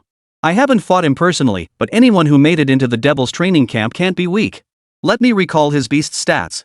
Xue Jinfei closed his eyes, searching through all available information on Fang Jian's beast. Before Xue Jinfei could speak, Fang Jian himself arrived. What a surprise, enemies meet on narrow paths. Having also received the draw results, Fang Jian knew Lin Jing was a potential opponent in his second group stage match. And judging by their first round opponents, neither faced any risk of elimination. You're the one who's always seen me as an enemy. I've never once considered you one. Lin Jing looked at Fang Jian. She had no fondness for the guy, but she didn't exactly dislike him either. Ever since you bid against me for that fragment, we've had a bone to pick. Whether you ended up losing money or not, the result was the same. Fang Jian still remembered vividly how Lin Jing had shelled out $500 for that hunch pearl fragment. It gnawed at him like a toothache. Even though Lin Jing ended up losing 495 yuan, he still couldn't shake the sour taste. Isn't it good I saved you from disaster? Song Lu shot Fang Jian a look. Time had passed, and the group of five could now joke about what had once been a heavy burden. Song Lu, stop sticking your nose into everything. I don't need anyone warding off misfortune for me, Fang Jian sneered twice. I think you're just looking for trouble. Chen Rao growled lowly, his eyes fixed on Fang Jian as faint lightning rippled across his skin. And you, along with your peculiar beast. Fang Jian locked eyes with Chen Rao, neither backing down. Then, the Beastmaster's rune on his palm glowed faintly. Behind him materialized a colossal serpent at least 5 meters long, its entire body composed of rock, covered in cracks and molten lava. It seemed poised to shatter at any moment, yet it could shift its form freely without shedding even a speck of debris. Youth Stage Ironstone Bloodline S-Grade Lava Python. Oh, big spicy stick, Chen Rao chuckled at the small inscription before him. A Youth Stage Ironstone Bloodline dared to act up in front of him? Instantly leaping out of his backpack and landing on the ground, Chen Rao revealed his true form. Standing shoulder to shoulder with Lin Jing in height, his imposing presence far surpassed the lava python. The rolling thunder light on his body tore out arcs of electricity, delivering a visual impact far more striking than molten lava. Ha, I knew your beast was Mercury bloodline all along. Don't think stronger blood means certain victory. My killing move? You'd never guess it. Fang Jian turned away with a cold laugh, leaving a scorched trail behind the lava python. He just came over to spit some trash talk and that's it? What was the point of him even showing up? Lin Jing couldn't help but wonder as she watched Fang Jian's receding figure. That's just Fang Jian for you. Everyone in the second-year class knows him. He makes a mountain out of a molehill and turns it into a public spectacle. Yu Min's assessment was fairly objective. Exactly. And his fighting style rivals Hui Yuning's. You'd better be careful. It's not that I doubt Frost-Eyed Thunder Spirit's strength, but we need to conserve energy for tomorrow's round of 16. Xue Jinfei's advice was equally objective. Relax, I'll take him down without breaking a sweat. Chen Rao was supremely confident. Don't worry, it'll be fine. Lin Jing was equally confident. The group stage progressed unusually swiftly. Even though the organizers had weeded out some of the slackers who were just there for the consolation prizes, a significant number still made it through. Take Fang Jian's opponent, for example. He conceded defeat right at the start, skipping the fight altogether to go collect his prize money from the referee. Lin Jing's opponent, however, the 37-year-old man, was unexpectedly serious.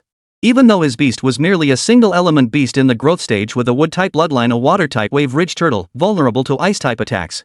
Lin Jing and Chen Rao respected his fighting spirit nonetheless, eliminating him with utmost seriousness. Beyond that, several potential championship contenders emerged during the group stage, though their true strength would only be revealed when Lin Jing faced them. With the conclusion of the first round of group matches, the field of 64 was halved to 32. This meant Lin Jing and Fang Jian, both advancing to the second round, would now face each other. In the afternoon, after a break, the second round of group matches commenced, with the opening bout featuring Lin Jing versus Fang Jian. At Bird's Nest Stadium, the lavishly constructed square beast taming arena measured 100 meters on each side, covering an area of 10,000 square meters. This ensured every competitor had ample space to maneuver without restriction.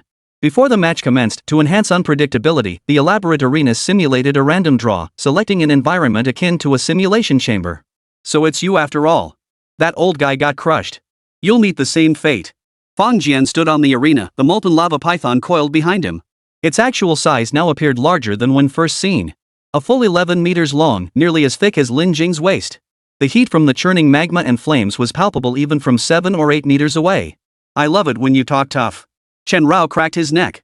His broad feet made no sound on the platform, but the crackling lightning dancing across his body filled the air. As the referee pressed the randomization button, the arena's environment began shifting. Similar to the simulation rooms method, the arena simulated environments by altering particle activity within the space. While not as realistic as the simulation room, it significantly impacted the power of the tamed beasts. Don't worry, you won't win. Lin Jing stood clad in black, her leather boots planted on the platform as simulated sand slowly crept up to her ankles. Desert environment. Ha ha ha, Lin Jing, luck is on my side this time. Fang Jian also watched the simulated sand, raising his hand lightly as his lava python emitted a loud hiss. Luck won't win you this, Lin Jing replied calmly. In every battle so far, she had never gained an advantage from the environment. No, she had gained an advantage in that battle against 147, but she had still been beaten to a pulp, utterly helpless.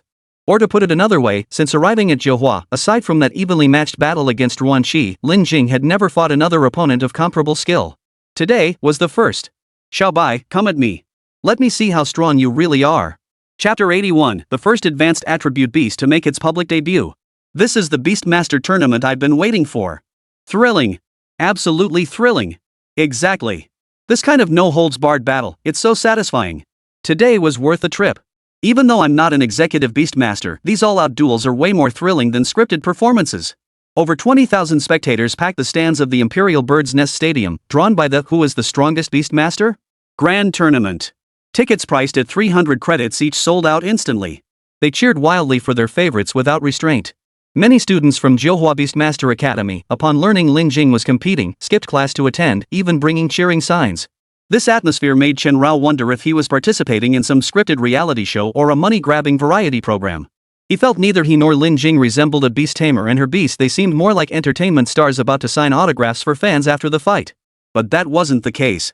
Humans, a species that craves pleasure once their basic needs are met, initially revered beastmasters as heroes when facing demon-beast invasions. As populations dwindled and habitable areas shrank, they practically worshipped them on bended knees.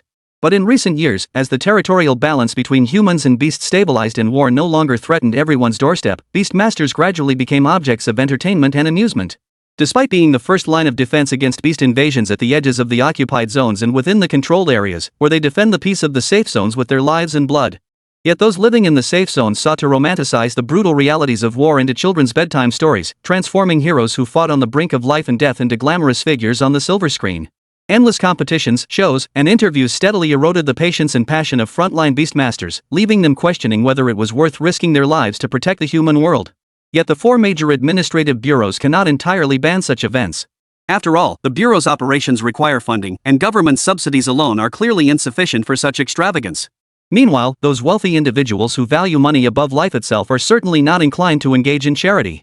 Thus, the bureau is forced into compromise. Thus, people seem to have long grown accustomed to the awkward position of beastmasters today. They are heroes, no doubt, but heroes can still be used for entertainment. Shut up already. Can you just stop screaming? Shen Rao growled, sidestepping the lava python's attack in the simulated desert. This dual-element fire and rock python stretched over 11 meters long. Yet in the desert's unique terrain, it proved as slippery as an eel in muddy water. Shen Rao couldn't land a hit or secure a grip, all while enduring the audience's disapproving murmurs. Seems your beast is getting worn out, huh? Fang Jian stood motionless, sand grains flowing at his feet. The lava python lurked beneath him, though it might shift to Chen Rao's position in the next instant. One's rolling in mud, the other's rolling in sand. Shui Jinfei was spot on. You and Hui Yuning are equally disgusting, Lin Jing remarked. Who cares if I'm disgusting? Winning is all that matters. Fang Jian grinned. The lava serpent, concealed within the sandy expanse, writhed and churned, stirring waves of yellow sand. Shards of molten magma, scorching hot, mingled with the grains, dotting the golden sandy waves with crimson. A molten sand inferno. This is bad. This terrain is perfect for the lava serpent, Shui Jinfei remarked with concern from the stands. Fang Jian's luck is pretty good. A lava python paired with desert terrain is a real pain in the ass, Song Le commented objectively. Luck is sometimes part of strength, but before absolute power, all luck is meaningless. Yu Min leaned against the railing.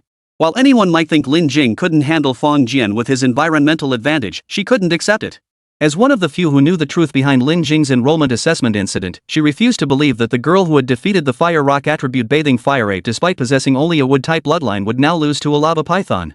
Molten Sand Inferno sounds pretty intimidating.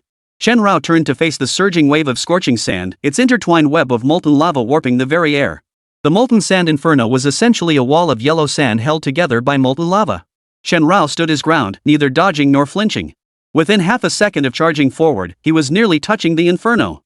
The lava serpent writhing beneath the sand failed to notice Chen Rao's unusual approach, or perhaps, like Fang Jian, it had grown complacent, confident that the desert terrain shielded them from any threat Chen Rao could pose. Xiao no, Chen Rao, show me just how strong you really are. Lin Jing stood her ground, her eyes holding not a trace of worry for Chen Rao, only pure trust and anticipation. At the instant his youth stage Mercury bloodline was about to touch the Molten Sand Inferno, Chen Rao twisted his stance. His hind legs pressed against the scorching sand wall, exceeding 900 degrees Celsius, yet he felt nothing. Did I see that wrong? He's actually stepping directly on the molten lava inferno? No mistake. That beast isn't ice attributed? How can it withstand such heat? Hold on. Let me check the contestant's profile. Just a moment. In the stands, witnessing this scene, not only the ordinary spectators but even the commentators hired by the organizers were utterly baffled. Due to the show's registration rules, only intermediate and below intermediate beast masters could compete in this season of who was the strongest beast master. Logically speaking, beasts suited for this tier should be unable to ignore elemental weaknesses. How could an ice attribute beast trample a fire attribute lava inferno? That bizarre defensive skill again. Fang Jian's expression darkened upon seeing Chen Rao standing atop the lava inferno. Having witnessed Chen Rao's battles before, he wasn't sure of the exact attributes involved, but he recognized the skill's general nature. As a beastmaster, he was willing to believe Chen Rao's peculiar defensive skill could override elemental influences. Yet as a student of Zhouhua, he'd rather die than believe a beast in its youth stage could master advanced attributes. In the attribute-based world of beast taming, fundamental attributes determine the most basic counter relationships. Only advanced and superior attributes transcend such counter relationships. So even as Chen Rao stood atop the molten hell wearing his mystical metallic Geely robe, Fang Jian refused to believe it. Not until the host, having finished reviewing the contestant profiles in the stands, tremblingly picked up the microphone. Ladies and gentlemen, I must admit talent truly emerges in every generation. One of the contestants in this match, intermediate beastmaster Lin Jing, has a beast that has actually mastered an advanced attribute. The host's voice rose from low to high, from calm to exhilarated. How could one not be thrilled? How could one not be excited? In all previous programs featuring beast tamers and their beasts, even those officially proposed by the Bureau, no tamer had ever been allowed to compete with a beast possessing advanced attributes. The reason was simple: advanced attribute beasts were typically beyond maturity, possessing formidable power. Their every movement risked triggering terrifying explosions, unleashing devastating energy. While damaging plants might be tolerable, what if it cost human lives? So even though some people consider themselves connoisseurs of Beastmaster programs, having watched every human-made documentary at least 5 times over, this was still the first time they'd seen a Beastmaster with advanced attributes up close. Advanced attributes? How is that possible? How could a beast in its youth possess advanced attributes? Binoculars. Binoculars. Why did I act like a jerk and not buy front row seats? Where are my binoculars? The stage erupted in a frenzy of voices. As the first advanced attribute beast ever exposed to the public eye at such close range, Chen Rao stood atop the surging waves of molten lava, gazing down at Fang Jian. Fire attributes counter ice and metal attributes. Rock attributes counter lightning attributes. What about mystic gold? Go ahead, try to counter me. Clad in his mystic metal attributed golden dew robe, Chen Rao radiated a dazzling glow akin to golden glass. Within mere seconds, the audience had already captured thousands of videos of the spectacle. Simultaneously, the lava serpent re-emerged from the sandy sea behind Chen Rao. Standing upright, it towered over 4 meters tall. Its massive head blazed with flames, and molten lava dripped from the corners of its mouth. Oof. So it really does have an advanced attribute? Doesn't matter. You're still going down. Fang Jian glared at Chen Rao, standing proudly atop the molten inferno's crest. Clenching his teeth, he pulled a small, gleaming golden vial from his pocket. Xiao Bai, something's wrong. Come back. Lin Jing's terrifying vision instantly recognized what that vial truly was, and she shouted urgently. Too late. Fang Jian gently pinched the vial's body before tossing it high into the air. PSSST. A cloud of emerald green smoke erupted. Chapter 82, Sandstorm Waterfall Burial vs. Polar Storm. To everyone else, the emerald green smoke erupted in an instant. Only in Lin Jing's vision did it seem as if someone had pressed pause. Shankuan technique slow motion vision. In her world, nearly everything froze in place, allowing her to slowly analyze the substance of the green smoke erupting from that golden vial. Poof. Fang Jian, you're cheating. Lin Jing clenched her fists so tightly they cracked. What is this? Why do I feel slow? Shen Rao, who had flashed back to Lin Jing's side, shook his head. After inhaling a trace of the greenish-blue mist, his body seemed to move in slow motion. Cheating? How am I cheating? Do you think this is the academy? Fang Jian spread his hands in mock surprise. This was a privately organized tournament. Where was the cheating? The rules for the Who is the Strongest Beast Tamer tournament, aside from level restrictions on participants, had only one fundamental rule: opponents must not be killed. Beyond that, anything was permitted: props, potions, even outnumbering opponents. Just that morning, during the first round of group matches, 3 oddly dressed fellows calling themselves the 21st Century Lu Guanzhang all-novice beast tamers with wooden bloodline beasts worked together seamlessly like brothers, effortlessly crushing an intermediate beast tamer. After the defeat, the intermediate beastmaster naturally lodged a complaint with the organizers, accusing the trio of the 21st Century Lu Guanzhang of exploiting their numerical advantage. But the response they received was, "If you're not satisfied, find a couple of buddies to team up with." From that moment on, the nature of this championship tournament changed. Yes, freed from the constraints of the administration's cooperation, this tournament had virtually no rules left. And Fang Jian, determined to claim the championship, held nothing back, employing every possible tactic to turn the tables. Triple Scene Essence. That thing costs at least 30 or 40,000 yuan. Aren't you afraid of getting all your points deducted again? Over the past 20 days or so, Lin Jing hadn't just been searching for fire tree coral branches, she'd also read through numerous untouched Beastmaster-related texts. Thanks to her extraordinary memory, she could now instantly identify nearly 75% of the beast taming materials, medicines, and tools available on the market. Impressive eyesight. I'm already at 20,000 points, another 20,000 won't faze me. Besides, the prize pool is huge, more than enough. Fang Jian's team had already lost all their points, so they had nothing to lose. They'd buy banned items if they weren't worried about breaking the law. Incidentally, Sanjing Chui ranks among the most potent Beastmaster tools legally accessible to ordinary citizens and non-executive level Beastmasters.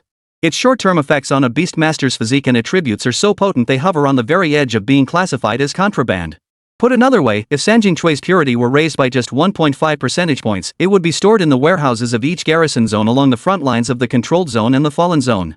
But step outside those front lines, and it becomes a genuine contraband item, directly seized by the inspection department. Sanjing Chui? What the hell is that? Shen Rao turned to look at Lin Jing. In that single instant of turning his head, he was suddenly overcome by dizziness. I should have known you'd stop at nothing. Xiao Bai, are you okay? Lin Jing never anticipated Fang Jian would use Sanjing Chui. She turned to ask Shen Rao. First tell me what that is. Shen Rao turned his head, weaving lightning-illuminated text in the blind spot beneath him visible only to Lin Jing. A tool-type potion targeting low-activity elements. It temporarily nullifies their effects, specifically Xianjin and metallic properties. As Lin Jing explained, the effects of the 3 scenes extract were already reaching their peak. Ding system notice, mystical metal and metal attributes temporarily disabled. Shen Rao shook his head. Good thing I prepared this Sanjing Chui in advance. Lin Jing, I'll be honest, this was made just for you. Your 1-minute performance was simply too formidable, I had to be prepared, Fang Jian said, breaking into laughter. Had Xin Ming not forced Lin Jing to reveal all her hidden cards in front of everyone earlier, he wouldn't have been able to find the Sanjing extract to counter Chen Rao. At this moment, the Sanjing Chui had fully dissipated. The golden glazed robe of golden elixir that had enveloped Shen Rao vanished, and even his physical strength temporarily declined due to the suppression of his metal attributes. In contrast, the lava python's rock attribute, though also suppressed by the Sanjing Chui, benefited from the unique enhancement of the desert environment, partially compensating for the loss of its rock-type power. Still wanna fight? Lin Jing asked. Of course we fight, Chen Rao nodded. A mere broken artifact was going to make him lose? No way. The synchronized audience watching this scene held their breath. Not a sound stirred in the Bird's Nest Stadium, home to over 20,000 spectators. Though unable to hear the dialogue between the two on stage, they swiftly grasped the situation through the commentator's analysis of Sanjing Chui. This Fang Jian, didn't the organizers check what he was carrying? Songla stood up, ready to confront the organizers. Forget it, it's useless. Even the 3-on-1 match this morning couldn't be successfully appealed. Unless this guy is using a quadruple Jing Chui, you might as well give up. Yumin pulled Song Lu back and tried to dissuade him. What? So Lin Jing might actually lose? Nua felt a wave of despair wash over her. Everyone had pinned their entire hopes for advancement on Azure Eyes. If Lin Jing lost to Fang Jian, all their previous efforts would be wasted. Don't be so pessimistic. Frost-dyed Thunder Spirit isn't that fragile. At this moment, it was Shui Jinfei who usually imagined the worst outcomes who comforted everyone. Meanwhile, among the spectators unfamiliar with the Beastmaster world, those who'd simply come for entertainment, the chorus of doom for Lin Jing had already begun. After all, the commentator had practically painted Chen Rao as a goner. I advise you to surrender now. Without your mystical metal affinity, even your mercury bloodline can't defeat me in this desert. Fang Jian stood with his feet planted in the yellow sand. Behind him, the molten lava serpent writhed, churning up gravel as it spread. The scorching magma radiating from it warped the air. Many have wanted me to surrender, but you're not worthy, Chen Rao growled. Even without the mystic metal affinity, even without the system, even relying solely on the ice and lightning attributes that countered him, he would still win. The next instant, Chen Rao vanished from his spot as he activated his ability once more. Summon thunder. Lightning surged from all directions, instantly illuminating the eyes of over 20,000 spectators. Intertwining purple-blue bolts churned the yellow sand and molten lava below. Overconfident. Sandfall burial. Fang Jian roared as the thunder summoning swept toward him.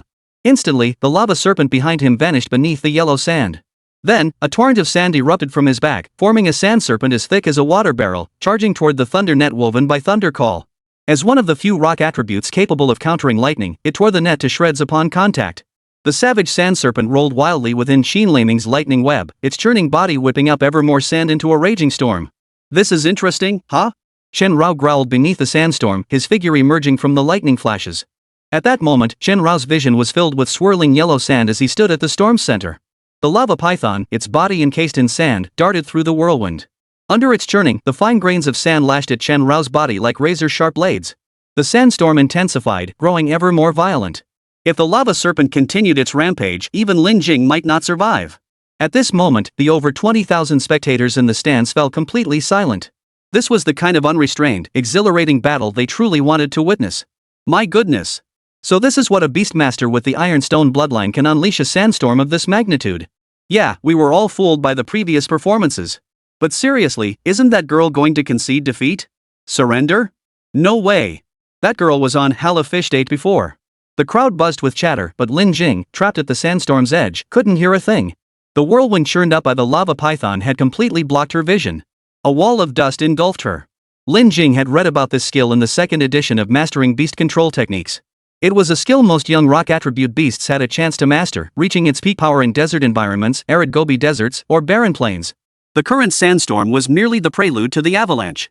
When the moment was ripe, the lava python would coalesce the sandstorm into an immense, thick dragon of yellow sand.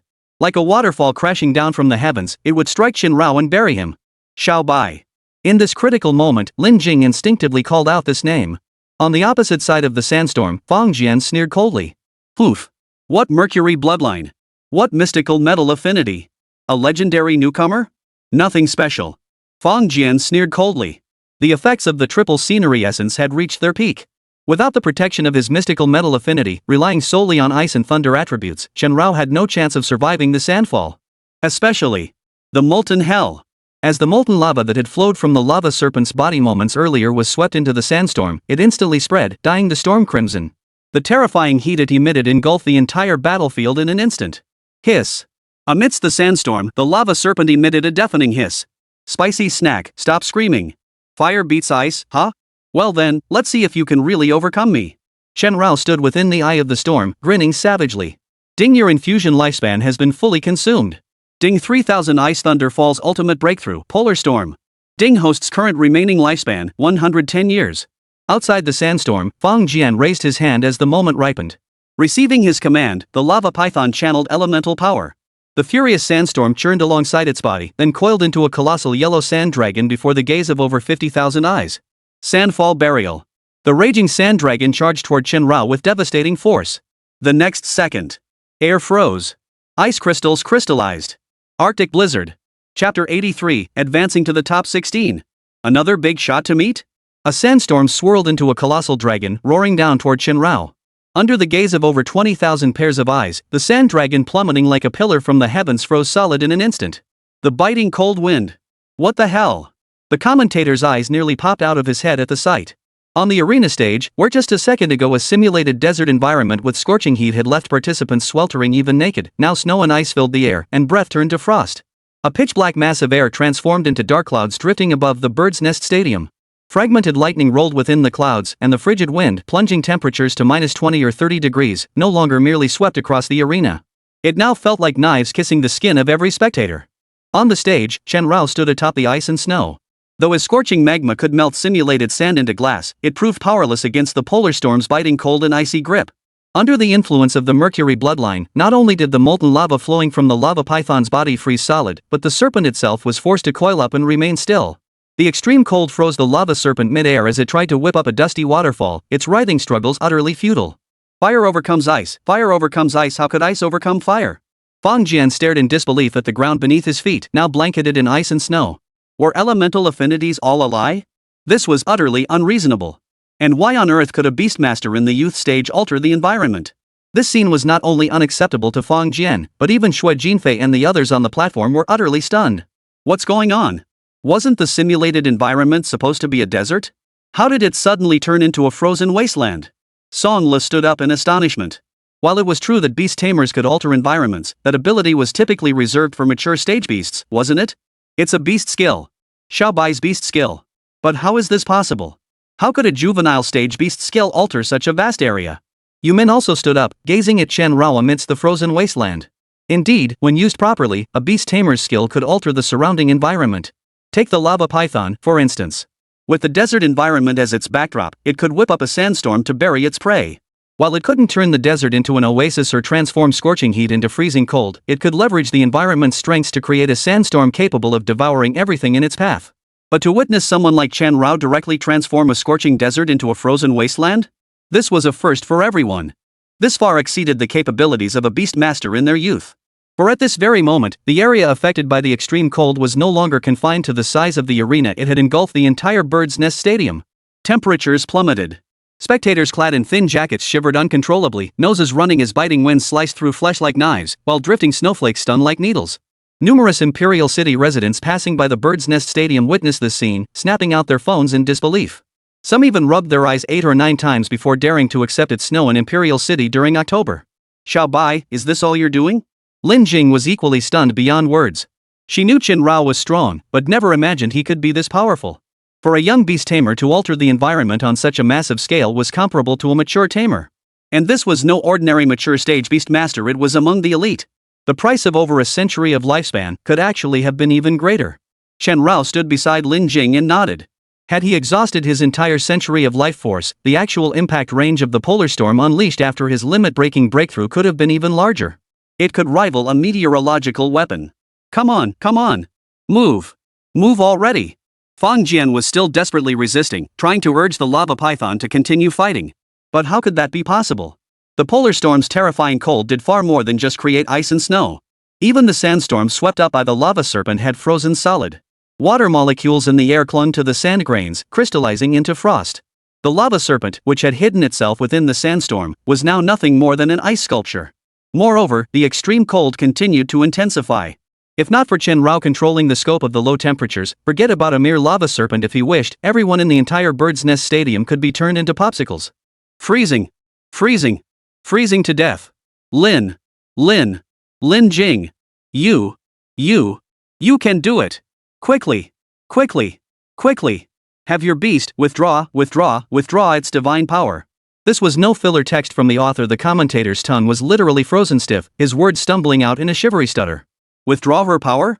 What if he wants to keep fighting? Though Lin Jing's words were inaudible, the frozen, cursing spectators could see Fang Jian's stubborn refusal to concede through the stadium screens. I don't need her mercy. Lava python. Get up! Fang Jian bellowed hysterically. The word surrender simply didn't exist in his vocabulary, only resignation. Dressed in a t-shirt and shorts, Fang Jian was either overheated or frantic. Despite the stage temperature hovering near minus 20 degrees Celsius, he felt not a hint of cold. Stop stubbornly holding on. If you don't concede soon, I'll freeze to death. Yeah, get off. You wanna drag us all down with you and catch colds? Achoo! I've already caught a cold. The enraged crowd picked up their frozen solid cokes and milkshake-turned slushies and hurled them at Fang Jian, pelting him with a hail of icy projectiles. Xiao Bai, that's enough. Continuing might not be wise. Lin Jing surveyed the shivering, cursing crowd. While her Qiankuan technique shielded her from the cold, others weren't so fortunate. Moreover, the organizers, showing some mercy, saw Fang Jian had no hope or means left to turn the tables. They immediately sent 4 staff members in thick protective gear onto the stage to drag the seemingly possessed Fang Jian off the ring. Let me go. I haven't lost yet. Despite having every advantage and employing every tactic, Bong Jian struggled fiercely but was still carried away by the 4 burly staff members. He was already teetering on the edge of madness. Having seized every advantage only to be ruthlessly crushed in the end, it wasn't just him. Anyone in his shoes would likely suffer a mental breakdown. Who could have imagined that Chen Rao's young stage beast master could unleash such a terrifying storm? Is this it? I still had several tricks up my sleeve. Chen Rao watched Fang Jian being dragged away, cracked his neck, and didn't rush to dispel the polar storm. Instead, he looked up at the thick, dark clouds looming over the Bird's Nest Stadium. The dark clouds hung low, thunder rumbling ominously. Many spectators, seeing Chen Rao look up on the screen, followed suit with curiosity. Within the thick, dark clouds above the Bird's Nest Stadium, a massive, purplish-blue lightning dragon seemed to be churning. Had Fang Jian refused to concede, or had the Arctic storm's frigid temperatures failed to secure victory outright, Chen Rao had long prepared within those dark clouds a thunder dragon as thick as a pillar of heaven. This wasn't just any Frostbite Thunder Dragon, it was a fusion of Frostbite Thunder Dragon and Thunderclap, a Thunder Dragon whose power could shatter not just a mere Ironstone Bloodline Rockfire attribute beast, but even the ghost-faced Azura. Chen Rao was confident it could scratch its armor. But now, as the dark clouds dispersed, the ice and snow melted, and the temperature rose, the commentator announced Lin Jing's advancement to the round of 16 group stage. This move was no longer necessary.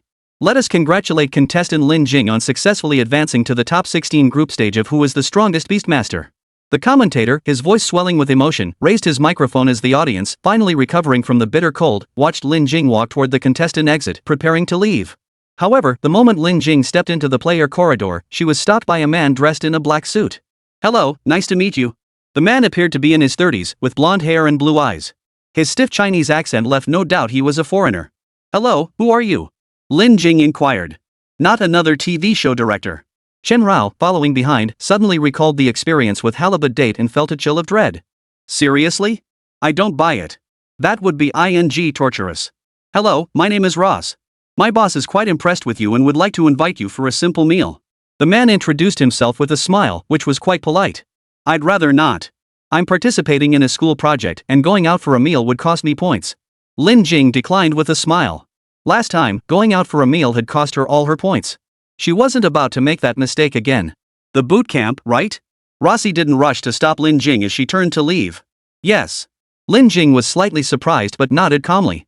"Something's off. Where are Xue Jinfei and the others?" Chen Rao sensed something was wrong. He glanced toward the end of the contestant entrance.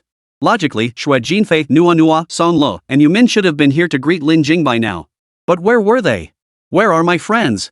Lin Jing noticed the absence too. "I already spoke with your instructor before coming. Your friends are waiting at the entrance." Luo Shi gave a faint smile, turning away. There was something unsettling about his demeanor.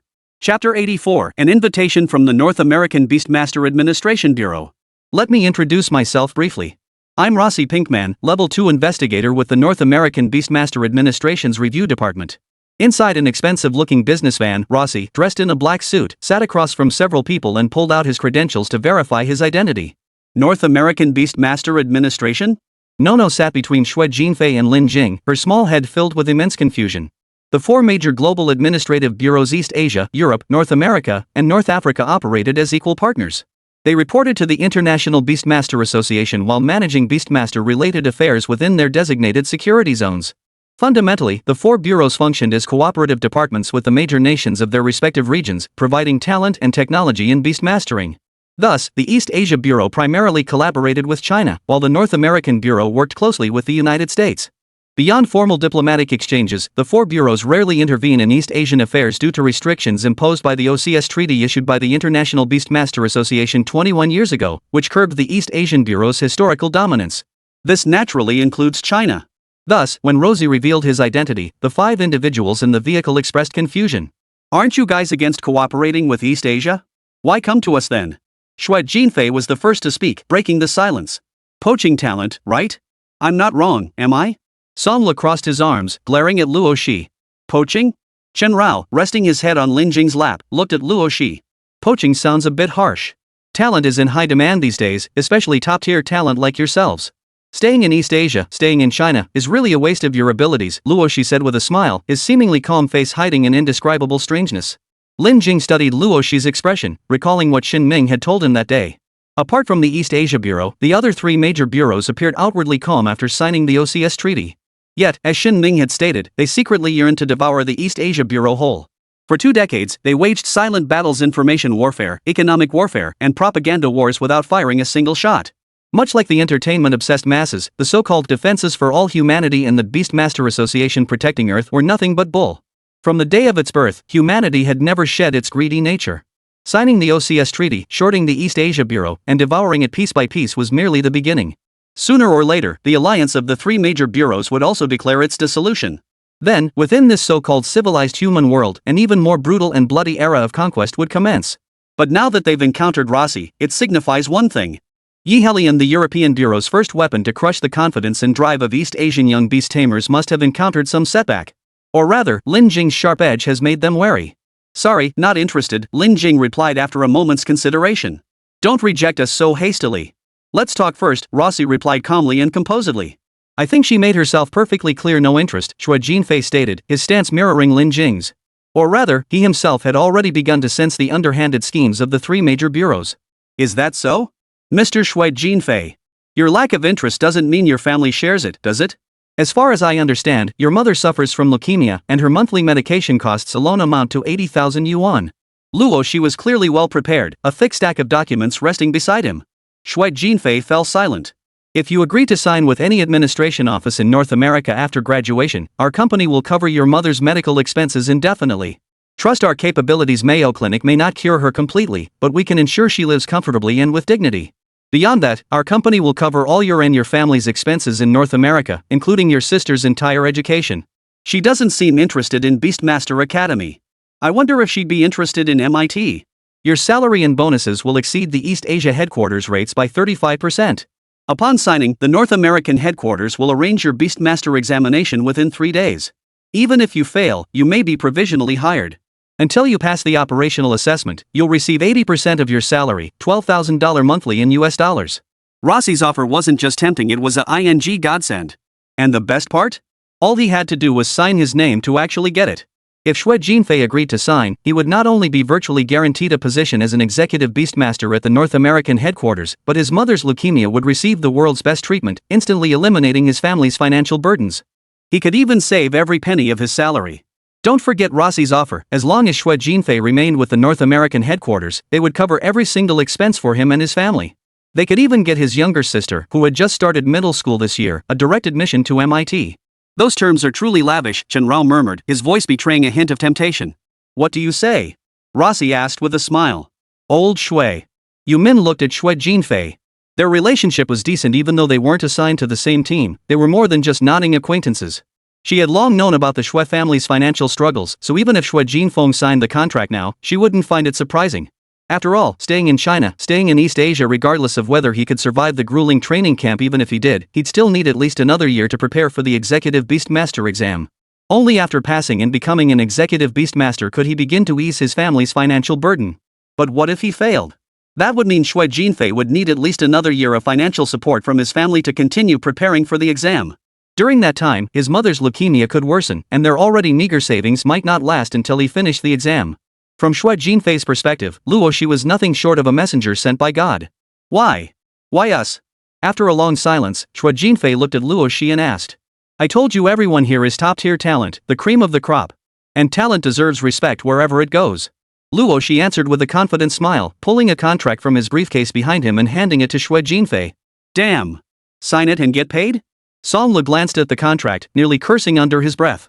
The agreement in Xue Jinfei's hand not only listed all the benefits Luo Shi had promised, but also featured a blank line at the end for signing bonus for Xue Jinfei to fill in himself. Though only 6 spaces were left before the decimal point, the maximum amount could reach a full $1 million. How many Beastmasters from the East Asian Beastmaster Bureau could save up $1 million even if they went without eating or drinking their entire lives? Yes, sign it and it's yours, Miss Song Lu. Rossi smiled faintly, pulling out a contract of his own and handing it to Song Lu. Sorry, but my parents are in perfect health and my family isn't short on money, Song Lu chuckled. While she wouldn't belittle Xue Jinfei for his offer, she certainly wouldn't leave the country where she'd grown up for 20 years so easily. Miss Song Lu, if you think our offers are all identical, you couldn't be more mistaken. Our company provides tailored benefits packages based on individual talent requirements, Luo Shi said with a smile. During the rest of the drive, Luo Shi produced 5 contracts in total, handing one to each member of the group. Tailored to each individual's needs, the benefits addressed their most pressing concerns. Shui Jinfei needed money to treat his mother's illness. Luo Shi offered a high salary plus top-tier treatment at the Mayo Clinic, fully covered. Song Lu craved fame and aspired to become a top-tier beast master. Rossi directly promised her access to North America's premier beast-taming resources and laboratories, along with a comprehensive training system, guaranteeing her promotion to an executive level 8 beast master within 3 years. As for Nua and Yumin, Rossi's terms were equally generous and deeply tempting. Truth be told, Rossi didn't even need to offer extra incentives. Had they stayed in China, in East Asia, they would have faced nothing but routine work and predictable promotions. Ever since the OCS agreement took effect, the other 3 major bureaus had been quietly competing with the East Asia Bureau for talent through benefits and salaries. Leveraging their accumulated capital, the 3 bureaus consistently offered salaries 20–45% higher than the East Asia Bureau. This alone was enough to tempt many. I'm sorry, everyone. I can't pass up the chance to cure my mother's illness. After careful consideration, Shui Jinfei picked up the pen and signed his name on the agreement. Simultaneously, Luo Shi, who had already notified Zhohua Beastmaster Academy, tapped his phone. Shui Jinfei's information synchronized instantly, and the academy would release his records within 3 days. Congratulations. We'll be colleagues from now on. Luo Shi smiled faintly and extended his hand toward Shui Jinfei. I came to Zhohua to become a top-tier beastmaster. The terms you're offering. I'm seriously tempted. Songla stared at the contract, his heart racing as he reached for the pen he'd just used to sign. It's hard not to be tempted by these terms. Every single person would be. Yumin couldn't fathom why Luo Shi offered such generous compensation, but the contract was right before her eyes. Moreover, Yumin's circumstances were arguably the most favorable among them. Coming from a wealthy family and possessing a peaceful disposition, she had no desire to become a combat-ready beastmaster. She simply wanted a desk job. Thus, under Luo Shi's proposal, after completing her studies at Zhohua Academy, Yumin would first undergo localization training at North America O'Callahan Institute before directly joining the North American Headquarters Review Department, starting as a team leader, bypassing 7 to 8 years of the usual career path. I won't hesitate. This opportunity comes once in a lifetime. Nua might be the most difficult to persuade among them, but what could you do? She was head over heels. If Shui Jinfei was going to North America, she had to go too. In less than 20 minutes drive, 3 out of the 5 had already signed contracts and officially announced their departure from the Devil's training camp. Only Yumin remained hesitant. Xiaobai, these terms are seriously amazing. Even Lin Jing was starting to feel tempted. Chapter 85, Meeting the 4-Star. Is it a trap? All under heaven throng for profit, all under heaven scramble for gain. At the end of the day, life boils down to a few pieces of silver. So Qinrao didn't think much of Shui Jinfei, Nuonyuo, and Song Le choosing to sign with the North American headquarters. In fact, if Qinrao were in Shui Jinfei's shoes, the moment Luo Shi mentioned being able to cure his mother's illness, he would have signed without hesitation. Have you made your decision, Miss Lin? In a bright, spacious corridor, Luo Shi strode ahead in his suit, followed by Lin Jing and Qinrao. Shui Jinfei and the other 2 signatories had already been escorted back to Zhohua Beastmaster Academy by dedicated staff. They would first withdraw from the grueling boot camp, then either continue or prematurely conclude their studies according to the agreement terms before going their separate ways. As for Yumin, who ultimately declined to sign, she was escorted by one of Luo Shi's colleagues to the dining hall. After all, the North American headquarters had only one target in mind, Lin Jing. Yes, Shui Jinfei, Nua, and Song Lo were merely collateral. Put plainly, Rossi's reason for signing the trio was solely to pressure Lin Jing through them, or perhaps to tempt her, or exploit herd mentality to get her to sign in the car. But the outcome was obvious, he had failed. I may not have much money, no connections, or even a dream, but I suppose that's precisely why you're struggling to devise a plan against me, right? Lin Jing followed behind Luo Shi. She hadn't signed the contract, nor was she in a hurry to leave. She reasoned that since Zhohua had agreed to Rossi's involvement, the East Asia Bureau must be aware of this matter and had tacitly approved, if not explicitly authorized, it. After all, to this day, the 4 major bureaus hadn't openly torn apart their facade. In the public eye, the directors of the 4 bureaus could still smile and shake hands like brothers in photos. There were at least 80, if not 100, exchange activities, meetings, and exhibitions held throughout the year. So what if they were watching? What if they were chatting? Well, they were chatting.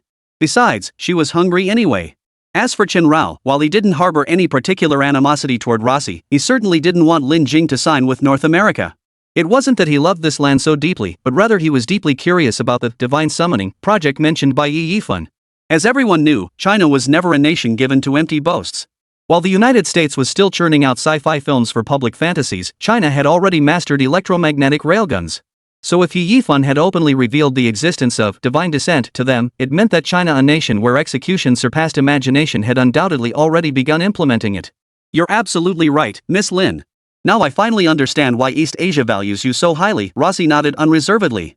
Before arriving, he had conducted thorough investigations into each member of the quintet and incorporated honey clauses into the agreement designed to sway the other four. He excelled at eliciting human desires, then maximizing his own interests within seemingly reasonable contracts. Lin Jing, however, presented an almost impenetrable target. Money? Lin Jing was indeed short on money, but it was merely a lack, not a craving. She wasn't like Xue Jinfei, who would lose loved ones without it. In other words, money could make her life better, but without it, well, it didn't really matter. Status? Power? At most, Luo Shi could promise Lin Jing treatment equal to that of Song Lu or Yu Min. But clearly, the East Asia Bureau could offer the same, perhaps even more. To date, Lin Jing had met 2 of the 3 directors of the East Asia Bureau's major departments. As for those close to Lin Jing, she had no friends as close as siblings, nor any lover bound by vows of eternal devotion. Her parents, living deep in a mountain village, had long since considered her dead. Even when Luo Shi personally traveled to that impoverished mountain hamlet, Lin Jing's illiterate parents mistook him for a con artist and chased him away. Headache. A real headache. Then who exactly do you plan to introduce me to? Lin Jing asked, her curiosity piqued. Surely not some high-ranking official from the North American headquarters? Chen Rao stood right beside Lin Jing. He even wondered if it might be the director of the North American headquarters, who would then tell Lin Jing that they also had a project similar to spirit summoning. You can take a guess, Luo Shi replied with a smile. Could it be your bureau chief? Lin Jing hesitated before asking. Of course not. I doubt the director of the East Asia Bureau would come meet you personally, right? Yes, Luo Shi had just been testing the waters. What bigwigs from the East Asia Bureau had met Lin Jing? Of course not. You think too highly of me, Lin Jing laughed. Though she had some inkling now, she remained completely unaware that the open and covert rivalries among the 4 major bureaus over her had actually begun 40 days ago. Alright, please come in. Luo Shi stopped before a large door and stepped aside. Aren't you coming in? Lin Jing asked. He only requested to see you, so your beast must remain outside. Luo Shijian glanced at Lin Jing, then at Chen Rao. Me? Stay outside? Chen Rao looked at Luo Shi, her wide eyes filled with utter bewilderment. Why? Can't I take him into the beast taming space? Lin Jing protested, reluctant to leave Xiaobai, or rather, Chen Rao. No. He's not a beastmaster. Carrying a beast is no different from carrying a weapon, especially after witnessing your abilities. Absolutely not. Luo Shi's response was firm, indirectly confirming that the person inside was definitely not from the North American Beastmaster Administration. Xiaobai, wait outside for now. Lin Jing turned to Chen Rao, deliberately making a gesture as if issuing an order. Not going in is fine, but I need to leave something behind first. Chen Rao muttered under his breath, then leaned close to Lin Jing and activated his skill. Golden Dew Robe. In an instant, an invisible membrane enveloped Lin Jing's body. Then, at Rossi's prompting, Lin Jing put on the simultaneous interpretation headset he handed her. The door slowly opened. Lin Jing hesitated slightly but stepped inside. During those few paces, she repeatedly reminded herself that the Academy knew about this, the East Asia Bureau knew about this, so she needn't worry too much. Besides, she was within the imperial capital now, there shouldn't be any danger. Yet the moment she entered the room and lifted her gaze to see the figure within, her pupils dilated in shock. The figure was a tall Caucasian man with graying hair, dressed in an impeccably tailored suit. A gleaming gold badge adorned the left lapel, featuring a white-headed eagle emblem with 4 silver stars beneath it. Every inch of him radiated military precision. Hello, he said, his electronic voice calm and steady. Hello. May I ask who you are? Lin Jing looked into the man's eyes, instinctively feeling afraid. For some reason, the man before her radiated an overwhelming sense of pressure. Her instincts screamed he was no peaceful envoy stationed behind the lines, but a battle-hardened general who'd seen death and war up close. Perhaps he'd even slain a demon beast the very day before arriving in China. He wasn't a beastmaster, yet a faint, metallic scent lingered on him, one that even perfume couldn't mask. That very scent Lin Jing had smelled it before in the occupied territories. It was the smell of demon beast blood. Did Little Pink not introduce me to you? The man referred to Little Pink as Luo Shi. No, so who are you?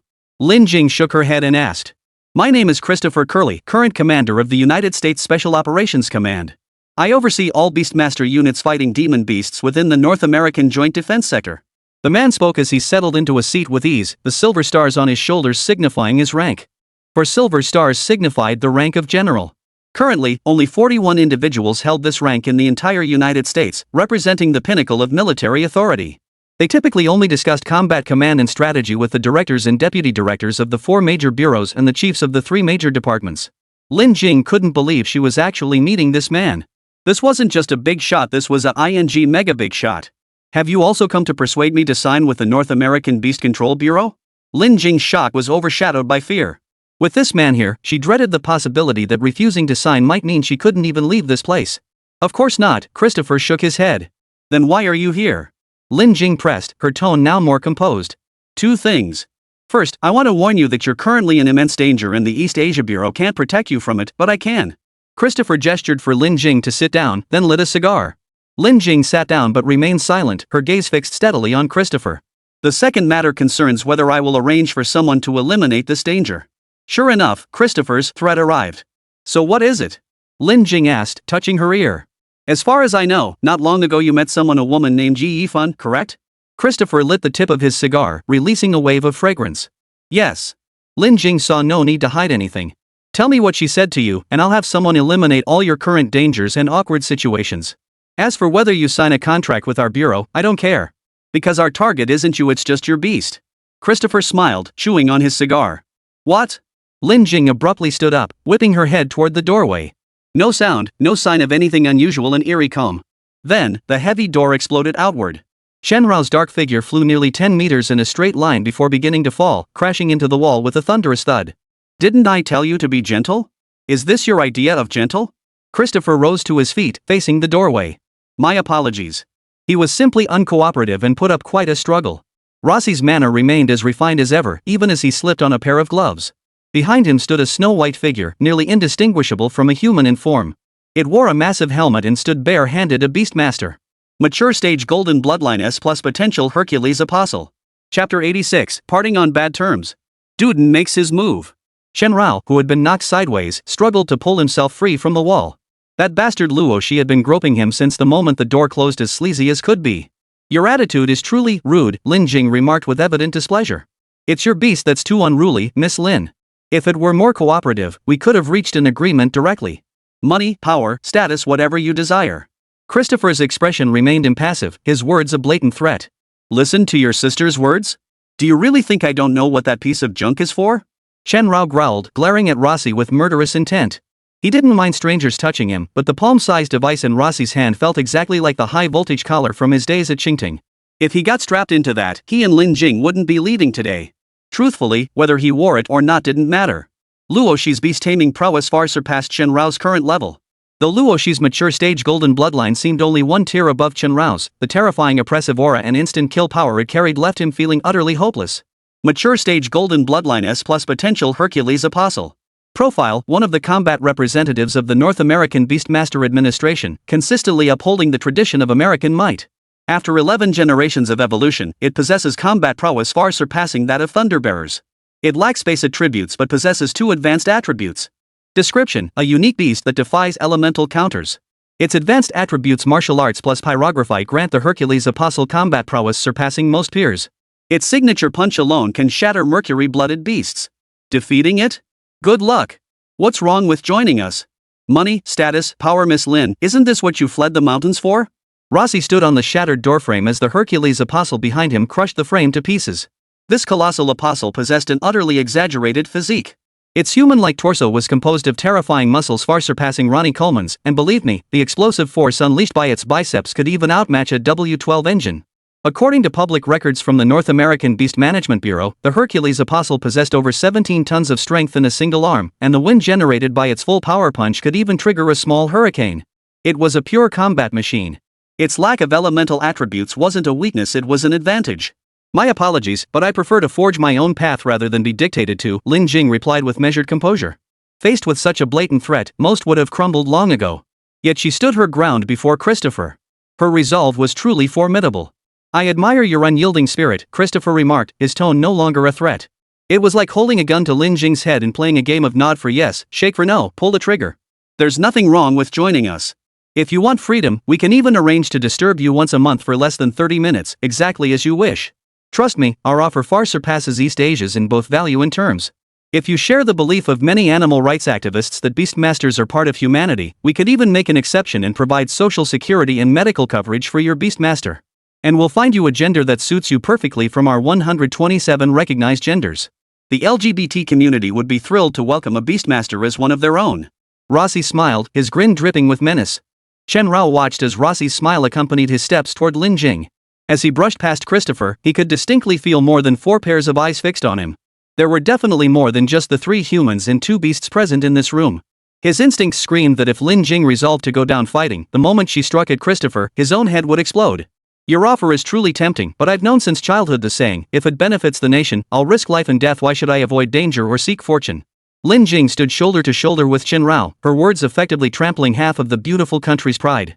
Moreover, I've long heard that among the world's 4 major administrative bureaus, yours and 2 others signed the OCS agreement to restrain the development of the East Asian Bureau. I suspect its purpose is to indirectly pressure and control my nation. Your offer is tempting, so I have no objection to my friend signing with you. But people have different aspirations. I hope Mr. Kalari won't put me in a difficult position. Her latter remark was tantamount to taking half of the beautiful nation's dignity, turning it into an insole, and stomping on it. Your Chinese have an old saying, refuse the wine offered, and you'll be forced to drink the punishment wine. Rossi's face darkened with anger. The apostle behind him crouched low, assuming a sprinting stance. Chen Rao spun instantly, lowering his stance. Golden ritual robes and summoned thunderclap interwove into a lightning net in the blink of an eye. He shielded himself and protected Lin Jing, yet out of caution toward the hidden figures or beast riders lurking in the shadows, he skillfully avoided Christopher. And just as he had anticipated, as long as he showed no hostility toward Christopher, those lurking in the shadows would not reveal their intent to kill him. Crack! Smack! Smack!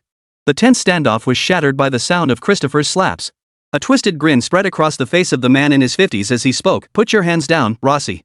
Sir Rossi started to protest, but Christopher raised his hand to silence him. Chen Rao exhaled in relief, the rolling thunderlight on his body slightly subsiding. Truthfully, I admire your courage to stand before me and challenge me like this. Since I rose to this position, few dare speak to me this way. If I were 30 years younger, I might even be so impressed by your audacity that I'd gladly die for you. But alas, I must give my life for the stars and stripes I swore allegiance to. Miss Lin, we are friends this time. I hope we remain so next time. Christopher was generous with his praise after all, few on this planet had the guts to speak to him like this anymore. Roughly estimated, no more than 200. May I leave now? Lin Jing asked, taking a deep breath. Of course. Rossi, clear the way. Christopher gestured with his hand. Though Rossi seethed with incomprehension and gritted his teeth, he had no choice but to obey. The apostles behind him reined in their battle-ready stances, their taut muscles relaxing as they parted to make way for Lin Jing and Chen Rao. After a conversation lasting less than 10 minutes, Lin Jing walked away.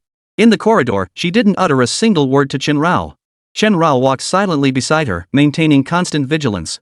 Truthfully, if he had been the one in that meeting, he couldn't guarantee he'd remain as composed as Lin Jing did before Christopher. After all, if he'd said one wrong thing, or if Christopher had been determined to achieve his goal by any means necessary today, both of them would have been dead for sure. 10 people, Chen Rao, 10 people in total. As they were about to exit the building, Lin Jing spoke in a voice only the 2 of them could hear. This time, she didn't use the nickname Xiaobai but called him by his full name, Chen Rao. This meant that in the room just now, besides the 4 people openly present including Chen Rao himself, there were 6 others. And Chen Rao hadn't even noticed these 6 individuals. He knew someone lurked in the shadows, but he couldn't pinpoint them with such precision. It was clear how terrifying Lin Jing's perception had become after cultivating the Qian Kuan technique. So there are 6 more hidden individuals. Given his status, this security setup makes sense, Chen Rao muttered to himself, weaving the words nothing to worry about with his lightning net. Yeah, no harm done. Lin Jing adjusted her breathing. Outside the main gate, Yumin, who had been waiting, waved at her. So, what terms did they offer you? Yumin asked as she approached. I was scared out of my wits. Lin Jing's legs went weak the moment she stepped outside the gate. How could she not be terrified?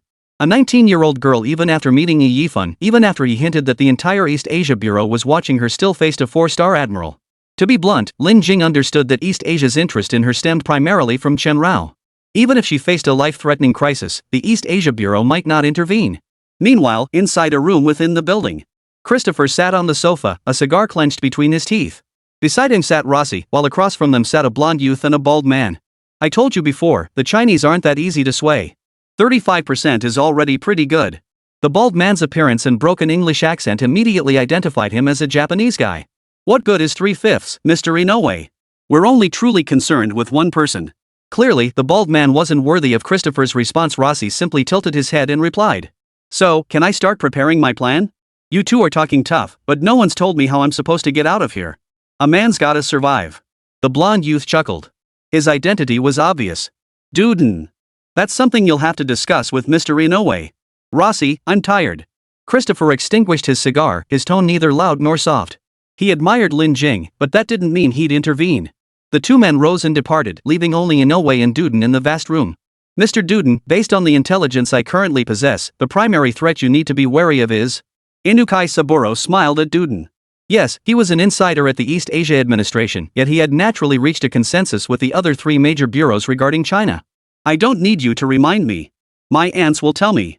Duden couldn't be bothered to engage this double-crossing scoundrel. Chapter 87, Showdown. Baiting the trap. May you shine brightly in the wider world. That night, in the lobby of the second-year administration building at Johua Beastmaster Academy, a staff member delivered the files of Xue Jinfei and the other two to representatives from the North American Beastmaster administration with a signature smile. From this moment onward, Xue Jinfei, Nua, and Song Lu were no longer affiliated with Johua Beastmaster Academy. Any subsequent developments in the Devil's training camp would no longer concern them. In other words, the once five-member team was now reduced to just Yumin and Lin Jing. The trio handed over all the materials they had gathered to Lin Jing, including the egg sack Song Lu had reserved with his family, along with the pickup slip. This moment marked their farewell. It happened so fast, Xue Jinfei murmured, staring at his thick file folder before turning to leave. He left as quietly as he had arrived. See you across the sea. Nua wasn't nearly as melancholy, even seeming somewhat relieved. After all, she'd effortlessly obtained something others had struggled for so long to get. It was only natural to feel happy. She skipped along behind Xue Jinfei. So, both of you turned down their offers? Song Lu didn't rush to leave but plopped down between Lin Jing and Yumin. Different strokes for different folks. I won't badmouth you behind your back, Yumin said, glancing at Song Lu. I'm not afraid of that either. To be honest, I could tell that guy Luoshi's real target wasn't us. It was Lin Jing. Song Lu said, looking at the silent Lin Jing. Why? Lin Jing feigned ignorance. Intuition. A woman's intuition. Johua graduates over 3,000 students every year, yet we've never seen North American recruiters scrambling to poach talent like this. Combine that with our past experiences, even a fool could see they're after you. We're just window dressing. Song Lu smiled, a slightly lecherous grin. Then why did you sign? Aren't you afraid they'll renege? Yumin asked. Don't forget what my family does. I've been reviewing contracts with my dad since I was 12. Their agreement is genuine, no strings attached. Why wouldn't I take advantage of a good deal? Song Lu chuckled. So you plan to go work for them, to milk them dry? Lin Jing was thoroughly confused. Exactly. The OCS agreement, since they won't share their tech with us, I'll go undercover. Lin Jing, I believe in you. 1 year no, 2 years from now, I'll be back. I hope you'll be the hottest new recruit at the East Asia Bureau by then.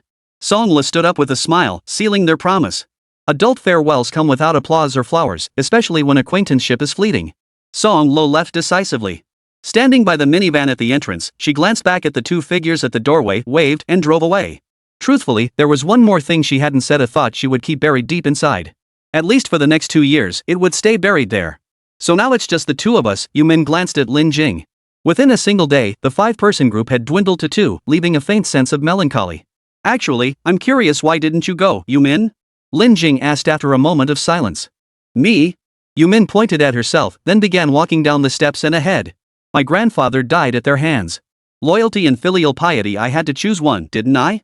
With those words, she departed as she always did when the group parted ways each day, soon disappearing into the night. Yes, Yumin's grandfather had died at the hands of the North American Beast Control Bureau. The details were too complex to explain in a few words. But this was Yumin's sole reason for refusing Luoshi. Or rather, had Yumin not known she couldn't defeat Luoshi, she would have turned on him right then and there. After bidding farewell to Yumin, Lin Jing gave her backpack a light tug and Chen Rao sprang out. All good things must come to an end, especially when the bond isn't deep, Chen Rao yawned. After 2 battles that day and the friction with Luoshi, he was utterly exhausted. True enough, but... Lin Jing started to speak, only to see Tina approaching her. This woman radiated feminine allure at every moment, her sensual figure swaying with every graceful twist. Judging by her attire, a jet black leather outfit with her hair pulled back, dust and stains on her clothes combined with her perfectionist nature, it was clear Tina had gotten into some kind of argument. Seeing a beauty like you right after returning makes my back feel less sore, Tina cooed with a seductive smile, gently wrapping an arm around Lin Jing before glancing at Chen Rao on the floor. Instructor, if there's nothing else, I should be heading back. Lin Jing was eager to distance herself from Tina, unsure of the woman's sexual orientation. Don't rush off. I wouldn't have come looking for you if I didn't need something. Tina released Lin Jing with a smile. What is it? Lin Jing asked. That who is the strongest beast tamer competition you entered. It's a scam. A complete and utter scam. Tina's expression turned serious as she spoke. What? A scam? Then I've wasted over 100 years of my lifespan for nothing? Chen Rao was stunned. Don't overreact like that, kid. Wait, I should call you Chen Rao. Tina smiled at Chen Rao. Don't forget she had a hornet on everyone present, not a single move escaped her notice. Truthfully, Tina had known Chen Rao could understand human speech long ago, ever since Yi Yifan met Lin Jing. Chen Rao and Lin Jing quickly caught on, choosing not to press further. Instead, they were puzzled by the word scam. Deception? Why? Lin Jing asked. Remember that gilded pearl you lost? Tina didn't answer immediately, but countered with a question. Yes. Instructor Shen said you were searching for it. Any leads? Lin Jing nodded, her curiosity piqued. Yes, and there's no need to keep it hidden anymore. Christopher has personally intervened, which means they already know about Grandpa's son's return. Pretending any longer would be downright arrogant. Tina nodded, pulling Lin Jing and Chen Rao into the administration building. They took the elevator, turned a corner, and entered a conference room. Over the past 20 days, 3 major events had unfolded in Tina's world. The first major event was the declaration of victory in the extermination campaign against the Level 7 Special Danger Zone, Cambasol. Shen Ming, true to his reputation as the Lord of the Underworld, had once again single-handedly shattered the organized assault of the beasts. The problem was, after the battle, the beast tamers responsible for clearing the battlefield discovered small amounts of stimulants on the corpses of these beasts. Substances meant to stimulate beasts for training, yet found on the monsters themselves. In other words, the beast attack in Cambersol was not a spontaneous act by the beasts themselves, but rather the result of human intervention that provoked them. The second major development concerned Du Denver. After 40 days of investigation, his physical description was narrowed down to a 25-35-year-old, blonde, lean Caucasian male. His potential whereabouts had been reduced from the entire imperial capital to just 2 districts. Catching him was now merely a matter of time, but the question remained, did he still possess the Golden Pearl? And that brings us to the third major development. Word of Sun Qianquan's emergence had already reached the outside world, and confirmation had been obtained that the Golden Pearl was indeed the stolen artifact. Christopher's covert arrival in the imperial capital to personally verify this information had indirectly corroborated its authenticity. However, according to the technical department's analysis, Christopher would never risk carrying the Golden Pearl on his person. According to the technical department, Du Den was merely a temporary worker or outsourced agent.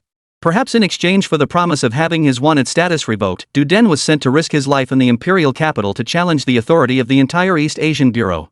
Yet it was evident that the other 3 major bureaus would not stake their success solely on Duden to obtain the Golden Pearl. Reliable sources indicated that Inukai Saburo of the East Asia Beast Control Bureau's Japan branch had defected. The operation to apprehend him will commence tonight. The problem is, he has already leaked all intelligence concerning Du Denver. Moreover, Christopher's visit to China this time is certainly not solely for Lin Jing. He is indirectly aiming to protect Inoue Saburo, ensuring at the very least that he avoids direct imprisonment. As for Duden, having obtained the Bureau's operational plan, he certainly won't make any rash appearances. This will pose significant obstacles to the capture operation. So the question arises. What problem? Lin Jing asked. If they can turn Inukai, we have our own intelligence network. This, who is the strongest Beastmaster Grand Tournament, is Duden's only hope to escape the capital. Tina held up a finger and explained calmly. Yes, the tournament was a ruse, designed to lure Lin Jing into a trap. Despite the risks, their first step, or rather, Duden's first step, had succeeded. Logically, the Bureau should have prevented Lin Jing from competing. But after Christopher personally intervened and Inoue Saburo leaked the information, the Bureau had no choice but to play a risky move.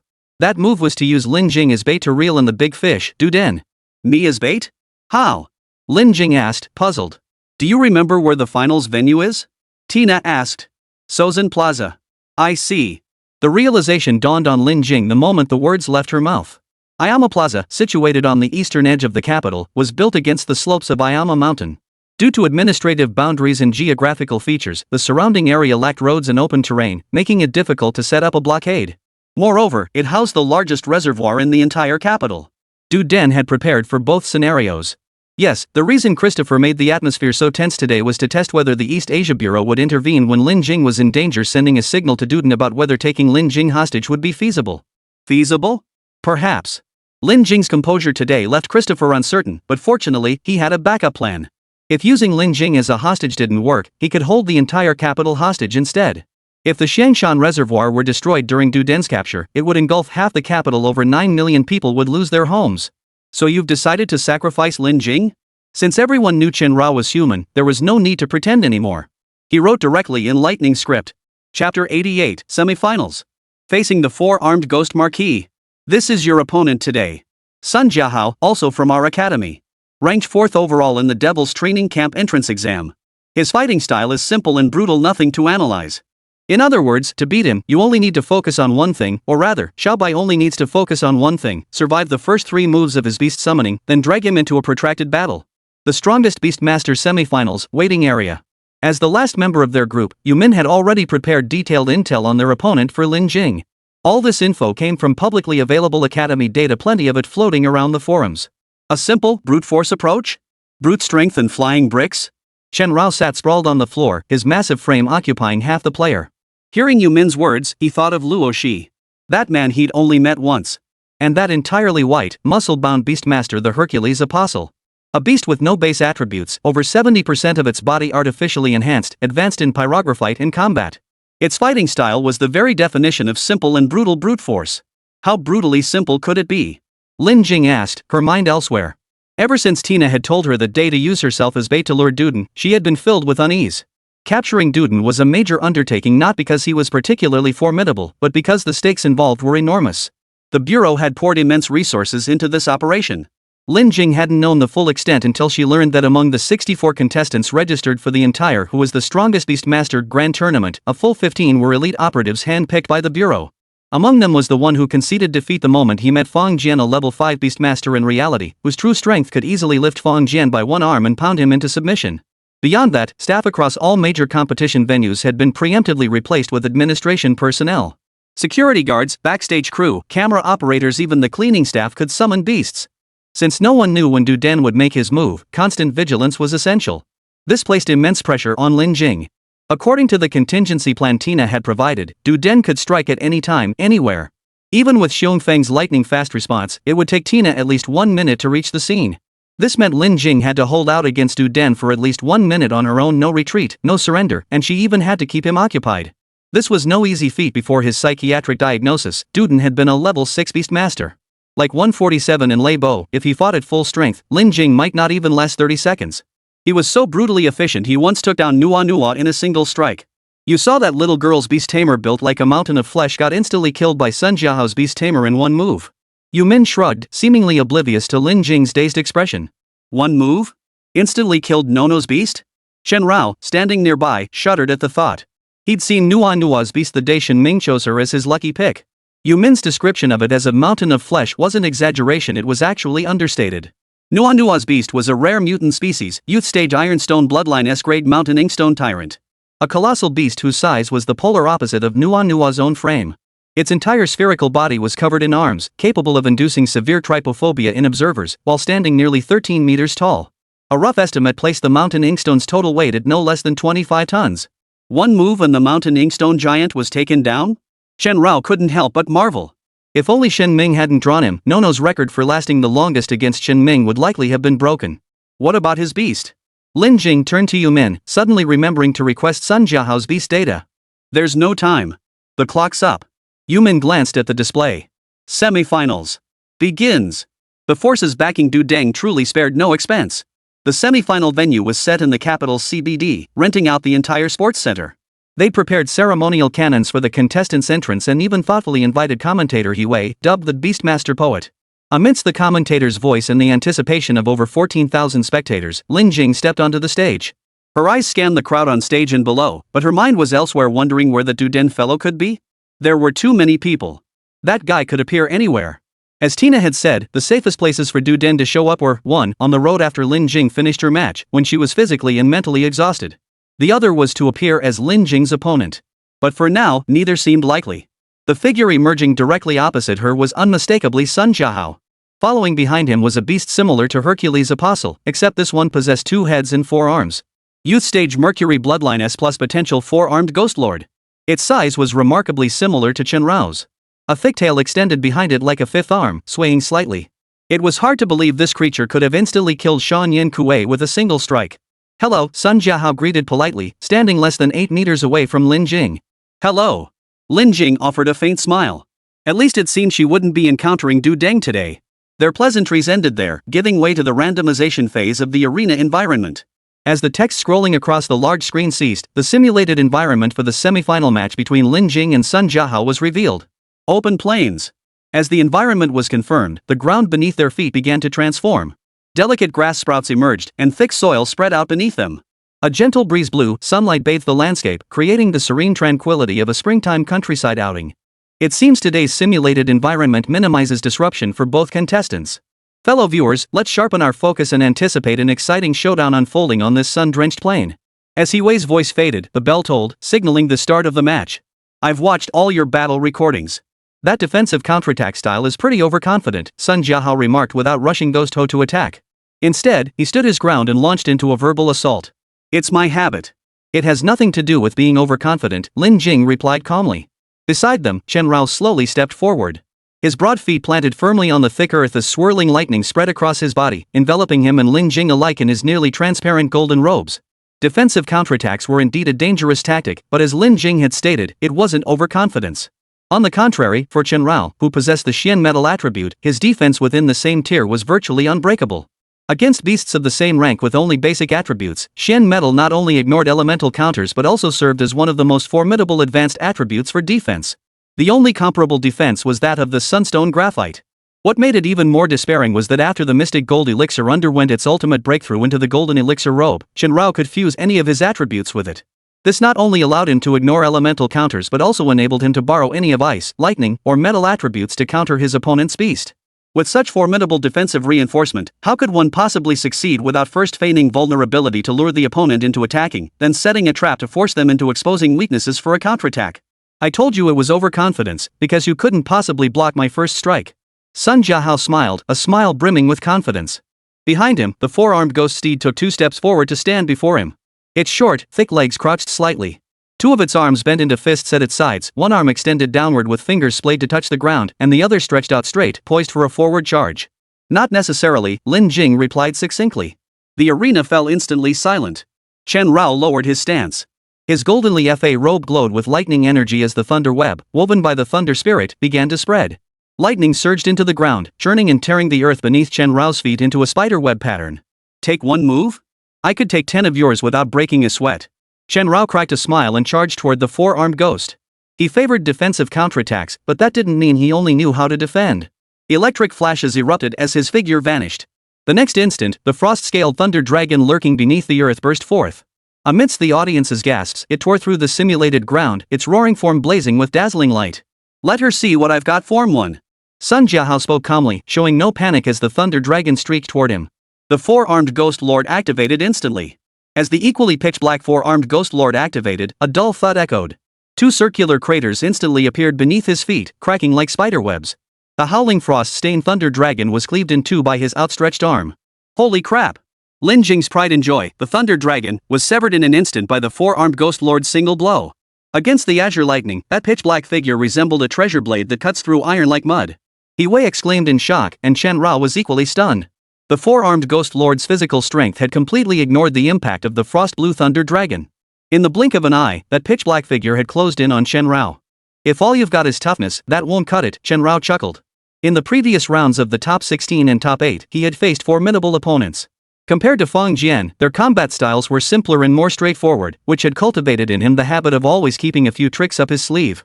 The next second, the severed Qingfrost Thunder Dragon revealed its true form. It wasn't a Qingfrost Thunder Dragon at all, but a feint woven by Qin Laming. A sky-filling web of lightning intertwined in an instant, binding directly toward the four-armed ghost lord. It's a feint. A feint. Thunder Dragon transforms into a thunder net. But before Chen Rao's smile could fade, amidst the overwhelming thunder net, the four-armed ghost marquis grinned savagely. The arms resting on either side of its body suddenly spread wide. The gale it unleashed violently shattered the thunder net. Then, one punch. Chapter 89, Heavenly Demon Subduing Lord, Earthly Grand Duke. What just happened? Viewers, what on earth just happened? My goodness. The four-armed ghost lord just instantly killed the frost-tainted thunder spirit. You saw correctly, and I'm not exaggerating with the peach blossom shadow falling flying sword technique. Four-armed ghost marquis drove the frost-stained thunder spirit deep into the ground with a single punch. Hiwei's voice rang out amidst the thunderous crash of Chen Rao's impact. On the ground, shards of shattered lightning flickered with faint light. Scorching soil and rocks scattered on either side, while a trench over 10 meters long lay carved straight as if by a blade, resembling a plowed furrow. Under the gaze of over 10,000 spectators, four-armed ghost who had dominated every match since the group stage through the first round, second round, round of 16, and quarterfinals, each battle reported as a one-punch knockout seemed poised to continue writing his legend.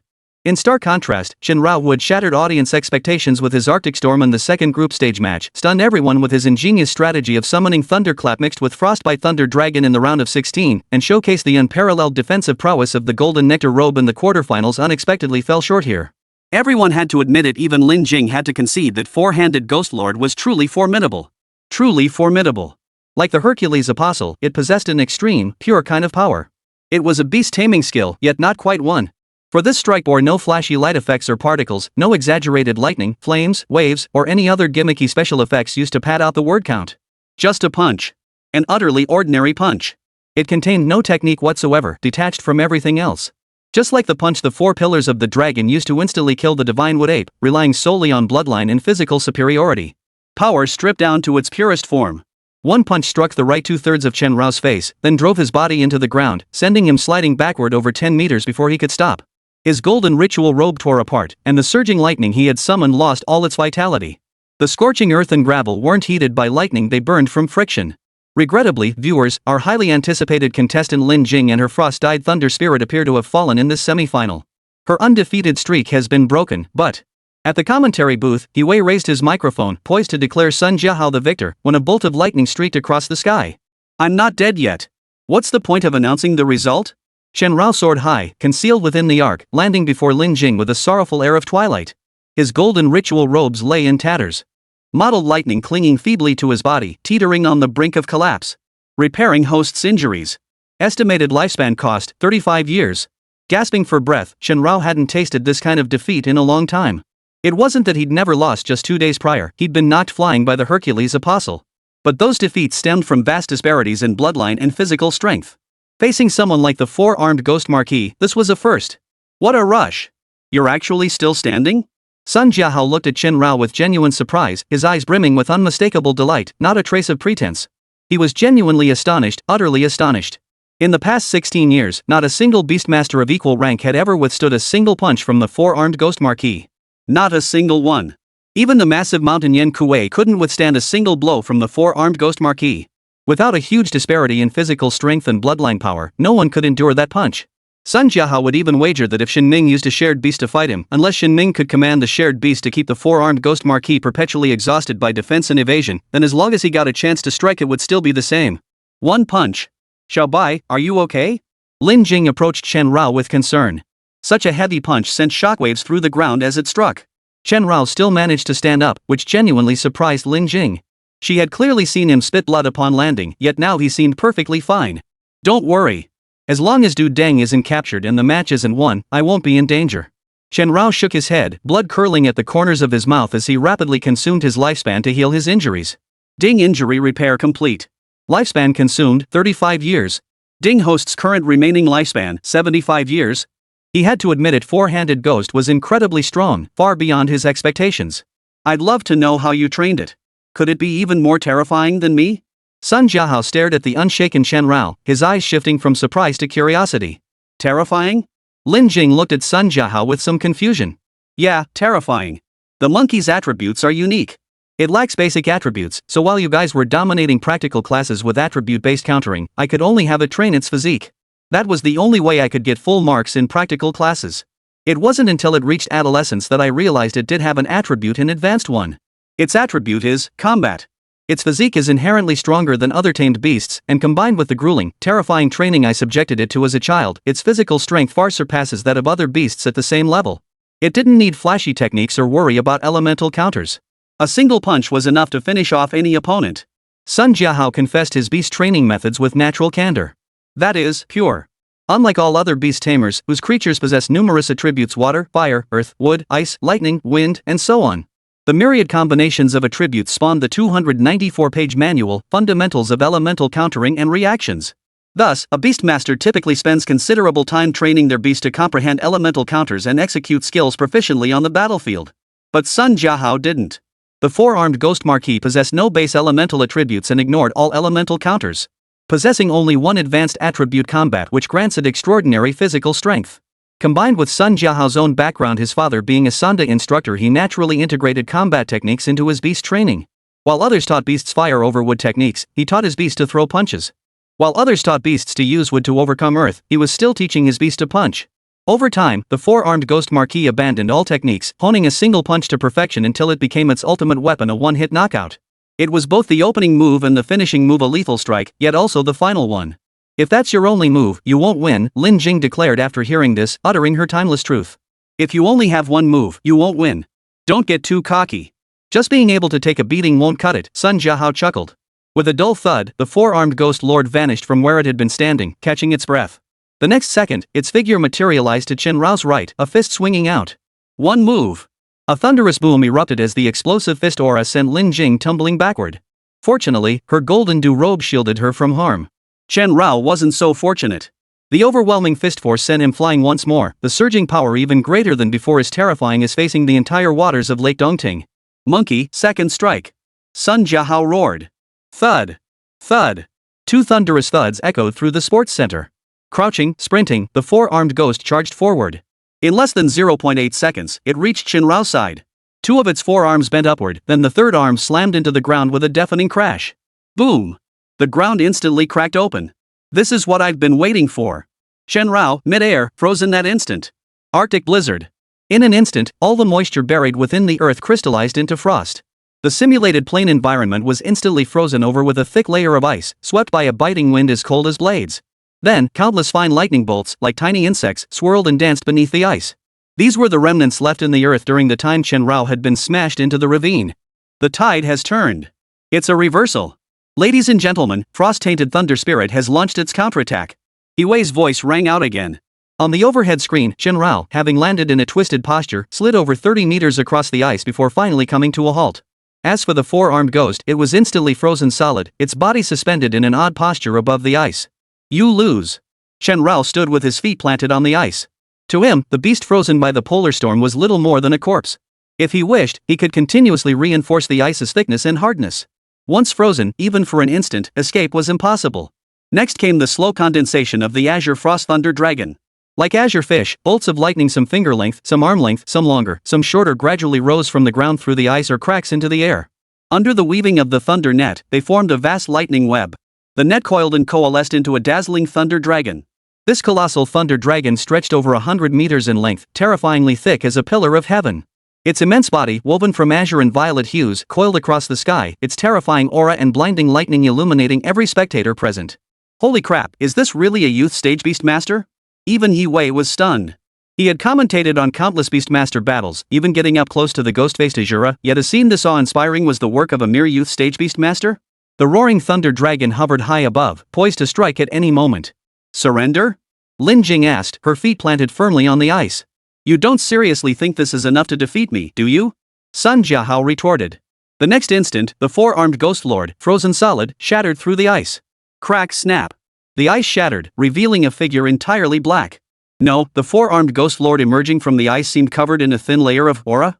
A faint, milky white glow, as if diluted milk, emanated from its body.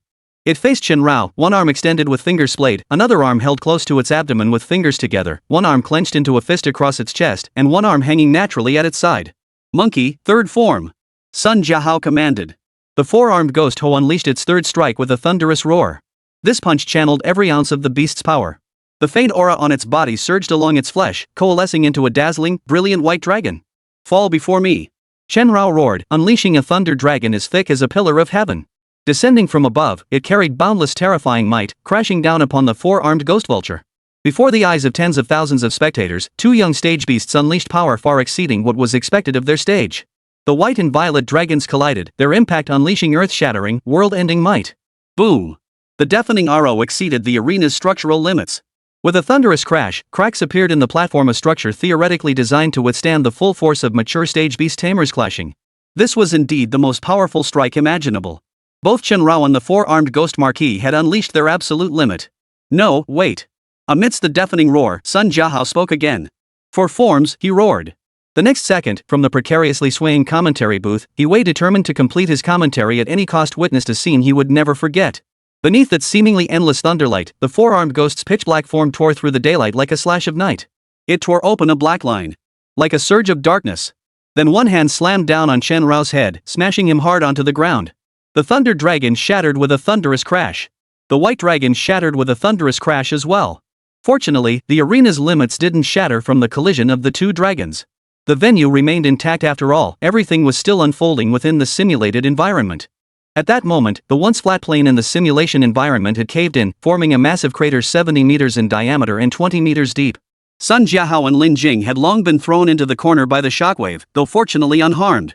But within the deep pit, the shattered thunder dragon had vanished, and the collapsed white dragon had dissolved into white vapor in the air. All that could be seen now, deep within the crater, was the pitch-black shadow that had just torn apart the blinding light. Covered in shattering wounds, it still clamped its fist down on Chen Rao's head with relentless force. Chen Rao had to admit, the four-armed ghost lord was simply too powerful.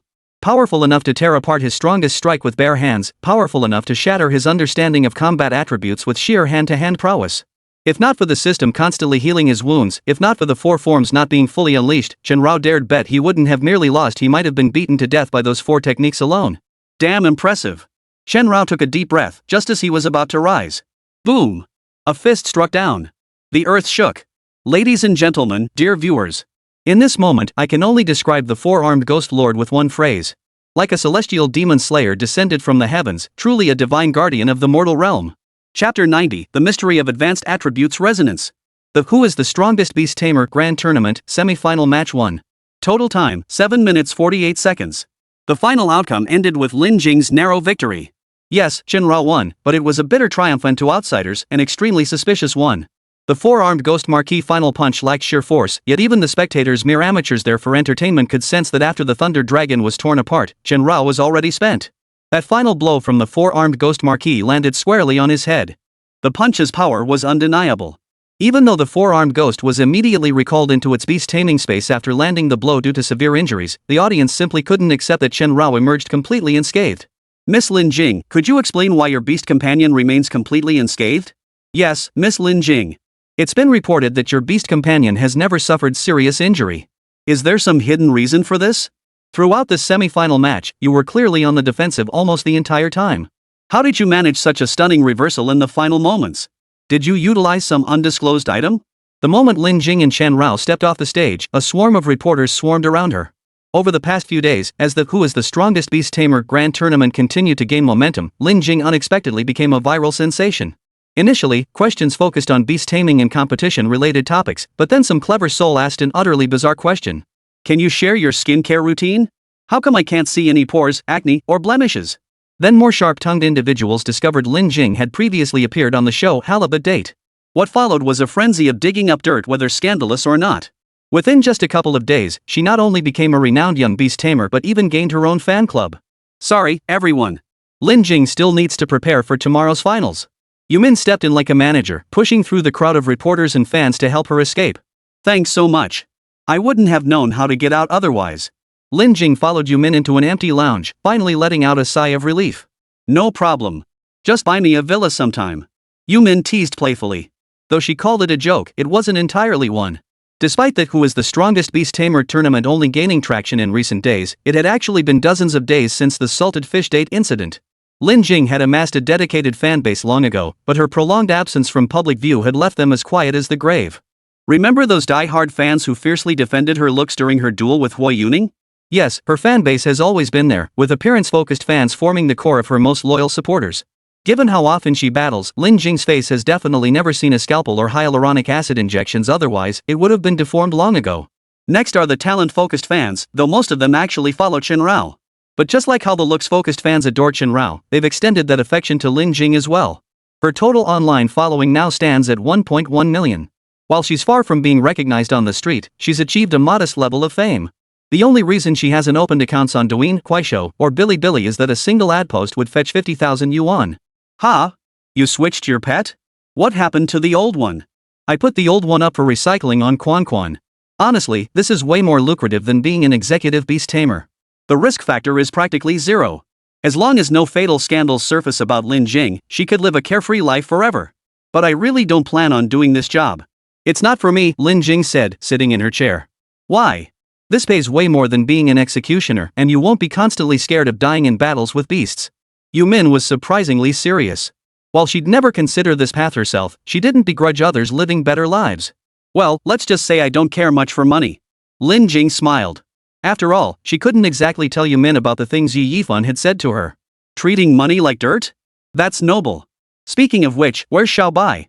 Yumin gave her a thumbs up, only then noticing Chen Rao had vanished. Right here. Chen Rao pushed open the lounge door with his head.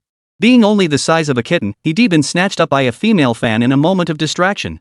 If he hadn't struggled fiercely, he'd probably be at the breeding station right now, happily mating with a female cat. These fans were truly wild.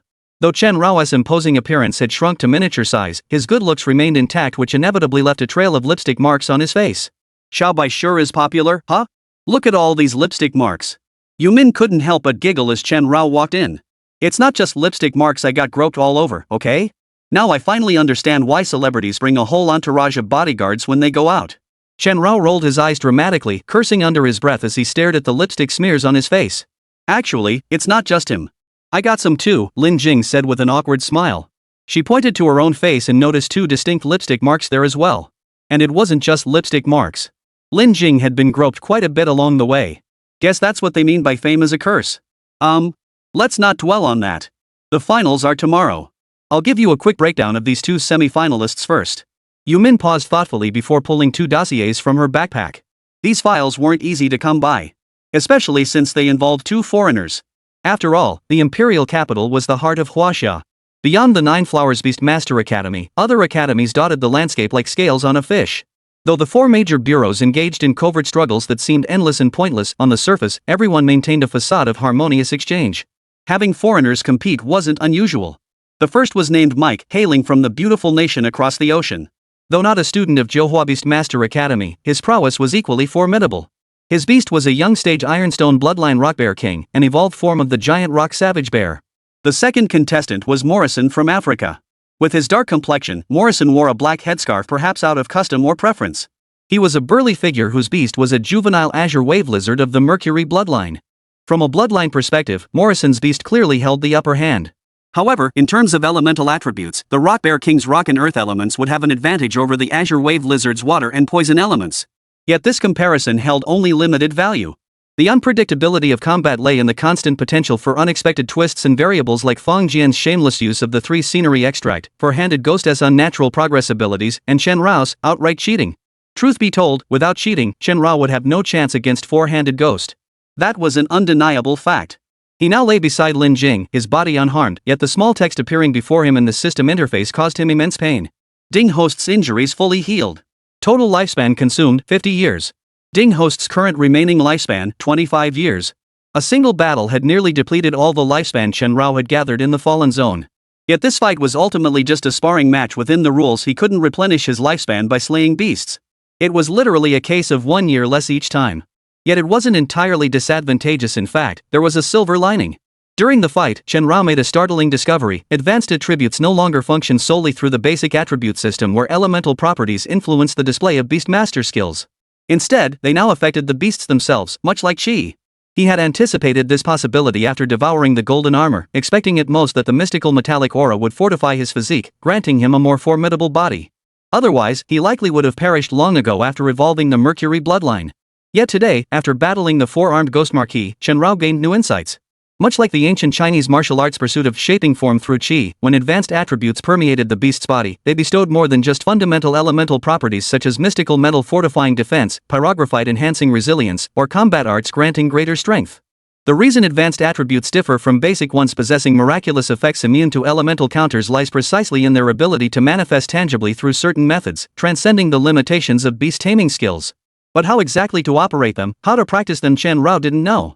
With his remaining lifespan dwindling, he couldn't afford to gamble his life on endless calculations now. He could only set it aside for the time being. Who do you think has the upper hand? Yu Min asked. Hard to say. If you'd asked me before Sun Jiao's match, I'd have said Morrison had the edge. But now, it's anyone's game. Lin Jing's answer was brutally honest. Just then, a knock sounded at the lounge door. Yu Min and Lin Jing instantly tensed, fearing some crazed fan might be outside. But then a familiar voice sounded from outside. I saw you come in. There's no one else here but me.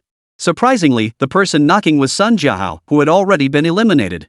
Logically, with the Devil's Training Camp's final round looking hopeless, he should be feeling downcast. Why was he here? Why are you here? Yu Min asked as she got up to open the door. Why wouldn't I come? Setting aside the competition in the camp, we're still classmates, right? Sun Jiao tilted his head slightly as he countered. He then walked into the lounge and sat down across from Lin Jing with unabashed familiarity. Your beast is really strong, Sun Jiao said, genuinely impressed. Thanks. Yours is powerful too, almost unnaturally so. Lin Jing gave an awkward laugh, aware her victory felt suspicious and feeling a bit uneasy. Especially Chen Rao, he'd practically tried to crawl into Lin Jing's backpack to hide. It's not that it's abnormal, Sun Jiahao asked, puzzled. It's that I never expected, even though we both possess advanced attributes, why did you give me the feeling that you had absolutely no idea how to cultivate attribute resonance with your beast? What attribute resonance? Chapter 91, The Suspected Duden appears. Beastmaster attributes are divided into 3 tiers. Basic attributes form the foundation for most Beastmaster skill releases, governed by elemental counters. Fire counters wood, wood counters earth, earth counters water, water counters fire. High-tier attributes remain largely unknown to humanity, with only a handful of beast tamers possessing this level. Intermediate attributes lie between the two.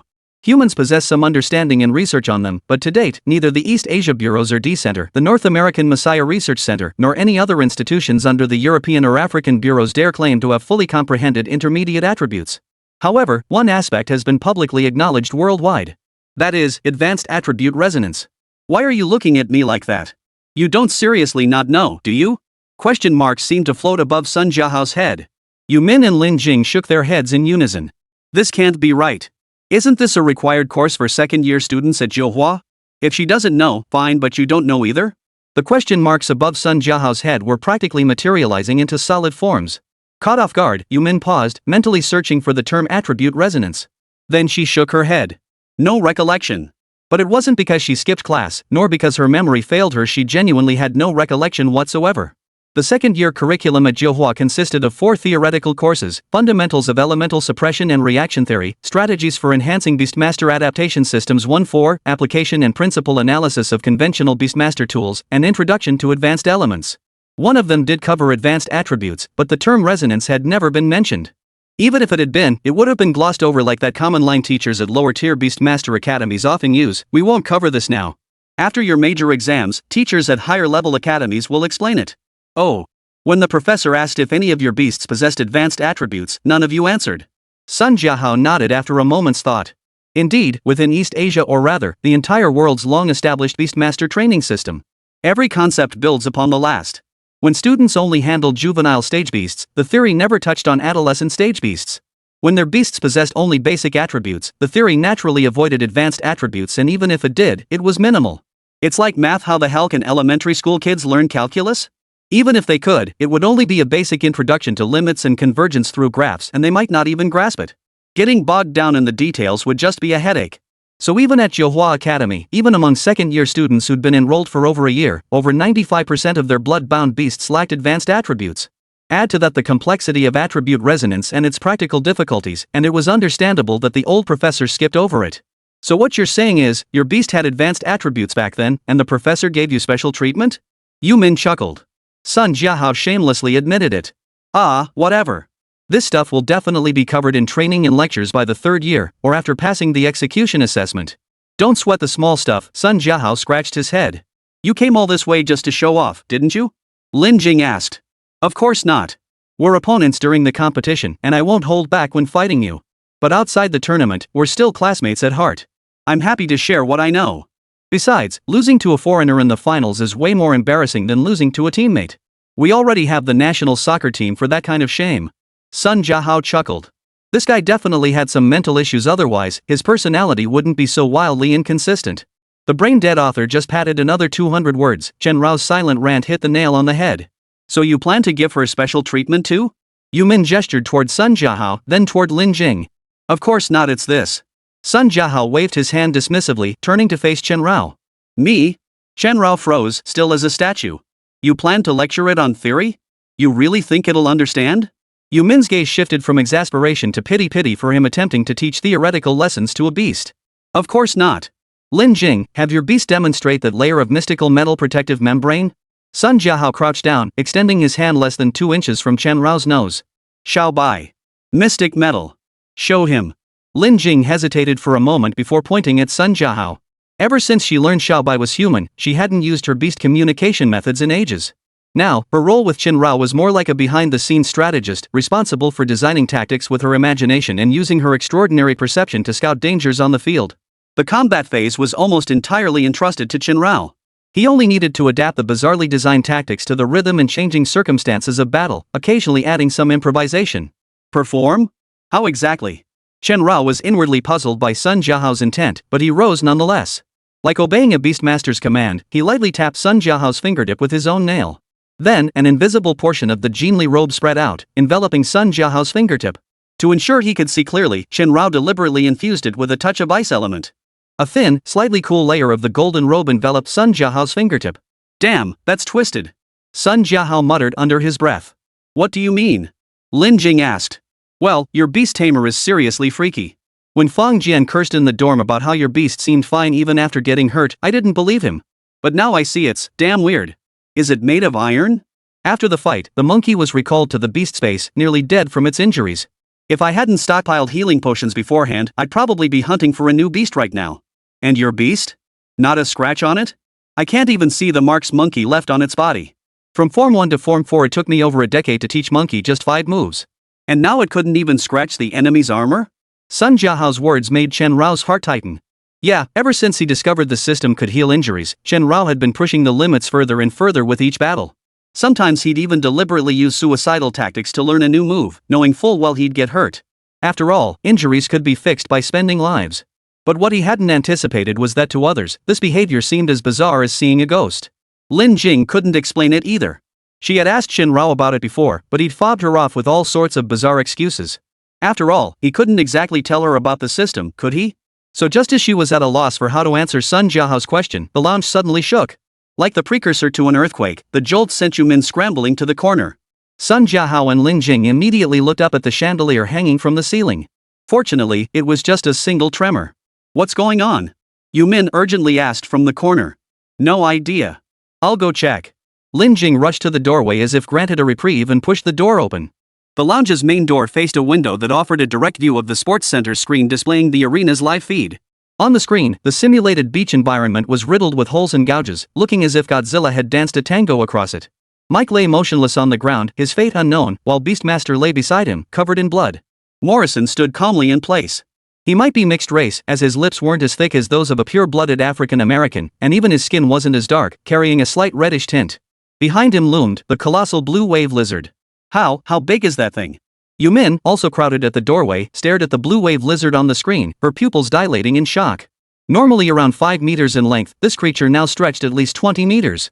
Its massive head resembled a truck, covered in fine scales that crawled across its body like tiny insects, utterly repulsive.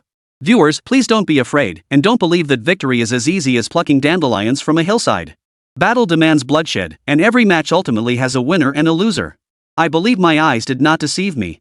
After growing several times larger, Morrison's beast ended the Rock Bear King's advantage with a single terrifyingly heavy blow, securing his victory. He Wei truly exemplified professional integrity. Even after barely recovering from the shockwaves of Chen Rao and four-armed Ghostess dual dragon collision, he managed to finish his commentary after enduring a blow that shook nearly half the sports center. A guy like that deserves every penny he earns. The Azure Wave Lizard can actually grow larger? Sun Jiahao stared at the screen in confusion. Today had already brought him more than enough puzzling events. Something's off. This Morrison guy is definitely up to something. Yumin propped her chin on one hand.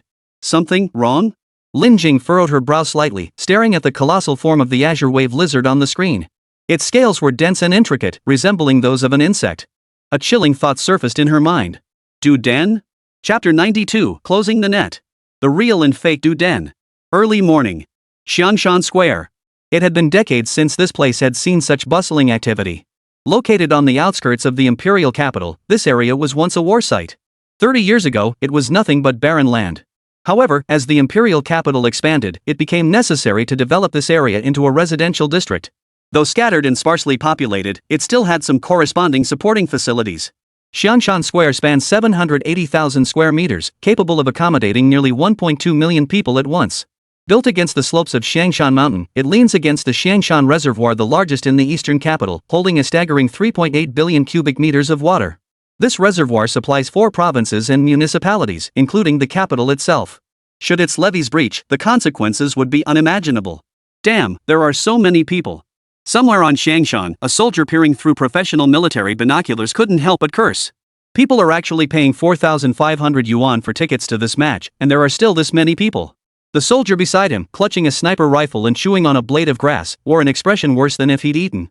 They hailed from a military district in eastern China, conventional troops covertly requested by the East Asia Bureau 15 days prior through the most primitive methods and deployed to the outskirts of the capital. Yes, to ensure the success of Operation Duden capture, the East Asia Bureau had not only deployed over 800 operatives disguised as spectators at the grand final of the Who is the Strongest Beastmaster tournament but had also simultaneously mobilized 450 conventional troops. To maintain the secrecy of the blockade, these 450 elite soldiers had been covertly deployed near Isama Mountain 4 days prior, only activating their communication networks at dawn today. That's right, they'd been surviving in the wilderness for 4 days. Don't ask why the mobilization began 4 days prior. As the saying goes, where there's a will, there's a way. If the East Asia Bureau could produce a scoundrel like Inukai Saburo, then the other 3 bureaus could certainly produce their own red scarf-wearing traitors like Mike Jangwo and Tom Changjuan. But what the Bureau never anticipated was the sheer, terrifying scale of the Who's the Strongest Beastmaster Grand Prix's influence. Tickets started at a mere 200 yuan on day 1, jumped to 300 on day 2, and skyrocketed to 800 by day 3. As more and more highlights leaked online, Duden's backers went on a promotional frenzy across major video platforms. Especially the semi-final match between Sun Jiahao and Lin Jing, the clash of the twin dragons paired with Hui's commentary, sent the view count soaring past 65 million in just 4 hours. This drew nearly 60,000 spectators to Xiangshan Square for the finals. Yes, even though the temporary seating couldn't possibly accommodate 60,000 people, it couldn't dampen the crowd's enthusiasm for the spectacle. The venue's 8,500 seats, priced at 4,500 yuan each, sold out within 35 minutes. Meanwhile, over 50,000 people outside not only got in for free, but organizers thoughtfully arranged 8 99-inch screens stitched together to broadcast the finals live. Over 60,000 people. A full 60,000 people. With this many behind him, Li Yunlong dared to attack Dong Jing. The more people, the more chaotic it gets. 60,000 people, if something goes wrong, even firing shots won't stop them, remarked Wildcat from another mountain ravine. Open fire? Even tanks couldn't stop them. People fleeing for their lives won't care about that. Unless higher-ups authorize firing, these 60,000 people could drown us with their spit alone. This time, it was Armadillo who spoke. Just like all the Administration Bureau operatives currently concealed within the crowd, the 450 conventional troops were also dispersed. Their orders weren't to assist in the arrest, but to restore order at the scene as quickly as possible with the support of the 38 snipers and spotters on the mountaintop, should the situation spiral out of control. Only now did the true purpose of Du Den's hidden forces become clear. Holding Lin Jing hostage was merely the most superficial layer after all. The cost of one person was far too small. Directly attacking Shangshan Reservoir would be tantamount to declaring war on China, and the price would be too high. After all, if Du Den truly lost his mind and destroyed the Shangshan Reservoir, flooding half the imperial capital, China would have no choice but to tear off the mask of diplomacy and call it quits. These 60,000 people, however, were the perfect sacrifice. 60,000 lives in exchange for a gilded pearl. The East Asia Bureau wouldn't make such a deal, and China certainly wouldn't either. Only children make choices, adults take everything outright. The 60,000 men must not be compromised, nor must the gilded pearl be lost. As conventional forces moved swiftly across Shangshan Mountain, facilities and personnel were rapidly deployed within and around the square. The Administration Bureau likewise advanced its preparations at breakneck speed. 800 personnel were divided into 2 major groups, 16 inner field teams and 64 outer field teams. They were evenly distributed among the over 60,000 ordinary citizens inside and outside the venue, each carrying defensive beast-taming creatures to ensure immediate protection should Du Deng appear. Additionally, a suppression barrier composed of low-energy particles had contracted over the sky above Xiangshan Square. Its sole purpose was to block satellite signals from the other 3 major bureaus during Duden's capture. Team 12, stand by. Team 17, stand by. Team 22 in position. Team 43 in position. Team 69 in position. As time ticked away, only 31 minutes remained until the finals commenced. Both inside and outside the arena, the East Asia Bureau's Beastmasters, combined with conventional forces totaling 1,250 personnel, were all in position. At that very moment, a pitch-black van sped along the Seoul Expressway connecting the Imperial City's urban district to Xiangshan Plaza. Inside, Lin Jing, her expression tense, kept adjusting her breathing. Since contacting Tina last night, she had only slept 6 hours. Her nerves were on edge, and she couldn't even stomach a meal. Lin Jing, repeat what I just said. Tina's voice came through the Bluetooth earpiece on her right ear. Protect yourself and, within your capabilities, protect others. Lin Jing took a deep breath and repeated. Correct. Remember, this arrest operation has nothing to do with you. The probability that Morrison is Duden is less than 40%. He could enter Shangshan Plaza today in any manner, but once his identity is confirmed, he will be apprehended. Until he's captured, you must protect yourself. He might not choose you as his sole hostage, but you're definitely his first target. At that moment, no one knew where Tina, the voice speaking these words, was located. For the past 3 days, she had vanished from the capital. No one knew her whereabouts, not even the Bureau could reach her. This was her operational style, especially for pinpoint capture missions like this. She detested the passive role of being in plain sight while the target lurked in the shadows. It felt like waiting for a fish to bite whenever it pleased, an agonizingly slow process. Moreover, the 1,250 personnel coordinated for today were solely tasked with protecting the civilian crowd at the scene, not directly participating in the apprehension. In other words, Tina was the only one truly responsible for capturing Duden. Therefore, she absolutely could not expose herself to Duden's line of sight. She had no choice but to trust the capabilities of the Bureau and the conventional forces, to trust they could protect the ordinary citizens, to trust they could hold out until the moment she descended from the sky. Tina would not move until she confirmed Duden's presence. As for when Duden would appear, no one knew. All they could do was stay alert at 120% readiness, prepared for anything. As for the probability that Morrison was Duden, well, it was just that high. How Tina quantified it into a specific number, I had no idea. Those who became special grade beast masters often possessed some kind of special ability, though that didn't necessarily mean superpowers. It could also be something as peculiar as Shin Ming's particular brand of sleaziness. From Tina's perspective, the one most likely to be Duden wasn't Morrison, nor Mike, nor any contestant in the Who is the Strongest Beastmaster tournament. It was the audience. Because from the current perspective, Duden's primary target as a hostage wasn't Lin Jing at all, but the ordinary citizens who had come to watch the competition live. Although Lin Jing's advancement had likely drawn an audience of 3,000–4,000 people, even if there were 10,000 fewer, there were still over 50,000 people present. Thus, hiding among the crowd offered Duden the safest cover. With such a massive crowd, the Bureau could never screen every single person. Duden simply needed to blend in and wait for an opportunity. But this hinged on whether he could threaten over 60,000 spectators in time. Smuggling large numbers of fire tongue ants into Xiangshan Plaza under the administration's nose was clearly unrealistic. So he might also be disguised as Morrison. In any case, probability is a peculiar thing. Before a possibility truly crystallizes into an outcome, logic might conjure 10,000 factors to justify it. Yet the actual result? There is only one. That is fact. Regardless of how it played out, no matter what identity or guise Duden assumed, no matter which scenario unfolded, he would inevitably appear at Xiangshan Plaza. For this was his only chance. If Duden isn't apprehended at Xiangshan Plaza today, the East Asia Bureau will publicly announce the theft of the Golden Pearl this afternoon. After all, it's no longer a secret.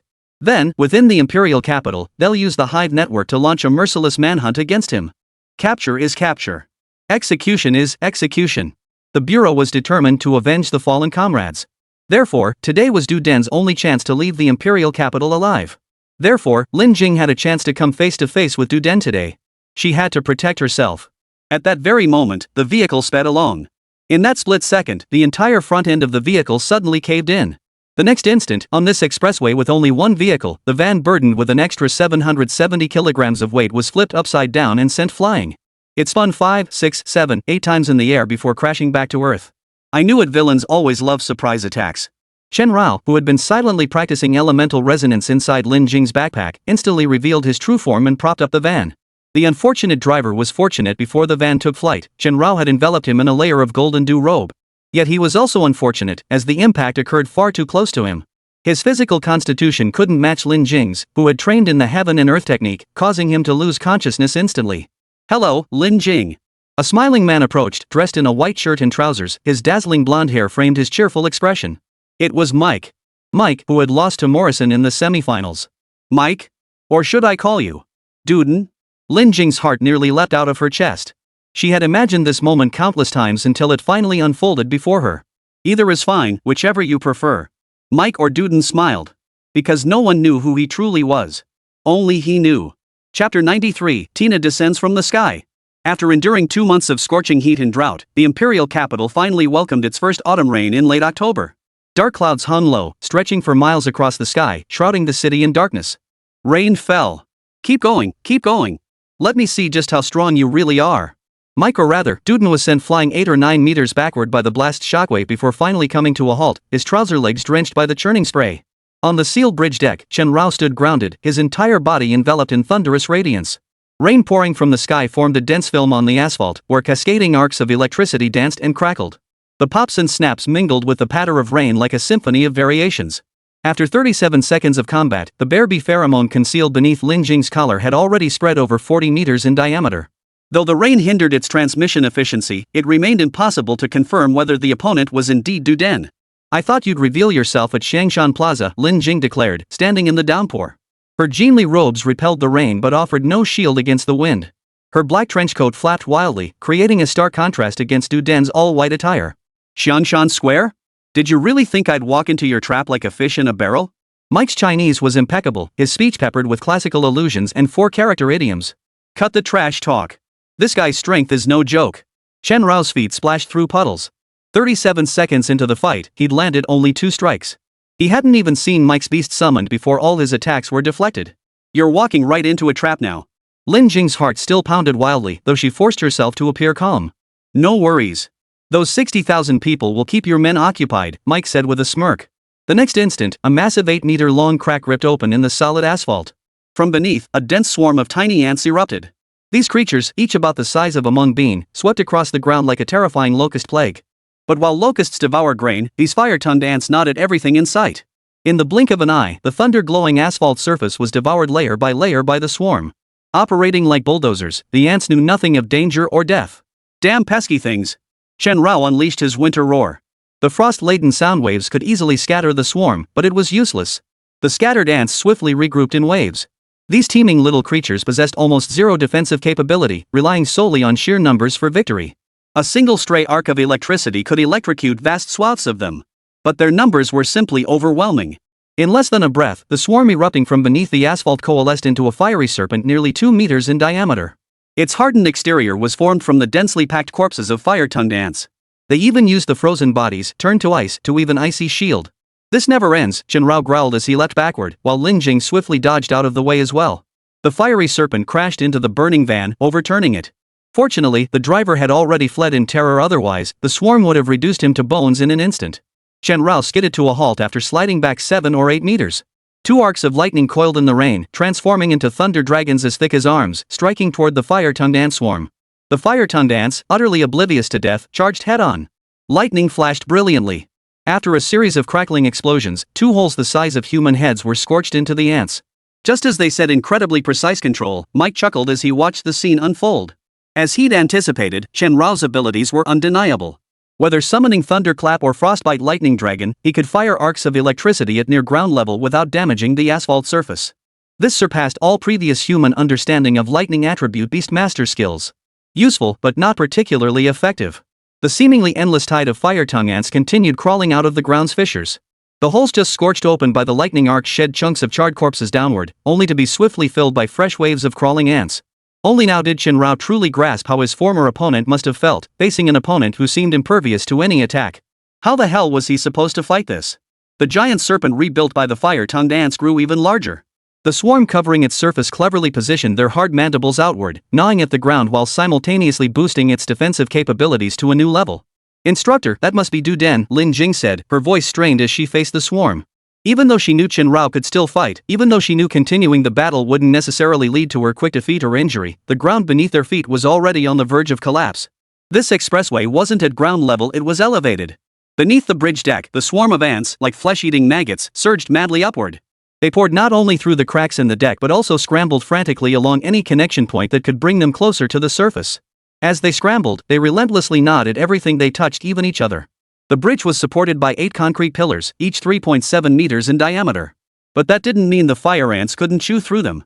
This was precisely why Chen Rao dared not unleash his full firepower without restraint. If the commotion on the bridge deck grew too intense, or the explosions became too powerful, it was doubtful the entire fire-tongued ant colony could be eradicated. More likely, the precariously swaying elevated bridge itself would collapse first. "Don't rush," Tina's voice remained calm.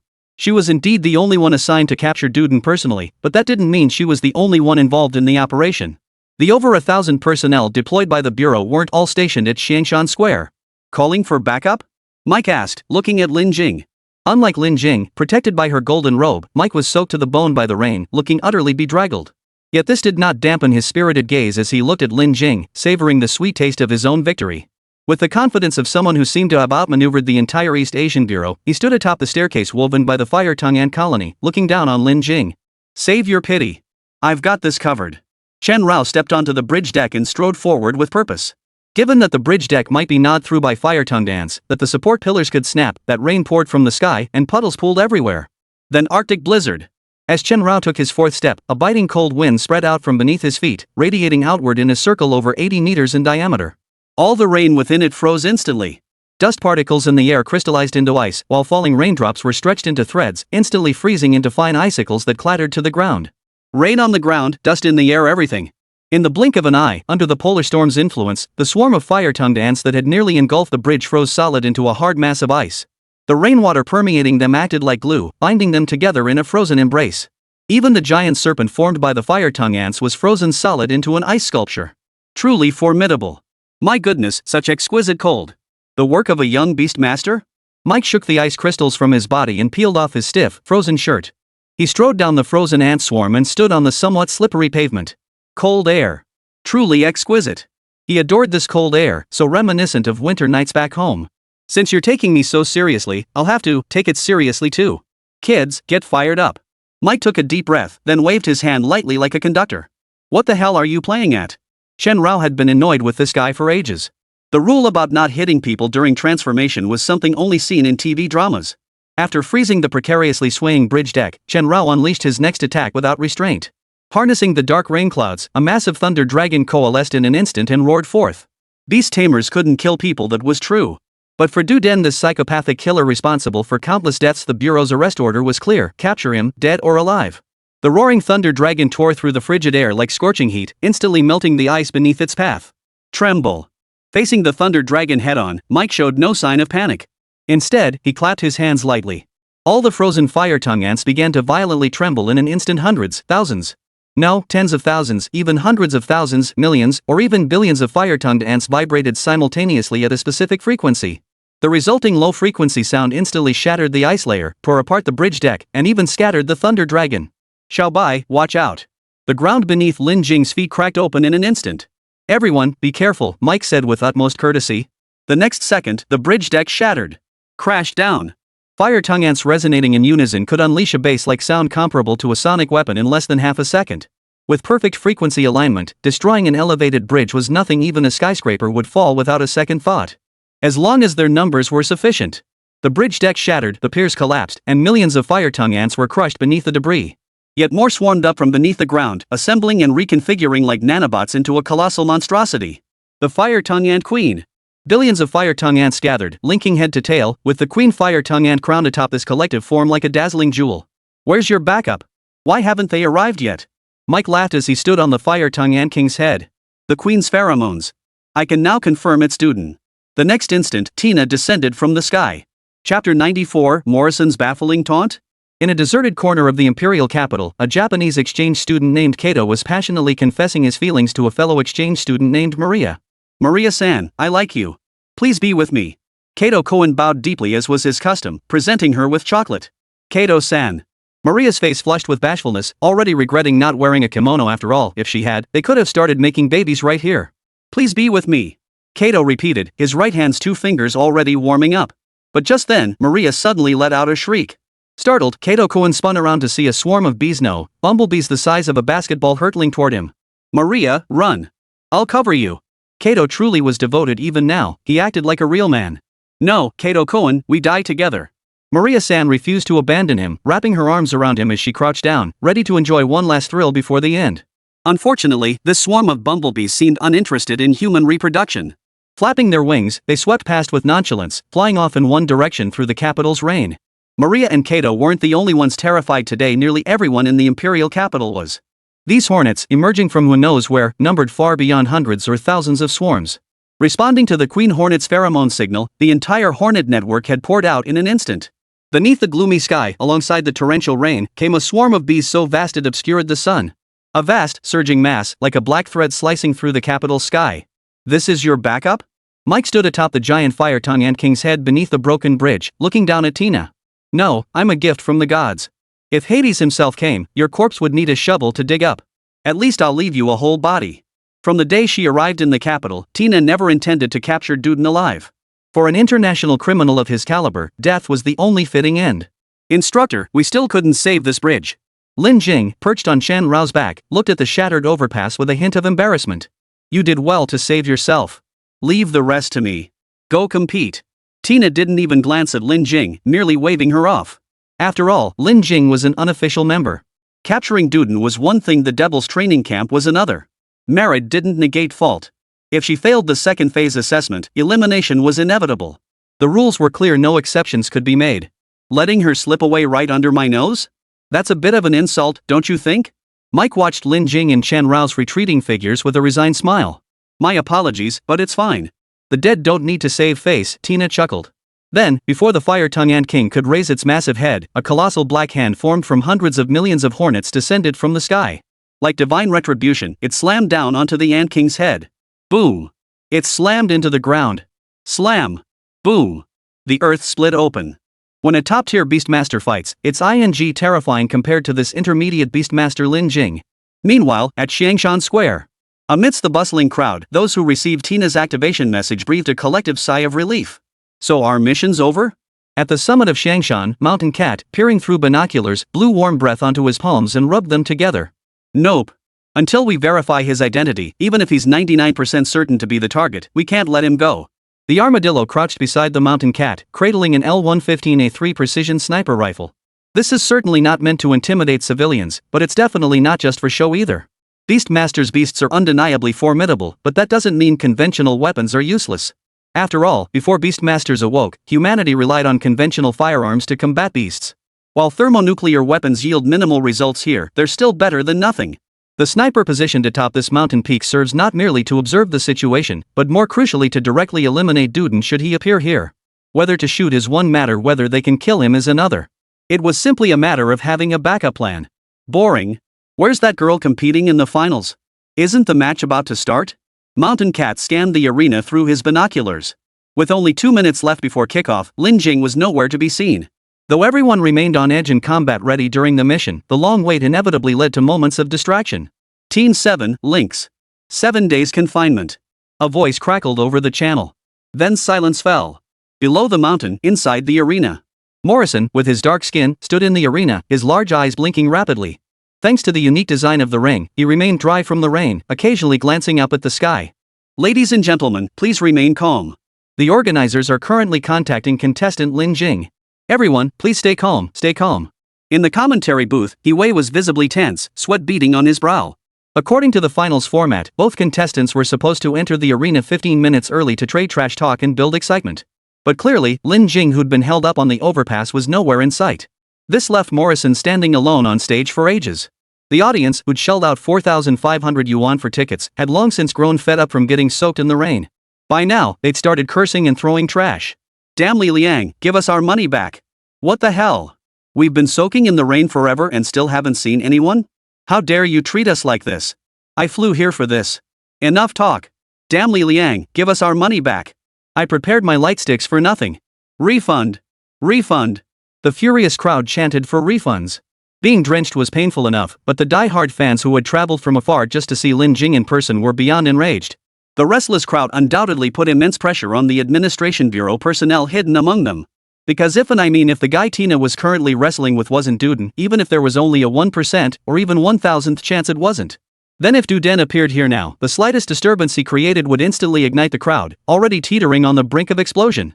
Order was already teetering on the edge. Adding fuel to the fire would be unimaginable. Where's Lin Jing? What's her status?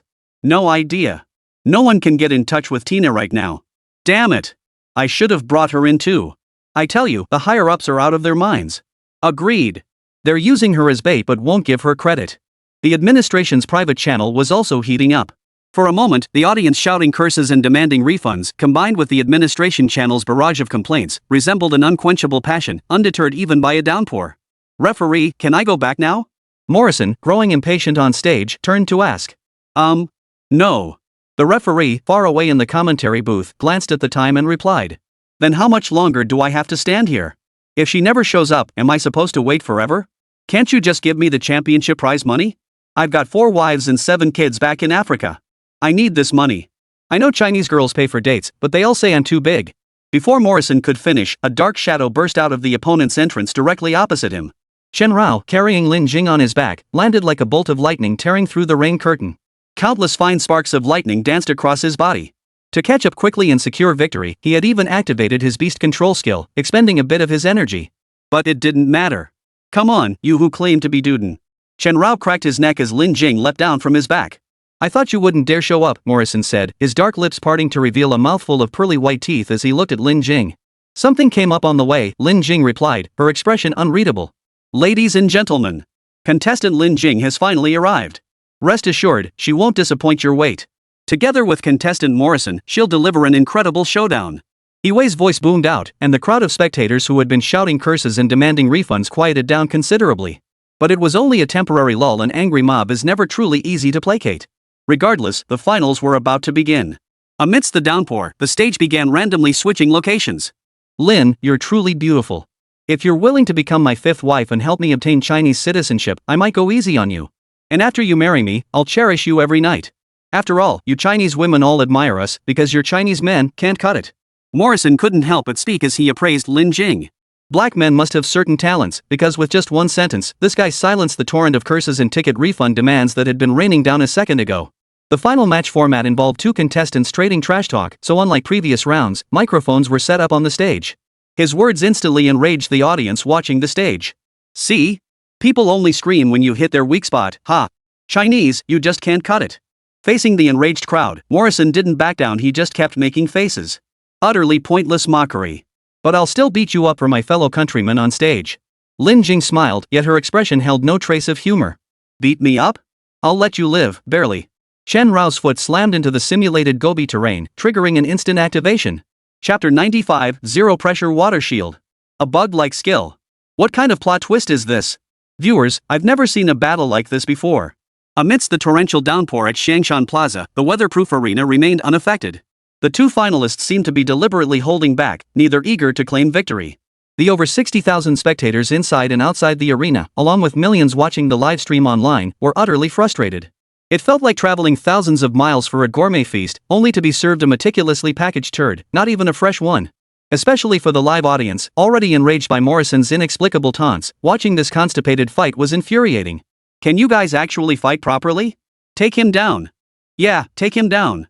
Where are your skills? Use them. Damn it, even if you can't beat him, you could at least bite off half his ear? Hearing the audience's curses and demands from the stands, Chen Rao on stage grew even more furious. Morrison was just too dirty. Well, maybe not dirty, but his style was downright uncomfortable to watch. It wasn't like Hui Yuning's strategy of dodging relentlessly. This guy's tactics were pure torture. With his Azure Wave Lizard, he didn't hold an advantage in the simulated Gobi environment, he was actually at a natural disadvantage. Yet precisely because of this, Morrison showed no urgency to attack. After all, a battle between beast masters wasn't boxing, there were no rounds, no points, only defeat to end it. Damn it, why can't I break through? Chen Rao roared in fury, his feet crushing gravel across the barren Gobi as a dense web of lightning crisscrossed the sky. Summon thunder. Then, within the dust-filled air, tiny ice crystals began to form. Frostblade rain. Ice blades as long as arms shot out in a swish swish swish toward the emerald wave lizard. After slicing through the Thunder Invocation's lightning net, they instantly became encased in thunder. Electric arcs attracted one another, merging within the dense sword rain to form chains of lightning powerful enough to cleave steel. Amazing. But, zero pressure water shield. Morrison's eyes sparkled with delight. At his command, the Azure Wave Lizard, now less than 30 meters from the swordstorm, froze in place. A glue-like liquid seeped from beneath its fine scales, swiftly coating its massive body. Zero pressure water shield. Though seemingly only a thin layer, the moment Chen Rao's thunder-wrapped ice sword struck it, the entire shield was absorbed. It vanished without a trace, like raindrops falling into the ocean, stirring not even a ripple. Having absorbed the sword rain drenched in thunder and frost, the Azure Wave Lizard shook its rhombic head, its crimson tongue flickering out of its mouth as if in mockery. Damn it! It can absorb that too. Is this never ending? Chen Rao watched the frost sword rain get swallowed whole once more, cursing under his breath. The audience on the platform felt the same. Since the finals began, Morrison had only one move. No matter how Chen Rao attacked, how he angled his strikes, or how he wove lightning bolts and ice blades into intricate patterns, Morrison would effortlessly nullify them all with a single, pressure-free water shield. This guy really had one trick that worked every single time. I've never seen this move before. Lin Jing stood at the back, biting her lip. From the group stage to the semifinals, Morrison had never used this skill. And in all the Beastmaster skill manuals and records Lin Jing had studied, there was no mention of zero-pressure water shield. Not that the skill never existed before, but it simply wasn't documented in the text she had read. Without any understanding of it, how could there be a counter? I warned you this would happen. Your attacks will work, but I can use your own beast's power to defeat you. Morrison laughed triumphantly, gazing at the Azure Wave Lizard as he snapped his fingers toward the sky. Wave return. As Morrison shouted, the Azure Wave Lizard's limbs began flailing wildly, no, rhythmically. Its thick limbs stomped the ground, producing a thudding, rhythmic beat. So old Black likes to groove, huh? Chen Rao eyed Morrison, then shifted his gaze to the blue wave lizard. That slimy, tongue-wagging creature covered in scales was utterly disgusting. Whether it was Polar Storm, Thunder Invocation, or Frostbite Thunder Dragon, even Frostblade Rain, that ice attribute skill designed to counter water was effortlessly absorbed by its zero-pressure water shield.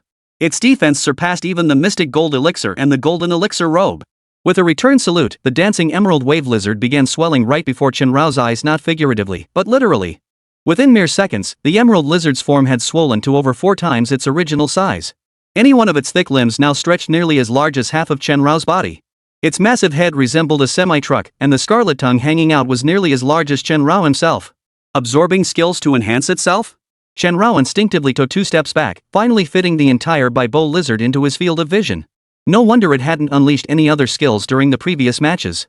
And since the stage lacked audio equipment during those matches, no one outside knew exactly what methods Morrison employed. Zero-pressure water shield, wave return? They sounded utterly unfamiliar. Not only were Chenrao and Lin Jing on the field dragged into a quagmire by these 2 skills, unsure how to respond, but even commentator He Wei had never heard of them before. Previously, unable to hear the players' voices, He Wei had relied solely on experience to make inferences. Hearing Morrison speak for himself today completely shattered He Wei's worldview.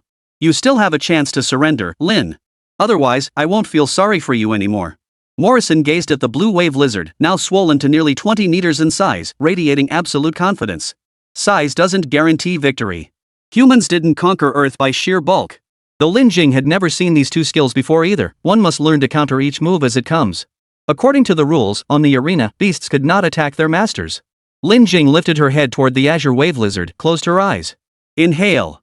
Regulated her breathing. Qiankuan technique activated. Since you insist on this, then. Wave bombardment. Morrison looked at Lin Jing with utter disdain. The massive turquoise lizard twisted its massive body, its thick forelimbs stomping the barren gobi ground and sending pebbles flying. Chenrao instinctively leapt backward as crackling lightning rolled across the earth, spitting arcs of electricity. But in the next instant, a dense swarm of water spheres the size of basketballs appeared on both sides of the lizard's body, firing toward Chenrao like cannonballs with a series of booms. No, not water balls. They were lightning orbs. The blue wave lizard had completely transformed the skill Chenrao had just absorbed into its own attack. The roaring thunderballs slammed into the ground with terrifying explosions, their spreading electric grids scorching the earth black. Morrison's command was brutally simple, lacking any technical finesse. The wave bombardment covered nearly half the field. As a water-type creature, the blue wave lizard had only managed to unleash the attack. It couldn't control the chain reaction of spreading lightning. The surging lightning scattered the gravel across the Gobi Desert like bullets, exploding outward in all directions. While neither contestant was injured, the equipment was accidentally destroyed. If you can't play, don't play. You're wasting this skill. Chenrao deftly dodged every attack. Morrison truly had no technique whatsoever. He was just playing brute force, hurling bricks. The unharmed devour skill drained his opponent's stamina, then struck back to secure victory. Simple, brutal, and utterly lacking in finesse. That near bug-like zero-pressure water shield skill was being used for such a low-level effect. What a waste of potential. Don't run! Don't run! Morrison yelled excitedly. After his recording device got destroyed, he became even more reckless. This guy was clearly off his rocker. Lin Jing couldn't fathom where he got all that trash talk from. Morrison, now in a frenzy, unleashed skills from his emerald lizard as if they were worthless. The ice and lightning elements he'd just absorbed coalesced into basketball-sized projectiles, which he hurled haphazardly. Visually, this low-quality barrage was indeed dazzling. But Chenrao was dodging so much he was nearly falling asleep. If he hadn't known his counterattacks would be effortlessly absorbed by the zero-pressure water shield, he could have easily dodged and struck back simultaneously. The azure wave lizard, wasn't it just a pure stat monster? Meanwhile, Lin Jing, eyes closed, seemed to immerse herself in another realm. Her terrifyingly acute perception faintly detected fluctuations of elemental properties. As the azure wave lizard unleashed its unrestrained wave bombardment, the ice and lightning elements absorbed by the zero-pressure water shield gradually separated within its body. In Lin Jing's vision, they coalesced into a clearly defined network. Xiaobai, I know how to deal with it now. Lin Jing's eyes snapped open just as an ice attribute projectile streaked toward her. Good heavens! Contestant Morrison has actually launched an attack on contestant Lin Jing. This is against the rules. No, wait, no, dear viewers. This tournament doesn't prohibit harming beast masters, it only forbids fatalities. He Wei's eyes nearly popped out of his head at the sight. In all his years commentating on Beastmaster tournaments, he'd never witnessed such a dangerous rule. How? Chenrao sidestepped 2 exploding thunder orbs, then instantly returned to Lin Jing's side via the lightning lingering at her feet. With a single swipe, he sent the ice orb flying. Boom! The flung ice ball slammed into the ground, shattering into a frosty bloom. Done? Chen Rao planted his feet firmly, eyeing the blue wave lizard now significantly smaller than before, eager to tear it to shreds. The skill elements absorbed by the azure wave lizard never truly became its own. It uses its body as a vessel. If we can resonate with those absorbed elements within it, meaning we could use attribute resonance to destroy it from the inside out. Lin Jing looked at the azure wave lizard. Within her vision, the ice and thunder elements inside its body were clearly visible. Let's give it a try. Chen Rao cracked his neck. Please. Thunder roar. Chapter 96, Victory in the Finals. Everyone got played. Attribute resonance. This refers to the advanced attribute where, through years of relentless training with their beasts, beast masters gradually become familiar with the feel of releasing and absorbing advanced elements through repeated, incremental exposure. This is an extremely vague and elusive concept, akin to a singer's musical intuition, a painter's artistic sense, or even the tactile feel when gaming. There's no clear boundary between success and failure. But once achieved, or rather, once that elusive, profoundly subtle sensation is grasped, the gateway is breached. The path ahead becomes remarkably smooth, leading to mastery and consummate skill. To this day, humanity still cannot pinpoint a concrete method for cultivating advanced attribute resonance. Yet Sun Jiahao, who has mastered advanced attribute resonance and achieved modest success, has explicitly offered a concrete solution: just practice. For now, nothing proves more effective than time itself. From the surface, it seemed the four-handed ghost marquis mastered it in just a few months. But in reality, lacking any foundational attributes, he had been chasing that elusive, mystical grasp of advanced attributes since the day he was born. Roughly 14 years had passed before he achieved even modest success. Attempting attribute resonance after less than a day? Sun Jiahao stood in the highest viewing room overlooking the arena. This room, specially prepared by the organizers for the contestants' entourages, was a temporary structure far from luxurious, but certainly better than being exposed to the elements outside. How did you figure that out? Yumin asked, puzzled. Standing beside Sun Jiahao, her gaze fell directly upon Chen Rao's figure. That overwhelming thunder light. Chen Rao, unleashing his full power, stood with both feet planted on the simulated Gobi Desert terrain. The artificial ground buckled beneath his weight as he summoned a colossal lightning net. It was as thick and powerful as the thunder dragon that had collided with the white dragon during the semifinals. The frenzied lightning completely illuminated the arena. The immense brightness even fried the sensors of the broadcast cameras, leaving the 50,000 plus spectators outside to imagine the scene. Is this really the juvenile stage? They call it adolescence, but honestly, no one knows. Insane. Truly, comparison is the thief of joy. Inside the arena, countless administration personnel hidden in corners couldn't help but vent their astonishment at the spectacle. Public records clearly stated that the beastmaster weaving such a colossal thunder dragon was in the youth stage. Even for a youth stage Mercury bloodline, already a rarity unmatched in the world, this level of power was simply unthinkable. What kind of joke is this? In the commentary booth, He Wei was beside himself. This time, Chen Rao's thunder dragon was even more colossal and potent, its terrifying fluctuations warping the surrounding space. The arena, built to withstand the fury of a mature stage beastmaster, was cracking. All units, attention! The arena components are fracturing, prepare defensive measures. Copy that. This monster is terrifying. A juvenile capable of cracking Type 4 components? This thing defies our world standards. We need to judge it by monster standards. Sensing the arena might spiral out of control, the on-site team leader swiftly issued orders. 800 beasts masters from the bureau, both inside and outside, immediately took their designated positions. The beast master runes concealed across their bodies glowed faintly, ready to summon shared defensive beasts at a moment's notice. This ensured that should any accident occur, no civilians would be harmed. This time, why does it feel so terrifying? Yumin stared at the colossal thunder dragon, still expanding, and found herself unconsciously gripped by fear. Because this time, it's not just using lightning and ice attributes, it's also using Xianjin. Sun Jiahao couldn't perceive elemental fluctuations at a glance like Lin Jing, but having spent years with the four-armed ghost marquis, he could clearly sense advanced attributes. This had nothing to do with anything else, it was purely a matter of practice making perfect. On the field, Chen Rao's figure flickered incessantly within the crisscrossing lightning net. The colossal thunder dragon, roaring with pride, continued to gather its power. Outside the simulated environment, torrential rain poured down, yet it failed to dampen the audience's fervor. The crowd was utterly electrified. This colossal thunder dragon resembled a celestial thunderbolt crashing down from a fantasy film. To miss witnessing this thunder dragon roaring across the mortal realm would be an absolute regret. As the thunder dragon writhed and lightning flashed, the downpour no longer felt like a torment to the crowd.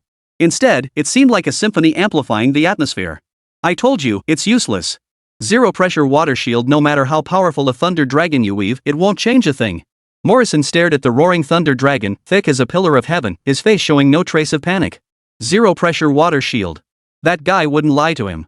This skill, or rather, this wasn't even a true beastmaster skill at all. It was something the European Bureau used for coastal defense. Forget juvenile stage beast tamers, even mature stage tamers couldn't blast through it. Even a fully formed beast, even one in its molting phase, would have to seriously weigh its own strength. Even this civilian-grade, stripped-down version wasn't something a mere juvenile beast master could attempt. I never intended to end you with this, but with it. The ground beneath Qin Rao's feet had already been scorched black and blistering hot by the electric arcs, even cracking into fine fissures. He growled low, and within the azure-purple lightning, a golden glow suddenly surged forth. Mystic gold. Ding 20 years of your lifespan consumed. Ding current remaining lifespan, 5 years. Ding simulating for you, attribute resonance. Other beast tamers and tamers would need 10 years of relentless dedication and exploration to master resonance, and even then, success was far from guaranteed. But Qin Rao didn't need that. 20 years? A mere blink of an eye. Ding, over the past 17 years, you continuously strengthened your mastery of the mystic metal attribute. From initially fusing basic attributes with the mystic metal attribute, to exploring the unique principles of the Golden Dew robe, in the 17th year, you broke through the first step of elemental resonance. Ding, over the past 20 years, after mastering the first step of elemental resonance, through 3 years of relentless effort, your grasp of resonance has progressed from novice to mastery in the blink of an eye. Ding, attribute resonance deduction complete. Ding, mastered new innate skill, elemental resonance. Ding, current talent skills, running, jumping, resting, sleeping. Elemental resonance. As the small text flickered to a close before his eyes, countless strands of mystical metallic energy, like golden threads, spread out and enveloped the arrogant thunder dragon under the gaze of tens of thousands of eyes. The blinding golden light shone like a god descending from the heavens. How is this possible? Elemental resonance? No way. I couldn't even comprehend its base attributes being this strong. Elemental resonance? What? What kind of joke is this? Jiu Hua, a first year, has mastered elemental resonance, and it's already level 3? The administration's communication channel erupted as everyone witnessed this scene. At that moment, the dazzling golden thunder dragon soaring through the simulated environment had completely shattered everyone's understanding of what a youth stage beast master could achieve. It was like someone traveling back to the Stone Age and ordering takeout with a smartphone. After all, many active beast masters couldn't even master attribute resonance to level 3. How could a student who'd been enrolled at Jiu Hua for less than 2 months manage it? And she's only an intermediate beast master and intermediate beast master. No wonder headquarters excluded Lin Jing from this operation. Had she been included, she'd easily secure a top 3 spot in Jiu Hua's year-end assessment and become an advanced beastmaster. She'd shatter the record for the fastest promotion from junior beastmaster to senior beastmaster, not just at Jiu Hua, but across all of East Asia and even globally. But there was no time for shock. As the mystical metal fully resonated with the thunder element, the next second, a dazzling golden thunder dragon, carrying the might of heaven itself, roared toward the emerald wave lizard. Rolling thunder and arcing lightning enveloped its mystical metal shell, instantly shattering the simulated Gobi terrain beneath it. The earth shattered, the air warped, and a wild roar echoed across the entire Xiangshan Plaza. Holy! Captain, didn't they say there was a student inside? No idea. I've never seen anything this intense even in my defense zone. The armadillo people on the mountain were nearly dumbfounded. That blinding light could probably be seen from miles away. The roaring, brilliant golden lightning dragon was, as expected, absorbed by the zero-pressure water shield. But this time, the emerald wave lizard didn't grow larger. Its body didn't swell. Instead, fine cracks appeared across its crimson-tinged surface. Ha ha ha ha. I told you it wouldn't work. Wave bombardment. Morrison, oblivious to the cracks above, continued commanding the azure wave lizard to attack. Receiving the command, the azure wave lizard roared and raised its forelimbs. But the next second, come back. Qin Rao stood on the shattered ground, calling softly. Then, the Xian metal element absorbed and stored within the azure wave lizard by the zero-pressure water shield instantly resonated and harmonized with the external lightning element. At that moment, the finely repaired camera resumed functioning, allowing the tens of thousands of eyes watching from outside the arena to witness the final scene.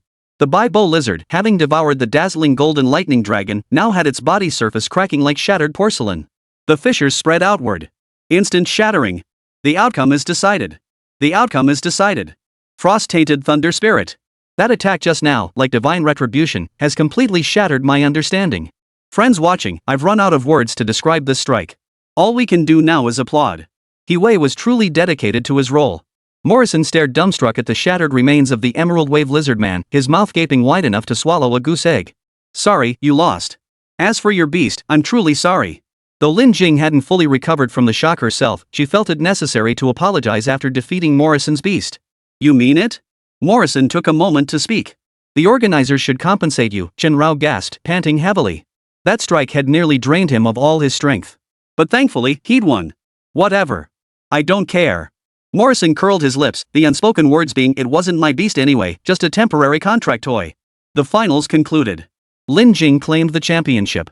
Post-match interviews and the award ceremony followed.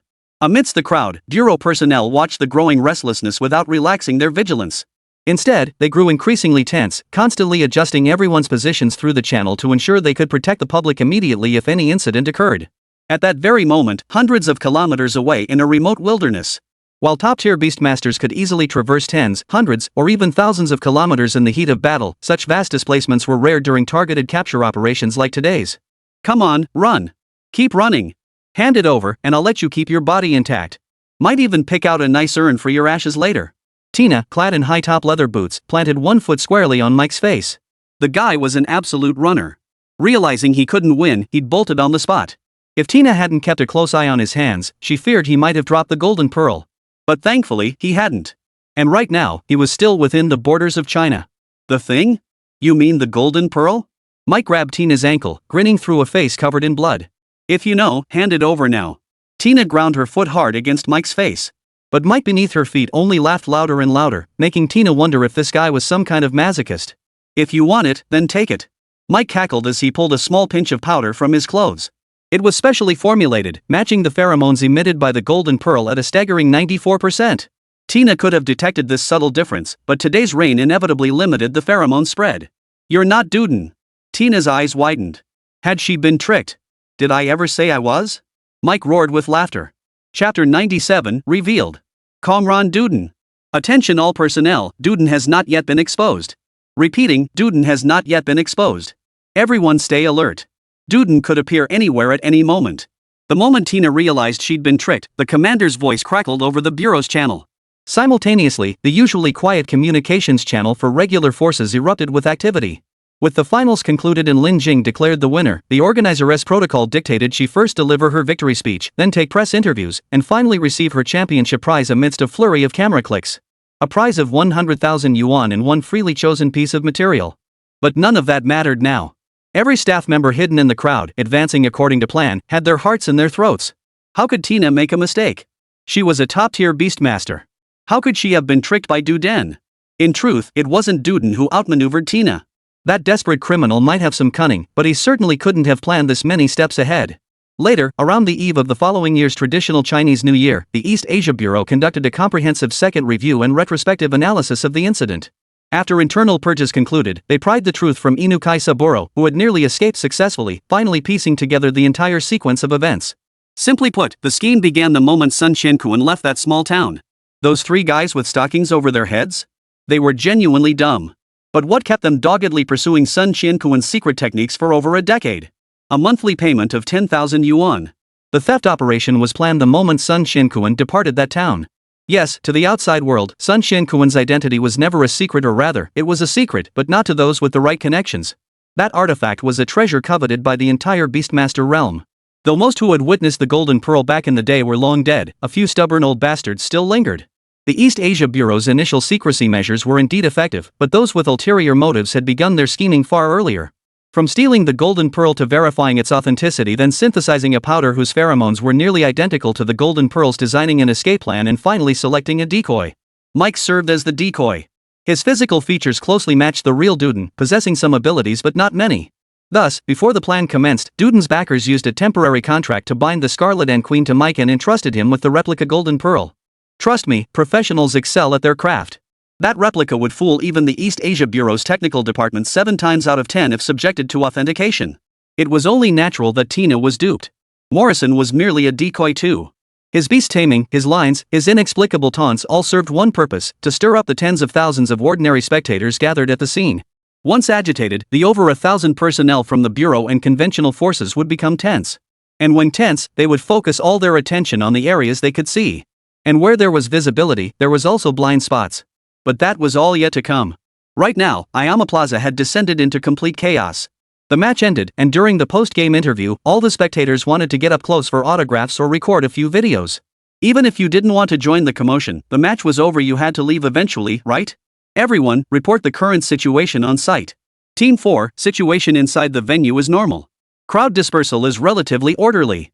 Hey, lady, stop pushing. Team 11, both exits are completely blocked. These people are risking their lives for autographs. Team 17, the post-match interview area, it's erupted. The organizer's security setup looks more like decoration. Hey, stop touching me, I'm a guy. Team 39, situation outside currently under control, but unsure if it'll stay that way once the gates open. Damn it! This is Team 41 reporting outside has descended into chaos. The gates opened and everything went haywire. Unit 55 requesting backup. Someone's being crushed to death.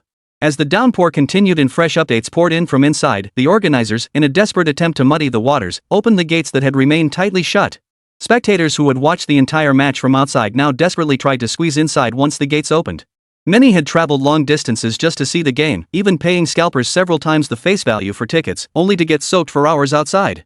Now that the gates were open, how could they not fight their way inside? The situation grew increasingly chaotic.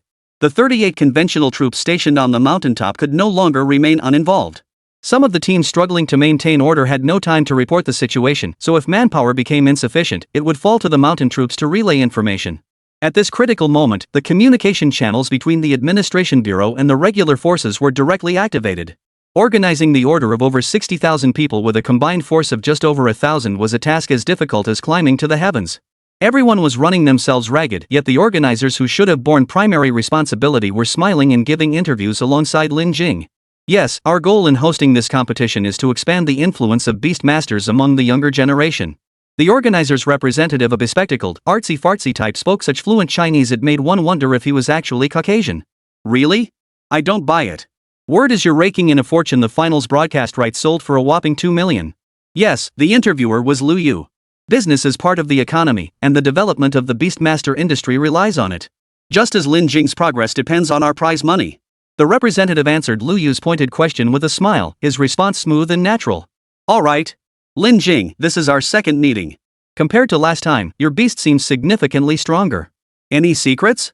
Seeing he couldn't get anything juicy from the representative, Lu Yu turned his attention to Lin Jing. Just the kind of question I expected.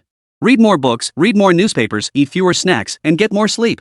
Lin Jing smiled faintly, as if she had anticipated this question and prepared her answer in advance. Really? Before Lu Yu could finish her question, the representative stood up and interrupted her. As the host, the representative held the authority to interrupt interviews and press conferences at any time. Lu Yu had no choice but to wait quietly for the representative to speak. My apologies, everyone. It's getting late. We must now proceed with the reward for contestant Lin Jing. As this involves private scenes and rare footage, no spectators or recording will be permitted. The representative stood with a smile still on his face, then turned to Lin Jing, gesturing with his hand to invite her forward. Reward! Reward! Reward! Azure eyes! Azure eyes! Chen Rao, who had barely regained a shred of energy, perked up with excitement, though he still felt utterly drained, like he'd just finished 10 rounds of, well, you know. But that didn't dampen his wild excitement. Because just moments ago, after the blue wave lizard's death, he had absorbed a massive amount of its lifespan. Known as the tough-as-nails turtle of West Africa, the blue wave lizard boasted a lifespan of several centuries. Even though this particular specimen, Morrison, had already lived for decades, it still left Chen Rao with a full 130 years. Ding, 130 years of blue wave lizard lifespan absorbed. Current host's remaining lifespan, 135 years. Ding, host has absorbed blue wave lizard lifespan, acquiring new skill for you. Ding, congratulations, host, on acquiring the new skill, Zero Pressure Water Shield Basic. Ding, host, shall you expend lifespan 109 years to simulate skill, Zero Pressure Water Shield? Ding, host, shall you expend lifespan 53 years to fully repair your current body? Chen Rao stared at the stream of system notifications popping up before him, unable to help but marvel at how lifespan was just like money. It came quickly and vanished just as fast. The 100+ years he just replenished were already dwindling before his eyes. But the mere thought of now wielding a bug-like skill like Zero Pressure Water Shield filled Chen Rao with unstoppable excitement.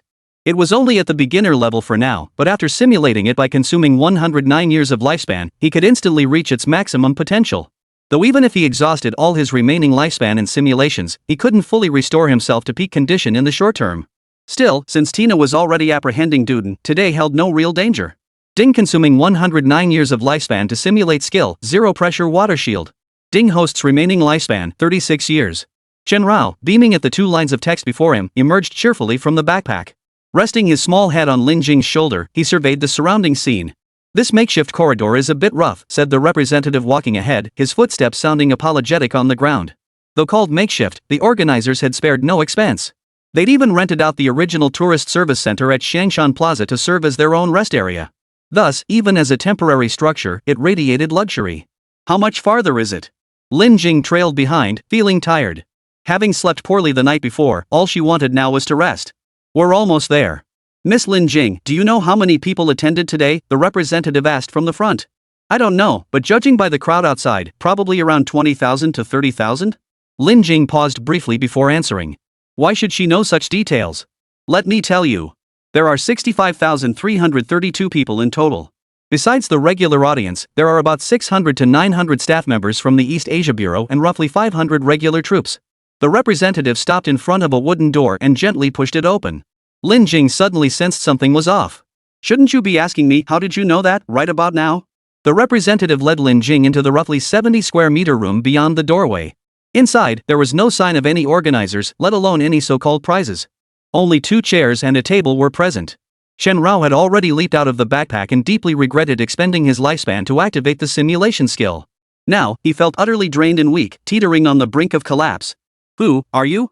Lin Jing followed behind, her gaze filled with confusion as she looked at the representative. In your terms, I'm Duden. In our Germanic tradition, I'm Konglong Duden. Let's sit down and talk. The representative stood before the chair, smiling broadly. Blonde hair, blue eyes, and snow-white skin gave him an overall sickly appearance. The real Duden? The real Duden. Chapter 98, Heart Pulse Synchronizer. You are Duden. This time, Lin Jing spoke with certainty, not doubt. If the man before them was indeed the real Konglong Duden, it meant Tina had fallen victim to a diversion tactic. Judging by the frenzied crowd moments ago, the Bureau's personnel were also scrambling to keep up. Indeed, Duden's every move had been executed precisely according to plan. He bribed Morrison to defeat Mike in the ring, then taunted the crowd in the finals by exploiting his identity as a black man, a figure despised by the Chinese, thus inciting the audience's fury. He coerced Mike into impersonating Duden, carrying a replica of the Golden Pearl to lure Tina away. The abruptly cut post-match interview and the No Photography Award ceremony left the long-anticipating audience and media utterly bewildered. Right now, in the interview hall, journalists and media outlets were openly protesting. They, along with countless spectators who'd stayed for the spectacle, had become the biggest obstacle to clearing the area. This left over 1,000 people inside and outside the arena scrambling desperately. With tens of thousands dispersing while hundreds of thousands remained trapped, stampedes erupted almost every minute. After the first casualty, the crowd, driven into a frenzy by fear, became even more terrifying. Even members of the Administration Bureau were trampled, forcing them to summon their beasts for self-defense. Believe me, those who could still summon their beasts were the lucky ones. At least the beasts wouldn't trigger further panic and escalate the chaos. The real suffering fell upon the regular troops sent to maintain order. Without orders from above, they couldn't fire their weapons. They had to rely on their own bodies to push through the crowd. It was said that some soldiers had already fainted from oxygen deprivation, but fortunately, others nearby were able to rescue them. Yes, that's me. Please sit down. Duden beckoned Lin Jing with a warm smile.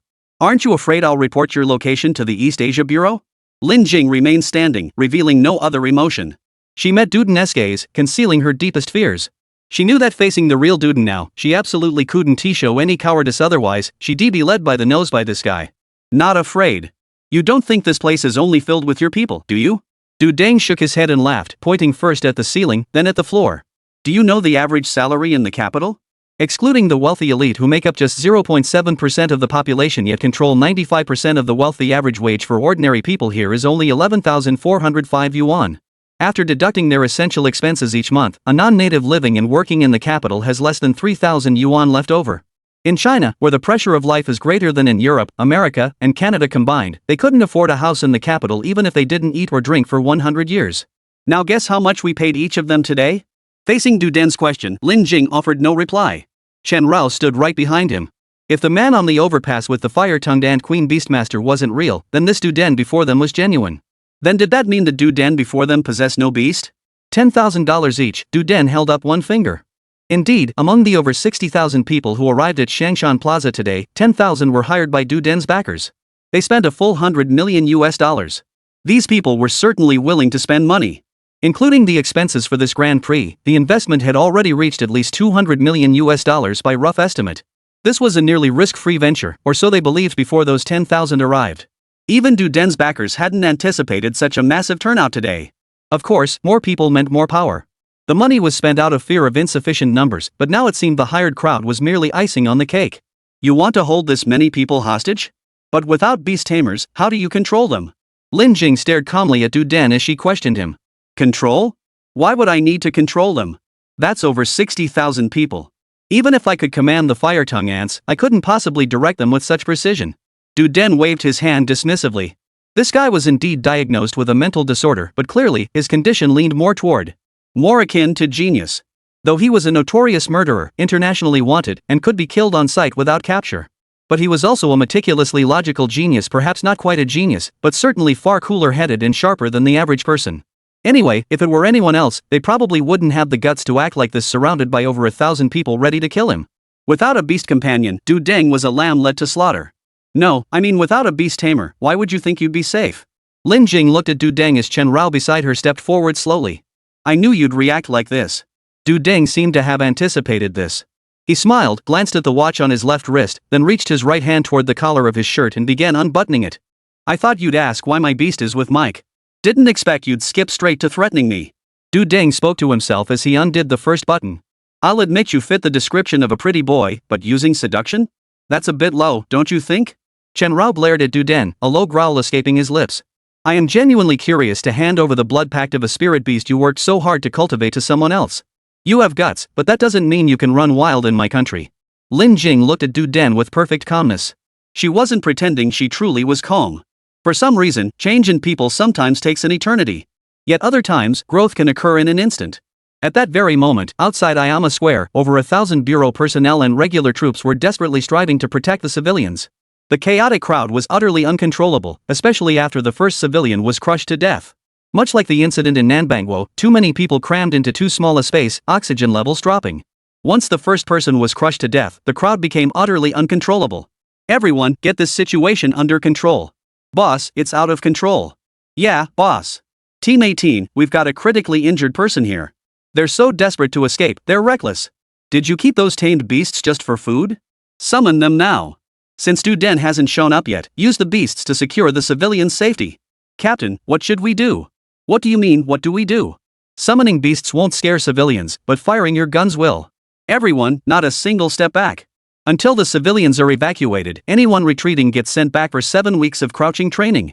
Over the mixed communication channel, two distinct yet united voices echoed.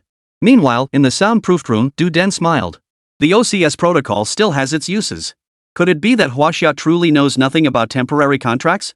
Lin Jing frowned slightly, and Chen Rao also looked puzzled. What do you think I'm looking at? Du Den pressed. Temporary contracts. Oh, that's when someone temporarily transfers their beast master's contract to another person, and it automatically expires after a set time? Lin Jing replied after a moment's thought. Correct. Du Den smiled faintly and nodded. He had to admit Lin Jing was quick on the uptake. The instant he nodded, she'd already issued Chen Rao the command to seize control of Du Den.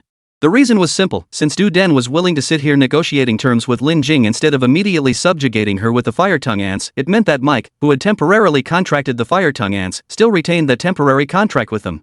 Du Den was now a beastmaster completely without a beast. If they didn't seize control of him now, when would they? But when Chen Rao flipped Du Den onto his back, pressing his heavy paw onto Du Den's shoulder with razor-sharp fangs mere inches from his throat, Du Den tore open his own shirt. If you don't want all the civilians here buried alive with you, go ahead and bite me to death, Du Den said with a smile. A small pulse monitor was attached to his chest. This was a compact binding system. The monitor tracked Du Deng's heartbeat, and the moment it stopped, it would transmit an electrical pulse, which was linked to 440 kilograms of C4 explosive scattered throughout the makeshift arena at Xiangshan Square. While insignificant compared to the colossal venue, the fatal flaw was that this temporary structure could be obliterated with just 40 kilograms of C4 if deployed strategically. Defensive beasts could indeed protect civilians, but as time passed, the original formation began to falter. Some civilians had sought shelter in blind spots beyond the beast's coverage. A rough estimate suggested that if Du Den were to die now, at least 2,000 to 3,500 civilians would perish alongside him, with over 5,000 more injured. Come on then, Du Den sneered. Xiao Bai, retreat. Even without Lin Jing's prompting, Chen Rao slowly retracted his fangs. This guy was truly treacherous.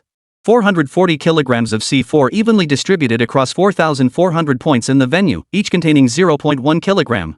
Even if every single person from the administration abandoned the civilians and focused solely on searching, it would still take half an hour. Request reinforcements? Don't even dream about it, the venue was already completely blocked off by civilians inside and out. Shanshan Plaza was now a colossal prison, its fate inextricably tied to Duden's. Those inside can't escape, and those outside can't enter. Even Tina is powerless to change this. What do you want? Lin Jing took a deep breath. She never dreamed she'd be the one negotiating with Duden in the end. Protect me until the fire-tongued ant's temporary contract expires. I need to get some fresh air outside. Duden grinned shamelessly, picked his nose, and pointed toward the gate. Lin Jing gritted her teeth in fury. Chapter 99, 35 minutes with Duden. What? A heart rate monitor? Linked to explosives inside the venue? Yes, but his demand is simple. He wants Lin Jing herself to escort him to Xiangshan Reservoir. What was he thinking? Lin Jing? How could a student protect him? Let me go instead. East Asia Beast Control Administration, Level 2 Operations Command Center. The dedicated communication channel had barely been established for less than 10 seconds when it simultaneously pulled in 7 individuals. The 7 were Chief Operations Commander Gung Shuan, Technical Support Specialist Yi Yifan, Oscar, Special Grade Beastmaster Tina Yara, Chief of Staff Zhou Yong from a certain Huaxia Military District, Executive Department Director Gung Min, and Lin Jing, who hadn't even realized she'd been pulled into the channel. Fortunately, the sudden buzzing in his earpiece didn't draw Duden's attention. Lin Jing merely flinched inwardly before quickly regaining her composure. Don't ask me why the commanding officers for this operation are so high-ranking. Remember, this incident occurred within the imperial capital's urban district. It's less than 50 kilometers in a straight line from the heart of Huaxia's power center. Duden is a madman, not a fool, and certainly not stupid. He's merely declaring war on us in this twisted way and holding Lin Jing hostage, nothing more.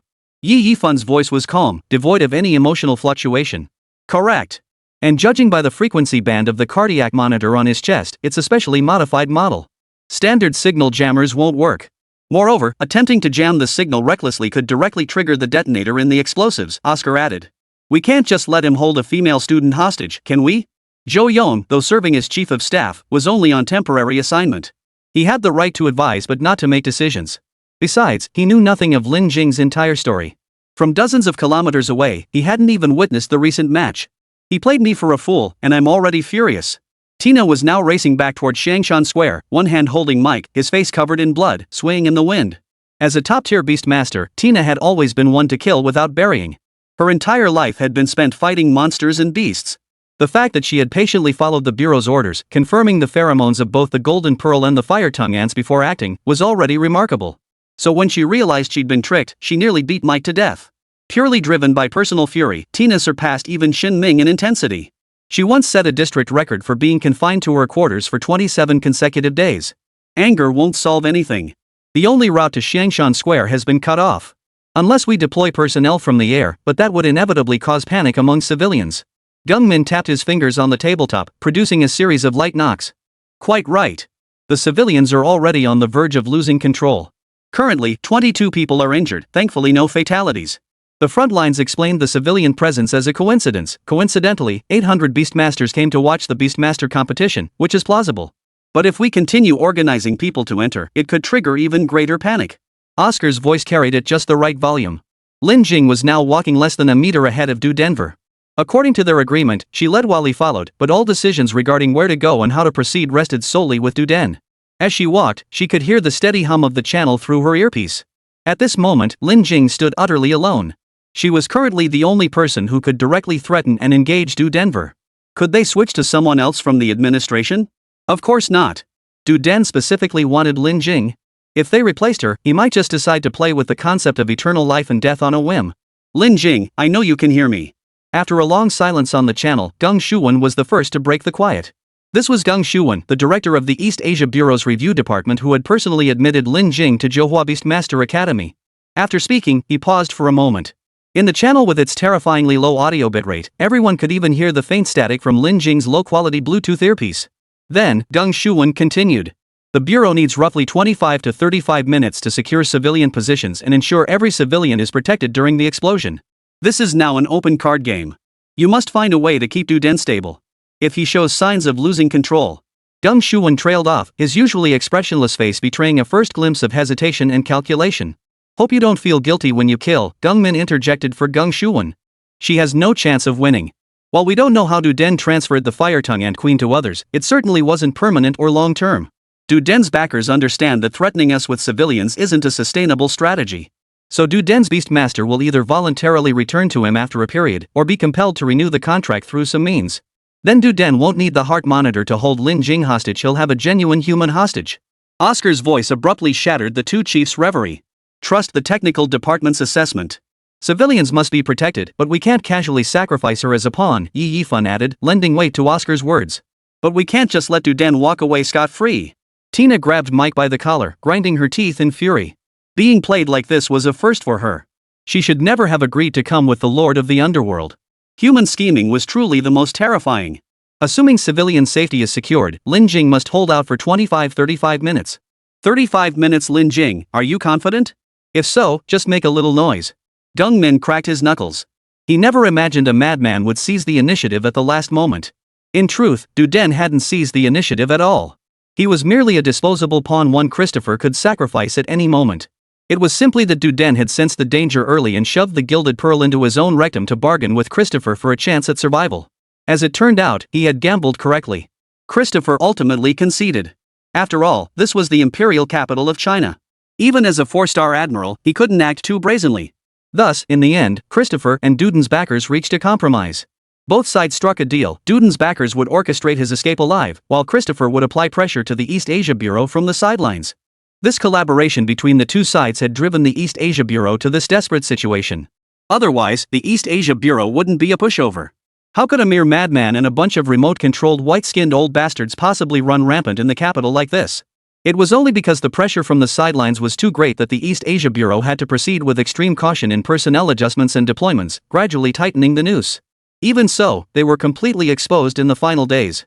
Otherwise, Christopher wouldn't have gambled by sending Rossi to secretly meet with Lin Jing. Losing half a move this way wasn't a total loss for the East Asia Bureau. After all, on the other front, the never-mentioned battlefield, they exchanged materials worth approximately 21,000 kilograms of gold and obtained data they'd been denied under the OCS agreement. Preliminary estimates suggest this could advance East Asia's beast-taming technology by at least a decade within 3 months. But as the saying goes, there's no gain without pain. At this very moment, on a small path leading to Isama. This path had been deliberately preserved by Du Deng's backers during the venue's construction, allowing them to bypass the crowded public areas and reach Mount Xiang directly via a secluded route. I can't kill you anyway, and besides, you've got that thing. There's no need to keep following me like this, is there? Lin Jing's composure was remarkably resilient. She turned to face Duden behind her. The rain continued to fall on Shangshan, but the distant clouds had begun to lift slightly. You've got some nerve. If I hadn't known beforehand, I'd have taken you for an East Asian administration's executive beastmaster. Let's go.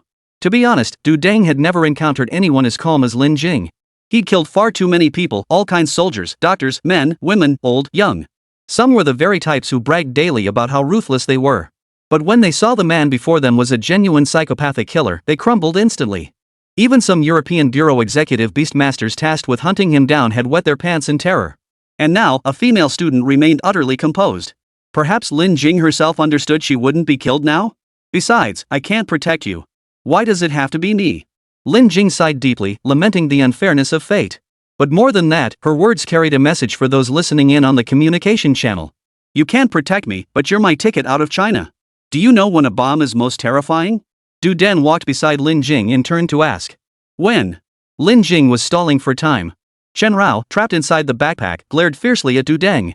With that thing strapped to his chest, even if Chen Rao had the strength to kill him, he dared not. But that was fine. Every minute of rest now meant more strength for the life or death struggle with Du Deng later. It's when it's counting down to detonation. If it explodes, it's actually less dangerous. Du Deng smiled. He knew full well that the over 60,000 people gathered at Xiangshan Square couldn't remain under his threat forever. The heavily encircling East Asian administration's beast masters and conventional troops would capture him sooner or later. All he could do now was use these people to delay the closing of the encirclement, then find a favorable location to execute his next move. So you should be holding me hostage. Lin Jing knew she was caught in the eye of the storm, yet she had no choice but to comply. Hostage? Hardly. I detest conversing with the dead. But I have no intention of killing you.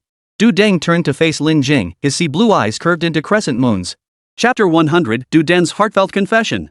Shanshan Mountain, though called a mountain, was little more than a large earthen slope, barely 150 meters high. Developed into a park years ago, it took less than 10 minutes to hike from the plaza at its base to the summit. The heavy rain persisted. The 38 snipers' 19 teams originally concealed on the mountain had received Zhou Yong's order to withdraw before Lin Jing and Du Den ascended, perfectly avoiding their route. Though Mountain Cat and Armadillo felt puzzled during the retreat, obeying orders was a soldier's duty. The 19 sniper teams vanished without a trace from their positions. Down below, over 1,000 people in the plaza were still working to calm the ordinary citizens. Fortunately, as time passed and their identities became known, the initially restless crowd finally began to quiet down. This saved the administration bureau staff considerable effort. Though each person still had to manage nearly 100 individuals on average unknown names and features, it was far better than the earlier chaotic rush. As the crowd gradually settled, the final battle plans were finally laid out in the command center. The operations division proposes maintaining Tina as the primary offensive force, supported by conventional troops. After ensuring Duden's heartbeat monitoring binding won't affect civilians, prioritize securing Lin Jing's personal safety as quickly as possible. Gang Min sat at the round table, and Lin Jing could hear these words. Simultaneously, the conversation between Lin Jing and Duden was also being relayed to everyone in the command center. Tina, how long will it take you to take down Duden? Gang Shuwen asked, looking at her. Earlier, if you'd asked me alone, I'd have said over 8 minutes and I'd concede defeat. But now, it's hard to say. The Fire Tongue Ant Queen's abilities are stronger than I anticipated, and the heavy rain has robbed my swarm of its flight advantage. 15 minutes, I'd say. Tina was clearly displeased but answered honestly. We can't win? Zhou Yong frowned deeply. A single murderer had the entire East Asia Bureau at a loss? Winning is a given. The problem is he has a hostage. You don't seriously think Lin Jing will walk away unscathed after enraging Duden, do you? Oscar chimed in, somewhat exasperated. Though he disliked, even feared Tina, he felt compelled to defend her in this moment.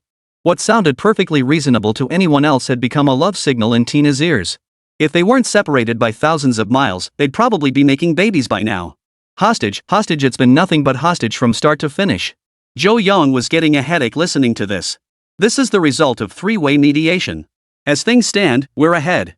As long as we keep Duden within our borders and ensure not a single person dies, we'll come out ahead by a mile. Gang Min's voice was quiet but carried immense conviction. Over the past few days, he and Gang Shuwen had negotiated with the European and American headquarters no fewer than 4 times before finally securing that extravagant compensation. What if it doesn't work? What if we misjudge the situation? Lin Jing's question cut through the tension in the command center. Don't misunderstand, she wasn't suddenly bold enough to chat with the command room's elite. Her response to Duden's statement simply echoed Gang Min's earlier words. Then they die without a burial place. Killing anyone within the imperial capital's borders is a direct challenge to the authority of the Huaxia government. If their ashes remain, I'll count myself fortunate. Duden's answer rang true, for the administration bureau's ironclad order was clear: capture them dead or alive. To put it bluntly, as long as they could keep the Golden Pearl within the nation's borders, everyone was gritting their teeth and smiling through the frustration far from the reckless, consequence-free firefight they were currently engaged in. Otherwise, Mike probably wouldn't have had time to reveal his true identity before Tina killed him. After all, the dead or alive directive applied only to situations where capture wasn't possible. But if Duden truly crossed the line today, causing mass civilian casualties in the capital or actually blowing up the Shangshan Reservoir, then forget about capturing him alive for interrogation and execution. The Bureau wouldn't hesitate to summon the sword bearer to nuke him flat. So you're afraid of death too, right? Lin Jing halted, her gaze fixed on Duden. Everyone fears death. Even demons who kill without blinking an eye are no exception. Duden also came to a halt. Within a pavilion atop Mount Shangshan, 2 figures of similar height stood side by side. Believe me, without prior knowledge, one would mistake these two for a couple out for a spring stroll. Are you talking about yourself? Chen Rao whimpered as he crawled out of the backpack. Though Du Deng was outwardly polite to Lin Jing now, anyone could see this civility was only temporary. Sooner or later today, Chen Rao would face another fierce battle. After leaping out of the backpack, he landed on the pavilion's table. The energy he had barely clung to after his 2 battles with Mike and Morrison had now recovered to about 30 or 40%. His remaining lifespan stood at 11 years. The zero-pressure water shield had been pushed to its limits through system simulations, yet it still fell short of breaking through to the next tier. Moreover, Chen Rao's recent unrestrained use of the system to simulate skills had caused his body, which had gradually stabilized due to LOF3, to show signs of slight discomfort again. Though it was much stronger than when he returned from the Shilin Alliance, it still felt somewhat off. Chen Rao knew his body was once again struggling to keep pace with the intensity of his bloodline. After all, the strength of his skills was directly tied to his bloodline. The immediate priority now was not only to find a way to turn the tide here in Duding, but also to devise a method to further strengthen his body. A demon who kills without blinking. Did you blink when you killed those people? Lin Jing asked after taking a deep breath. She had heard Tina recount Duden's story days ago. Of course I did. I'm not a demon who harms others for pleasure. I'm merely walking my own path. They stood in my way, so they had to die. But I show mercy for their lives. I even pray to God to guide them into Eden. Duden spoke with heartfelt sincerity, even squeezing out a few crocodile tears from the corners of his eyes. Then they deserve to die? Lin Jing pressed on. She rather enjoyed this method of stalling for time. It was far better than actually getting her hands dirty. She didn't know how much strength Little Bai had left, but she herself was truly on the verge of collapse. Manipulating the Qiankuan technique demanded immense physical exertion. Simply walking up Xiang Mountain was already pushing her beyond her limits. No, but this world is inherently unjust. Take that golden bead, for instance, a bead capable of killing tens of thousands, even hundreds of thousands. Yet you obtained it effortlessly. Du Den pointed to his lower abdomen, his voice tinged with agitation. The world itself is unfair. I killed over 100 people just to pursue a better life, yet I'm branded a demon. Yet that cruel tyrant who commanded armies and slaughtered tens of thousands is revered as an emperor. Those who lounge in their offices day after day, safe and sound, can command people to die for them with just a few casual words. Something's off with this guy's emotions. Listening to Duden's voice coming through from Lin Jing's end, Yi Yifan was the first to notice something was wrong. What's the situation at Xiangshan Square? Zhou Yong instantly understood and immediately switched to another channel. We still need to finalize plans here, but the majority of the crowd has been organized. Rough estimates indicate about 3,000 people still require evacuation. The response came swiftly over the channel. Over the past 10 to 20 minutes, the once chaotic crowd had gradually calmed down, moving slowly and orderly under on-site command. Evacuations were underway, the injured received basic medical attention, and those needing to relieve themselves no longer had to do so in public. Yet this was clearly a drop in the bucket for such a massive crowd. With over 60,000 people, less than 20 minutes was utterly insufficient. The regular forces still had 3,000 to evacuate. What about the administration bureau? Even a rough estimate suggested nearly 10,000 more. At the very least, another 10 minutes were needed. Lin Jing, hold on for 10 more minutes. It'll be over in 10 minutes, Deng Min spoke up. Deng Shuan's estimate was precise, 25 to 35 minutes. Hold on for 10 more minutes, and the time since Lin Jing and Du Deng set out together would reach exactly 35 minutes. So do you think the world is fair? Du Deng asked, gazing at the distant sky. Lin Jing couldn't answer. She knew Du Deng wanted her to say it was unfair, but she couldn't say that because it would trap her in his logic. Yet if she said it was fair, she couldn't explain what had happened to her. For a moment, a deathly silence fell between them. Silence was fine.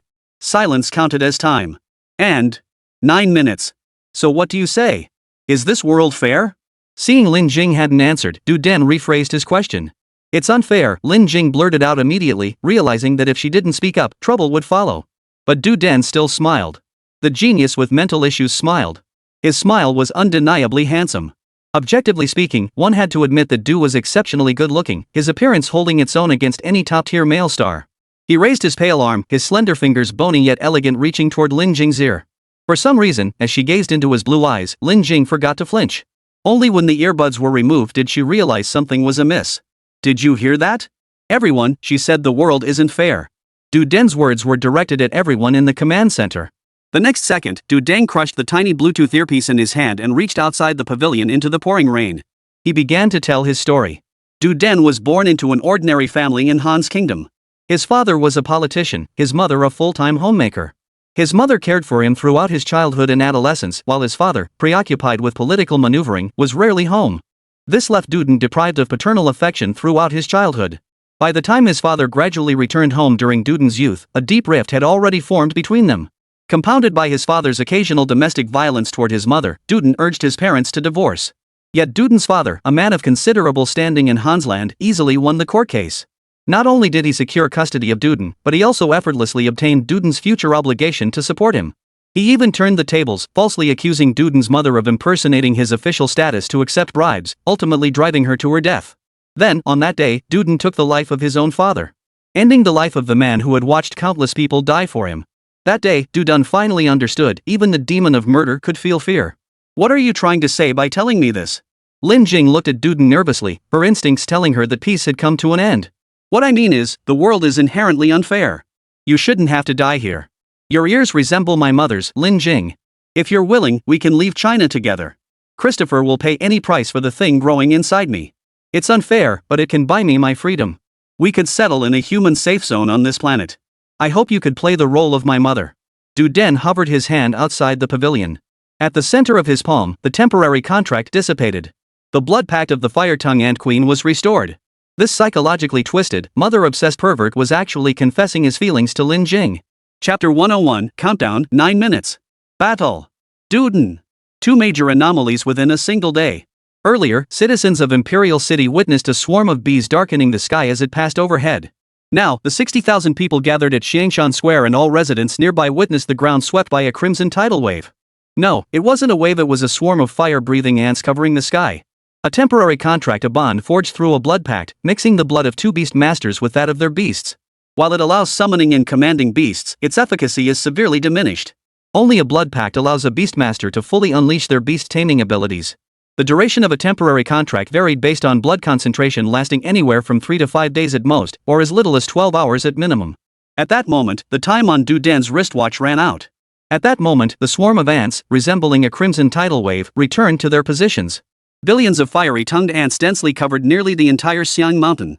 The 800 Bureau-affiliated beast masters within the arena had no time for anything else. They immediately activated their beast defenses, barely preserving patches of multicolored safe zones amidst the fiery red.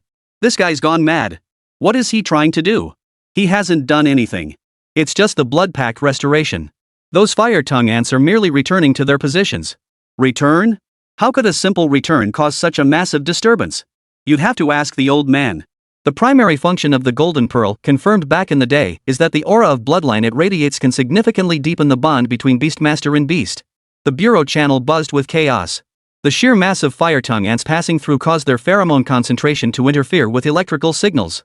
But this wouldn't cause the device on Du Den's chest to malfunction. That factor had been accounted for during its initial design and installation. The dense swarm of fire tongue ants undoubtedly sent panic through the civilians outside the protective membrane. Fortunately, Du Den merely recalled the ants to his side, unlike Mike, who had lost control and allowed his ants to spontaneously attack. Otherwise, this single incident would have claimed at least thousands of civilian casualties. Within mere seconds, the swarm poured in from all directions, only to converge at a single point just as swiftly. Du Den's hand remained suspended outside the pavilion as his Beastmaster's runes glowed, restoring the blood pact. This confession is making me sick. Chen Rao revealed his true form at that moment as torrential rain poured down and thunder rumbled from the heavens. Inside the command center's war room at that very moment, faced with Lin Jing's sudden disconnection, the Bureau immediately activated the reconnaissance satellite hovering above the imperial capital. Its ultra-high-definition cameras locked onto the two individuals' location in just 0.9 seconds. Though audio was lost, at least her current status could be confirmed. Civilian status, report.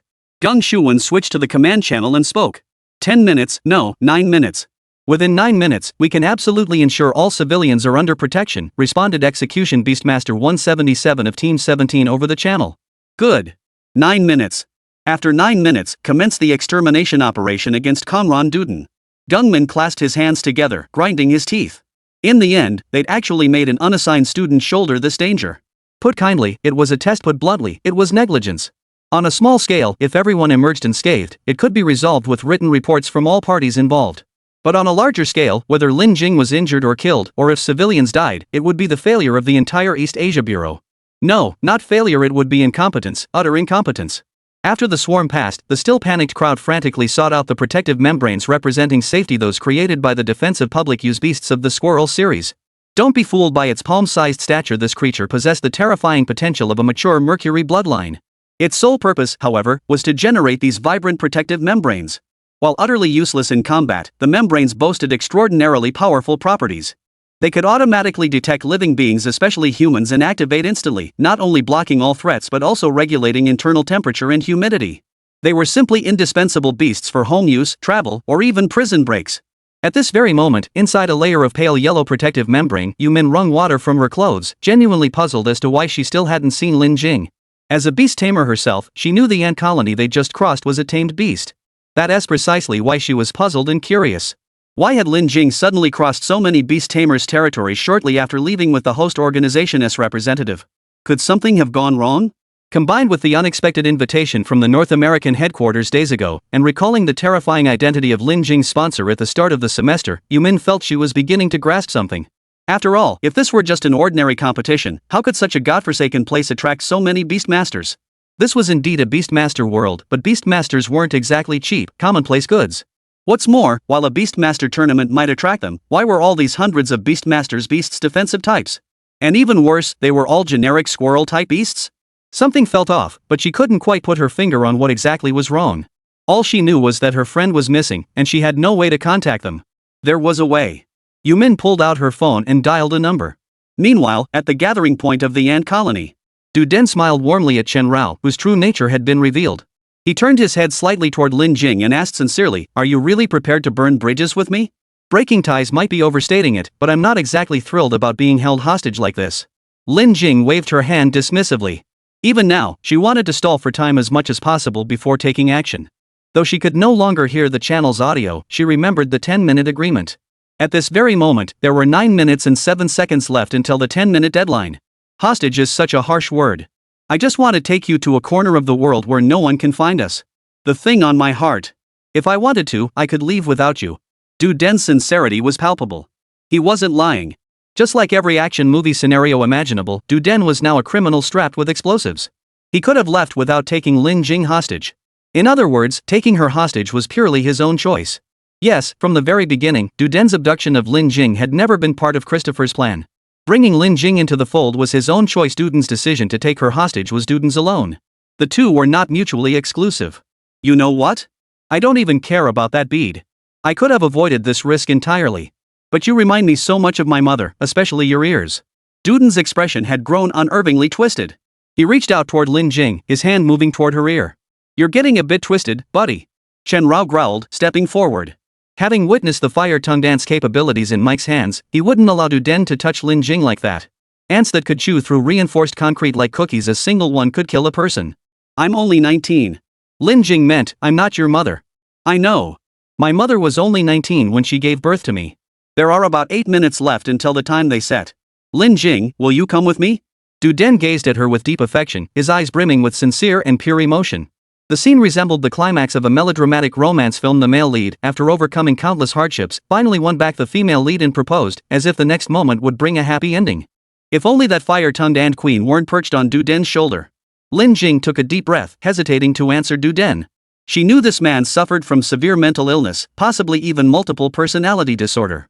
Tina had told her about Du Den's past. This European serial killer, notorious enough to be compared to a pacifier for children, cared only for his deceased mother. His childhood had been utterly tragic, and his mother had been the only light in his dark world. Come with me. I promise I can take you somewhere no one will ever find us. You can be my mother. Du Den continued speaking as time ticked away. Where? Lin Jing played along, stalling for time. Then let's go. Unexpectedly, Du Den took this as consent, grabbing Lin Jing's hand and pulling her forward. Pulling her hand away instinctively, Lin Jing knew danger lurked everywhere. Just as Du Den's mother had done when she died, slipping away helplessly. No! Du Den spun around instantly, his already fragile mental state shattering completely. Why? Why must you defy me? Can't you just be obedient? You're so pure and beautiful, why must you be disobedient? Why must you keep thinking about that? Why? Tell me, why? Du Den's mouth spewed a jumble of incoherent words. His voice grew increasingly frenzied, his eyes bloodshot, his form contorted. He was having an episode. Since you refuse to come with me, then I have no choice but to take you with me. His voice trembled, filled with a sob-like quality. Calm down first. Tell me where we're going, just like when we first arrived. Lin Jing desperately tried to soothe Du Den's unhinged emotions, but it was clearly too late. The raging Du Den raised both hands high. As the true blood-bound master of the fire-tongue ant queen, these creatures who communicated purely through pheromones needed no commands. They could synchronize with the queen's thoughts, mirroring Du Den's emotions, and then... Holy! Is this even human? Lightning surged beneath Chen Rao's feet, not by his will, but passively triggered by the emotional turmoil. Du Den's body rapidly retreated backward as countless fire-tongue ants crawled out from his mouth, ears, nose, even his eyes and navel. They covered his body, weaving a hard and sharp outer armor. Like a demon incarnate. Follow me!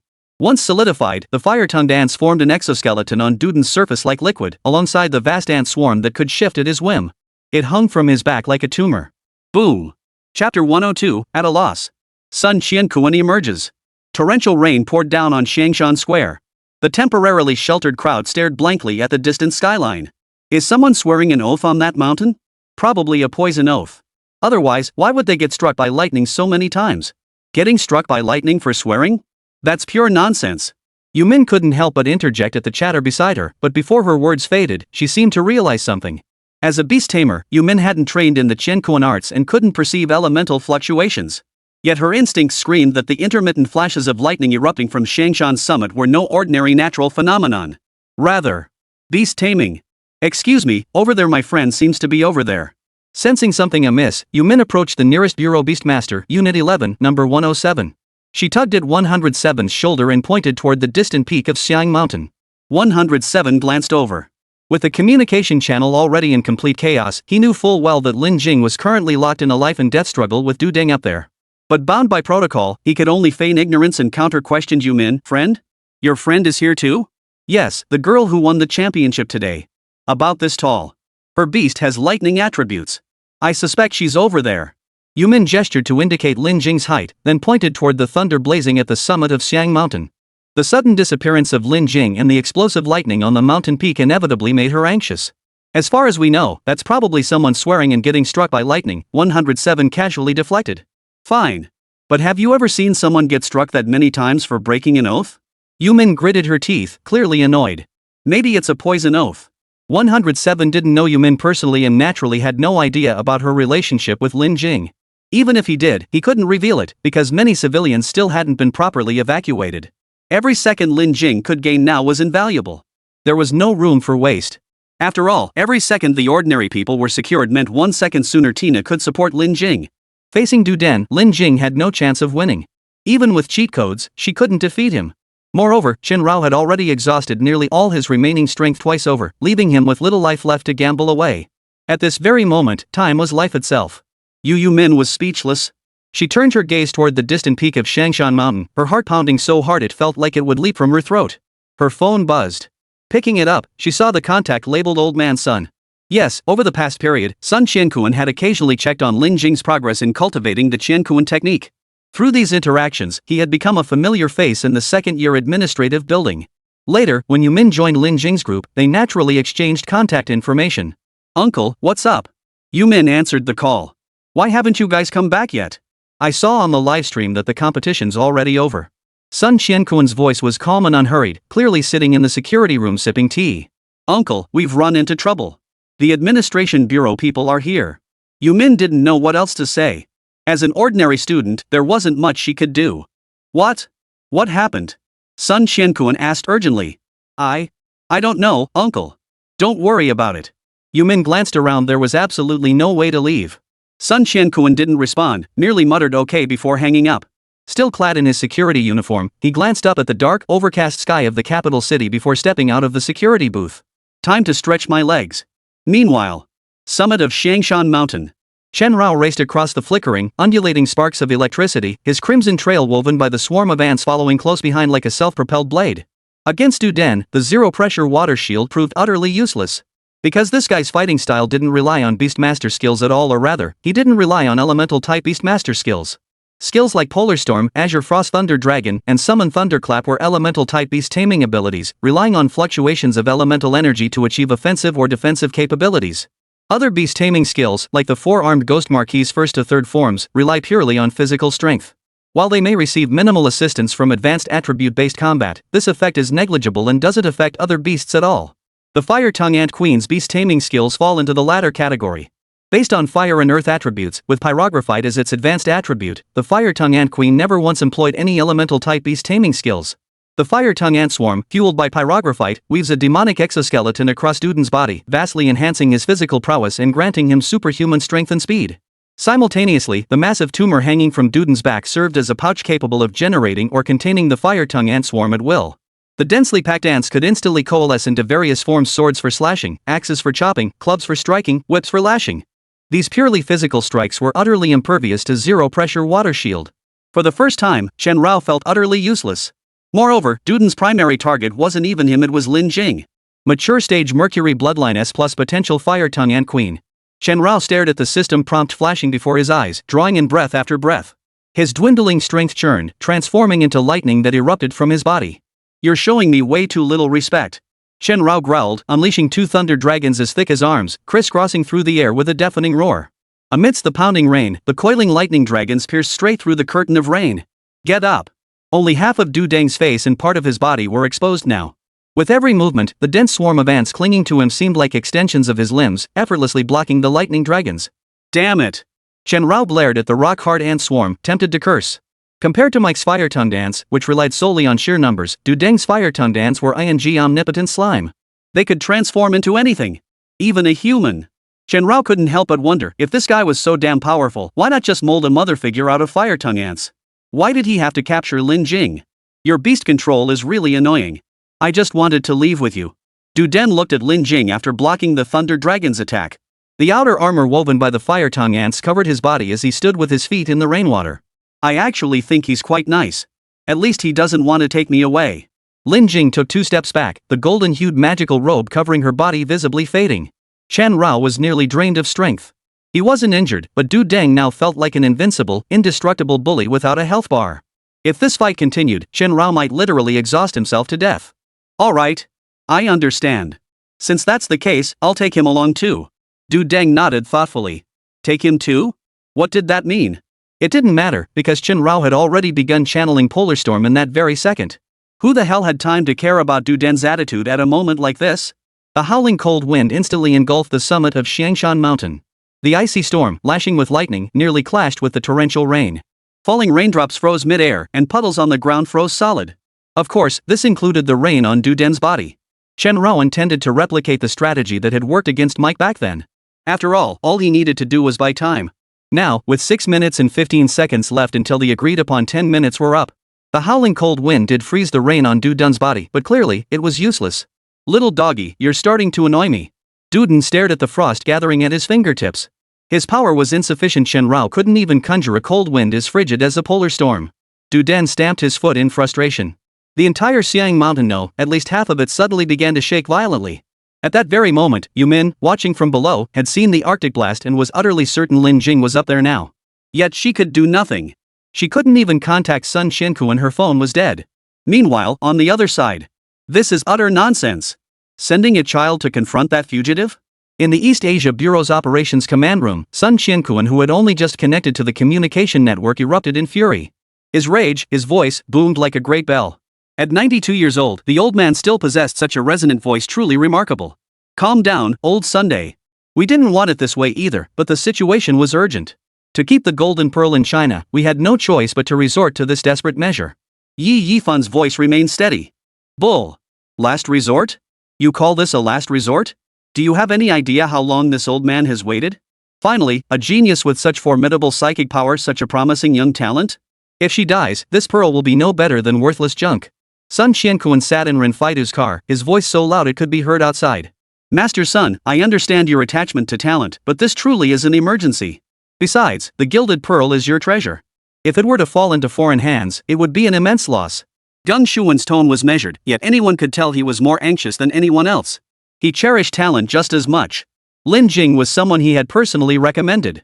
Fine. Since you claim the thing belongs to this old man himself, then I'll just take it back, okay? Sun Qiankuan took a deep breath before demanding. Of course. Once this mission concludes, I'll return it to you with both hands, Geng Min hastened to reply. Fine. But I don't need your help, old man. I'll handle this myself. Sun Qiankuan pursed his lips. He ended the call, brushed aside Renfaidu's attempt to stop him, and stepped out of the vehicle. The rain poured down in buckets, yet not a single drop touched Sun Qiankuan. The straight line distance from Jiuhua Beastmaster Academy to Xiangshan Square was about 75 kilometers. Driving through the gridlocked capital city could take 2 or 3 hours. But at this moment, Sun Qiankuan needed only 5 minutes. Dragon subduing divine general. Chapter 103, One punch calms the storm, thunder vanishes from the 4 seas. Xiangshan has split apart. This was no exaggeration, no metaphor, it truly split apart. Before the eyes of over 60,000 people gathered at Xiangshan Plaza, the colossal mass that once dominated the landscape no longer resembling a mountain shattered with a thunderous crash, as if an earthquake had unleashed its fury. Everyone, please remain calm. Stay where you are and do not move. Everyone, activate full defensive capabilities on all Swirl Series units. Ensure civilian safety. Stay put. Trust us. Don't panic. On the square, exhausted personnel shouted desperately as multicolored Squirrel Series units expanded their protective shield coverage to maximum. Yet some panicked citizens still attempted to flee. This undoubtedly intensified their workload, even threatening to collapse several zones that had just been stabilized. Regardless, to safeguard the basic safety of the populace, they pressed on despite being utterly exhausted. Simultaneously, the 19 sniper teams deployed at Aisho Mountain entered the venue from the perimeter inward. Having discarded all firearms and ammunition, they established single-line communication with the engineers pre-positioned near the square and swiftly infiltrated the interior through the ventilation system. The administration's technical department had already analyzed potential detonation points based on the plan's safety buffer zones and the venue's engineering blueprints. The task now was to dismantle them before detonation. To minimize disarmament time, the department had meticulously reduced over 1,000 potential detonation points to just 127. Disarming these 127 detonators would ensure civilian casualties were avoided even if all remaining points exploded. This was an unavoidable measure, for no one knew when the detonators might be triggered. Those 38 conventional troops were literally risking their lives. As Duden once said, no one in this world is immune to the fear of death, it's just that not everyone has come face to face with it. The 38 soldiers who entered the stadium through the ventilation system had even prepared their last wills in advance. No one is immune to the fear of death. But someone must be willing to risk everything to survive. Everyone was risking their lives: the Bureau's beast tamers inside the arena, the 38 regular troops in the ventilation system, and Lin Jing and Chen Rao in the Shashan Rift at this very moment. Chen Rao never dreamed that the proverb "a 1,000-mile dike collapses because of an ant-hole" could become reality. The combined stress from hundreds of millions, perhaps even billions of fire-tongue ants had torn open a 1.8-kilometer-long fissure in Xiangshan, plunging nearly 300 meters deep. Groundwater seeped out. "Poppy! Poppy! Keep moving!" Duden roared, his manic fury unleashed as the fire-tongue ant swarm lashed out like extensions of his own limbs, savagely whipping everything within reach. At that moment, Duden resembled a raging war machine, attacking with unrestrained fury and boundless stamina. The ant blades he wielded stretched 7 meters long, pulverizing even solid granite into dust and debris wherever they passed, the flying fragments as swift as bullets. Crack! Crack! Crack! Crack! Crack! As the shrapnel flew, Chen Rao had to draw even deeper into his reserves to maintain the strength of his golden liquor robe. He had to protect not only himself but also Lin Jing. Though Duden had halted his assault on Lin Jing, the wildly ricocheting shards knew no mercy. "Damn it, this is tough. Where's the backup?" Chen Rao sidestepped 4 meters with a thunderous leap, the crimson swarm's greatsword slicing through the air just inches from his neck. Without any elemental properties, the sheer physical sharpness managed to leave a shallow indentation on the golden dew robe. We can't hold out much longer." Lin Jing dodged the flying debris with every ounce of strength, simultaneously pinching the last remaining Bluetooth earpiece to connect to the command center. 4 minutes left. Hold on.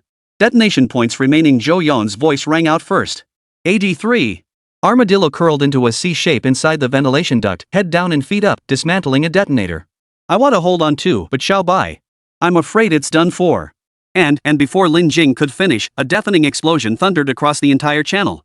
It could be heard even at Xiangshan Square, hundreds of meters away. The terrifying blast wave assaulted the eardrums of every living creature within at least 1.1 kilometers. But this wasn't the roar of Chen Rao's frost dragon, nor the screech of Duden's fire-tongue ant swarm. It was Xiangshan Reservoir. Under the dual pressure of relentless rain and the fracturing Xiangshan structure, the reservoir itself remained intact. Yet its immense water volume relentlessly pounded the fissure zone. "My God!" Lin Jing gasped, her feet sinking into the muddy ground as her pupils suddenly contracted. 700 meters away, at the end of the fracture zone. Boom! The second explosion thundered like a crack of lightning. The main structure of Xiangshan Reservoir remained intact, but the end of this fracture zone lay less than 200 meters away. Loose soil lay between them, now at risk of breaching. Though a breach wouldn't directly threaten the imperial capital's urban districts, the torrent rushing in would instantly fill the fracture zone. The terrifying force could potentially submerge over 15 square kilometers around Xiangshan. "Come on. Keep dancing. Amuse me."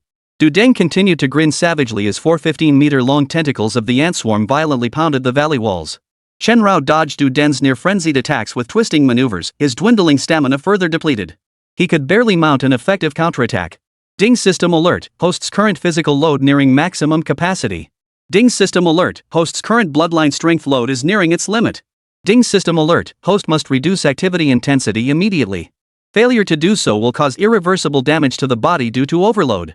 Glancing at the pop-up alerts, Chen Rao cursed under his breath as he dodged the swarm's lashing. The ground beneath his feet instantly split open, forming a trench over 4 meters long. Huff, puff. "Damn it, stop. If I stop now, I'm dead." Chen Rao gasped for breath, his sense of despair facing Dudang far surpassing that he felt against Lei Bo. Again. Again. Keep pleasing me." Duden sneered savagely, completely ignoring Lin Jing beside him.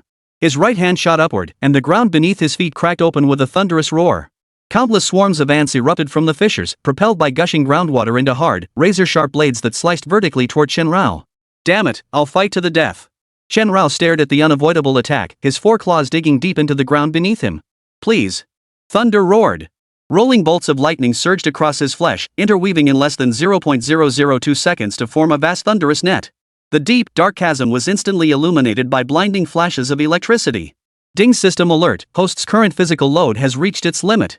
As the system notification popped up, a crack suddenly split open on Chen Rao's body. Mercury-like blood spurted forth.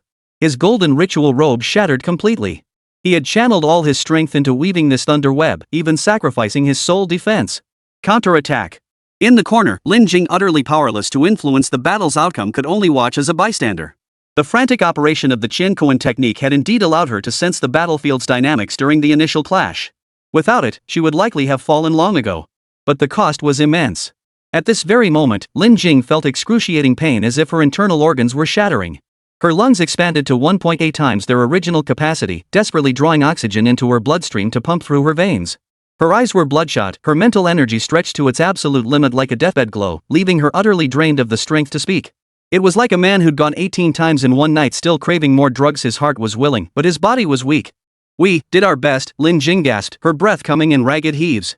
The crisscrossing lightning grid illuminated the very edge of her vision. Rolling bolts of lightning and arcing electricity intertwined with the swarming ants, while the ground erupted in frenzied explosions, tearing open fissures. The spreading, slender cracks had even reached the breach point, a 110-meter-long fissure instantly tearing upward from below. Boom! The third detonation echoed. A torrent of water as thick as a train surged forth. The Xiangshan Reservoir has breached. Lin Jing's side can't hold it anymore. Everyone, report the situation at the square. Team 1, all clear. Team 8 is secure. Team 6 is safe. In less than 5 seconds, reports from each team echoed through the communication channel. After 8 minutes and 57 seconds, all 80 teams inside and outside the venue had completed the evacuation of the public. On Zhou Yong's conventional forces channel, as Lynx carefully extracted the detonator from the pipe with his head tilted, all 119 of the 127 explosive points had been cleared. The remaining 8 were still in progress. But time was running out. Du Den, unleashing full firepower, had no regard for death. In the throes of his manic episode, his mind held only one obsession: to kill Chen Rao. That fragile detonator network couldn't stop Duden's 6 ant-like tentacles. In his madness, he even transformed 4 of them into giant hands, binding the scattered detonators into a single explosive ball. "Run, boy! Run for your life!" Duden snarled, watching Chen Rao spurting blood from every orifice. He was consumed by his manic rage, oblivious even to his own peril. The water spout gushing from the breach had already pooled 3 to 4 inches deep on the ground, and the crack continued to widen. Torrential rain poured down, and it was estimated the breach would be filled within 8 minutes. Fortunately, the residents were now safe. Lin Jing and Chen Rao's mission was complete. Ding! System alert! Host's physical body has exceeded its maximum endurance limit. Projected bodily disintegration in 7 minutes. Ding! Host's remaining lifespan is insufficient, 500 years. Body cannot be repaired. Ding! System alert! Chen Rao, blood flowing like a river, had no mind left to read the system's fine print. Du Den, held aloft by 2 giant ant-like hands, stood less than 5 meters away. If that colossal thunderball fell, Chen Rao would die without a doubt. It didn't even need to fall. In a few more minutes, he would be dead for certain. To die after just 100 chapters? Chen Rao gasped, his gaze fixed on Duden. Resentment filled his heart. Yet helpless. He had no more cards to play. His remaining lifespan was insufficient. No matter how formidable he was, he couldn't conjure more life out of thin air. At that very moment, beneath the Rift Valley, Du Den, swallowed by the swarm, grinned savagely.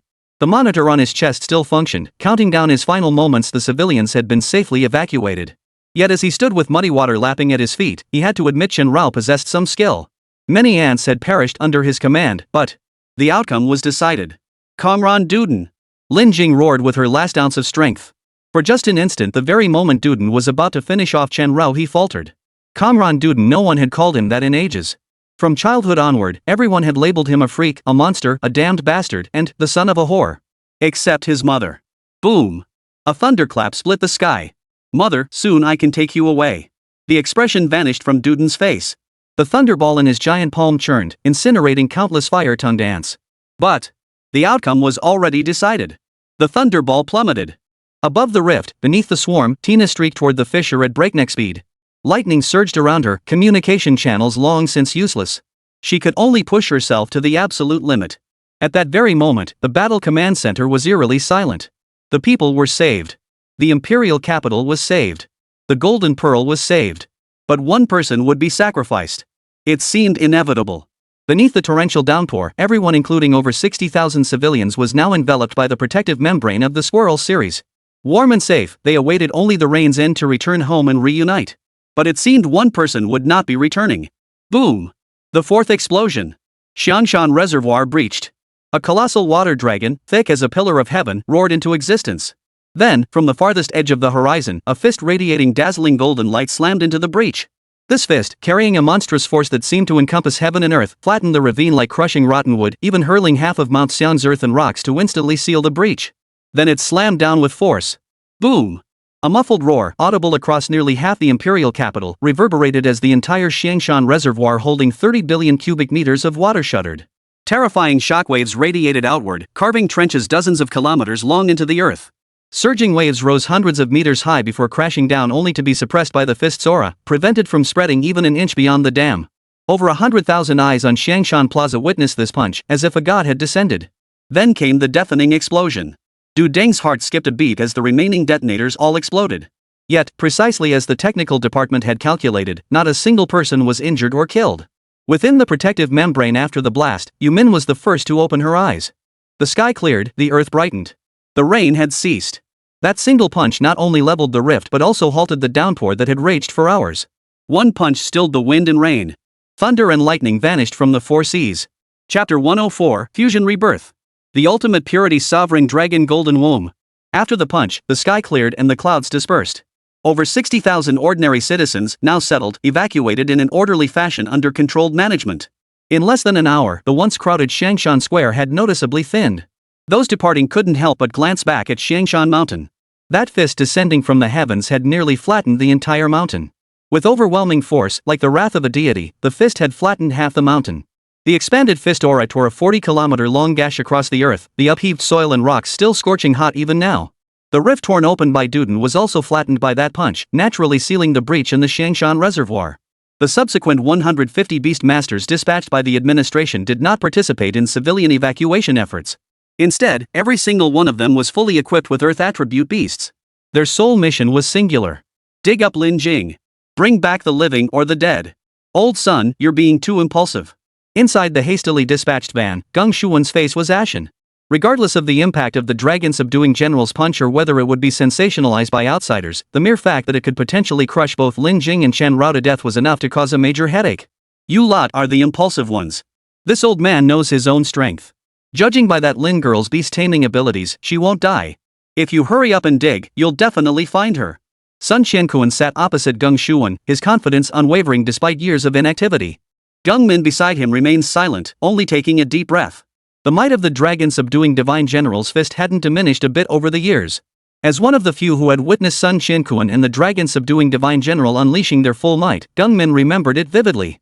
Back in the Siberian occupied zone, during the old man's final battle, he and his single beast companion had single-handedly shattered an iron wall formed by over 3,000 B+ grade or higher dangerous beasts. Powerful as he was, no one held out hope for Lin Jing's survival after today's blow. Even though Sun Qiankuan repeatedly emphasized that before commanding the dragon-subduing divine general to deliver this punch, he had channeled nearly all his energy into the Qiankuan technique, considering every minute detail to control the force of a punch covering nearly 20 square kilometers down to the level of a single square meter. No one believed him. But desperate times call for desperate measures. The excavation must continue. 150 people walked over the still warm ground, searching relentlessly for any possible signs of life. Ding host detected killing fire tongue ants. Replenishing lifespan, 17 minutes. Ding host detected killing fire tongue ants. Restoring lifespan, 8 minutes. Ding detected host killing fire tongue ants. Restoring lifespan, 21 minutes. Ding detected host killing fire tongue ants. Ding detected. Ding. Deep underground, however deep, no one could say. Chen Rao's shattered body lay sprawled across a solid slab of granite. The mercury-like blood that had once poured from his wounds had now dried completely. Lines of text from the system popped up one after another. So, this is where Chen Rao mustered his last ounce of strength to expel the mud clogging his nostrils. He had long been curious why, after killing so many fire tongue ants, had his lifespan not increased at all? It turned out that only at the very moment the fire tongue ant queen perished would the system calculate and absorb the remaining lifespan of all the fire tongue ants he had slain. The slight disappointment was that he hadn't killed the fire tongue ant queen himself, nor had he killed the remaining hundreds of millions, perhaps even billions of fire tongue ants. Otherwise, he would have gained even more lifespan. Ding's system calculation complete. Host has killed a total of 15,189,900 fire tongue ants. Ding remaining lifespan of fire tongue ants fully absorbed. Host's current remaining lifespan, 649 years. Ding 50 years of lifespan automatically consumed to sustain basic life functions. Chen smiled weakly at the final 2 lines of text that appeared. It was rare to see any semblance of a smile on that massive head, especially under these circumstances. Ding, would you like to fully repair bodily injuries? Estimated lifespan cost, 783 years. Just restore 50 years for now, enough to get me back on my feet. Chen Rao took a deep breath and hurriedly halted the system. The cost of 783 years was simply too steep. Just 50 years, enough to ensure he wouldn't die. At his command, the system activated instantly. In the blink of an eye, the dense network of wounds covering Chen Rao's body vanished without a trace. Yet the internal damage remained unchanged. Though Chen Rao stood upright, the excruciating pain in his bones, meridians, muscles, and internal organs made breathing difficult. In the instant that devastating punch struck, his body had reached its absolute limit. Had he not received this timely infusion of lifespan to automatically repair some of the damage, he would have died long ago. A century of lifespan had been sacrificed just to stand. He lifted his head and scanned his surroundings, only then realizing he was underground. A single, deformed granite slab barely supported a space of less than 8 square meters. No, it wasn't the deformed granite supporting it at all. It was Xiao Linjing, wake up! Hey, wake up! You're not dead, are you? Chen Rao forced himself to turn over, suppressing the excruciating pain within him, and tapped Lin Jing on the ground with his claw. The devastating force of that punch, combined with the golden liquor robe's protection being negligible by the end, had likely knocked the girl unconscious. She wasn't dead, though her body was still warm. Du Deng, however, was dead as a doornail. Chen Rao turned his head to the other side. Du Deng's body could hardly be called a body anymore. The dragon subduing divine general's fist had struck him directly, its overwhelming power vaporizing him almost entirely. Only a trace of blood remained clinging to the gilded pearl. The gilded pearl Du Deng had shoved into his own rectum now lay quietly on the ground, emitting a light as bright as a bulb in the pitch-black underground where no light penetrated. It's you! I nearly died because of you. Chen Rao shifted his body, facing the gilded pearl directly. In a daze, he felt something about this object seemed off. Hiss. When he first saw Sun Qiankuan give it to Lin Jing, why hadn't its glow seemed so blindingly bright? Only now did Chen Rao realize this was underground, a place devoid of any light. How could this gilded pearl, which had seemed dusty and dim when first seen, now shine so brightly and brilliantly? Even more astonishing, upon closer inspection, the gilded pearl, barely the size of a ping-pong ball, was covered in intricate patterns as fine as hair, flowing as if alive. Chen Rao extended a claw to lift the gilded pearl, holding it before his eyes. Closer inspection revealed that what had seemed an ordinary golden sphere now possessed not only intricate, fluid-like patterns on its surface, but its entire texture resembled amber, warm, smooth, and translucent. At its very core, a dazzling light seemed to pulse and shimmer. Ding's system scan complete. Detected, ultimate purity sovereign dragon golden core perfect. Description: a miraculous orb formed from the blood left behind when the dragon subduing divine general underwent its ultimate transformation from the metamorphosis stage. After centuries of refinement, the essence within had faded, yet through certain special procedures, it appears to have reignited its brilliance. Within it seems to incubate a new life form, possessing extreme, brutal physical strength. It may become an immeasurably powerful tamed beast. Description: a blood-stained, pure-grade dragon gold egg. Its interior shows early signs of formation. Could it be cultivated to hatch a beast? Or perhaps it holds other uses? Chen Rao tilted his head slightly, studying the drastically altered description and introduction. Pure supreme dragon golden embryo? He narrowed his eyes slightly, focusing his gaze on the very center. Only then did he notice, amidst the swirling patterns and radiant light, what appeared to be an extremely tiny embryo, no larger than a sesame seed. Am I supposed to hatch you out? Chen Rao tilted his head, but before he could ponder further, excruciating pain erupted from his internal organs. The agony, like a thunderclap piercing his body, sent Chen Rao reeling. He coughed up a mouthful of blood. Ding's system notice: host's body remains unrepaired. Please reduce activity to mitigate the impact of bloodline on host's physical form. Chen Rao stared at the tiny system prompt before him, feeling dizzy. 100 years of lifespan wasted for nothing? Has my body deteriorated this badly? Chen Rao spat out the blood in his mouth, lowered his head, and used the light from the golden dragon egg to examine his body. The fine wounds had healed, but that didn't mean his body was sound. It was like a shattered porcelain vase hastily patched with duct tape, barely functional, leaking everywhere, and destined to shatter again sooner or later. Unless Chen Rao sacrificed 783 years of his lifespan to fully restore his body. But where the hell was he supposed to find 783 years of life? Damn it, am I really going to die here? Chen Rao lay on the ground, struggling to steady his breathing. The Zuanlong golden fetus that had fallen to the floor rolled to his feet. Suddenly, a thought struck him. Carry the bloodline, fuse, and reincarnate. That only required consuming 500 years of lifespan. But, was it even possible? He stared at the golden dragon fetus, at the sesame seed-sized embryo within, and closed his eyes. Ding, confirm whether to carry the current Mercury bloodline and fuse it into the pure Zuanlong golden fetus for reincarnation. This will consume 500 years of lifespan. A line of small text appeared. Don't blame me for fusing you before you're even born. I'd been left with no other choice. Chen Rao stared at the tiny embryo inside, gritted his teeth, and pressed forward. Ding lifespan consumed, 500 years. Ding extracting current body's mercury bloodline for fusion rebirth, pure Zuanlong golden fetus. As the 2 lines of text appeared, Shenrao felt as though his soul had left his body. The surrounding world instantly magnified 10-fold, 100-fold, even 1,000-fold, as if she were a mustard seed suspended between heaven and earth. All pain and exhaustion vanished, leaving only before her eyes that immense, sun-like, dazzling sovereign dragon golden womb. Chapter 105, Shenrao confronts Shenrao. A dazzling sun descended before his eyes, and Shenrao instinctively raised his hand. The blinding light pierced through flesh and bone. Squinting, Shenrao could even see the bones encased within his flesh. My hand? It's back? Only now did Shenrao realize his hand had returned. Not just his hand. Stunned, Shenrao quickly felt around with his fingers, then shielded his eyes with his arm to look. He discovered he was now in a human form. Back to human? He stared at his limbs in disbelief, his hands and feet, completely hairless and unnaturally clean. Naked, Shenrao now stood in a vast, boundless space. Up, down, left, right, no end in sight. He felt no gravity, no sensations whatsoever, as if suspended in nothingness.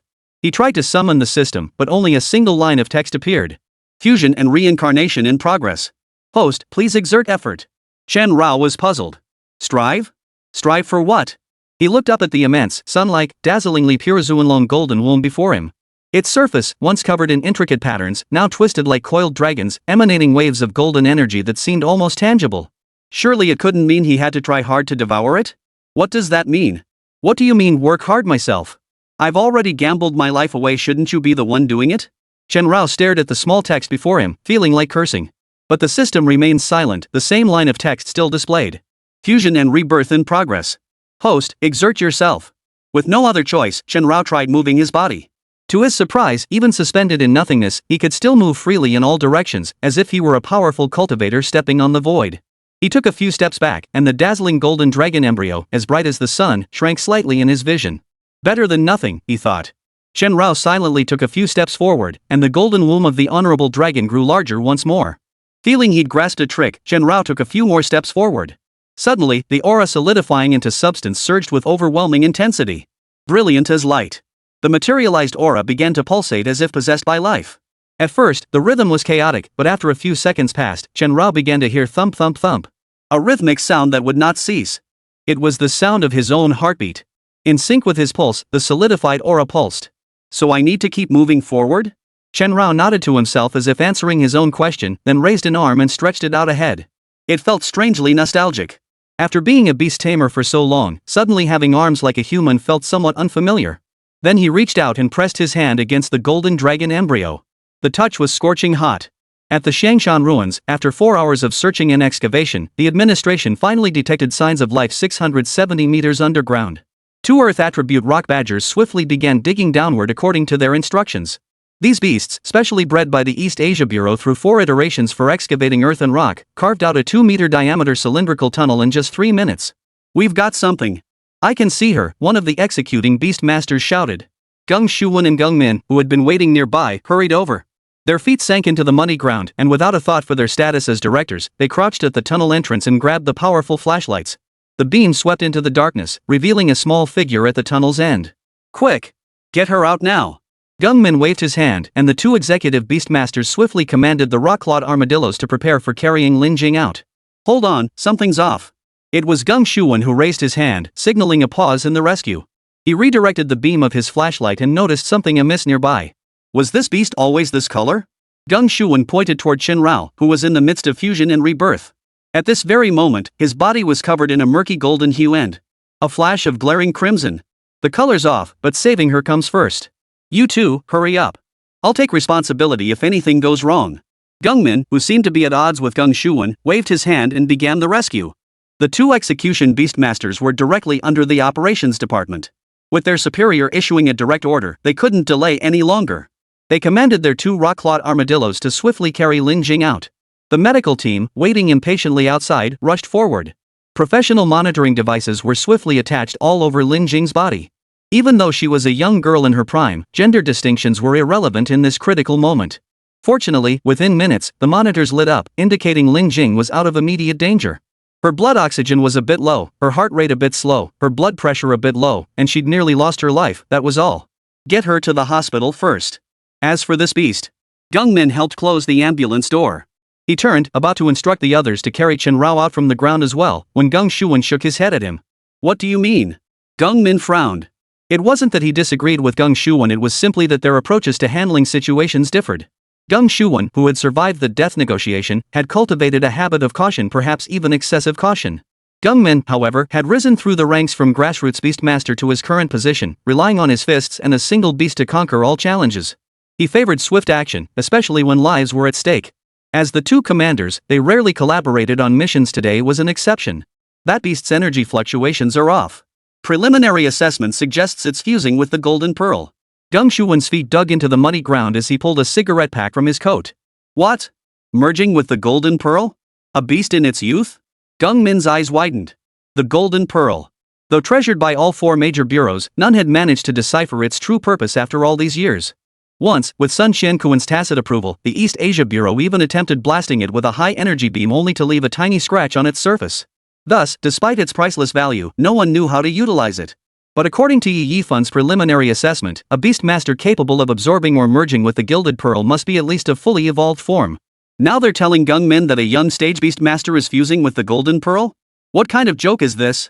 I hate to admit it, but it's true. Gung Shuwen turned to face the tunnel, now radiating a dazzling glow, his expression grave. Where is Ms. Yi? Gung Min asked after a moment of silence. Ms. Yi is conducting experiments at headquarters, replied the beastmaster beside him. Her presence wouldn't have helped. I wish I could show you the shattered remains of the detector, right there. Gung Shuwen pointed toward the ground in the distance, where fragments still lay scattered. Yes, just moments ago, Gung Shuwen had used the detector to scan the fluctuations within the tunnel. The intense fluctuations had literally blown the detector to smithereens. This meant the energy fluctuations within had exceeded the device's capacity.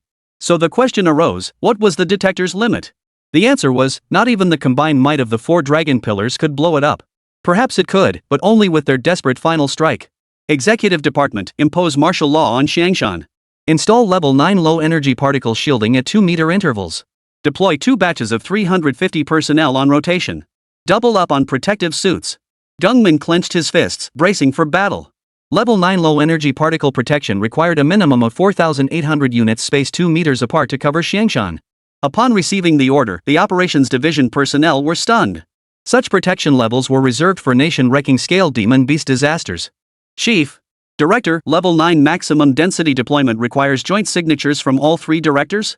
The beastmaster beside Gung Min cautiously interjected. His gaze kept darting toward Gung Shuwen. Could this notoriously iron-fisted leader truly approve Gung Min's seemingly exaggerated defense request? Gung Shuwen was cautious, yes, but that didn't mean he'd use a cannon to swat a mosquito. Proceed. I'll handle contacting Ms. Yi. Gung Shuwen waved dismissively. Yes, sir. The beastmaster who had rushed off earlier turned ashen-faced. This is bad. A real disaster. How is elder son now? Gung Shuwen inquired. At 92, he's getting on in years. With that excessive strain from casting the heaven and earth technique and commanding the dragon subduing divine general, we've sent him back to rest. Gung Min reached into Gung Shuwen's cigarette pack, took one out, and lit it. He smoked, but Gung Shuwen did not. Then we'll have to shoulder this today. If this beast can safely fuse with the golden pearl, all will be well. If not, Gung Shuwen's voice trailed off, fading into silence. Then we'll crush it to death. As for compensating that girl, Gung Min bit down on his cigarette. Compensation or restitution, that wasn't his call. Regardless, she's earned a major achievement. Once she's rested, prepare for her advanced beastmaster initiation ceremony. As for this beast, if it dies in the process, no amount of compensation can replace it. Let's see what she herself has in mind. Gung Shuwen's response was blunt. Stand ready. The air hung with deathly silence. At that very moment, Chen Rao, stepping into the dazzling Zuanlong golden womb, wore an expression that could only be described as speechless. You're me? Chen Rao spoke, staring at the figure before him whose features mirrored his own as if looking into a mirror. Yes, I am you, and you are me. Only, I am your animalistic nature, while you are my human nature. The entirely golden Chen Rao smiled. Chapter 106, After long struggle with myself, I choose to be myself. Chen Rao stepped into the interior of the Zuanlong golden womb. Compared to the dazzling golden light outside, its interior was surprisingly dim. Hardly any light penetrated, yet it felt intensely bright. Above and below lay nothing but void. Only before him stood a man, naked as amber, identical in form to himself, radiating an inexplicable sense of oppression. You are my animal instinct, and I am my humanity? Chen Rao felt the words roll off his tongue like a tongue twister. Exactly. Haven't you sensed it over the past 2 months? Reborn as a beast while retaining human consciousness, you could live off raw flesh and blood without heeding the moral codes of the human world. You could even share a bed with a young girl in the bloom of youth. But in human form, with your 3,500 yuan monthly salary and no car or house to your name, a girl like that would only deem you worthy of a sorry, you're a nice guy? Face to face, the beastly Chen Rao smiled as he spoke. Born as one with Chen Rao, he knew everything inside out. Whether it was transmigration or rebirth. The beastly Chen Rao was essentially another version of himself, privy to every secret within. But fundamentally, I am human. I won't take advantage of her. Chen Rao stared at his animalistic counterpart, his words growing increasingly hollow. Was he truly still human? After living as a beast for dozens of days, he had long grown accustomed to being one. Now, when asked to identify as human, he felt strangely unfamiliar. You can't even tell if you're human or beast anymore. As a human, you revel in the benefits of being a beast free from the shackles of the human world, sharing physical intimacy with a girl you could never truly have. Can you honestly say you've never fantasized about it? The beastly Chen Rao drew closer with a grin, his animal eyes glinting crimson. Chen Rao fell silent. How could he not have? When he first became Little White, intimate moments between beast and beastmaster, pet and owner, were inevitable with Lin Jing. That faint, recurring scent was the embodiment of Chen Rao's primal desires. The greatest difference between humans and beasts is that humans suppress their desires. After a long silence, Chen Rao answered his own question. Yet you, as a beast, still enjoy human wisdom and reason, striving to obtain every convenience and advantage only humans can attain. You expend your lifespan to grow stronger, and kill opponents to replenish it. Chen Rao, oh Chen Rao, even as a beast, you remain unworthy. The beastly Chen Rao grinned widely.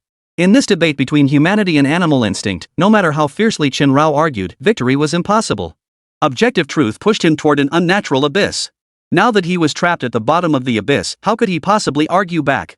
So what's the point of you saying all this? I am me, you are me, and I am you. Humanity and animal instinct have never been incompatible, right? Chen Rao stared into his own eyes and demanded. Exactly. Absolutely. The beastly Chen Rao laughed. He retreated backward with a roar, and the surrounding scene began to shift violently with his movement.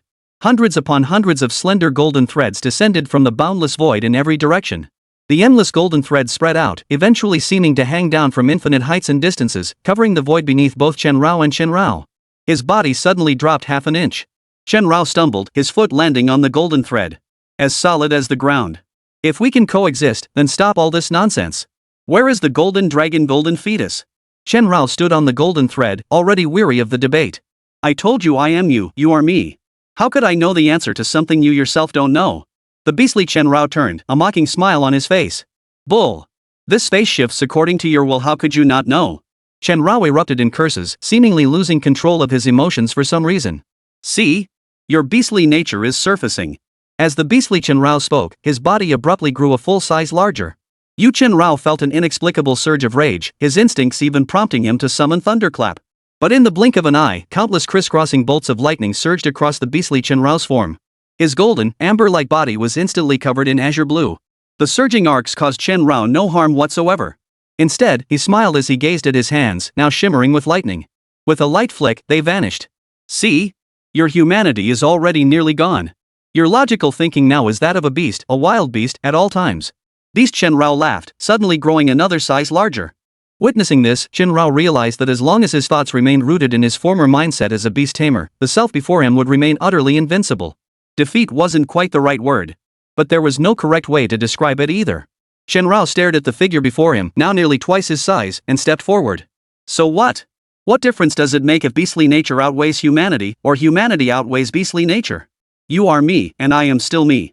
After awakening with the Zuanlong golden womb fused within, I remain myself. You can't possibly follow me out into the world, can you? As he spoke, Chen Rao drew a deep breath. Though he felt no sensation of inhaling, the act itself helped steady his emotions considerably. He watched as the other self. As the body began to shrink. Of course not. I'm merely the embodiment of your animalistic nature. The animalistic Chen Rao shook his head. And this place is merely a space akin to human dreams ultimately, it's just us struggling within ourselves, because this golden embryo can. As the animalistic Chen Rao spoke, golden threads surged beneath his feet like waves of gold. As he spoke, he retreated step by step. The seemingly boundless void around them began to contract, shrinking until it became a single point incredibly small, yet large enough for the two Chen Raos to stand face to face without feeling the slightest crampedness. Now, Chen Rao and Beast Chen Rao shared no distance between them. They pressed together at zero separation, chests tightly joined, thighs pressed together. Had they not turned their heads like mirror images, they might have kissed at that very moment. A scene brimming with romance. This realm is undoubtedly connected to you, Chen Rao said, turning his head to the right. That's right. I am your animalistic side. But if not for this realm, I wouldn't have materialized either. Do you know why? As Chen Rao's rationality returned, the beastly form shrank back to its original size. Chen Rao shook his head. I don't know. He genuinely didn't know. He didn't know why this had happened either. Or rather, he didn't know why he had become a beast master. And he certainly didn't know why he'd simply accepted this beast identity without question. Over the past 2 months, he'd grown accustomed to the lifestyle of a beast, whether eating, sleeping, or even the oddly pleasant sensation of being carried around in Lin Jing's backpack. Sometimes he would ask himself whether he could still be considered human. The rational answer, of course, was that he still was. But the distant, elusive vision of transforming his body left Chen Rao feeling utterly hopeless.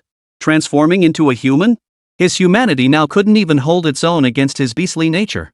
Because I can make you transform into a human. I can even free you from the shackles of the blood pact and elevate you to humanity.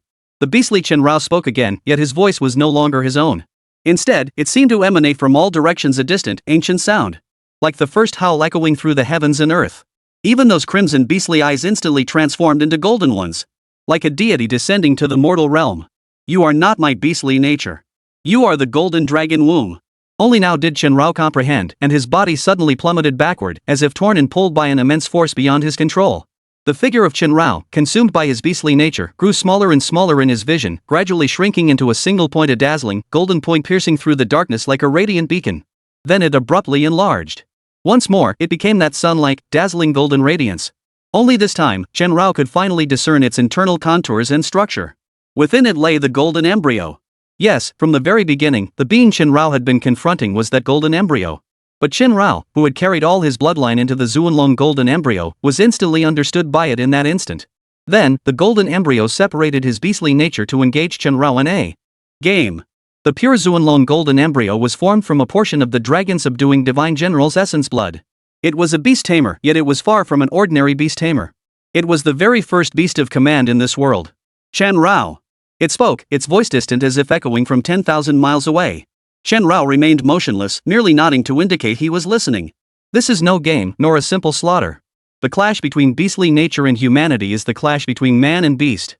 And the fusion of beastmaster and beast is the union of humanity and beastliness. The birth of demonic beast stems from humanity's excessive desires. This world holds more than just beastmasters. Nor is the bond between tamers and beasts unbreakable, yet it is far from severed entirely. Jintai continued speaking, but for some reason, its voice came in fits and starts. Chen Rao could never quite catch everything clearly, piecing together what he understood into the above summary. He stared intently at the golden embryo. As for me, I am but a grain of dust that first came to understand it all. Only this final sentence rang out with crystal clear clarity. The next instant, countless golden threads spread out from within the golden womb, enveloping Chen Rao. They seemed to follow the patterns of his skin, eventually entering his body. Slowly merging, as if burrowing in. Merge your humanity with your beast nature to understand the true reality. Then, Chen Rao's consciousness abruptly snapped. Within this confined space, it felt as though only a dozen minutes had passed. Yet outside, a full 47 hours had passed. 2 shifts of densely deployed level 9 low-energy protective devices had been rotated, and 2 waves of 350 level 6 beast masters on high alert had taken their places. Even Gung Min and Gung Shuwen hadn't closed their eyes for over 50 hours straight. Until Chen Rao opened his eyes within the cavern. A golden glow flickered and vanished. He stretched his limbs and slowly emerged. Ding fusion reincarnation complete. Host's current attributes: mature stage Mercury bloodline S plus potential 4 guardian elemental spirits. Emerging from the cave, Chen Rao radiated a vibrant glow, his entire body shimmering with iridescent, glass-like colors. He still bore the form of a beast tamer, his golden threads interwoven against a snow-white base. This was his choice after hearing that final whisper in the last instant. Human nature or beastly nature. Be it human form or beastly form. After wrestling with myself for so long, I choose to be myself. Chapter 107, From Junior Beastmaster to Executive Beastmaster. When Chen Rao saw Lin Jing again, it had been 4 months. Yes, a full 4 months had passed. The imperial capital, which he remembered as just beginning to feel the chill of autumn, was now blanketed in a thick layer of silver snow. Over the past 4 months, Chen Rao had conducted a total of 42 experiments across multiple facilities, the capital's research centers 1 and 3 under the East Asia Bureau, the East Asia 9 Cities Supercomputing Experimental Center, and the South Sea Maritime Experimental Base. Throughout the entire process, Chen Rao cooperated fully. After wrestling with himself for a long time, Shenrao ultimately decided to maintain the outward appearance of a beast while acting as a human. He always felt this was a compromise.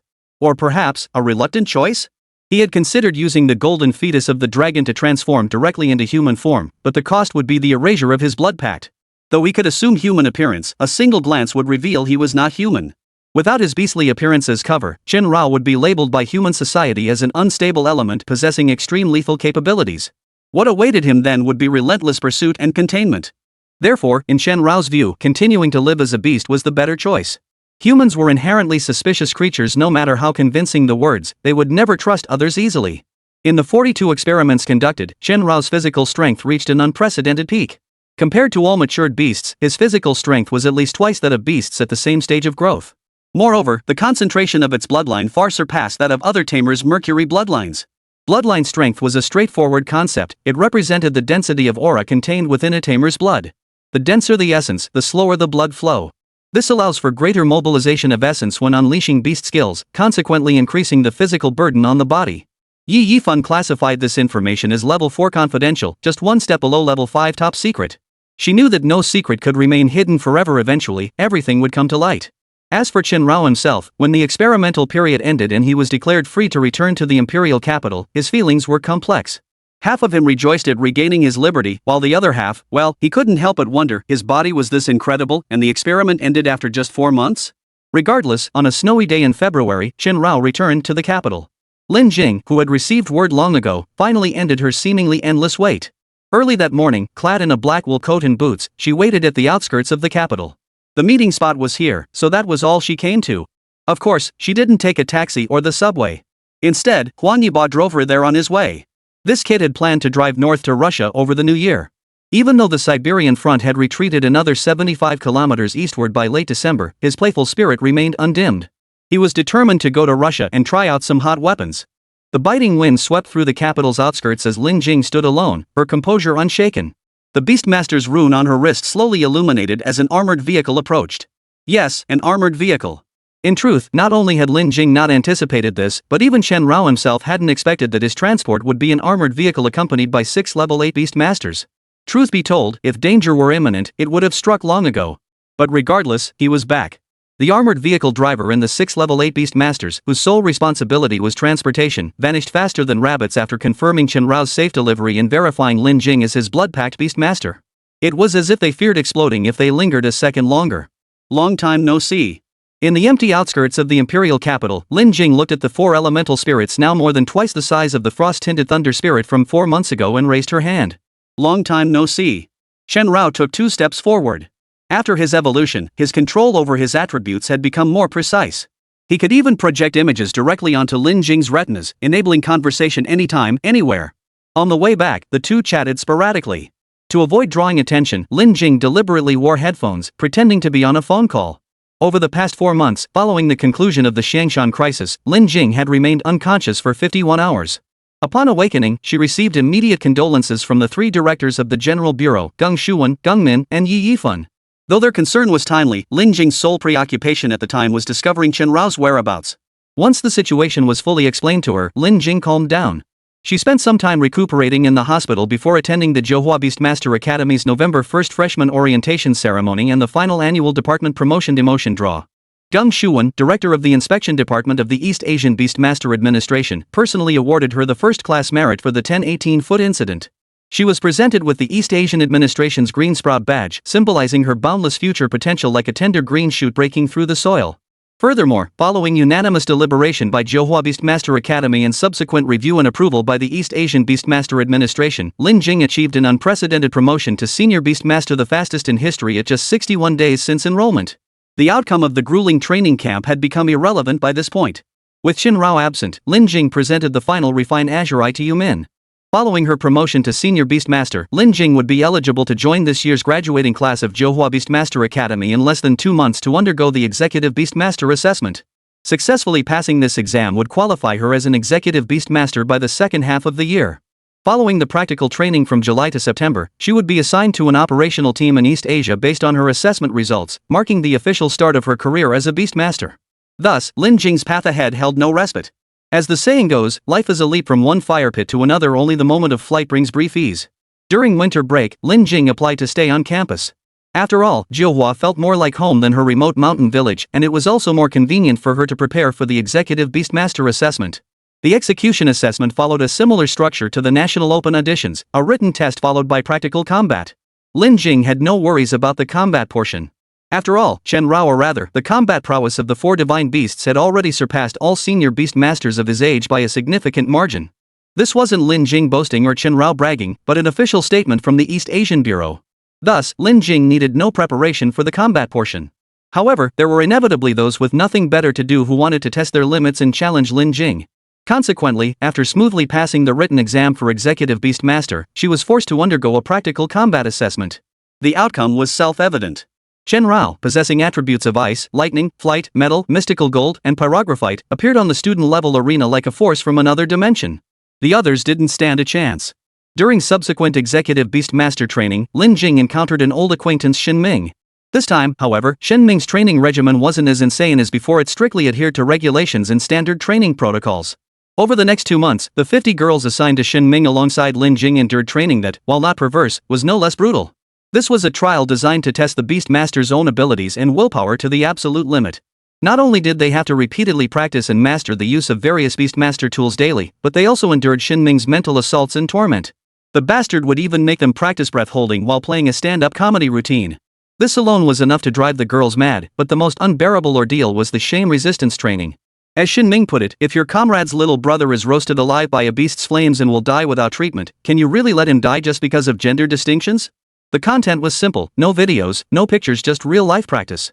Of course, not actual combat with guns blazing, but mixed bathing. At first, it was just Shin Ming alone. Though he seemed unscrupulous, his little brother remained completely subdued during the mixed bathing sessions, making one wonder if he was.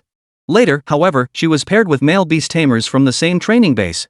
Like the girls, they had undergone a period of training, though their instructor was a beast tamer in his 40s, clearly less tempting than a group of 20 to 23-year-old girls. Thus, these training experiences became memories Lin Jing never wanted to revisit for the rest of her life. After completing her Beastmaster training and passing the assessment standards, Lin Jing was naturally selected by Shin Ming. Though she couldn't leapfrog 6 ranks to become his direct pupil. She was immediately assigned to the Level 3 Danger Zone, the Shilin Alliance. Yes, nearly a year had passed. The once controlled Shilin Alliance had now become a danger zone, teetering on the brink of collapse at any moment. This signified danger, yet in Chen Rao's eyes, it also represented vast potential for longevity. After lying dormant for over half a year, Chen Rao had finally found his chance to prove himself. However, after Lin Jing became an executive level 1 Beastmaster, the first battle that forced Chen Rao to unleash his full power, even resorting to suicidal tactics, wasn't against the Howling Beasts on the Shilin Alliance frontlines. It was against Yahalian. Yes, indeed. Yahalian hadn't forgotten their year-long pact just because Lin Jing had been promoted to an executive level 1 Beastmaster. Only now, she was no longer a novice or intermediate Beastmaster. While Lin Jing worked tirelessly to improve herself, this European prodigy never ceased her own path to greater strength. In June of that same year, as an intermediate Beastmaster, she single-handedly repelled a B-level crisis in the Eastern Atlantic. This was a danger that only a team of level 3 or higher Beastmasters could potentially handle. Thus, external skepticism persisted until the conclusion of this match, when everyone finally fell silent. At that moment, the clash between Chen Rao, a mature stage Mercury Bloodline user, and the mature stage Mercury Bloodline Golden Dragon captivated everyone's attention. Meanwhile, the stark contrast between Lin Jing, clad entirely in black, and Yi Helian, dressed entirely in white, became a focal point for media coverage, interviews, and heated discussions. The stark contrast between black and white made them seem like representatives of the Eastern and Western Beastmaster realms. Moreover, the renowned Beastmaster commentator, Master Yi Zhongdi, pointed out sharply that for a long time to come, all young Beastmasters in the East and West would live in the dazzling glow cast by Lin Jing and Yi Helian. Chapter 108, The Global Young Beastmaster Tournament Part 1. The most significant difference between executive Beastmasters and non-executive Beastmasters is this. Non-executive Beast Tamers live in constant fear of failing their exams, unable to graduate, forced to remain at the Beast Tamer Academy year after year, striving to pass the executive qualification test. Executive Beastmasters live in constant fear of facing death at any moment. On the very first day Lin Jing and Chen Rao arrived at the Shilin Alliance as new recruits, Miao Hongting, who had received word early, hosted a welcome banquet for them. Though called a banquet, it was remarkably simple. There was no way around it.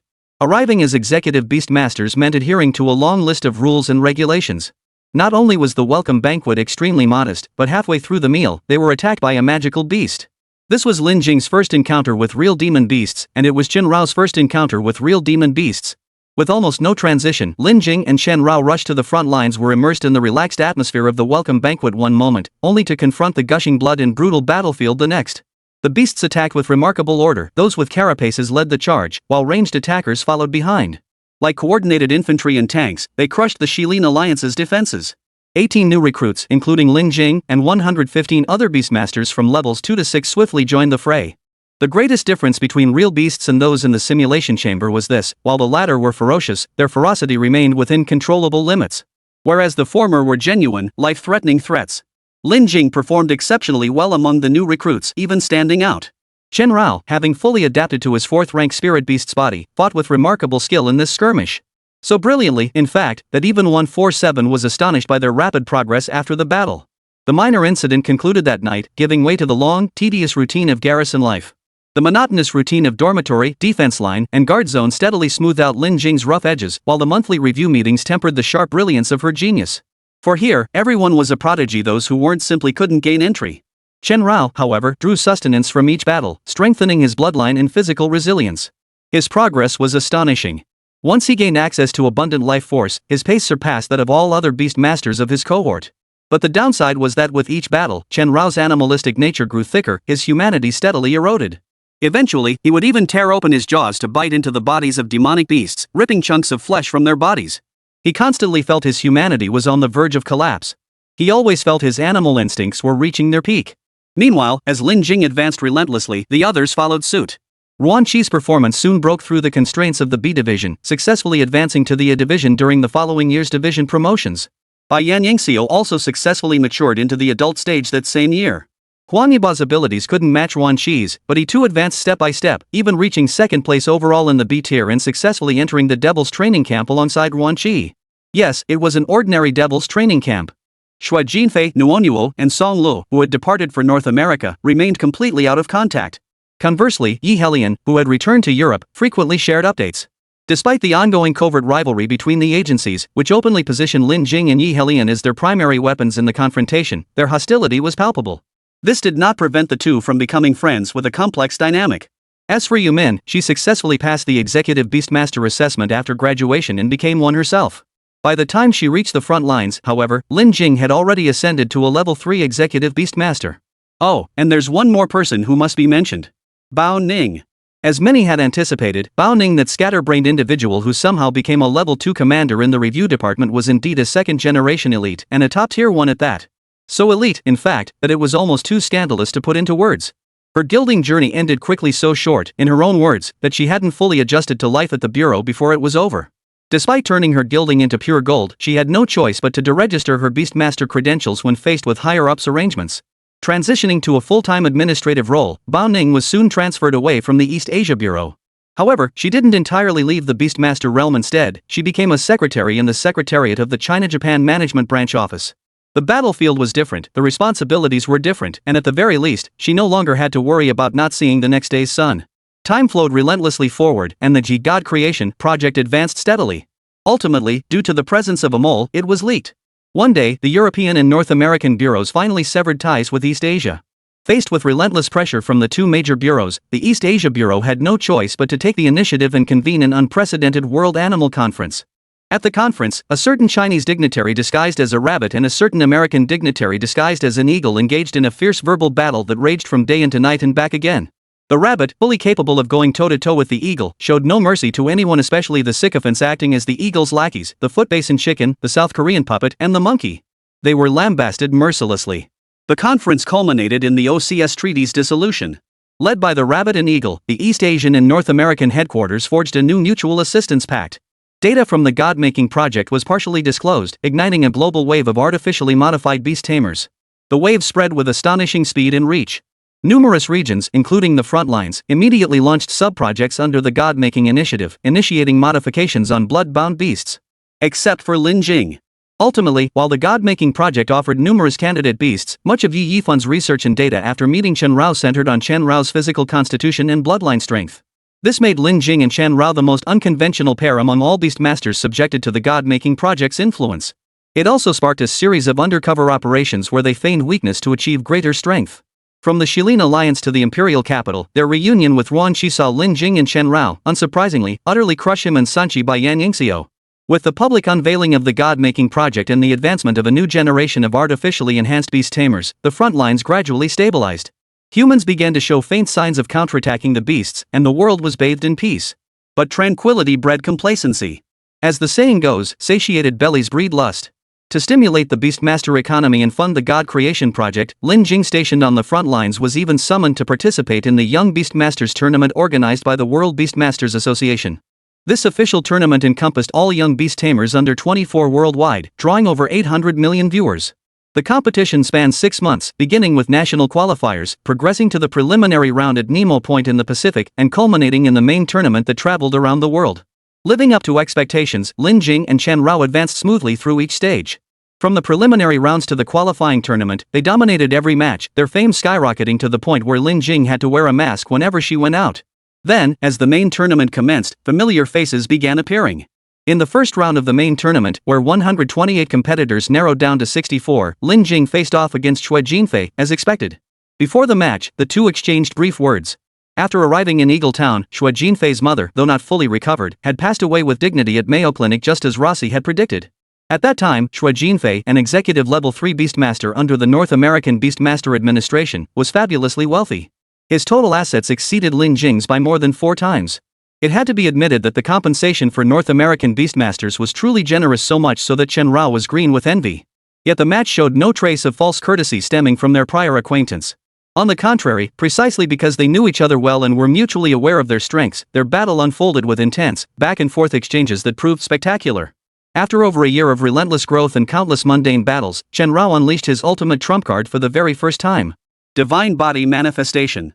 The fully materialized aura of mystical metal transformed into Chen Rao's external form. The colossal Dharma image stunned the entire world. For the first time, everyone realized that beast taming could be taken to such extremes. Xue Jinfei, conceding defeat with genuine respect, left without much comment. He quietly returned to North America, only to face scrutiny from the North American Bureau for losing the match. He was already a casualty of a larger struggle. Though his abilities were sufficient, he inevitably faced rumors and gossip. Unable to endure associating with the white-skinned bastards any longer, Xue Jinfei chose to resign, revoking his status as an executive beastmaster with the North American Bureau. He even returned his beasts to the Bureau. Returning to China, he chose to start a new beginning as a novice beastmaster. As for Nono, who had pursued him relentlessly, she finally earned Xue Jinfei's attention after years of waiting. This little girl, who started as a mere admirer, eventually became his devoted lover. In the end, they became each other's first loves. In the 64-32 round, Lin Jing faced an unfamiliar opponent who had issued a pre-match challenge, vowing to send her packing. The outcome? Predictably, Chen Rao unleashed full force and instantly defeated him. Though instantly might be an overstatement, since Chen Rao also suffered setbacks after summoning his Beastmaster avatar, ultimately having to reveal his trump card to secure the victory. After the match, Lin Jing once again appeared on Halu Yu Yue. This time, however, battle-hardened and more mature, Lin Jing handled Lu Yu's barrage of questions with ease. As she grew older, her personality solidified completely. She became someone who often wore a smile, yet gave off an aura that made her seem distant. Her monochromatic black attire and Chen Rao's dazzlingly flashy combat style earned her the nickname Dark Arclight from her devoted fans. This subtly mirrored Yi Helian's moniker, White Thunder. In the round of 32, Lin Jing faced Song Lo, who represented the North American Beastmaster Bureau. This girl, who once declared she'd be an undercover agent, had indeed mastered core North American techniques and skills.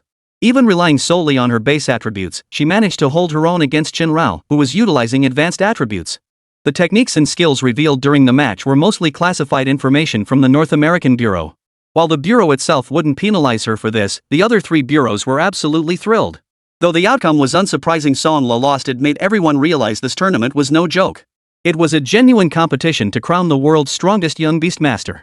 Chen Rao, stung by his defeat in this tournament, returned home and threw himself into even more rigorous preparation. He meticulously calculated the cost to his lifespan as he strengthened his physique and bloodline. Lin Jing, too, pored over her technical shortcomings, striving to synthesize all the essence she had learned. From the round of 16 to the quarterfinals, and then to the semifinals, Dark Arclight swept through like autumn winds clearing fallen leaves. In the semifinals, Lin Jing's opponent was someone no one had anticipated. Yi Helian. Yes, the two players widely regarded as the strongest contenders for the championship collided in the semifinals before the tournament even began. Chapter 109, Global Youth Beastmaster Tournament Part 2. Global Youth Beastmaster Tournament Finals, Semifinals. All eyes were on the clash between White Thunder and Pitch Black Arc, like the two overwhelming favorites to win the championship. Pre-match hype, fueled by near-frenetic promotion from the organizers and the official regulatory body, saw the official match page rack up over 1.5 billion views in 3 days, with nearly 300 million shares and reposts. Beyond that, countless underground bookmakers opened odds. Despite the nauseatingly low 1.01 to 0.99 payout ratio, nearly $800 million in total bets poured in. Precisely because of this, the semi-final matchup was repeatedly postponed. Even after the other semi-final concluded a week prior, this highly anticipated showdown still hadn't begun. Not a single sign of activity emerged. Because neither contestant was at the competition venue. Unusual activity had been detected in the South Pacific. The European, American, and Asian regulatory agencies joined forces. Regular naval carriers provided combat platforms for the Beast Masters, while dual monitoring from Beidou and GPS satellites tracked every movement throughout the operation. Such an extraordinary mobilization was warranted not by ordinary disturbances, but by a terrifying threat affecting the entire South Pacific tectonic plate. Analysis by the three major bureaus indicated that the cause and purpose of this disturbance remained unknown. However, judging by its intensity, it had already surpassed the S-class threshold. It hasn't reached any SS or Super S level, it simply exceeds the administration's predetermined highest classification threshold. That's all. Technical divisions of the three major bureaus speculate that if the disturbance's core were fully released from the seafloor rift beneath the South Pacific, its terrifying energy could indirectly impact all continental plates. This would trigger frequent earthquakes, tsunamis, volcanic eruptions, and uncontrollable ocean currents worldwide. Rough estimates suggest at least 400 million deaths and over 800 million people losing their homes. These 800 million people aren't 800 million out of 8 billion, they represent 800 million out of a global human population of less than 1.7 billion at that time. If this anomaly isn't handled smoothly, the next time anyone wants to find traces of human civilization, they'll have to look in a beast's latrine. To this end, the three major bureaus deployed their elite forces, leaving only the North African Administrative Bureau to dispatch Beastmasters to secure the rear. During the initial 2 waves of mobile operations, the overwhelming surge of marine beasts posed significant resistance. On average, just 3 B-rank beasts could capsize a cruiser, while 7 could severely damage an aircraft carrier. Through successive battles, Shenrao continuously absorbed life force, its innate prowess growing ever more formidable and its bloodline increasingly potent. By the time it was compelled to return to the global Young Beastmaster tournament to soothe public sentiment, Shenrao had fully attained the golden bloodline stage. Of course, Yi Helion, also deployed to the front lines, was equally formidable. His tamed golden dragon had evolved into a crystal dragon upon returning to the competition. The semifinals, which had kept audiences on tenterhooks for half a month, finally commenced. Hailed as the pinnacle of Eastern and Western youth Beastmaster rivalry, the long-hyped clash between Darkness and Light, the second major public contest pitting Pitch Black Arc Light against White Thunder, crashed the organizers' broadcast servers the instant it commenced. This semi-final match was extraordinarily heated. The battle itself was equally spectacular. After reaching full maturity, Shenrao's physical strength far surpassed that of his peers. Even the Crystal Dragon couldn't inflict serious physical damage on him, thanks to the seamless protection of his golden dew robe. The problem was, Shenrao couldn't seriously injure the Crystal Dragon either. In this world, combat fell into several categories. One was clueless amateurs pecking at each other, entertaining but lacking spectacle. Another is when a powerhouse toys with weaker opponents, thrilling to watch but not engaging. Another involved the underdog pulling off a surprise victory, the stark contrast leaving audiences gasping in delight. And then there was the clash between Lin Jing and Yi Helian, two powerhouses whose strength was so evenly matched it felt like a draw. While their fight was thrilling to watch, it quickly became tedious. And it drags on endlessly. This semi-final match dragged on for a full 28 minutes without a clear winner. Shenrao, employing every trick in his arsenal, faced off against the Crystal Dragon, who likewise pulled out all the stops. Lin Jing, her body struggling to keep pace, clashed with Yi Helian, equally exhausted. Neither had any means to defeat the other, nor any reason to lose. Representing the rising generations of East and West, neither had cause to retreat. Yet continuing the fight would yield no resolution. Neither could win, nor could either lose. Just like their first encounter, this match also ended in a draw. This time, however, the contest was destined not to end in a draw. To determine the finalists, the organizers opted for an online vote. Data remained publicly accessible throughout, with results frozen after 12 hours of dynamic fluctuations. The final outcome, leveraging the sheer population advantage of China, Lin Jing narrowly prevailed with 117 votes over Yi Helian's 886,753 votes, advancing to the finals. This outcome was indisputable and hardly indicative of fairness, but regardless, having these two evenly matched opponents meet in the semi-finals was far preferable to having them face off in the finals and determine the champion through such a method. The finals. The final was scheduled for 3 days after the semi-finals concluded. Following deliberation by the International Beastmaster Association, the South Pacific crisis was formally classified as an ultra-special hazardous incident, designated case number 08431, with the operational codename Pacific Hollow. Amidst the brief respite of the rest day, Chen Rao once again sensed the world's duality. On this side, within the tournament grounds and the civilian world, everything was peaceful. People even chatted and laughed, discussing the absurdity of the semifinals and speculating about the finals. Yet on the South Pacific battlefield, every moment brought injuries, deaths, and beasts forever sinking into the Pacific's abyssal depths, crushed by immense hydrostatic pressure. Chen Rao felt his beastly nature growing increasingly uncontrollable. Especially those civilians calmly discussing the matches for some reason, Chen Rao couldn't shake the feeling that their laughter was extinguishing humanity, a disgusting disregard for those dying on the front lines. Chen Rao's psyche began to twist. Until the day of the finals. Lin Jing's opponent was a complete stranger. Never heard of him before. Even officials from the three major headquarters North America, Europe, and East Asia seemed unfamiliar with this guy who'd fought his way through the qualifiers to the finals. His name was Yahaya, a Caucasian man sporting a full beard, yet his skin bore the same hue as an Asian's, and his eyes were a striking, vivid green. His beast was peculiar, a murky white, slightly translucent creature with a form not too dissimilar from a human. No one had ever heard him call its name, and even the battles were entirely led by the beast itself. It seemed like another beast in the world that could understand human speech, or rather, one that could fight according to human thinking. The day of the finals. As the referee declared the match open, Chen Rao and that peculiar beast intertwined. Simultaneously, the Pacific Hollow experienced a massive tremor. A crisis humanity could not evade seemed imminent. A massive fissure split open at the bottom of the South Pacific, stretching 170 kilometers east to west. Though seemingly modest at its widest point of 7.8 kilometers, it continued to widen at an unimaginable speed. Technical department scans revealed a relentless torrent of superheated, high-pressure gas erupting from beneath the fissure. The terrifying volume of the eruption was even boiling the surrounding seawater. Frontline forces, recognizing the urgency, swiftly mobilized suppression efforts. Over 1,500 beast masters rated level 8 or higher plunged into the sea. The blood of oceanic beasts charging from all directions mingled with that of the beast masters and their beasts, staining the ocean crimson within mere minutes. Within a mere 7 minutes, the South Pacific fissure expanded from 170 kilometers to 255 kilometers, reaching over 10 kilometers at its widest point. The erupting high-temperature, high-pressured gas boiled the surrounding seawater, generating towering waves capable of capsizing aircraft carriers. Detectors in South America sounded alarms. If the fissure continued expanding, it would reach the seismic belt within half an hour, threatening to obliterate half of South America. While this could eliminate the monstrous beasts infesting South America, it would also claim the lives of 170 million people residing there. Moreover, if the fissure's expansion isn't halted, at its current pace it would completely sever the Earth's tectonic plates at 37 south latitude within 24 hours as cleanly as pulling down the planet's pants. To halt its progression, the International Beastmaster Association plans to activate the Swordbearers. The Swordbearers refer to 4 individuals serving as the ultimate weapons, each dispatched by one of the 4 major bureaus. They are humans who have forged blood pacts with ultimate-level Abyss Bloodline Beastmasters. However, just as the Beastmasters' bodies cannot withstand the intensity of the bloodline, their own bodies cannot endure the immense pressure of summoning the 4 Swordbearer Beastmasters through the pact. It could be said that once the Swordbearer plan is activated, it is a fleeting moment trading lives for a single chance. Thus, under normal circumstances, the Swordbearers serve as a deterrent much like nuclear weapons. They exist as a shared threat possessed by all, potentially unused, yet indispensable. Thus, when deliberating which swordbearer to activate, disagreements arose. No bureau wished to activate its own swordbearer. For once deployed, regardless of success, the bureau would forfeit its most potent balancing force against the other 3 for an extended period. It would become lambs on the chopping block, helplessly at the mercy of others. And so, the matter stalled. The rift continued to spread, people kept dying, yet no one was willing to agree to deploy the swordbearer. On the final battlefield, Chen Rao and that peculiar beast were locked in a stalemate, though it wasn't truly a stalemate, but rather a delicate equilibrium. Both had prepared their ultimate killing moves, yet neither could bring themselves to unleash them.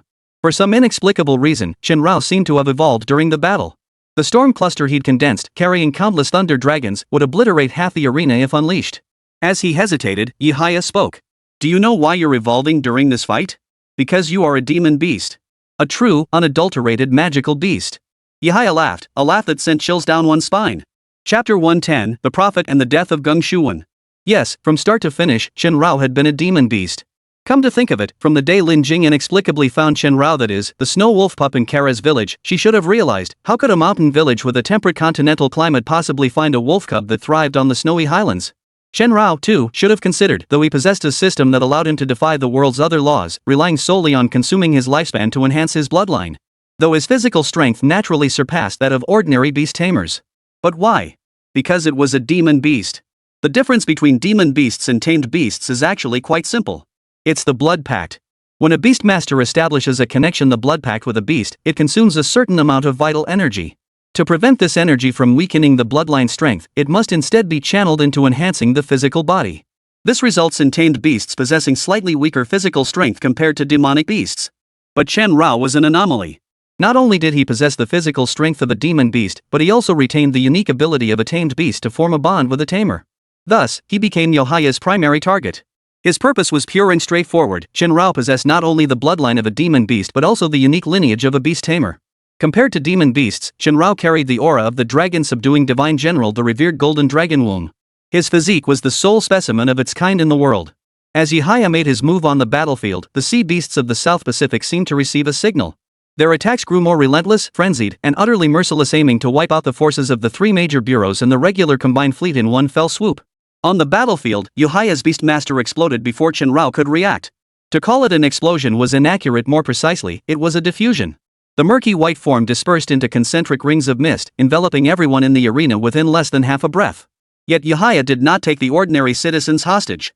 In his own words, humans were mere ants and maggots. He saw no need to threaten one swarm of maggots with another. The spreading mist subdued Chen Rao, severing all connection between him and Lin Jing. Within the mist, Yohaya shed his heavy robes, revealing a scarred body that bore no resemblance to a human form. He confessed the purpose of his journey to Chen Rao. He demanded Chen Rao submit to him, becoming the ultimate weapon in his campaign to purge the world and ultimately eradicate the human species. Yohaya was a thoroughly qualified villain. The root cause of his desire to exterminate humanity was human greed. Humans were too greedy. Their demands on the environment are endless, proclaiming to protect the earth while the privileged squander resources. In Africa, 1 in every 8 children dies from water scarcity. Yet in the homes of North American elites, faucets run with valves left open, wasting enough fresh water daily to save 110 thirsty African children. In his view, humanity is marching toward its own destruction. And he, Yohaya, a prophet who foresaw humanity's demise, nearly accelerated the process. Yet relying solely on beasts proved too slow for Prophet Yohaya. Decades passed while humanity still clung to life. Thus he cast Chen Rao into the human world the snow wolf Lin Jing found. Everything was Yohaya's plan except for the system. As the prophet Yohaya confronted Chen Rao, a fissure over 300 kilometers wide split open beneath the South Pacific. Yet no decision had been reached regarding the activation of the sword-bearer.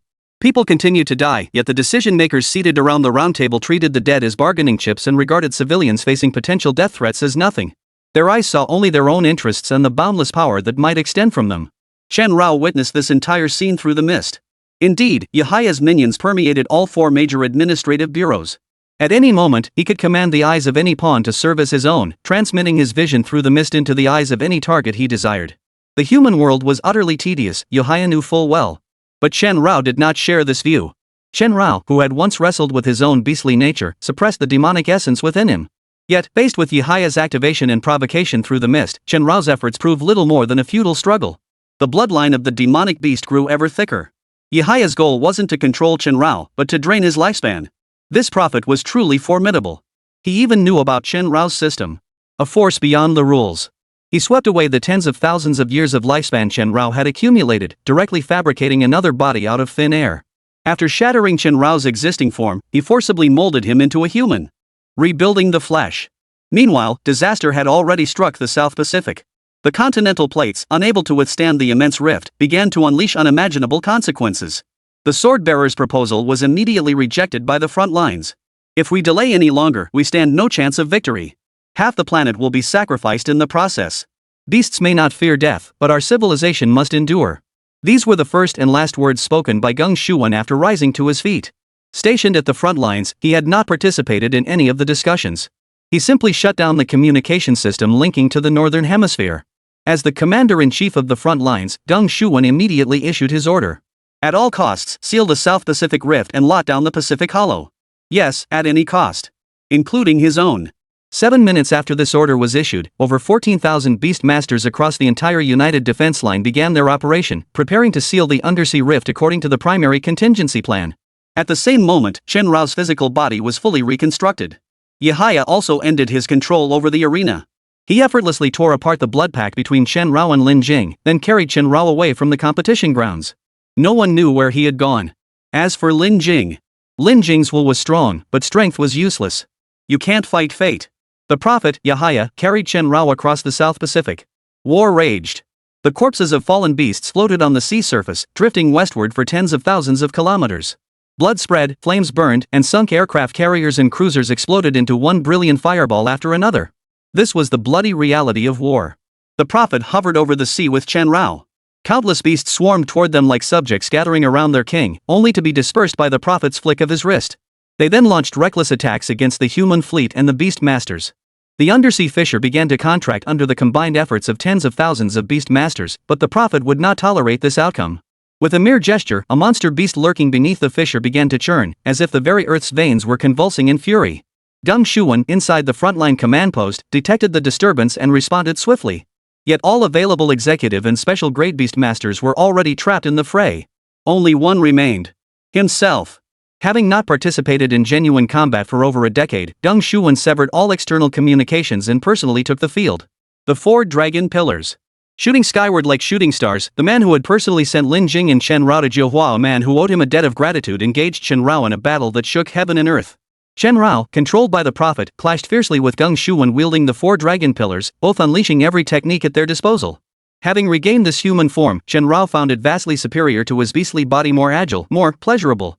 His demonic nature suppressed his humanity as Chen Rao launched a frenzied assault on the 4 pillars of the dragon. This beast, which he had once believed he might never face or fight in his lifetime, now clashed violently with him. The battle's aftershocks were visible even in cosmic space, its expanding energy ripples boiling the ocean. At that very moment, the great sun blazed brilliantly. The 4 pillars of the dragon, their high-tier attributes activated, ignited the great sun's brilliance, illuminating the South Pacific like a sun itself. Facing the prophet, Deng Shuwen had little to say and nothing to express. All debates ultimately stemmed from differing stances, neither could persuade the other. Sophistry had never been within Deng Shuwen's consideration. In his view, once enemies, they remained enemies. Ignited by the great sun's radiance, the 4 dragon pillars launched a frenzied assault upon Chen Rao. Yes, a brutal beating. The overwhelming suppression of the highest tier attributes left Chen Rao utterly defenseless. Yet the prophet would not relent. The prophet relentlessly strengthened his control over the demonic essence within Chen Rao, causing his body to begin mutating. As the primary vessel for the god-making project, Deng Shuwen was determined to protect Chen Rao at all costs. Thus, he made a decision. A decision no one could comprehend. That day, in the South Pacific, Deng Shuwen, who never smoked but used cigarettes solely as a medium to channel the 4 dragon pillars, took an unprecedented drag. This man, long tormented by lung disease, willingly tore apart his blood pact with the 4 dragon pillars. He trusted his old comrade.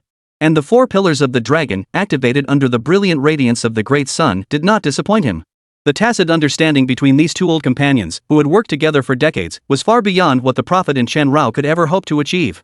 Deng Shuwen forcibly transferred Chen Rao's blood pact as a beast rider onto himself. Then the great sun's radiance erupted. Conventional forces at sea launched nuclear cloudbursts to drive back the prophet. The consequence of this action was certain death for Deng Shuwen, but in exchange, it ensured the continuation of the god-making project and dealt a crushing blow to the prophet. The nuclear blast's light was blindingly bright. At the instant of detonation, the 4 dragon pillars fulfilled their pact with Deng Shuwen. Within a single day, the blood pact shifted 3 times. Regardless of the demonic influence, Deng Shuwen had no time to spare. He merely transferred the blood pact back to Lin Jing before being vaporized in the nuclear blast. The 4 dragon pillars, having absorbed the nuclear blast head-on, plunged into the ocean. Before their consciousness faded, this beastmaster, a beastmaster who could only think in the logic of beasts, the 4 dragon pillars, fell into the South Pacific hollow. Beneath the void lay a throne beast driven by the prophet, a creature far surpassing any demonic beast humanity had ever encountered in both size and power. The sea throne Jormungandr. From this day forward, humanity began to recognize the existence of throne monsters. From this day forward, the 4 pillars of the dragon, possessing the attribute of the resplendent sun, fully unleashed their power beneath the sea, perishing alongside Jormungandr. From this day forward, Deng Shuwen, Director of the Review Department, East Asian Beast Management Bureau. Death. Chapter 111, The Absurd World, Wang Yiba, and Lin Jing. Deng Shuwen is dead. Not a trace of his remains remained, along with the 4 pillars of the dragon throne. What did his death achieve? It brought Pingyang a hollow victory. The fissure beneath the South Pacific closed, and the terrifying catastrophe that could have destroyed half of human civilization was nipped in the bud. It preserved Chen Rao, keeping the human within the Scorpion Father's unique, singular physical form within human settlements. It opened a new frontier in humanity's understanding of beasts, the throne beast, a colossal entity forged from the fusion of dozens, even hundreds, of beasts. His death undoubtedly hindered Yuhai's plans and provided a tremendous boost to the development of the Beastmaster industry. Yet on the 27th day after Geng Shuan's death, during the second conference following the Pingyang Hollow campaign, the International Beastmaster Association voted unanimously 19 in favor, 5 against to resolve stripping Geng Shuan of all ranks and benefits held during his lifetime, to revoke all his survivor benefits, to nullify all personal commendations and ratings awarded to Geng Shuan, and to revoke any ratings already issued. An official notice issued by the East Asia Administrative Bureau would state that Geng Shuan's deliberate severing of communication networks had prevented the Sword-Bearer activation plan from being properly executed, leading to the further expansion of the South Pacific Rift. Although Geng Shuan ultimately died in the line of duty, his merits and demerits offset each other. Yes, those merchants who traded human lives as bargaining chips when confronted with the wrath of civilians suffering disasters because they couldn't resolve to activate the Sword-Bearer, wasting time and endless scheming, they dragged the deceased Geng Shuan into the fray as a shield. They pinned all blame for the civilian suffering squarely on Geng Shuan, portraying him as a petty villain who refused orders and craved glory. Though several Chinese and frontline representatives within the East Asia Bureau knew the truth, the principle of minority submission to the majority left the Bureau powerless to change the outcome. What was even more devastating was that Bao Ning was the spokesperson tasked with publicly denouncing Geng Shuan as a villain before the global media at the press conference. As a true second-generation elite, Bao Ning refused to submit. Instead, he tore up his script live on global broadcast and exposed the truth to the world. Unfortunately, the live broadcast lasted only 37 seconds before being cut off by the International Beastmaster Association. Moreover, the public had grown weary of tales of lone heroes. Those basking in hard One Piece preferred to label bleeding warriors as parasites, eager to refute decisions that sacrificed lives for peace. These people who see the world as dark when a soda costs 50 cents more, who feel life has lost its luster when mom doesn't make their favorite sweet and sour pork ribs, only believe what they want to believe. The truth? They couldn't care less. They revel in heroes being humiliated, protagonists falling into villainy, pure maidens being defiled, and aging heroes having their heads chopped off by foot soldiers. Especially those criminals whose illicit profits dried up due to Geng Shuan's reforms. Upon learning of his fate, they rejoiced wildly, even buying firecrackers to celebrate. As one of the few who knew the truth, and as a die-hard fan of Geng Shuan, Huang Yibo completely abandoned his dream of becoming a Beastmaster after witnessing the darkness of the Beastmaster world. He revoked his Beastmaster credentials and used his father's assets to establish the unregistered Beastmaster Beast Shelter, a facility dedicated to caring for beasts whose blood-bound contracts with deceased Beastmasters had been severed. Most were beasts past their training period, unable to be recontracted by others or retrained after being contracted. Originally slated for euthanasia due to the Bureau's lack of funds for their care, these beasts now found respite through the center. He even erected a monument specifically for Geng Shuan. Yes, Geng Shuan, as the powerful director of the review department of the East Asia Bureau, held immense authority yet had no children. His only beloved passed away 7 years before him. Both his parents had perished at the hands of demonic beasts, leaving no remains. Originally, he had a symbolic grave. But his symbolic grave stood in a public cemetery, a martyr's memorial park. It wouldn't be long before it was defaced with graffiti, or the photo smashed, or slapped with labels like "deserved to die" or "got what he deserved." Unable to bear this, Huang Yibo personally funded a monument, placing it at the entrance of the. He didn't consider this unlucky, rather, he felt it was more dignified. Naturally, having ceased to be a Beastmaster, Huang Yibo hadn't seen Lin Jing or Chen Rao for a very long time. He hadn't even heard a single word about them, because Chen Rao had become a human. All news concerning the two had been tightly sealed. Until one day. It was roughly 4 years after the day he first met Lin Jing. One evening when Huang Yibo was 23, his shelter welcomed a visitor. It was Lin Jing. The two, who hadn't seen each other in ages, stood speechless, with little to say. After pushing open the door, Lin Jing took 4 steps, each heavier than the last. With her 4th step, she collapsed unconscious onto the floor. When Lin Jing regained consciousness, Huang Yibo didn't rush to ask questions. Instead, he gestured for her to be cautious toward the doorway. Without hesitation, Lin Jing pushed herself up with one hand on the bedrail, sweeping her leg out to knock down a uniformed man at the doorway. She then executed a high kick, her 104 centimeters long leg rising like a smoothbore cannon to strike the second man squarely on the jaw. 2 kicks. Lin Jing effortlessly took down both men. This girl, once powerless against rumors and humiliation, now seemed like a completely different person. She was grateful Huang Yibo hadn't handed her over to those men. Because Huang Yibo had clearly intended to fight them tooth and nail. If those two had tried to play hardball, he could have been even tougher, which was why he had restrained them. Only then did Huang Yibo ask his first question: what happened? Without a word, Lin Jing pulled a brand new Glock pistol from the inner lining of her jacket and tossed it to Huang Yibo. He was no longer a Beastmaster, and in the days to come, China would not be peaceful. Chen Rao had defected. To be precise, it wasn't defection, he had vanished. Since Geng Shuan's death, the prophet had transformed Chen Rao's fabricated body back into human form. He had re-established a blood pact with Lin Jing.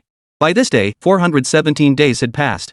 During those 417 days, for 357 of them, Chen Rao was monitored 24 hours a day by over 38 8K high-definition cameras. At least 4 people observed his every move, every single moment of every single day. They employed some form of weak particle technology to suppress the protective effects of the Beastmaster's space on Chen Rao.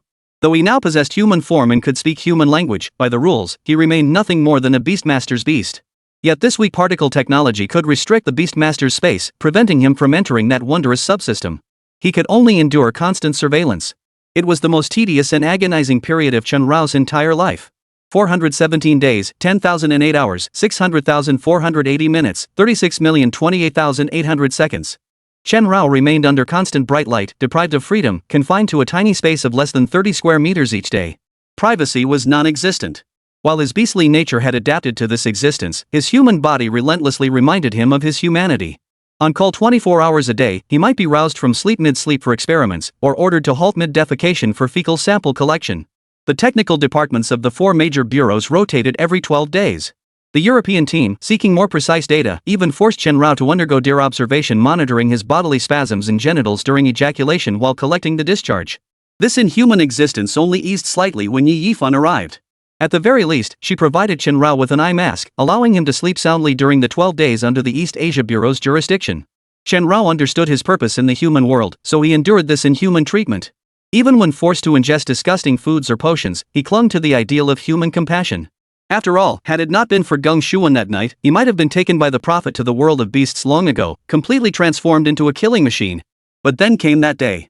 When the tech department of the European Bureau arrived with a breast pump, intending to test whether Chen Rao could produce milk after being injected with 300 units of estrogen and 85 units of lactation-inducing agents, they were astonished to find Chen Rao gone. Yes, he vanished in an instant. No warning, no signs, no gaps in the surveillance footage. In that instant, Chen Rao vanished. Vanished from this room buried 800 meters underground, surrounded by walls made of alloy 35 centimeters thick. Not even a single hair remained. After the European headquarters reported the incident, personnel from the other 3 major headquarters arrived. Together, they conducted a thorough search of the entire room. Aside from a trace of unflushed waste in the toilet, there was absolutely no trace of Chen Rao anywhere in the room. The room was spotless. Except for a paper bird folded from a sheet of paper, sitting on the desk Chen Rao had requested. A bird? Wang Yiba asked. Not exactly a bird, more like a dove. Lin Jing casually grabbed a sheet of paper and folded it into a white dove symbolizing peace with a few quick folds. What does this have to do with you, or them? Wang Yiba pressed. Lin Jing lowered her head and glanced at the 2 men she had knocked unconscious and bound. After Chen Rao vanished, as his blood-bound beastmaster simultaneously under surveillance yet still relatively free, Lin Jing had been swiftly reassigned. Initially cooperative, she now kept her guard up after being deceived by Wu De earlier in the story. She trusted no one completely. Ever since the Geng Shuan incident erupted, the world's 4 major agencies and hundreds of thousands of beastmasters had lost varying degrees of faith in the existing beastmaster management system. Many had voluntarily resigned, seeing no point in risking their lives to protect this Thai human world. Others had outright turned into antisocial criminals, unleashing their beasts to slaughter residents in neighborhoods, nursing homes, or schools. One such perpetrator was ultimately sentenced to 196 years in prison under local law, confined to a solitary cell with amenities rivaling a 5-star hotel. Getting a bit sidetracked here. Lin Jing, ever the cautious one, trusted no one. Especially when they tried to blindfold her during the transfer. With years of honed skills, she easily deduced their direction from the vehicle's tilt and centrifugal force. That wasn't the route to the research center at all. Realizing something was amiss, Lin Jing immediately escaped. Though she remained unaware of the full situation, the manhunt against her was being conducted covertly, which is why Huang Yiba could get away with playing the fool and leave the 2 uniformed men helpless. So why did you come to me? Huang Yiba asked curiously. To tame beasts, of course. What good is a gun without bullets? Lin Jing wasted no words. She bit her thumb, drew a temporary contract set of 24 copies from her inner pocket, and handed it over. This individual had risen from junior beastmaster to senior beastmaster over 47 days through the Shilin Alliance incident and the Duden incident. And at the age of 22, earned the title of Level 9 Executive Beastmaster through the First Battle of Shilin Alliance, the Shilin Alliance Counteroffensive, the Gorgal Desert Campaign, the November 19 Snowfield Ambush, the Global Young Beastmaster Tournament, and the South Pacific Campaign. This time, she was forging her own path. Just as Chen Rao had repeatedly pulled her from peril, she would pull him out too. That day, Lin Jing contracted 24 beasts with Huang Yiba using a modified temporary contract. This upgraded version consumed no energy when not summoned, and each beast could remain contracted for up to 6 hours after being called forth. That day, Huang Yiba drove his little car, escorting Lin Jing out of the imperial capital. That day, a fine misty rain fell. That day, the International Beastmaster Association assigned the following codename to the operation to apprehend Chen Rao and Lin Jing. Operation White Dove. Chapter 112, Lin Jing and the Manhwa meeting. No one knew where the vanished Chen Rao had gone. Not even Chen Rao himself knew where he was. All he knew was that when he awoke from sleep, he found himself in an unfamiliar environment. The world around him, everything in the heavens and earth, was indistinguishable from ordinary wilderness. No sights or creatures beyond his recognition were visible. Though now in human form, Chen Rao still possessed all his beast-taming abilities. With a single leap, he could soar dozens of meters into the air, covering hundreds of meters in a single bound. Though unaware of what had transpired, he instinctively sprinted tirelessly toward the rising sun, hoping to find traces of human civilization or something else. Yet as he ran, something felt terribly wrong. This wilderness seemed endless, its edges invisible. The scenery along the way was eerily uniform, nothing but endless repetition of gravel, sand dunes, rotting timber, and rolling low hills. At the same moment, in the civilized world of humanity, a global warrant for Lin Jing's arrest was issued. This girl, once packaged as a peerless genius, was now labeled an extremely dangerous criminal. Lin Jing, who had temporarily contracted 24 tamed beasts from Huang Yiba, vanished without a trace that very day. Whether through immigration records or residential registrations, no system or manpower could uncover any trace of her whereabouts. With no other options, the International Beastmaster Association attempted to pressure Huang Yiba. They sealed off his trapped Huang Xingxiang's funds through interest rate manipulation and froze all of the Huang family's assets. Save for the gold wisely preserved by Qi Yunji, the entire Huang family lost everything almost overnight. Yet Huang Yiba proved himself a man of iron will. Though detained in a holding cell on charges of harboring a fugitive, enduring 83 agonizing hours between life and death, he was ultimately released through Huang Xingxiang's relentless efforts. Upon leaving the detention cell, Huang Yiba uttered only one sentence. The sky is about to change. Yes, the tide was turning. Since Chen Rao's disappearance, the seemingly pristine world of the Beastmaster organization, encompassing the 4 major bureaus, their 479 subordinate management offices, and the International Beastmaster Association, began to unravel with problems large and small. Apart from those still relentlessly pursuing Lin Jing, the first major crack appeared within the European Beastmaster Administration Bureau. Jean-Michel, then deputy director of the European Bureau's review department, disregarded opposition and proposed the draft plan for the European Beastmaster Management Bureau's withdrawal from the International Beastmaster Association, aiming to complete the withdrawal process within 3 months. Although this move was internally vetoed by the European Bureau, its then director, Feine, had begun to sense a palpable loss of control within the organization. Over 15 high-ranking officials openly supported the withdrawal, confronting Fien in 3 consecutive meetings that devolved into near-open conflict. They tore up or halted a series of pre-arranged cooperative agreements, import-export trade deals, and the transfer, transportation, and joint development of certain technologies, beastmastering resources, and data assets. In an instant, the European Directorate teetered on the brink of collapse. Unable to pay the enormous compensation, the European Directorate was forced to borrow from several major European banks. Compounded by the recent interest rate cuts, a financial storm began to sweep across half of Europe. Meanwhile, the North American headquarters also began to face problems. First, the twice-planned Heavenly Sword initiative faced repeated setbacks, causing its $380 billion budget to balloon by 270%, nearly bankrupting the North American headquarters. Yet Rossi, then serving as the North American headquarters chief executive, insisted on pushing forward with the Heavenly Sword plan. To clarify, the Heavenly Sword project referred to a global search and research operation launched by the North American headquarters without regard for consequences. Its objective was to identify and cultivate geniuses or anomalies like Chen Rao worldwide. Whether human or beastmaster, anyone meeting the initial screening criteria would be selected as part of the Heavenly Sword project. The Skyblade project, which remained undisclosed despite the South Pacific incident, had extremely limited publicly available information at the time. It was known only as an utterly insane operation. Like its European counterpart, the North American headquarters began spiraling out of control as deficits emerged and corresponding benefits were cut, triggering employee protests. When the nest is destroyed, how can the eggs remain intact?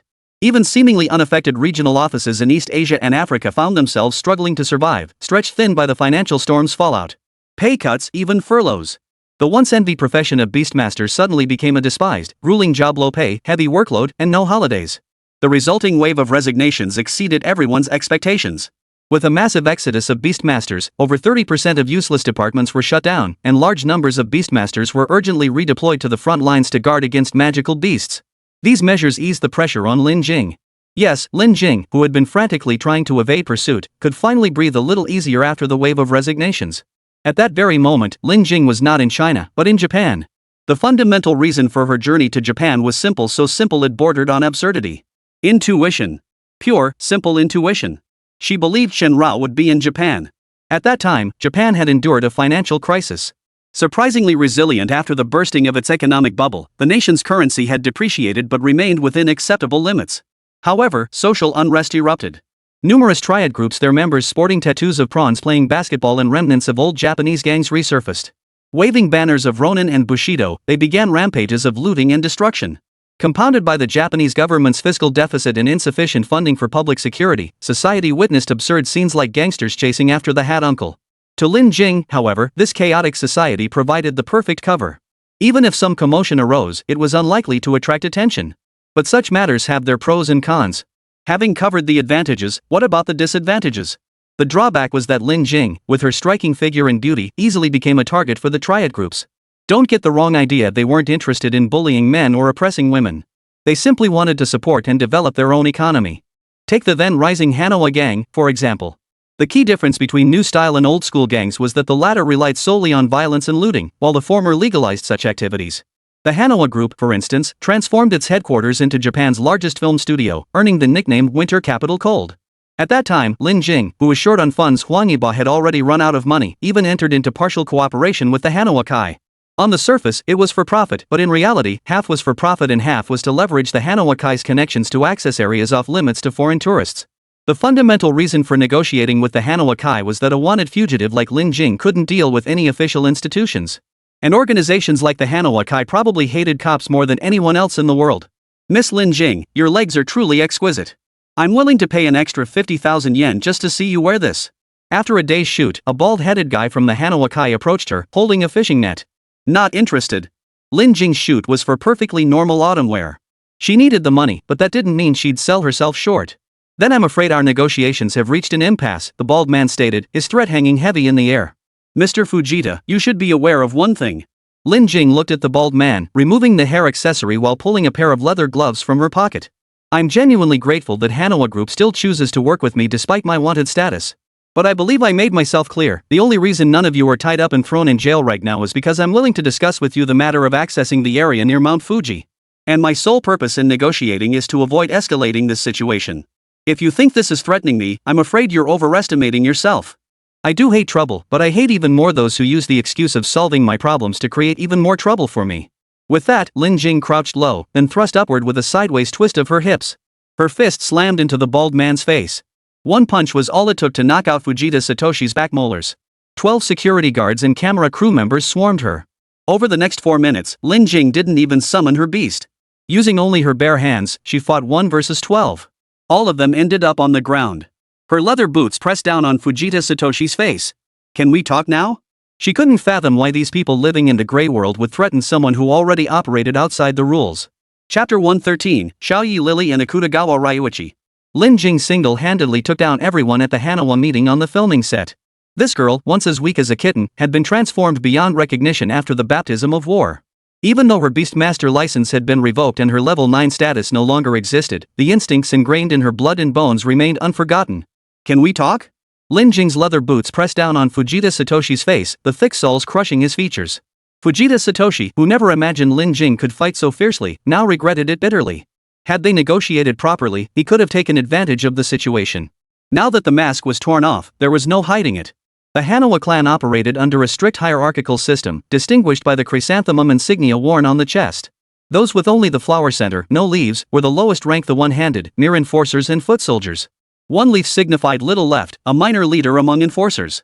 2 leaves marked entry into the lowest management tier, with 4 leaves being the highest rank, though even these members only handled the Manhwa Club's most basic business activities. Take Fujita Satoshi, for instance, he's a 4-leaf member. Moving up, 5 leaves signify a regional leader, granting limited access to the outer core of the Manhwa group, though their primary role remains submitting harvests to headquarters. 6 leaf marks entry into the core of the Manhwa group. 7 leaf members are absolute pillars, rarely seen in public and holding significant influence in major decisions. As for the 8th leaf, the Manhwa group has a total of 11 8th leaf members. Aside from the chairman, acting chairman, and vice chairman, the remaining 8 are known as the Manhwa group's 8 demons. They serve as the heads of the 8 major departments and also represent the group's highest combat strength.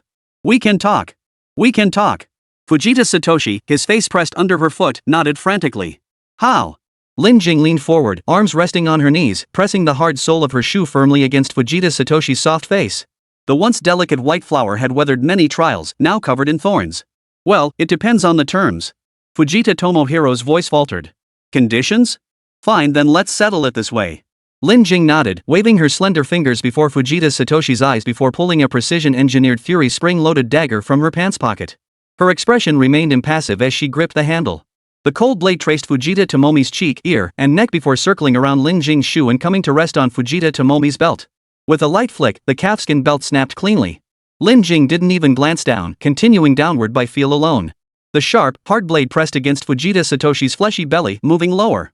I hear most Japanese men are masochists. Wonder if you enjoy castration play? A faint smile finally touched Lin Jing's lips. Her fingers tightened slightly, the razor-sharp blade now aimed squarely at Fujita Satoshi. Do not be surprised by Lin Jing's drastic transformation. Remember, it had been 4 full years since she was that student at Johua Beastmaster Academy. Over these 4 years, Lin Jing had witnessed the deaths of comrades, seen Miao Hongting and Sun Yi torn to shreds by beasts before her eyes. She had watched Shin Ming drag the bodies of 7 teammates back alone from the Fallen Zone. She had ventured 600 kilometers deep into the Fallen Zone alone, personally tying off the bleeding wounds of a fallen comrade's younger brother. As for this threatening tactic, she'd learned it from Tina. Yeah, you might. Fujita Satoshi was so flustered he slipped into his native tongue, whether from excitement or fear, who could tell? You have 5 seconds left to speak Chinese. Lin Jing's words carried no hint of jest. If Fujita didn't offer a perfect price within 5 seconds, she could guarantee he'd never fly a plane again for the rest of his life. No. No. Fujita Tomohiro begged immediately. But begging for mercy still counted toward the time limit. 2 sentences later, the 5 seconds were up. With no desire to waste any more time, Lin Jing made her move. And so, little Fujita Tomohiro bid farewell to Fujita Tomohiro forever. Meanwhile, the young woman who had stood silently by the door, observing the entire scene, now clapped her hands and stepped inside, followed by 2 bodyguards in suits and leather shoes. The young woman appeared to be about Lin Jing's age, sporting long, straight black hair styled in a princess cut and a cool-toned JK uniform. Her dark brown calfskin shoes clicked sharply against the marble floor. Didn't expect you'd be interested in this kind of scene? Lin Jing had noticed the 3 figures by the door long ago.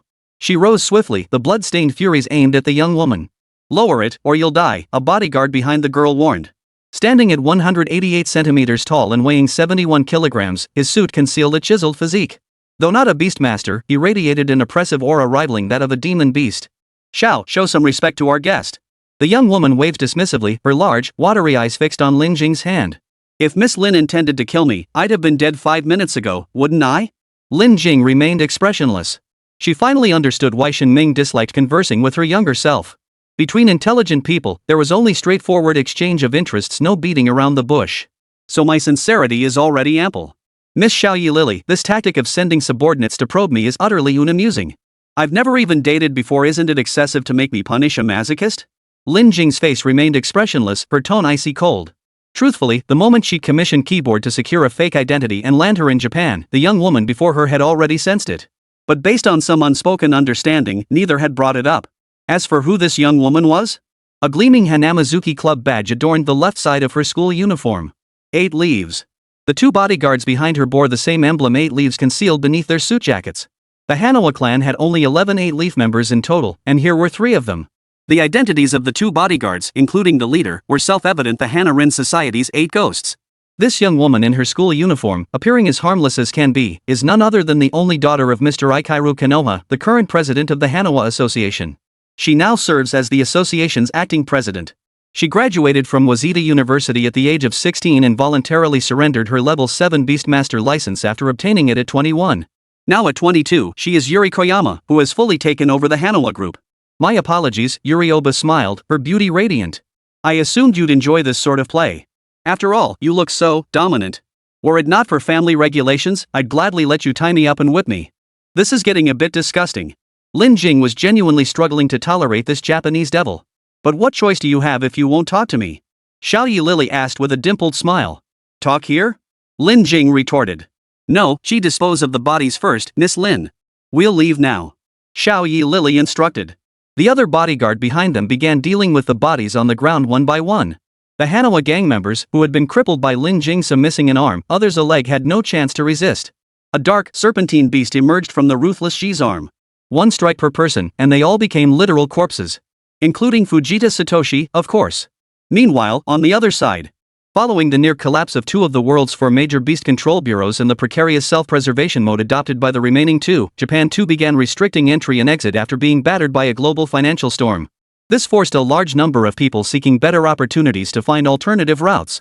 As the saying goes, the rougher the seas, the higher the price of fish. Even though clear-eyed observers sensed that the world might soon descend into war, there were still those willing to risk their lives for smuggling. Yet at this very moment, in a remote location outside Hokkaido, Japan, two massive shipping containers held not contraband goods, but people. Living, breathing human beings. Make no mistake, these individuals were neither merchandise nor destitute wretches. On the contrary, they were a group of wealthy and influential tycoons who had paid exorbitant sums for a spot inside the containers, fleeing dangerous Europe or North America for Japan. Don't ask why they didn't flee to China or Africa. After all, the East Asian Bureau and African Bureau were still barely functioning. First, they look down on that godforsaken place called Africa. Second, they can't get into China. Bypassing Japanese customs is far easier than evading China's. And compared to China's current regime of minor inspections every 3 days, major sweeps every 5 days, and occasional lockdowns confining people indoors for 17 or 18 days, Japan is practically a paradise of freedom. But landing the container doesn't mean the journey's over and freedom begins. Rather, the journey had only just begun. As the container touched down and the doors opened, over 200 people were released from within. Though they were all millionaires worth tens of millions of dollars, or at the very least wealthy individuals holding several million, in the current climate, being crammed into a container with over 100 others was considered fortunate. Among them stood a man dressed like a priest, his face deeply lined, likely in his 70s or 80s. Yet his physique was remarkably sturdy, his broad shoulders rivaling those of a double-door refrigerator. According to the rules of this smuggling operation, each person had to pay a 15G handling fee before leaving the container. Don't mistake this for a typo. 15 grams meant exactly 15 grams. In a society where currency was rapidly losing value, gold was the only hard currency. Father, time to pay up. The loader collecting fees tapped the priest on the shoulder. The priest looked at the handler and flashed the Bible in his hand, as if to say, for the sake of the divine, why not just waive this 15G handling fee? Alas, these were no longer peaceful times, and the porter tattooed with a prawn playing basketball was no devout believer. His face darkened as he pulled out a gleaming dagger from his waistband. No money? Not even God himself could help you now, the dockworker snarled. Money intertwines, interests crisscross. A human lifespan's but a few short decades. Why place such importance on material possessions? The priest asked gently. It's precisely because life is so short that we should live it to the fullest. Either pay up, or I'll toss you into the sea off Hokkaido to feed the fish. Your choice, the dockworker chuckled. Talking to this god-crazed fool was a complete waste of breath. The priest said little in response. He simply bent down silently, touched the damp ground, then straightened up, clasping the Bible to his chest as he murmured prayers. May the divine forgive my transgressions, and still bestow blessings upon me. Before the stevedore could grow impatient and threaten the priest with his dagger, the ground beneath everyone's feet began to shake violently. An earthquake! An earthquake! In earthquake-prone Japan, such tremors were commonplace. Everyone dismissed the shaking as just another ordinary earthquake, even the dockworker, who casually steadied himself, ready to demand money from the priest again. But in the next instant, the trembling ground rapidly cracked open. Countless people fell into the fissures, swallowed by bottomless chasms that instantly consumed all who dropped in. The group of over 200 people who had just moments ago stood there dreaming of a bright future was now reduced to mere dozens. But it wasn't over. The still shaking ground suddenly roared as 8 massive tentacles, each over 50 meters in diameter, burst through the earth. Holy! The dockworkers, nearly scared out of their wits, fell to the ground, trembling uncontrollably at the terrifying spectacle before them. Beneath the full moon, the 8 tentacles erupting from the earth rapidly solidified into thick, snow-white shells at a visible pace. Crimson bristles whipped wildly like cheap special effects, while countless corpses and flesh from those who had fallen into the fissures hung from them, painting an apocalyptic atmosphere. Terrified beyond measure. So this is the throne beast of Wa? The priest turned, gazing at the colossal monster behind him, its immense form obscuring half the sky, murmuring to himself. Throne beast? This is the throne beast? Oh yes, it was the throne beast. Those 8 appendages, each over 50 meters in diameter, weren't tentacles at all. They were 8 thick, elongated necks. At their tips grew 8 massive heads the size of trucks, each covered in 17 eyes. Throne beast Yamada no Orochi. The priest nodded, then turned to face the dockworker on the ground. The porter, already scared out of his wits, finally realized what level of monster he'd provoked. Abandoning the sack of gold, he forced himself upright, turned, knelt on the ground, and began banging his head on the floor. Money is but a fleeting thing. See? You've discarded it as you should.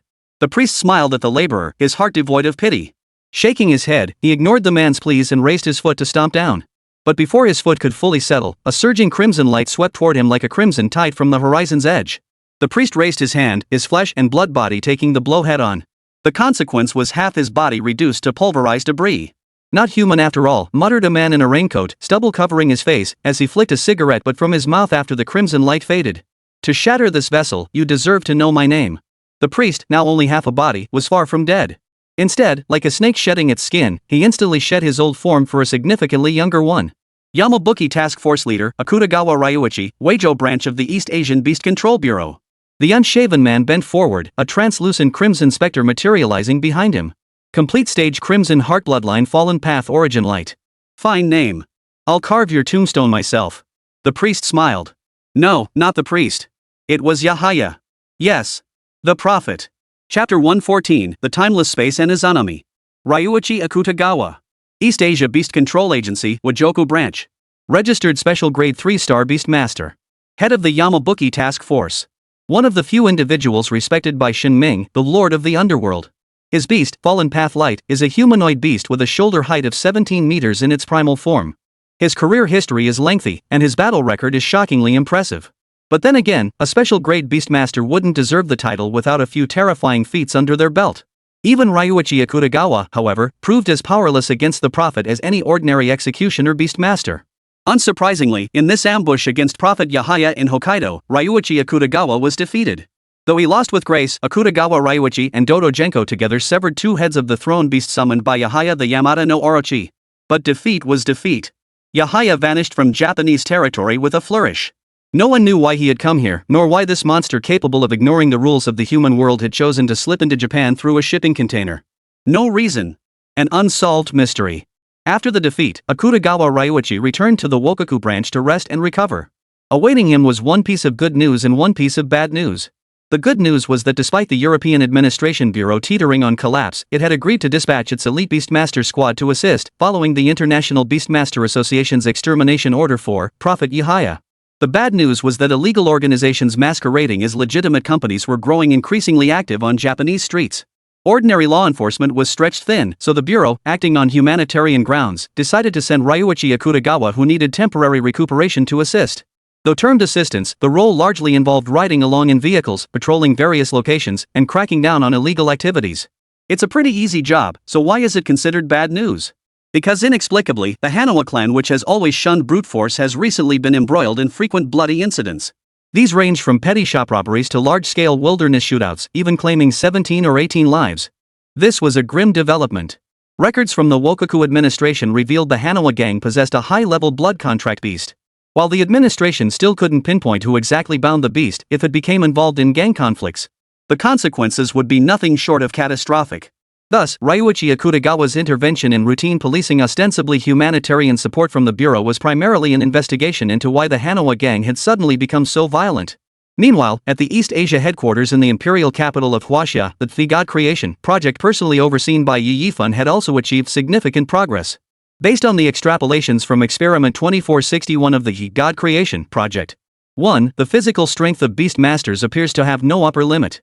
After multiple trials, tissue fragments extracted from the bodies of the 4 divine beasts still seem capable of withstanding higher levels of activation. 2. Elemental composition directly impacts the strength of the Beast Master's physique.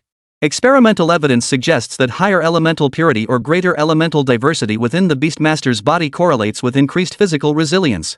These two findings significantly advance the progress of the deification project. For the most critical issue had been resolved: physical resilience. The so-called invincible body, capable of traversing heaven and earth once the body's strength is sufficiently great, such feats become no challenge. Thus, the God-making project continued its rapid advancement. Around the same time, Chen Rao, who had been running relentlessly across the wilderness in search of its edge, finally came to a halt. For he realized this land had no end. Not even the sun, moon, or stars shifted. It remained unchanged from beginning to end. The sun was still that sun, showing no sign of movement whatsoever. At first, he thought his sense of time had become confused, perhaps only an hour or so had passed. But when Chen Rao began using pebbles to mark time, grabbing handfuls of small stones and crushing one every 100 seconds, he crushed every last one of the 100 or so stones in his fist. Yet the sun remained suspended in the same spot. Time did not flow here. Chen Rao even bit his own finger. The silver blood that flowed out seemed to freeze in mid-air as it fell to the ground. What about distance? If time stood still, could distance change? This question troubled Chen Rao for only 10 seconds. In those 10 seconds, he picked up a palm-sized stone from the ground and hurled it with all his might in one direction. After counting to 60, the stone struck Chen Rao squarely in the back. But thanks to his superhuman physical strength, the stone shattered instantly. Space was cyclical. Shenrao looked down at the ground beneath his feet and stomped hard. A stomp powerful enough to leave an imprint on steel plate failed to make even the slightest ripple on the surface. No, there was some disturbance like animated water in a video game. Dust and pebbles scattered, yet no tangible mark remained. No wonder he'd been running for so long without reaching an end. As he regained his composure, Shenrao noticed something else. The pebbles he'd crushed in his hand would gradually mend themselves over time. Even the stone he'd shattered with his back was no exception. Things cycled endlessly. Time stands still, space cycles, things repeat endlessly. This was the nature of this space. Shenrao could now be certain he was not on Earth, or rather, he was on Earth, but the space he occupied was absolutely not normal three-dimensional space. Instead, it was a place where the timeline was fixed and the spatial system cycled. A cage from which escape seemed impossible. From this moment onward, Shenrao's mental state began to crumble. He couldn't comprehend it. He couldn't grasp why this had happened. Out of sheer boredom, he began crushing pebbles to mark the passage of time. From day to night, then back to day again, he relentlessly crushed the stones. One by one, the pebbles shattered, only to reform just as quickly. Until one moment, he snapped. He simply couldn't comprehend it. Why? Why? Why had he ended up in this place for no apparent reason? Time had stopped flowing here. He didn't even feel hunger, let alone fatigue. All he could do was endlessly repeat the same tedious tasks he'd grown utterly sick of. Countless times he opened the system interface, trying to gain some insight, but beyond consuming his lifespan to grow stronger, there were no clues. His lifespan wouldn't even decrease, for time stood still here. And of course, he wasn't truly growing stronger either. Since time was frozen, his lifespan couldn't be depleted. He could only remain here, endlessly. Trapped in this place he didn't even know the name of. Xiaoyi Lily was a deeply twisted individual, a product of her warped upbringing. As the only daughter of the leader of Japan's largest Yakuza organization, the Manhwa, she was groomed from birth to succeed him. She attended elite schools where classmates were either wealthy or powerful, yet not a single one dared be her friend. This shaped a childhood unlike any other. She had no friends, only a pack of menacing underlings. These men, who had been in the underworld for over a decade, were all tough-looking guys with blood on their hands to some degree. In the eyes of other Japanese people, they were big shots you wouldn't dare cross. Yet, they willingly served as henchmen for the not yet 10-year-old Xiaoyi Lily. If she told them to go east, they absolutely dared not go west. The reason? Simply because she was little Yubuki. This meant no real peers were willing to be her friend.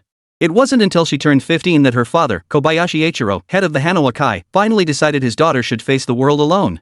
He withdrew the little brothers who had been hovering around her day and night. This indirectly led to the innocent-looking, world-naive Xiaoyi Lily amidst Japan's pervert-filled landscape being easily lured into bed by delinquents.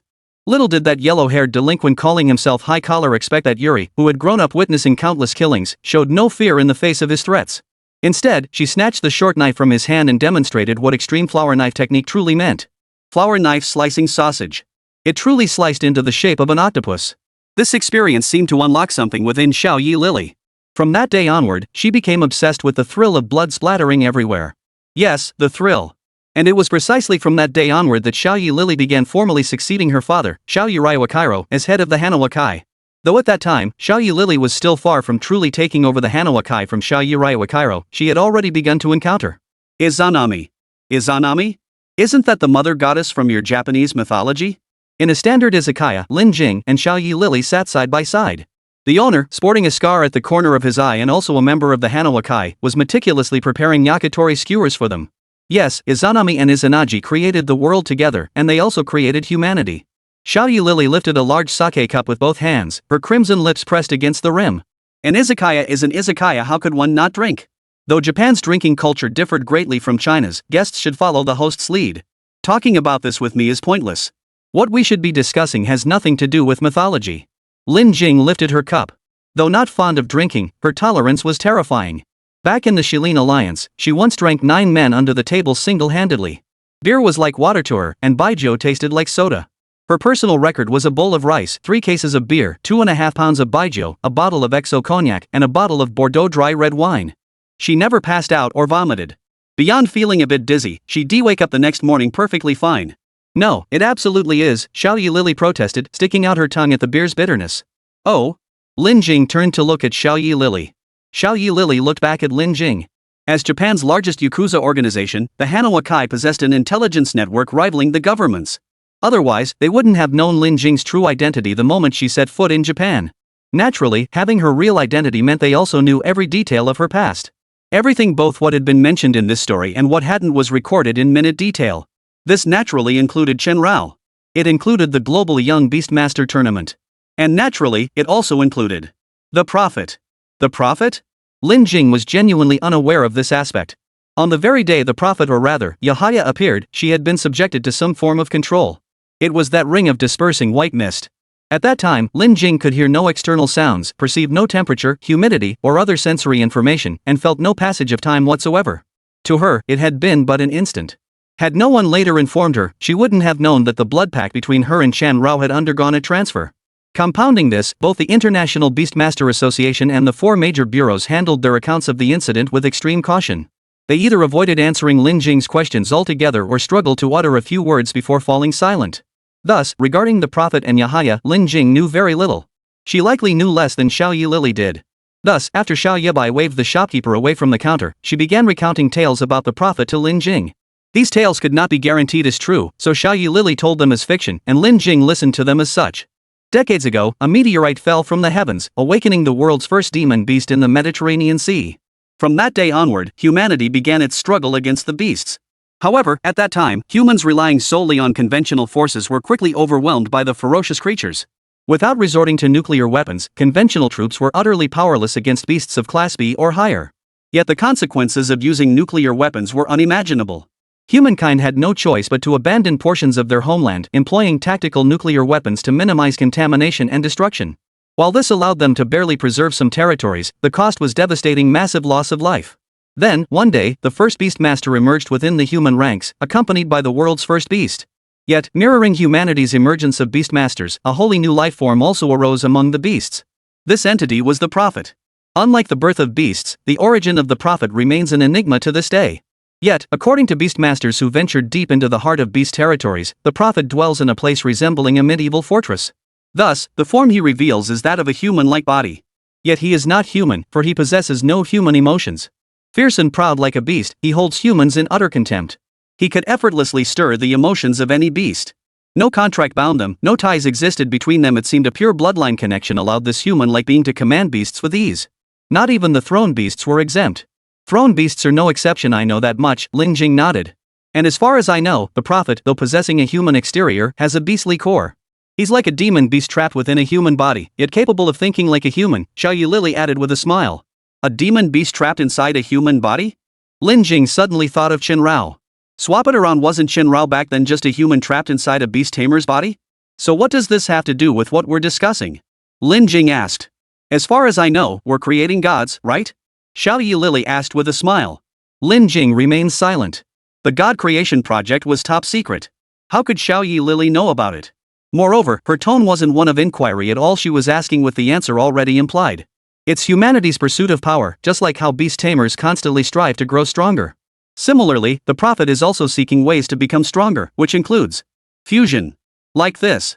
Xiao Yi Lily smiled warmly, her hands folded and resting in front of her lower abdomen. Then, a purple statue of the mother goddess materialized behind her. Ultimate form: Crimson Heart Bloodline Izanami. Chapter 115, Infinitely Extended Lifespan and the Angel. Izanami. The beast summoned by the Hanawa clan, passed down through generations. Though called a hereditary tradition, it had only passed through 3 generations, from Yoshuo to Yoichiro, then from Yoichiro to Yoyuri. Yet in a country where 50 years of fish frying could make one a fish frying sage, 3 generations counted as a hereditary tradition. Especially considering this beast's extraordinary power. The ultimate form of the Crimson Heart bloodline. It was nearing the pinnacle of spirit beast evolution. Moreover, Izanami's attributes were exceptionally extraordinary. Had it not been for the Bureau's operational constraints and the potential catastrophic consequences if the Hanawa clan had chosen to go down fighting, this beast would not have been incorporated. Truthfully, whether it was incorporated or not hardly mattered. After all, Xiao Yi Lily was a fully certified beastmaster who had passed all assessments. She simply fell outside the administration's jurisdiction. As for how Izanami's attributes defy the heavens? It possesses no base attributes, meaning it can ignore any elemental weaknesses. Among its advanced attributes, it possesses only one: space. This signifies its body is nearly fused with this attribute. This grants Izanami near immortality, existing within any spatial plane, be it one-dimensional or multidimensional. Much like Chen Rao's inexplicable power growth, Izanami's spatial attribute remains an unfathomable mystery to humanity. What is currently known is that it can appear anywhere, rendering all direct physical attacks against it nearly ineffective and ignoring the theory of elemental counters. Simply put, Izanami is virtually invincible. Yet this very flaw is equally glaring. To this day, including Hideo Koyama himself, 3 generations of the Koyama family remain utterly clueless about Izanami's true aggressive capabilities. It's not that Izanami lacks beast taming skills or cannot attack, but its demonstrated offensive capabilities are entirely different from those of beasts at the same level and stage. Both are ultimate level Crimson Heart bloodline beasts. The dragon subduing divine general can flatten a small mountain with a single punch, its shockwave scattering clouds and extinguishing thunderstorms. Yet Izanami's attacks resembled those of a primitive beast, or rather, a beast master in the growth stage of the wood bloodline. They were crude, singular, and utterly ineffective in inflicting damage. So what's your objective? Lin Jing asked, sizing up Xiao Yabai. The youngest level 9 Beastmaster, champion of the Global Youth Beastmaster Tournament Finals. I believe you could help me test Izanami's limits, couldn't you? Xiao Yi Lily countered. Lin Jing didn't answer. Could it be done? Of course it could be done. In this era where temporary contract technology was already quite mature, forming a temporary contract with Izanami was certainly possible. But the question was, where to test it? Japan wasn't that big. If they made too much noise, Lin Jing would likely get arrested. Moreover, while Lin Jing possessed the capability, it was built upon a certain foundation. She had no idea what level of performance could be achieved by randomly assigning her any beast. Surely Izanami's body wasn't inhabited by a human soul? So Lin Jing silently shook her head in refusal. Even when Xiao Yi Lily offered highly tempting terms later, she still declined. Still, the two didn't completely sever ties. If they couldn't reach an agreement this time, they could always discuss it again later. After leaving the izakaya, Lin Jing returned to her lodgings. Having arrived in Japan without any acquaintances, the inn was her only refuge. Compared to Chinese hotels, the Japanese lodgings were naturally cramped, reflecting the smaller land area. The ceiling height was only 2 meters, with the narrowest spots less than 50 centimeters wide. The bathroom was shockingly tiny. If it weren't for the low price, no one would likely choose to stay in such a place. Time passed as Lin Jing continued her silent search for any trace of Chen Rao in Japan. Having left the Manhwa group, she wasn't exactly starving, but she had completely lost any means of entering the inner regions of Mount Fuji. Yet her intuition insisted that Chen Rao was on Mount Fuji. At that very moment, within that space, Chen Rao, now calmed once more, had cycled through multiple waves of collapse and tranquility. Time stood still, space formed a closed loop, and everything returned to its original state. To vent his frustration, Chen Rao unleashed every conceivable ability without restraint. He could spend hours weaving golden threads and lightning into a colossal golden thunder dragon, then channel it into the earth. Though time stood still within this space and all things would eventually reset, that didn't mean it was indestructible. At least not under Chen Rao's power. At that moment, Chen Rao, already in the metamorphosis stage with his golden bloodline, could unleash a full power strike capable of carving a deep ravine hundreds of meters long into the ground of this space, gouging a depth of over 100 meters. This was different from the destructive power in the real world, so Chen Rao could be certain this space was absolutely man-made or created by something else. As for when he had reached this conclusion, it was during one of his accidental summons of the system interface. He discovered his lifespan had increased. He hadn't slain a single demon beast or beastmaster, yet his lifespan had extended, and significantly so, by a full millennium. Though he didn't know the reason behind it, well, why not enjoy the perks? And so, for an unknown span of time, Chen Rao tirelessly extended his lifespan.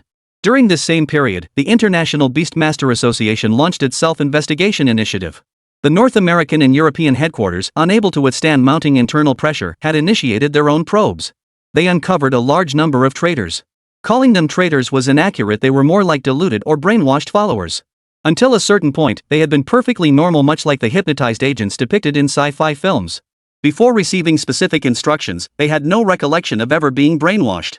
Upon receiving specific directives, however, they not only retained their original memories but also reawakened them, proceeding to execute the tasks implanted during their brainwashing.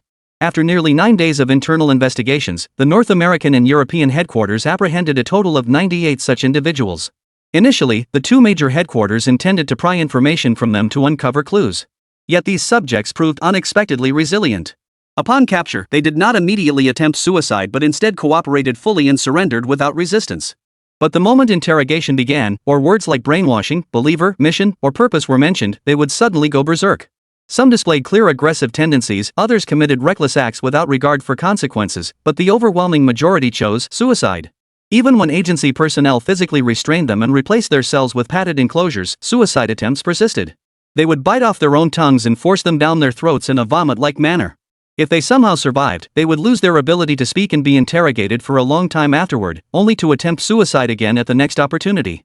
As the International Beastmaster Association's self-investigation project progresses, such cases are becoming increasingly common. From lowly instructors at any random Beastmaster Academy to delegates at the International Beastmasters Association's Roundtable Conference, even regional directors of local Beastmaster administration bureaus. It could be said that nearly half the Beastmaster world contains such individuals. Even students just beginning their training in Beastmastering would resort to this. Within a relatively short period, this catastrophic self-inspection swept through every single bureau. This included China, Africa, and naturally, Europe and America. Fortunately, while some departments were in disarray, others remained intact. At the very least, no such individuals existed within the God Creation Project. Fortunately, the defenses humanity had erected against the beasts, though somewhat unstable, were not completely breached. Even in Europe, this held true. During this turbulent era, a peculiar time when everyone sought only self-preservation rather than progress, Europe even gave birth to a Grand Beastmaster. You probably know her name without me saying it. Yahalian Nero. Though she didn't win the World Youth Beastmaster Championship, she didn't truly lose to Lin Jing either. After all, the final outcome was decided by votes, and with its larger population, China naturally held the advantage. This did not hinder Yi Helian's explosive growth. Especially after her defeat, her progress exceeded everyone's expectations. However, due to this very incident, her advancement lagged slightly behind Lin Jing's, by a mere 2 days. Yet she became a special grade Beastmaster one step ahead of Lin Jing. After all, by this time, Lin Jing had become a wanted criminal. Meanwhile, Yi Helian had become one of the absolute aces of the European Beastmaster Administration Bureau. Her combat codename was White Thunder, and she served as the leader of the Seagull Task Force. During the King Arthur incident on the eastern Atlantic coast, she single-handedly fought 2 A+ Class C beasts without being overwhelmed. Not only that, she even killed one before reinforcements arrived, emerging as the absolute hero of the incident with an almost unstoppable presence. Such extraordinary power and near-perfect performance across multiple missions propelled Yi Helian to become a special grade Beastmaster before the age of 24. This was an extremely rare feat in the entire history of the Beastmaster world. Before her, the youngest Grand Beastmaster in the world was Shen Ming, who had achieved the rank at the age of 26. Though the time spent advancing was comparable, Yi Helian's younger age made her achievement all the more remarkable. According to regulations, all individuals promoted to the rank of Special Grade Beastmaster may select a 2-character code as their internationally recognized designation. This serves as a distinguishing mark between international and regional missions.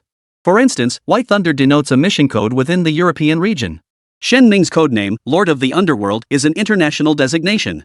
Yi Helian's international codename was Angel. Typically, Beastmasters promoted to Special Grade are deployed within 15 days to Level 7 danger zones as the final defense line. Shen Ming, for instance, remained in Cambasol for 4 years. Ye Helian should have been assigned to a specific location as well, but due to one particular event, her deployment trajectory underwent some changes. Yes, it was because of the Prophet. The day after Yi Helian's promotion to Special Grade Beastmaster and the day after the Japanese administration formally requested assistance from the International Beastmaster Association, the Prophet remained almost entirely within Japanese territory. To counter this extremely dangerous entity, Yi Helian and her Seagull Task Force, not yet assigned to Level 7 danger zones and thus freely deployable, were the optimal choice. Thus, on this day, Yi Helian and her team members, clad in snow-white combat suits, set off for Japan. Well, rode wasn't quite the right word. Because they weren't on the ground at all. With over 55% of Blue Star's landmass now controlled by beasts, cross-regional personnel deployment relied not on land or sea transport, but on airlift.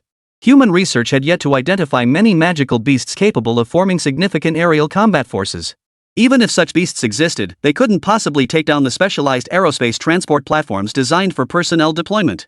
Team leader, the view is breathtaking.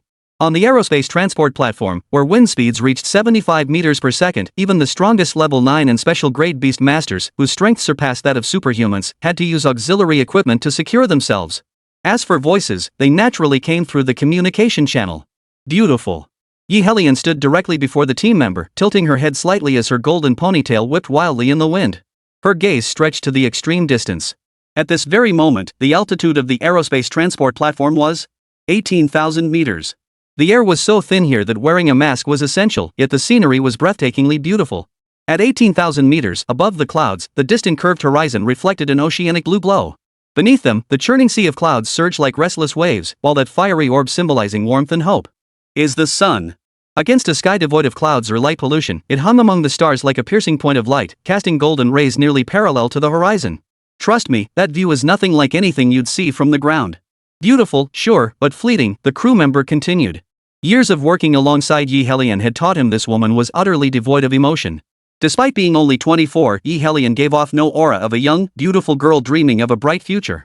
Though they were all executive beastmasters who'd seen death and life countless times, rarely smiling, that was during missions. Outside of missions, they were ordinary people too, with emotions. Yet Helian seemed devoid of them. She was like a machine. A machine solely designed to process and resolve problems. Target point reached.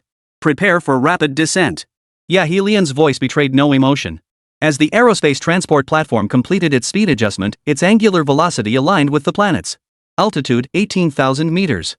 All 7 members, affiliated with the European Beastmaster Administration and authorized by the International Beastmaster Association, the Seagull Task Force commenced rapid descent into Japanese airspace. Team leader, codename Angel.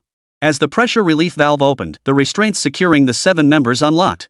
Yi Helian's snow-white figure vanished instantly. Had anyone on the ground be observing the clouds see through high-powered binoculars at that precise moment, they would have witnessed a minuscule silhouette piercing through the clouds at astonishing speed.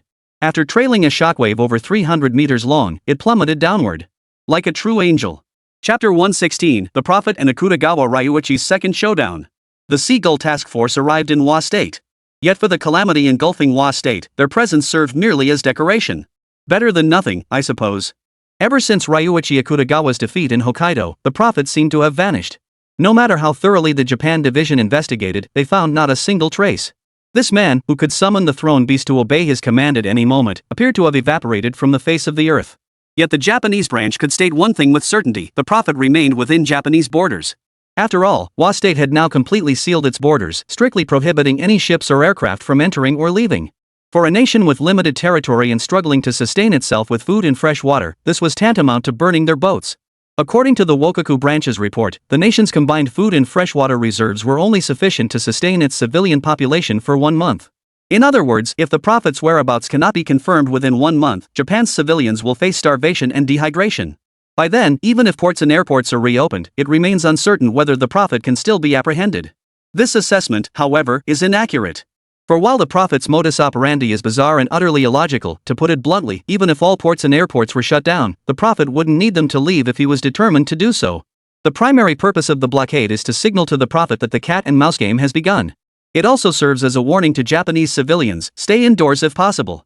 Yet this does little to deter the Japanese, whose suicide rate stands at a staggering 18.8%, from continuing their reckless ways. After all, Japanese youth embrace a live one day at a time mentality, with many resorting to suicide by train tracks or jumping from heights. They show no fear of death, or perhaps, they actively pursue it. They viewed death as a beautiful refuge. After all, under Japan's immense survival pressures, death was the only escape. Thus, the streets of Tokyo bustle as usual. Otaku and Akihabara still chant "Long live my waifu," while Kabukicho remains packed to the gills. This is Japan's largest red light district, ranked among the 100 places every man must visit in his lifetime and consistently holding a top spot. Even in these times of extreme scarcity, when a loaf of bread nearly costs 500,000 Hansmark, it remains bustling. "Hey, old man, wanna come in for a drink?"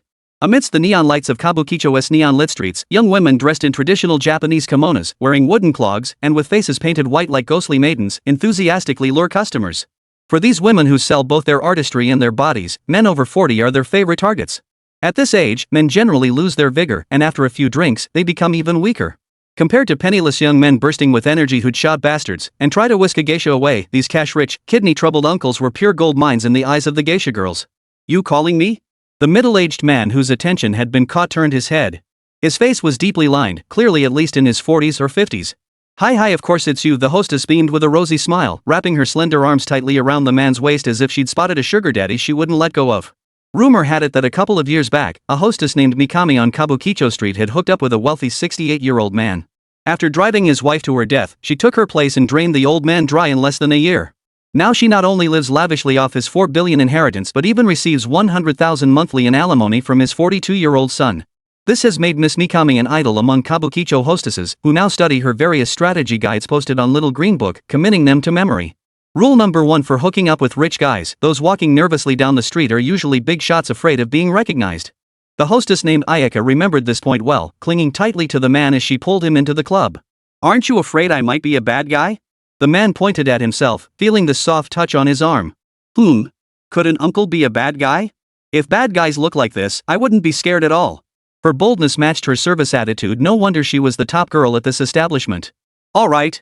The middle-aged man seemed persuaded. "What's your name, sir?" Miss Ayaka asked with a formulaic smile. "I don't have a name." The middle-aged man shook his head. "No name?" Miss Ayaka looked puzzled.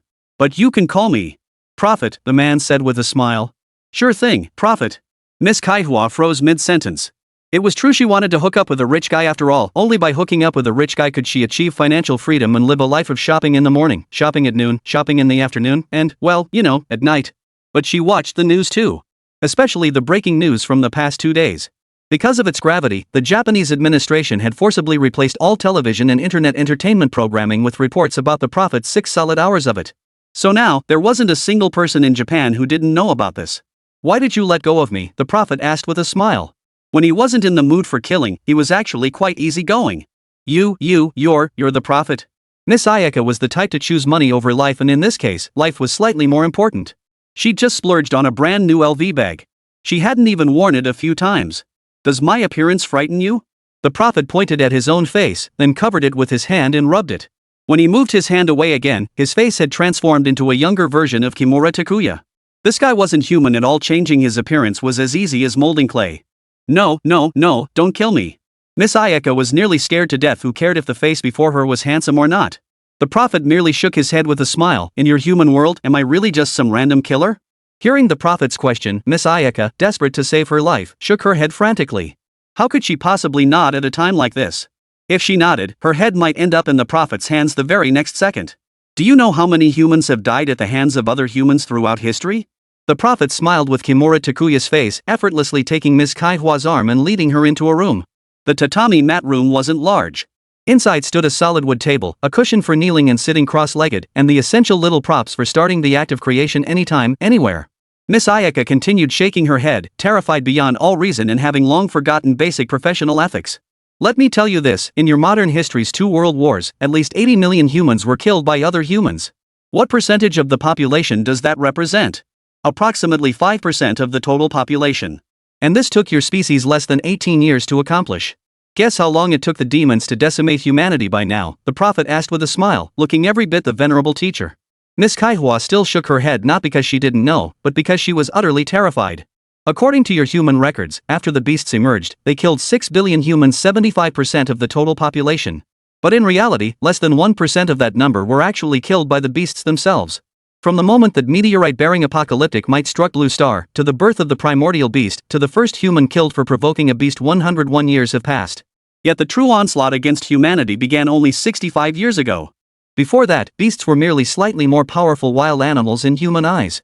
It was only with my birth, my emergence, that the beasts truly began their rise.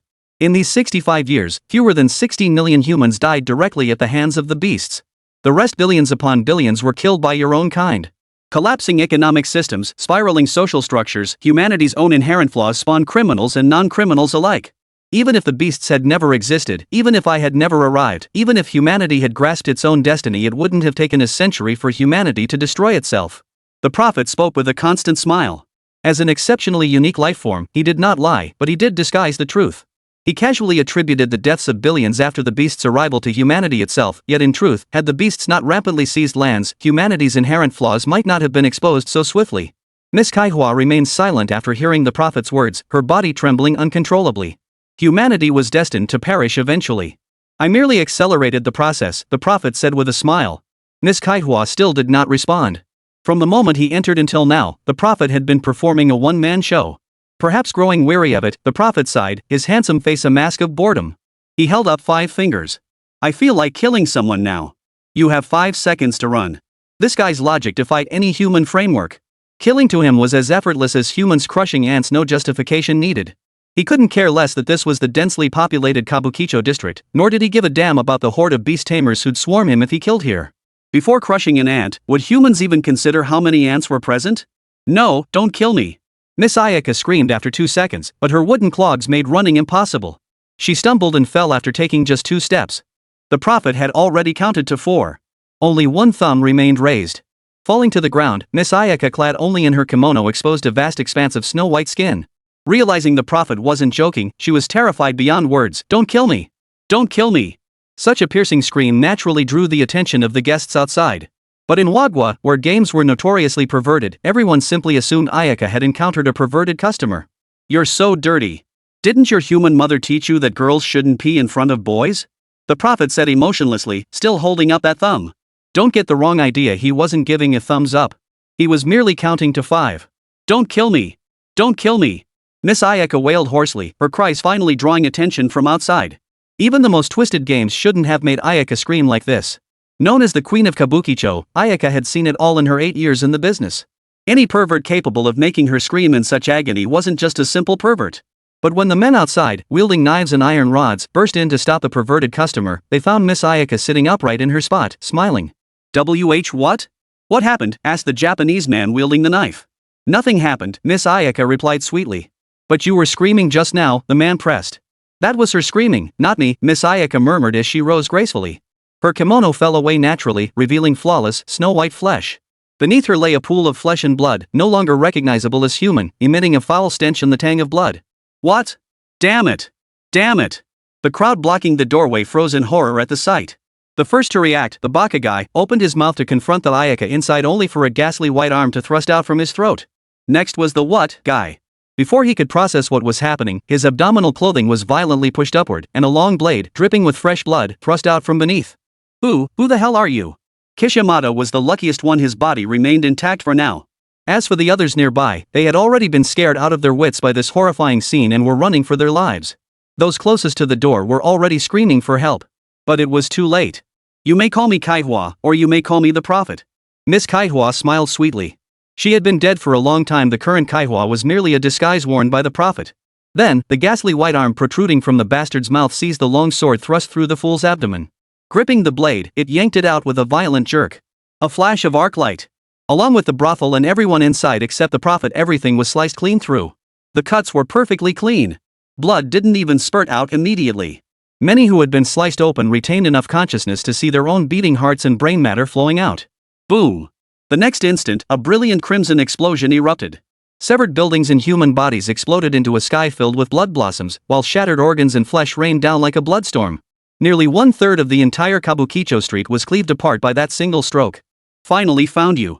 The Prophet, inhabiting Miss Ayaka's body, smiled as he looked toward a direction. It was a sliced open noodle shop where a man had just finished a bowl of ramen. I shouldn't be meddling in this now, but since I'm already here. Akutagawa Ryuichi swallowed his noodles and stood up, the crimson specter of a demon emerging behind him. Fallen Path, Genko. Aren't humans supposed to be shy? The Prophet asked, looking at the body he had imitated. Cross-dressing is already perverted enough. You going full on gender reassignment? Even more perverted. Who'd feel shy around a pervert? Akutagawa retorted. Prophet vs. Ryuichi Akutagawa, Round 2. Chapter 117, Fallen Path Light vs. Izanagi. Why must you stop me? I'm leading you toward a better life, delivering you into the embrace of the goddess of death. Ever since that sea, you've obstructed me, even sacrificing the eternal light Dainichi's radiance. The gods finally granted you out of pity, just to preserve that bizarre vessel Chenrao and prevent it from merging into a more perfect self. You defy not only my will as a prophet, but also his potential to become a divine messenger. Surprisingly, the Prophet did not rush to attack during this standoff. Instead, he leaned against Miss Ayaka's flesh and blood form and engaged in conversation with Akutagawa Ryuichi. This was undoubtedly the scene the Wokaku administration's high command, watching the surveillance feed, wanted to see. Past experience had shown the Prophet's combat energy was overwhelmingly vast, affecting an extremely wide area. Kabukicho was a densely populated district. If direct combat erupted, at least 1,000 lives would be lost. As the 4th Operations Commander of the Wajoku administration's executive division at the time, I, Yugo, immediately intercepted Akutagawa Ryuichi's private line. Through the Bluetooth earpiece attached to his ear, I issued operational commands. Negotiate. Negotiate with him. Every second delayed increases the chances of survival for nearby civilians. After the command takeover, Akutagawa Ryuichi was dumbfounded. Setting aside the fact that he was currently outside the administration's jurisdiction, even if he were under it, wasn't it a bit much to expect him to engage in a war of words with the Prophet? Based on humanity's scant understanding of the Prophet, this entity was clearly not human. Yet it preferred to walk the world in human form. According to intelligence from Chenrao, it possessed profound knowledge, its grasp of human civilization both ancient and modern. Moreover, his intellect defies human categorization, particularly his unique logic and terrifyingly deceptive rhetoric. Even 10 gray-bearded philosophical scholars might struggle to outwit him. And let's not forget the Prophet can flip tables anytime, anywhere. The slightest annoyance, and this guy would flip the table, ruining the fun for everyone. Truthfully, I'm an atheist. All this talk of yours goes over my head. Besides, in our world, deities bestow blessings upon humanity. They're nothing like you. Though the situation was dire, Akutagawa Ryuichi knew stalling was his best bet for now. A commoner's chances of survival were indeed slightly higher. Just small talk. That's just wishful thinking on your part. Based on humanity's inherent flaws and greed, you fantasize about an all-knowing, all-powerful creator who can satisfy every one of your desires, including but not limited to ending wars, ending disasters, killing enemies, or creating wealth. Yet in truth, as the embodiment of the creator, my compassion extends far beyond the human realm. What I see is your infantile civilization built upon the bones of billions of creatures trampled beneath your feet. Your world holds nothing worth preserving in my eyes, yet your civilization possesses certain intriguing aspects such as your penchant for cloaking cowardice or desire in lofty principles. I find this method rather amusing, so I too shall adopt a lofty pretext such as her. The prophet seemed quite willing to fall into this trap of empty rhetoric, gesturing toward Miss Kaihwa's form. His slender nails pierced the soft flesh. With no sense of pain, the prophet could easily puncture the body, blood gushing freely. She sought to defraud my assets, even resorting to ending my human life by some means. Based on your human logic of self-defense, what's wrong with me killing her? Though I've never been to a place like this, I've heard bits and pieces about them. What you call killing you, that'd be more like killing you with pleasure, right? I bet it feels pretty damn good. Akutagawa Ryuichi lied. As a man, how could he possibly have never been to a place like this? The prophet tilted her head slightly upon hearing his reply, a smile playing on her lips. You see, you humans can treat procreation as a means of self-gratification. Casually creating life in uncertain circumstances is actually a form of disrespect toward life itself. Bringing it into existence, letting it enter this world, only to face its cruelty and ruthlessness, that's another way of killing a life. Humans, truly terrifying. Terrifying? With a mere flick of your wrist, you can slaughter hundreds or thousands. You're far more terrifying than any human. Akutagawa Ryuichi swept his gaze across the ground beneath his feet, now reduced to ruins. With a mere flick of his wrist, he had obliterated 1/3 of Kabukicho. The prophet's capacity for destruction far surpassed that of any human. Oh? Is that so? The prophet countered calmly, then pointed in a direction. As far as I know, in the last century, a single human being killed hundreds of thousands in your country with just a flick of his finger, using a bomb. If it were me, if a monster killed hundreds of thousands, you humans would surely hunt us down under the banner of defending the world. Yet you Japanese not only didn't do that, but instead revered the enemy who slaughtered hundreds of thousands of your own people like he was your father. Isn't that right? The prophet, well versed in human history, spoke with a flat tone that made Akutagawa Ryuichi want to curse. You're right. It's just a matter of perspective. You've got all kinds of bizarre reasons to wipe out humanity, and humans have all kinds of bizarre reasons not to want to be wiped out. I just want to come home at night, lie in bed, and reward myself by watching Mr. Bodo's work.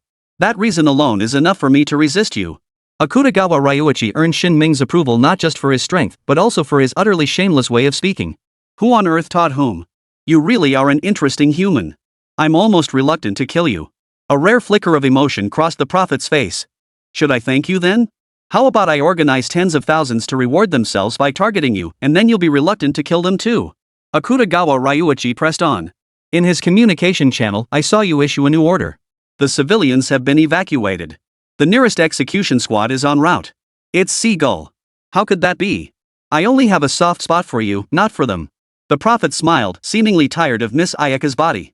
His appearance swiftly transformed into one identical to Akutagawa Ryuichi's as he continued, but that's no reason for me to show you mercy. I'll still send you to meet your true creator. So after all this talk, we're still going to fight? Will you kill me, or will I kill you? We've clashed before, you can't seem to kill me. Akutagawa Ryuichi had every reason to engage in verbal sparring with the prophet. During their first confrontation in Hokkaido, the prophet had failed to eliminate him. That was merely because I chose not to. You humans are as persistent as flies. If I heard correctly, isn't a squad called the Seagulls heading this way? Before the prophet's terrifying perceptive abilities, no secret could remain hidden. Correct. So if you don't want to be pinned down and made to sing conquest, just kneel now with your hands on your head. Akutagawa Ryuichi showed no surprise. Instead, he felt this response was fitting for the prophet's abilities and style. I'm starting to dislike your tone. You have 5 minutes. See if you can survive its attack. The prophet's actions defied all logic. Why he came to Wa, why he was slaughtering indiscriminately here, why he set a 5-minute limit. He simply did it. 5 minutes is too short. You won't kill me, Ryuichi Akutagawa declared as the crimson phantom behind him solidified and crouched down. The fallen path, source light.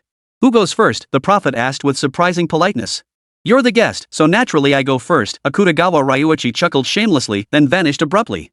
The greatest difference between a special grade beastmaster and an executive beastmaster lies in their combat style.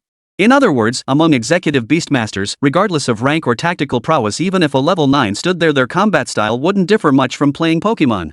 Even if they could use items to sway the battle, it would be the same. Because special grade beastmasters? They're ING monsters who forge formations alongside their beasts. Akutagawa Ryuichi vanished from his spot and lunged forward in a single stride. The crimson form of Dodo Genko clung beneath his body, advancing like a perfectly synchronized shadow. A slender Tachi blade over 8 meters long flashed from Dogen's waist. Its crimson slash swept across the battlefield, unstoppable, cleanly slicing through everything in its path. The prophet stood motionless, arms hanging limply at his sides. A split second before the crimson blade struck, a withered white arm erupted from the ground. 2 fingers pinched Dodo Genko's great sword as easily as plucking a flower or a leaf. With a gentle twist, it snapped clean in two. This is absurd. Witnessing this, Akutagawa Ryuichi staggered backward, his feet crushing Dodo Genko's body as he retreated. The thick asphalt road beneath him shattered instantly under the fallen sword's weight. What's unreasonable about it? The prophet seemed to have found a new topic to discuss. You really do love preaching. Akutagawa Ryuichi, however, had no desire to converse with the prophet. It's not preaching. I just find it laughable how you humans always think from your own perspective. In your terms, your familiar pales in comparison to this throne beast. It's simply not on the same level. The prophet shook his head. The ground beneath his feet cracked open, and a figure rose from the earth over 10 meters tall, clad in tattered armor, deathly pale, and bearing the appearance of a warrior. Throne beast? This is a throne beast? Akutagawa Ryuichi lifted his head, staring at this pallid throne beast, feeling somewhat puzzled. From the Yamata no Orochi in Hokkaido to this unknown throne beast whose appearance and attire closely resembled traditional Japanese warrior imagery, the prophet seemed to favor this style? Whether your level is sufficient isn't for you to decide, but for me. And if Yamata no Orochi couldn't handle me, neither can you, little greenhorn. Akutagawa Ryuichi had no time to ponder the question. His most urgent task now was to keep the prophet here before the seagull arrived. Victory was impossible. Judging by the prophet's tone, he had countless more tricks up his sleeve. All Akutagawa Ryuichi could do was stall for time. Greenhorn? No. Its name is Izanagi. The prophet laughed. The birth of a throne beast was the convergence of many beasts. And beasts or rather, including their tamers whether in naming conventions or other rules, all followed certain patterns. I wonder if you've noticed, Shenrao's system bestows a new name upon it after each evolution from Frost Thunder Wolf to Frost Stained Thunder Spirit, from Frost Stained Thunder Spirit to Four Sovereign Primordial Spirit. The system truly transcends logic and rules, yet naming follows its own order. Just as every beast master can learn their beast's name through the blood pact. All tamed beasts and demonic beasts possess distinct characteristics and names based on their birthplace and the human civilization's cultures. This is difficult to discern in their early stages, but as they grow larger and reach more mature developmental phases, these traits become increasingly apparent. Yes, the naming conventions for beasts and tamed beasts are rooted in regional culture. No one could explain why, for the meteorite's descent itself defied logic. Izanagi. Ryuichi Akutagawa felt the name sounded familiar, yet he couldn't quite place it. Oh, from mythology. But Akutagawa Ryuichi had no interest in mythology. So let the battle continue. Both humanoid and wielding blades, the clash between Dodo Genko and Izanagi resembled 2 Ultramen battling each other. Some fearless Japanese residents even pulled out their phones to livestream the entire fight, only to be knocked over by the surging gale before receiving their first gift. A battle of this caliber between a beastmaster and a demon beast was nothing like the struggles of the growing, adolescent stage beasts mentioned earlier. The shockwaves, stretching hundreds of meters long, packed more punch than a damn missile, easily obliterating a wooden house in Wakoku. Compounding the pressure, the prophet had imposed a 5-minute time limit on himself. While he initially toyed with Akutagawa Ryuichi with playful interest, the passage of time brought the Seagull task force ever closer. Facing an opponent growing more formidable with each strike, the prophet now sensed trouble brewing. Especially Dodo Genko, this peculiar beast grew fiercer with every clash. Its combat style, utterly different from the day it faced Yamata no Orochi, mirrored the clash between conservatives and radicals. At that moment, Dodo Genko, clad in crimson armor that seemed ready to burst into light, took a step back and stood firm. Before him, Akutagawa Ryuichi clasped his hands together, arms raised high. The fallen Pathlight's arm followed suit, lifting high. The great sword in its grasp, originally only 8 meters long, had stretched to 19 meters as the battle progressed. Viewed from above, it resembled a crimson thread piercing through the streets. 1 minute left. I think it's time to get serious. With time running out, the prophet truly didn't want to waste any more. He clapped his hands, and Izanagi immediately lowered his body.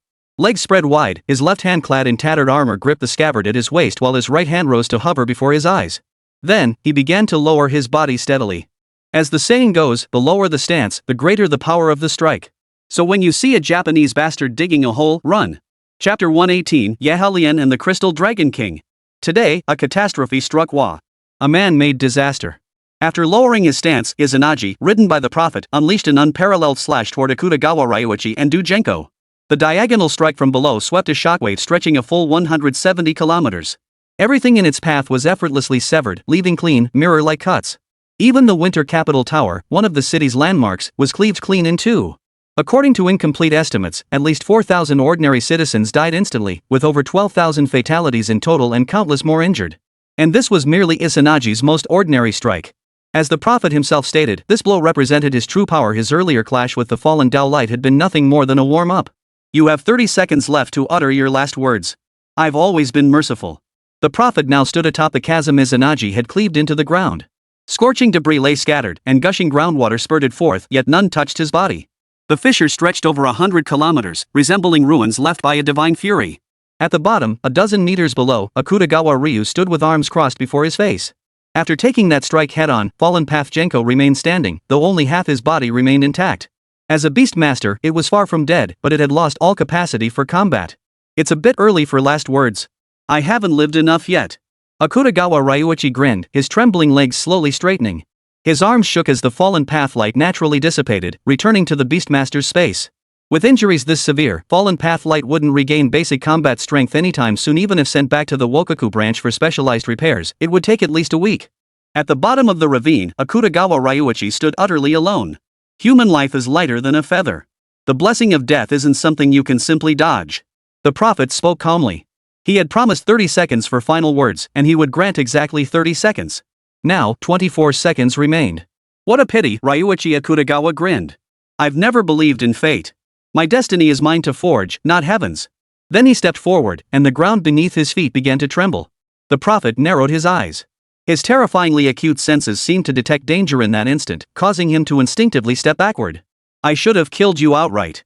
But humans are truly fascinating. Even so, the prophet remained utterly composed, lifting his head slightly. A slender, pure white thread sliced through the gloomy Japanese sky, streaking across the heavens from the distant horizon. It plummeted toward them with unstoppable, terrifying force, crashing down with a thunderous impact. Boom! The already precarious ground endured another devastating blow. The tiny figure crashing down smashed straight through the Japanese earth.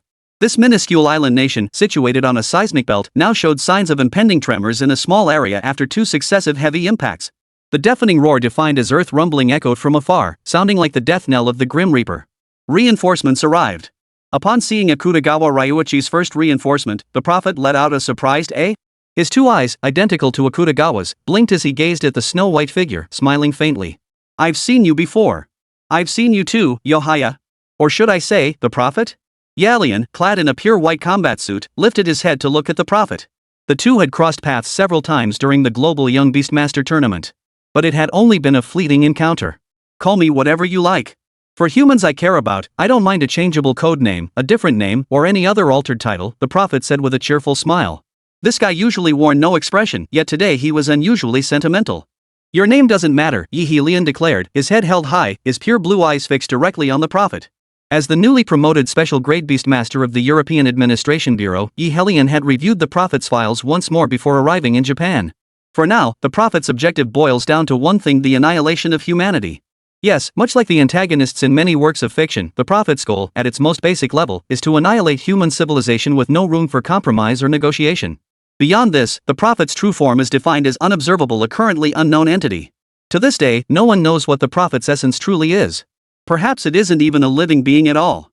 After all, the prophet consistently refers to himself as the messenger of God. As for the prophet's combat prowess, it is defined as undeterminable. The throne beasts known to humanity thus far show no inclination toward proactive aggression. They only attack the prophet's enemies under his influence. Much like how a beastmaster commands their beasts, the prophet wields the throne beasts as tools that obey his will with perfect precision. His research value rivals or even surpasses that of Chen Rao. After all, fundamentally, all research on Chen Rao aims to develop the ultimate weapon to exterminate all beasts. However, if humanity could reach a consensus with the prophet, or contain him in a controlled and secure manner, then perhaps mankind could end the war with the beasts peacefully. Thus, the prophet's name matters little. What matters is, can we collaborate? Cooperation? Why should I cooperate with mere ants? You cannot hinder what I intend to do, and your goals run counter to mine. Don't try to persuade me with your saintly logic. Since I've resolved to bring destruction as a divine messenger, how could the resistance or entreaties of mere ants possibly sway me? The prophet smiled at Yihelian, his gaze holding not anger or scorn, but pity. Yes, pity. The prophet had to admit that his time walking among humans had indeed exposed him to many intriguing specimens of humanity. Take Chen Rao, for instance, a human who became a beastmaster. Like Lin Jing, like Akutagawa Ryuichi, like Yi Helian. These humans were all quite interesting, but their appeal was limited to that. The prophet was no philanthropist. While he might occasionally slow his pace to observe humanity's peculiarities, he would never halt his journey or alter his course for their sake. You've misinterpreted me. I never intended to cooperate with you. Yi Helian shook his head. Oh? The prophet looked genuinely puzzled for the first time. I only need your cooperation. Refusal is acceptable as standard procedure for criminals resisting arrest. Yi Helian took 2 steps forward before vanishing. The next instant, Yi Helian materialized midair, his feet planted upon a platform as crystalline as glass. Behind him, a sudden surge of air, wrapped in azure lightning, sliced through the atmosphere. A massive, nearly translucent dragon claw descended from the void, thunderous and crushing. The prophet stood his ground, unflinching. Raising his right hand, Izanagi lunged forward, pressing his right arm against his left hip. His left hand swung the heavy scabbard upward to meet the dragon claw's strike head-on. Rolling thunder crackled against his battered crimson armor. Yalian, who found the prophet's move childishly reckless, didn't pause his advance. Slightly sidestepping, Izanagi swung his sword upward in a seemingly ordinary downward strike. Yet the howling sword energy that followed instantly cleaved a small hut 300 meters away clean in half. Only then did Yalian realize the prophet wasn't a complete fool. Almost nose to nose with Izanagi, Yalian remained expressionless. His left hand pressed downward, summoning a colossal dragon claw from the void that slammed down onto Izanagi's skull with a thunderous crash. Boom! A deafening roar echoed as the dragon claw slammed Izanagi into the ground. Countless surging thunderbolts churned across the surface like boiling water, each crackling like dense bubbles. Thunder Marsh. The terrifying thunderous pressure pinned Izanagi's body to the ground. His 2 withered, white arms braced against the earth, futilely struggling to escape the clammy grasp of the thunder swamp. Witnessing this scene, Akutagawa Ryuichi finally grasped the chasm separating himself from a truly elite beast master. That gap was trust. He had once believed his trust in Didao Yuanquan was sufficient, even sufficient to employ suicidal tactics against the prophet. Yet compared to Yi Helian's trust in the Crystal Dragon King, his own fell short.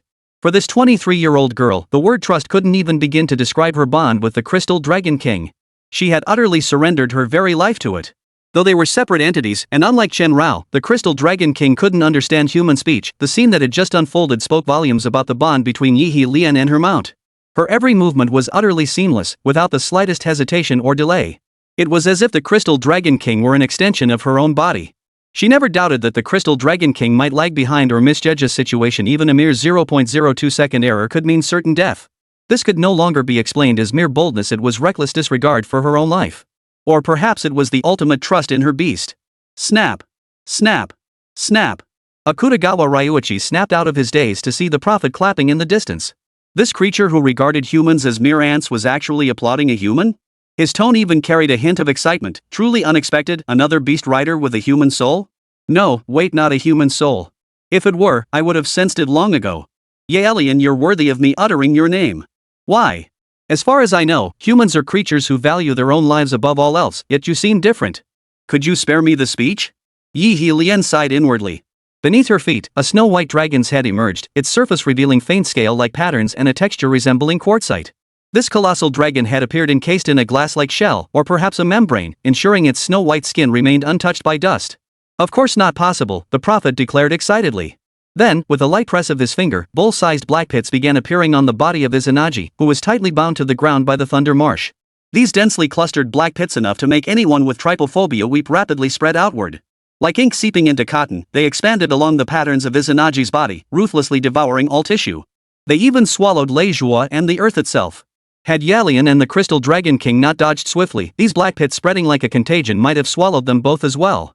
What are you doing? Yalian demanded from where he stood. Only the Crystal Dragon King's massive claws and head were visible now. No one knew how Yalian had managed it.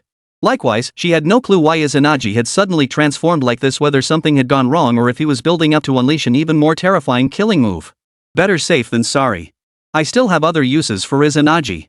I can't let it expend too much energy fighting you. But you're the second opponent to bring me such pleasure.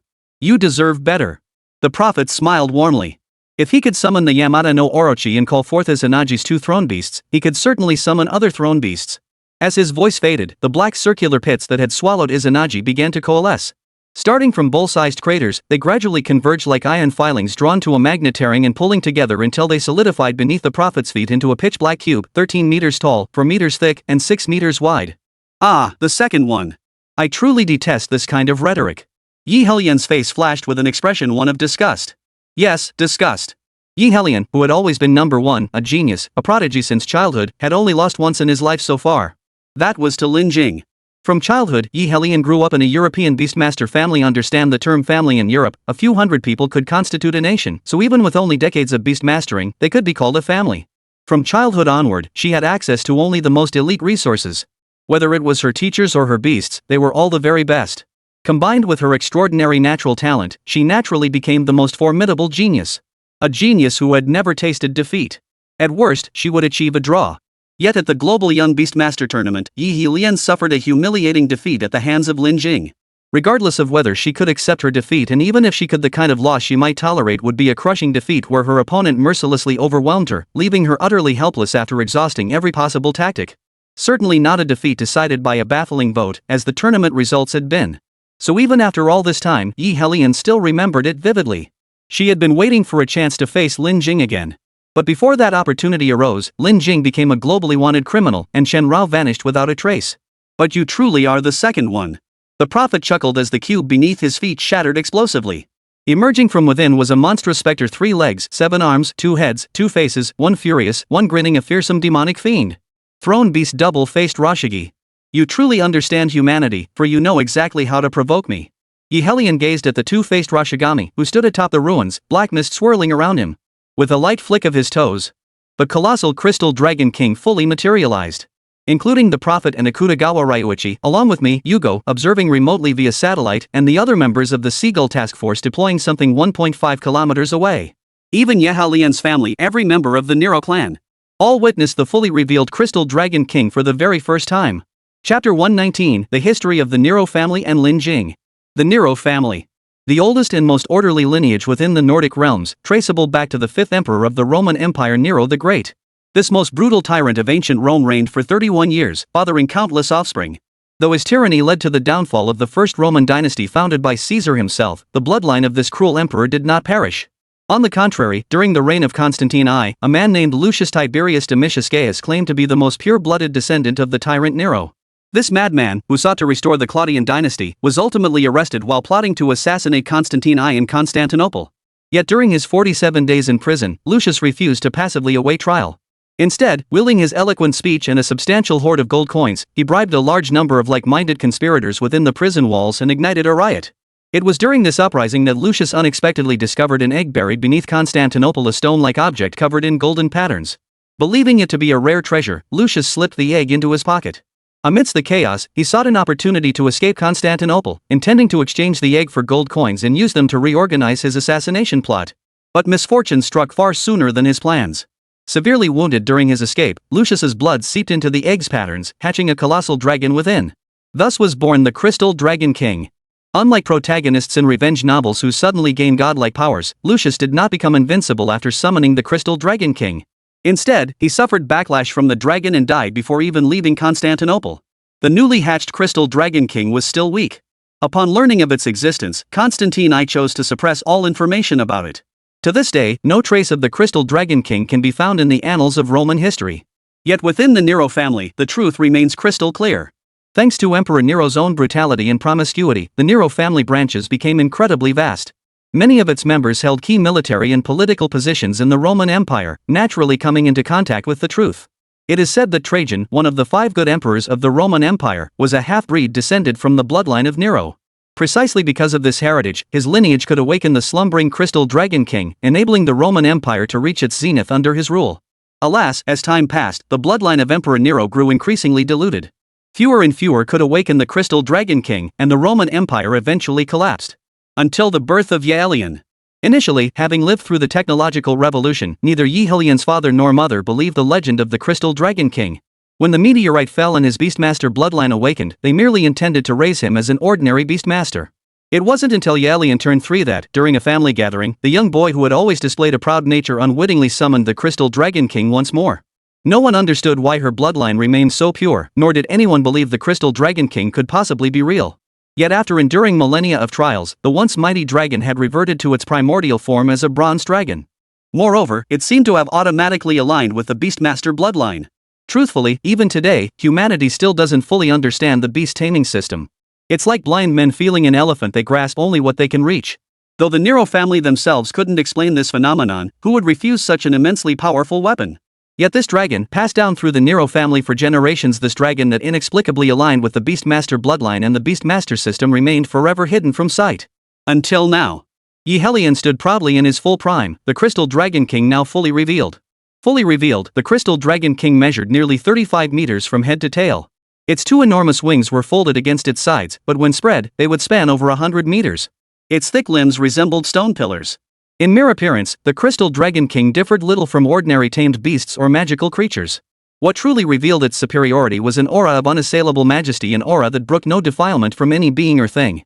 This was especially true of its pair of brilliant golden eyes, radiating boundless authority. Even the prophet couldn't help but marvel. So human legends aren't all lies after all. The prophet murmured softly, his words proving something profound. The Crystal Dragon King was not entirely a product of the Beastmaster system. This signified. It signified that certain things, long overlooked by humanity, might indeed be real. May you find the courage to survive, Yi Helion smiled, gazing at the two-faced Rashigami as the Crystal Dragon King beneath his feet surged forward. At the same moment, 1.5 kilometers away, the winter capital Clear Sky Tower. The 634-meter-tall structure is the world's tallest tower-shaped building and the third tallest man-made structure globally. It features two observation decks at 350 and 450 meters, but in reality, there exists a roughly 70 square meter circular platform at 580 meters, a place no amount of money could grant access to. Because it was never intended as a public space, but rather a dedicated construction platform. Much like the magical array conjured by thousands of Beastmasters during the South Pacific campaign to seal the fissure in the ocean floor, the circular platform at 580 meters served the same purpose. However, when it was originally constructed, no one could have foreseen its current purpose. At this very moment, on the 580-meter circular platform of the Clear Sky Tower. For execution, Beastmasters from the Seagull Task Force stood at each corner. For beasts, transformed to human size, continuously released energy. Each of these beasts, averaging the level of the Golden Bloodline, possessed formidable power individually. Yet within the Seagull Task Force, they were only assigned to supply energy for the ritual. This job we're doing is pretty damn boring, yawned the member designated G7. Before joining Seagull, he was an 8th grade Beastmaster from South America who had single-handedly taken down B-grade beasts. His battle record was so extensive it could fill a day's worth of stories. But since joining Seagull, his resume had remained unchanged. Because at Seagull, no matter how formidable you are, you only need to do one thing. Constructing the ritual. The so-called construction ritual was developed by the European headquarters specifically for Yi Helion and the Nero family's Dragon King. It was a final, decisive move comparable to the Swordbearer system. Its underlying principles are too complex to explain fully. Tracing its origins would require tens of thousands of words. So, to simplify, the construct ritual involves high-frequency energy infusion, using the scales of the Crystal Dragon King as a catalyst to trigger an instantaneous explosion upon reaching a critical threshold. Initially, the maximum energy the construction ritual could handle was merely 50,000 tons of TNT, equivalent roughly on par with a typical mature Beastmaster's attack.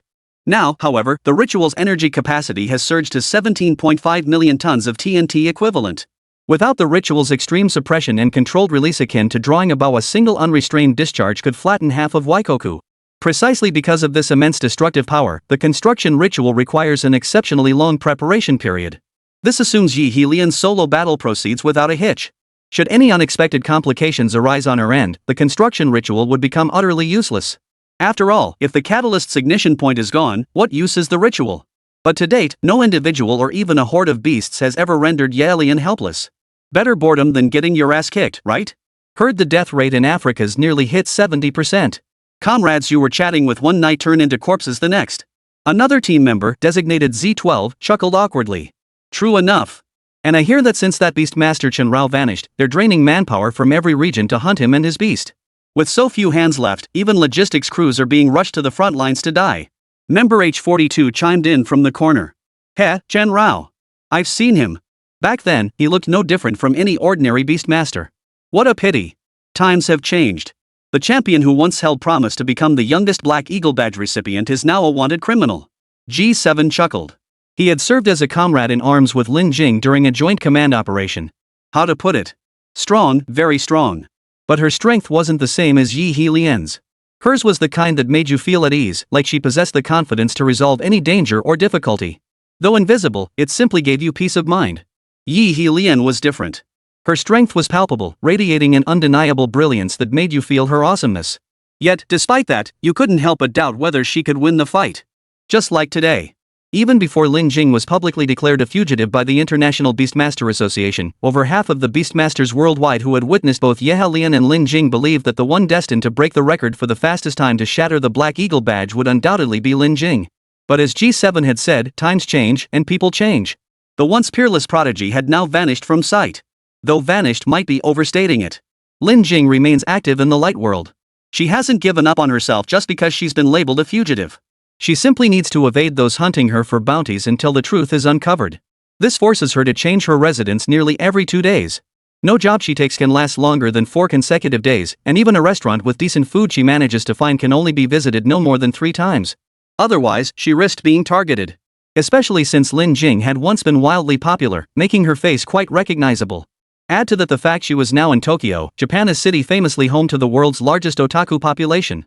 Grab any man between the ages of 7 and 85, and there's a 50% chance he's an otaku. An otaku might not recognize Lin Jing personally, but among the countless social groups an otaku joins, there would undoubtedly be former fans of hers. Even though she gradually faded from the public eye after being promoted to an executive-level 6-beast tamer, her fading fame didn't mean her fans had all disappeared. Even Lin Jing herself never imagined that simply stepping out for ramen and scouting alternative routes into Mount Fuji would lead her to bump into her former fans. And what's more, a high-ranking executive at the Wagwa Administration Bureau. Honestly, when Lin Jing spotted the man in the ramen shop wearing VR goggles and muttering terms like Beastmaster, Prophet, and Demon Beast, she assumed he was a hardcore otaku. After all, ever since humanity exposed the dangers of Yahya the Prophet, countless companies desperate for profit had rushed to develop related products. Those requiring minimal investment had proliferated especially rapidly. By now, over 5,800 online novels featuring profit-stomping content and 130 short dramas depicting Yahya punching scenarios had emerged, even a VR motion game titled Kill Him, the Prophet. Truthfully, as the Prophet himself once remarked, humanity's inherent flaws are beyond redemption. The noodle shop where Lin Jing dined was less than 2 kilometers from Kabukicho's battle-scarred streets, so close she could see the fiery clash between Crystal Dragon King and double-faced Rashigami with the naked eye. People today seemed long accustomed to the thrill of battles unfolding beside them. As the noodle shop owner himself put it, he'd worked diligently his entire life. He couldn't abandon his shop and flee just because a war broke out on the next street. After all, losing the shop meant death, too better to stand or fall with it. Lin Jing found this sentiment spot on, for it was the plain truth. Superhero movies never dwell on the misfortunes of ordinary citizens, they only celebrate the greatness of superheroes. Yet for ordinary people, the difference between villains and heroes is actually negligible. Imagine walking home after work one day, only to see a villain stomp your wife and children to death. Then a hero arrives, swings your 5-year mortgage car at the villain but misses, smashing instead your 30-year mortgage house to pieces. So the gap between good and evil isn't vast at all, sometimes they're even the same, just on different sides. Take Prophet, for instance. If you were a warlock, witnessing him risk his life fighting humans to prevent territorial conflicts, you'd undoubtedly regard him as a god. I'm done eating. Lin Jing stared expressionlessly at the live broadcast on TV, the fierce battle between Ye Lian and the Prophet, now in its 8th minute. Among all known battle records of the Prophet, this was the second longest. The longest was in the South Pacific, where Gung Shuwen and the 4 Pillars of the Dragon fought to the death for 10 minutes and 34 seconds. But now, this duration had become a tool for many to profit. Because in the bottom right corner of the TV program was an advertisement for Japan's largest legal betting platform, which had now pushed the odds for can Ye Lian break Gung Shuwen's record to 1 minute and 4.2 seconds. These odds aren't terrifying per se, but the topic itself is highly sensational. On one side stands Ye Lian, the unrivaled master of the beast-taming world at the peak of his power, White Thunder, Angel, the undefeated one, the pure white lightning that rips through the night. Hailed as the figure destined to lead the beast-taming world for a century. On the other side stands the former chief inspector of the East Asian Beastmaster Administration, commander of the South Pacific Campaign, a hero who risked his life to safeguard humanity, yet also a criminal who defied orders, leading to the deaths of tens of thousands. Such immense popularity generates massive traffic, and where there's traffic, there's wealth. Even if just 2 yuan per person, given the current fervor, that's a staggering 400 million yuan. Entertainment to death, indeed. Hold on a sec, these odds are insane. I'm placing a bet too. Just as Lin Jing rose to leave, the otaku in the corner who'd been engrossed in Kill Him, the Prophet the entire time removed his VR goggles, ready to wager. The otaku swapped his VR goggles for regular glasses resting on the table, then looked up toward the TV just as Lin Jing was about to leave. Ha! She looked familiar. Lin Jing? The otaku furrowed his brow. I was planning to wait until today was over before looking for you, but what a coincidence. Lin Jing raised her head with a hint of resignation. She had actually intended to take the day off. The otaku, finally catching on, reached for his VR goggles to report the incident. But before he could, Lin Jing seemed to teleport right in front of him, stomping down on his wrist and flinging the goggles aside. You! The otaku's eyes widened as the Beastmaster's rune on his wrist glowed faintly. Shu, don't resist. Do you really think you can win? Lin Jing looked at Ajay and made a shushing gesture. The otaku's momentum instantly weakened by half. He glared intently at Lin Jing, but finally lowered his hand reluctantly. There was no choice. On one side stood an unparalleled genius who had ascended to executive level 9 in just 3 years. And on the other, a mere level 5 executive who had only just barely achieved that rank by now, currently serving as a level 2 executive in a semi-administrative role at the Japan branch Meiken Uetsu. Chapter 120, The Excited Prophet and the Arrow That Pierces the Sky. You're blatantly kidnapping bureau personnel. Don't you fear facing severe punishment when you're caught? In the Japanese sewer system dubbed by Yilin as bright, clean, capable of sustaining 10,000 people for extended periods, with water so pure you could drink it straight from the toilet, Ikonami was bound tightly, every limb secured. While verbally condemning Lin Jing, he couldn't endure the waves of foul stench assaulting him. His head jerked to the side, nearly vomiting out the previous day's dinner. Facing his accusations and threats, Lin Jing merely stared blankly at him, occasionally glancing at her wristwatch as if awaiting something. Meanwhile, on the nearly flattened streets of Kabukicho, the Crystal Dragon King, now fully revealed, charged toward the two-faced Rashigami with an almost unstoppable momentum. The pitch-black throne beast blocked the oncoming azure shockwave with both arms, absorbing the force head-on. A deafening roar, like a nuclear explosion, sent a devastating shockwave that instantly shattered every glass object within a kilometer radius into dust. Excellent! Excellent! Keep showing me your strength, the prophet shouted excitedly. Beneath his feet, the two-faced Rashigami wore a hideous grimace, its two pitch-black arms revealing bloody, torn flesh as the shockwaves receded. After such a fierce and concentrated assault, even a throne beast would have to reconsider the consequences of continuing to absorb such blows head-on. The greatest difference between throne beasts and ordinary beasts lies in their concept of self. Similar to most tamed beasts, even ordinary beasts that had evolved their own civilizations lack this self-concept. They relied solely on survival instincts, though tamed beasts, guided by their masters, could perform actions contrary to their instincts. Throne beasts, however, possess a fully developed concept of self. Even now, as double-faced Rashi faced the prophet's commands, it retained its own consciousness. Its murky eyes fixed on the imposing Crystal Dragon King, it keenly realized that continuing to obey the prophet's orders would inevitably lead to its death at the hands of the Crystal Dragon King. With its two brains, double-faced Rashi Oni grasped this reality in less than 2 seconds. You ought to consider your own survival, don't you think?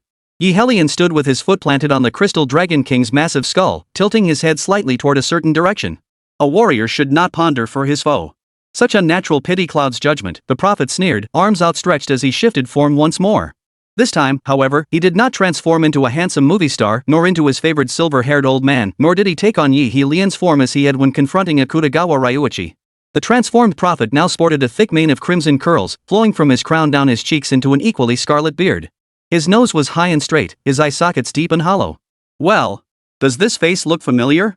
The prophet spread his arms wide, his new visage boldly demanding recognition. Yi Helion narrowed his eyes, a peculiar expression flickering across his face. She did not recognize this face, but if certain members of her family, those on the brink of meeting their maker, were to see it, they would surely gasp in shock. Nero Claudius Drusus Germanicus. Yes, the prophet had transformed his own features into those of this notorious tyrant from Roman history. Nero the Great. He seemed to have altered his very bloodline, for Yi Helion could distinctly sense that the Crystal Dragon King, who had already sealed a blood pact with her, now poised beneath her feet ready to tear the two-faced Rashigi to shreds, was displaying an almost submissive emotion toward the prophetess manifestation of Nero the Great. Living under another's face is utterly laughable. After a long silence, Yi Helion ground these words out between clenched teeth before her fingers twitched slightly. In the next instant, a vast blue arc expanded behind the Crystal Dragon King. Like a sun conjured from thin air, it radiated blinding light. Even Akutagawa Ryuichi, a fellow special grade beastmaster, couldn't help but feel dread. Yes, dread. Now safely within the perimeter, Akutagawa Ryuichi stared at the blue arc. A realization struck him.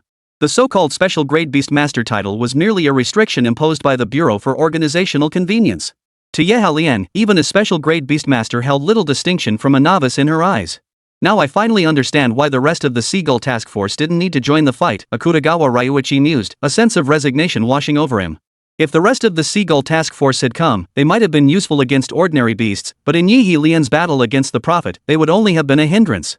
His only lingering question was, why had Ikonami lost contact? Akutagawa Ryuichi, no longer affiliated with the Japan division, had no other means to contact the Bureau. Even if Mikami Yuya had mysteriously gone offline, he had no way to report it. Just wait. After all, for now, Yi Helion and the prophet were evenly matched. The rapidly unfurling blue arc instantly coalesced into a ring through intricate engraved patterns. Like flames scorched into existence, brilliant golden lines radiated inward, converging into a pure, supremely young light point. It shone like the sun, reflecting an extremely dazzling radiance. Dragon King's Majesty. Excellent. Continue. Keep pleasing me. The prophet roared with maniacal laughter. His double-bladed Rasho Oni blade stomped the earth, sending tremors through the ground. His arms extended, spreading black mist through the air. The churning black mist coalesced into tangible form, chaotic energies visibly coalescing into two razor-sharp black spears, each 7 meters long. Yi Helion remained expressionless, looking down at the prophet with a hint of pity. She knew full well how powerful the prophet was. But pity was pity. The next instant, the Dragon King's Majesty, radiant as the sun, erupted outward. Like a volley of luminous arrows, it shot in all directions, tracing countless dazzling golden threads before shifting course heading straight for the two-faced ghost. The two-faced Rashigi instinctively leapt backward. The sweeping light arrows instantly tore the ground beneath its feet to shreds, reducing it to dust. The arrows embedded in the earth then scattered once more, continuing to weave golden threads as they shot forth. In the blink of an eye, countless golden threads spread from the crystal Dragon King toward the two-faced Rashigi. The dazzling golden sharp light wove itself into an immense, colossal sword. As all the luminous arrows shot forth, they gradually filled the hollow blade. War feeds war. Yi Helion stepped forward, his foot planted firmly on the Dragon King's skull. Simultaneously, atop the winter capital's clear sky tower 1.5 kilometers away, the nearly completed ritual structure erupted with a blue radiance stretching over 10 kilometers. Like the dazzling light of stars falling to earth, the blue radiance spread horizontally across Dongjing's horizon for over 15 kilometers, while the vertically extending beams stretched endlessly, resembling a divine sword piercing the mortal realm. Nearly half of Winter Capital's citizens witnessed this awe-inspiring spectacle. Its terrifying aura could be felt even kilometers away, an overwhelming pressure unlike any other. The majesty of the Dragon King. Ritual construction. An arrow piercing the heavens. You must survive this strike, right?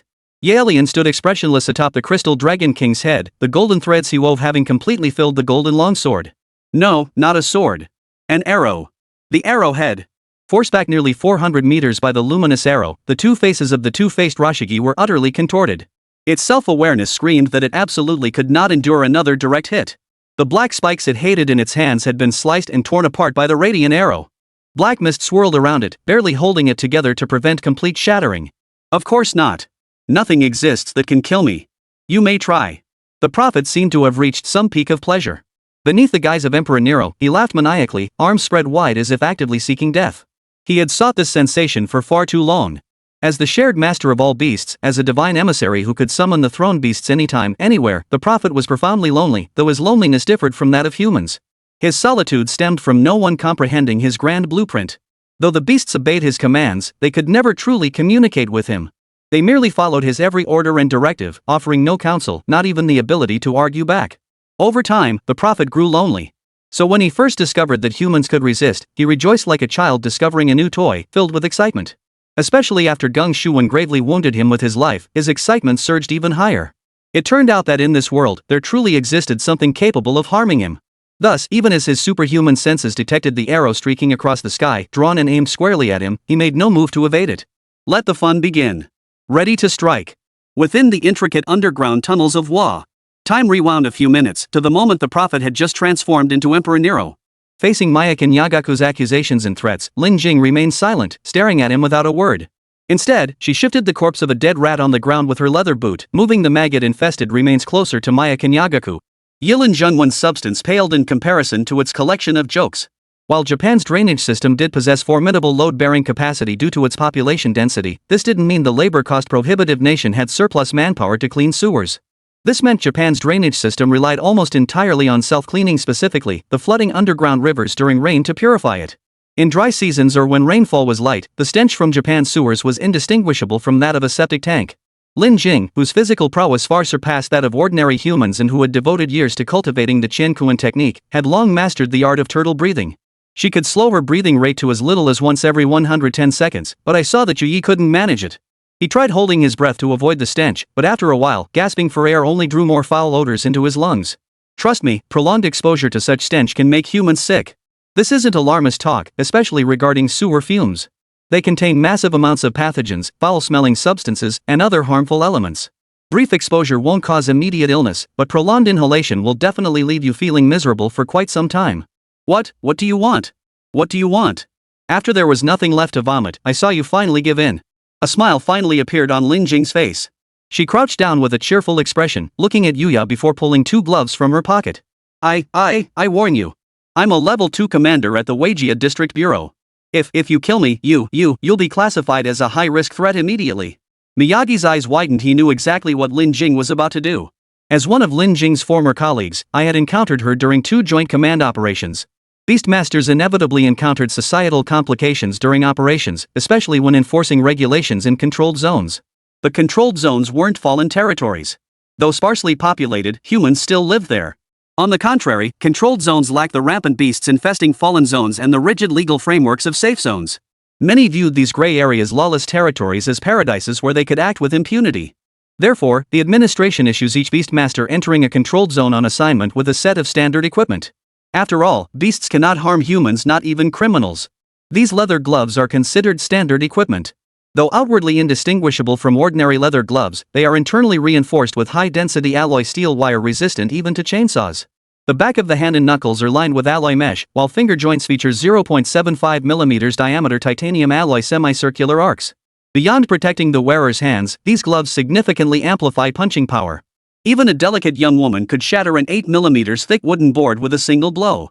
But trust me, Lin Jing is no delicate flower. She earned her level 9 Beastmaster title in under 4 years and would have been the fastest to earn the Black Eagle badge if not for an accident.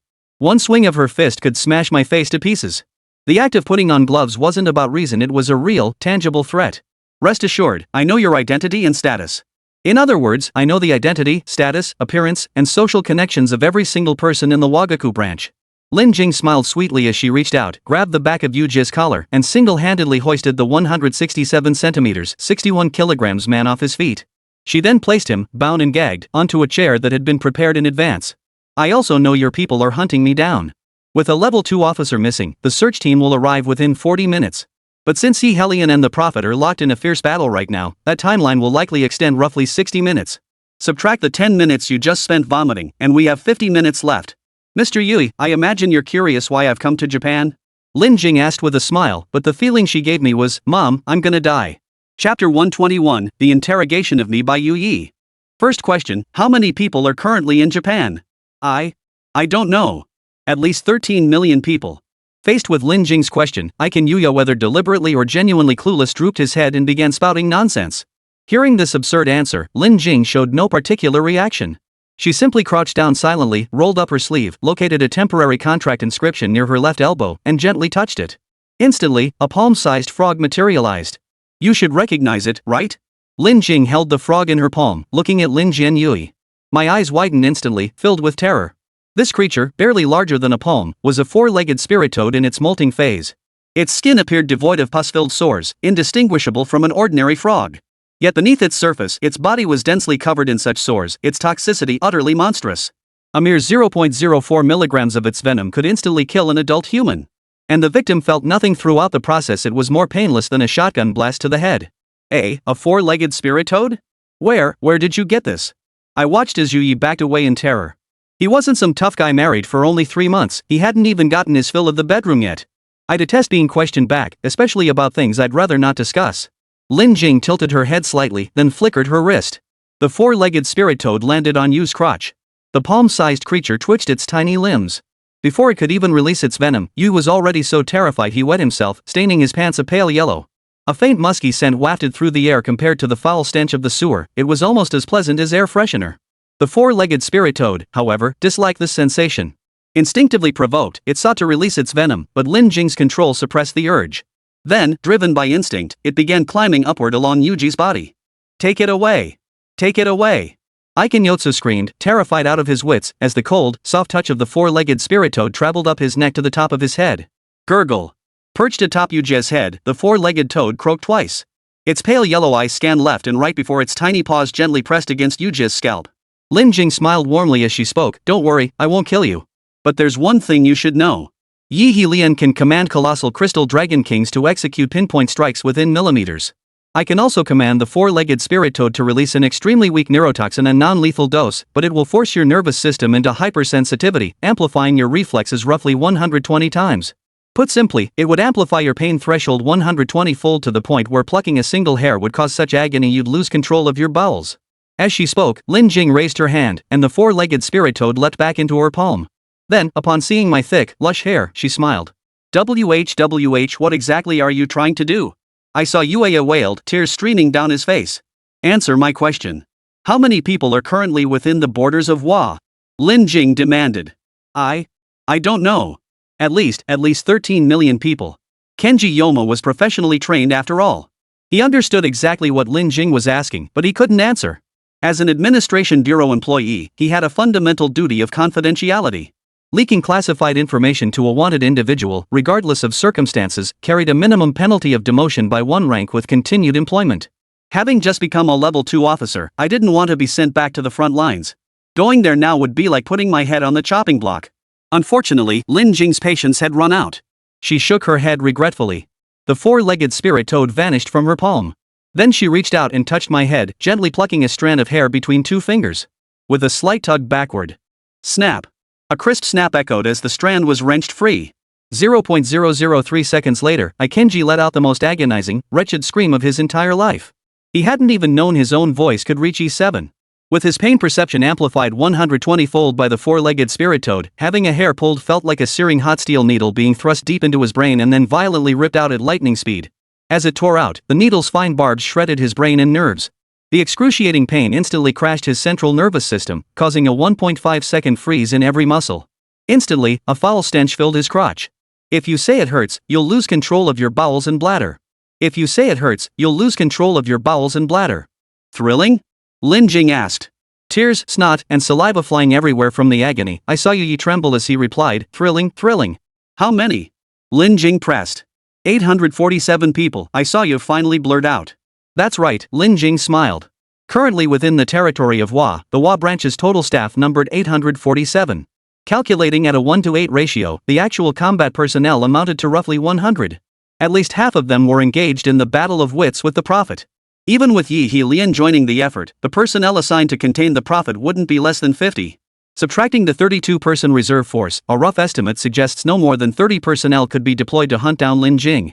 No wonder Lin Jing's life had remained eerily quiet these past few days. Second question, what are the standard and dynamic deployment codes for Mount Fuji? Lin Jing paused briefly before continuing. I can't say that. I really can't say that. I saw Yu Yi suddenly perk up. He lifted his head to look at Lin Jing, his eyes bloodshot.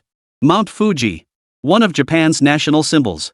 After the South Pacific War, intensified tectonic activity stirred Mount Fuji, dormant for over 300 years, showing signs of awakening. Consequently, areas of the mountain previously open to foreign and domestic tourists were completely sealed off. This wasn't the Japanese government overreacting. If this volcano were controlled by someone with malicious intent, a psychopath like the Prophet, and deliberately triggered to erupt, the entire Japanese archipelago could be devastated by an unprecedented volcanic eruption. Even if it weren't the Prophet, it wouldn't matter. I saw Yuya staring at Lin Jing. This woman, once regarded by countless people as a hero, an idol, and the future hope of the Beastmaster world, now appeared like a demon in his eyes. Everyone knew what Lin Jing's goal was, to find Shin Rao, who vanished after the white dove symbol appeared. But everyone also knew just how godlike Shin Rao's abilities were. Though his current whereabouts were unknown, no one dared wager that Lin Jing, this woman bound to Shin Rao by blood pact, truly didn't know his location. At this very moment, I, Kenji, dared not take that gamble either. Lin Jing would enter Mount Fuji and proceed with utmost caution. If Lin Jing obtained Mount Fuji's routine and dynamic defense codes from me, Yu Jin Yu, then entered the mountain and used Shin Rao to ignite it. Then, I, Kenji Yotsu, would be a traitor. Execution by firing squad? That would be the lucky outcome. I admire your unyielding stance, but I'm afraid things are about to get a bit more thrilling for you. As a colleague, Lin Jing highly regarded my interrogation resistance training results. But for herself, she now needed to bypass all of Fujisan's defenses. She needed to get inside Mount Fuji. Yes, into Mount Fuji. There was no specific reason. If pressed, it was intuition. Pure intuition. Lin Jing was a very pragmatic person. She didn't really want to believe in something as intangible as intuition. Yet for some reason, just this one time, she found herself being led by the nose by this inexplicable feeling. She even went so far as to negotiate with the Hanawa Kai, confront Xiao Yi Lily, and even kidnap Yujitsugu. Such reckless behavior violated her usual code of conduct, which is why the Japanese police had found no trace of Lin Jing during this period. But that didn't mean she was safe. At the very least, after Aimi Yuji was released today, her life would never be peaceful again.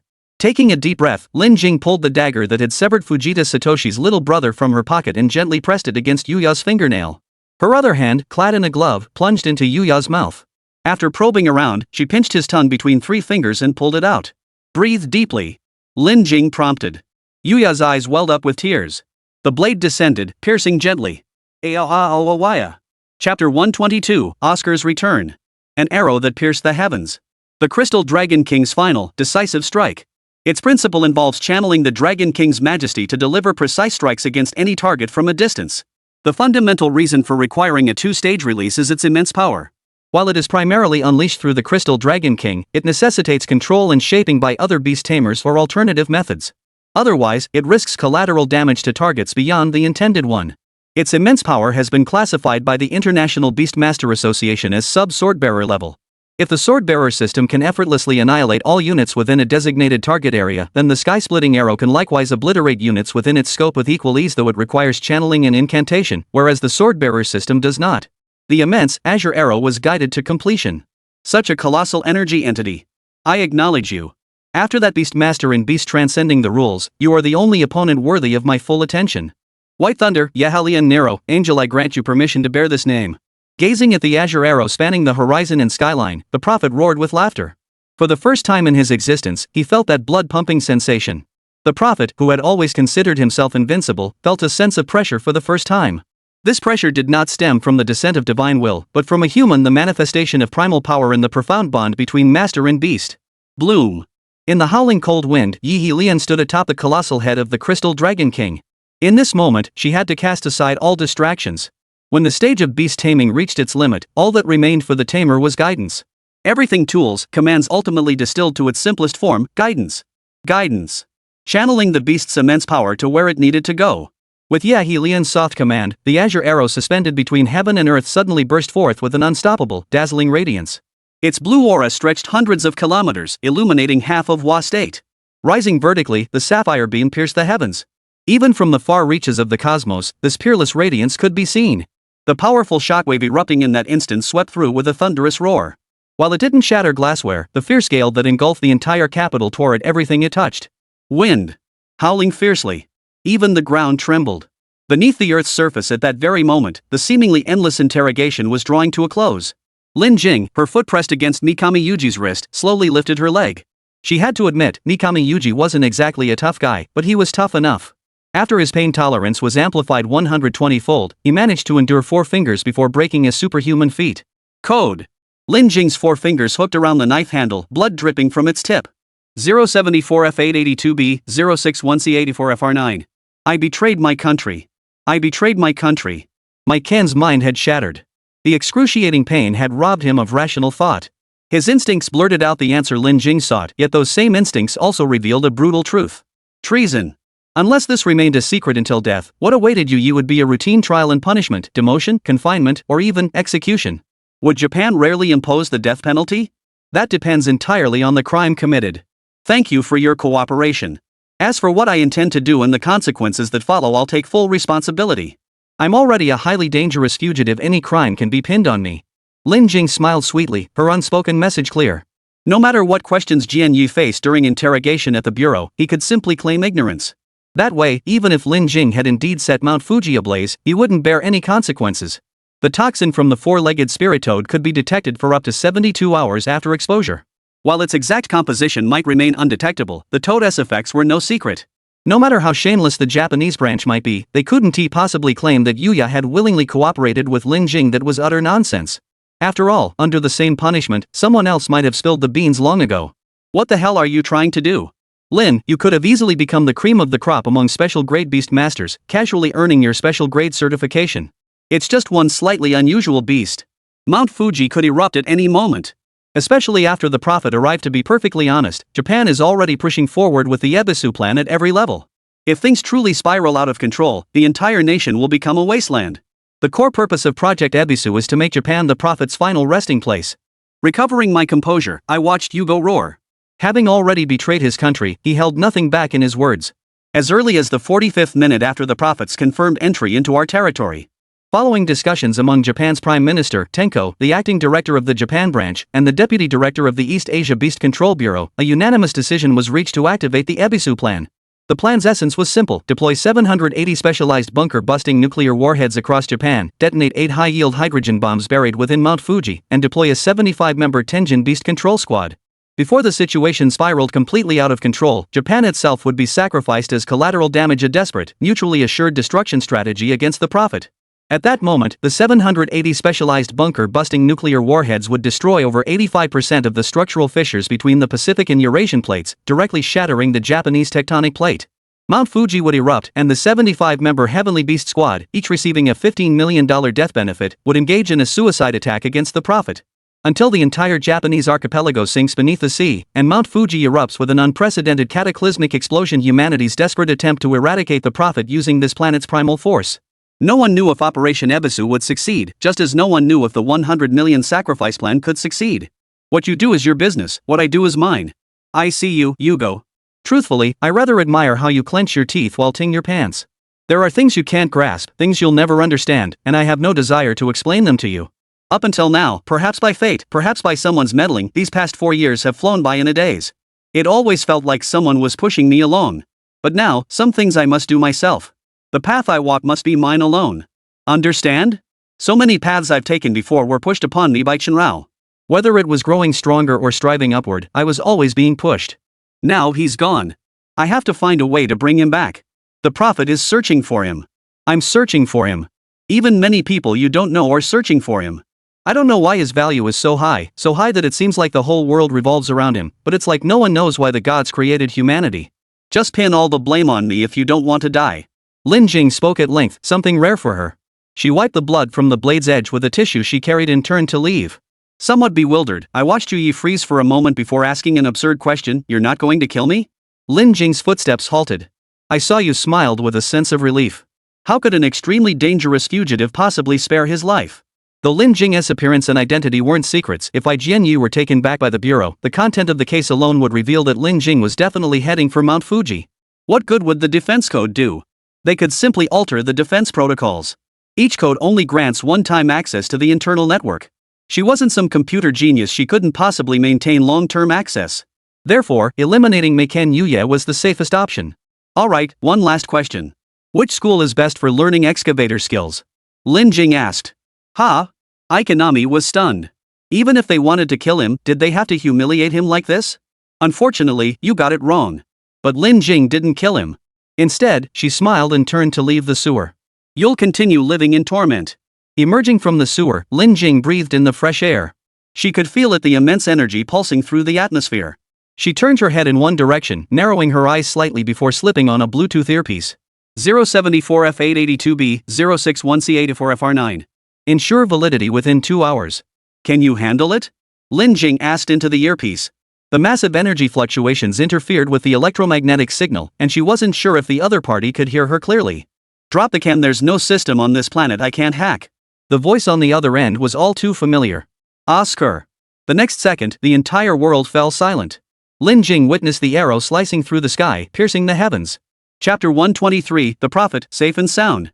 Oscar's real name remained unknown. Everything currently known about him, his name, age, birthplace, blood type, is fabricated.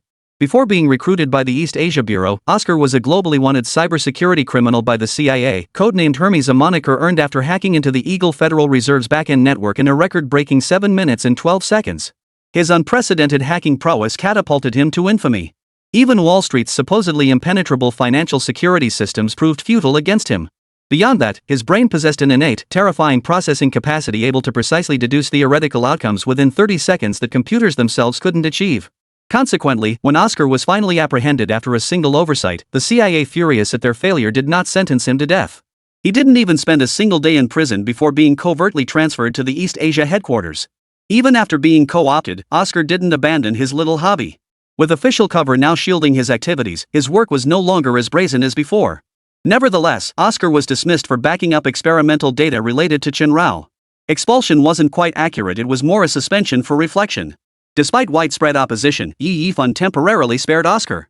While he avoided imprisonment and restrictions on his freedom, stripped of his official status, Oscar now lived a life of hiding in a Chicago apartment. Indeed, stripped of official protection, numerous powerful figures he had offended in the past were now actively plotting his demise. Rumor had it he received death threats every 7 minutes on average and faced assassination attempts every 9 hours. However, thanks to his near-obsessive deployment of remote surveillance networks and extraordinary abilities, every assassination attempt was detected and reported before it could reach him. Even without official protection, he remains a legitimate citizen of Eagle Sauce.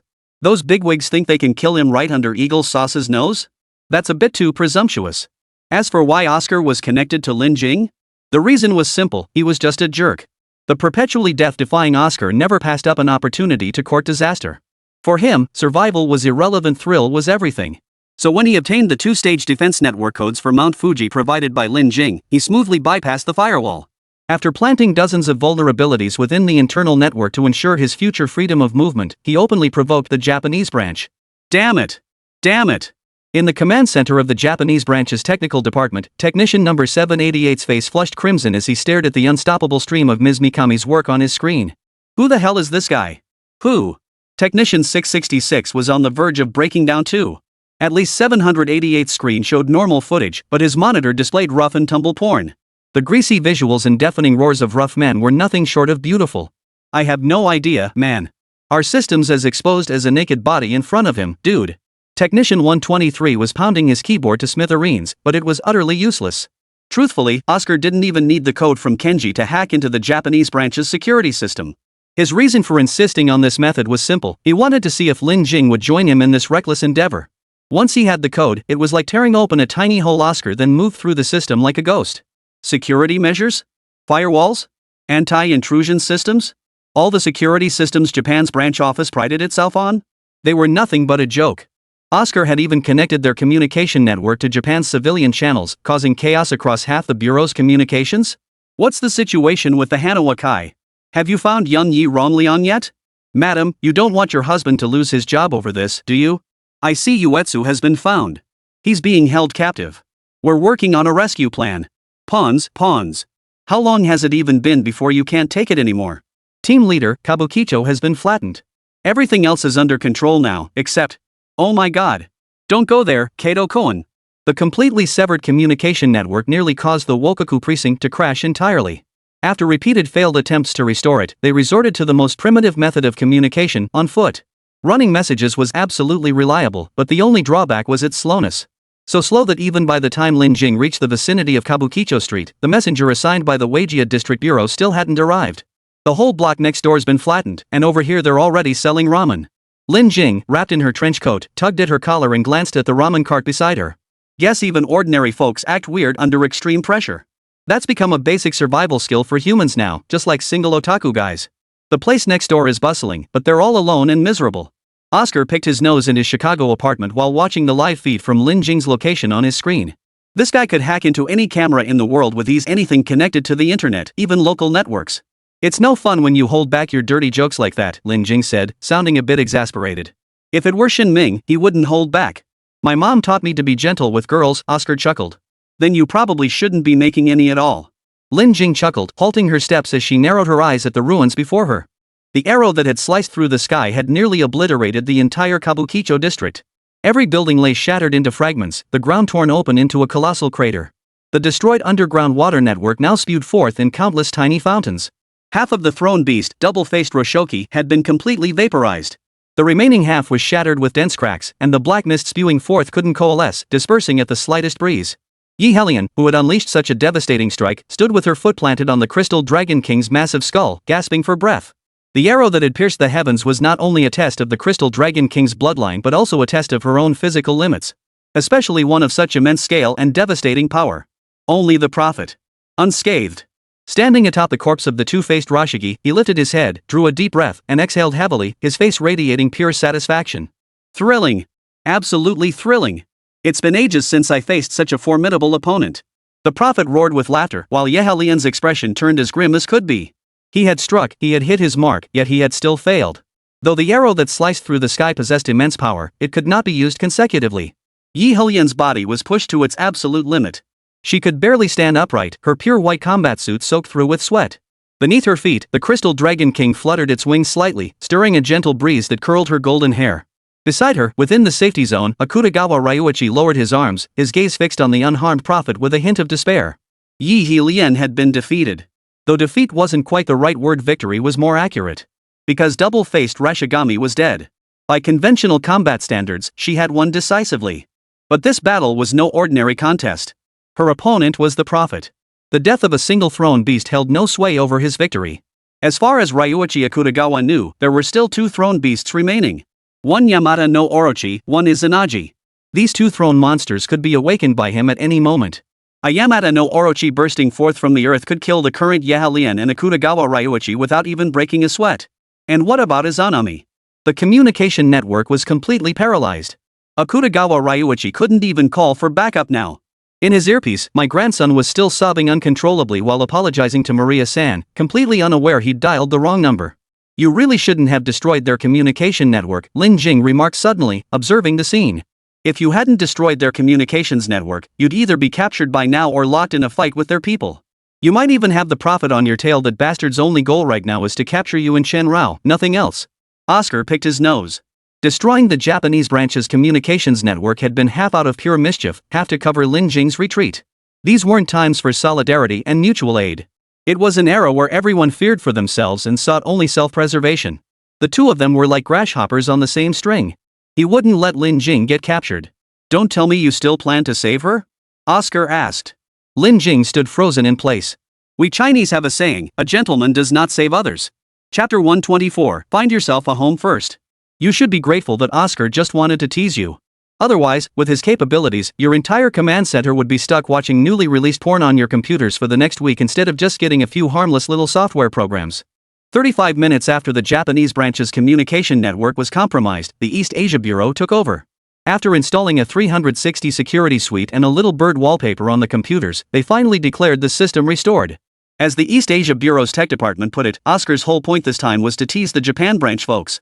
Otherwise, he could have made even a simple bird wallpaper do all sorts of tricks. Oscar? That guy on suspension? Technician 788 was at a loss. Yes, do you have a problem with him? Asked the East Asia Bureau representative. Big time. He's blatantly interfering with our work. I want him captured alive and shot. Technician 132 was boiling over, his face redder than a monkey's butt. What about evidence? What evidence? Isn't this proof enough it was him? Exactly. Where's the proof? As far as I know, Oscar is the only one on this planet capable of pulling this off. But where's the proof? Inference alone isn't enough to convict him. And trust me, if this guy wants to dig up dirt on you, he's got a million ways to unearth 100,000 pieces of it. The East Asia Bureau agent chuckled and cut the communication. The Japanese branch team exchanged stunned glances. After a long, awkward silence, someone finally blurted out, "Bastard." Even the most discerning eye could see this was Oscar's signature work. But Oscar, who never left a single trace behind, operated with flawless precision. Forget evidence, even the attacker's IP address traced back to Antarctica. You couldn't exactly arrest a bunch of penguins and put them on trial, could you? Trial them for what? Illegal trading of Chioccio coins? Thus, the semi-farce of a serious incident could only end in a half-hearted resolution. The moment communications were restored, the Japanese command center immediately contacted Ryuichi Akutagawa. The response was that the messenger had arrived, but the mission was over. The prophet was unharmed, not even a hair out of place. The arrow that pierced the sky possessed truly astonishing power, and its difficulty was undeniable. Controlling the dispersion of energy equivalent to 1,200 tons of TNT within a single city block, Yi He Lian and the Crystal Dragon King truly lived up to their reputations as the strongest of their generation. Such a miracle would challenge even top-tier 4 or 5-star beast masters to confidently claim they could replicate it. But sadly, the prophet was completely unharmed. Not only was he unharmed, but he had snatched Yi He Lian away right under the noses of Akutagawa Ryuichi and the Seagull Task Force. Yi He Lian naturally resisted going with him, but faced with the prophet's blatant threats, she had no choice. If Yi He Lian refused to cooperate, the prophet would summon the Yamata no Orochi. Even with 2 heads severed by the fallen path light, its combat prowess remained terrifying. While the Seagull Task Force, stationed 1.5 kilometers away, could arrive in time, their average execution level of merely 8 made them no match for the prophet. In other words, if Yi He Lian cooperated with the prophet, the worst consequence would be her temporary loss of the ability to oppose him. She wouldn't die, for the prophet wouldn't kill her. However, if she refused to cooperate, the prophet summoning the Yamata no Orochi to unleash its slaughter could level half of Winter Capital within 7 minutes. Though the Ebisu plan had already calculated sacrificing all of Wa to accompany the prophet in death, it hadn't yet reached that point of mutual destruction. Thus, a peculiar turn of events unfolded. After the dust settled, on an utterly ordinary, deserted street, the 2 adversaries who had just fought for their lives now walked side by side. The prophet still bore the visage of Emperor Nero, casually draping a large white cloth around himself as makeshift clothing.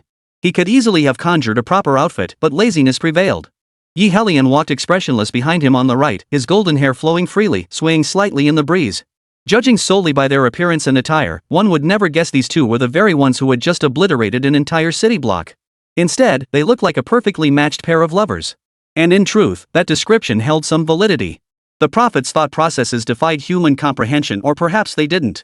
After clashing with Yi Helian, this being who regarded humans as mere ants had developed genuine feelings for one. And the prophet, incapable of lying, answered Yi Helian's questions without reservation, revealing his emotions toward her completely. Though in his own words, his feelings toward Yi Helian were complex. It's like humans raising a group of pets: big ones, small ones, shy ones, outgoing ones, beautiful ones, ugly ones. Among them, there are bound to be one or two special ones that are particularly favored by their owner. And this affection grants that pet privileges its peers don't receive. For instance, better living quarters, finer water, superior food, perhaps even the gracious permission to mate, to leave behind offspring of their own. One had to admit, the prophet had his own logic and methods for reasoning. Though his skill level was on par with a half-baked teacher, it was still superior to a bunch of mindless villains who only knew how to rant about destroying the world. I detest your metaphors, Yi Helian replied without reservation. Then let me put it another way. You're like a blooming, delicate white rose among humanity's withered branches and fallen leaves, utterly captivating. I could burn them all without mercy, but you? I truly feel reluctant to do so. Whether it was an act or genuine emotion, the prophet actually shed tears. The sight nearly made Yi Helian vomit her breakfast. Crocodile tears held no place in her heart. Especially after they just traded vicious threats, each wishing to grind the other to dust and scatter their ashes. Yi Helian found the prophet's affections and this entire speech as revolting as eating. You needn't speak so passionately, prophet, for you are utterly unworthy. Yi Helian retorted. Worthiness is not for you to decide, nor for me, the prophet replied. By now, the two had reached the outskirts of Dongjing City, a remarkably open, flat expanse. In Dongjing, where population density was so high that even green spaces were scarce, such a stretch of level ground was truly rare. In truth, however, this seemingly flat land was actually a ruin left over from the last century. Back then, facing national extinction, the Japanese government championed the advanced ideology of preferring to shatter like jade rather than survive intact. While inciting young men to sacrifice themselves in nuclear attacks against the Eagle Nation, the Japanese locusts secretly prepared a refuge for themselves. Located 220 meters underground, its security measures rivaled 8 air raid shelters combined. Even today's most advanced bunker-busting missiles couldn't penetrate its outer shell. Beyond that, it stored over 12 tons of canned food, an utterly absurd endeavor only the locusts could have conceived in a Japan where people were reduced to eating tree bark. But the rest of the story is well known. Japan survived the 2 nuclear bombs without being annihilated, and this bunker was never activated, remaining abandoned to this day. The prophet's purpose in locating this site was straightforward. While he could summon the throne beast at will to serve him, this summoning and control were not without limits. Though to this day no one knows the nature of these constraints, the prophet himself stated as much. Thus, until Yi Helian could find evidence to the contrary, he had no choice but to believe. Truth be told, during his time with the prophet, Yi Helian had learned many secrets about him directly from the man's own lips. Progress came far faster than anything the Bureau's researchers could muster. What are you doing here? Yi Helian asked. I assume you humans already know I intend to eradicate your kind. But before that, I must find the ultimate weapon capable of fulfilling my grand ambitions. At first, Lin Jing's peculiar beast seemed most fitting, but now it appears I might need to change my target. Perhaps you, perhaps her, perhaps someone else entirely. But before that, I need to find a place to store some things in your human terms, to find myself a home. The prophet smiled broadly, raising both hands. Then the earth began to tremble. Chapter 125, the space where waves emerged and despair descended. It was impossible to say how much time had passed. Chen Rao himself couldn't recall. At first, he could still calculate time by squeezing pebbles, but as the duration stretched on, the pebbles would shatter and reform. Eventually, even he lost track of how long it had truly been. Yet this space suddenly underwent a strange transformation. The once silent void was suddenly filled with sounds beyond his own, rustling murmurs like a crowd whispering. Chaotic and irritating. Finally, some movement, huh? Chen Rao stamped his foot on the ground. He couldn't pinpoint the source of these rustling sounds. They seemed to come from all directions. The clamor was irritating. Chen Rao bent down, watching the ground as it began to tremble slowly. Wagwa branch. The rescued Meiken Yujio had already received basic treatment. His injuries weren't severe, not even as bad as falling off a bicycle. Aside from 4 fingernails being torn off, there were almost no visible wounds. But his mental state had been profoundly damaged. Even though the venom of the 4-legged spirit toad had worn off, Aiken Yuya remained terrified of anyone touching him. To the point where no one could come within half a meter of him. Don't come over. Just sit there, Yuya Aimi muttered, huddled in his chair, watching the 2 staff members who had entered to check on him with wary eyes. The pair, one male, one female, exchanged an awkward glance. You know our protocol routine questioning requires a polygraph. The male staff member placed his briefcase on the table, revealing a portable lie detector. Though called a lie detector, it actually worked by monitoring various bodily factors, hormone levels, heart rate, blood pressure to determine if someone was lying. The principle was simple, yet practical and reliable. Just put that thing over there. I'll handle it myself. I saw that although Yi felt somewhat uncomfortable, having worked at the Wugwa branch for so many years, he understood the basic procedures. For interrogating any individual who had been held captive by a fugitive for any period, the entire process required the use of a polygraph, sometimes even necessitating 3 separate interrogations. The first interrogation, already completed earlier, involved a polygraph and 2 officers, one conducting the questioning while the other scrutinized Uetsu's answers for inconsistencies. The second interrogation, which was happening now, involved supplementary questioning on topics not covered in the first session and on newly identified points of suspicion. The subject was required to recount the entire incident from a third-person perspective. A third interrogation will follow later, during which no questions will be asked. The subject must instead reconstruct the entire incident in reverse chronological order, recounting every detail meticulously. If the lie detector alarms during either of the first 2 interrogations, the session ends immediately, and the subject is labeled a traitor. If inconsistencies appear in the subject's answers during the third interrogation, they will also be directly defined as a traitor. Since they passed the first 2 interrogations, this indicates a conscious attempt to evade interrogation, bypassing the trial phase and leading to immediate conviction. Seeing that it was inevitable, there was no need to lie. He only needed to answer truthfully. As a level 2 officer in the technical department, Yuji's professional competence was exceptional. He completed attaching the lie detector electrodes to himself in under 3 minutes. Familiar with the entire process, he required no explanation from the 2 officers. While secondary interrogations typically take 30-45 minutes, Yuya completed his in just 23 minutes without triggering the lie detector once and maintaining flawless logical consistency throughout. "Alright, Mr. Yuya, your responses have been recorded," the female technician said with a perfunctory smile. At this point, the probability of Yuji being a traitor was approaching 0. However, as things stand, Lin Jing is undeniably an absolute threat. Kidnapping Yuji Aiken, subjecting him to torture to extract internal cybersecurity keys while not inflicting moderate or greater harm on him, combined with her prior defection and illegal border crossings, renders a red notice insufficient. The Japan division may soon consider upgrading the arrest warrant for Lin Jing from capture alive to dead or alive. This interrogation is concluded. The final session is scheduled in 12 hours. You may rest well during this interval.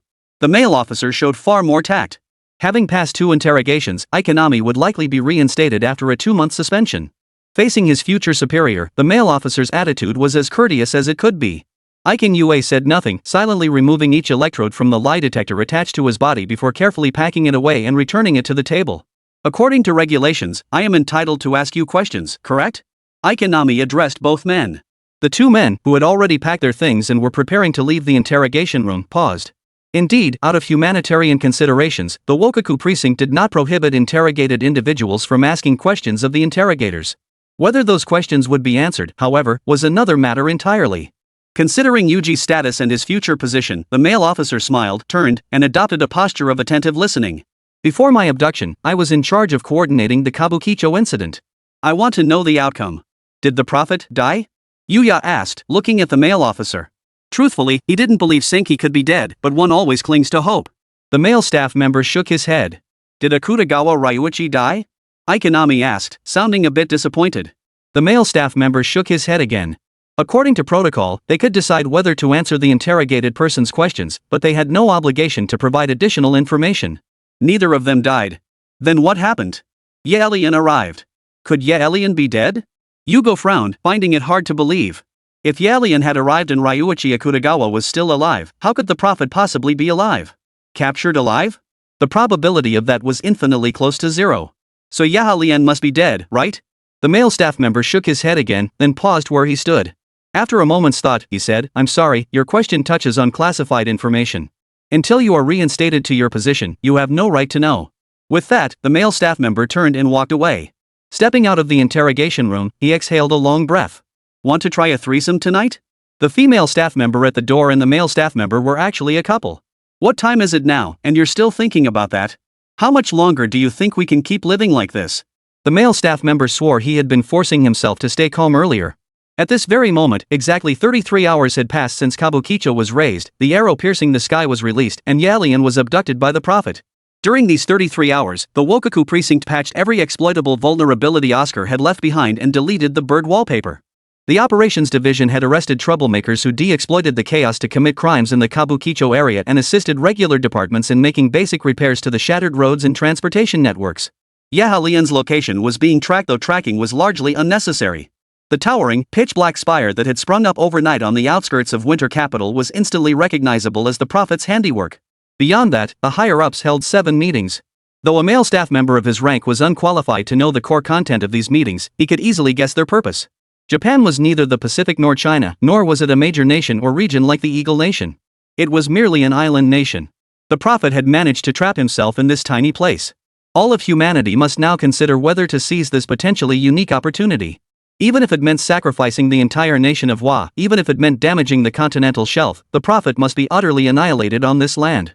13 million lives sacrificed to secure peace for over a billion by any calculation, it's a bargain. Civilians? The welfare of civilians is only considered when the situation remains manageable.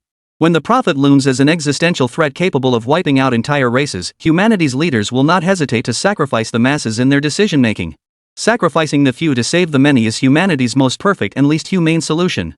But it is entirely feasible. I don't know. But what can we decide? We hold no power to decide, not even the right to suggest. All we can do is live in a daze or die in a daze. I only hope they'll be blunt about it then, skip the lofty rhetoric, so I can convince myself I'm dying for all humanity, at least feeling pretty badass before I go. You were just buttering up Jianya Yui earlier. Admit it, you're still fantasizing about a peaceful life someday. The female staff member chuckled. The male staff member was speechless. One last time, do you want to try a group session tonight? The female staff member asked. Yes. Chapter 126, Oscar's Request. The entire Japanese nation now seemed plunged into a kind of pre-apocalyptic revelry. The Japanese populace, already resigned to a hopeless existence where living was merely enduring and death was an escape, had now completely let loose. Nearly everyone prepared as if tomorrow were the apocalypse, reveling with all their might to release every ounce of pent-up pressure. Walking through Akihabara's streets, otaku could be seen everywhere kissing and hugging their anime waifus. Strolling through the neighborhoods of Tokyo, men and women everywhere are venting their lust for life. Robberies, murders, and high-end luxury establishments, places people once dared not even glance at, have become lawless zones where anyone can come and go as they please. Even Shizuka, the aloof goddess of the imperial palace who always maintained her lofty, cool persona, has now publicly admitted she is actually LGBT. The mental breakdown of Japan's citizens isn't entirely unexpected. Their utter disregard for appearances stems from a genuine lack of hope for the future. The Prophet, they have no concrete understanding of what this entity truly is.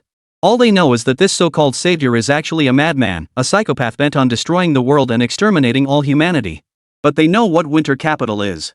Though Japan lacks a formal capital, Fuyuki holds an unshakable status in the hearts of its people. Yet at this very moment, that madman, that psychopath bent on destroying the world and exterminating humanity, had brazenly established his lair within the heart of Winter Capital. And the International Beastmaster Association, which claimed to protect all humanity, made not a single move. It wasn't that the International Beastmaster Association didn't want to act, it was that they couldn't. In other words, after the association's preliminary approval of the Japan branch's Ebisu project, the entire organization had fallen into a state of near paralysis.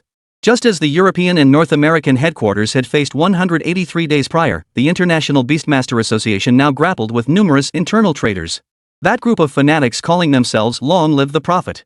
Had this occurred 183 days ago, it might have been manageable, as the 4 major headquarters and the International Beastmaster Association had not yet initiated their self-investigation procedures. But now, after completing those procedures, these Prophet Party members still emerged. Even as the European and North American bureaus were stabilizing, the International Beastmaster Association suddenly collapsed. This was utterly unacceptable within the system. Without the International Beastmaster Association, the remaining 4 major bureaus held absolute authority over their respective regions. Yet, deprived of the association's regulatory influence and with each bureau harboring its own hidden agendas, unity among them was far from guaranteed. And if they cannot unite, it means the prophets may pick them off one by one. Completely defenseless. Do not forget, the prophet is the prophet, and the demon beasts are the demon beasts. The combined power of the prophet alone and the thrown demon beast is already enough to cause headaches for everyone. Meanwhile, across the occupied territories and front lines, countless beasts relentlessly battered human defenses. In the Kambasal region alone, beasts launched 7 assaults within just 11 days, each more frenzied than the last. The final 2 attacks reached beast-tide intensity. Beyond this, as the prophet's activities in the rear grew increasingly disruptive, the global financial storm intensified to absurd levels. This led to a critical shortage of supplies both at the front lines and in the rear. The last supply shipment to Kambasal had arrived a full fortnight ago. At this very moment, the sun shone brightly. Shen Ming stood atop a sea of rubble, blood flowing from his head to his toes. But it wasn't his own blood, it was the blood of beasts. The Cambasol region had successfully weathered its 8th beast tide level assault, though at the cost of nearly half the Cambasol defense zone being torn apart by monsters. After nearly 47 hours of almost continuous, high-intensity combat, Shen Ming finally reached his limit. Thud! He fell backward, his body slamming hard against the ground. Fortunately, it was a patch of blood-soaked mud, preventing a concussion from the impact. Ah, so this is how comfortable falling flat on your face feels. Shen Ming lay sprawled on the ground. The moment his muscles and bones were cushioned by the thick earth, the sheer relief nearly sent him into ecstasy. 47 hours of high-intensity combat, few humans on this planet could endure such a feat. Even Lin Jing, with her Qiankuan arts, couldn't manage it. A beast tide level attack was incomparable to ordinary monster assaults. Take the 8th wave that had just passed, all 31 beast tamers in Cambasol combined had to face an average of 9 monsters each. What does 9 beasts mean? According to the International Beastmaster Association's reference chart, 9 beasts could flatten a small town. Typically, countering 9 beasts would require at least 3 level 6 plus executive beastmasters or 1 level 8 executive beastmaster. Yet in present-day Cambasol, even the lowest-ranked level 7 executive beastmaster must confront at least 9 beasts, and that's under ideal conditions. What about the worst-case scenario? That's the 9th wave level assault expected within 12 hours, or each person might have to fight over 11 beasts on average. No reinforcements, no logistics, not even guaranteed supplies. Not only must they ensure their own survival, but also that of their teammates, while simultaneously guaranteeing the beast's deaths. If even one person falls, the combat difficulty for the rest increases exponentially. How's it going? Oscar's voice crackled through Shen Ming's communicator. I'm exhausted. I should have found some excuse to get myself confined to barracks or suspended for reflection earlier. Shen Ming chuckled. He had maintained a direct line of communication with Oscar all along, though no one else knew about it. After all, it was Shen Ming who had captured Oscar in the first place. Oscar, once renowned for his legendary hacking skills that dominated global cybersecurity, had inadvertently breached the International Beastmaster Association's secure internal network. Fearing the leak of confidential information, the association had immediately mobilized Shen Ming, then a level 9 beastmaster in training, to apprehend him. They ordered him to apprehend Oscar within 7 days. Though Oscar employed every conceivable method to conceal his identity, his efforts proved futile against the combined might of major international and national organizations determined to apprehend him. Thus, Oscar was apprehended. However, Shen Ming, born free-spirited and rebellious, immediately presented him with 2 choices: 1, become his lackey and never have to endure the humiliation of any regulatory agency. Or, Oscar immediately chose the second option, and thus he was recruited. But it wasn't until recently that he learned what that second option truly meant, serving as Shen Ming's lackey while simultaneously being the lackey of the Bureau. Heh, scum like you should have died long ago. I've been practicing calligraphy lately. When you kick the bucket, I'll send you 2 funeral couplets. One reads, "You deserve to die 1,000 times over." The other, "What a relief." Oscar chuckled, picking his nose. No worries. Before I die, I'll spill every last detail of your tight little schemes to Tina. Shen Ming smiled. Damn it, you always use Tina to scare me, huh? The 2 things Oscar most regretted in his life were sharing porn with Shen Ming and, out of kindness, giving Tina a slice of birthday cake. That's why he now had to grovel for his life. After all, if Tina ever found out that Oscar, her husband, watched porn every day, she'd literally cut him in half. Cut the nonsense. What's happening in the outside world? Shen Ming demanded. Not bad. Aside from the prophets singing, Yi Helian getting arrested, Lin Jing being hunted down, the International Beastmaster Association in utter chaos, the European and North American headquarters half paralyzed, Chen Rao vanishing without a trace, and Yi Yifan still missing to this day, everything else is fine. Oscar made it sound like nothing. Then you might as well say the prophet is about to win. Shen Ming chuckled. 99% and 0% make no difference to me. As long as the prophet hasn't won yet, there's still a chance. Shen Ming, I'm not here to banter with you. I have one request. Oscar's tone was unusually serious. Ask me? Shen Ming heard Oscar say this for the first time in his life. Chapter 127, The Assassin Squad from the Manhwa clan. Events never unfold in a single stroke, they unfold in a chain of interconnected links. The prophet was indeed terrifying, but at this point, even with that towering black spire piercing the sky like a steel spike over winter capital, the Japanese branch had no further options until the prophet made its next move. The advanced reconnaissance team had already investigated. Beyond the intense beast aura emanating from its outer layers, the black spire was enveloped in a thick, high-energy fluctuation as if poised to tear apart any living thing that dared approach. And indeed, when the team released a pigeon into its vicinity, the freed bird never dreamed it would be instantly snatched by an invisible giant hand the moment it entered the tower's range. Torn to shreds, it became a pulp of flesh, absorbed as nourishment by the black spire. In the short term, the Japan branch had no means to deal with this black spire. They attempted to bypass the International Beastmaster Association and request support from the 4 major bureaus. However, the response was that this constituted a violation of protocol. Out of humanitarian considerations, the 4 major bureaus might consider providing assistance on a case-by-case basis, but first, they needed to convene a meeting to discuss the matter. But when would that meeting be held? Sorry, no idea. Thus, the isolated Japan Bureau could only pray the prophet wouldn't stir up more trouble. After all, the Japanese civilians already plunged into apocalyptic chaos were more than enough to handle. Over 90% of Japan's police force was deployed to maintain basic order on the streets. Regardless of the prophet's actions, the higher-ups' decisions, or whether the Ebisu plan would be implemented, someone had to cling to the hope of peace and continue striving tirelessly for daily life. This seemingly absurd action and behavior, in a way, helped Lin Jing. After all, the police forces originally assigned to arrest her were now deployed to maintain order. Coupled with the fact that Japanese citizens caught up in the apocalyptic revelry had largely abandoned any regard for laws or rules, the chaotic streets and frenzied crowds provided her with a perfect cover. In other words, compared to the days when Lin Jing had to meticulously conceal her identity and movements, she could now breathe a little easier, though not entirely. At least she no longer had to hide in abandoned, uninhabited houses. She could now stay openly in chain hotels. However, in a country like Japan, densely populated and cramped for space, even chain hotels felt cramped and stingy.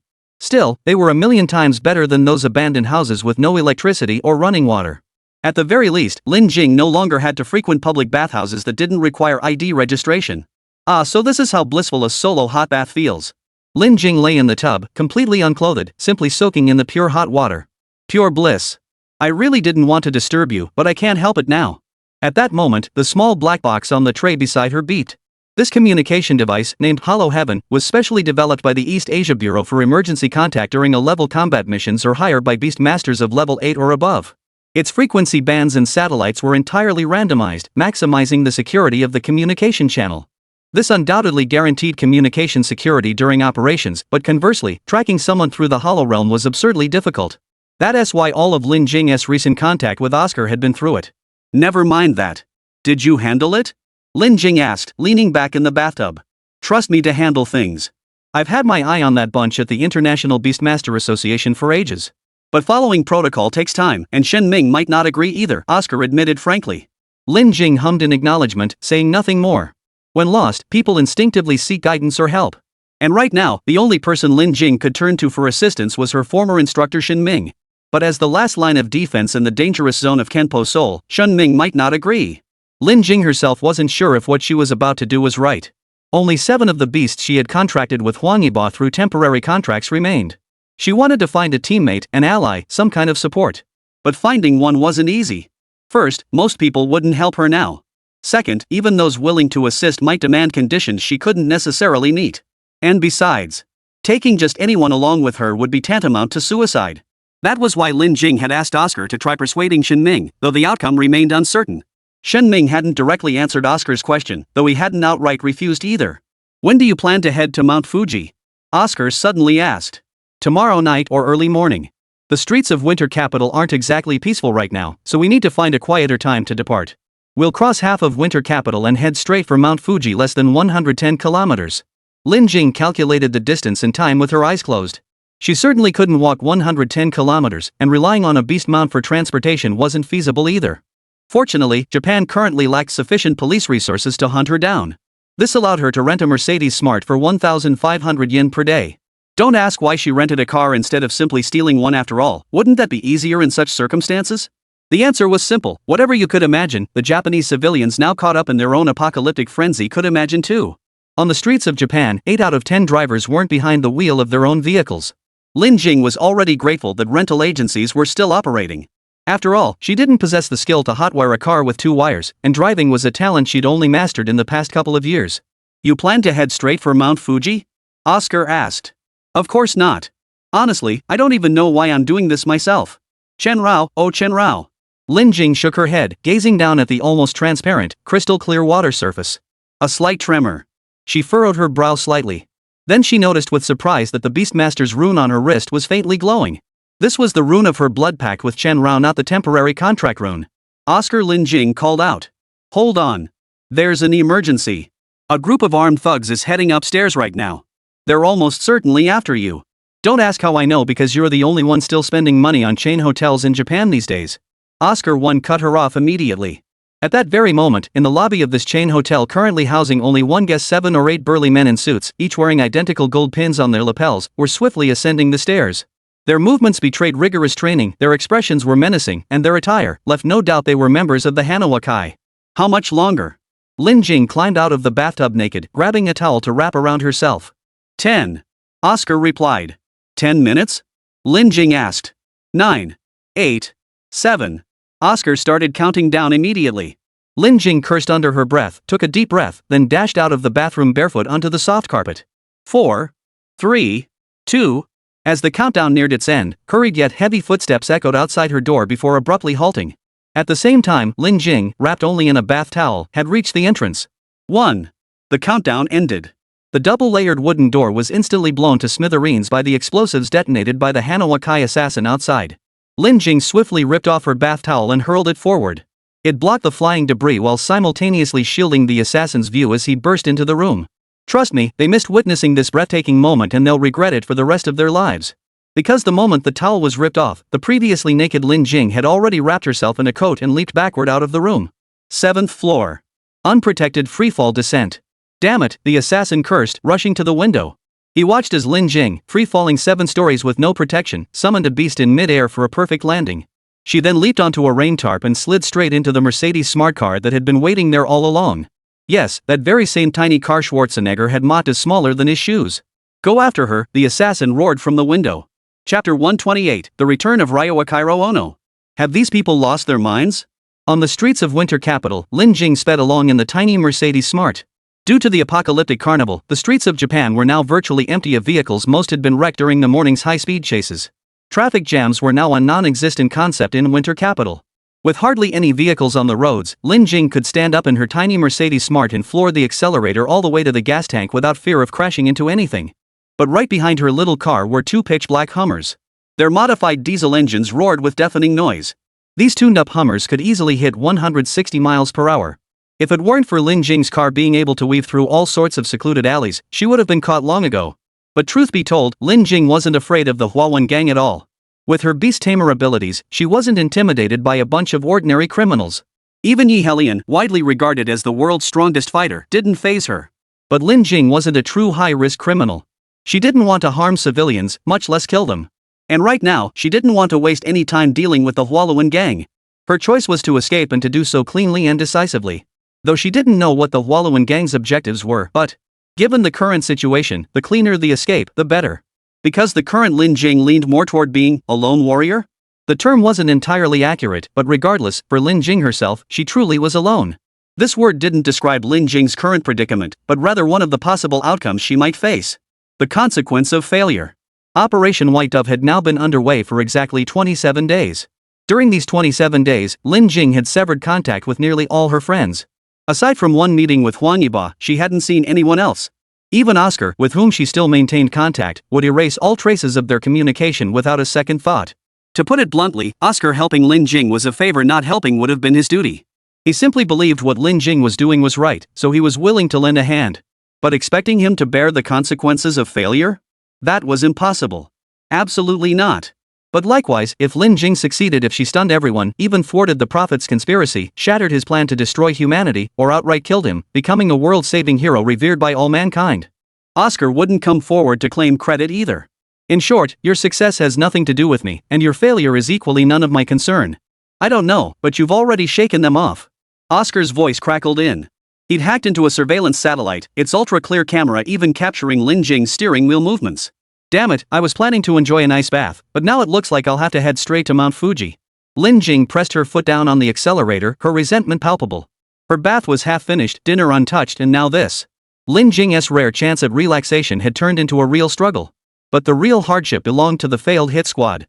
Having lost Lin Jing, they drove the Hummer back to the Manhwa Group headquarters, a 33-story tower in central Tokyo divided into 4 sections. 2 sections were leased to major internet companies, generating an annual rent of $70 million. This rental fee covered not only the building's floor usage rights, utilities, and property management for a year, but also the Manhwa Group's associated influence. After all, 9 out of 10 people in Japan knew this building belonged to the Manhwa Group, and in Japan, almost no one dared to mess with them. The Manhwa Group is an undisputed criminal syndicate, and this building serves as their headquarters. Even without the apocalypse revelry, their daily activities are far more extreme than anything civilians experience during the current festivities. So even now, within these walls, everything remained meticulously organized and ran with clockwork precision. Which meant the fate awaiting these failed assassins could only be grim. Chairman, we failed.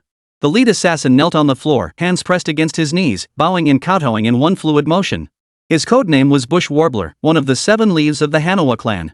Not a beastmaster himself, his body had reportedly undergone some inhuman modification.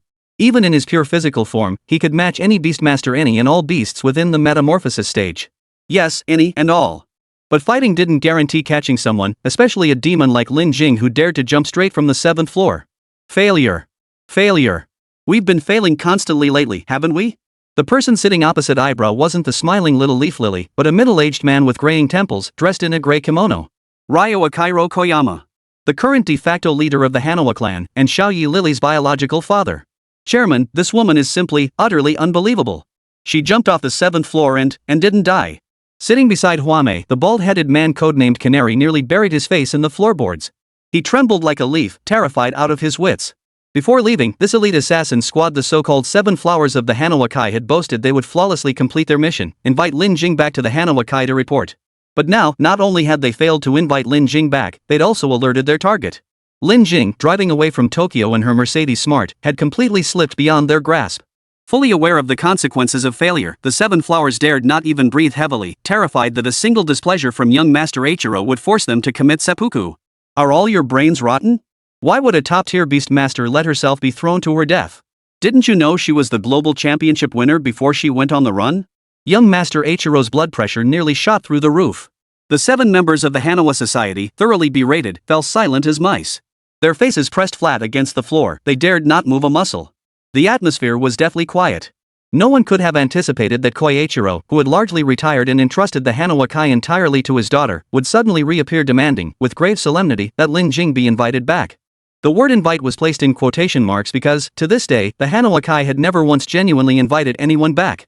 Even high-ranking officials from the Metropolitan Police Department addressed Kozo as brother, for he was the most powerful figure in the entire Japanese underworld. Until a soft footstep echoed through the room. The slightly bolder eyebrow raiser shifted her gaze ever so slightly. She heard the soft footsteps and then saw 2 size 36 feet clad in white stockings step onto the floor. The structure of the ankles was clearly defined, the steps light and graceful, the calves slender and long. It was Yae Yuri. Yet at this very moment, she bore no resemblance to a human being. Xiaoyi Lily's entire right arm was covered in a faint purple glow and sand like crystals.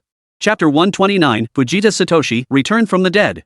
Xiaoyi Lily, her right arm glowing with a faint purple light, stepped onto the wooden floor. Her footsteps were almost inaudible, light as a ghost's.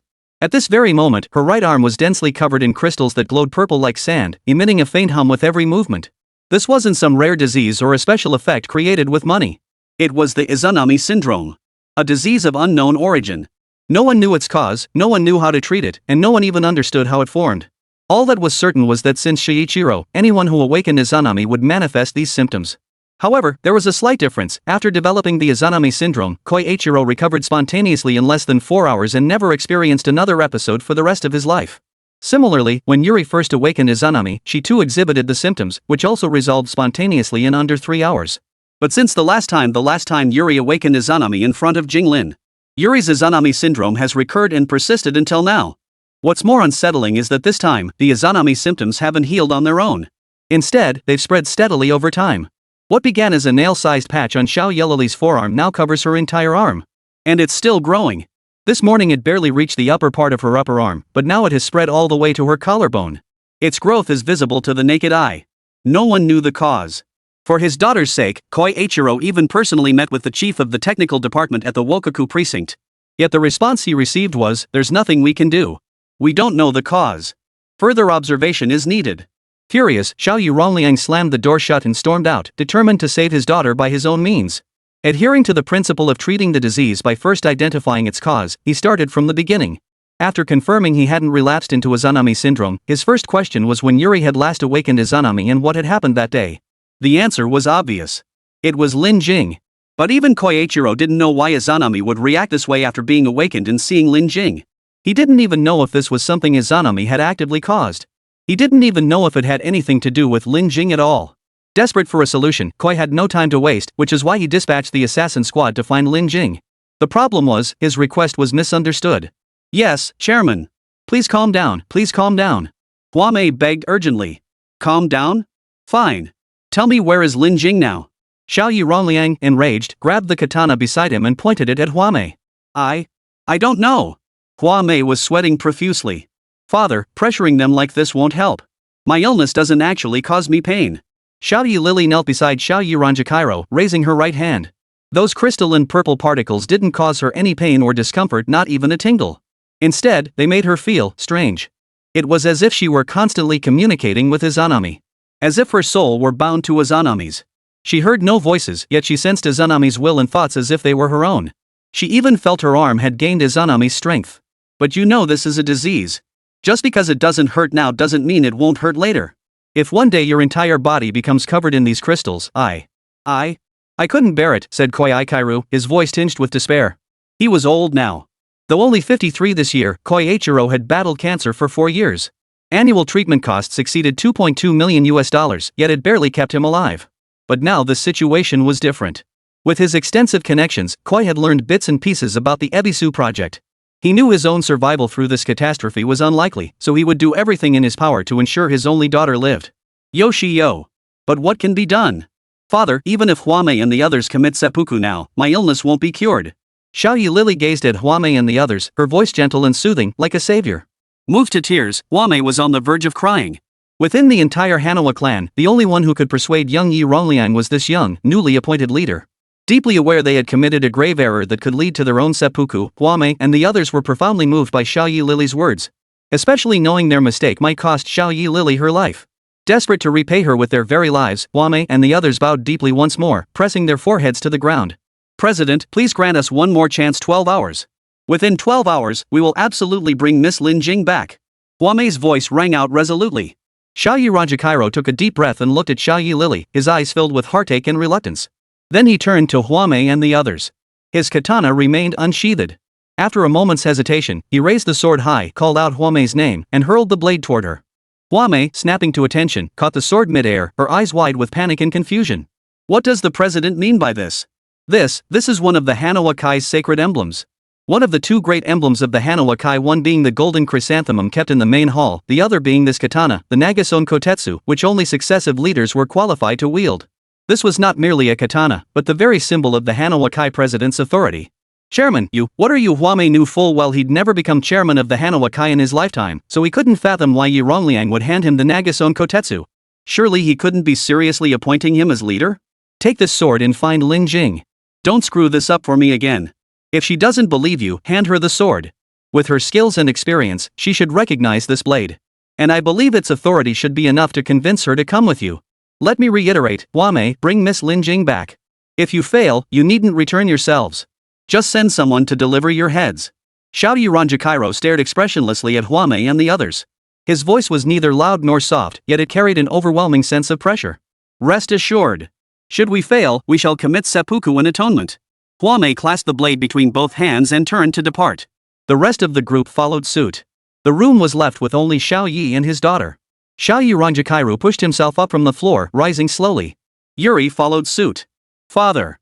Xiao Yi Lily spoke suddenly. What is it? Asked Xiao Yi Rongliang. Instead of answering, Yuri silently stepped forward, raising her purple arm to block the entrance before her father. She took a deep breath. It seems we have a visitor.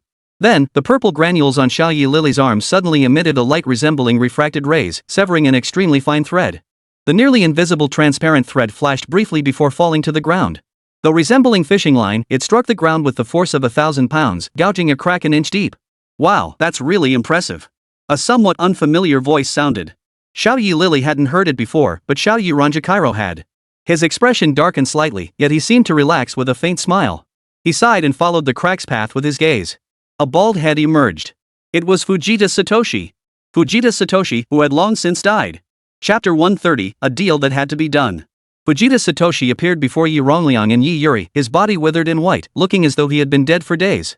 His rotting flesh was covered in large and small festering sores, teeming with maggots. Yet he moved, even stepping steadily into the house. His nearly rotten lips offered no cover for his jagged yellow teeth, and maggots crawled even over his tongue. Fujita Satoshi. Yuri recognized the man she had personally ordered executed at a glance. Her voice was barely audible as a faint purple glow surged from her arm, twisting in the air into an incredibly fine thread. Like refracted light, it transformed into a web that stretched across Fujita Satoshi's path. Izanami? How amusing. Fujita Tomoki lifted his head in surprise, raising his maggot-infested arm to touch the purple threads. Like a sharp knife slicing through tofu, his arm was instantly severed and fell to the ground. Along with many maggots, it was severed in two, exploding into clumps of foul-smelling slime. Fujita Satoshi, feeling no pain whatsoever, continued forward. The purple threads, like a fishing net, continued slicing through his body from his arm to his torso, from his torso to his internal organs. Finally, as his strides grew wider, they sliced his entire body into chunks of rotting flesh. The maggots exploded, filling the room with a putrid stench. A pile of rotten flesh, Xiao Yi Lily remarked. She relaxed her posture, arms dropping naturally as the purple threads vanished. It's not over yet. Xiaoyi Ranjikairo raised his hand and looked down at the rotting flesh on the ground. True to his words, as soon as he finished speaking, transparent, thread-like strands as delicate as fishing lines suddenly emerged from the lifeless, rotting flesh. As if programmed, they methodically connected all the shredded chunks of decayed meat, then tightened and pulled. Like a marionette, Fujita Satoshi, who had been reduced to mangled flesh, stood up once more. And because nearly all the maggots had been blown to bits, he now resembled a human even more than when he had first entered. Resurrected from death, he couldn't be killed? Xiaoyi Lily narrowed her eyes slightly, lifting her arm covered in purple granules just a little. Due to the Izanami syndrome, she had previously been unaware of how to wield Izanami's power. Yet now, she unexpectedly found herself able to utilize a portion of it. However, rather than wielding it with ease, Xiaoyi Lily now resembled. As the vessel for Izanami's power, she couldn't freely command it, yet this force spontaneously shielded her. So, Xiaoyi Lily took a step forward, and sure enough, those fine purple threads appeared once more. Don't rush. Koichiro seemed to sense something, raising his hand to halt his advancing daughter. Fujita Satoshi, now restored to human form, stood motionless. His puppet-like body was covered in a dense network of transparent threads that naturally straightened upward before twisting direction at some invisible point. The young lady's killing intent is a bit too strong, don't you think, Mr. Shoya Eiichiro? This time, the voice belonged not to Fujita Satoshi, but to a man in a suit wearing sunglasses. His Japanese accent was peculiar, indicating he wasn't Japanese. When I came looking for you, you shut me out. Now that I don't need you, you're practically begging for money. How pathetic is that? Little Yu Rongliang looked at the man, his eyes brimming with contempt. Not exactly begging. We're here to make a deal with you, the man replied with a faint smile. His right hand, held level, twitched slightly. Fujita Satoshi then lifted his own head and turned it around. At the back of his skull was a fist-sized blood-soaked crater. It was the bullet hole left when Xiaoyi Lily ordered his execution. If you want to make a deal, does that mean I have to accept it? Asked Xiaoyi Ranjikairo. The man shook his head. Of course not. That's why I've thoughtfully prepared a threat for you. Besides this corpse, we've also thoughtfully prepared 19 others. Among them are the 4 you and your daughter executed with your own hands, and the 15 who died indirectly at your hands. The dead cannot speak, but I can make them speak. I know you have connections everywhere, but that depends on whether we want to burn our bridges with you. The man's words were a blatant threat to Xiaoyi Rongliang. No, it wasn't even a threat anymore, it was lighting on Xiaoyi Rongliang's neck. To speak such words before the former leader of the Hanawakai, now its de facto ruler, a crime lord who could turn the tide with a flick of his wrist, was as dangerous as playing with a grenade at a gas station. But astonishingly, Xiaoyi Ranjikairo didn't get angry. Instead, he gave a light, dismissive laugh. It wasn't that he'd recently taken up Buddhism and developed a taste for sparing lives. Rather, the man before him held a troublesome identity. He wasn't Japanese, but he was someone Yi Rongliang knew well. Master Xing. Affiliated with the East Asian Beast Control Administration, yet not a regular staff member. He reported directly to the director of the administration's inspection department, answerable only to that director. His sole mission was to purge every corrupt element within the bureau. They operated entirely outside the bureau's regulations. To accomplish their mission, they could do anything, and I mean anything. That included digging up graves and killing people. They were known as the bureau's secret police, tasked with handling the dirty and grueling work. What do you want to discuss? Asked Xiaoyi Ranjikairo. We're pursuing someone you're also searching for, Xing Shi replied. Xiaoyi Ranjikairo nodded, then pressed, with your capabilities, wouldn't it be simpler to bypass me entirely and capture her? Why negotiate terms with me? That's none of your concern. All you need to know is this: if you help us capture her, we can sit down and discuss how to suppress the Izanami syndrome within Xiaoyi Lily, Xing Shi replied with a faint smile. Meanwhile, Mount Fuji, Japan's largest active volcano, regarded by the outside world as a symbol of the nation, is a scenic spot where nearly every foreign tourist visiting Japan checks in. However, since its sudden reactivation months ago, access to the entire Mount Fuji scenic area had been strictly prohibited. This ban extended not only to the normally inaccessible inner zones but also to all surrounding tourist facilities. In reality, though seemingly deserted, the restricted zone still harbored numerous inhabitants. These were not powerful tycoons. In fact, their average assets fell below 1 million wajuan. Their sole advantage likely stemmed from their proximity to Mount Fuji. Their identity? They are the true owners of Mount Fuji. Indeed, Mount Fuji does not belong to the Japanese state. It is owned by the Token family, who acquired full ownership many years ago and have maintained it ever since. However, compared to their former glory and power centuries ago, the Token family has long since declined. While they manage to barely sustain themselves through tourism derived from Mount Fuji, they are constantly targeted by the Japanese government. Consequently, they are forced to live in the impoverished and underdeveloped areas surrounding the mountain. They are even barred from leaving these areas, relying on government handouts for basic necessities. Since the prophet's arrival in Manhwa, the Token family has faced a complete cutoff of food and water supplies. Household after household tightened their belts, praying for this calamity to end swiftly. Chapter 131, The Token Clan's Indirect Self-Rescue. It's really quiet here. At the foot of Mount Fuji, Lin Jing couldn't help but remark as she surveyed the street, now sparsely populated with only a handful of people. The once crowded tourist streets now held only a few elderly Japanese citizens basking in the fading sunset. Their silver hair glistened in the light, mirroring the impending doom of their nation. By now, Japan's powerful and well-connected citizens had begun planning their exodus. No matter how tightly the Japanese authorities kept secrets, rumors inevitably spread when over 13 million lives were at stake. Though the Token family had fallen from grace, a starving camel still outstrips a horse. The current head of the Token family, Token Ikawa, holds no official position within the Japanese government. Yet he maintains extensive influence and connections, a legacy privilege of the Token lineage. As the de facto owners of Mount Fuji, they possess a network of informants. Upon learning the truth behind the Ebisu project, even the aging Token family found themselves compelled to plan their escape from Japan. But in a Japan now under total lockdown, how difficult was it to leave? With air routes closed and airports grounded, even the mighty Manhwa and the all-powerful Black Dragon Hall were confined within Japan's borders, quietly savoring the calm before the storm, let alone the fallen Token family. Deeply aware that escape was impossible, Dikang Jiachuan refused to sit idly by. Instead, he devised an indirect plan for self-rescue. His plan was straightforward. The declining Token clan lacked the leverage to influence the Japanese authorities, nor did they possess the means to directly target the prophet. Thus, he resorted to an even more circuitous approach, seeking salvation through individuals he could sway. Who was that person? The answer was obvious: Lin Jing. A solitary figure, wanted by the Wokoku Bureau, expelled from the International Beastmaster Association, yet possessing power beyond compare, still crowned the world's greatest beastmaster. To this day she was the optimal choice for Dikang Jiachuan. Most crucially, Lin Jing's demands were low. Truly low. Miss Lin, it's a pleasure to meet you. The first person to address her upon her arrival in the Dikang family's territory was a stooped old man with snow-white hair. Surprisingly, the old man spoke flawless Mandarin, without even a trace of an accent. Are you Dikang Jiachuan? Lin Jing asked, a hint of confusion in her voice. Of course not. I am Dikang here, merely a servant of the family head. As he is unwell, he sent me to welcome you, Mississippi. Dikang here smiled politely, leading Lin Jing towards the residence of Dikang Jiachuan. A Japanese man with such fluent Chinese, Lin Jing murmured to herself as she followed behind. In my youth, I was a physician. I served as a goodwill doctor in China for 30 years. I deeply admire Chinese medicine and the fiery spirit of the Chinese people. Likewise, I despise the crimes our nation once committed against China. Had it not been for an accident, I would never have left China. Though advanced in years, Dikang Erbla possessed exceptionally keen hearing. Even Oscar in the channel hadn't quite caught Lin Jing's muttered remark. That old man's ears are sharp. He couldn't possibly hear me, could he? Oscar's tone carried a hint of worry, but Dikang Fuer's reaction put him at ease. Clearly, his hearing wasn't that extraordinary. What accident? Lin Jing asked curiously. Just a minor accident, Dikang Er replied with a faint smile. He raised his left hand slightly and added, that accident injured my left arm. To save it, I had to return to Japan from China. After 18 months of recuperation, my arm can only raise to this height. With limited mobility and some family matters, I haven't been able to return to China. Lin Jing murmured her understanding and nodded. As they spoke, a building steeped in Japanese style came into Lin Jing's view. Unlike the solemn, grand style of ancient Chinese architecture, Japan's traditional buildings appeared more compact.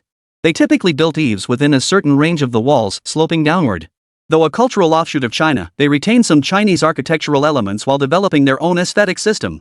It was like seeing the child and the parent purely from an aesthetic perspective. One could instantly recognize that Japanese architecture originated from Chinese architecture. Yet one glance also reveals that this is Japanese architecture, distinct from Chinese. The difference between father and son. Similar, yet not entirely the same. Even the gate of the Tokugawa family residence featured a doorbolt made from a single, jet black square timber. Please, Dikang Keifu gestured invitingly. Thank you, Lin Jing smiled as she stepped inside the residence. The interior garden style was distinctly Chinese in flavor, yet not a single trace of Chinese elements could be seen. The flowers, plants, and ponds here are all meticulously trimmed and arranged by yours truly to mimic the Chinese style, De Kong here remarked, seemingly reading Lin Jing's thoughts. He lifted the heavy wooden bar with one hand and gently replaced it. That old man's got some serious strength, Oscar murmured in admiration, witnessing the scene via satellite. That solid wooden bar, measuring 3.7 meters long, weighed at least 800 kilograms. For a man in his 70s to lift it with one hand. He's no beast tamer, nor is he some freak like Akutagawa Ryuichi or Yehao Lian who can harness beast power to enhance themselves. He's simply built to an extreme level of physical strength, lifting and lowering at least 800 kilogram beams with one arm. Oscar genuinely wonders what kind of accident could have crippled him in one arm. Catching a cannonball barehanded? Could you do that? Oscar couldn't help but ask. Having trained in the art of heaven and earth for years, Lin Jing possessed formidable physical strength even without Chen Rao's beast taming power to augment her. Yet clearly, she hadn't reached De Kung Fu 2's level. Just go straight this way. Instead of continuing to lead Lin Jing forward, De Kong Air pointed her in a direction. After walking a distance, Lin Jing finally answered Oscar's question. No, Lin Jing stated bluntly. That kind of power isn't something you can cheat your way into. It takes decades, sometimes 30 or 50 years of cultivation to build up that kind of strength. Then could you defeat him? Oscar couldn't help asking. It depends on how we fight, Lin Jing answered after a moment's thought. With my beast control abilities, if I coordinate with Chen Rao, there are currently no more than 5 people on this planet who could defeat me. But if it's bare-handed close combat? Maybe a 30-70 split. 70-30? Oscar was puzzled. Lin Jing, who cultivated the heaven and earth technique, only had a 30% win rate. He'd kill me 7 times in 3 minutes, Lin Jing replied. Yes, bare-handed. Even Lin Jing, trained in the heaven and earth technique, would be beaten to death by De Kung Fu. This old man's physique was nearly on par with a mature beast tamer. With one hand, he could effortlessly grip an 800-kilogram timber block. When he clenched his fist and delivered a full power punch, as long as his bones were strong enough, even a reinforced security door would be shattered. And the fact that such a monstrously strong old man served as a retainer, with the entire family's strength opposing the Japanese authorities and privately owning Mount Fuji, the symbol of Japan, belonged to the token family of Kawaguchi. Her curiosity about this patriarch grew by the moment. Just how astonishing would he prove to be? Following the path indicated by Tokufumi to its end, Lin Jing halted before a wooden door. No sooner had she stood still than a young woman in a kimono emerged from within. After briefly confirming Lin Jing's identity and purpose, she led her into the house. Inside, only a few candles remained lit. Due to the disruption of water, electricity, and food supplies, even the token family now relied solely on candlelight for illumination. The room stretched over 25 meters deep, with staircases ascending 4 levels on either side. At the highest point hung the nameplates of the De Kong family's successive patriarchs, while the farthest end displayed the family-crested golden statue of a man bearing a great bell. Its name, Nightstanding. This place is really spooky, Lin Jing remarked, looking at the middle-aged man seated below Nightstanding. It must be said, sitting at the very end of that long row of plaques, Dikang Jiachuan certainly had nerves of steel. No wonder they say the Japanese never learn the good things, only the bad. Creepy? If anyone else had used that description, it would have been considered an insult to the Dikang family. But coming from you, I'll chalk it up to a cultural misunderstanding. Surprisingly, Dikang Jiachuan's Chinese was impeccable. Oh? Lin Jing felt a spark of curiosity. Before we begin our discussion, allow me to share a tale about the origins of the chivalrous knight. Chapter 132, Dikang Jiachuan's Sincerity. Xia Kuli. The De Kong family crest. Its origins trace back to the shogunate era. At that time, the rising De Kong clan fell victim to treachery.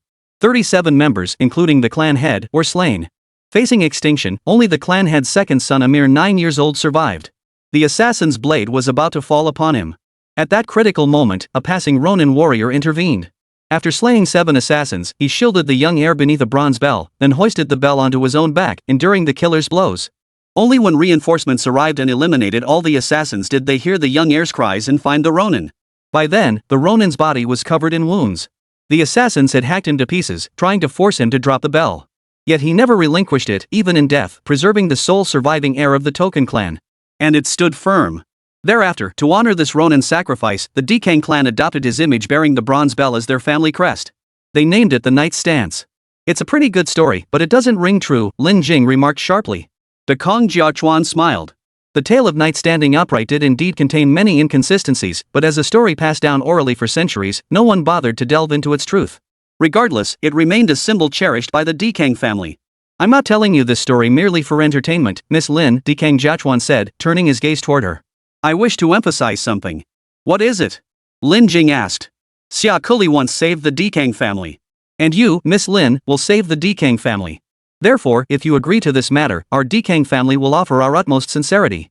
Dekang Jiachuan's words were brimming with sincerity. Contrary to Lin Jing's expectation of a bargaining process, Dekang Jiachuan presented his utmost sincerity outright. He had no desire for detours or negotiations. As long as Lin Jing could spare the Dekang family from annihilation, he was willing to pay any price. He was even prepared to follow the example of the knight-errant's tale, preserving only a single spark of the Dekang family. Thus, Lin Jing had no need to engage in drawn-out negotiations with Dekang Jiachuan. All she needed to do was nod her consent. Yet she couldn't simply nod. For even she didn't know if this mission would succeed. After all, what drove her to Japan, to Mount Fuji, was nothing more than her own intuition, real or imagined. She herself didn't know if she could find Shen Rao on Mount Fuji. How could she possibly defeat the prophet, turn the tide, and save the Dekang family? But I must make one thing clear, I might not succeed. Even if I do, the Dekang family could still be destroyed. After all, Mount Fuji could erupt at any moment. The Dekang family lives right at its base, they could be swallowed up in an instant. Your sincerity is truly commendable, but this is the reality. As the old Chinese saying goes, let's get the unpleasantness out of the way first. Lin Jing's bluntness made Oscar want to scold her for her tactlessness. Yet Dekang Jiachuan found Lin Jing's words deeply sincere. He smiled and nodded. I believe that if we both give it our all without reservation, we can certainly succeed. Very well. But for now, I have no need for the Dekang family's assistance. Just as Lin Jing finished speaking, something occurred to her, and she added, however, I wish to remind you. The Hualuan Society seems to be searching for me. I don't know their purpose, but I've seen Xiaoyi Lily before, and I've also seen the Hualuan Society's secret artifact. It was a beast tamer, and a high-level one at that. If they're determined to capture me or have other objectives, you might very well become their targets too. Dekang Jiachuan nodded upon hearing this. The Hualuan Society. Xiaoyi. He hummed in acknowledgement.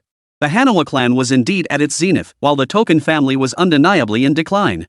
But that didn't mean the Dekang family was helpless prey for the Xiaoya family. On the contrary, the Dekang family possessed the resources to fight the Xiaoya family to the bitter end. This confidence stemmed from the family's deep-rooted heritage and was one of the fundamental reasons Dekang Jiachuan sought to win Lin Jing's allegiance. Though the Dekang family had been in decline for over a century and lacked the formidable beast tamers of the Xiaoyi family, the loyal warriors nurtured by their ancestral legacy were no less formidable. While they couldn't match beast tamers in direct combat, if Dekang Jiachuan wanted someone dead, that person might very well not survive. Beast tamers are powerful, undeniably so. But you can't always react in time, can you? Especially when it comes to the Xiaoyi family, whose masters are not trained to the level of professional beast tamers. It's like handing a gun to someone who knows nothing about firearms. Even if they hold a powerful weapon, they wouldn't know how to use it. Rest assured, Dekang Jiachuan replied succinctly. Alright, then we'll see you tomorrow, Lin Jing smiled. Afterward, a servant led her to a room in the northwest corner of the mansion. This was a guest room specially prepared by Dekang Jiachuan. To accommodate Lin Jing's needs and preferences, the room's decor was entirely in the style of an international chain hotel, starkly contrasting with the traditional Japanese aesthetic outside. Even her dinner was prepared by specially invited chefs from China. Not only were the dishes visually appealing, fragrant, and delicious, but they were also made to order with the freshest ingredients. Trust me, serving Lin Jing 2 steaming hot dishes and a bowl of soup in a place cut off from water and food supplies showed the Dekang family's utmost sincerity. Consider that even the Dekang family estate couldn't manage 3 dishes at this moment. What's your next move? Oscar yawned, immediately tapping into Lin Jing's communication channel after wrapping up his own affairs. Though he'd been in constant contact with Lin Jing, as mentioned earlier, Oscar neither sought credit nor took responsibility. Thus, he knew nothing of her plans. We'll cross that bridge when we come to it. At least here in the Dekang family compound, we're safer than outside, Lin Jing said, picking up a piece of meat with her chopsticks and putting it in her mouth. You're not treating Dekang Jiachuan as your meal ticket, are you? Oscar asked.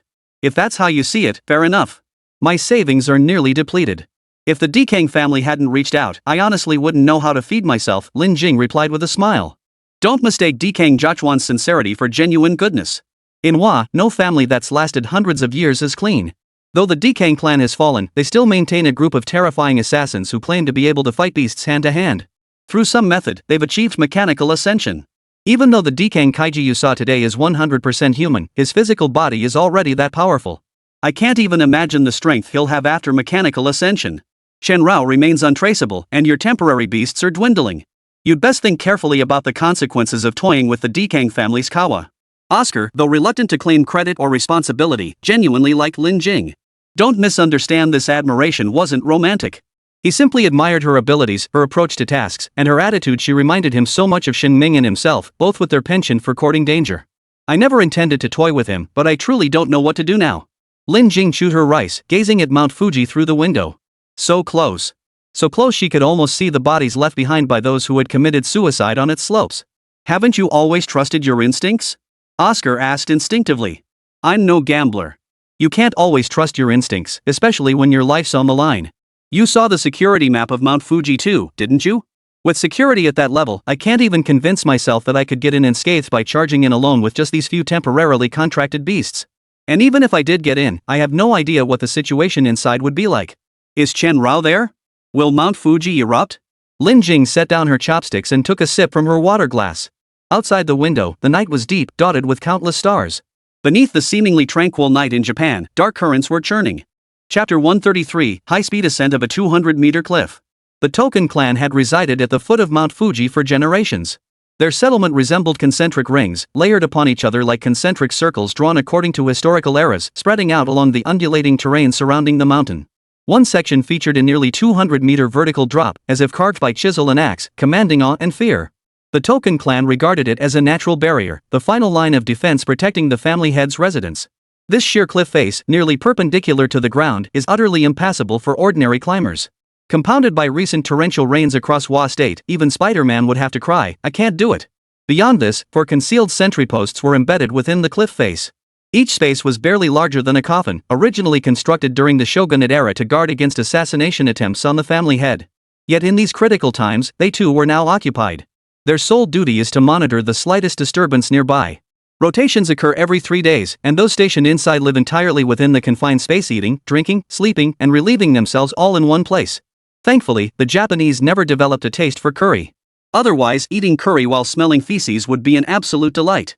Can't we just use the front gate? Asked Sparrow, clad in night attire beneath the cliff, glancing at Bulbul beside him. Damn it, have you forgotten the blood feud between the Xiaoyi and Dekong families? The front gate?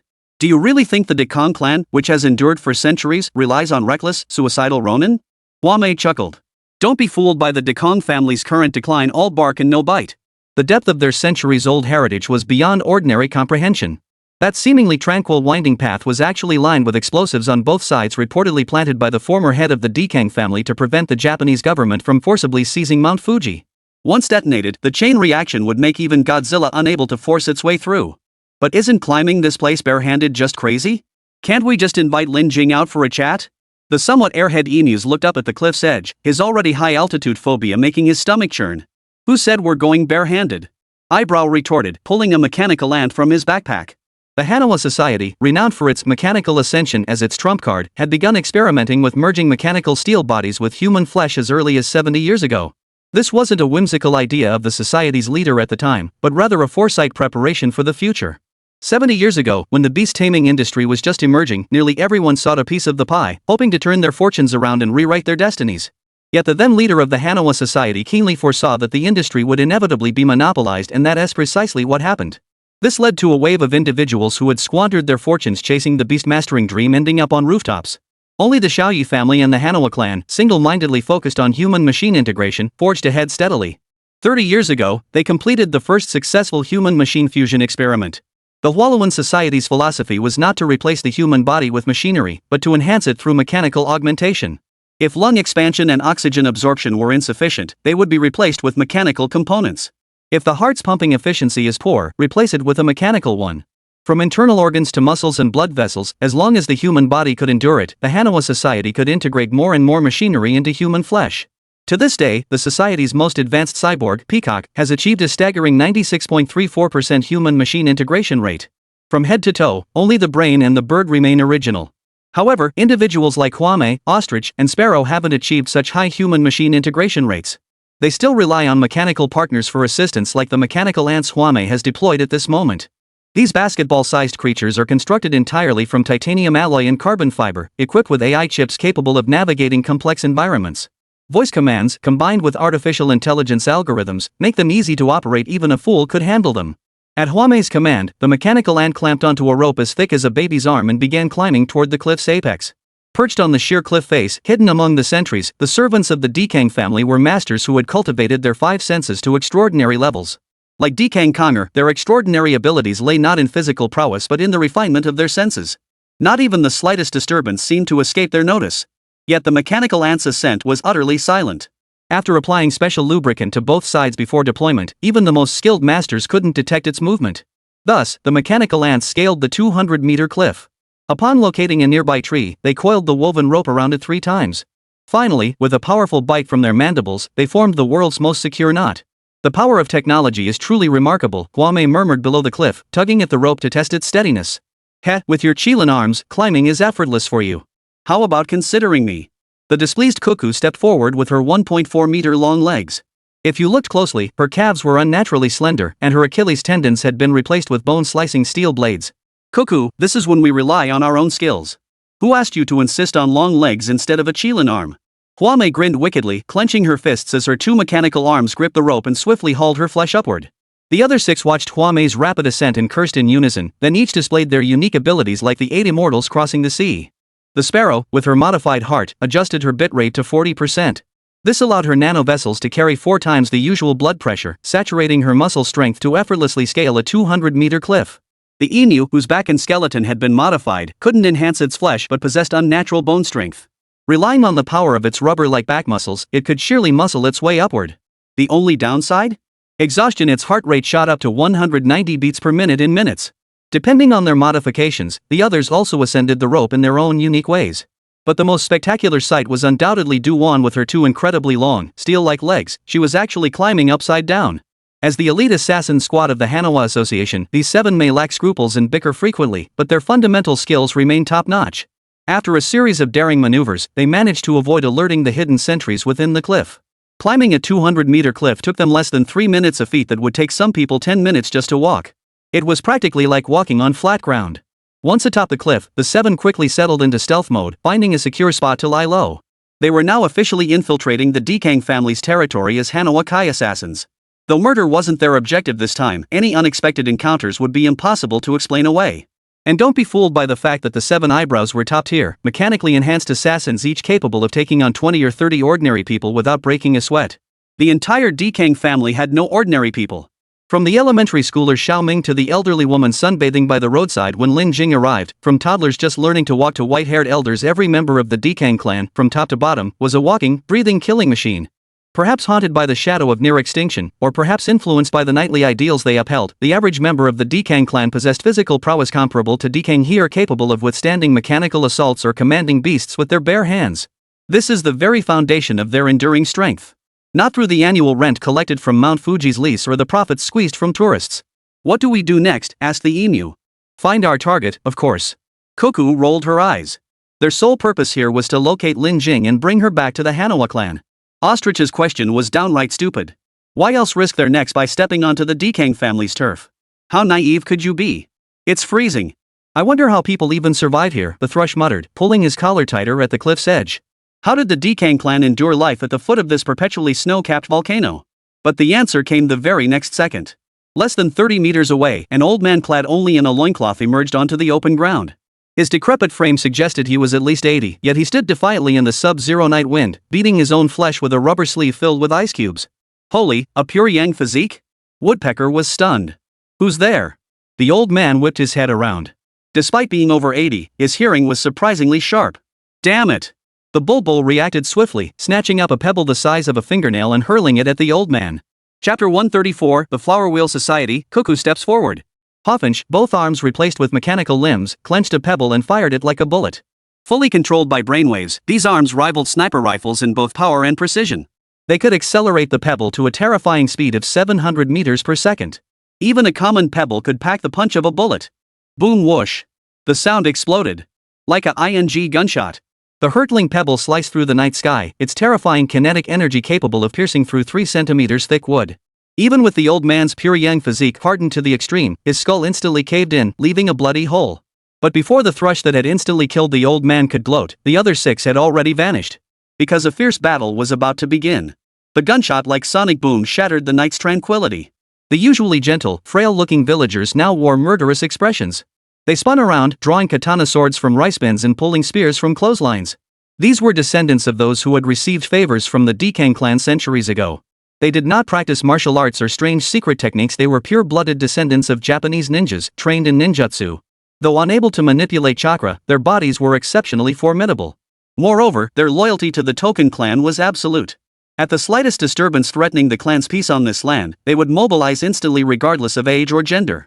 Xiao Ming, busy with homework, pulled a cross-shaped shuriken from his backpack. The old lady at the snack shop scooped several homemade bombs from a sugar jar. The uncle in the kitchen charged out wielding a cleaver. The young schoolgirl pulled 2 flails from the collar of her kimono. Nearly 600 residents in the entire neighborhood were descendants of the Dekang clan's trained hounds, high-powered warriors who learned killing techniques while still nursing. When Huamei and the others were exposed, the alarm that sounded was like a death knell for them. Damn it, you guys could have at least told me you were hiding. Huamei recalled her mechanical ants and sprinted forward along the stone path beneath her feet. At 31, Huamei had dropped out of school at 16. Emulating Takigawa Genji from the manga Kakagurui, he carved out his own path. Since then, he'd sold his life to the Hanawa gang. At 21, he underwent mechanical enhancements. By now, he'd killed at least 800 people, if not 1,000. Killing held no fear for him. On the contrary, as the leader of the assassin collective known as the Seven Birds, codenamed Huamei, murder was his reason for living. Only the sight of blood splattering could truly excite him. Then let's fight to the death. With his cover blown, there was no need for the thrush to hide anymore. Exploding with power on the spot, he shattered his shirt, and the exposed mechanical arm swung through the air with a piercing whistle. The other 6 scattered assassins of the heavenly killers gradually slipped into battle.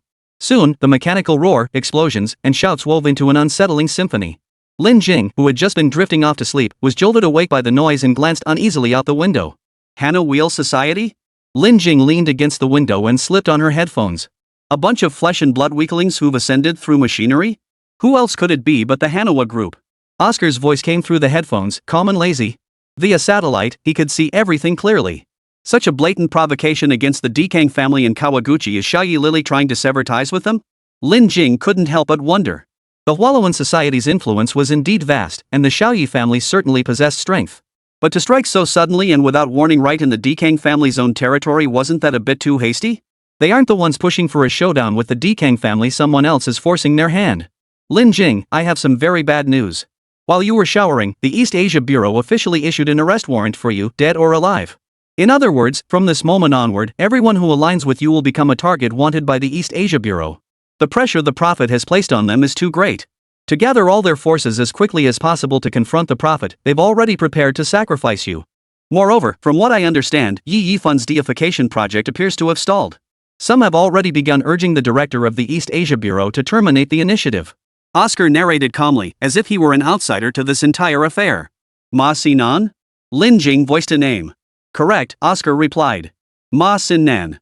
The current director of the review department at the East Asia Beastmaster Administration. Unlike Gung Shuan, this new director possessed neither his ruthless methods nor his competence. Having climbed to power through scheming, his sole ambition from day one had been to ascend even higher. Eager to secure the deputy director position, Ma Xin-nan spared no effort to curry favor with the director while scheming to win votes from the International Beastmaster Association in the next election. To him, all talk of opposing the Prophet, protecting the world, or the grand cause of humanity was utter nonsense. He only wanted to climb higher, several more levels higher. You should probably meet with the Dekang family.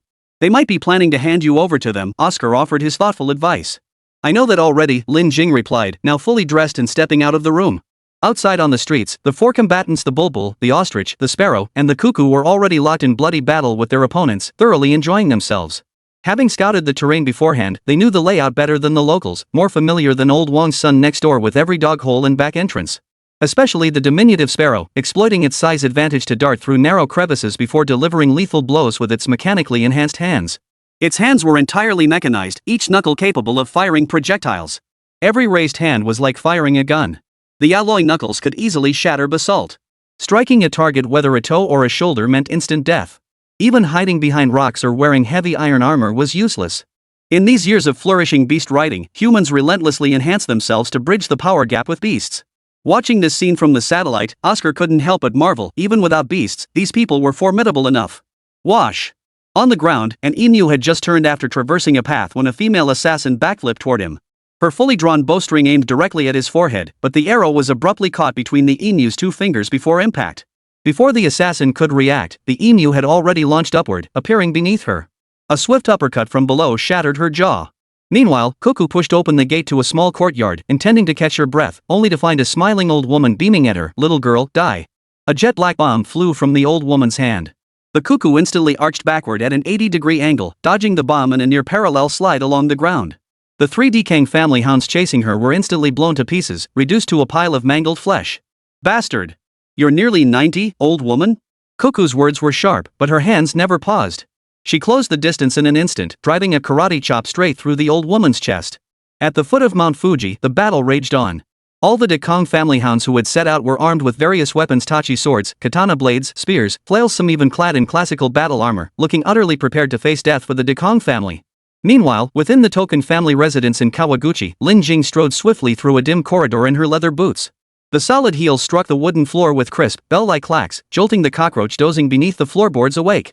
The startled cockroach's luck ran out quickly, however. Before it could crawl far, a steel blade pierced through the floorboards, skewering its body. After a few final twitches, it lay dead. Uninvited guests, coming unbidden? Lin Jing halted with 2 quick steps, fixing her gaze on the woman descending from above, her legs like iron and blades like steel. Wallow in society, Do-won. Miss Lin, you're coming with me.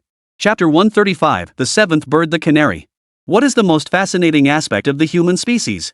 It is undoubtedly their indomitable spirit, their will to battle the heavens, the earth, and all things within the cosmos. In ancient times, to survive, humans mastered the use of fire to obtain more food. Humans overcame their instinct to walk on all fours to explore a wider world. Humans developed an endurance unmatched by other creatures. Believe it or not, humans possess the physique of large animals, an indestructible digestive system, a heat dissipation system unmatched by many creatures, and throwing skills that seem like a game-breaking glitch to any animal. Over thousands of years of evolution, humans shed every survival liability, trading them for a brain that elevated them to the pinnacle of all creatures. And it is precisely this brain that grants humanity the power to conquer all things under heaven. Even that meteorite that fell from the heavens. Even the bestowed bloodline of the Beastmaster, as if gifted by the gods. Throughout 10,000 years of human existence, we have never fully trusted anything reliant on external forces. Even though the awakening of the Beastmaster bloodline resides within humanity itself, and even though the blood pact between Beastmasters and their beasts is nearly irreversible, humanity has always held fast to one belief: better to rely on yourself than on others. Thus, over the past decades, even possessing beasts capable of standing against demonic creatures, humanity never ceased its pursuit of greater power. It was akin to how, after mastering firearms, humans still tirelessly sought greater physical strength and speed. Beasts are firearms, they remain external tools. Only when humans grasp power within their own hands can they find true peace of mind. Yet the paths to this dream are manifold. To this day, humanity has explored countless bizarre ideas, including Yifun's God-making project, the North American Bureau's Sword of the Zenith project, the Hanawa clan's mechanical ascension, the Token family's ninja legacy. Yet none has proven a perfect path. The God creation project fundamentally relied on the strength of beast tamers, making it difficult to transfer onto human bodies. Shenrao, being a human soul housed within a beast tamer's body, could not be fully trusted. The Zenith Sword project faced insurmountable implementation hurdles. Current human technology fell far short of its requirements. Compounded by the Prophet's sabotage, the North American Bureau, deprived of sufficient funding, had no choice but to shelve the project. The mechanical ascension of the Hanawa Society appeared flawless, yet achieving a 100% compatibility rate between humans and machines tested not only the limits of human physiology but also the pinnacle of mechanical engineering. To this day, the precise equilibrium between these two extremes remains elusive. As for the Dekong clan's ninja lineage, it relies entirely on human willpower and physical endurance. However, its drawbacks are evident. The transmission process is excessively time-consuming, and restrictions like passing down only to males, never females, or only to females, never males severely hinder its development. Regardless, at this very moment within the Dekong family's residence in Kawaguchi, Lin Jing witnessed the first human she had ever seen who could counteract beast taming power using nothing but her flesh. Each movement of the modified lower limbs of Du-won resonated with the roar of engines. Within those thick thighs lay 8 miniature engines capable of unleashing 160 horsepower instantly while self-cooling. They required no fuel whatsoever, operating solely on hydrogen and oxygen from the air. Her lower legs connected to the thighs via 4 hydraulic valves and a spherical lever, enabling smooth, nearly 180-degree movement without lubrication. A total of 24 artificial muscles could harness kinetic energy from the thighs to unleash over 1,100 horsepower of terrifying force. The titanium alloy leg blades effortlessly cleave through any substance, leaving gruesome wounds even on steel armor. Enemies locked onto by Du-won face certain death, even if sheltered inside a tank. Miss Lin, our leader merely wishes to meet you. Why must you resist? Asked Du-won, her body tracing a perfect arc across the ground as 2 razor-sharp fire arrows whizzed past her thigh, sparking half-meter-long flames. Resist or die, right? If my eyes aren't blinded yet, you should be the Flower Will Association's assassin squad. You introduced yourselves already anyway. Lin Jing wiped the blood from her face with her thumb as the fire-breathing starfire mantis behind her vanished instantly. The mature stage beast tamers summoned under the temporary contract required no substantive commands from her. They only needed to fulfill one clause of the temporary contract: protect the temporary master. As for how to fight, that was entirely left to their combat instincts. The flame-clad starfire mantis vanished from its spot. In the next instant, 4 legs blazing with 600 degrees Celsius fire appeared behind Duan. Half-meter-long stinging spines shot out from the side like capture legs, and 4 fire arrows struck Duan's body almost instantly. How could that be? The chairman's orders were to protect Miss Lin's safety at all costs. It's just that the scoundrels of the Dekang family insisted on attacking us. Duan's body plunged downward swiftly, the fire arrows grazing her spine as they embedded themselves into the wooden floorboards. In the next instant, Duan's legs curved like scythes as she launched upward, striking the starfire mantis's soft abdomen with titanium alloy leg blades. Had those blades capable of piercing 30mm steel plates connected, the matured beast would have been finished in seconds. But the firefly mantis was equally swift. Its 2 pairs of walking legs suddenly drove into the ground with a sharp thud. The 4 wings tightly pressed against its back instantly unfurled, the surging wind pressure delaying Duan's leg blade attack. In an instant, it had pulled away at least 6 meters. Mid-air, the firefly mantis extended its scythe-like capture legs, then violently hooked them back, launching them in a cross-shaped strike. The crimson-orange light blades roared toward the cuckoo. Invading someone's home? You're asking for it, Lin Jing chuckled. She wasn't some charitable monk. If one starfire mantis couldn't swiftly kill the cuckoo, then another would. Though Lin Jing's temporary contract held only 7 remaining, now was no time for frugality. The key difference between a temporary contract and a blood pact was its time-bound nature. It remained effective only within the contracted period. Once that time expired, it automatically voided no matter how long it was kept. Therefore, amidst the roar of engines, Cuckoo braced herself with her hands, her 2 steel legs raised. Her titanium alloy legs absorbed the cross-slashing incinerating air blades, a shrill metallic clang erupting as the immense impact tore her body backward in an arc. The next instant, a beast shrouded in pale gray light tore through the void, materializing beside Duan. Clad in chainmail-like armor, it bent its arm and struck.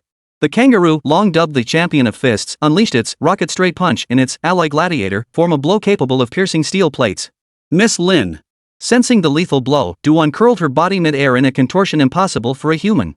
Her arms pressed tightly against her torso, one steel leg dug deep into the floor for leverage while the other hooked out for a side block. That's a bit too ruthless, don't you think? A deafening roar followed. The rocket straight punch left an indentation on the titanium alloy thigh plate upon impact. The immense force spun Duan's body 3.5 times, while the leg blades embedded deep into the ground tore out a half-meter-wide circular pit. Simultaneously, the starfire mantis swept in, its wings vibrating as it glided forward.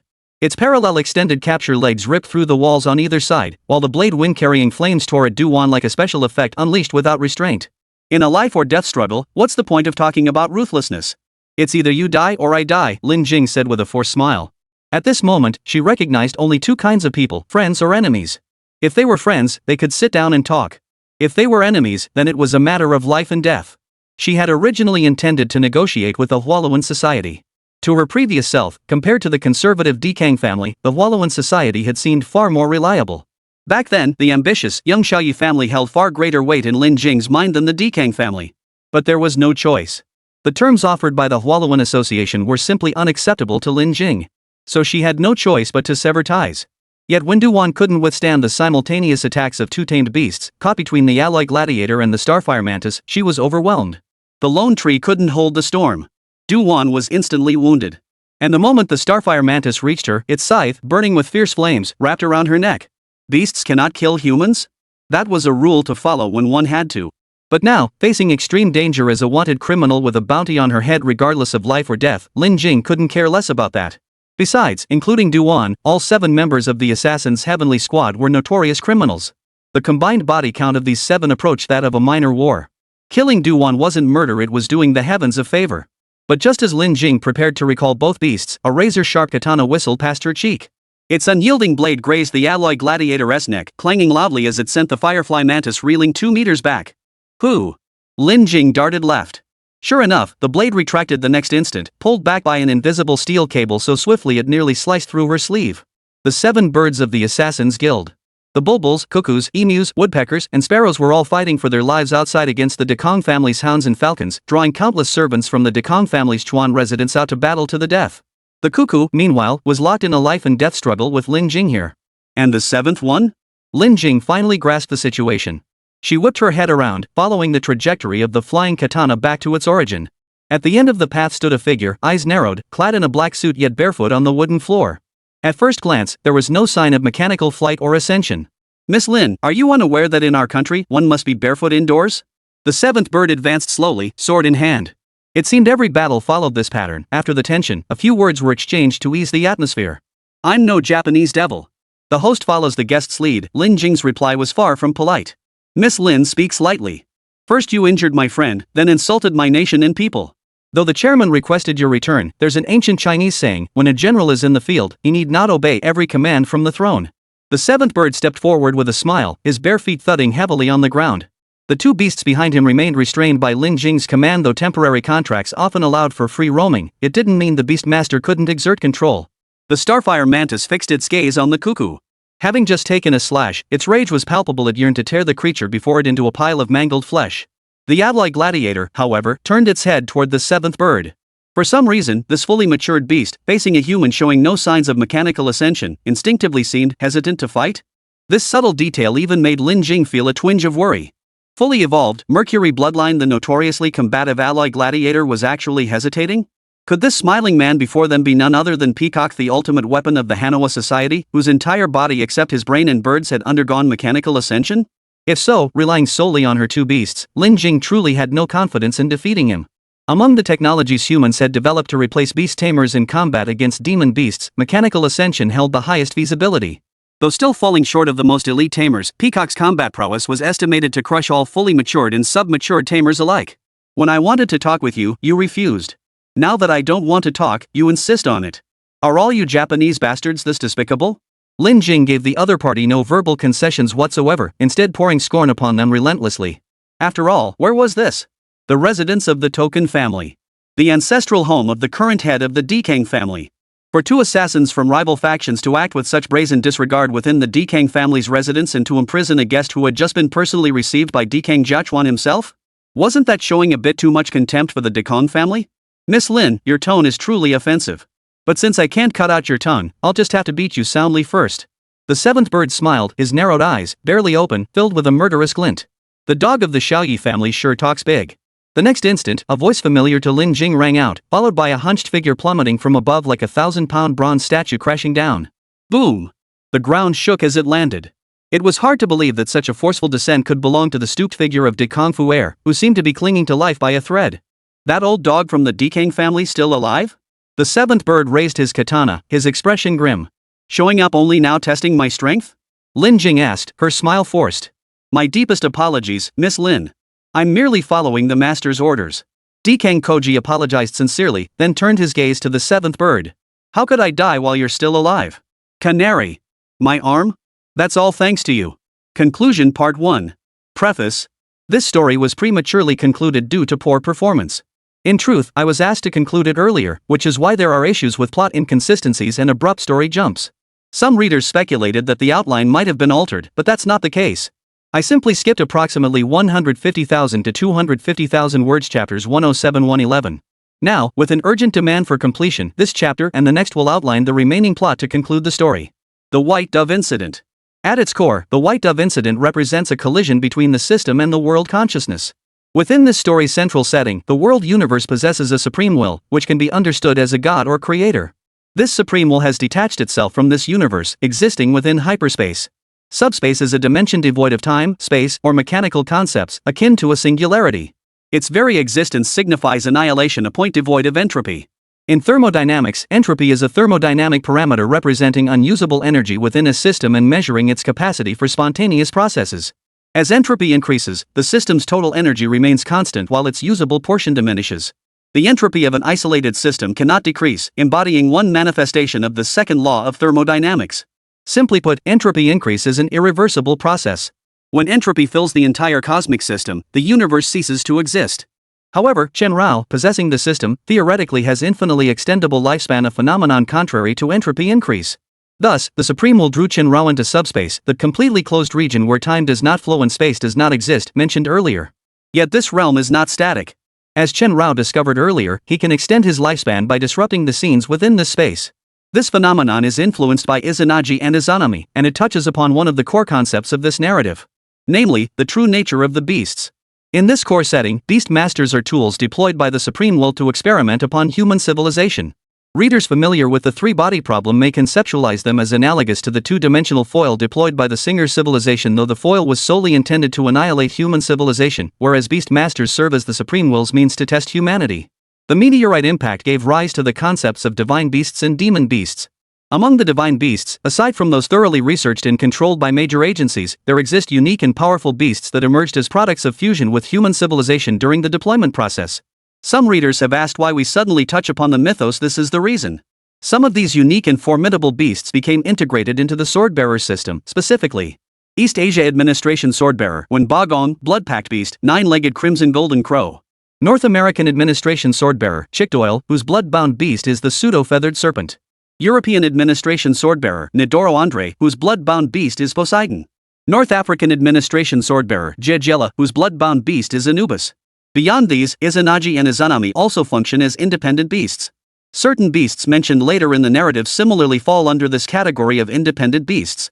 However, as they are not included in the main outline and serve solely to advance the storyline, they will not be elaborated upon here. Returning to the main point, the subspace where Chen Rao resides, though separated by the supreme will, fundamentally relies on Earth's environment for its existence.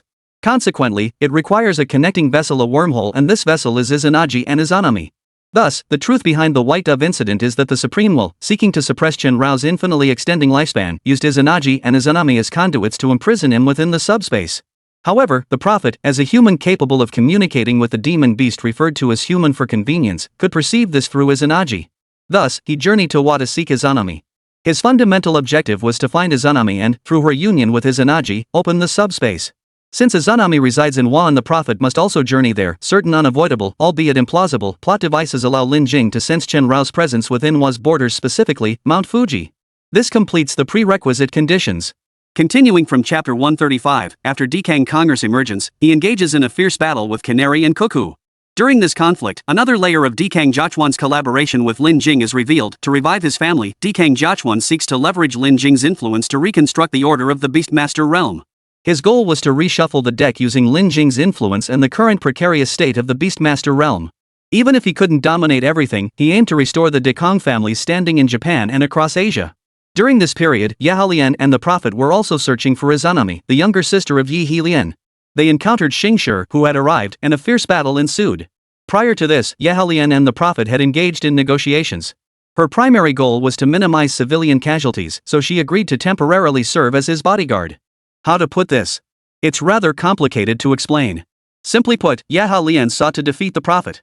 However, unrestricted combat with him would inevitably lead to the destruction of Wa. Though defeating the Japanese invaders is universally welcomed, the narrative must prioritize protecting civilians. Thus, she had to protect the prophet. While termed protection, it primarily involved preventing others from engaging him in combat, since no one could truly defeat him within this timeline, to minimize casualties, while simultaneously seeking an opportunity to lure him to a location where civilians wouldn't be harmed. In terms of outcome, Yalian succeeded.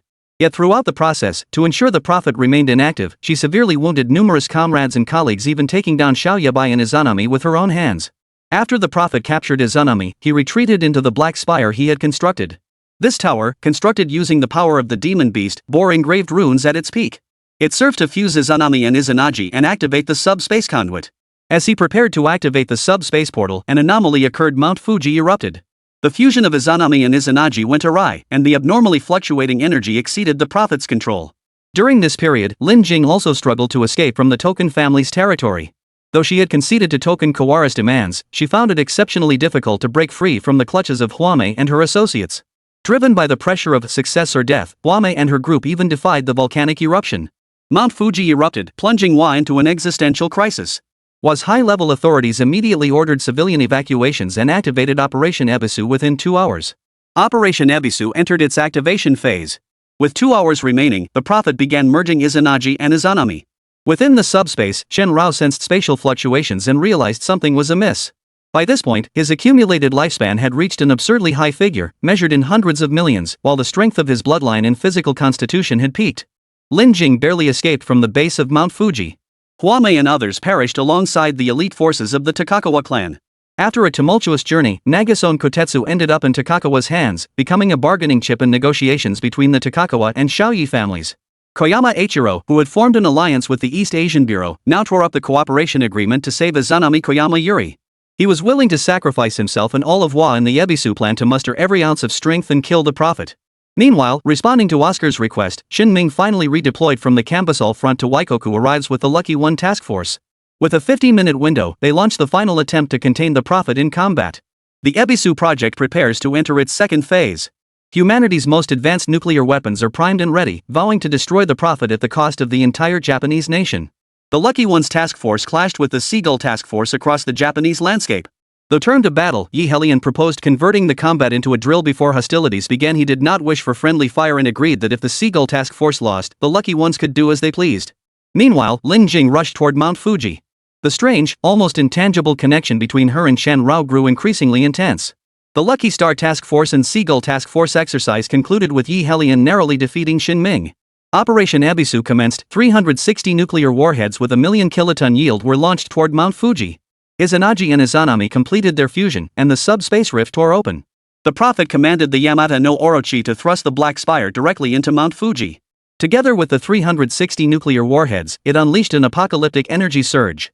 Yet the colossal energy unleashed by the ripping apart of hyperspace forcibly absorbed the nuclear blast's power. Wakoku was not destroyed, nor did Mount Fuji erupt. The Black Spire, now inverted within the volcano's crater, rose 10,000 meters above the Earth's surface, its base forming a circular platform. As the subspace tore open, Shen Rao emerged from the rift with an invincible presence, bearing an immortal lifespan of billions of years. Holding the unconscious Lin Jing in his arms, he renewed the blood pact between them. "Now it's my turn to find you." Shen Rao descended a thunder net to envelop the black platform, engaging the prophet in a head-on clash. The prophet commanded Ye Elian. Shen Rao first defeated Ye Elian, then turned to face the prophet. The terrifying energy unleashed between them illuminated half of Asia, a dazzling fireball as bright as the midnight sun, visible even from outer space. The battle concluded with the prophet's defeat. It was torn to shreds by the spear formed from Shen Rao's condensed pure energy. Yet just as everyone believed the prophet was dead and humanity had achieved total victory, the prophet's long-prepared counterattack plan officially commenced. The prophet's fanatical followers, those imprisoned, investigated, and purged, began riots in every corner. Human society ground to a halt, order collapsed, and fear gripped everyone. The International Beastmaster Association lost its function, and the government lost its ability to regulate. The prophet's counterattack plan was designed to convert 3 to 5 out of every 10 people into his followers, thereby igniting civil strife within the human world. Suddenly, beyond the invading beasts, countless humans slaughtered one another, plunging the entire planet into chaos. The apocalypse had arrived. Conclusion Part 2. Preliminary event. During the incident where Gung Shuan sacrificed himself, the International Beastmaster Association suffered heavy casualties. Power fragmented. Some leaders were sidelined by demon beast masters, others perished, rendering the organization a hollow shell. Preliminary Event 2. During the same period, beastmasters who had previously controlled most regions were driven to the brink of extinction, with only a few areas remaining under their control. Preliminary Event 3. After Chen Rao transformed into human form, Lin Jing felt uneasy about using a person as a beast. Thus, while maintaining their blood pact, she recontracted other beasts. By this time, however, the two were no longer master and beast. They were more like comrades in arms and old friends who had fought side by side for years. Preliminary Event 4. Following the conclusion of the Wa Nation campaign, Lin Jing's charges were dismissed. 2 of the 4 major administrative bureaus lost their original functions, and the International Beastmaster Association likewise ceased its original operations. Preliminary Event 5. The prophet did not perish completely during his confrontation with Chen Rao. His residual will, influenced by the Supreme Consciousness, took refuge within an ordinary human host and continued to operate covertly within human society to advance his agenda. Preliminary Event 6. After his defeat by Chen Rao, Yi Helian voluntarily relinquished the title of White Thunder and formed a deep bond of mutual admiration with Lin Jing, intended to develop into a romantic subplot. Personally, I'm reluctant to pair the protagonist Chen Rao with the female lead romantically. After all, one was a beast and the other a human at the outset. Even if he transforms into human form midway, a romantic subplot would feel awkward, like a forbidden beast-human romance. Therefore, I may instead develop a romantic subplot between Lin Jing and Yi Helian. The later content is relatively brief. After Gung Shuwen's death and the conclusion of the Wugwe campaign, the Beastmasters launch a counteroffensive against the beasts. Lin Jing is temporarily appointed as the executive director of the East Asian Management Bureau, working alongside Ye Helian to piece together the fractured Beastmaster Management Bureau. They establish the Beastmaster Alliance to replace the defunct International Beastmaster Association. From establishing the East Asian Third Island chain to sweeping across the Tropic of Cancer, Lin Jing's capabilities became undeniable. Chen Rao, now transformed into human form, continued strengthening his power.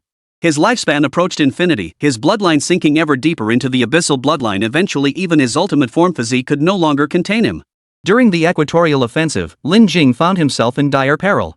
Sensing the danger from both sides, Chen Rao shattered the primordial meridian barrier erected by the Beastmasters and propelled his physique beyond ultimate form into a terrifying new realm, the demigod body. Following the victory at the equator, the Beastmasters were severely weakened, granting the Beast Riders a temporary respite. Defying opposition, Yi Helian insisted on adding a fifth swordbearer and establishing the Space Beast Riding Administration to prevent such events from recurring. During this period, Lin Jing and Chen Rao collaborated on post-war reconstruction. No one could have imagined that this seemingly ordinary young woman, who lived in aid alongside the disaster victims, would be none other than the renowned, the youngest recipient of the Black Eagle Badge, the sole individual concurrently holding the titles of Special Grade 5-Star Beastmaster and Executive Director of the East Asia Administration Bureau, one of only 2 recipients of the South Pacific Honorary Badge, the Chief Commander of the Equatorial Offensive, and the then Chairperson of the Beastmaster Alliance. During this period, Lin Jing and Yi Helian overruled opposition to deploy a space-based weapon into orbit. Codenamed Damocles' Sword. This pinnacle of human technology, positioned far in space, could deliver precision strikes to the Earth's surface with an accuracy of less than 300 meters.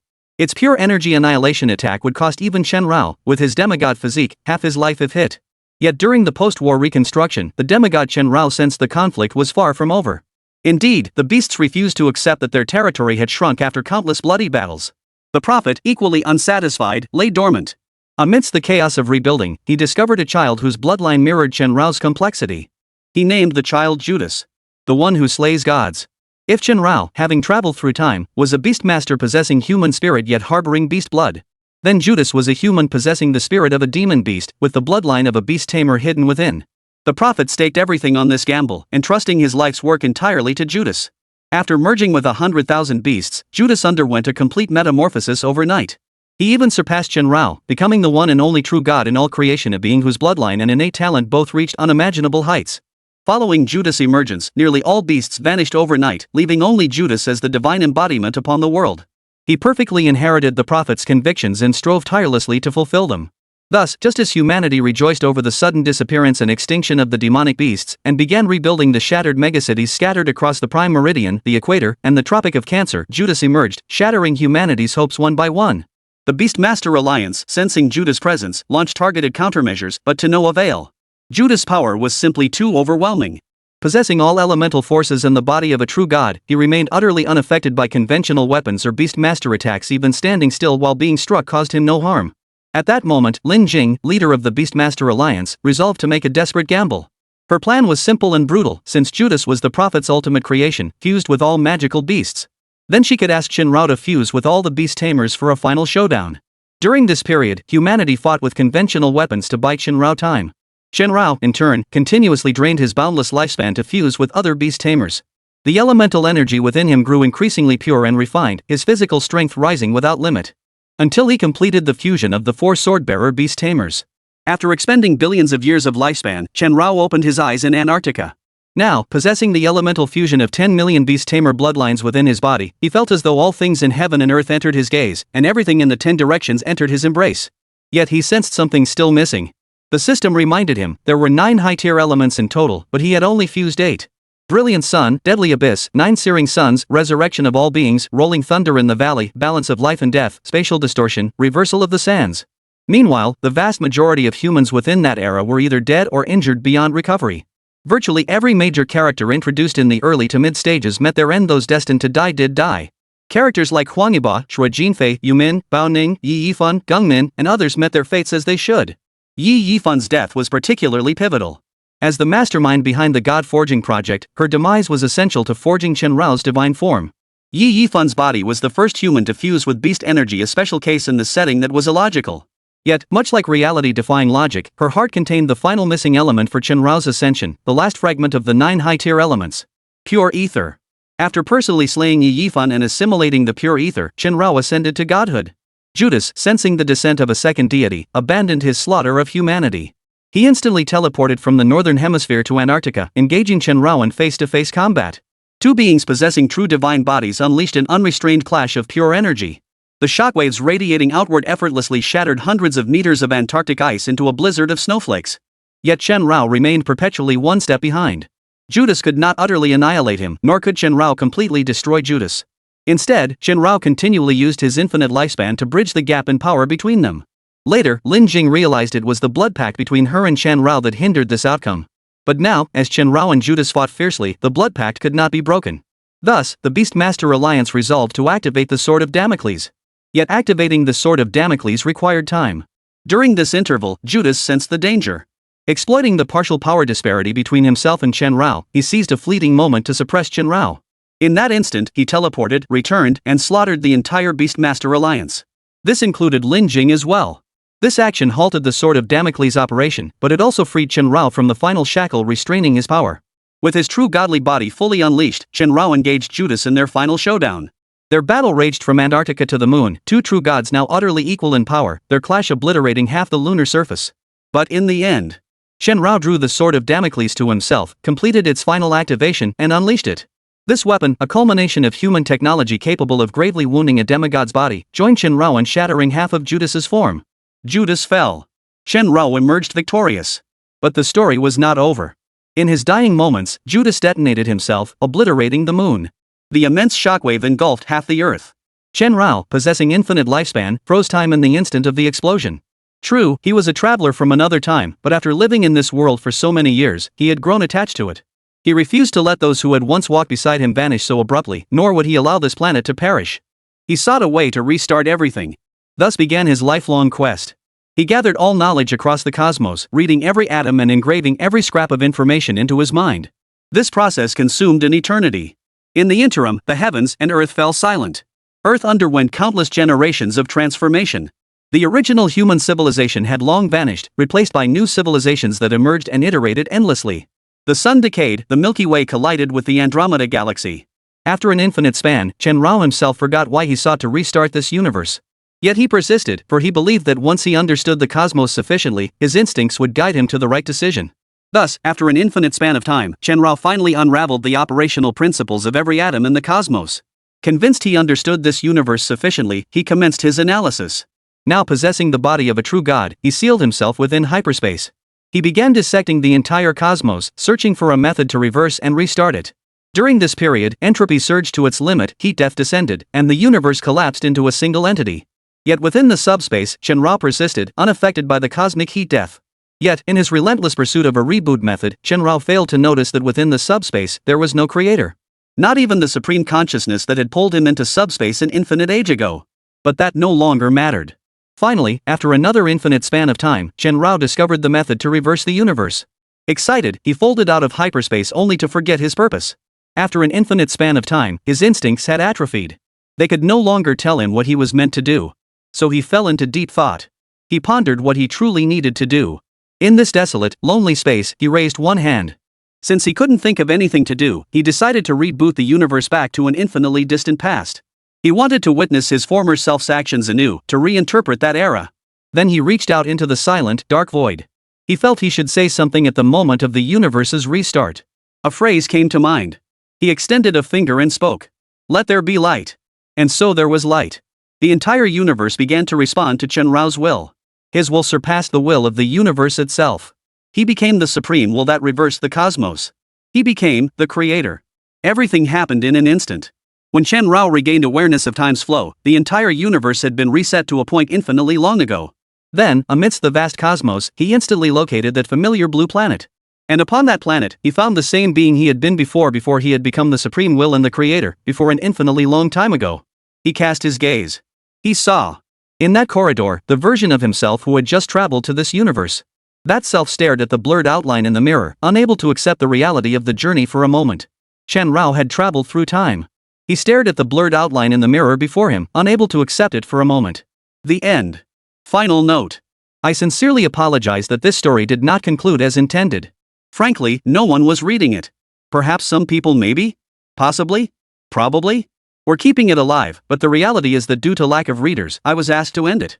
As the author, I personally feel a deep sense of regret that the story wasn't fully told. But as the saying goes, a work that fails to pass market scrutiny is nothing more than a complete piece of crap, even if it's finished. Therefore, this work is hereby declared complete. This chapter is essentially just an outline. My new book is now out, feel free to check it out if you're interested. The story of Chen Rao and Ling Jing ends here. Thank you for reading this far.